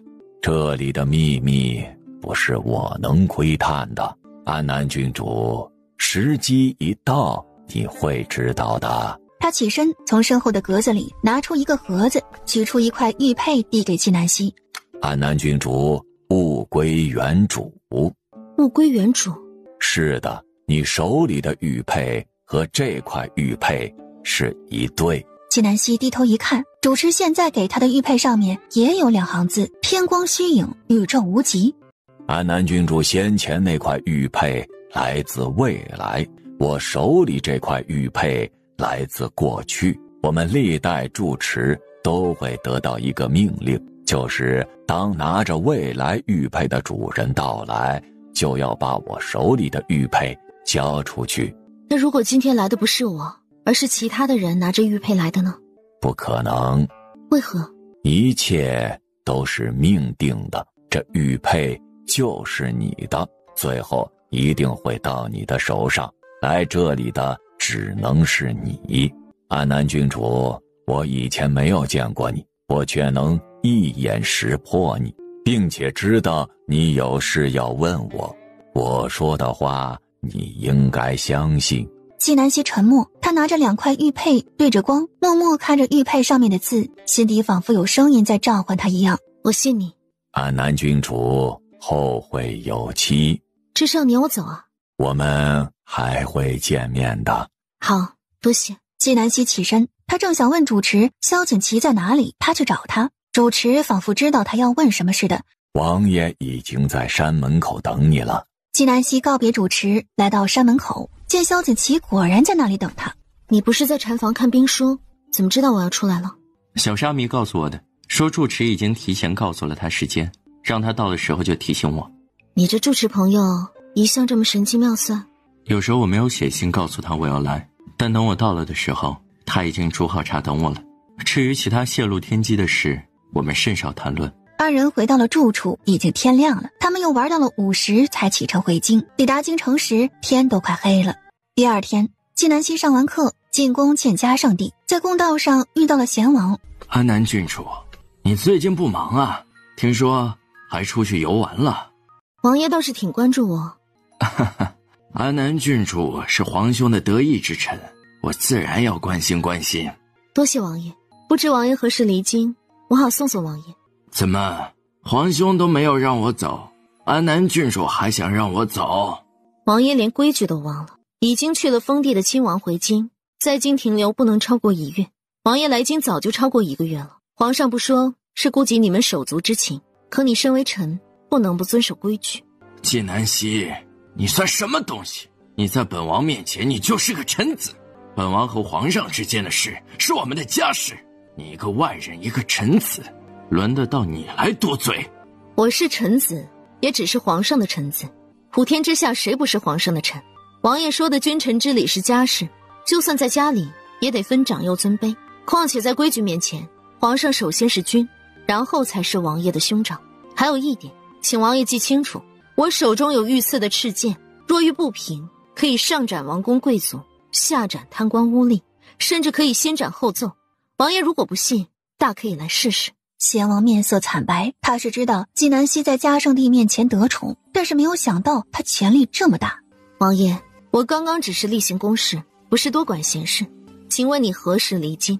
贤王面对这一次的质问，再不敢像方才那样反驳了。他满脸通红，心口憋着一股怒气，可又不敢冲纪南希发火。3天之内就离开。希望贤王说话算数，不然我会亲自送你离开。纪南希声音凉得刺骨，他说完转身离开。贤王盯着纪南希远去的背影，满眼杀意。一个女人而已，算什么东西？总有一天，本王要你趴在地上，向本王求饶。纪南希来到御书房，嘉圣帝正在批折子。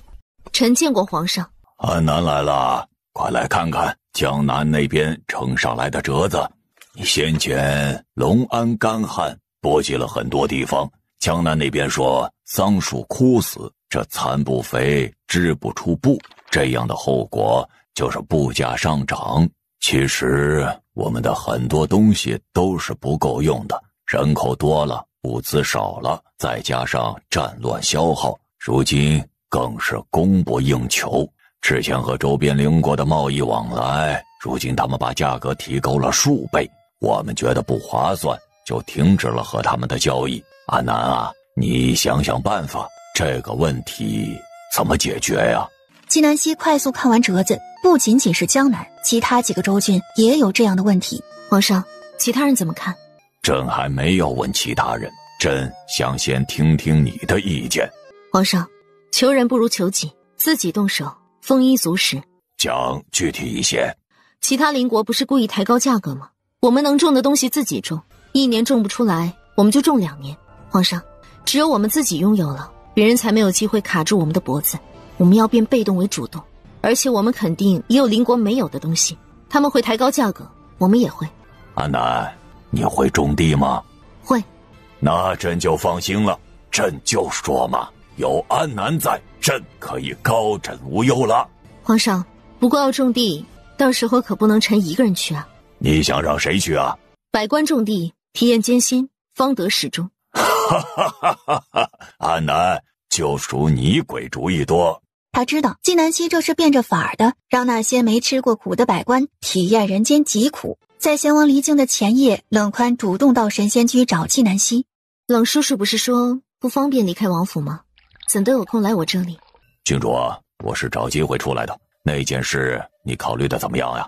冷叔叔要我怎么做？冷宽做了一个抹脖子的动作，满眼狠厉。替你爹报仇。下一步呢？你的仇报完了，你也就不用管这么多了，后面的事不用你操心。我当然不用操心，杀了皇上，我肯定也得死，我还操什么心？郡主，以你的聪明才智，杀了他，你完全可以全身而退。再说，皇上对你那么好，谁会想到是你动的手呀？冷叔叔，这风险太大，我得再合计合计。郡主估计要考虑多久呀？我是担心我明天就要跟着王爷回去了，郡主一个人在这里啊，孤立无援，我离得远，帮不上什么忙。那你觉得何时动手合适？当然是越快越好呀！我希望将军的英灵早日安息。好，冷叔叔，不如你先回去，等我确定了时机，我再写信提前通知你。冷宽眉头一皱，想了想，还是点头。那我等郡主的信。他说完起身离开，纪南希独自坐在那里，面若冰霜。他整理思绪，觉得自己走进了一个巨大的网。直到2月底，他派去怀城的人回来，事情才有了转机。穆青来见纪南希的时候是拿着画像来的。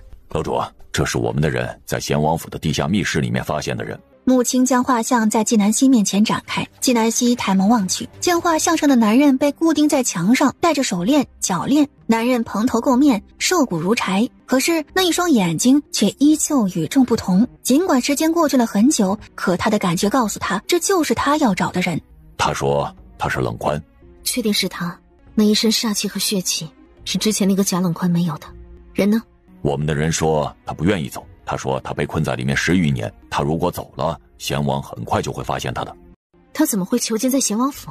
他说他发现了贤王的秘密。穆青将事情的经过告诉了纪南希，纪南希顿时豁然开朗，原来那贾冷宽一直让他杀皇上是这个原因。他说的这些话可有证据？没有证据，他才刚发现贤王的秘密就被抓了起来。那个贾冷宽是怎么回事？他说的是，当年他的确是遭受了意外，然后潜伏到咸王府查案子，才查出一点眉目，身份就暴露了。他在咸王府里结交了一个朋友，那朋友打着要救他的旗号，套他的话，然后伪装成他的身份。这个朋友就是之前我们见的贾冷宽。贤王在逼我动手，看来他已经准备充分了。他逼我动手，那我就逼他动手。母亲，传令下去，想尽一切办法救出冷宽。一个贤王府而已，有事灭不得的。是，楼主。于是在母亲离开以后，他就开始完善之前写的计划。到了第二天，纪南希准备拿着计划进宫。他想到前几天听到嘉圣帝有些咳嗽，他就亲自炖了川贝雪梨。他到了御书房门口，那是说嘉圣帝去见太后了，他准备在御书房门口等着嘉圣帝的。可正巧此时沈真来找他了，说医学科学子惹事了，出了人命，让他立即去书院。他将川贝雪梨塞到内侍手里，然后跟着沈真就去了书院。到了书院一瞧，果然是出事了，在书院的一个凉亭里躺着一具冰冷的尸体。他认得这个学子是假扮的，在尸体旁边跪着的是他的学子秦家。先生，我没有杀人，人不是我杀的。秦家一见到纪南希来了，连忙喊冤：先生，救救我！安南郡主，你的学子杀了我的兄弟，这事儿怎么算啊？说话的是萧景城，那死者就是经常跟在萧景城身后的小弟。有什么证据证明是我学子杀了人？秦家一个连拿小白鼠做实验都怕的千金小姐，怎么可能无缘无故的杀人？我们大家都看到了，还能有假？旁边一群人点头。你们怎么看到的？你们亲眼看到我的学子把刀插进了死者的胸口的？那群点头的人摇头。既然如此，那就不叫亲眼所见杀人。纪南希见秦家情绪稳定了些，就开口道：你说说怎么回事？安南郡主，你不会是想包庇你的学子吧？闭嘴！本郡主做事，什么时候轮到你插嘴？纪南希见萧景城闭嘴了，他也不和他废话，继续问秦家：你继续说。先生，我收到一封信，有人约我在这里见面，可我一到这里就被人打晕了。醒来时发现李伟已经死了，这时大家都赶来了，都说我杀了人，可我真的什么都不知道。信呢？秦家一摸荷包，脸色一变：先生，信不见了。装不下去了吧？你有本事把信拿出来呀！我明明记得就放在包里的呀。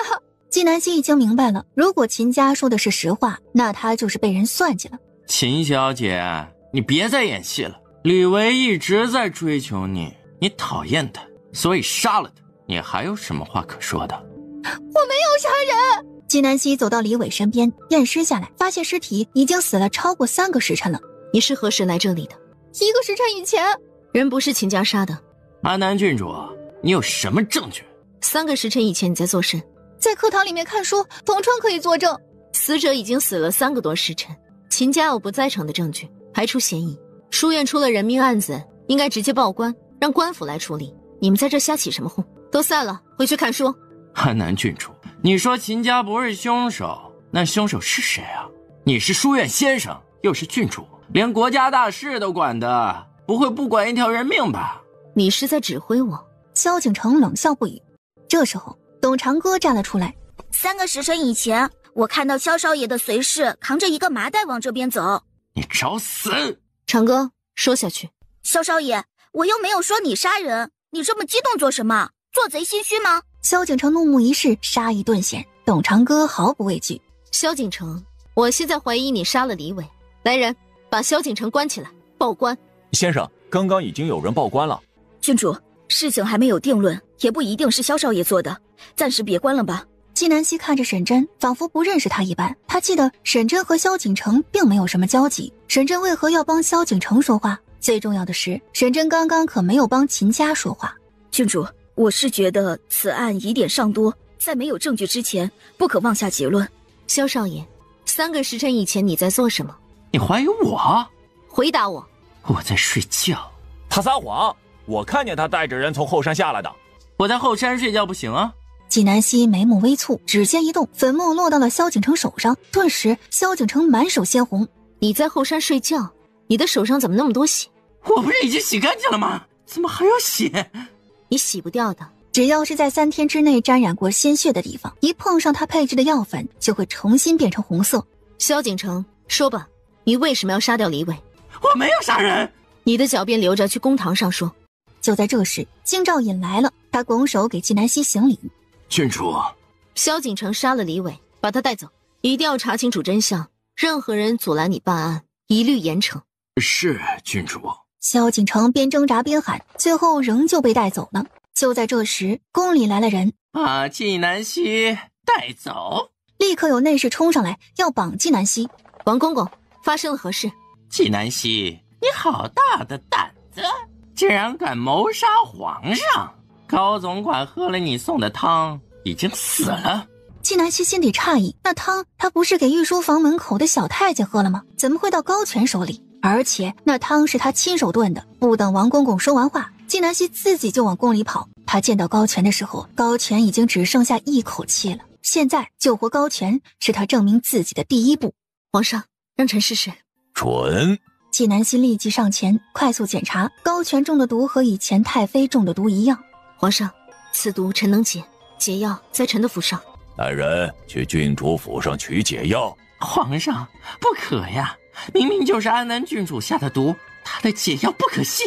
嘉圣帝看了一眼王公公，王公公连忙低下头。纪南希施针稳住高权心脉，等待取解药的人回来。这时一道厉喝之声打破死寂，犹如平地惊雷。纪南希，你好大的胆子，竟然敢谋杀皇上！母后，您怎么来了？哀家再不来，你就栽倒在自己的宠臣手里了。哀家早就警告过你，外臣不可太过信任。你不信，说什么纪南星是大起福星，现在好了，什么大起福星啊，简直就是灾星。母后，此事朕自有定论。嘉圣帝沉着脸，目光落到纪南希身上，一如既往。朕姓安南。皇上，母后，后宫不得干政。哀家没有干政，哀家只是在保护自己的儿子。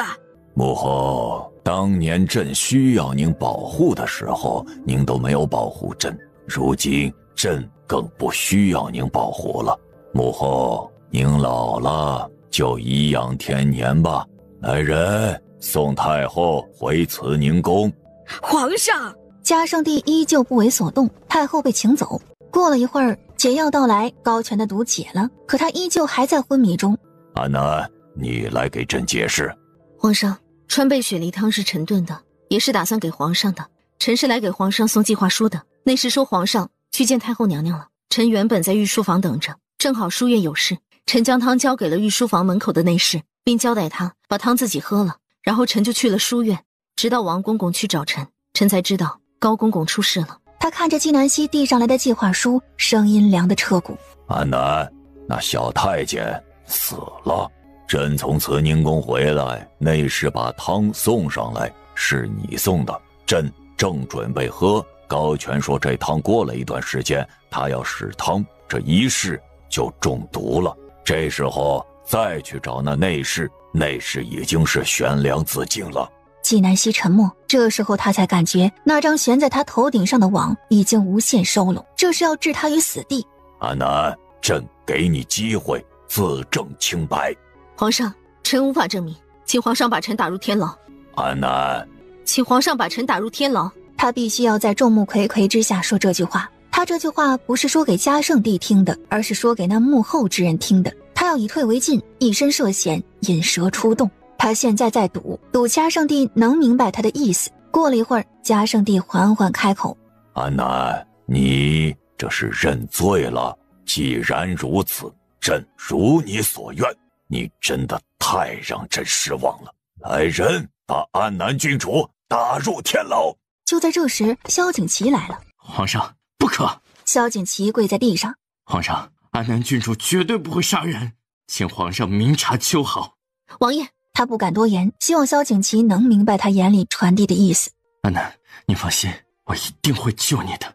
请王放肆！皇上，臣愿意以命担保，安南郡主是无辜的。求皇上给臣1天时间，臣一定证明安南郡主的清白。萧景琦，如今铁证如山，还有什么可证明的？朕看你是不知天高地厚，你真是让朕太失望了。纪南希听着嘉圣帝的话，心里松了一口气。嘉圣帝明白他的意思了，再配合他。王爷，神仙居里面的人就拜托你照顾了。我一定会照顾好他们。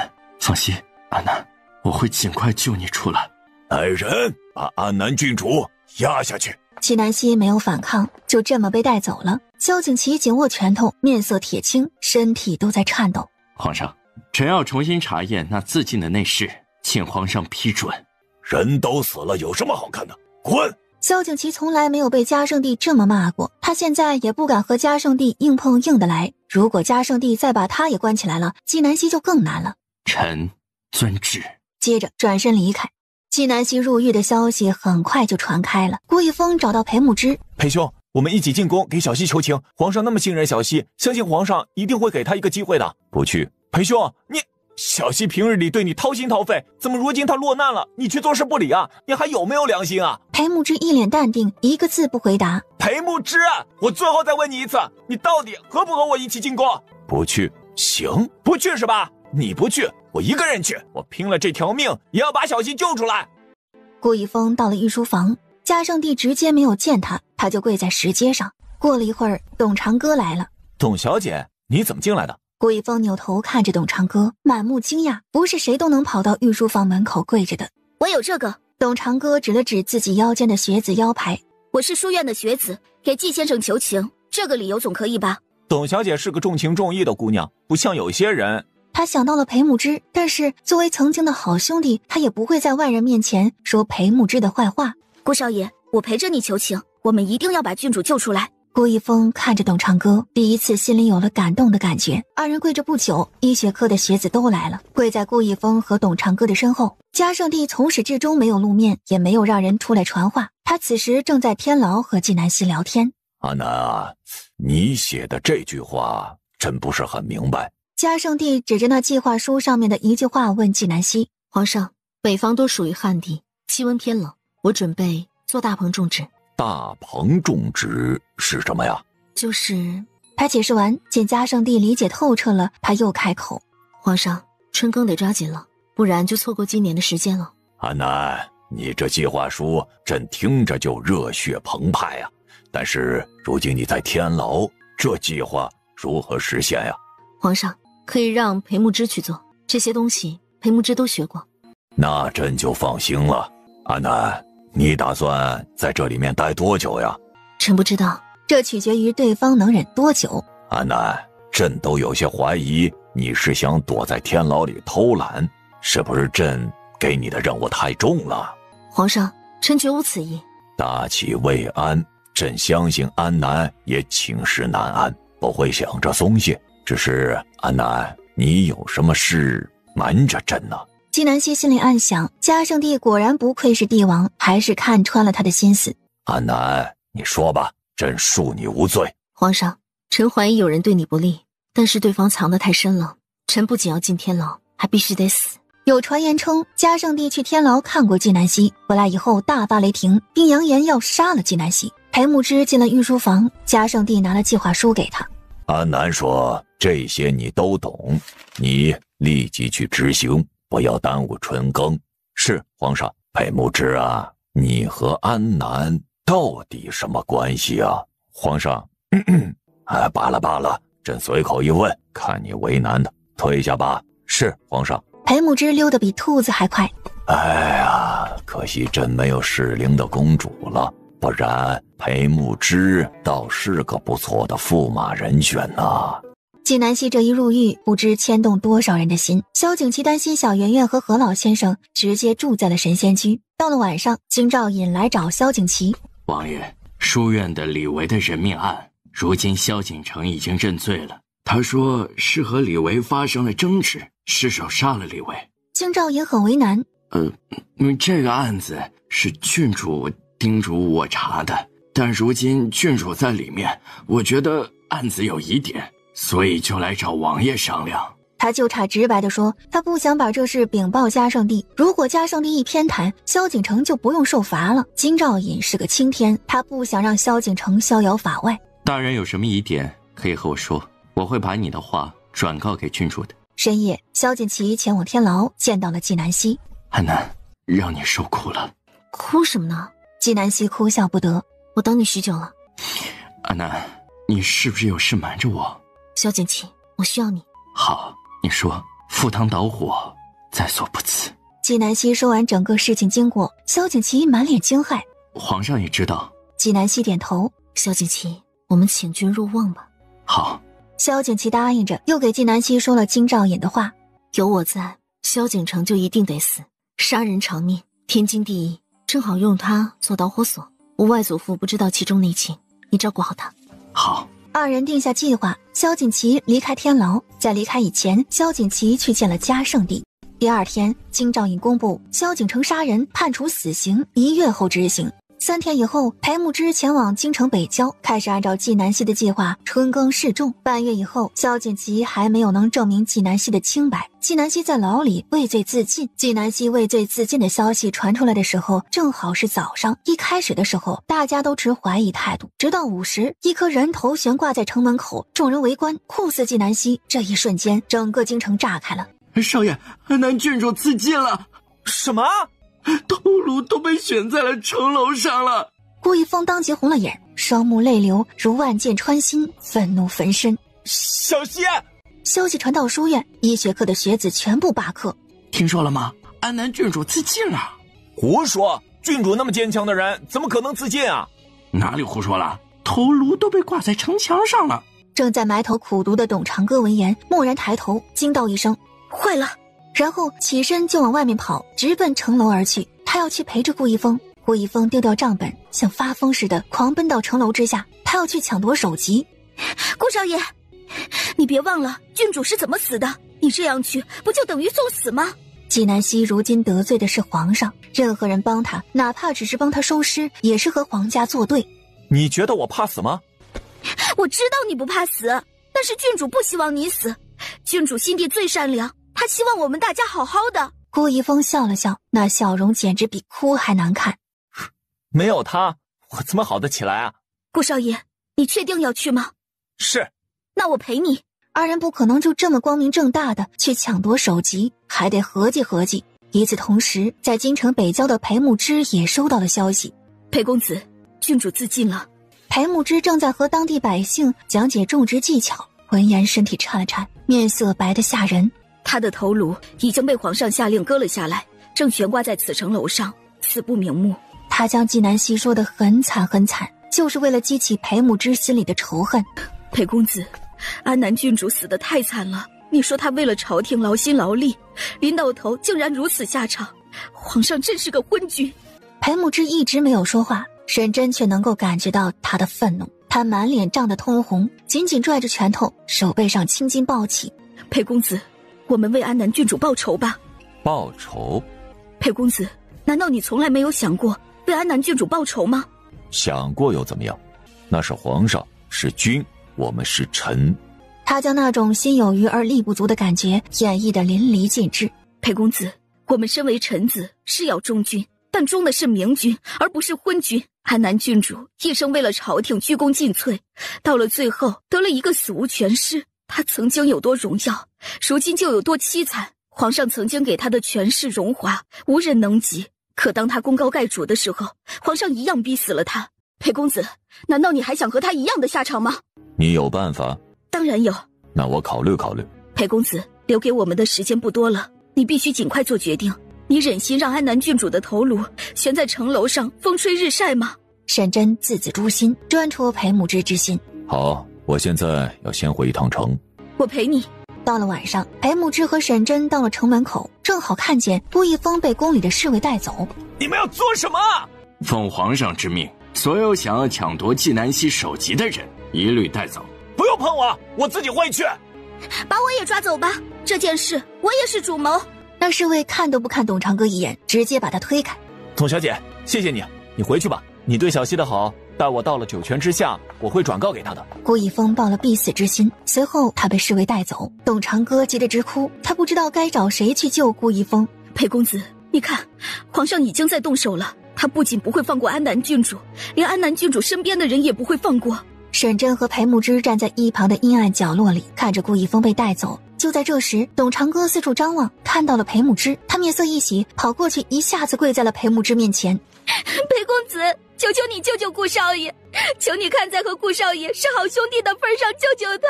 给你磕头了。东长哥说完话，当真就要磕头，裴木之连忙扶住他。起来，我现在进宫，沈小姐等我答复。顾一峰来到宫里，进入御书房，见到了嘉圣帝。顾一峰，你可知罪啊？皇上，臣一人做事一人当，恳求皇上放过国公府其他人，臣愿意领罚。你现在嘴上倒是老实了，心里肯定是不服气的。朕让你见见一个人。这时，一道青色身影从屏风后面缓缓走出来。顾一峰，好久不见。顾一峰整个人瞬间怔住了，在这一瞬间，他不知道纪南希是人还是鬼。小希啊，你是舍不得我回来看我了吗？没事了，疯子，没事了。小希，你已经许久没有叫我疯子了，你一定是死了。顾一峰，我没死，我还活着。顾一峰早已是经历过大场面的人了，他很快冷静下来。小希啊，这是怎么回事啊？纪南希还没有来得及回答，高权就进来了。皇上，裴大人来了。选。裴木之进来，顾一峰连忙冲上去。裴兄，小希还活着，他没有死，他还好好的。我知道。你知道？顾一峰不淡定了，他突然明白了，这是一个局，这些人都知道，就只有他不知道，现在更难过了。秦王知道这件事吗？原来只有我一个人是傻子。小希，我在你心里就是这般不可信吗？不是不信你，顾一峰，是需要你帮一个大忙。相反，我们还有皇上都十分信任你，你的情绪表达比较直接，所以我们需要通过你的表现，让外界的人相信我确实死了。当然，你也没有让我们失望，你表现得很好。小希，你夸我也没有用，你就是不信任我，我真的很伤心很难过。他嘴上这么说，心里却是欢喜的。纪南希一开始没有告诉他实情又如何，至少他是真的活着的。我若告诉你实情，让你假装以为我已经死了，装作不顾一切的来救我，你还能够演得这么逼真吗？不能。顾一峰，之前没有告诉你实情是我不对，但是国事面前，你我的个人感受是无足轻重的。这时，嘉圣帝威严的声音骤然响起：顾一峰听令。顾一峰立即跪下，神情严肃：朕命你为特使，现加入守城之战，一切听从安南郡主调遣。臣领旨。从现在开始，我们在这里说的每一个字都是秘密，你必须用你的性命做担保，绝不往外泄露一个字。是，我保证。纪南希将计划和盘托出，因为这件事的确需要顾一峰来做，没有比他更合适的人选。皇上，他们开始行动了。按照安南计划行事，一切听从安南指挥。是，皇上。裴木之最后是把顾一峰带出宫了的，传言顾一峰是被抬着出去的，遍体鳞伤。萧景琦今夜没有进宫，他在神仙居陪着何老先生。萧景琦和何老先生隔桌而坐，二人正在下棋。青蛙，西西在哪里啊？外祖父，安南有事，等忙完了自然会回来的。你还想瞒我到什么时候呀？西西出了这么大的事儿，你为何瞒着我呀？萧景琦一直让人守着神仙居，封锁了纪南希的消息。他不知道何老先生是怎么知道的。好奇我怎么知道的，是吧？你把神仙居封锁了，不让外人进来，也不让我们出去，我就知道小希出事了。外祖父，小希是出了点事，您放心，她安全得很。等时机一到，她就会来见你。当真？当真。罢了，你先回去吧，我乏了。是，外祖父。此时的神府书房，爹，他已经开始动摇了。加快速度，时间不等人。是。第二天，裴木之要重新返回北郊，沈真一早就去裴府找裴木之了。裴公子，你考虑的怎么样？我同意。裴公子，你是怎样想通的？你说的没错，安南郡主死了，顾一峰被打得丢了半条命，下一个可能就是我。我如果想活着，就只有反抗。裴木之难得说这么多话，沈真现在没有了怀疑，他亲自去定国公府看过，顾一峰只剩下一口气了。沈小姐，我势单力薄，就算我要反抗，我又能做什么？你能做的很多。第一，鼓动书院学子暴乱，尤其是医学科的，他们对安南郡主感情深厚，他们和你一样，想为安南郡主报仇。第二，召集安南郡主的几个徒弟，皇上杀了他们师父，他们肯定想为其师父报仇。第三，你留在嘉圣帝的身边，和我们里应外合。沈真条理清晰，看他罗列的这么清楚，应该是早有准备。沈小姐，既然是合作，就拿出诚意来。我现在对你们计划一无所知，我想你也只是一个马前卒，你做不了主，不如让你背后的人来和我谈。沈真闻言，这逻辑思维和胆魄才应该是大齐第一公子裴牧之所有的。如果裴牧之不说出这番话，不提出任何意见，他反而觉得裴牧之在欺骗他。裴公子，在你这点我能做主，至于我背后的人，时机到了自然会给你引荐。好，希望你能遵守承诺。二人商议完，沈真陪同裴牧之去北郊。午时已至，兰竹见何老先生还没有来吃饭，他就去何老先生的院子请他来吃饭。他才进院子，就看见何老先生摔在地上。何老先生，何老先生，来人呐，快去叫谢神医！这时候来了2个守卫，把何老先生抬进屋。你去禀报王爷。等那侍卫一走，屋里就剩下2人了。这时候原本已经晕过去的何老先生骤然睁开双眼，伸手点了兰竹和那侍卫的穴道。委屈你们了。何老先生腿脚利索，这府里的护卫被他一招支开几人以后，他迅速找到薄弱的地方翻墙离开了。他出了神仙居，直接去了董府，他要去找董虔诚问问纪南希到底怎么回事。董虔诚不知内情，以为纪南希当真死了，便将纪南希的事如实告知。何老先生听了以后，失魂落魄地离开了董府。他一味沉浸在悲痛中，丝毫没有注意到身后有马车疾驰而来，马儿受了惊，抬腿嘶吼，站到了马车里面的沈冰石。怎么回事？大人，刚刚有个老人站在这里。咦，人呢？车夫一脸懵，怎么就眨眼功夫，这老人就不见了呢？沈冰石多了一个心眼，抬眼往更远的地方看去，正好看到了何老先生的侧脸和萧景琦的背影。他扶着马车手的瞬间一哆嗦。你确定刚刚眼前有个老人？是的，大人，是个满头白发的老人。沈冰石确认自己没有看错，骤然之间目光变得锐利，抓住马车门框的手指关节都泛白了。走吧。另外一边，华祖父，仅仅几个时辰的时间，何老先生头上的头发已经白完了。他知道何老先生肯定知道了纪南希自尽的消息。外祖父，一切都会好的。秦王，你查到真凶了吗？暂时还未查到。何老先生看了一眼萧景琦，他知道萧景琦没有说话，他也没有追问。既然有人动了他唯一的外孙女，那他也不打算再继续沉寂，他要为纪南希复仇。萧景琦也没有敢多言，他和纪南希似乎都低估了何老先生，他怕一不小心说多了，何老先生就猜出了其中的端倪。夜晚来临，裴牧之的屋里还亮着灯，他在记录白天春耕的情况。裴公子，记录完了吗？要不要先休息一会儿？还未做完。裴公子，皇上逼死了安南郡主，怎的还用他的计划？这不是打自己的脸吗？这是利国利民之策，为何不用啊？裴牧之说完，又继续记录。昏黄的灯光在裴牧之的脸上，将他的五官映衬得更加柔和。沈真竟然有些心神荡漾，他发觉他好像真的喜欢上裴牧之了。突然，裴牧之放下手里的笔，一道寒光从眼里迸射出来。就在这时，房门被撞开了，一股杀气奔涌进来。有刺客！裴公子快跑，我来拖住他们。让开！他一把将拦在他面前的沈真推开，一盏茶的功夫，20-30个刺客已经所剩无几了。沈真见状，眉目一皱，然后冲上来和裴牧之并肩而立。裴公子，你没事吧？你过来做甚？帮你啊！我怎么可能让你一个人对敌？你放心吧，我武艺不低，不会给你添麻烦的。裴牧之嫌他碍事，正要将他推开，就在这时，有刺客朝裴牧之刺来。沈真挡在裴牧之面前，替裴牧之挡住了这一剑。他正要出手制止住那刺客，那刺客可是最后一个刺客了，却先他一步服毒自尽了。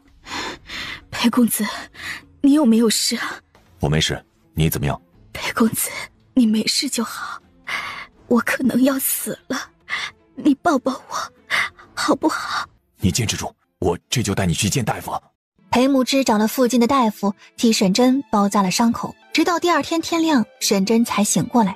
大夫说，幸好剑刺得不深，没有伤到根本，你休息几天就可以下床了。你守了我一夜？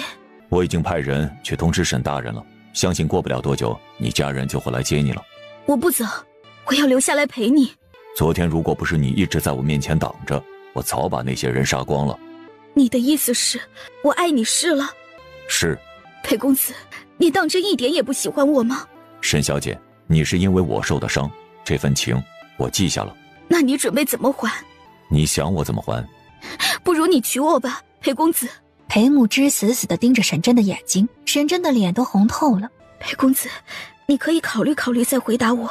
裴木之还没有来得及回答，沈府的人就到了，容不得沈真不同意，裴木之强行将他送回了京城。3天以后，大人，那些刺客的身份查出来了。是谁？沈冰使。裴木之目色一寒，所以沈真一开始就知道那些刺客的身份，他为他挡一箭也是苦肉计。既然如此，那就将计就计吧。回京。裴木之回京以后，先去了宫里，接着又去了沈府。裴公子，你来了。沈小姐，你之前说的是我同意。你说你同意娶我了，是吗？裴木之点头。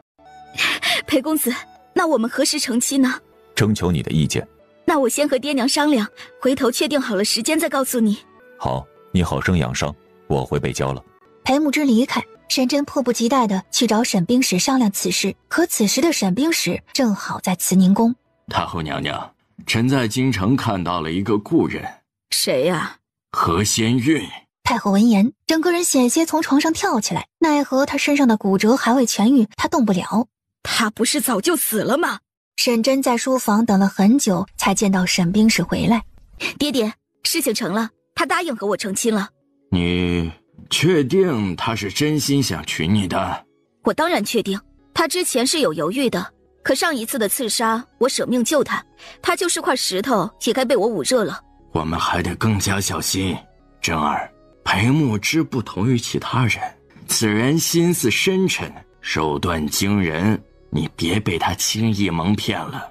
爹，之前他一直疏远我，你让我努力接近他，如今目的终于达到了，他都愿意娶我了，你却开始怀疑了。爹，他今天来府里看我，还关心我，让我多休息。你想想看，他是一个多冷漠的人呢，他能说出关心我的话，证明他的心里已经有我了。沈冰使没有再说话。爹，他说婚期让我们做主，您看什么时候合适？我觉得越快越好。那就定在1个月之后。太好了，谢谢爹。沈冰使目光锋利，脸上划过一丝老谋深算的笑，眼里的光闪烁着野心勃勃。到了晚上，萧锦旗悄悄进宫了，在御书房的后面有一个偏殿。萧锦旗进殿的时候，纪南希正在看一本游记。安南，萧锦旗坐在纪南希身边。是不是很无聊啊？都看闲书打发时间了。没空无聊啊，皇上说10天之内要把这一堆书批注完。辛苦安南了。小渊怎么样？有没有闹着找我？晚上睡觉的时候总是闹着要找你，白天玩尽兴了就好一些。不过这件事应该很快就能结束了。沈府传出消息，1个月以后沈小姐和裴木之成亲。确实比我们预想的要快一些。淮城那边有什么动静？正在悄悄朝京城而来，他们的动作很慢。对了，真正的冷宽已经被救出来了，你什么时候见他？先安顿好他，等时机成熟。我现在坚决不能露面，不然就功亏一篑了。还有一事，关于外祖父的，他可能在为你报仇。他查到了什么？他往宫里送信，要约人见面，不过信已经被我截下来了。萧锦旗把一张小纸条递给纪南希，纪南希放在灯光下一看，上面只有一句话：和上帝有事商议。就这样一句话，是传给宫里的谁？目前没有查出来。这纸条我留下，至于我外祖父，保护好他的安全即可，其他的暂时不管。好。二人商议完，又说了其他事，萧锦旗才离开。沈真在府里又养了3天的伤，他实在太想见裴木之了，带着伤跑到北郊。裴公子，你怎么来了？我来看你，我想你，所以忍不住来见你。他见裴木之额头上都是汗，连忙掏出肩帕要给他擦拭。裴木之连连退让。裴木之察觉出自己行为不妥，连忙道：你受着伤，我自己来。婚期定了，1个月以后我们可以早做准备了。裴木之脸上没有半分喜悦。你不高兴吗？高兴。婚期这么急，证明对方按捺不住了，一切就要结束了，他怎能不高兴？消息我收到了，你先回去吧。裴木之语气冷淡，他性格向来如此冷淡，沈真也没有多想。那你何时来下聘？沈小姐，我这里很忙，暂时抽不出空，我们就一切从简吧。好，都听你的，那我回去了。4月15，沈真和裴木之成亲，裴府张贴了大红喜字，一派喜色。此时二人正在拜堂，嘉圣帝亲自来给二人主婚。1拜天地，2拜不好了，贤王打进来了！怎么回事？他话一落下之时，贤王已经到了眼前。护驾！今天嘉圣帝出宫，带的是王公公。高公公前阵子中了毒，嘉圣帝特许他在宫里休养身体。皇上，我们从后门逃吧。嘉圣帝不仅不往后退，反而上前一步，冷着脸问：贤王，你带着这么多兵来做甚呢？弟兄们，嘉圣帝荒淫无度，滥杀无辜，残杀忠良。今日我们替天行道，杀了这昏君。贤王，你倒是给朕说说，朕如何荒淫无度，残杀忠良了？昏君，既然你不承认，今日我就当着天下人的面揭穿你的恶行。当年你嫉妒虎威将军功劳，设计杀害了他，如今安南郡主替父报仇，你逼死了他。胡说八道！嘉圣帝喝道。尽管这些事纪南希已经提前告诉了他，他已经很心痛。我有证人，此人是冷宽，也就是当年虎威将军的副将。他当年和虎威将军一起中了皇上的埋伏，他侥幸活了下来。他找到本王，让本王替虎威将军报仇。本王等了10余年，今天终于可以为虎威将军报仇了。诸位，我可以作证，是皇上杀了虎威将军。他拿出证据传递给众人看，这份证据和当初给纪南希的一模一样。一时之间，那些不知情的人就信了5、6分。贤王，你以为这雕虫小技真能杀了朕？你这样的证据，朕这里也有一份，不如让大家也看看，怎么会有2份一模一样的证据？他将证据递给萧景琦，由萧景琦传递给大家看。贤王心里还在疑惑，嘉圣帝怎么会有这份证据？不过现在情况危急，容不得他想这么多。皇兄，你还不知道吧？整个丞相府都已经被我们的人包围了。今天你插翅难飞，如果你现在立即写下上位书，我看在兄弟一场的份上，饶你一命。如若不然，可别怪我绝情。贤王，你说了这么多，其实就是想谋权篡位。王朕对你一片真心，你真是太让朕失望了。贤王不和嘉圣帝理论，再继续这个话题，他就不占理了。什么为虎威将军报仇，什么替天行道，都是他谋反的借口而已。诸位大人，尔等要是顺从于我，以后就是高官俸禄等着你们，不然本王就送你们到地下去做忠臣。我们不怕死，有本事冲我们来，我们宁死不从。保护嘉圣帝的人越来越多，贤王内心已经开始慌了。上！一时之间，丞相府内大乱，嘉圣帝已经退到一旁。所有叛变者，格杀勿论。萧景琦带头和贤王的人对上，沈真早已揭开红盖头，他看见裴牧之在杀贤王的人，连忙喊道：夫君，你杀错人了。沈小姐，你叫错了人，我们未拜堂，不是夫妻。拜堂之礼后面补上即可。沈小姐，我从未背叛过皇上。很快，贤王的人被尽数斩杀，贤王也被擒住了。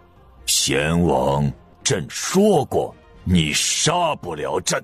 皇兄说这话为时尚早。动手！王公公立即从袖中取出一把匕首，迅速朝嘉圣帝的胸口刺去。电光火石之间，王公公手里的匕首被打落在地。与此同时，一道声音从天而降：皇上，臣救驾来迟。安南郡主啊，真的是安南郡主啊！他没死，他还活着，真是太好了。纪南希是从房顶上飞下来的，他稳稳当当地落在嘉圣帝的面前，一个反手制止住了王公公。有安南在，朕可以永远放心。朕说过，你杀不了朕。你不是已经死了吗？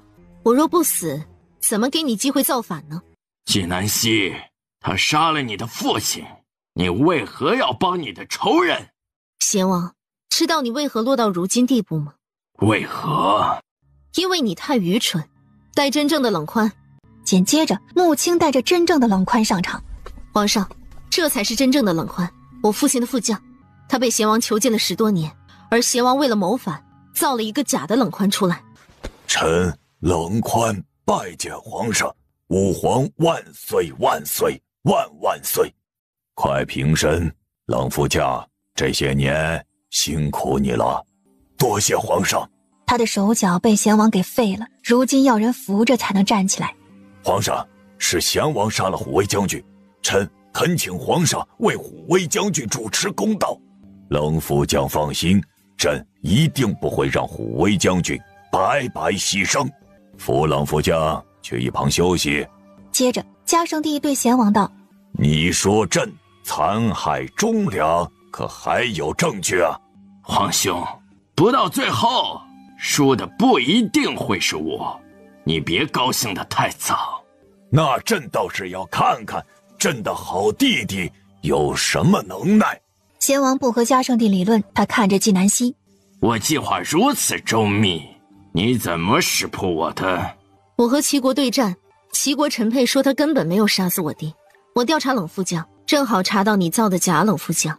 去岁你们第一次来京过年，我第一次见到冷副将，我就知道他是假的。后来冷副将给我证据，证据做得很逼真，可是我依然选择相信皇上。你见我迟迟不动手，就利用王公公对我送的川贝雪梨汤下毒，陷害我，而我将计就计，逼你出来。纪南希道出了事情原委，御书房的小太监是王公公的干儿子，王公公下了毒，还把小太监给杀了。就算我入狱都不够，只有我死了，你才能以最快的速度逼宫。我不信，纪南希，你又不是神，你怎么可能知道的这么多？你明知道王富贵是我的人，怎么敢把他放在皇上的身边？我当然不是神，是你太蠢。我就是想要事实告诉你，邪不压正，你注定输。纪南希，就算你猜到这些又如何？本王还留有后招。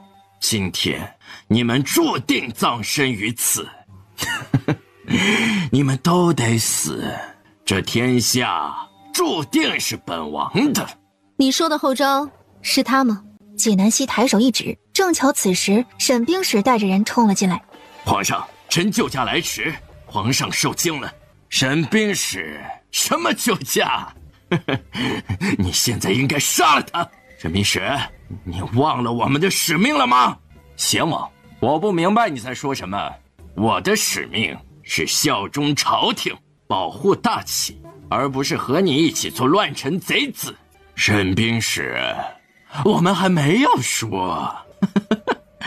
只要你按照计划杀了嘉圣帝，我登基称帝，我立即封你为王，和朕共享大齐江山。放肆！你俩别演戏了。沈大人，你养了一个好女儿，她早就出卖了你们的计划，你以为你还能逃得掉吗？沈冰使看向沈真，沈真扑通一声跪了下来。爹，我们都被裴公子骗了，他从来没有想过要娶我，今天这场婚礼就是一场阴谋。沈小姐，这场婚姻一开始就是一场阴谋，而且你是沈府的，甚至你沈真亲自参与设计的阴谋，你心里难道没数吗？沈真面色惨白，他心里怎么可能没数？他心里一直都是清楚的。沈真，你和裴慕之，乃至你和我之间，从一开始就是你们沈府跟邪王府的阴谋。我在山饶城和齐国对战，沈冰使打着和我爹是好友的名义让你来帮我，而你接近我的目的就是为了接近裴慕之。裴慕之年轻有为，又是丞相，还没有婚配，沈府想要通过你和他成亲，绑定他，拉拢他为你们所用。所以我假死以后，你怂恿裴慕之为我复仇，你见裴慕之不肯合作，就派人刺杀他，你以身替他挡箭，演得一手苦肉计。今日你们成亲之日，不过是你们刺杀皇上的日子罢了，哪有什么情爱？你是怎么识破我的？我送川贝雪梨汤那日，你说我的学子杀人了，你叫我去书院，事后我都证明萧景城是杀人凶手，你还要替他说话，这不符合你平日里的性格。毕竟你在我们面前扮演的是一个嫉恶如仇、好打抱不平的巾帼英雄，这样一个女子怎么可能如此直白地帮一个杀人凶手呢？就那么一句话，你就识破了我的身份。纪南希，你太恐怖了，你简直就是魔鬼，任何人也别想逃出你的眼睛。我一开始只是怀疑你，直到后来查明了李伟的真正死因，我才确定了你的身份。萧景城之所以杀李伟，是因为李伟撞破了萧景城和你的密会，偷听到了你们要谋反的秘密，他是被灭口的。你怎么知道的？萧景城在死之前什么都交代了。季南希，你这么护着裴木之，你是不是喜欢他？裴木之是我的徒弟，做师傅的岂有不喜欢徒弟的道理？他选择在这一刻公布裴木之和他之间的关系，是为了还裴木之一个清白。什么？弟子裴木之拜见师父。木之，起来吧。众人望向季南希，无限的羡慕。就在这时，沈冰石突然下令：沈真，杀了他！沈冰石口中的他指的是裴木之，如果不是裴木之假意叛变和沈真举行这场婚礼，他又怎么会输得一无所有？裴公子，我承认我一开始接近你是有目的的，可是我对你真的动心了，我想和你成亲也是真的。裴公子，你可曾喜欢过我？哪怕只有一点点也好。从未。沈真眼里的期待瞬间熄灭，他整个人顿时瘫软在地，满目绝望。沈真，杀了他！沈冰使见沈真只是盯着裴木之而不动，你还在等什么？裴木之欺骗了你的感情，杀了他！爹，我做不到。沈冰使气得直抖胡子，他提起手中的剑就要去杀裴木之。沈真见状，立即拦在裴木之面前，胸口就被沈冰石给刺穿了。裴木之一手接住向后倒下去的沈真。其实你不用救我，你爹杀不了我，但还是谢谢你。对不起。来生投个好人家吧。沈真可能本性并不坏，只是她身为沈冰石的女儿，有时候别无选择，也有可能是她自己不想选择。裴公子，我不后悔喜欢上你。然后抓住裴木之的那手往下一滑，彻底香消玉殒。另外一边，季南希也擒住了沈冰石，季南希将他压着跪到嘉圣帝面前。皇上，臣知错，臣是被贤王逼迫的，恳请皇上饶命。今日贤王逼你，你可以跟着他杀了朕；明日其他人逼迫你，你是不是又要杀了朕啊？皇上，臣坚决不敢了，臣以后一定对皇上忠心耿耿，赴汤蹈火，万死不辞。留着你这些话去哄鬼吧。皇上，微臣手里有50万精兵，这些兵只任兵符，若皇上杀了臣，臣不敢保证这50万精兵会不会替臣报仇。放肆！你的兵权都是朕给你的，你还有脸反过来威胁朕？沈大人，你的兵符呢？兵符那么重要的东西，自然是放在最安全的地方。季南希，没有我的带领，你再聪明也找不到的。皇上，如果您想要兵符，就放臣离开，只要臣安全了，自然会告诉您藏兵符的地方。就在沈冰石以为自己计谋得逞的时候，顾一峰到了。皇上，兵符拿到了。顾一峰，你也在骗我。原来你们竟然是一伙的，我可是你舅舅。远房的，就是亲舅舅也不行。顾一峰那晚上在御书房，临危受命，他的任务就是将沈冰石的兵符拿过来。顾一峰做得不错，重赏。顾一峰啊，顾一峰，没有想到我最后竟然是栽倒在你手中。你不是栽倒在我手中，你是栽倒在皇上手中。舅舅，别挣扎了。舅舅，皇上英明，天下太平，百姓安居乐业。你不忠明路，自己要走上邪路，怪不得谁。季南希听到顾一峰这番话，知道他真正的长大了，他满心欢喜。先王谋逆，贬为庶人，永生囚禁在天牢。先王府其余人一律处死，神府满门抄斩。对于自己的手足之情，嘉圣帝到底有些不忍。不过贤王曾经高高在上，如今沦为阶下囚，对他才是最狠的惩罚。带走。这些参加婚礼的人来时满心欢喜，离开时心有余悸，以后再无人敢轻易犯上作乱了。季南希来到天牢，他拿出先在他娘遗物里面找到的那封信，摆到贤王面前。这封信是你写的？不是。仔细看清楚。写这封信的人应该才是真正杀你爹的人吧？果然不是你。你知道这信是谁写的吗？我当然知道，而且我也可以告诉你凶手是谁，但你得拿条件来交换。什么条件？我要出去。那你还是别做梦了。他手一挥，药粉飘进贤王的鼻孔，贤王目光瞬间变得涣散。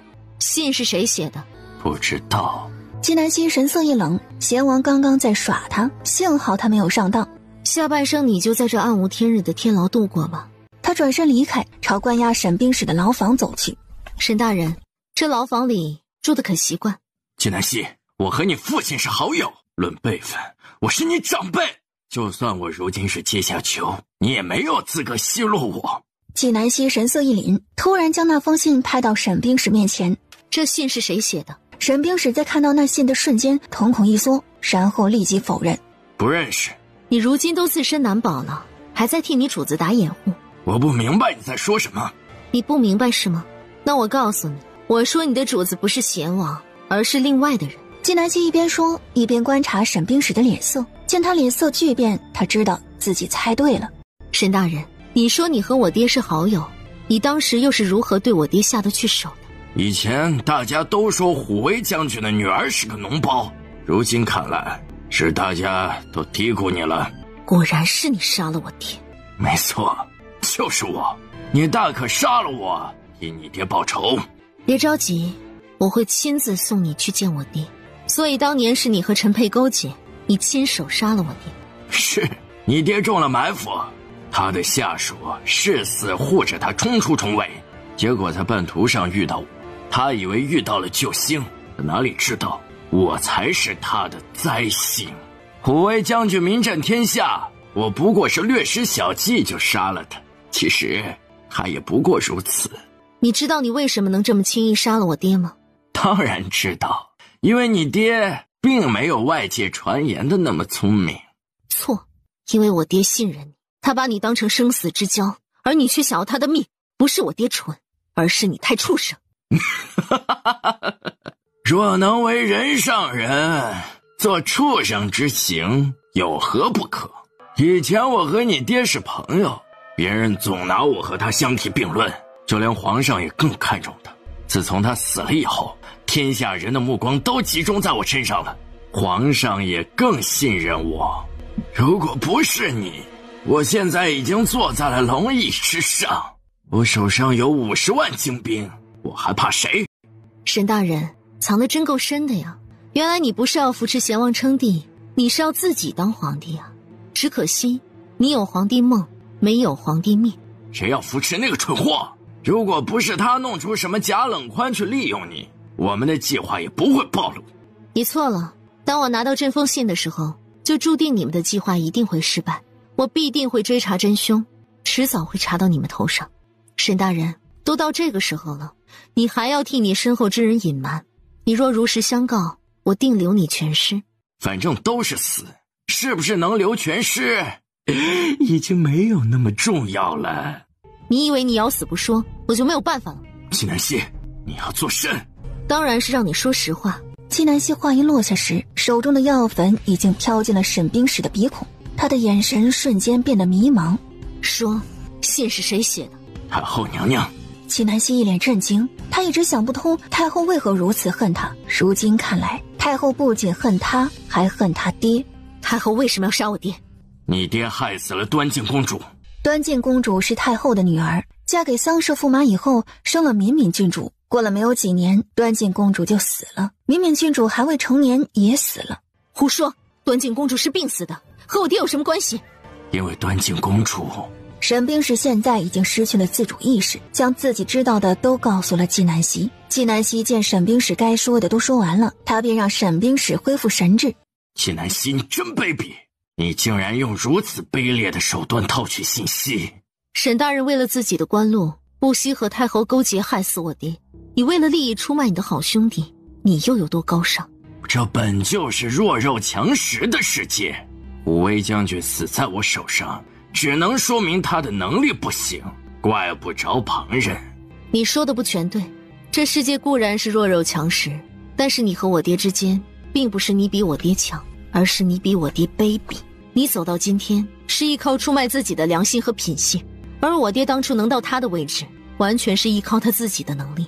沈大人，你和我爹比，你注定永远不如他。沈冰石满脸难堪，愤怒又不甘。纪南希想知道的都在这里得到了答案，现在是该时候送沈冰石上路了。沈大人，你说的弱肉强食，现在你和我之间，你就是弱肉。我爹还在下面等你，你是时候下去给他道歉了。纪南希手起剑落，沈冰石倒在了血泊之中，他死不瞑目。爹爹，您再等等，我很快送太后下来见你。他处理完沈冰石，就来到御书房向嘉圣帝复命。阿南，这次能将逆贼一举歼灭，你功不可没。想要什么赏赐呀？有。嘉圣帝有些意外，又有些欣喜。纪南希终于对他有所求了。阿南想要什么？信任。臣想让皇上继续信任臣。就这个？是的，皇上。也罢，既然如此，朕就如你所愿。多谢皇上。臣一定不负皇上信任。话虽这么说，嘉圣帝还是给了纪南希独一无二的赏赐，并将他升为书院副山长。从沈冰石那里收回的兵符交给了萧景祺，裴牧之升为一品丞相，顾一峰得了一块匾，天下第一皇商。其余的人论功行赏。太后娘娘，沈冰石死了。死就死了吧，没用的东西！谋划这么多年，竟然还能输给纪南希。他不知道沈冰石至死都没有出卖他。也许就算知道了，也不会在乎的。太后娘娘，安南郡主升官了，是书院的副山长。什么？皇帝真敢这么做？纪南希这么年轻，他有什么资格做副山长？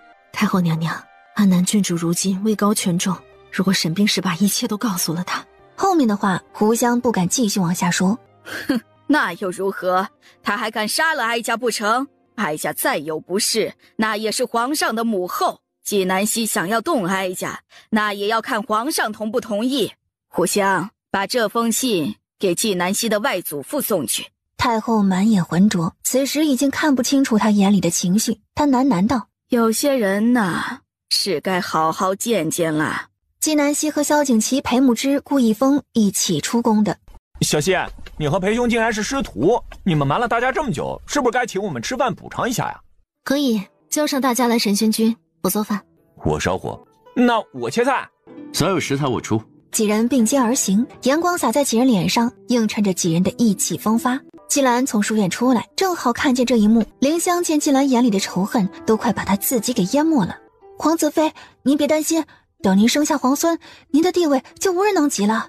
那可是第一皇孙呐，皇上肯定会重视的。季兰听到这个话就更不高兴了。她已经和萧景瑜成亲数月了，可是小腹依然平坦，肚子一点动静都没有。皇子妃，我们赶紧走吧。夫人说又给您找了偏方，我们赶紧去试试。季兰拖着沉重的脚步离开。纪南希和萧景祺一起回到神仙居。萧景祺知道纪南希有事要和何老先生说，就把小圆圆抱走了。外祖父，我错了，我知道我不该瞒着你。如果重来一次，你还瞒着我吗？瞒。你这丫头，不愧是我何仙运的外孙女，在国家大义面前，永远把国之利益放在首位，这是对的。谢谢外祖父。外祖父，您在京城的身份暴露了。我知道。他那日是很恍惚，但是事后回忆起来，他似乎是碰到了沈冰石。沈冰石知道了他还活着，那个人也应该知道了。外祖父，还要瞒着我吗？当时我的死讯传出来，你为了救我，是不是往宫里传了一封信？那封信在你手上？难怪他一直没有收到回信。纪南希点头。外祖父，那信你是写给太后娘娘的吧？何老先生也不惊讶纪南希能够知道这件事，只是他和太后之间的事，他不知道该怎么和纪南希说起。是写给太后娘娘的。外祖父，您和太后娘娘是故交？的确是认识。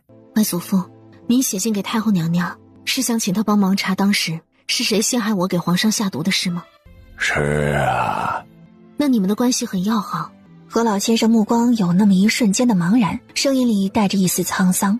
曾经很好呀，不过后来啊，她是太后娘娘，我是臣，我和他之间就只有主子和臣的关系。金南希敏锐地感觉到他和太后之间似乎有一段故事，而且他仿佛难以启齿。话到这里，金南希就不能再继续追问了，再继续追问下去，伤的就是何老先生的脸面。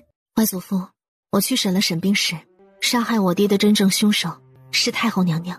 什么？何老先生双目圆瞪，震惊不已。我说，太后娘娘是杀害我爹的真正凶手。何老先生没有说话，当场怔住了。过了很久，他才缓过劲儿来。他从震惊变成愤怒。这毒妇！何老先生竟然一口鲜血喷了出来。金南希搀扶住何老先生，并迅速把脉，发现他只是急气攻心了。我已经步步退让了，他为何要赶尽杀绝？何老先生紧紧抓住金南希的手，悲愤地说出这句话以后，竟然直接晕了过去。就在这时，门房送来了一封信，说是给何老先生的。金南希拿着信没有拆开，把信放在了何老先生的床头。到了第二天，何老先生醒过来以后，看见了床头上的信。太后约他在和尚堤见面，见面时间是3天以后。他想到了金南希说的话，这个杀了他女婿的人，他是该去见见了。这一切的源头都是因为他，那就由他来结束。3天以后，何老先生依约来到和尚堤。太后推开门，看到的是一个沧桑的背影，但这清瘦的背影一如多年以前的挺拔，只是曾经的少年郎的满头青丝都已经成了白发。何仙运！太后先喊出了声，声音里有惊讶、气愤、喜悦，五味杂陈。你不是已经死了吗？见过太后娘娘，托太后娘娘洪福，我还活得好好的。太后坐了下来，何老先生给太后倒了一杯茶，太后抿了一口，放下茶杯，感慨道：这家店有很多年了，哀家还记得那时候啊，我们3个经常一起来喝茶。你最喜欢平洲龙井，苏慧呢最喜欢闽州雨花，哀家最喜欢庆山云间。太后回忆往事，目光里带着几分向往。那时候我们3人每次约茶，你都会事先为我煮好庆山云间。我们3人的兴趣爱好不一样，可却能走到一起，成为朋友。年轻时候的想法真是与众不同啊。太后脸上的笑容渐渐消失。3个人的友谊，注定有一个人是多余的。我认为苏慧才是多余的，结果呢，哀家才是多余的那一个。你错了，慧儿一直都知道自己的位置。他知道？何仙月，你维护苏慧也要分场合。他如果知道，怎么会和你成亲？当年苏家小姐苏慧、何家少爷何仙运，还有宋家小姐宋双曾在一起读书，3人成了最好的朋友。宋双才貌双全，和何仙运站在一起，可谓是天作之合。世人都认为这2位有情人一定会成为眷属，可最后宋双嫁给了先帝，成为了皇后，也就是现在的太后。何仙运也娶了苏慧，成了纪南希的外祖父，也就是现在的何老先生。他们这对有情人终是分道扬镳。太后娘娘，当年的事不是你想的那样。慧儿是个好姑娘，她嫁给我是她牺牲了自己的幸福，换来了大家的平安。她苏慧夺人所爱，怎么反而成了一个好人？因为她救了宋府。你说什么？救苏慧那家事，她能救宋府？她也太不自量力了。当年不是苏慧要嫁给我，而是先帝要强行娶你。何老先生将尘封已久的往事揭开。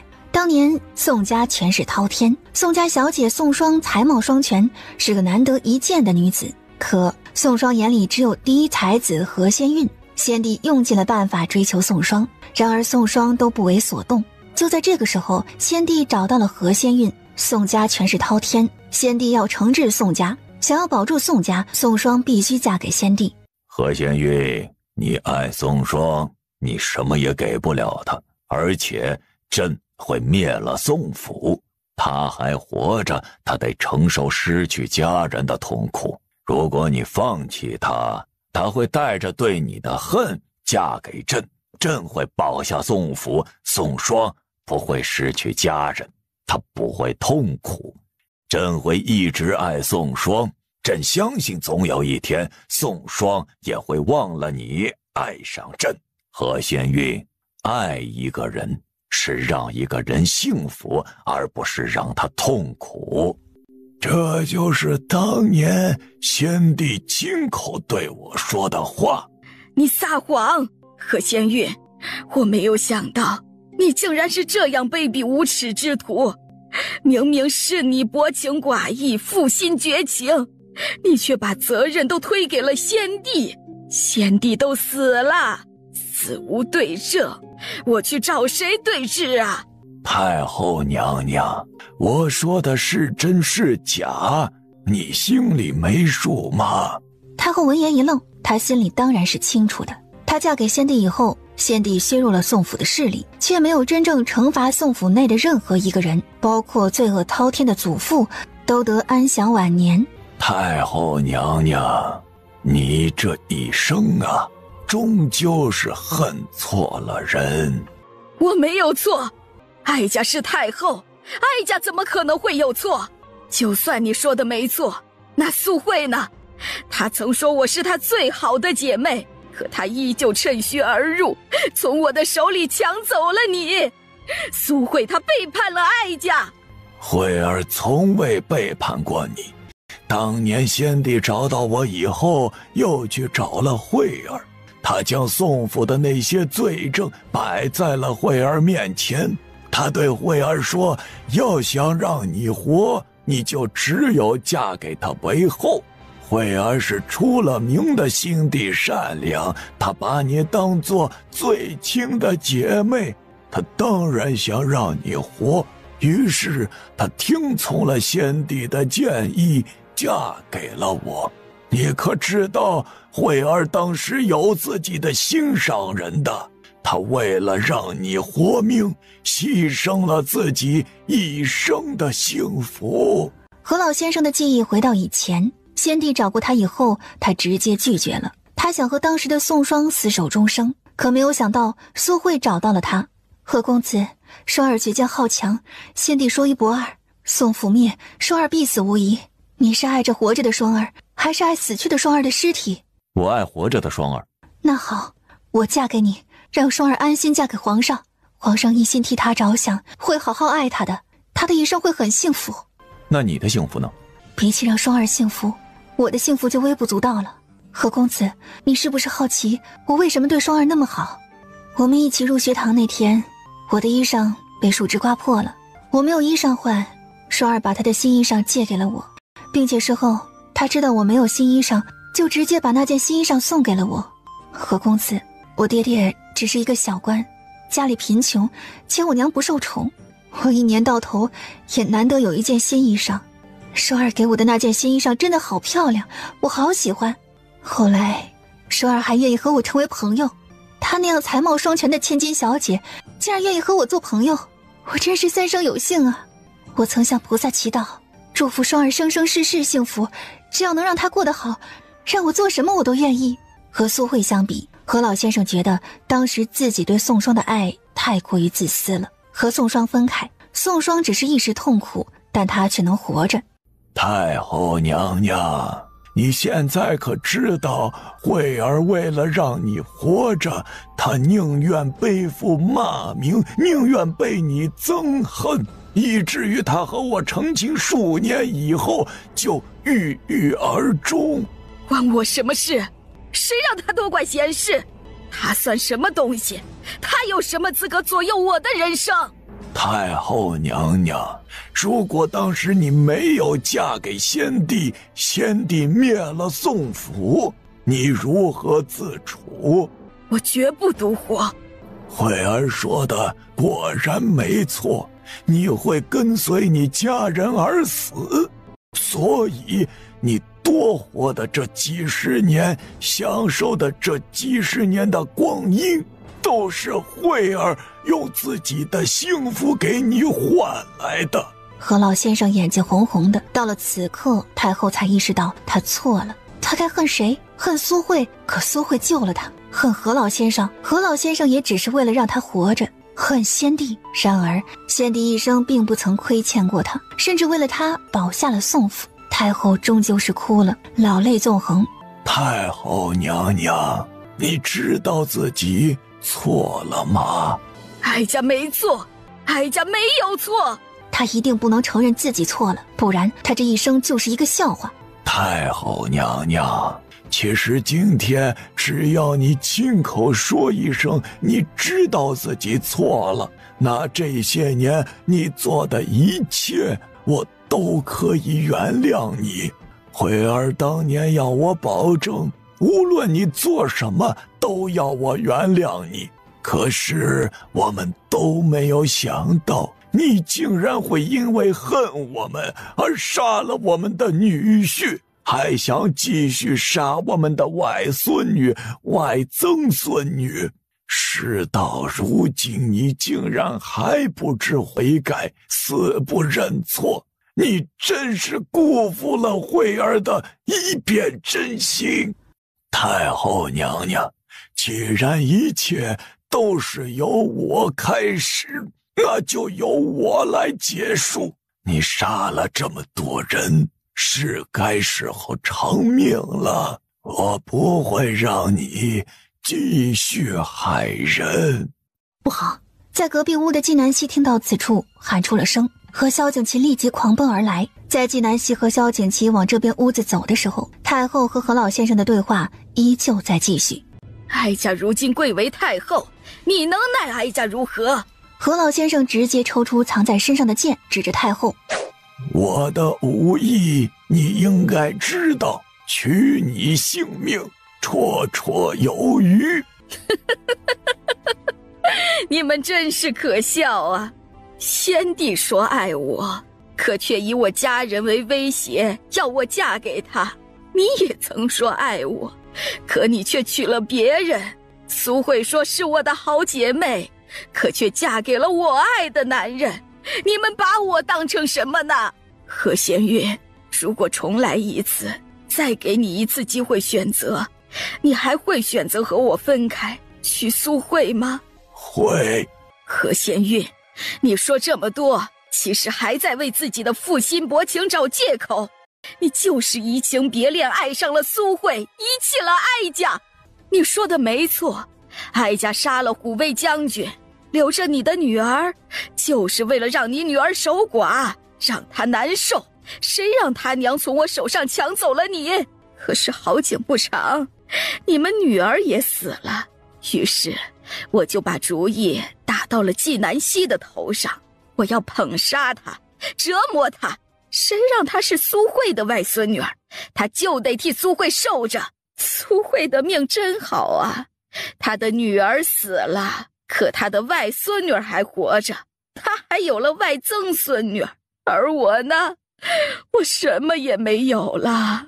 我的端静公主没了，敏敏郡主也没了。我要杀了小圆圆，让纪南希痛苦，让苏慧在地下也跟着痛苦。我之所以变成今天这一无所有的样子，都是你和苏慧害的。所以何仙月，你和苏慧都该死，你们的子子孙孙都该死。毒妇，拿命来！他举剑朝太后刺去，太后避让不及，那一剑直接插在了他的胸口处。就在这时，纪南希撞门进来：“外祖父，住手！”纪南希大声喊道，并迅速跑到太后身边，扶住太后，立即给她止血。西西，你快走！纪南希之所以要救太后，是因为他发现太后和叶石背后的人有联系。如今太后是最好的突破口。西西啊，我不知道你为什么救他，但是他不值得你救。他一生害人无数，不配活着。今天的事我一人承担，和你无关。若皇上问罪，你可以把我交出去。他说完，举着手里的剑刺向自己的胸口。外祖父，他立即过来抢救何老先生。西西呀，别救了，让我去陪你外祖母吧，她一个人在那边肯定很孤独。西西，我得了重病，本就活不长了，你让我又多活了几个月，看到你如今仕途顺畅，生活幸福美满，我死而无憾了。西西，把我藏在你外祖母旁边，陪着她。何老先生话未说完就撒手而去。外祖父，安娜，这件事我来处理，你先带外祖父离开这里。不用，外祖父说的对，太后罪孽深重，不配活着，我得让她死，让她光明正大的死。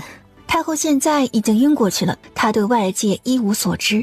萧景琦，我要进宫，我要去见皇上。我陪你。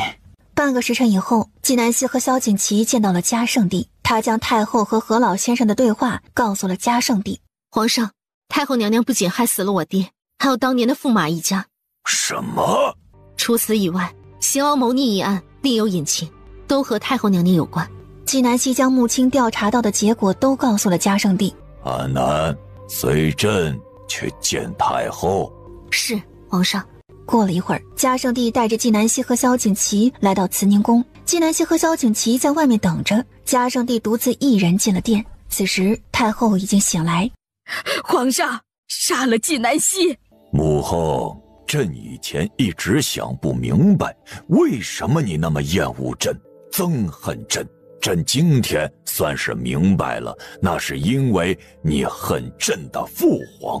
朕的父皇去了，你把对父皇的恨转嫁到朕的身上，你恨到勾结外人来夺朕的江山。皇上，你在说什么呢？哀家不明白。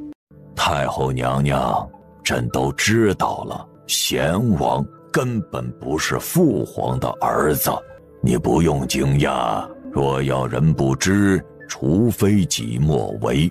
贤王是前朝后人，当年和父皇的孩子调包进宫，为的就是长大以后夺得皇位，让江山重回前朝的手里。贤王的身份，您至始至终都知道，您一直纵容支持贤王谋逆，您觉得先帝害了您，所以您要让他失去江山。太后娘娘，朕说的可对？事到如今，太后也再不狡辩。没错，哀家一直都知道贤王的身份。当年如果不是哀家极力帮忙遮掩，贤王的身份早就暴露了。哀家恨先帝，哀家要让萧家江山改姓。可惜啊，贤王太不中用，谋划了那么多年，哀家那么帮他，他都没有斗得过你。当年先帝的惠妃产下一名公主，公主被调换成贤王，惠妃也是前朝的后人，贤王是他哥哥的儿子，他进宫就是为了给他哥哥的儿子铺路。母后，朕才是您的亲生儿子，您就为了自己的恨，宁愿去帮一个外人而弃朕不顾。可你也是先帝的儿子，哀家恨所有和先帝有关的东西。您如此憎恨先帝，当初为何要生下朕呢？你以为哀家想生下你？哀家恨不得掐死你。是先帝，他和哀家达成协议，哀家生下你，他保下宋府，所以你的命是宋府换来的。可你登基以后，却治了宋府的罪，忘恩负义的白眼狼。母后，宋府犯下的滔天大罪，难道不该受到惩罚？您恨先帝胁迫您生下朕，为了报复先帝，您就和别人苟且，生下端静公主。没错，端静不是先帝的血脉，他能和这么多女人生孩子，哀家为何不能和其他男人生孩子？可能是血脉天性，端静那么乖巧，先帝竟然不喜欢她，那正好啊，先帝不喜欢的东西，哀家都喜欢。哀家要给端静一生无尽的宠爱。所以你把端静公主的死归咎于驸马府，你竟然下手灭了驸马一家。是，端静在宫里都好好的，怎么嫁到驸马府几年就没了？明明那么乖巧也没了。驸马府既然连他们母女都照顾不好，那还活着做什么？还不如死了，去给他们母女陪葬。太后娘娘，端静是生病而死，明明也是。生老病死是人之常情，和驸马府有什么关系啊？你仗着自己是太后为所欲为，害死了驸马府100多条人命，其心可诛。为了报复何夫人，你勾结沈兵使，杀害护卫将军，害大吉失去一名英勇的将军，还将恨转移到安南身上，阻拦他实行强国之策，多次暗杀他。太后娘娘，你可知罪？哀家没罪，哀家惩罚的都是该死之人，这是哀家身为太后应有的权利。太后怒目圆瞪，死不认罪。嘉圣帝十分失望。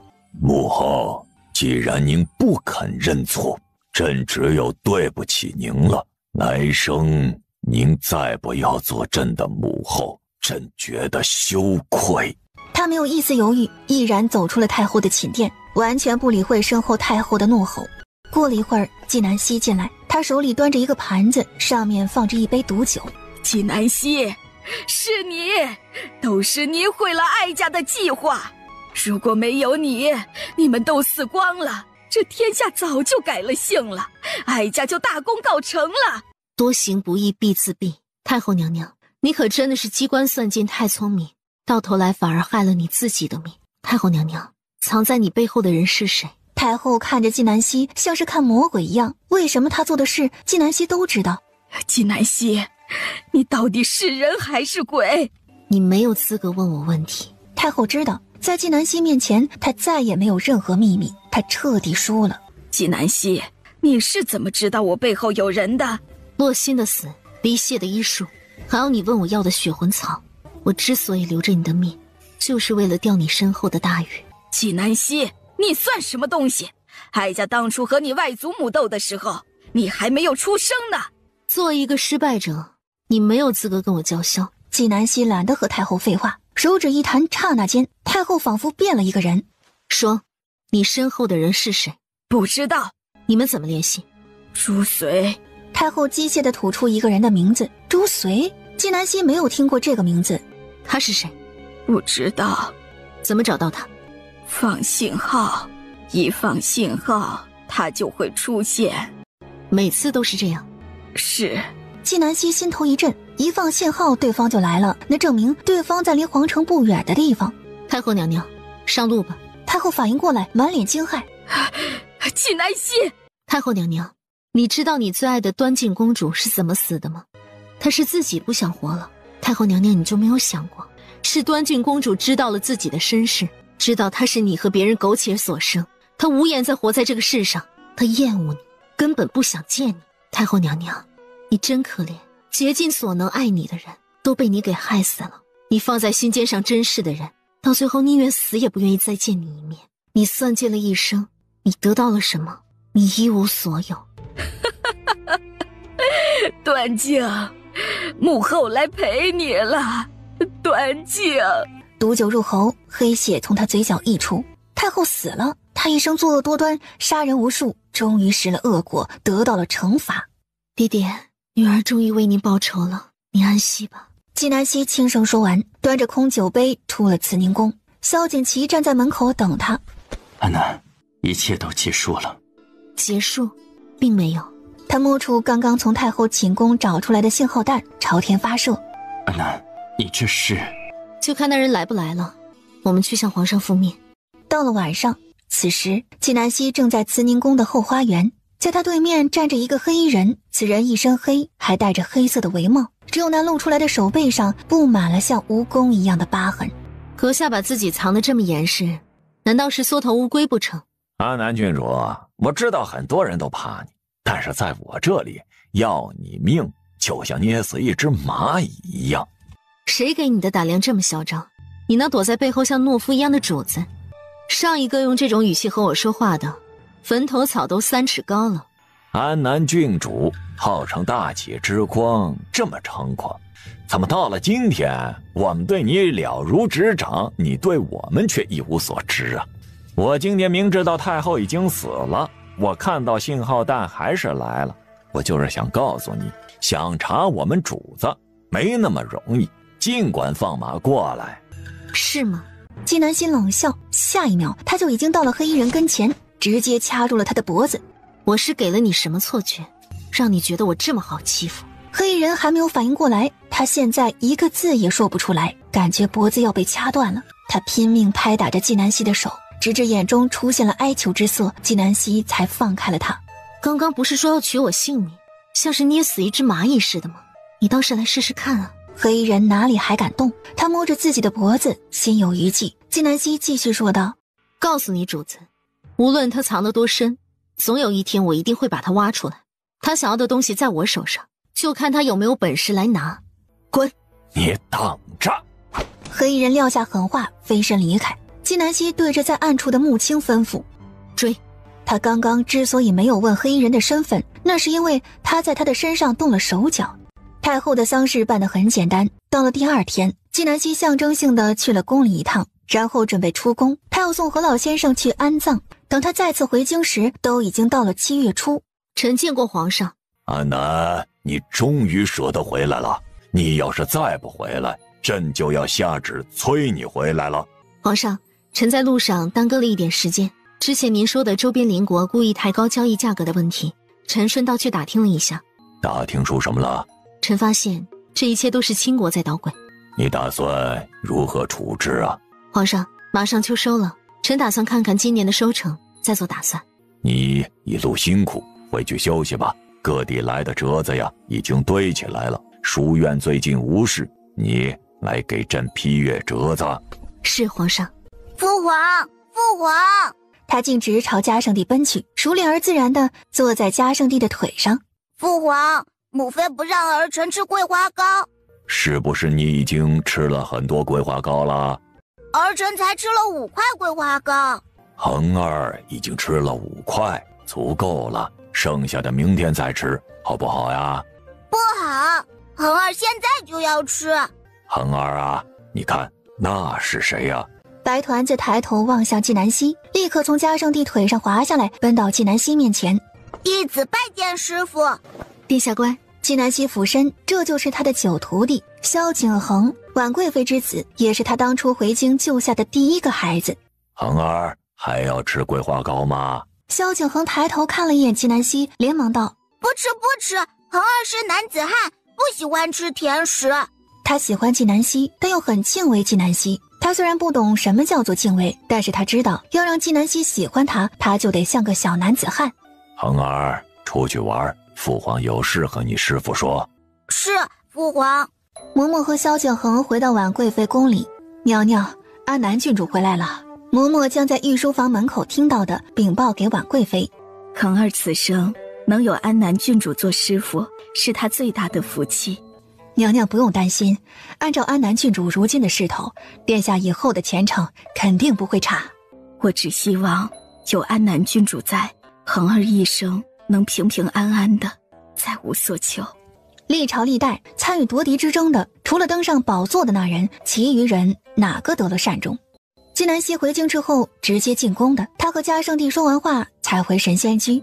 今夜的神仙居一片欢声笑语，萧景祺最后做了一桌子的菜，一家人围着桌子吃饭。小圆圆吃饱以后就被兰竹带出去玩了，此时屋里就只剩下纪南希和萧景祺了，二人都喝了不少酒，微醉。萧景祺，我有话对你说。萧景祺是第一次见到纪南希这种神情，只见纪南希用手撑着下巴注视着他，此时的他认真温柔娇媚可爱。你说，我听着。我爱你，萧景祺。安南，你说什么？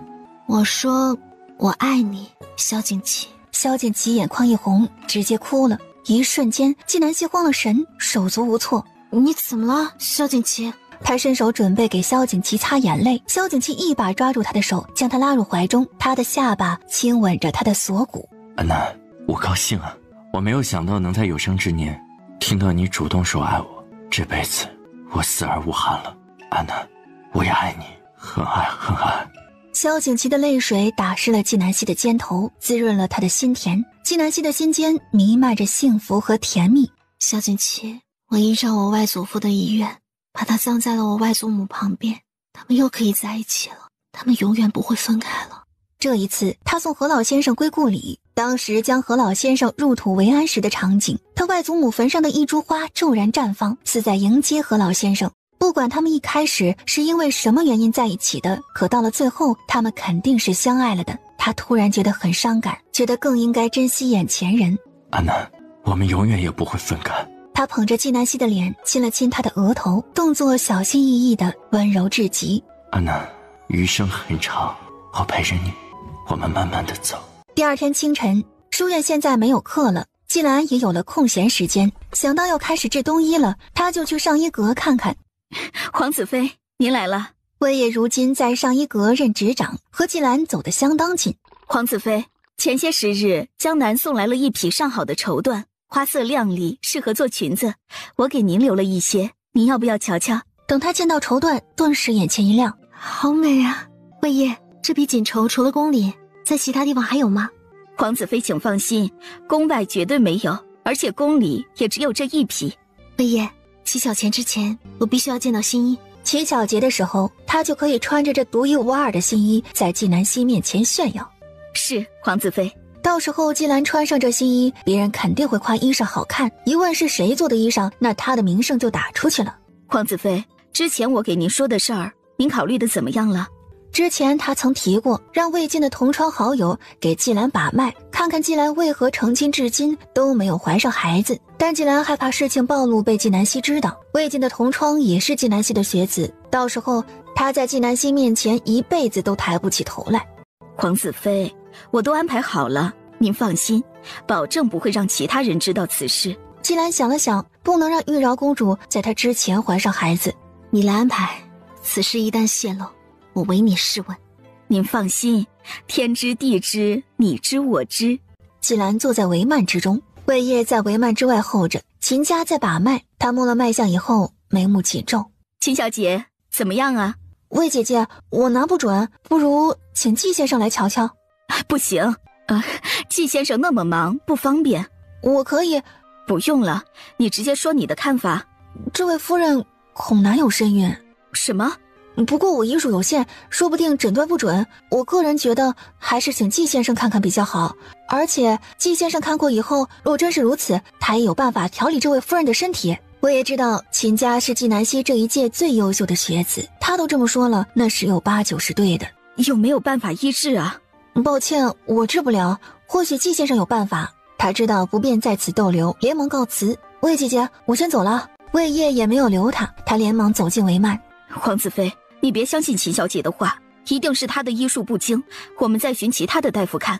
没有想到纪南希这么爱吹牛，教出来的学子这么没有水平。纪兰面色越来越难看，她吃过的各种偏方药都可以堆满半个屋子了，可是她的肚子依旧没有反应。秦家的话十有八九是真的。魏烨，这件事我不希望再有第四个人知道。是，皇子妃。纪兰撑着最后一丝尊严回到府里，将自己关在屋里嚎啕大哭。她将屋里所有的东西都砸碎了，发泄自己内心深处的愤怒和恐惧。如果她不能生孩子，萧景瑜对她的恩宠又能维持多久？兰儿，你怎么了？殿下，我没事，我累了想歇一会儿。兰儿，你开门。今天在朝堂上，嘉圣帝呵斥了他，他心里憋闷得很，想找季兰说说话。可现在的季兰看着一屋子的狼藉，哪里敢让萧景瑜进来？殿下，你走吧，让我静静。萧景瑜本就心情不好，他现在没有心思去顾及季兰，他甚至有些埋怨季兰。那你好生歇着。萧景瑜道了一声就出府了，他想找个地方喝酒。他出门没有坐马车，心里装着事没有看路，直到听到啊的一声，才知道自己撞到了人。抱歉，小姐，我刚刚没有看路。秦家原本想生气的，可他定睛一看，见是萧景瑜。殿下没有撞到您吧？没事，你认识我？你是？秦家。他正准备去见纪南希，他心里也在想今天看的那个病人的事，他有些不懂，去请教纪南希。殿下，那我先走了。萧景瑜看着秦家的背影，忍不住笑了笑。秦家来到神仙居，他将今天看诊的过程详细告诉了纪南希。纪先生，像这病人的情况，有没有什么办法让他怀上身孕？纪南希听到秦家说完，他心里已经猜到这个病人很可能就是纪兰。有针灸、服药。根据症状，纪兰应该是排卵异常。秦家，除非他们主动找你，你别再主动过问了。纪兰那性格睚眦必报，这么隐秘的事一旦泄露，他担心纪兰会危害秦家生命。秦家不傻，对方一直不肯让他知道身份，他就知道此事不简单。是，纪先生。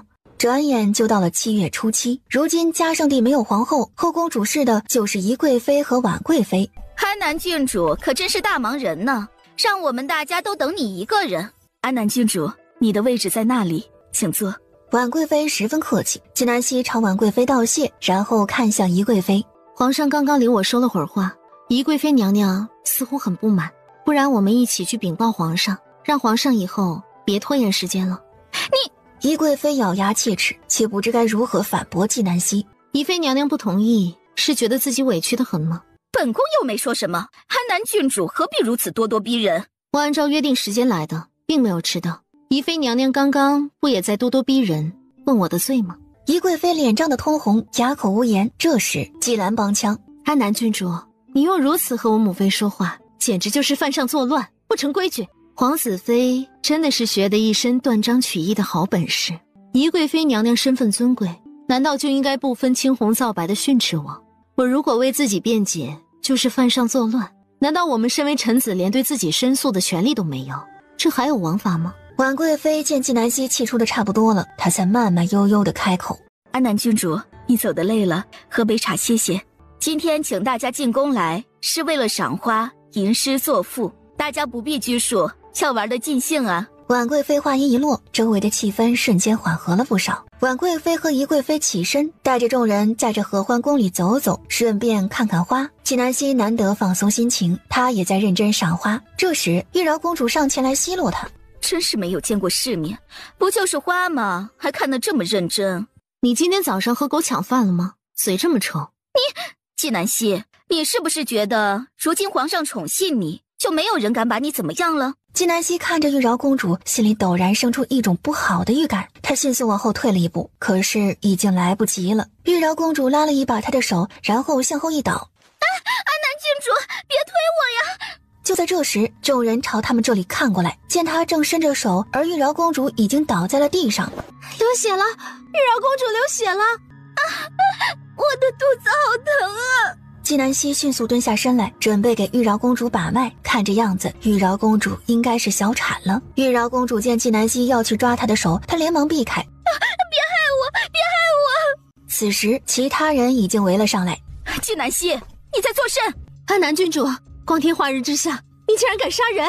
别说了，安南郡主心地善良，她怎么可能杀人？这其中一定是有误会。而纪南希现在没空理会周围的声音，她也不顾玉娆公主的挣扎，一把抓过她的手，迅速探脉。玉娆公主果然有身孕了，已经足2月了。别动，不然你的孩子就真的保不住了。纪南希厉喝一声，并迅速施针，只有保住玉娆公主的孩子，她才能证明自己的清白。就在这时候，高存的声音响起：皇上驾到！发生了什么事啊？跪在嘉圣帝身后的萧景睿连忙走到玉娆公主身边。公主怎么了？殿下，我们的孩子没了，都是纪南希害的，他是杀人凶手。孩子，我没有孩子了。萧景睿惊讶又惊喜，他一下子变得紧张起来。他冷着脸色看向纪南希：安南郡主，你是不是该给我一个解释？这时候嘉圣帝上前来：解释什么？没看到安南郡主正在救人？父皇，这是您的第一个皇孙呐！萧景睿压抑着心底的不满。萧景睿没有体会过父爱母爱，他曾发誓，若有一天他有了孩子，他一定要好好珍视。你没有看到安南郡主正在救孩子啊？他若是有心害孩子，又怎么会救孩子？就在这时，纪南希施针完毕。皇上，玉娆公主的孩子保住了，辛苦了。殿下，您知道公主有身孕吗？不知道。您和公主是夫妻，您都不知道公主有身孕，我怎么会知道？我又怎么会害你们的孩子？安南郡主，你的意思是我冤枉你吗？难道我会利用我自己的孩子害你？玉娆公主，你有2月的身孕，你自己难道会不知道？我当然知道，我是想等满3个月以后再告诉大家的。这和你刚刚故意推倒我有什么关系啊？我为什么要推你？安南郡主心思深沉，我又怎么会知道？其他人都在赏花，根本没有人注意到玉娆公主摔倒的整个过程。安南郡主，你还有什么可狡辩的？皇上，您可得为您那未出世的皇孙做主啊！皇上，臣妾相信安南郡主的为人，恳请皇上明察。安南，你自己证明自己清白。是，皇上。纪南希走到刚刚玉娆公主摔倒的地方，看着玉娆公主问：“你是不是觉得没有人看见，然后你说什么就是什么？”玉娆公主心里一跳，却没有说话。昨夜下过雨，今天地上还有些湿，地上有我和玉娆公主的脚印。根据我们脚印之间的距离，我的手伸直，根本碰不到玉娆公主的身体。纪南希看着秦家，你站到我对面去。他则站到自己原来的位置。秦家身量和玉娆公主差不多，他将手伸向秦家，根本都触碰不到秦家。他看向玉娆公主，这种情况我怎么推你？你说地上湿滑，让我拉住你，然后你趁我拉你的时候顺势推的我，是吗？根据划痕的长度、重心的位置可以判断你是自己摔倒的。如果你不信，可以让衙门的捕快来验证。来人啊，让大理寺少卿来见朕。玉娆公主，你非要等到所有的证据摆在你面前，你才承认诬陷我。其实到现在，大家都已经心知肚明了。既然孩子已经没事了，这件事我也不追究了。安南郡主，到此为止吧。你不追究，不代表我不追究。我不能白担这个罪名。大理寺少卿来得很快，他一番查验，向嘉圣帝禀报：皇上，根据微臣勘察推断，此人是自己摔倒的，不是被人推倒的。玉娆公主，你还有什么话说？父皇，刚刚我不小心摔倒了，安南郡主的手又碰到了我的手，我以为是他推的我，那就是我误会他了。闭嘴！若今天安南郡主不能自证清白，就会以谋害皇孙之罪论处。如此人命关天的大事，你一句以为就解决了？玉娆公主咬着唇没有说话。玉娆公主，好生回去歇着吧，无事不要出府，好生在府里休养。是，父皇。安南郡主报皇孙有功，赏。谢皇上。这乞巧节是没办法再继续下去了，众人散去。玉娆公主回到府里，萧景睿厉声质问：公主，你怀了我的孩子，为什么不告诉我？我原本想给你一个惊喜的。惊喜？你利用孩子去对付纪南希，害得孩子险些小产，这就是你给我的惊喜？玉娆公主眼里闪过一丝惊讶，她没有想到萧景睿竟然看穿了她的计划。萧景睿见玉娆公主不说话，就知道自己猜的没错。谁允许你利用我孩子去害人了？玉娆公主生长在帝王家，虽然知道帝王家亲情单薄，只是一个尚未成型的孩子而已。她没有想到萧景睿反应如此之大。玉娆公主，我知道你来大启是有不可告人的目的的，也知道你想嫁的人不是我，只要你好好生下我的孩子，你要做什么我会睁一只眼闭一只眼，不然我会让你死得很惨。玉娆公主看着萧景睿这凶狠的面孔，十分的陌生，她内心竟然生出一丝恐惧，一时忘了反驳：在孩子出生以前，你就老实的待在府里，我不会让你受委屈。他说完也不等玉娆公主回答，直接转身就走，直到她的背影消失不见，玉娆公主才缓过气来。你算什么东西，竟然敢如此对待本公主？公主，您快歇下吧，小心肚子里的孩子，等把孩子生了，母凭子贵，依照殿下对孩子的重视，您就可以随意拿捏他了。玉娆公主摸着自己火辣辣的脸，露出阴冷的笑容。转眼就到了9月，又是1年1度的新学子入学季。今天除了是大家入学的好日子，也是书院的一个好日子。我代表长老院来清除书院的毒瘤。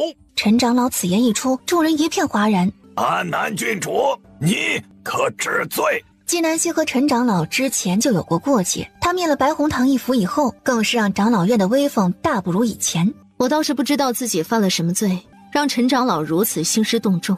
你身为书院先生，贪污腐败，抄写名家画作，德行败坏，不配为人师表。应当被逐出书院，永不录用。难为陈长老给我想了这么多罪名，相信你一定做好了准备，不如给大家详细说说。陈长老见纪南希如此不把他放在眼里，他更气了。只有除掉纪南希，长老院才能存活下去。原本我们想给你一个悔过的机会，既然你不知悔改，那就别怪我们无情。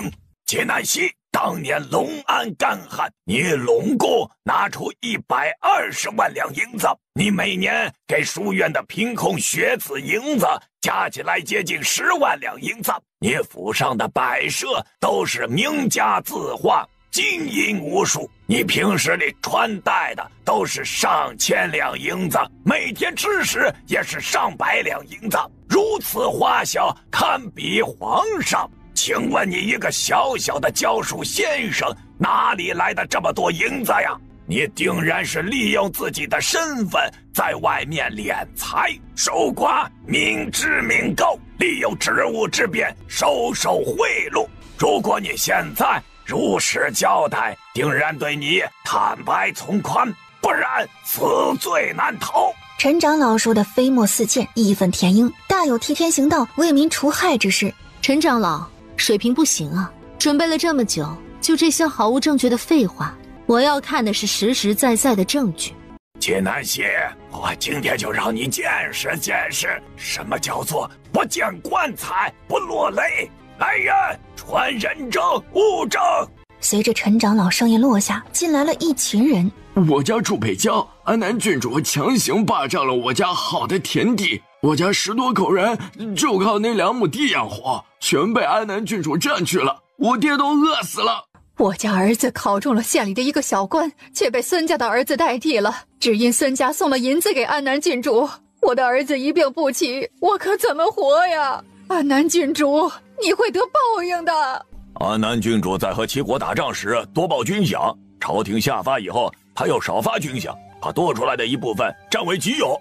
此人还附上了账本，证人一个接着一个的说证词，证物不断的搬到众人面前来。纪南希看着眼前堆积如山的证物，依旧面不改色，只是内心多少有些震撼。难怪书院的长老院能够掌控书院，甚至不听嘉圣帝的话，他们还是有实力的。就眼前这一切，遇到一个稍微不能明辨是非的君主，他就死无葬身之地。一派胡言！纪南希，事到如今，铁证如山，你还不认罪？我现在下令撤销纪南希副山长的职务，从书院除名，永不录用。何擅长还不动手？陈长老，安南郡主身份尊贵，此事重大，还是先禀报给皇上吧。我们书院的事，我们自己解决，何须劳烦皇上？陈长老，普天之下莫非王土，难道你想越过皇上，在书院只手遮天？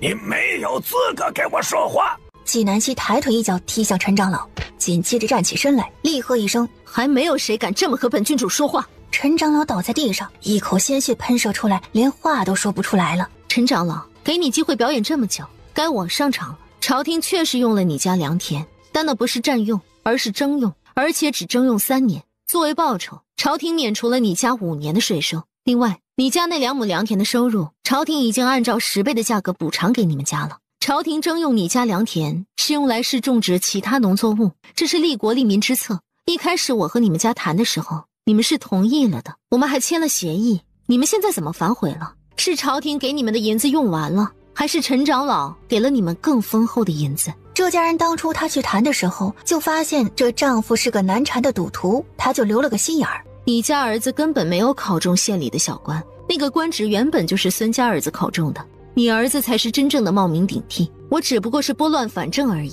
至于你说你儿子一病不起，那是因为你儿子吸食大烟，又是赌徒，如今银子用完了，没有银子买大烟，自然像个病秧子，整天只能躺在床上。当初此事查出来是孙家仁义，想着你年纪大了，没有告诉你实情，怕你承受不了，也留着你儿子给你养老。没有想到你如今竟然反咬一口。那老婆婆也是听到了一些风声的，但奈何她那儿子是老来子，她溺爱得很，自然是她儿子说什么她就信什么。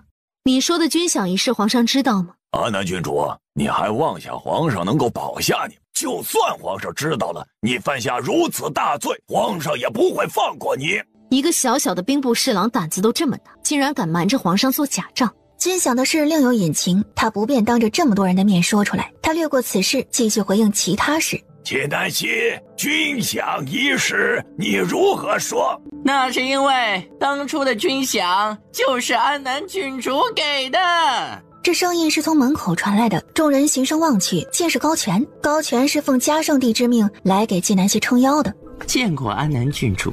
高公公，郡主，皇上说您替大齐百姓做了好事，得让他们记得您的恩。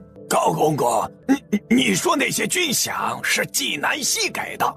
怎么可能呀？上千万两军饷，纪南希怎么可能这么好心白白送给朝廷呀？陈长老不可置信，当然其他人也觉得更不可思议，那是白花花的银子呀。纪南希只是一个先生，就算他是郡主，也不可能有这么多银子呀。安南郡主，皇上也好奇您的银子是怎么来的，不然您就告诉大家吧。纪南希皱眉，看来他的身份是藏不住了。纪南希，说不出来了吧？这些银子就是你贪来的，你会后悔你现在说的每一个字。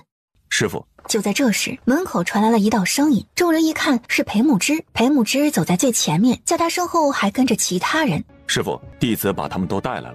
师傅，是弟子告诉三师兄说有人要欺负您。他刚刚原本是在下面坐着的，一见到陈长老在找纪南希麻烦，问他银子的出处，他就连忙去找裴木之。做得很好。裴木之向后一招手，那几人依次向纪南希行礼。水密阁掌柜灵巧拜见老板。霓裳阁掌柜冯真拜见老板。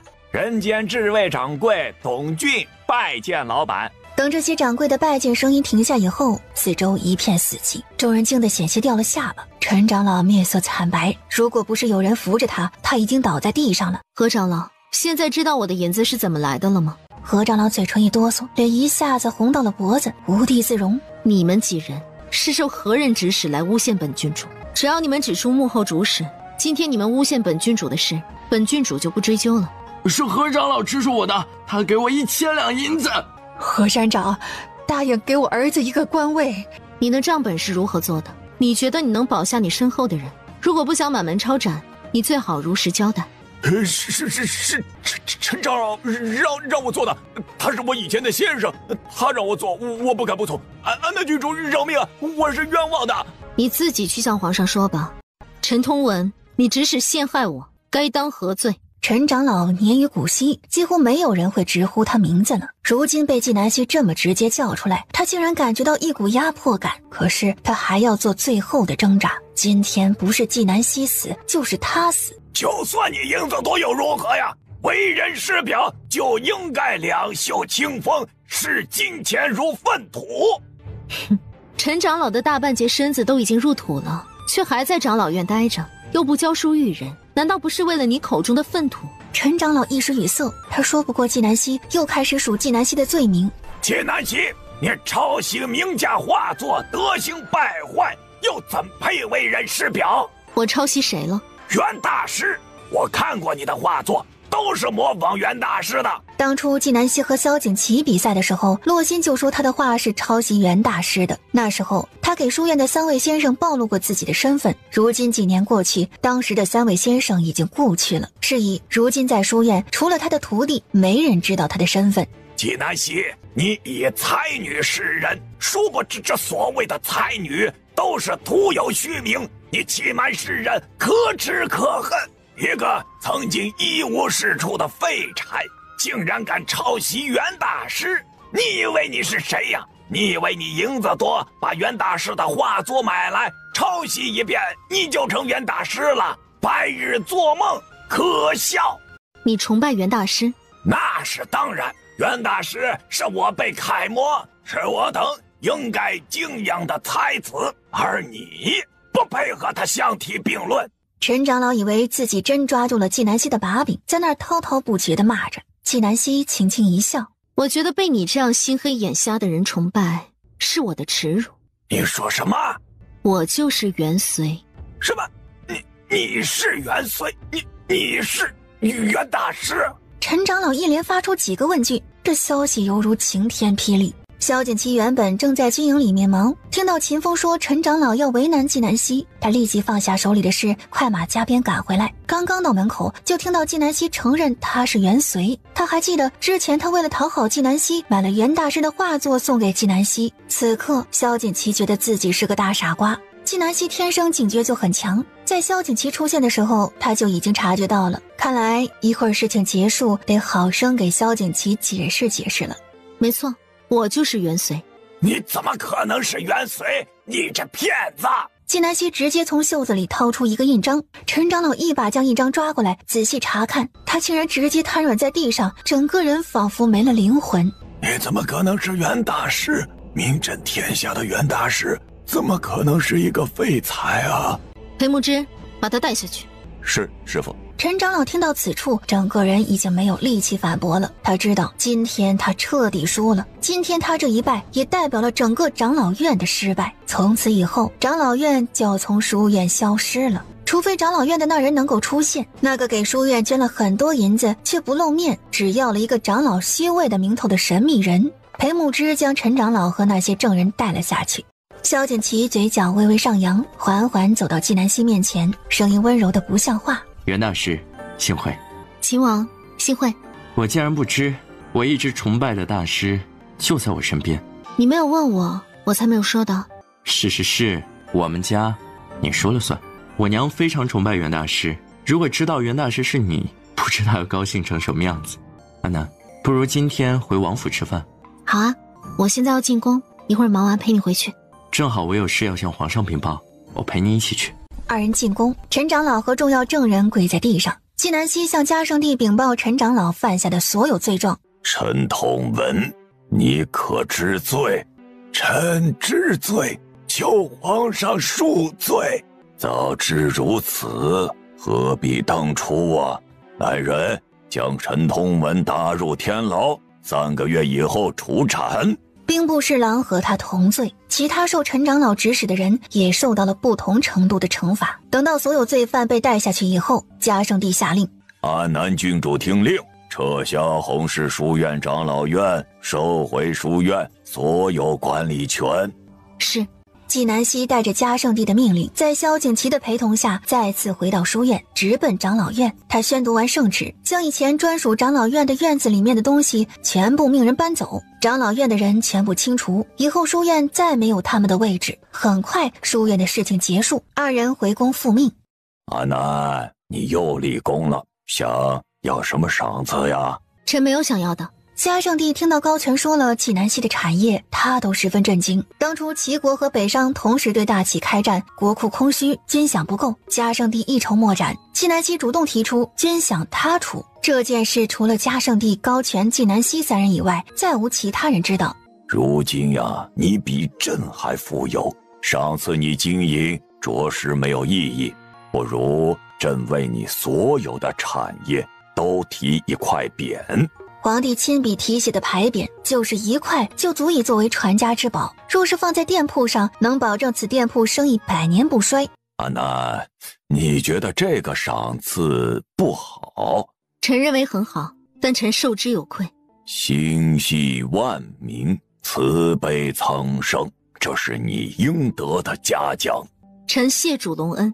至此，书院的事告一段落。经历100年，书院的所有管理权终于回归到了嘉圣帝的手里。这些世家花费100年时间，耗费几代人心血建立起来的架空皇帝权力的结构彻底覆灭。在这一场皇权与世家之争中，世家一败涂地。既然今天没有去参加书院的开学典礼，他去继府偷偷看大夫了。他正低头走路，正好听到旁边的行人议论：听说了吗？安南郡主竟然是霓裳阁的幕后老板。早就听说了，也只有安南郡主那样有才华的人才能做出这么漂亮的衣服来。你说什么？纪南溪是霓裳阁的幕后老板？是啊。不可能，一定是你们撒谎了。纪南溪怎么可能是霓裳阁的幕后老板？皇上都给霓裳阁题牌匾了，不信自己去看。二人说完就朝前走了，可他们的对话声还在继续传来。这人是谁呀？听他那语气，好像对安南郡主很不满哎。管他是谁，如今还能有谁把安南郡主怎么样吗？哎呦，也对，快走吧，一会儿晚了，霓裳阁的衣服都被抢光了。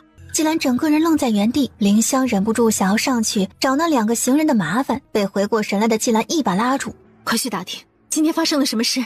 林香随意在路边找了个人询问，那人把今天发生的事都说了出来。季兰脸色惨白。林香，你说我到底哪里比季南希差？季南希凭什么比我过得好？我明明比他努力100倍、1000倍，为什么他拥有的东西就是比我多？因为你贪得无厌。季兰循声望去，见到的是满脸冷色的季南希。他没想到他在背后说季南希坏话，会恰好被季南希听见，他难看得无地自容。安南郡主可真不要脸，竟然躲在背后偷听别人说话，在大庭广众之下说我坏话，被我抓到还敢骂我。季兰，你是活腻了。季兰知道自己和季南希硬碰硬一定会输，他眼珠一转，立即示弱。安南郡主，你凭什么打我？你太过分了！你辱我骂我，难道不该打？你说我骂你，你有什么证据？要证据是吗？季南希冷笑，然后看向四周，大声说道：诸位，刚才有谁听见此人骂我了？如果有人作证，我必有重谢。他话音一落，立刻有人成群结队的上来作证。季南希，你使诈，你收买他们为你作证。他们肯为我作证，我感谢他们，这是礼尚往来，何来收买？安南郡主心好，不要他的任何感谢，我也要给他作证。你刚刚就是骂他了。紧接着，其他围观的人连忙附和。季兰满脸不甘心：你们知道我是谁吗？管你是谁啊，骂安南郡主就是不对。对，给安南郡主认错。季兰面色惨白，他恨不得挖个地缝钻进去。他不能在此继续停留下去，不然这些人的唾沫都会淹死他。正当他想溜之大吉的时候，季南希开口了：皇子妃，有这么多人作证，你还想抵赖？季兰面色通红，喉咙像是被卡住了一样，一个反驳的字也说不出来。季南希，你等着！季兰今日丢尽了脸面，随时奉陪。季兰落荒而逃，一不小心就撞到了前面的人，他满腔怒火，正要开口骂人，整个人就怔住了。他撞到的不是别人，正是萧景瑜。萧景瑜旁边还站着秦家。见过皇子妃，萧景瑜面色有些不好看，没有像以往那样温柔的关切他，问有没有撞到他，只是有些冷漠的看着他。殿下怎么在这里？还和秦小姐一起？萧景瑜没打算解释，秦家怕季兰误会，连忙解释：皇子妃，我是去水密阁有事，刚好经过这里，无意遇到殿下的。季兰依旧不理会秦家，他死死地盯着萧景瑜，他想要的是萧景瑜的解释。你不在府里好生待着，又出来惹是生非了。他刚刚偶然碰到秦家，正想请他吃个饭，好好说一会儿话，可现在看来这个计划是成为泡影了。季兰面色一变，这是萧景瑜第一次斥责他，而且是当着外人的面。秦家一见形势不对，立即寻了个借口离开。殿下，皇子妃，我还有事先走了。季兰见秦家走了，他忙问萧景瑜：殿下，你和秦小姐什么关系？你们是约好的吗？不可理喻。然后丢下季兰，转身蓦然离开。而季兰看着萧景瑜离开的背影，瞠目结舌。萧景瑜对她的宠爱正在一点一点的消失。他满心痛苦地回到府里。今夜萧景瑜又未回府，他独自一人躺在床上。突然床前冒出一个黑衣人。你是谁？一个能让你怀上孩子的人。你这话什么意思？我让你怀上孩子，你为什么帮我？杀季南希。我同意。即使不能让她怀上孩子，只要能让她杀了季南希，她都会同意。皇宫，宜贵妃寝宫。娘娘，您起来吃点东西吧，您身体要是垮了，才会让安南郡主称心如意。季南希一日不死，我寝食难安。娘娘，安南郡主是人，不是神，总有办法治她的。神？宜贵妃重复了一句，她突然灵光一闪，似乎找到了对付季南希的法子。玉璇，我想到法子了，你去让皇子妃来见我。是娘娘。宜贵妃突然来了精神，她满目凶光，笑容阴森。季南希，这一次本宫定让你插翅难飞。此时的季南希已经回到了神仙居，母亲正在给她禀报查来的消息。楼主，这是陈长老陷害您的人查到了。谁？宜贵妃。季南希一开始就怀疑，就凭陈长老还没有那个胆子，直接就勾结兵部侍郎做假账了，他背后一定还有人。楼主，现在怎么办？我们要不要向皇上禀报？不用，皇上重情重义，就宜贵妃做的这点事，她还死不了。你注意宜贵妃的动静，她肯定会报复我，就让她自己来送死。是，楼主，清国那边有动静了。什么？之前你让我查的那个人，他和清国的人联系了，之前太后薨的时候，纪南希见了一人，果然不出他所料，那幕后主子在倾国。查到对方的身份了吗？查到了，是倾国的国师楚天渊。楚天渊，倾国最神秘的存在。时至今日，倾国无人见过他的真面目，也无人知道他从何处来。他在倾国权势滔天，是完全凌驾于倾国皇帝的存在。楼主，现在怎么办？我们要不要直接去找这国师啊？不去，他会来找我。我相信过不了多久，我们就会见面的。9月底，秋收完成，纪南希在北郊的市种植大丰收。他入宫向嘉圣帝禀报：皇上，今年的市种植很成功，但是北方和南方的气候差异很大，这些农作物目前只能在北方推广种植。等臣去考察南方的气候土质以后，如果适合种植，那就在南方也推广。如此一来，很多粮食我们都可以自给自足。至于丝绸方面，如今桑树量足，养蚕技术提高，目前的布量基本能满足百姓的需求。其他的，我们国家确实无法产出必需品，需要和其他邻国进行交易。但如今我们也有他们需要的必需品，双方各有所持，不怕他们哄抬价格。好，有安南在，朕很放心。如今朕终于可以扬眉吐气了。嘉圣帝话语里带着心酸，弱国无外交，以前的大齐总是忍气吞声，在邦交上受了不少窝囊气。皇上，倾国出台政策想要压制我们，如今计划失败，他们以前依靠卖丝绸给我们的那一笔进项又没有了，财政收入减少，他们不会善罢甘休，肯定会主动来找我们重新商谈价格。安南可有对策？有，臣认为可以共谋发展，但是坚决反对以任何形式对大齐施行欺压。此事你继续跟进，如果倾国有任何不轨之举，你代朕决定决策。是，皇上。10月底，倾国派使臣来传信，要和大齐就两国商贸一事进行重新谈判。嘉圣帝很重视此事，派纪南希前往，随行的还有顾一峰。顾一峰是个经商奇才，他又管理着皇粮一事，对百姓的需求、物价的定位十分的清楚。此时，纪南希正和萧景祺在告别。安南，一路小心，到了以后写信给我。萧景祺温柔地叮嘱着，他如今手握大齐的半数兵权，不能随意跟着纪南希走。好，放心吧，照顾圆圆。纪南希浅浅地笑着，眸色温柔，二人的温情深深地刺伤了顾一峰。纪南希和萧景祺说完话，走到顾一峰身边。顾一峰，一路顺风，路途辛苦，劳烦多照顾。不用你说，我自然会照顾好他。你回去吧，我们出发了。就在即将出发的时候，一道声音远远地传来：等等，别走！此时，董长歌已经到了跟前。还好赶上了。董长歌将一个香包塞到顾一峰手里。顾公子，这是我专门去寺庙求的，保平安的，你带上，平平安安的回来。顾一峰见董长歌气喘吁吁的，有些感动。谢谢。他接过香包放在兜里。董长歌见状，笑颜如花。纪南希在一旁静静地看着，他会心一笑。很多时候，旁观者清，当局者迷。那我走了，你好好学习啊。好，我等你回来，然后给你看我的功课。好，回去吧。我看着你走，我再回去。听话啊，回去吧。董长歌一听到顾一峰这么说话，他的心就砰砰直跳。这话也太亲昵了，他瞬间羞红了脸，甚至忘了给纪南希打招呼，怀着欢喜激动的心情跑开了。顾一峰是第一次看见董长歌害羞，他觉得莫名的可爱，嘴角也忍不住上扬。直到董长歌的背影消失不见，长歌是个好姑娘。小谢，你误会了。顾一峰，你刚刚一定没有发现自己笑得有多开心吧？董小姐确实很可爱，我把她当作妹妹。果然是当局者迷，花开堪折直须折，莫待无花空折枝。顾一峰沉默了。他最近离开京城数月，期间董长歌一直在给他写信，无论他有没有及时回信，董长歌都会按时给他写信。小谢，董小姐很像你，大胆活泼，敢爱敢恨，永远对生活充满了希望。我对她没有男女之情。那你可知道长歌对你的心意？知道。既然知道，你没有拒绝，那就是接受。我想长歌一定不想做我的影子，我也不希望你把他当做我的影子。小谢，可是董小姐都没有直接给我开口说过对我有意思，我怎么拒绝呀？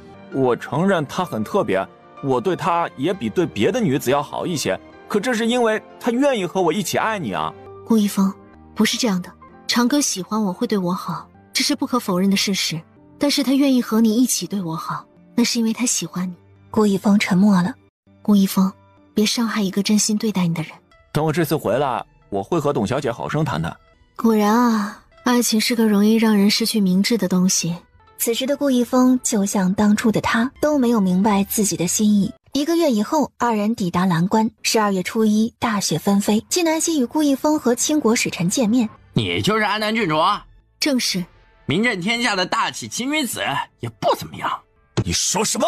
对方也不生气，只是冷冷地笑着。纪南希示意顾一峰坐下，对方一到场就主动挑起事端，惹怒他们，就是想破坏他们的情绪，等后面谈判让他们无法冷静地思考。倾国是来挑衅的，还是来商谈价格的？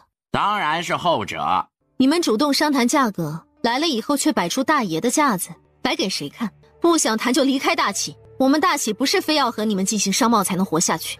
那就谈吧。你没有资格和我谈。纪南希，你太过分了啊！和我商谈的是楚天渊，你是楚天渊吗？对方愣了瞬间，接着拔高声音回答：我当然是楚天渊。楚天渊这3个字从他口中说出来显得十分无力，仿佛不敢提及一样。想要商谈可以叫楚天渊来见我，不然免谈。纪南希在对方出现的瞬间，他就识破了对方不是楚天渊。不过他依然耐着性子和对方说了几句话，他想试探这些人的目的。我滚！好，我会禀报我们国师大人。对方带着人离开。小希，你认识倾国国师？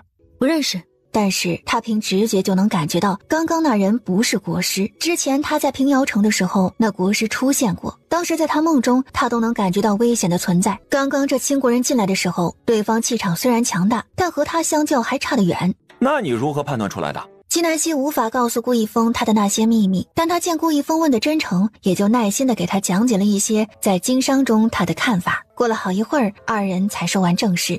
顾一峰，先休息吧，做好准备，最迟不会超过3天，楚天渊一定会来谈判。好。那倾国人回到他们的落脚地，进了屋。国师大人，纪南希识破了在下的身份。废物，滚！是，国师大人。等此人离开以后，整个房间瞬间又安静下来。纪南希，数万年过去，我们终于又要见面了。到了深夜，纪南希依旧没有入睡。突然，他紧闭的房门被从外面推开，二人隔桌而坐。楚天渊，你终于来了。纪南希看着眼前的楚天渊，整个人散发着阴森、恐惧、幽冷的气息。准确来说，楚天渊不像是个人，更像是一个从地狱而来的幽魂。纪南希，你还是一如既往的聪明，不枉我们做了数万年的对手。数万年？纪南希敏锐地抓住了楚天渊话里的重点，为何他一点记忆都没有？数万年的对手又如何？你依旧是手下败将。纪南希，你还是一如既往的嚣张，只是在这个维度，你不会再赢了。楚天渊的声音里带着浓烈的恨。我们斗了那么久，也该我赢了。该你赢了，你就能赢吗？楚天渊，你这么有自信，是因为你让我失去了记忆，是吗？没错，没有我，你恢复不了记忆。是吗？你试试，你能不能活着走出这个房间？楚天渊准备起身，可他刚一用力，整个人瞬间血气上涌，头仿佛要炸裂一般。他迅速一探自己的脉搏，发现自己中毒了。鬼珠，中鬼珠者无解药，3日之内必死无疑，而能治出鬼珠者只有……你恢复记忆了？没有。那你如何能治出鬼珠？怎么，怕了？楚天渊没有说话。你不是用毒高手吗？竟然连鬼珠都解不了。他根本不知道这毒药叫做鬼珠，只是凭着自己的本能制出了一种新的毒药。连我失忆了配制的毒药你都解不了，楚天渊，你拿什么和我斗？你……楚天渊身上的气压瞬间释放，他身体的任何部位都没有碰到他面前的茶杯，可这茶杯却在这一刹那间碎裂。比内力吗？纪南希话音落下的瞬间，在离他稍远处的一个花瓶瞬间炸裂。你能认出这是鬼珠，那你应该知道，越是用功，死得越快。他见楚天渊收敛了他身上的气息，从现在开始，他占领了主动权。楚天渊，回答我3个问题，我可以给你解药。楚天渊直视着纪南希，纪南希补充道：“你没有选择。”楚天渊的确别无选择，当然，他也没有打算瞒着纪南希。时间的作用是什么？扭转时空。怎么打开时间？只有你自己知道。怎么恢复我的记忆？做手术。3个问题我已经回答完了，给我解药。纪南希遵守承诺，把解药给了楚天渊。楚天渊服下解药，立即运功。他发现毒已经解了，可他哪里知道这解药也是毒药，这是一个连环计。纪南希，看在你信守承诺的份上，我再送给你一个信息：你的意识很强，我当年压制了你的记忆，可是你的记忆依旧苏醒了一部分。你的记忆的确要做手术才能恢复，我可以帮你做手术。你会这么好心？你帮我做手术是假，是想趁我恢复记忆的时候，拿到打开盒子的办法，取得时间，以达到你的目的。你甚至还想趁人之危取我性命。纪南希揭穿楚天渊的诡计，楚天渊没有否认。楚天渊，所以我幼时失忆，是因为你害怕我，于是趁我年幼，给我做手术，压制了我的记忆。没错，能让纪南希失去记忆，是他这数万年最得意的一件事，他当然要炫耀一番。失去记忆以后的你，愚蠢至极，成为了京城第1废材。楚天渊，连我小时候你都斗不过，你我之间，你注定输。你有什么好得意的？纪南希，当年如果不是……说到这里，他故意停住了。纪南希也没有追问，等他恢复记忆，这些事他自然会知道。你压制了我的记忆，可没有找到你想要的东西，你对我恨之入骨。10多年前，我和萧景琦相情相悦，你为了报复我，指使萧景华和洛心给萧景琦下毒，你勾结太后，对我多番打压。后来我恢复部分记忆，你依旧派叶氏来阻止我。到今天，倾国故意哄抬价格，造成倾国和大启之间的商贸中断，这一切都是你在背后搞鬼，就是为了和我斗，想从我手里拿到时间。纪南希将事情的来龙去脉大致推断出来。楚天渊很清楚纪南希的实力，这还只是只恢复了部分记忆的纪南希。楚天渊，你说时间能扭转时空，你要做甚？齐国南宫墨景、大启太后、萧景华、洛心，这些都是你的棋子。我甚至怀疑北商也是你的棋子。你下了这么大一盘棋，你的目的是什么？我的目的等你恢复记忆了，你自然会知道。纪南希，我们在这个维度斗了10-20年，你是不是觉得时间很长？这10-20年和我们之前的那数万年相比，根本不算什么。在这个维度，我们的斗争才刚刚开始。才刚刚开始吗？那就拭目以待，看鹿死谁手。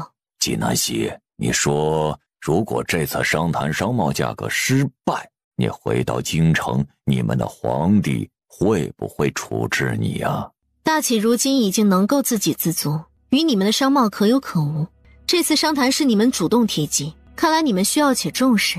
你说你要是搞砸了，倾国皇帝会不会放过你？楚天渊想要威胁纪南希，没有想到反被纪南希威胁。他不怕倾国皇帝，但他忌惮那些大臣，他又不能把大臣全部杀光。纪南希，你我之间的恩怨，我不希望牵扯到黎民百姓。明天的商谈会继续。商谈可以，物价我说了算。由你说了算？你把秦国当成了摇钱树？你也可以不谈，还不用浪费我的时间。楚天渊气得七窍生烟，几万年都忍过来了，再忍一次又何妨？不能因小失大。纪南希，有朝一日我会将我所受的委屈加倍奉还，随时奉陪。楚天渊起身，眨眼功夫就消失在纪南希面前。到了第2天的约定时间，楚天渊依约而至，商会进行得很顺利，大启大获全胜。签订协议以后，楚天渊带着人离开。小希，这国师不是一般人的，有眼光。小希，你这次遇到了对手了，我感觉他是你所有对手中最强的。谁是最强对手？纪南希循声望去，却是满脸风霜的萧景琦。你怎么来了？我来接你回家。你不是没空？最近不忙，我交给了秦风。我算着时间，估摸你们已经商谈完了，我来正好可以接到你回家，耽误不了多少时间的。顾一峰见纪南希和萧景琦有说有笑，他心里升起无尽的落寞。这时萧景琦朝他走来，他从怀里摸出一封信递给顾一峰。董小姐给你的。顾一峰十分诧异，紧接着就是满心欢喜。快去看信吧，收拾东西，我们准备回京。好。他拽着信快步离开。安南，现在你放心了吧？顾一峰也遇到了那个将他视为生命之光的女子。长庚是个好姑娘，希望顾一峰能早日看清她的内心。那我们也去收拾东西，准备出发。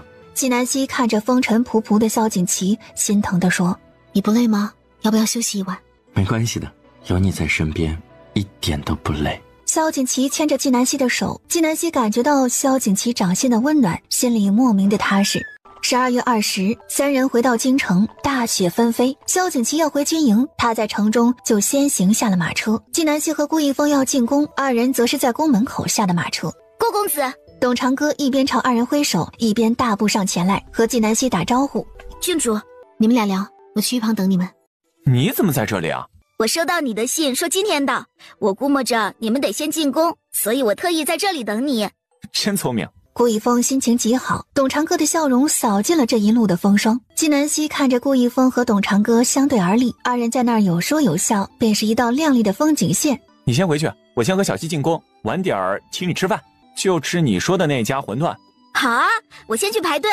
等董长歌离开，他朝纪南希走来：“小希，你孝顺啊。”我替你开心啊，有人满心满眼都是你，真好。顾一峰沉默，他回头看向离开的董长歌，只能看到他的背影。然而在此刻，他的心突然安定下来，他收回目光：“小希，你放心吧，只要董小姐愿意，我会好好珍惜她。”这话你应该对长歌说，我想他听到这句话一定会很高兴。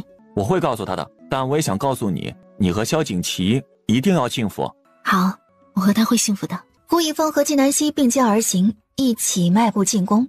小希，无论将来如何，你永远在我心底。今生你做不成我妻子，那就让我做你最重要的伙伴。你在朝堂治国，我在民间谋富，我会全心全意协助你，助你完成你的梦想，成就你的伟业。让我换一种方式守护你，来生让我自私一回，来生换我守在你身边，做你的爱人。二人来到御书房，向嘉圣帝行礼。安南，顾公子，这次你们辛苦了，重赏。济世之女南希，聪明睿智，心系苍生，是大启之光，福有天下黎民。现特封为太师，超一品，位列3公之首。纪南希闻言也惊讶了，他没有想到安南还不谢恩。臣谢主隆恩。顾公子这一次协助安南郡主，也立下了汗马功劳，朕就封你为第1皇商。谢主隆恩。紧接着纪南希又和嘉圣帝禀报了一些事，二人才离开。二人出了宫门，各自归家。而在这时候，嘉圣帝却生病了，他浑身疼。皇上，奴才这就去请安南郡主。嘉圣帝的这种症状今天不是第一次发作，之前是因为纪南希不在京城，每次发作都是先太医来看的。纪南希进宫来的时候，嘉圣帝已经疼得缩成一团了。皇上，臣来了。安南，救救朕！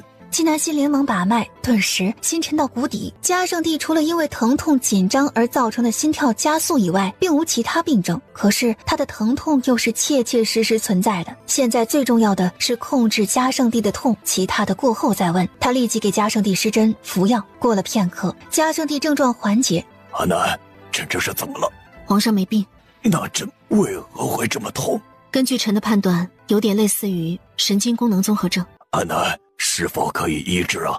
能。就在这时，一道急切的声音从殿门口传来：“皇上，您怎么了？”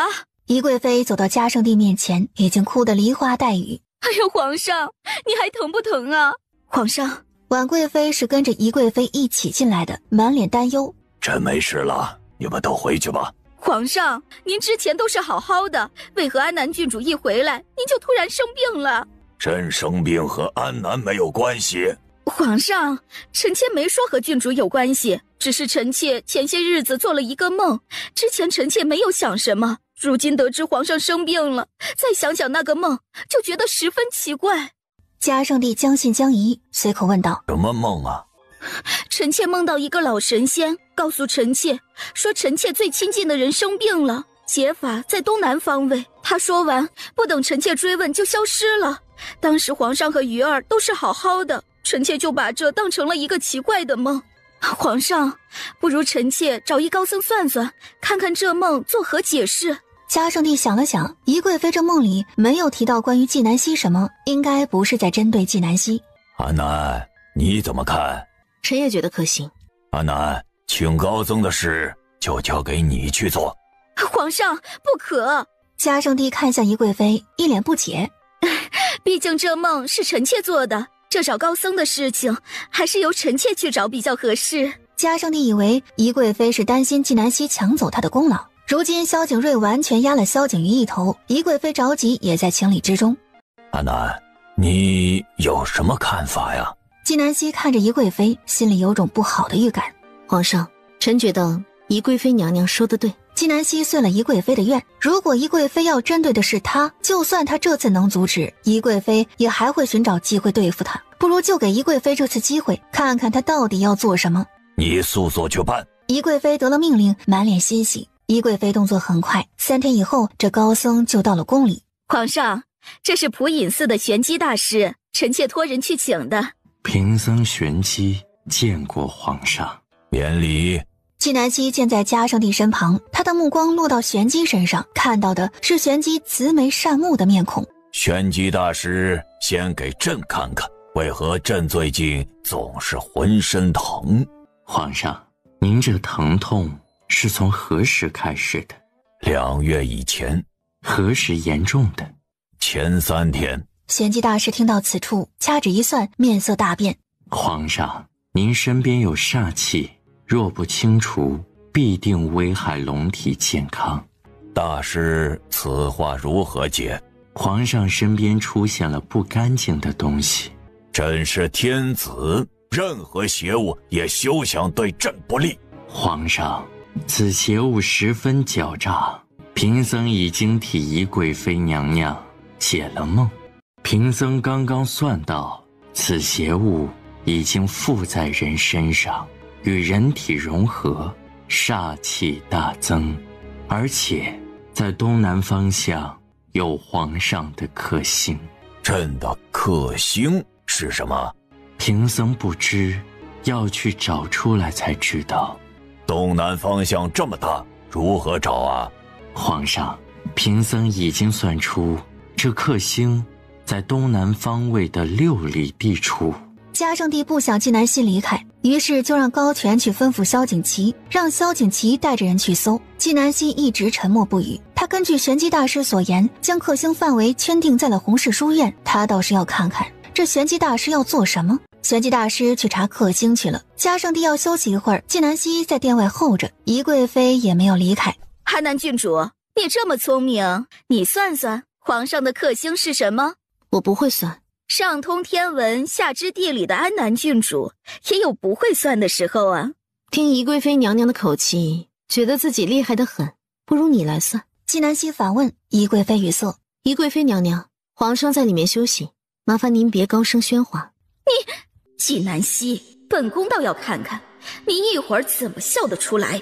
玄机大师的动作很快，估摸了1个时辰，他就回来了。萧景琦和他并肩而行，秦风在萧景琦身后端着一个托盘，托盘上面放着一个诡异之物。皇上，克星已经被贫僧找到了。这是何物？一个木偶。